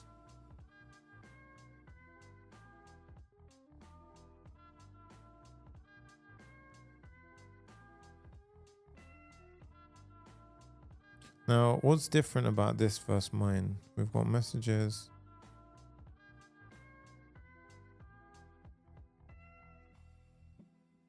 Content, system message, messages. Right, that's the same thing. Get me transcript. All right, so what we do now is we start ruling out errors. So what we can do is we can just say, let's give this one more try. Let's see, is it doubling up again? Yeah, it is doubling up again. Very strange. Interesting. Why is that doubling up under there? Oh, I think I know what's going on. We actually render it out twice, I think. So we've got the div, we got the M assistant and the user message.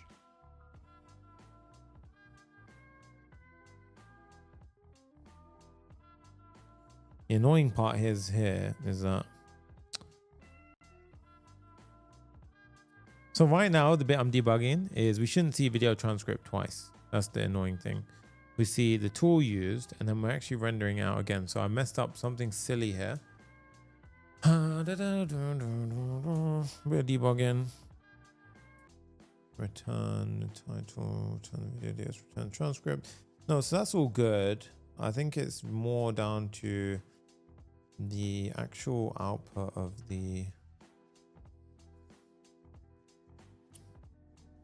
okay, I'm gonna do one thing just as a sanity check for myself, and then I'm gonna figure out where the bug lies. Is I'm just gonna literally replace all of mine with my prepared code, and I'm just gonna check something. I just want to rule one thing out. Messages length is 0.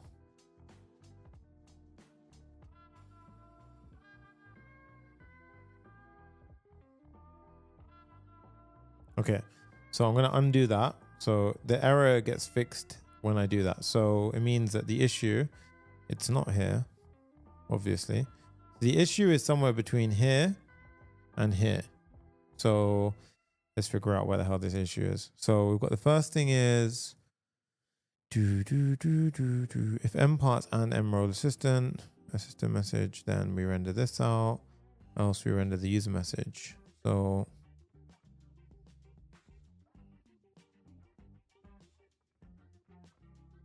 wait a minute, now it's fixed. What? Hi. Let's say get me transcript.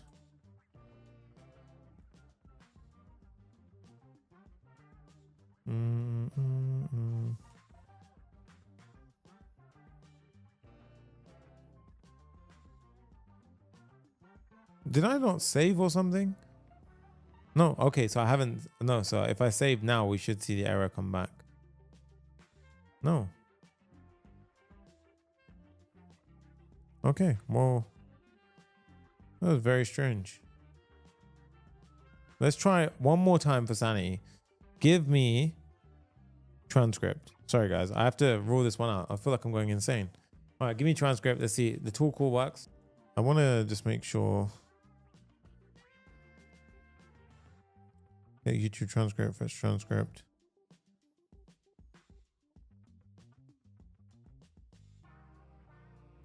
Let's go back to our route. Fetch transcript, transcript dot transcript. And now, because I don't want it to say transcript, that's silly. Get me transcript. You will need to top up your account, by the way, for the Claude part, right? So Claude 3.7, you have to top up the account. Otherwise, you wouldn't be getting a response right now. It'd be saying out of token. Okay, so I just didn't save it. For God's sake, I don't know what the hell happened there. That was very strange. Okay, but now you can see, there we have it. Tool call, fetch transcript, and then it says transcript summary. Amazing. And what's really cool about this, guys, is if I was to go ahead and say, tell me what happens in the first 1 minute. Now you can see it has access to a transcript.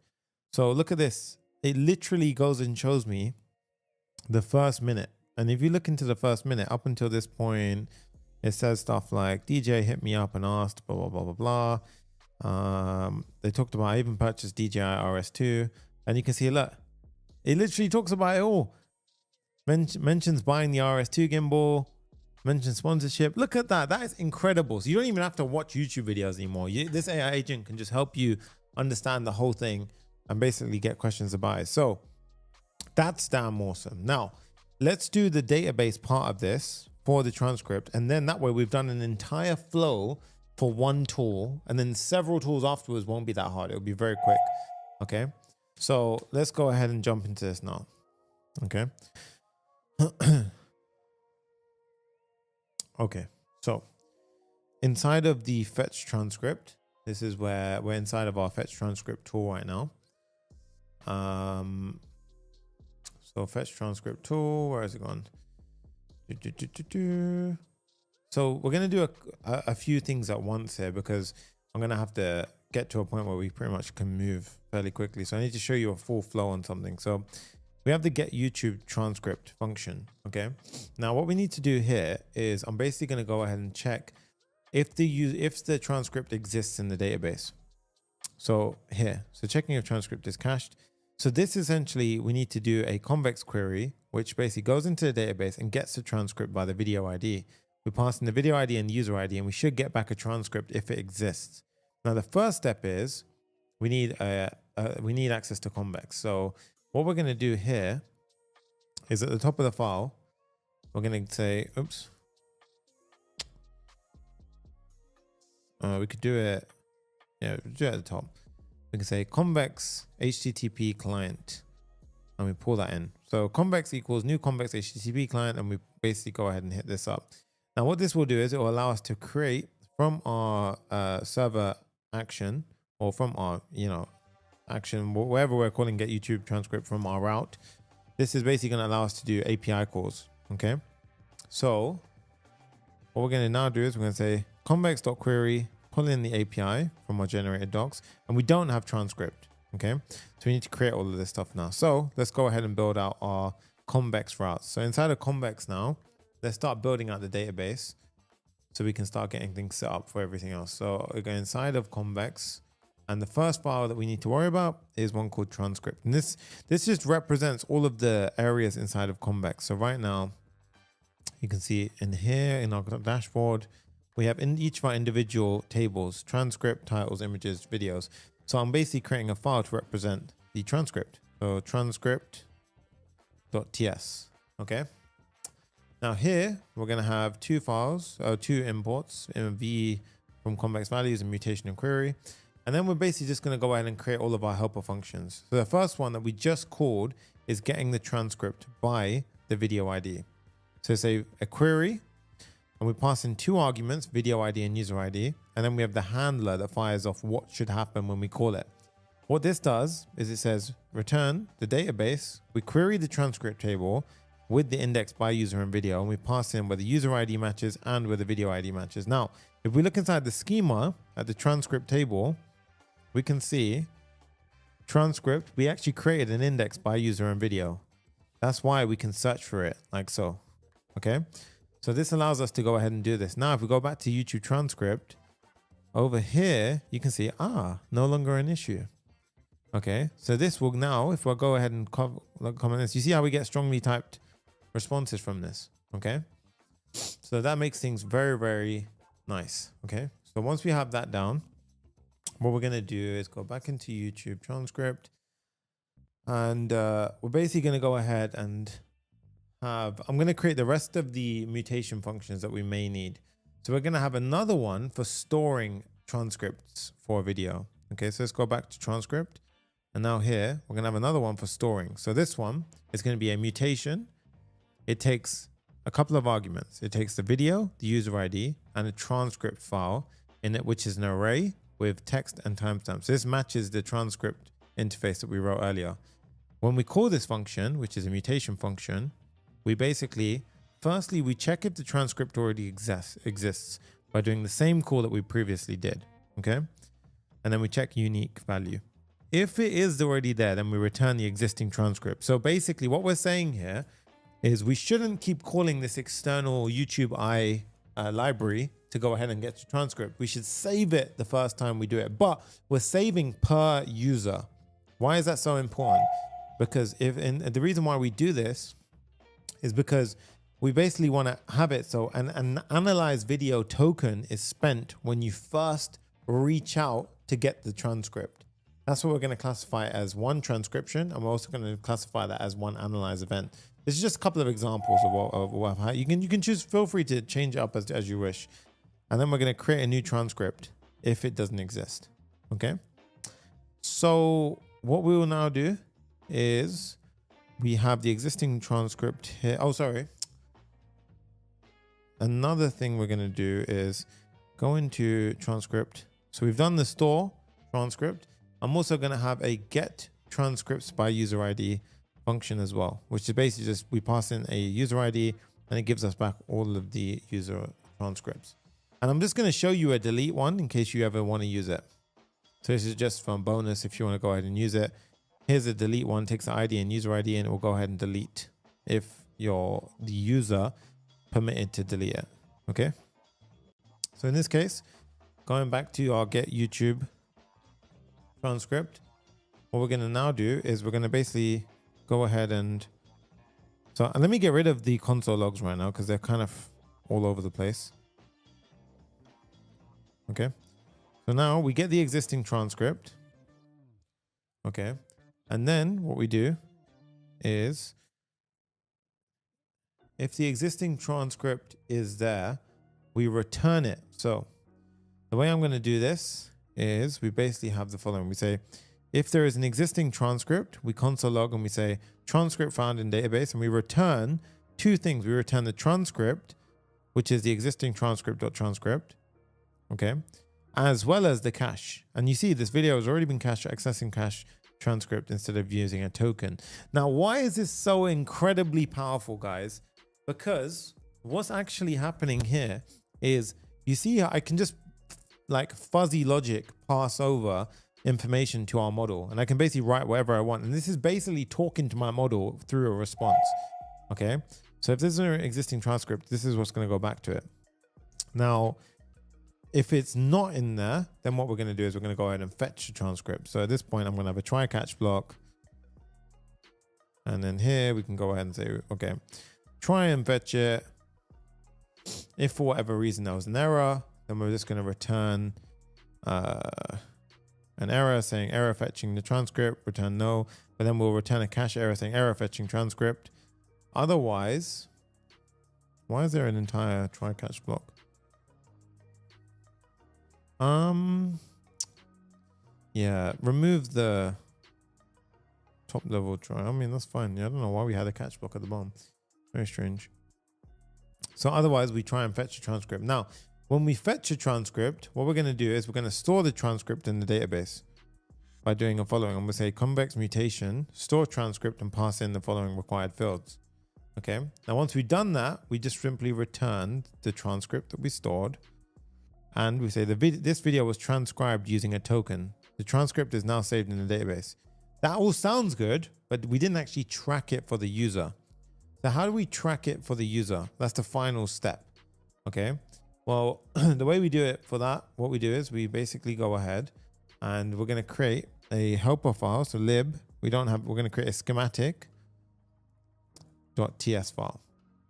And what we're going to have here is essentially a helper file. So we do import schematic client, we check for the key, and then we basically render out a new client.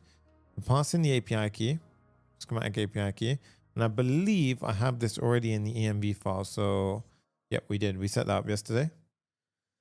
And then we're going to pass in flag checks no, because we don't want to cache any values. Okay. Now back over here, what we can do is we can basically handle tracking now. So what we do to track a user's event. So whenever we remember those quotas that we set up yesterday with regards to schematic, if we want to track one of the user's 300 allowed analysis or transcription events, for example, then what we do is we need to just send a simple client.track event function. Okay, so what we do here is we say await client dot, and then I need to import my client from schematic dot track. And you can see I can pass in the event, and then here I'm going to have the feature flag that we used yesterday. So remember we set up our feature flags. I'm going to import that. I'm going to import the enum, and now you can see, look, feature flag dot transcription, and then you can see dot event. So this way, if I go in over here, the transcription event was transcribe. Okay. Then what I do is I have to pass in two keys. Remember the company level keys and the user level keys. These are essential. And the way we do that is we pass in the company level key, which is company with the ID of user, the user as well as a user ID. So both of these are always required. Okay, you have to send both in. Okay, so that's how we track the action. Now what I'm going to do is after all that's done, what I'd recommend is then you can add console logs. Add console logs to explain what's going on. And this is handy for your debugging more so. Okay. So you can go ahead and say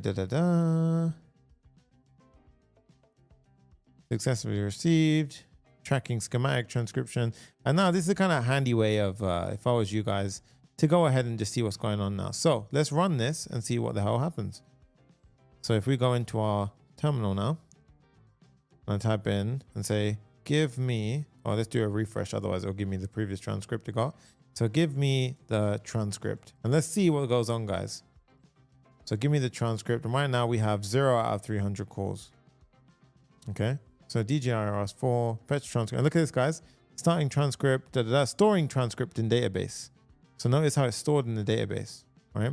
And it gave me back the transcript and everything inside of it. And then at the bottom, we should see cache. This video was transcribed using a token. The transcript is now saved in the database. And I'll show you a nicer way of presenting that. But if I was to go down now, look at that.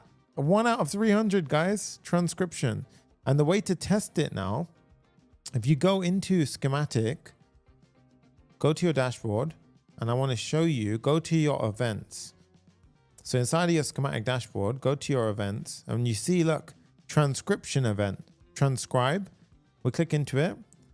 This was enriched, transcribe event, attribute ingested to company and user. You should see that both the company and the user are attributed. If it's not, one isn't there, then something went wrong. Yeah, and it could be on schematic side as well. So this is a bug that we've been working on, but now it seems stable and it's all fixed. Okay. So in this case, this is where you want to check. So these are identify events, but the transcribe is the main one that basically says that, yep, he used a transcription. Okay. So in this case now, if I was to go ahead and do, for example, if I try again now, so if I refresh, now what we should see, guys, I'm going to do one little modification here to the tool. So if I go to my tool, which was fetch transcript, and you see the cache, I'm going to return that above the transcript. So that way it comes up a bit more nicer. Okay. So what I'm going to do now is I'm going to go ahead and say, get me the transcript. And I want you to pay attention. Look, before we stored it in the database, now it should fetch it from the database. So get me the transcript. And this is where we save ourselves a token. So transcript, blah, blah, blah, I'll fetch. And also it's way faster now. Look at that. The video's already been transcribed, accessing cached transcript. And look at this, transcript found in database for video. And now you can see, look, we didn't count it as a transcription event. So you only transcribe once per video, which is awesome. So this is kind of a tactic that you can go ahead and use yourself. And as you can see now, it's going to be way quicker in the future. And this is handy for things which could have taken a bit more time. So video's already been transcribed, accessing cached transcription. And also look at this. It says, good news, I've retrieved the transcript, which means we've already transcribed the video, saving you tokens. Hey. So we even told it in the system prompt. Can everyone see how clever this is now, right? It's truly getting to that core point now, right? So now the next step is, let's do the analyze video, right? So analyze video is the next tool that we kind of wanted to, I don't know if that's actually the tool part. I think this one's actually going to be really more around the analyze video happens when we actually search for a page. So once we land on the analysis page, remember this bit? We did it on the, we actually did the analysis part when we sent the analyze YouTube video. So here, so we need to add a tracking event here. So the analyze YouTube video. So what we need to do here is get video from ID. I think it was inside of, oh yeah, sorry, I forgot to add it in. Okay, so what we're actually going to add in, so we want to know, so the way that we're going to set this up is if you go to a video for the first time, we should count that as one analyze video event. Okay, so we're basically going to go ahead and count that as one video analyze event. So if I was to go ahead and go to this one, analyze, so coming here should talk, like add on one here for the first time only. So we're going to basically create a helper function called create or get video. And that's where we're going to track that event. And you can see we've already got one transcription. And then also when we land on the page, we're going to transcribe automatically. So I'm going to show you how we can do that. Okay. So inside of analysis, what we're going to do is we're going to have a video parameter. So we're going to have a piece of state. We're going to have a document. And you see it right now is nothing there. We're going to have the user object, which we already, we can get access to very simply, like so. And then we're going to have a use effect, and the use effect is going to trigger when the page is rendered. So when the page mounts, we're going to render this use effect, and it's going to re-render when the video ID changes or the user. Okay. Import that from React. Now, if there is no user ID, we simply return from the function. Okay. the next step is we're going to have a fetch video function inside of it. So this fetch video function is going to be called, so let's go ahead and say fetch video. Fetch video. Like so. And then the fetch video, what we're going to do is where we're going to actually analyze the video. So we're basically going to go ahead and say create or get video. And we pass in the video ID as a string and we pass in the user ID. Now, the golden part about this is if the video already, so what we're going to do is we're actually adding it into the, so transcripts we've started to add already. But inside of videos, we're going to add in a record here. And that record is what we're going to use to determine if the user had already set it or not. Now, if there was a problem at any point, we're going to add a toast notification, which we're going to implement afterwards. So if there was an error at any point, we're going to say, whoa, toast error. And that's going to say error creating or getting a video. Otherwise, we set the video to the response data. Okay. So we need to create this create or get video helper function. So all I'm going to do now is create a helper function called create or get video. Create or get video.ts. And now in here, this is going to be a use server function. Oh, so a server action, sorry. I'm going to have a bunch of different helper functions.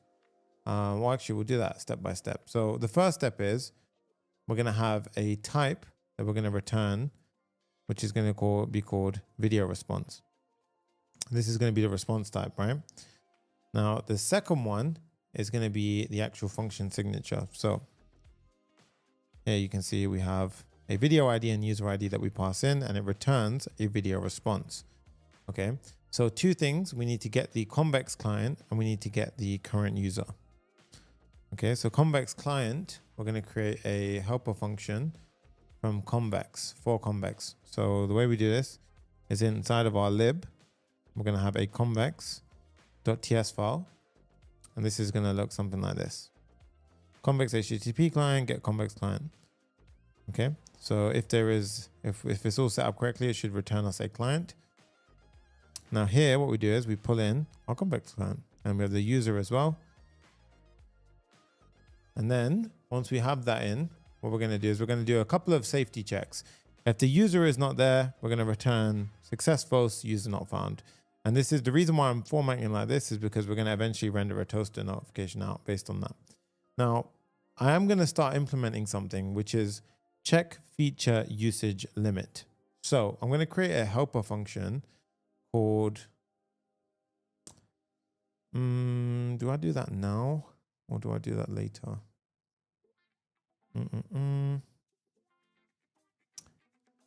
One minute, guys. I'm just double checking something. Oh, okay. So I'm going to create a helper function now because we're going to have to do it anyway. So I need a helper function which essentially tells me if I've exceeded my quotas at any point for a given entitlement. So what I'm going to do is I'm going to create a check feature usage limit TS file. This one is going to have the following. So basically, I'm going to import client and feature flags. I'm going to go ahead and do the following. So I'm going to return. I'm going to have a function which takes user ID and the event subtype. The event subtype is just like the event, you know, the names from the feature flags. So these, for example, transcription, image generation, and so forth. And then what we're going to do is a couple of checks here. So the way we can do this is firstly, we need a try catch block. So a try catch block. Okay. Now, what we do here is the try block. We're going to go ahead and have a wait. And so we're going to actually access client entitlements. So this is from schematic now. It's so annoying. It bloody returns this headache. So yeah, there we go. Unless we return something. So there you go. Just return success true for now. That's fine. Just for now, because otherwise this is going to be covered in red. Yeah. So here what we do is client.entitlements get feature usage by company, and we pass in the keys of the ID of the user. Now what this does is it goes to the company which matches this ID, which is our user ID, which is how we've been recording all the events and identifying and everything like that. So this is why it's key to understand what's going on now, because what this will do is it will go ahead and get me all the feature usage amounts. So then what I can do is I can map through the returned response and check against the subtype that we gave. Subtype again, if we gave transcription, inside of check feature usage limits, and I said, okay, for this user, give me back the transcription ones. It will go ahead and it'll map through and it'll check, does that feature match in there, right? If there is no feature that pops up, what we then say is, well, that's wrong. This feature is not available in your current plan. Please upgrade. Otherwise, we get two values back. We get something called the usage and allocation. Usage is like 0 out of allocation, which is 300. Okay. Now, for whatever reason, if any of those are undefined, then a system error went wrong. We say false contact support. Okay. So that's just like something went wrong in the back end at that point. Otherwise, what we can say is if the usage is equal to or has exceeded the allocation. So if for example, you run 300 calls and your allocation amount was 300, remember while you're on your plan. So imagine you're on your managed plan and you see how it's like 17 out of 300 right here. So 17 out of 300. So for this, for example, if you've exceeded your usage, then we should go ahead and actually render it out on the screen saying, whoa, you actually exceeded your usage limit. So what we do is we say, if you exceeded it, we return the following. I'll explain this in a sec. Otherwise, if we passed all of that, you're okay. You're good. You got through it. Okay. So find the display. Okay. So what we're doing here is we're basically mapping through the feature flag names. And this is just essentially going ahead and giving us the display friendly name. Okay. So otherwise it'll be like, this is kind of overkill, but all this is doing is, for example, if the feature flag was transcript or analyze video, it would be nicely written as analyze space video, right? And that's basically what we gave the title inside of schematic side. So on schematic side here, it would have been like a really nice feature name. So it would have been one of these. Video analysis is what will pop up. Okay, so that's basically what's happening there. So that's how we go ahead and do that. Now, the only thing that I'm missing is feature flag we don't need for now. Okay, so this is our check feature usage limit function. Okay, so get rid of that now. Go back to create or get video. And then here, what we're going to do is we're going to check if the user has access to the analyze video event. Okay, so here we do check feature usage limit. And this is where we pass in, we import all of our specifics. And what this will do now is it checks. It goes to the backend and it says, whoa, is this user, have they got access to this event or have they exceeded their limit? Well, if it wasn't a success and something went wrong, then we can go ahead and pop it in. So in this case, if it was not a success, it can be confusing, but if not success, then retreat, then say false and give back the error. Otherwise, we jump into a try catch block. Okay. Now the catch block is going to basically go ahead and return an error. Now the try block is where we do all of our next steps. So the first step is we basically go ahead and get the video by ID. So we don't have this yet. So let's pull in our API. You see, we don't have the videos file yet. So at this point we have to pause. And this is where we create our helper files for our videos table. So inside of Convex, we create a videos.ts. And this is where we create all of our mutations and everything for videos. So again, simple follow up the same way we did it before. The first step is to get all of the query to get all of the videos for a user. This takes no arguments. And all it does is it basically can go ahead and get the user identity. You can do it this way if you want to. This is just a helper function. I don't know if we even use this later on. But this is basically once we've set up that Convex and Clerk connection. So this one we don't actually need right now, so we can get rid of that. But we want to do get video by ID. This one we do need. It takes a video ID and user ID, and it queries and passes us back the first value. And then we've also got creating a video entry, which takes a video ID and user ID, and it goes ahead and inserts into the videos table the video and user ID, a record. And it's as simple as that, really. We just pass in a record with a video ID and user ID, and then we return back the video ID as the argument. Okay, so now you can see this is no longer erroring out because we've added that in. So if there was no video that was added, this is where we would basically do an analyze event. Okay. Else, the user's already come to this video before. Okay. So if the user already came to this point before, the video exists, no token needs to be spent. But otherwise here, what we say is analyze video for event, token will be spent. Okay. So this is essentially how it's starting to pop in. So at this point, what we do is we add in the video entry. That's step one. We create video entry, which is the new video ID. Then what we do is we're going to go ahead and get the video entry. So do we need to? Yeah, no, we do, because we need the actual video ID. So we're going to add the video entry. We're going to get the video entry. And then we're going to track the event that happened. So remember what we did previously in schematic? Here is how we track. We say client, and we pull that from lib schematic, and we basically pop off a analyze video event. And we remember these are required. We always pass in the company and the user IDs. All right. Once that's done, we can return success and with the new video underneath the data. Okay. So that is essentially the step. So this will track a analyze event for the video. Okay. So now we're heading back into the analysis page. We can import create or get video.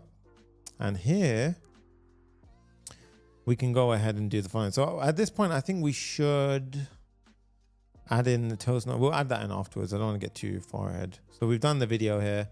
So now in the analysis area, what we can do is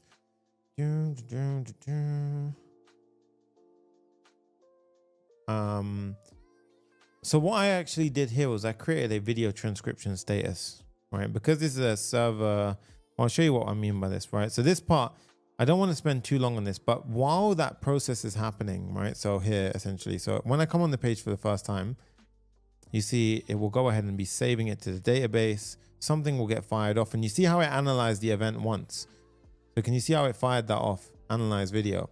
Now, if I come back to the page again, it would have already found the analyze. So we shouldn't get an analyze event again. See that? See how it didn't change? But if I go to a new video, right? For example, if I go to another video, so let's go to AgentTube, this, and now we should see another analyze event. Okay, so in a second, you see, boom, analyze video 2. If I do a refresh, now that's good. But while that's happening, we want to see some kind of update, right? And that's all happening because it would be storing in the you see the videos records for that user is storing up those video IDs, right? Now, what we want to do with that is the video transcription status. So I'm going to pop in a bit of code here. It's a bit of a chunk, but what I want to do is I'm going to pause the video and explain it here. So what I mean is you can pause the video and explain, and I'll explain the code, what it does. So I'm going to pop this chunk in. And what this is, video transcription status. This is a ternary. It's saying if the video is undefined, by default, it starts off as undefined. What we do is we put a loading tag. If there is no video that comes back, so that would happen in the case that it was first time analyzing the video. Then it would render, this is your first time analyzing the video, 1 analysis token is being used. Otherwise, if a video came back, you'll say analysis exists for this video, no additional tokens needed for future calls. And this is just a simple bit of styling. And then what we do is we put this inside of our code, and we're going to put this underneath the usage at the top here. So video transcription status. So I'm going to put it here. Okay. Now let's give it a try. Now you can see, look, analysis. If I refresh the page, loading, and it will go ahead. Now we've got some kind of user feedback. So you see no token gets spent. If I go to another video now, for example, this one, you can see what I've been looking at. So in this case, if I was to go here, loading, and you see it won't find it inside the database. So this is the first time analyzing this video. 1 analysis token is being used. Notice how it went to 3. Okay. Now, if I was to refresh the page, right, watch what happens. Now, when it comes back to the page, no additional tokens. That way, if you ever come back to this page, you'll see straight off the bat now that, oh, you don't get charged for that one because you've already analyzed that in the past, which means it's already been stored in here. That's pretty cool, right? And now what we do is we do the same thing with the transcription. So the analyze video is done. And again, anytime a event gets tracked, you can simply go to events and you guys can see for yourself where the event enrichment happens. Yeah, and you see how we have to pass in company and user, both. That's because this could be built for B2C or B2B. We're doing B2C at the moment. Yeah. Okay, next up, we have the transcription. So transcription already happened actually, so we don't need to worry about that. I think what we should do next is for the transcription component, before we carry on with the AI agent, I'm going to handle a automatic generation.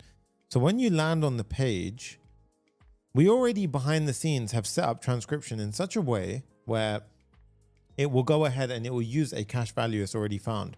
So even if you called the same thing twice, the same transcription function twice, it will go ahead and still use the cache value. So with that in mind, what I'm going to do, guys, is I'm going to create a handle generate transcription function. And this is going to be a callback function, which, yes, I am aware inside of React 19, this will get rid of it. But in this case, we're not using the, I don't know if it's using compiler, so I'm not going to go into all that. But in this case, an asynchronous function. So I'm just going to go and give the entire thing here. So this is going to be a callback function, which does something, and the dependencies for the callback function is going to be feature usage exceeded. So in this case, this one right here. And what we're saying is this handle generate transcription. The goal of this is when the component first mounts, so this transcription, it will automatically transcribe because we want it to automatically get the transcription the first time. Okay. So if feature usage exceeded, it will say the user must upgrade. Otherwise, what it will do is it will go and get the transcription, get YouTube transcription, and it will set the transcript. Now the transcript, we need to go ahead and actually create space for. So why is this freaking out? Did you mean set transcript? Oh yeah, remember we got rid of it. So it was set transcript. And now to make this automatically fire off when we go ahead and actually run it, what we can do is we can have a use effect. All right, use effect fires off when it mounts. And then what we do here is we simply pass in the two dependencies and we say handle generate transcription and video IDs. Hit save, hit refresh. Server only cannot be imported from a client component module.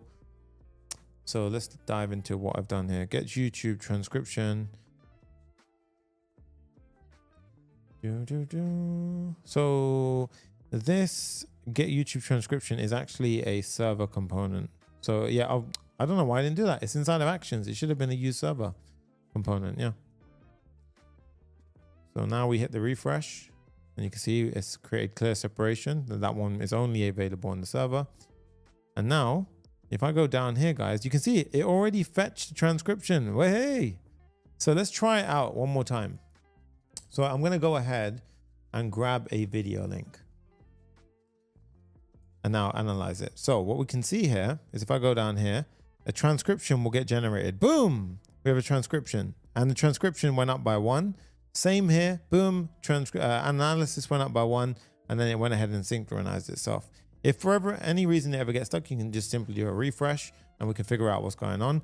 But right now you can see, look at that. We have a transcript in the transcription box looking fresh. And if I was to now go ahead and say, get me the transcript, because we've already done it, now when it fetches the transcript via the tool call, it will get the cached version. Wait for it. Yeah, there you go. Video has already been transcribed, accessing cached transcript. Boom. That's pretty damn cool. It's pretty damn cool.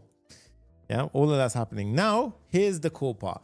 We've actually done most of the hard work now. We've already set up our tracking. We've already set up our first tool. Now we repeat, oh God, now we repeat the process for image, thumbnail, titles, all that stuff.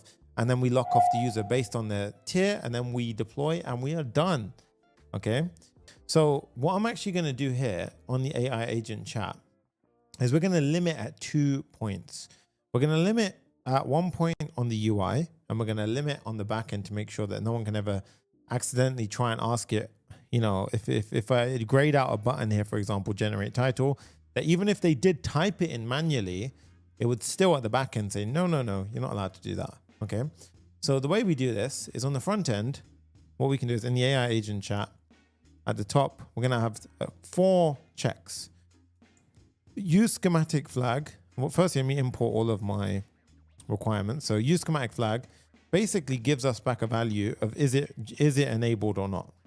And it basically just checks feature flags. So script generation, image generation, title generation, and is video analysis available. All of this is basically just toggled on or off depending on your subscription. So this will change based on what subscription you're on. So these are flags that I can now use to conditionally render the UI elements on the page. Okay, so very, very simple. So what I can now do is I can have different buttons on my page, which will allow me to go ahead and do things like the generation of the scripts and so forth. So underneath, ask a question. So at the top level, so we have 1, 2, 3, 1, 2, 3. So here, essentially. So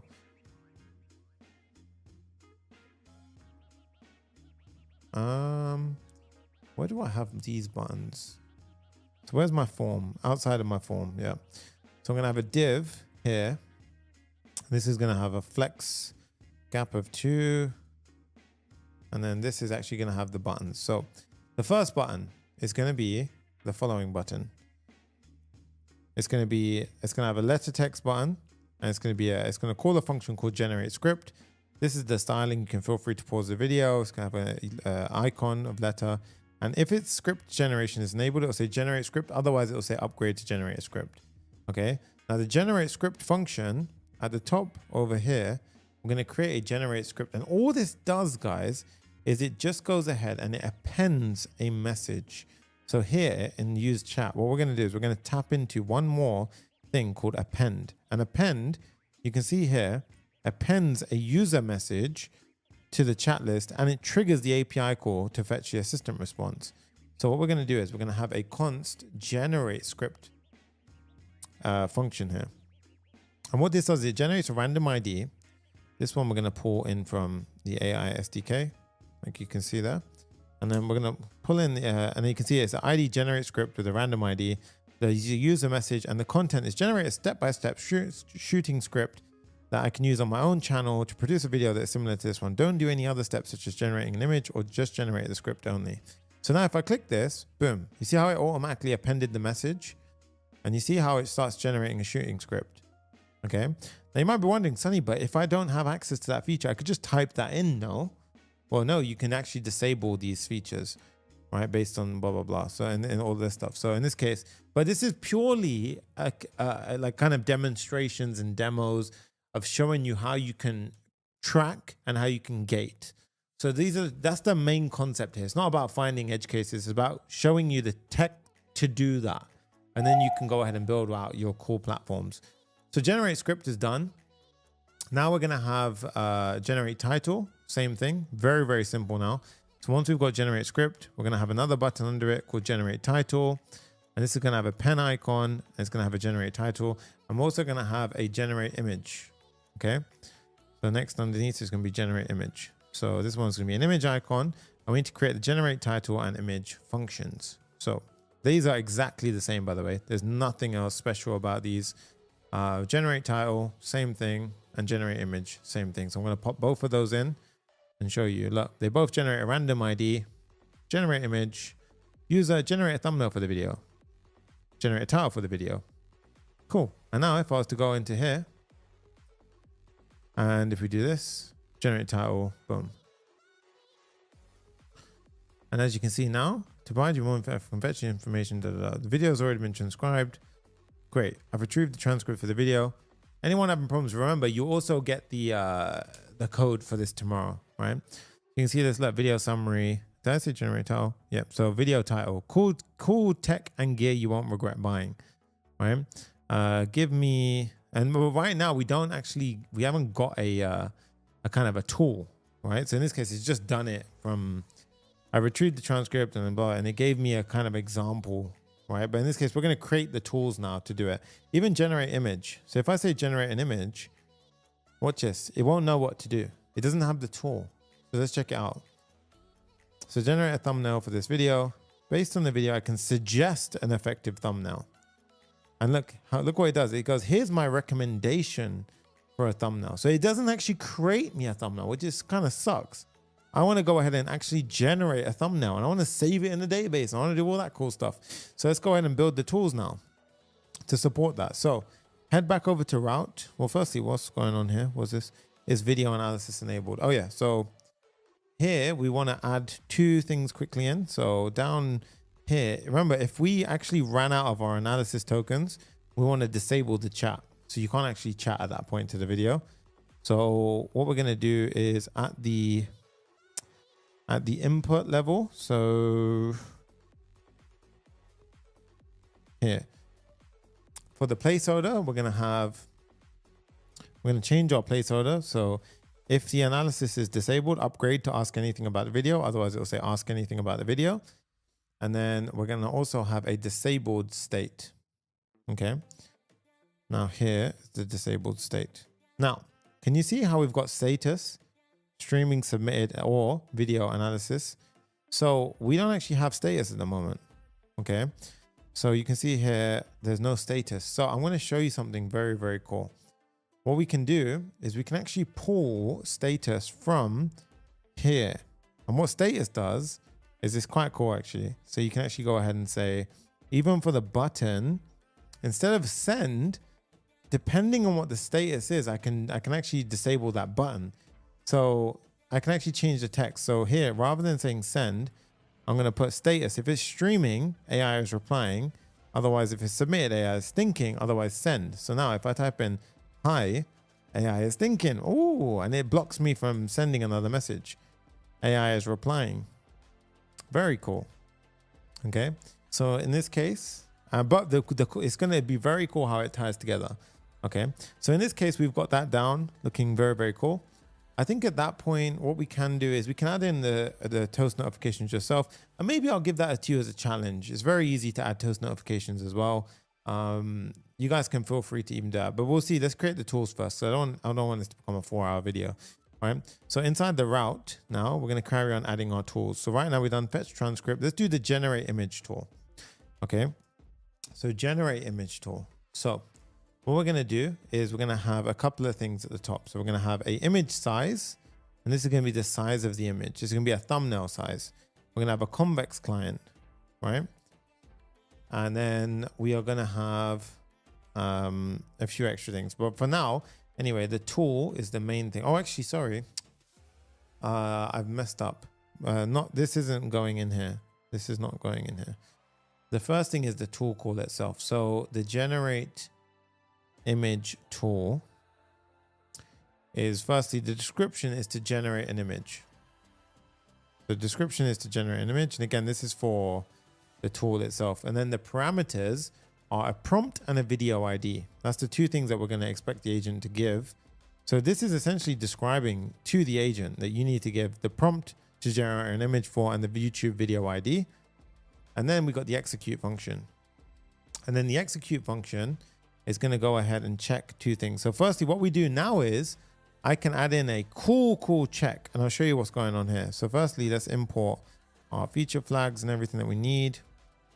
The video ID right now comes in from here. So generate image, video ID,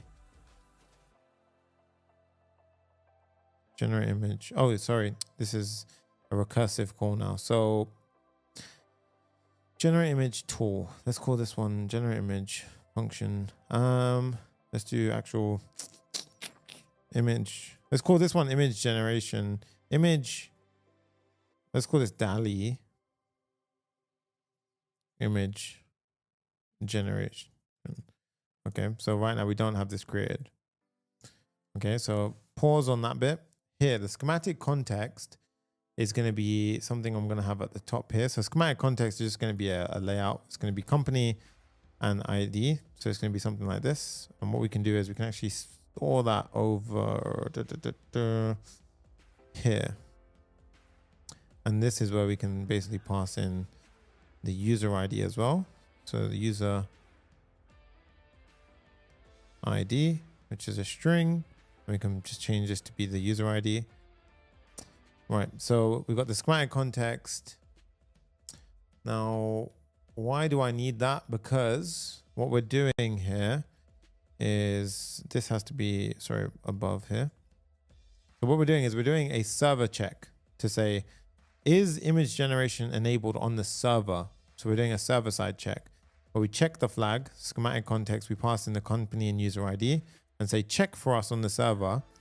Is this feature flag enabled? If it is not enabled, the user has to upgrade or they ran out of their quota.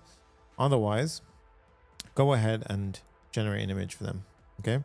So now let's go ahead and do this DALL-E image generation section. Okay.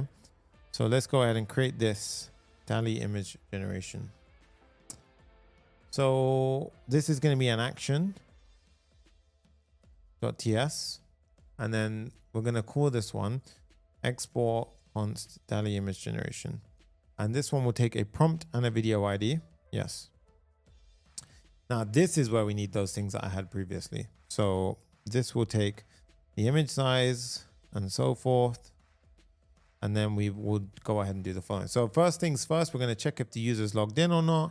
We're going to have a bit of checks here. We're going to make sure that this is an asynchronous function.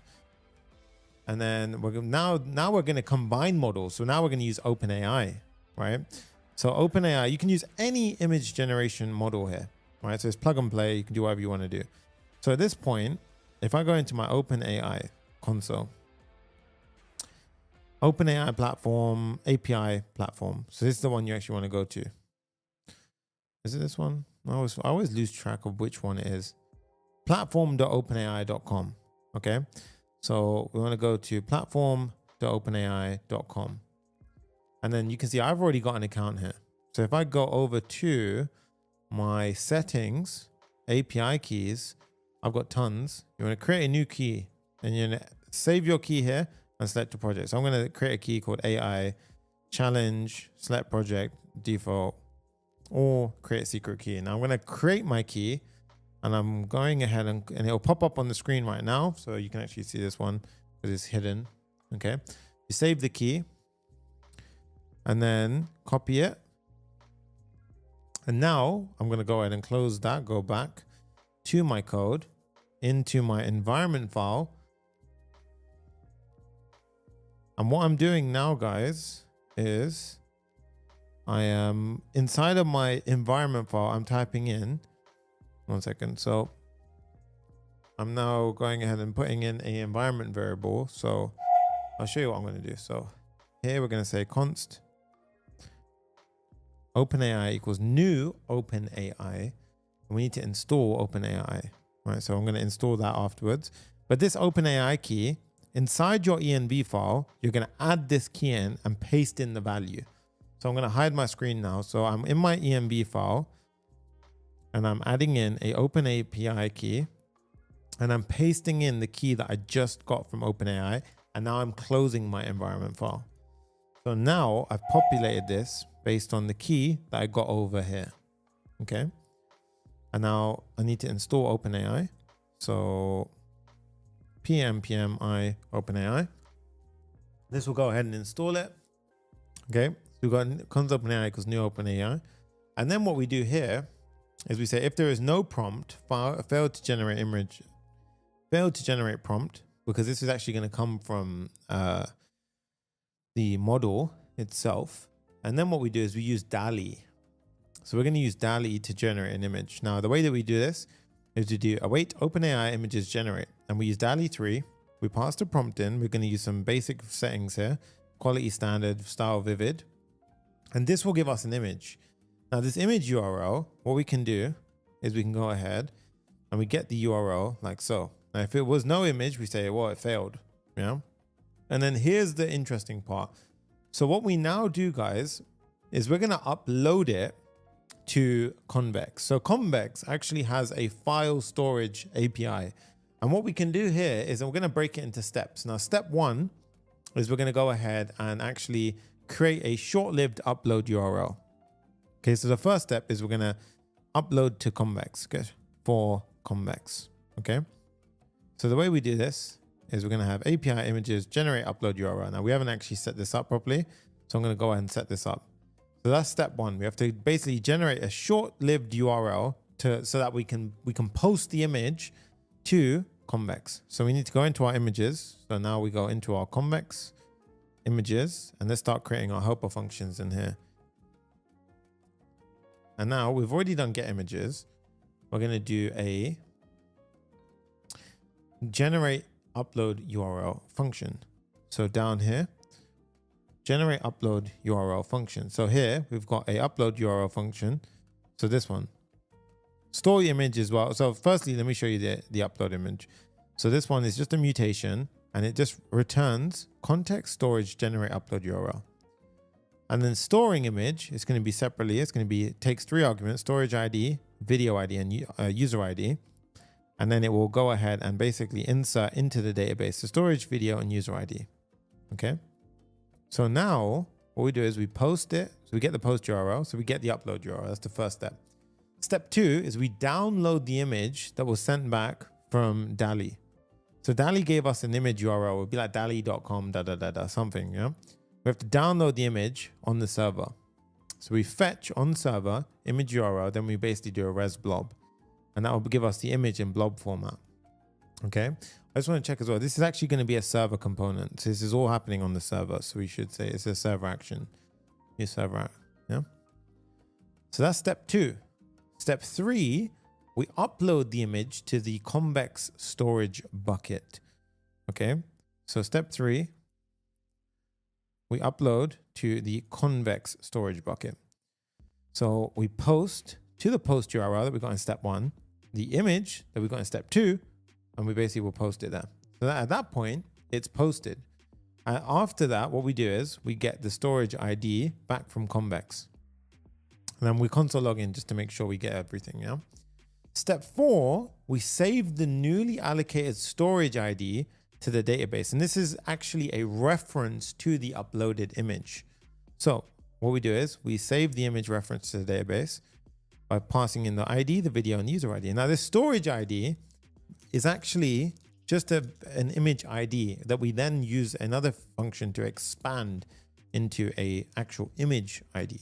Now, the one that we actually serve is going to be called something. We got to create a get image helper function. This get image. Now we need to create that. So if we go into our images helper function, and I'm going to create that right now.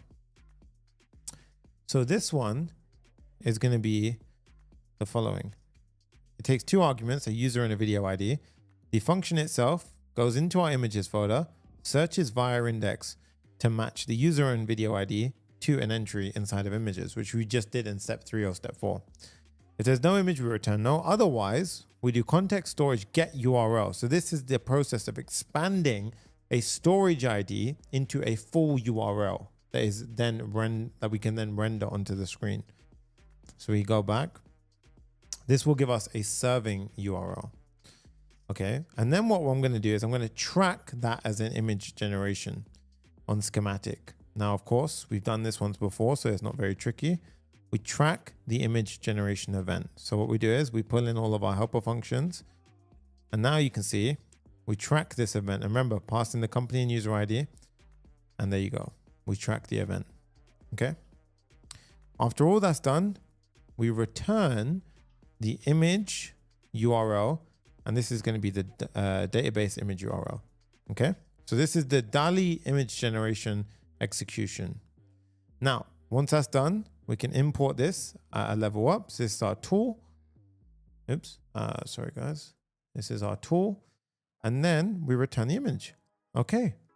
So this means that we've now set it all up.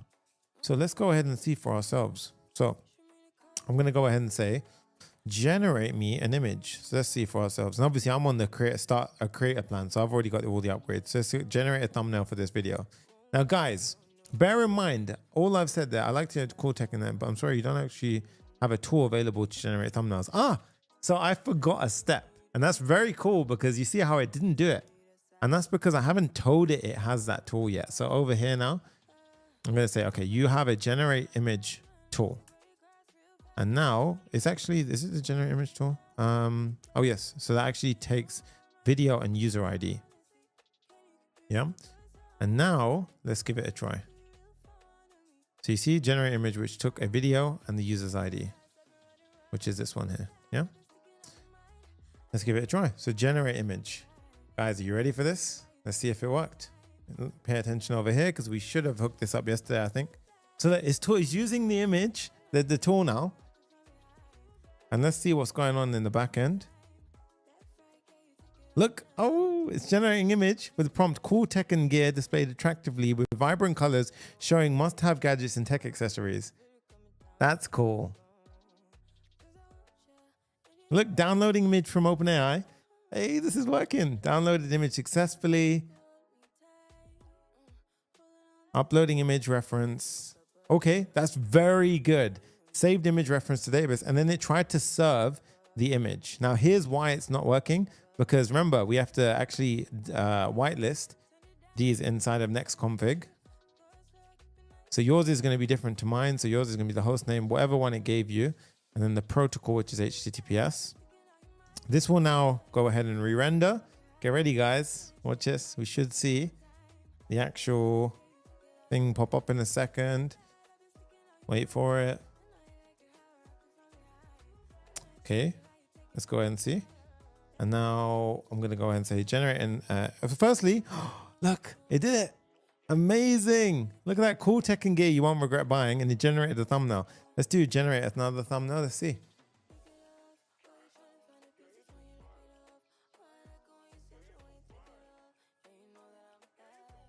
And look, generating a thumbnail. Now, don't even lie. That is damn cool, guys. Look at this. And it's replying. It's thinking about it. And now once that comes back, we should see. Wait for it.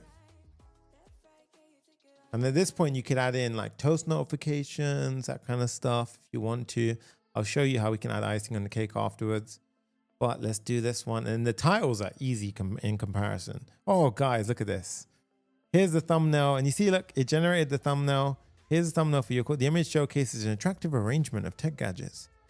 Look at that, guys. And these are actual thumbnails. That is awesome, right? Yeah, that looks super expensive. Oh, what do I do?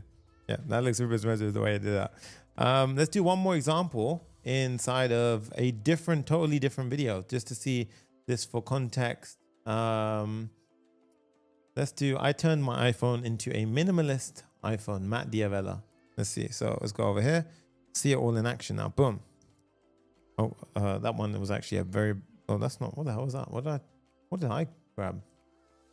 Copy link. Yeah. In this case, I turn my iPhone into a minimal. It will transcribe it.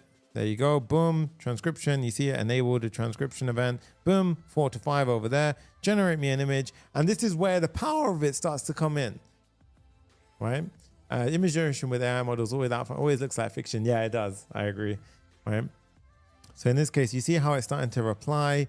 And this is where the power of the actual AI tool, this is where the value comes in, right? You as a creator, you know, $9.99 a month, you're paying this subscription. It's damn powerful. It's cool. This is going ahead and generating us thumbnails, saving us time. I can generate titles and so forth. And now you can see, look, boom, we have a minimal. That's actually a pretty cool. Look, his one was this, and this would be another one. I mean, like, it could get someone to click. That's the point. And what's cool here, guys, if I say generate me 2 thumbnails, I didn't tell it any logic as to how to do that, right? So let's go ahead and see what goes on here. Generate me 2 thumbnails. Let's watch this now. So now we can see on its behalf how it will go ahead and do that. So generate me 2 thumbnails. Well, the demo goes against me right now. Interesting. Mine, I got 401. What was that? Okay, let's give it a little refresh and let's do it again. I ran into a weird corner. They generate 2 thumbnails. And there you go. Yeah, it's very strange. Okay. Can you give me some context? Do you want any highlight? So let's say generate 2 thumbnails about different parts of the video. And now what we should see is different parts of the video. So firstly, it fetches the transcript to figure out what are different parts of the video. And then it's going to generate 2 thumbnails based on those 2 different parts of the video.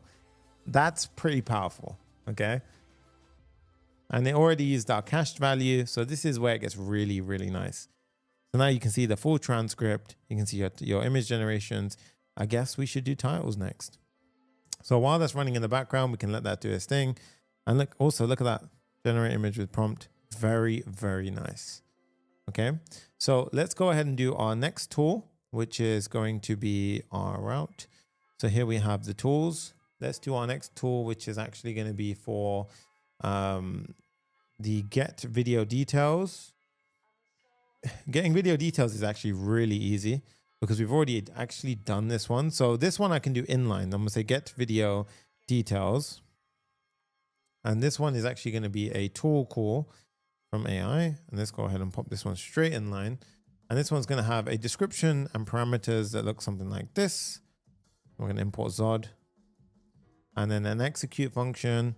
And this one's pretty much just using our get video details action and returning video details. And we can return that as an object. Yeah.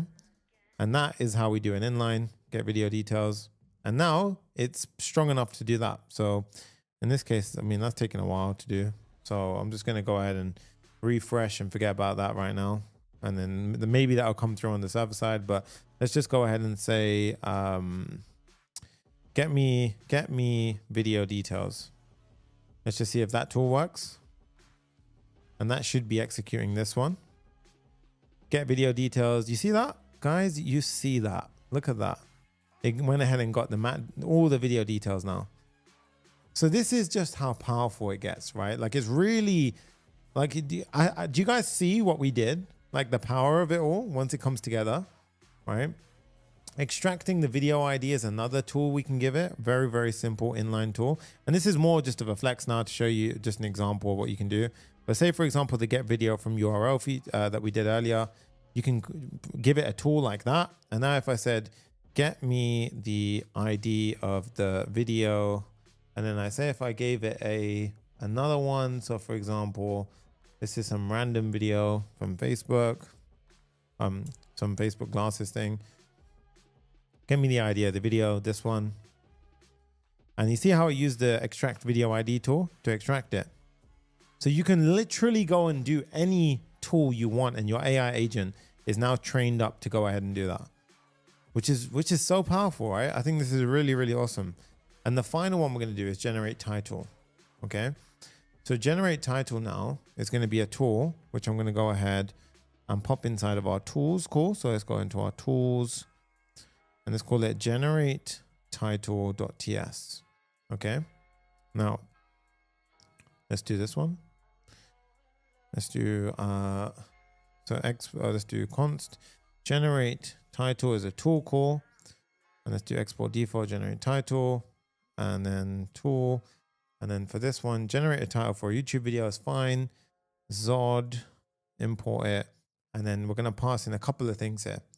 I want to pass in the video ID and the video summary and something called considerations. Now, this is where I want to show you the more powerful part. And this is where I don't care about the time limit going up now. I want to show you something really interesting. The video ID is the ID to generate a title for. The video summary. Now, this is what I'm telling the model. In order to call this tool, generate title, you need to give it these 3 things. And these are what the 3 things that you should be asking about. And to get that information, it could use other tools to go ahead and get it. For example, getting the transcript and so forth, and also considerations. And the reason why this is good is because I could be like, get me a title, but make sure it's funny. And then the considerations will be, make sure it's funny. And then the summary of this video, it doesn't have a summary. So it'll go and fetch transcript. Then it'll summarize it, and then it'll use that as a parameter.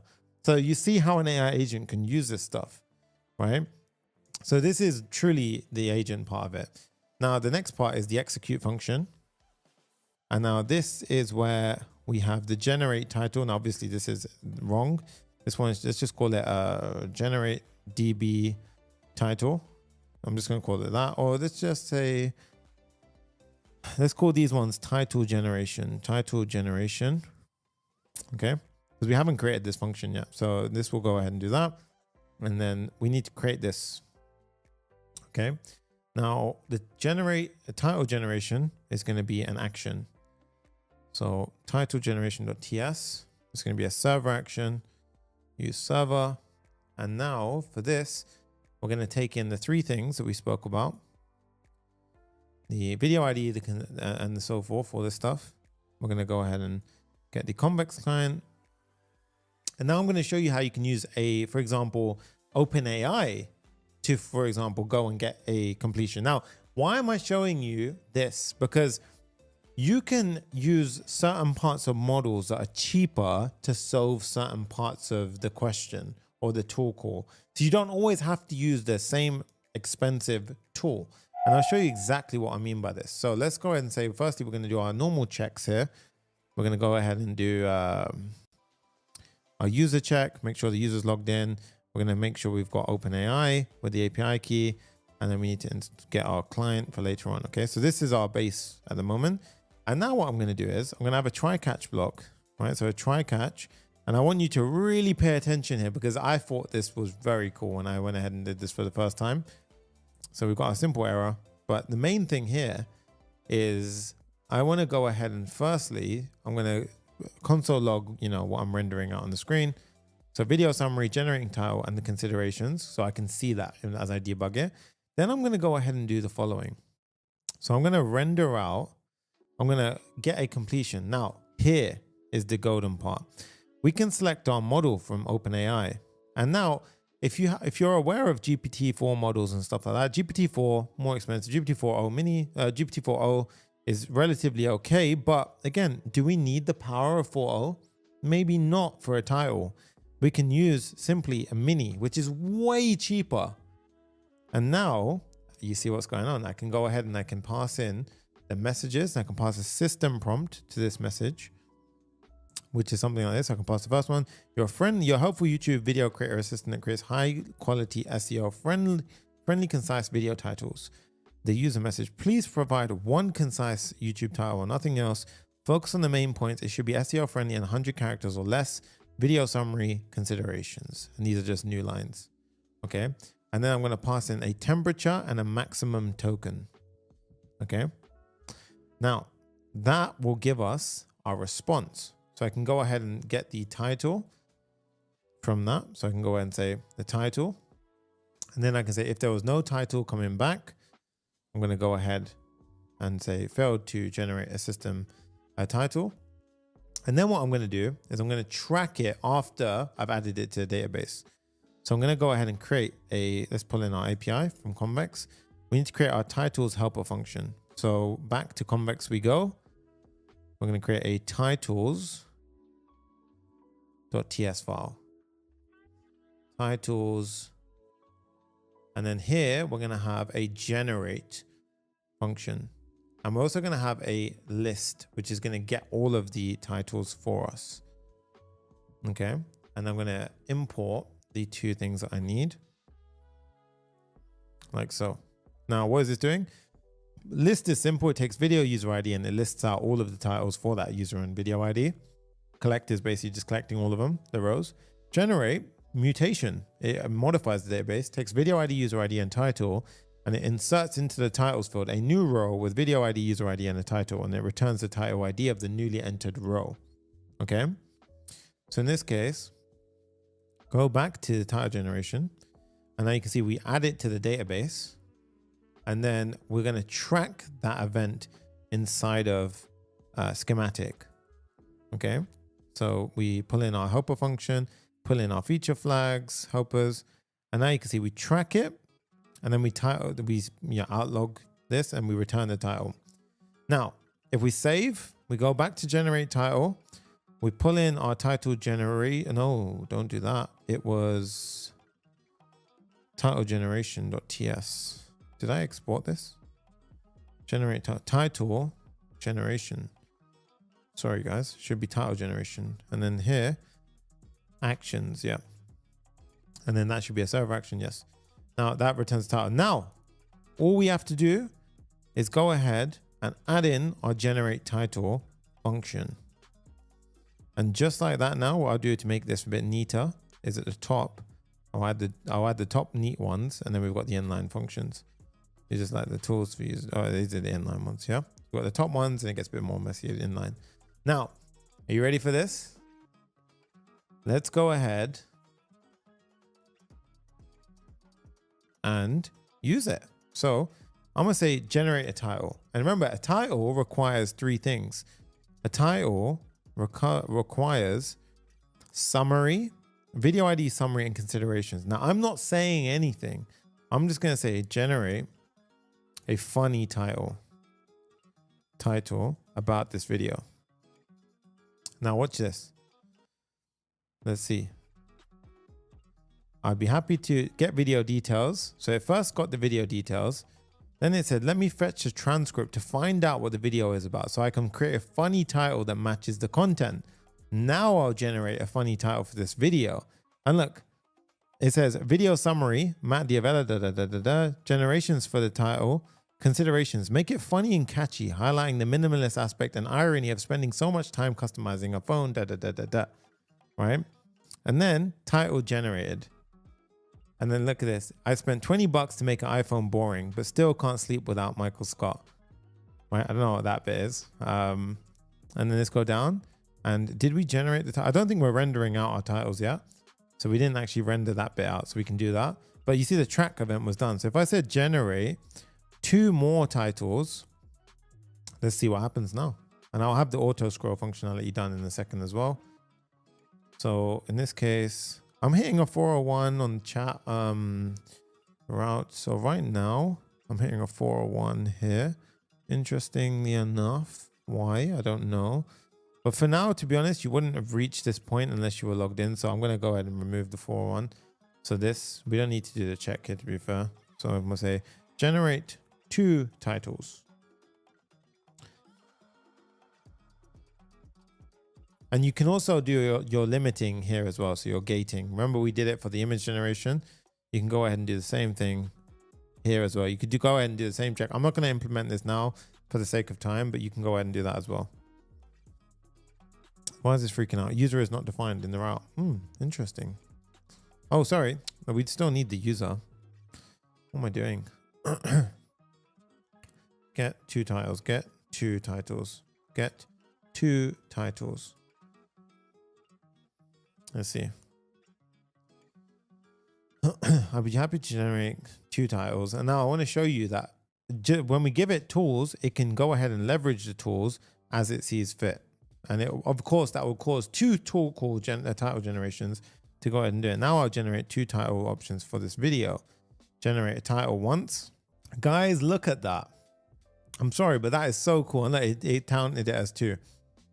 And it goes title suggestions. And then it gave me the 2 in a very nice format. Like, come on. That is so sick. It's unreal, right? The only thing we got left is really the title part. So let's go to our title generations component. And here, so title generations, here I want to actually check a couple of things. So one, I want to check I want to get access to all of the titles. Now, how do we do that? Well, simple. We use the use query from Convex React. We pull in our API. We already created the list function. We pass in the user ID and the video ID, which we already have. And the titles should get fed through here. So now, boom, just like that. How clean was that? And this will go ahead and copy. And if I paste it, look at that. See, when you code well, things just work. Really, really nice. And if I say generate title now, generate a title for this video, I'm going to fix the scrolling element now as well. We should see in a second that this will hit 4 once this is done. Interestingly enough, I'm getting that weird bug. So maybe we'll fix that one afterwards. Shit, loom about that. But if I do this, generate title. And now you can see I'm happy to generate a title. First, let me get information. So it fetches all the information about it. And of course, what you can do is you could actually save this entire chat as history in the database and then, you know, refer to it that way, use caching and all that kind of stuff as well. But in this case, we're just starting fresh chat every time. And then Generate title, and you can see that 3 right now. So let's see what it does. The demo. Okay, so its considerations is still generating the title. It's using 4.0 mini to do that. So interesting, taking a little bit long. Maybe mini is a little bit more stuck or something, but demo goes a bit against me right now. But yeah, there you go. I mean, it's definitely replying. It'll just maybe taking time, or maybe I'm stressing it a bit. But main thing is let's go ahead and figure out the is enabled. Did we actually did this already? Yeah, we did. We did the disabled part as well. And I believe we actually made it already look disabled. Yeah, so it was actually, yeah, so I think we're actually good, guys, by the way. But besides that little bug, so I'm going to just check. What's this? No message was provided. Get you to transcript. That's a very interesting bug I was getting, by the way. I'm going to check that one out. But let's go back to a starter plan, for example. Starter plan doesn't have access to another one of the things. So if I go back to starter plan doesn't have image generation. This is a bit of a glitch. We'll tell the guys about it. If you hit that point, just refresh the screen. But that will be fixed in a matter of like 24, 48 hours, honestly. If we go back to a video now, I'm going to go ahead and grab a video link. Let's go in here. Look, feature disabled, generate image. And if I try to manually do it, generate image, let's see what it does. I'd create an image, can you provide an image? Let's just say generate an image about this video. And it should, when it tries to access the tool, fail. So that it tries to get video. I mean, you could obviously try and get it before this point, but right now, again, prompt engineering would probably determine that. So in this case, let me generate an image based on the video content. Image generation, the user must upgrade. And you can see, look, going to manage plan, selecting an upgrade plan that includes image generation capabilities. Boom. There we have it, guys. Absolutely awesome, awesome stuff. Now that is pretty damn nice. Okay. That is very, very nice. So I think at that point, besides the toast notifications, but I think what might be cool is you can add the toast notifications if you want. Actually, you know what? I'll show you. Toast notifications are very easy to add. So what you want to do is shad cn, and then we're going to deploy, and then we are good to go. So shad cn, we're going to use the Sonar, I believe we're using. So go down to Sonar, this one here, and you see these notifications, click, click, click. These ones, I'm going to go ahead and install this. Command J, pop it open, PM, add Sonar. And then I think J, after that, I think feature wise, we're all good.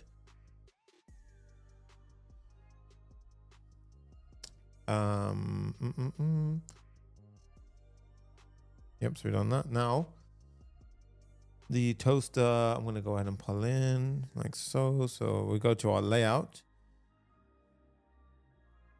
Toaster. Underneath the main, we're going to pop in the toaster. I'm going to put the position as bottom center for notifications, right? So if I go into, for example, the AI agent chat, right? Now, what I'm going to do is I'm going to create a use effect, which is triggering based off of the status, right? So inside the AI agent, what I'm going to do is where we have all these schematic flags, Yeah, but underneath that, before we do the functions, I'm going to have a use effect. And this one's very easy, guys. I'll show you what we do. We pass in the status. And every time the status changes, I want it to go ahead and, you know, change up what's shown on the screen. So we have a toast ID, which is going to represent what pops up. And then I'm going to have a switch statement, which basically is like responsible for if switch says submitted, it's going to show something and so forth. So if the switch on status is submitted, then toast, which we import from Sonar, which is our pop-up, we can go ahead and import the icons as well. Then this is going to go ahead and be agent is thinking and so forth, right? So I'm going to do the same thing for streaming error and ready. So in this case, we're going to have, oops. And now, guys, this will go ahead and dismiss means it will shut it down once it comes back. These are the different states, by the way, for status. So you can actually see this here. So he's like submitted and so forth. And it's obviously ruling them out as I've used them. So check this out. So watch this. So I say hello there. Boom, enter. Ah, agent is thinking. Wait for it. Agent is replying. Nice. How are you? Agent is thinking. Agent is replying. Generate title. Agent is thinking. Agent is replying. I need the auto scroll to work. So you see now, obviously I keep having to scroll down. So what I'll show you is a little trick for the scrolling. So in AI agent chat now, very nice little trick. It's subjective as to how you want to do it, but what we can do is we can have a bottom ref.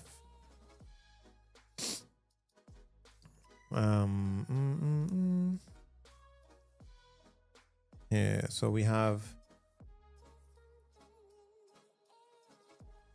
I'll show you two ways of doing it actually. So we're gonna have two references because we've got two parts of scrollable contents on the screen. We've actually got a left side and the right side. We have to do two approaches here to get that down the way we want it. So what I'll do is at the top, I'm gonna have two references. This is gonna be the scrolling to bottom logic, bottom ref and message ref. Now the bottom ref goes underneath the user message. So where is it? Underneath the user message, outside of all this. Boom. We just stick a reference at the bottom of the messages. So at the right at the bottom, there should be an invisible reference there. And then we have message container ref, which is going to be the top reference. So the actual div surrounding the flow overflow, where is it? Overflow, this one. So it's actually this one here. We're going to attach a reference to that. Okay. Now the reason why we do this is because what we do is we're going to add another use effect.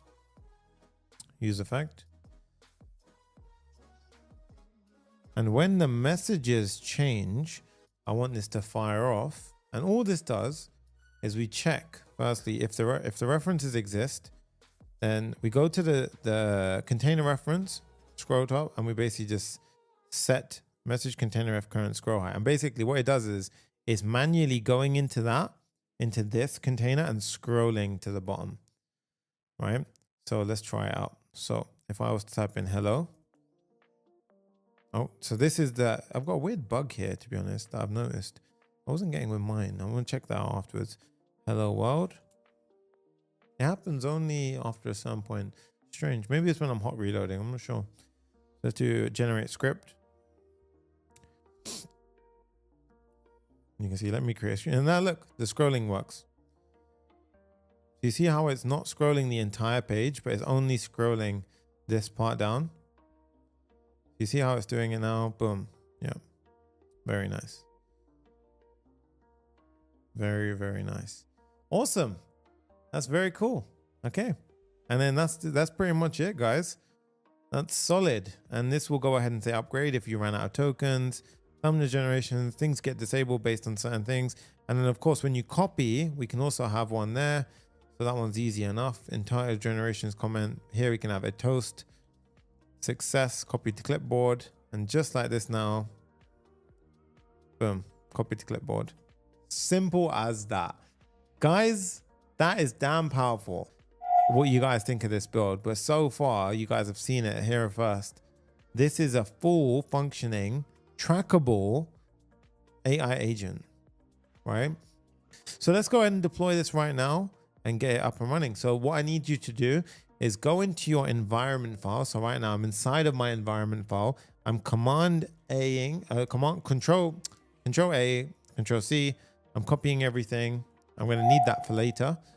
Let's go ahead and do a deployment. So Vercel -- prod. Again, you shouldn't really push the prod. I'm just going to say it there. you should not push the prod. You should push firstly to the preview environment and check it. But you want to go into your inspect, click open. You want to go into the settings, environment variables, and those environment variables I just spoke about, you want to paste it in here. So I'm pasting it in, and I'm going to go ahead and show you right now so you guys can see. See, I've pasted in all the keys, and then I'm going to go down to the bottom and click on save. So you guys can see here, save. And then you can see it's going to go ahead and say you need to deploy again. So we go to deployments, go to the one that's currently building, cancel it. And then Vercel -- prod. So let's do it again. Vercel -- prod. Roman push the prod. So let's go ahead and see what this is doing. Let's inspect the build. Let's go ahead and say build logs. So this is fine. This one is not a problem. That one will be completely okay. Let's let that one do its thing. Oh, don't we just love it when it deploys the first time? Love that.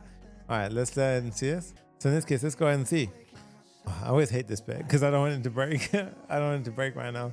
We go so far. Let's go ahead and give it a chance. Let's click on a random video right now. Boom. Let's go into his video. Analyze. I'm logged in already. It will go ahead and do this. This is on a deployment. Boom. There we have it. Now, I guarantee that my call might fail. My tool calling fails. So this one agent is thinking. If it goes over 10 seconds, I have to change it on the back end. So this one is working right now. But if it lasts longer than 10 seconds, well, firstly, boom, that worked. But let's see. I don't know if I've already changed it, but you guys might run into this. So I want to fix it for you. So if you go over here before we carry on, settings, functions, and change your function max duration to 60 seconds. And that means that it can do the tool calls for longer. If your tool calling lasts longer than 60 seconds, obviously the free plan is going to break. You need to also redeploy to get that down. But very good news, guys. The deployment works, and there you have it. It's there, right? So boom, we have a working. Someone goes, yes, do it. Max duration. Yeah, you want to change that. Otherwise, it'll cause you a right pain. Trust me. Let's generate a title. Let's see if that works. Look at this. I'm happy to generate a title from you. Let's see if the 10 seconds errors out here. We'll see if it does, because it might actually error out at 10 seconds here. I wonder. Let's see. Well, it's doing it. Yeah, exploring Justin C's. Yeah, look at that, guys. Boom. We have it working with the tracking all down, nailed. So clean. Boom. And just like that, insane. You built 4 incredible Next.js 15 AI agent apps, and you've mastered and learned a ton of tech. If you made it to this point, make sure to drop a fire emoji in the comments so that I know you're a true Papa Fam OG. And remember, while you were getting set up with any of the builds, Clerk and Schematic, make sure you use our special links in the description, because it allows me to continue to make these videos absolutely free for you guys, and it hugely supports the channel. And of course, if you haven't already, for whatever crazy reason, subscribe to the channel and make sure you like the video and share this with as many developers out there as absolutely possible. If you want access to the entire source code for all of my builds, my future builds, and anything in between, then make sure you check out the Papa GitHub repo. The link is in the description. And remember, if this was difficult, or you simply just want to level up even further, or be surrounded by a network of individuals who are pushing their developer capabilities to their absolute optimal amount, then look no further. Zero to Full Stack Hero 2.0 is your new home. The link is on the screen right now, and it's time to change your lives. Just like how my other 1,000 plus students have already, now it's your chance. And if you made it to this point in the video, I'm directly talking to people just like you. I want people of your caliber inside of this course and community, so we can build the best and biggest developer family on the entire planet. Until then, of course, it's your boy Sunny, aka Papa React. I hope you enjoyed this one, and as always, guys, I will see you in the next one. Peace.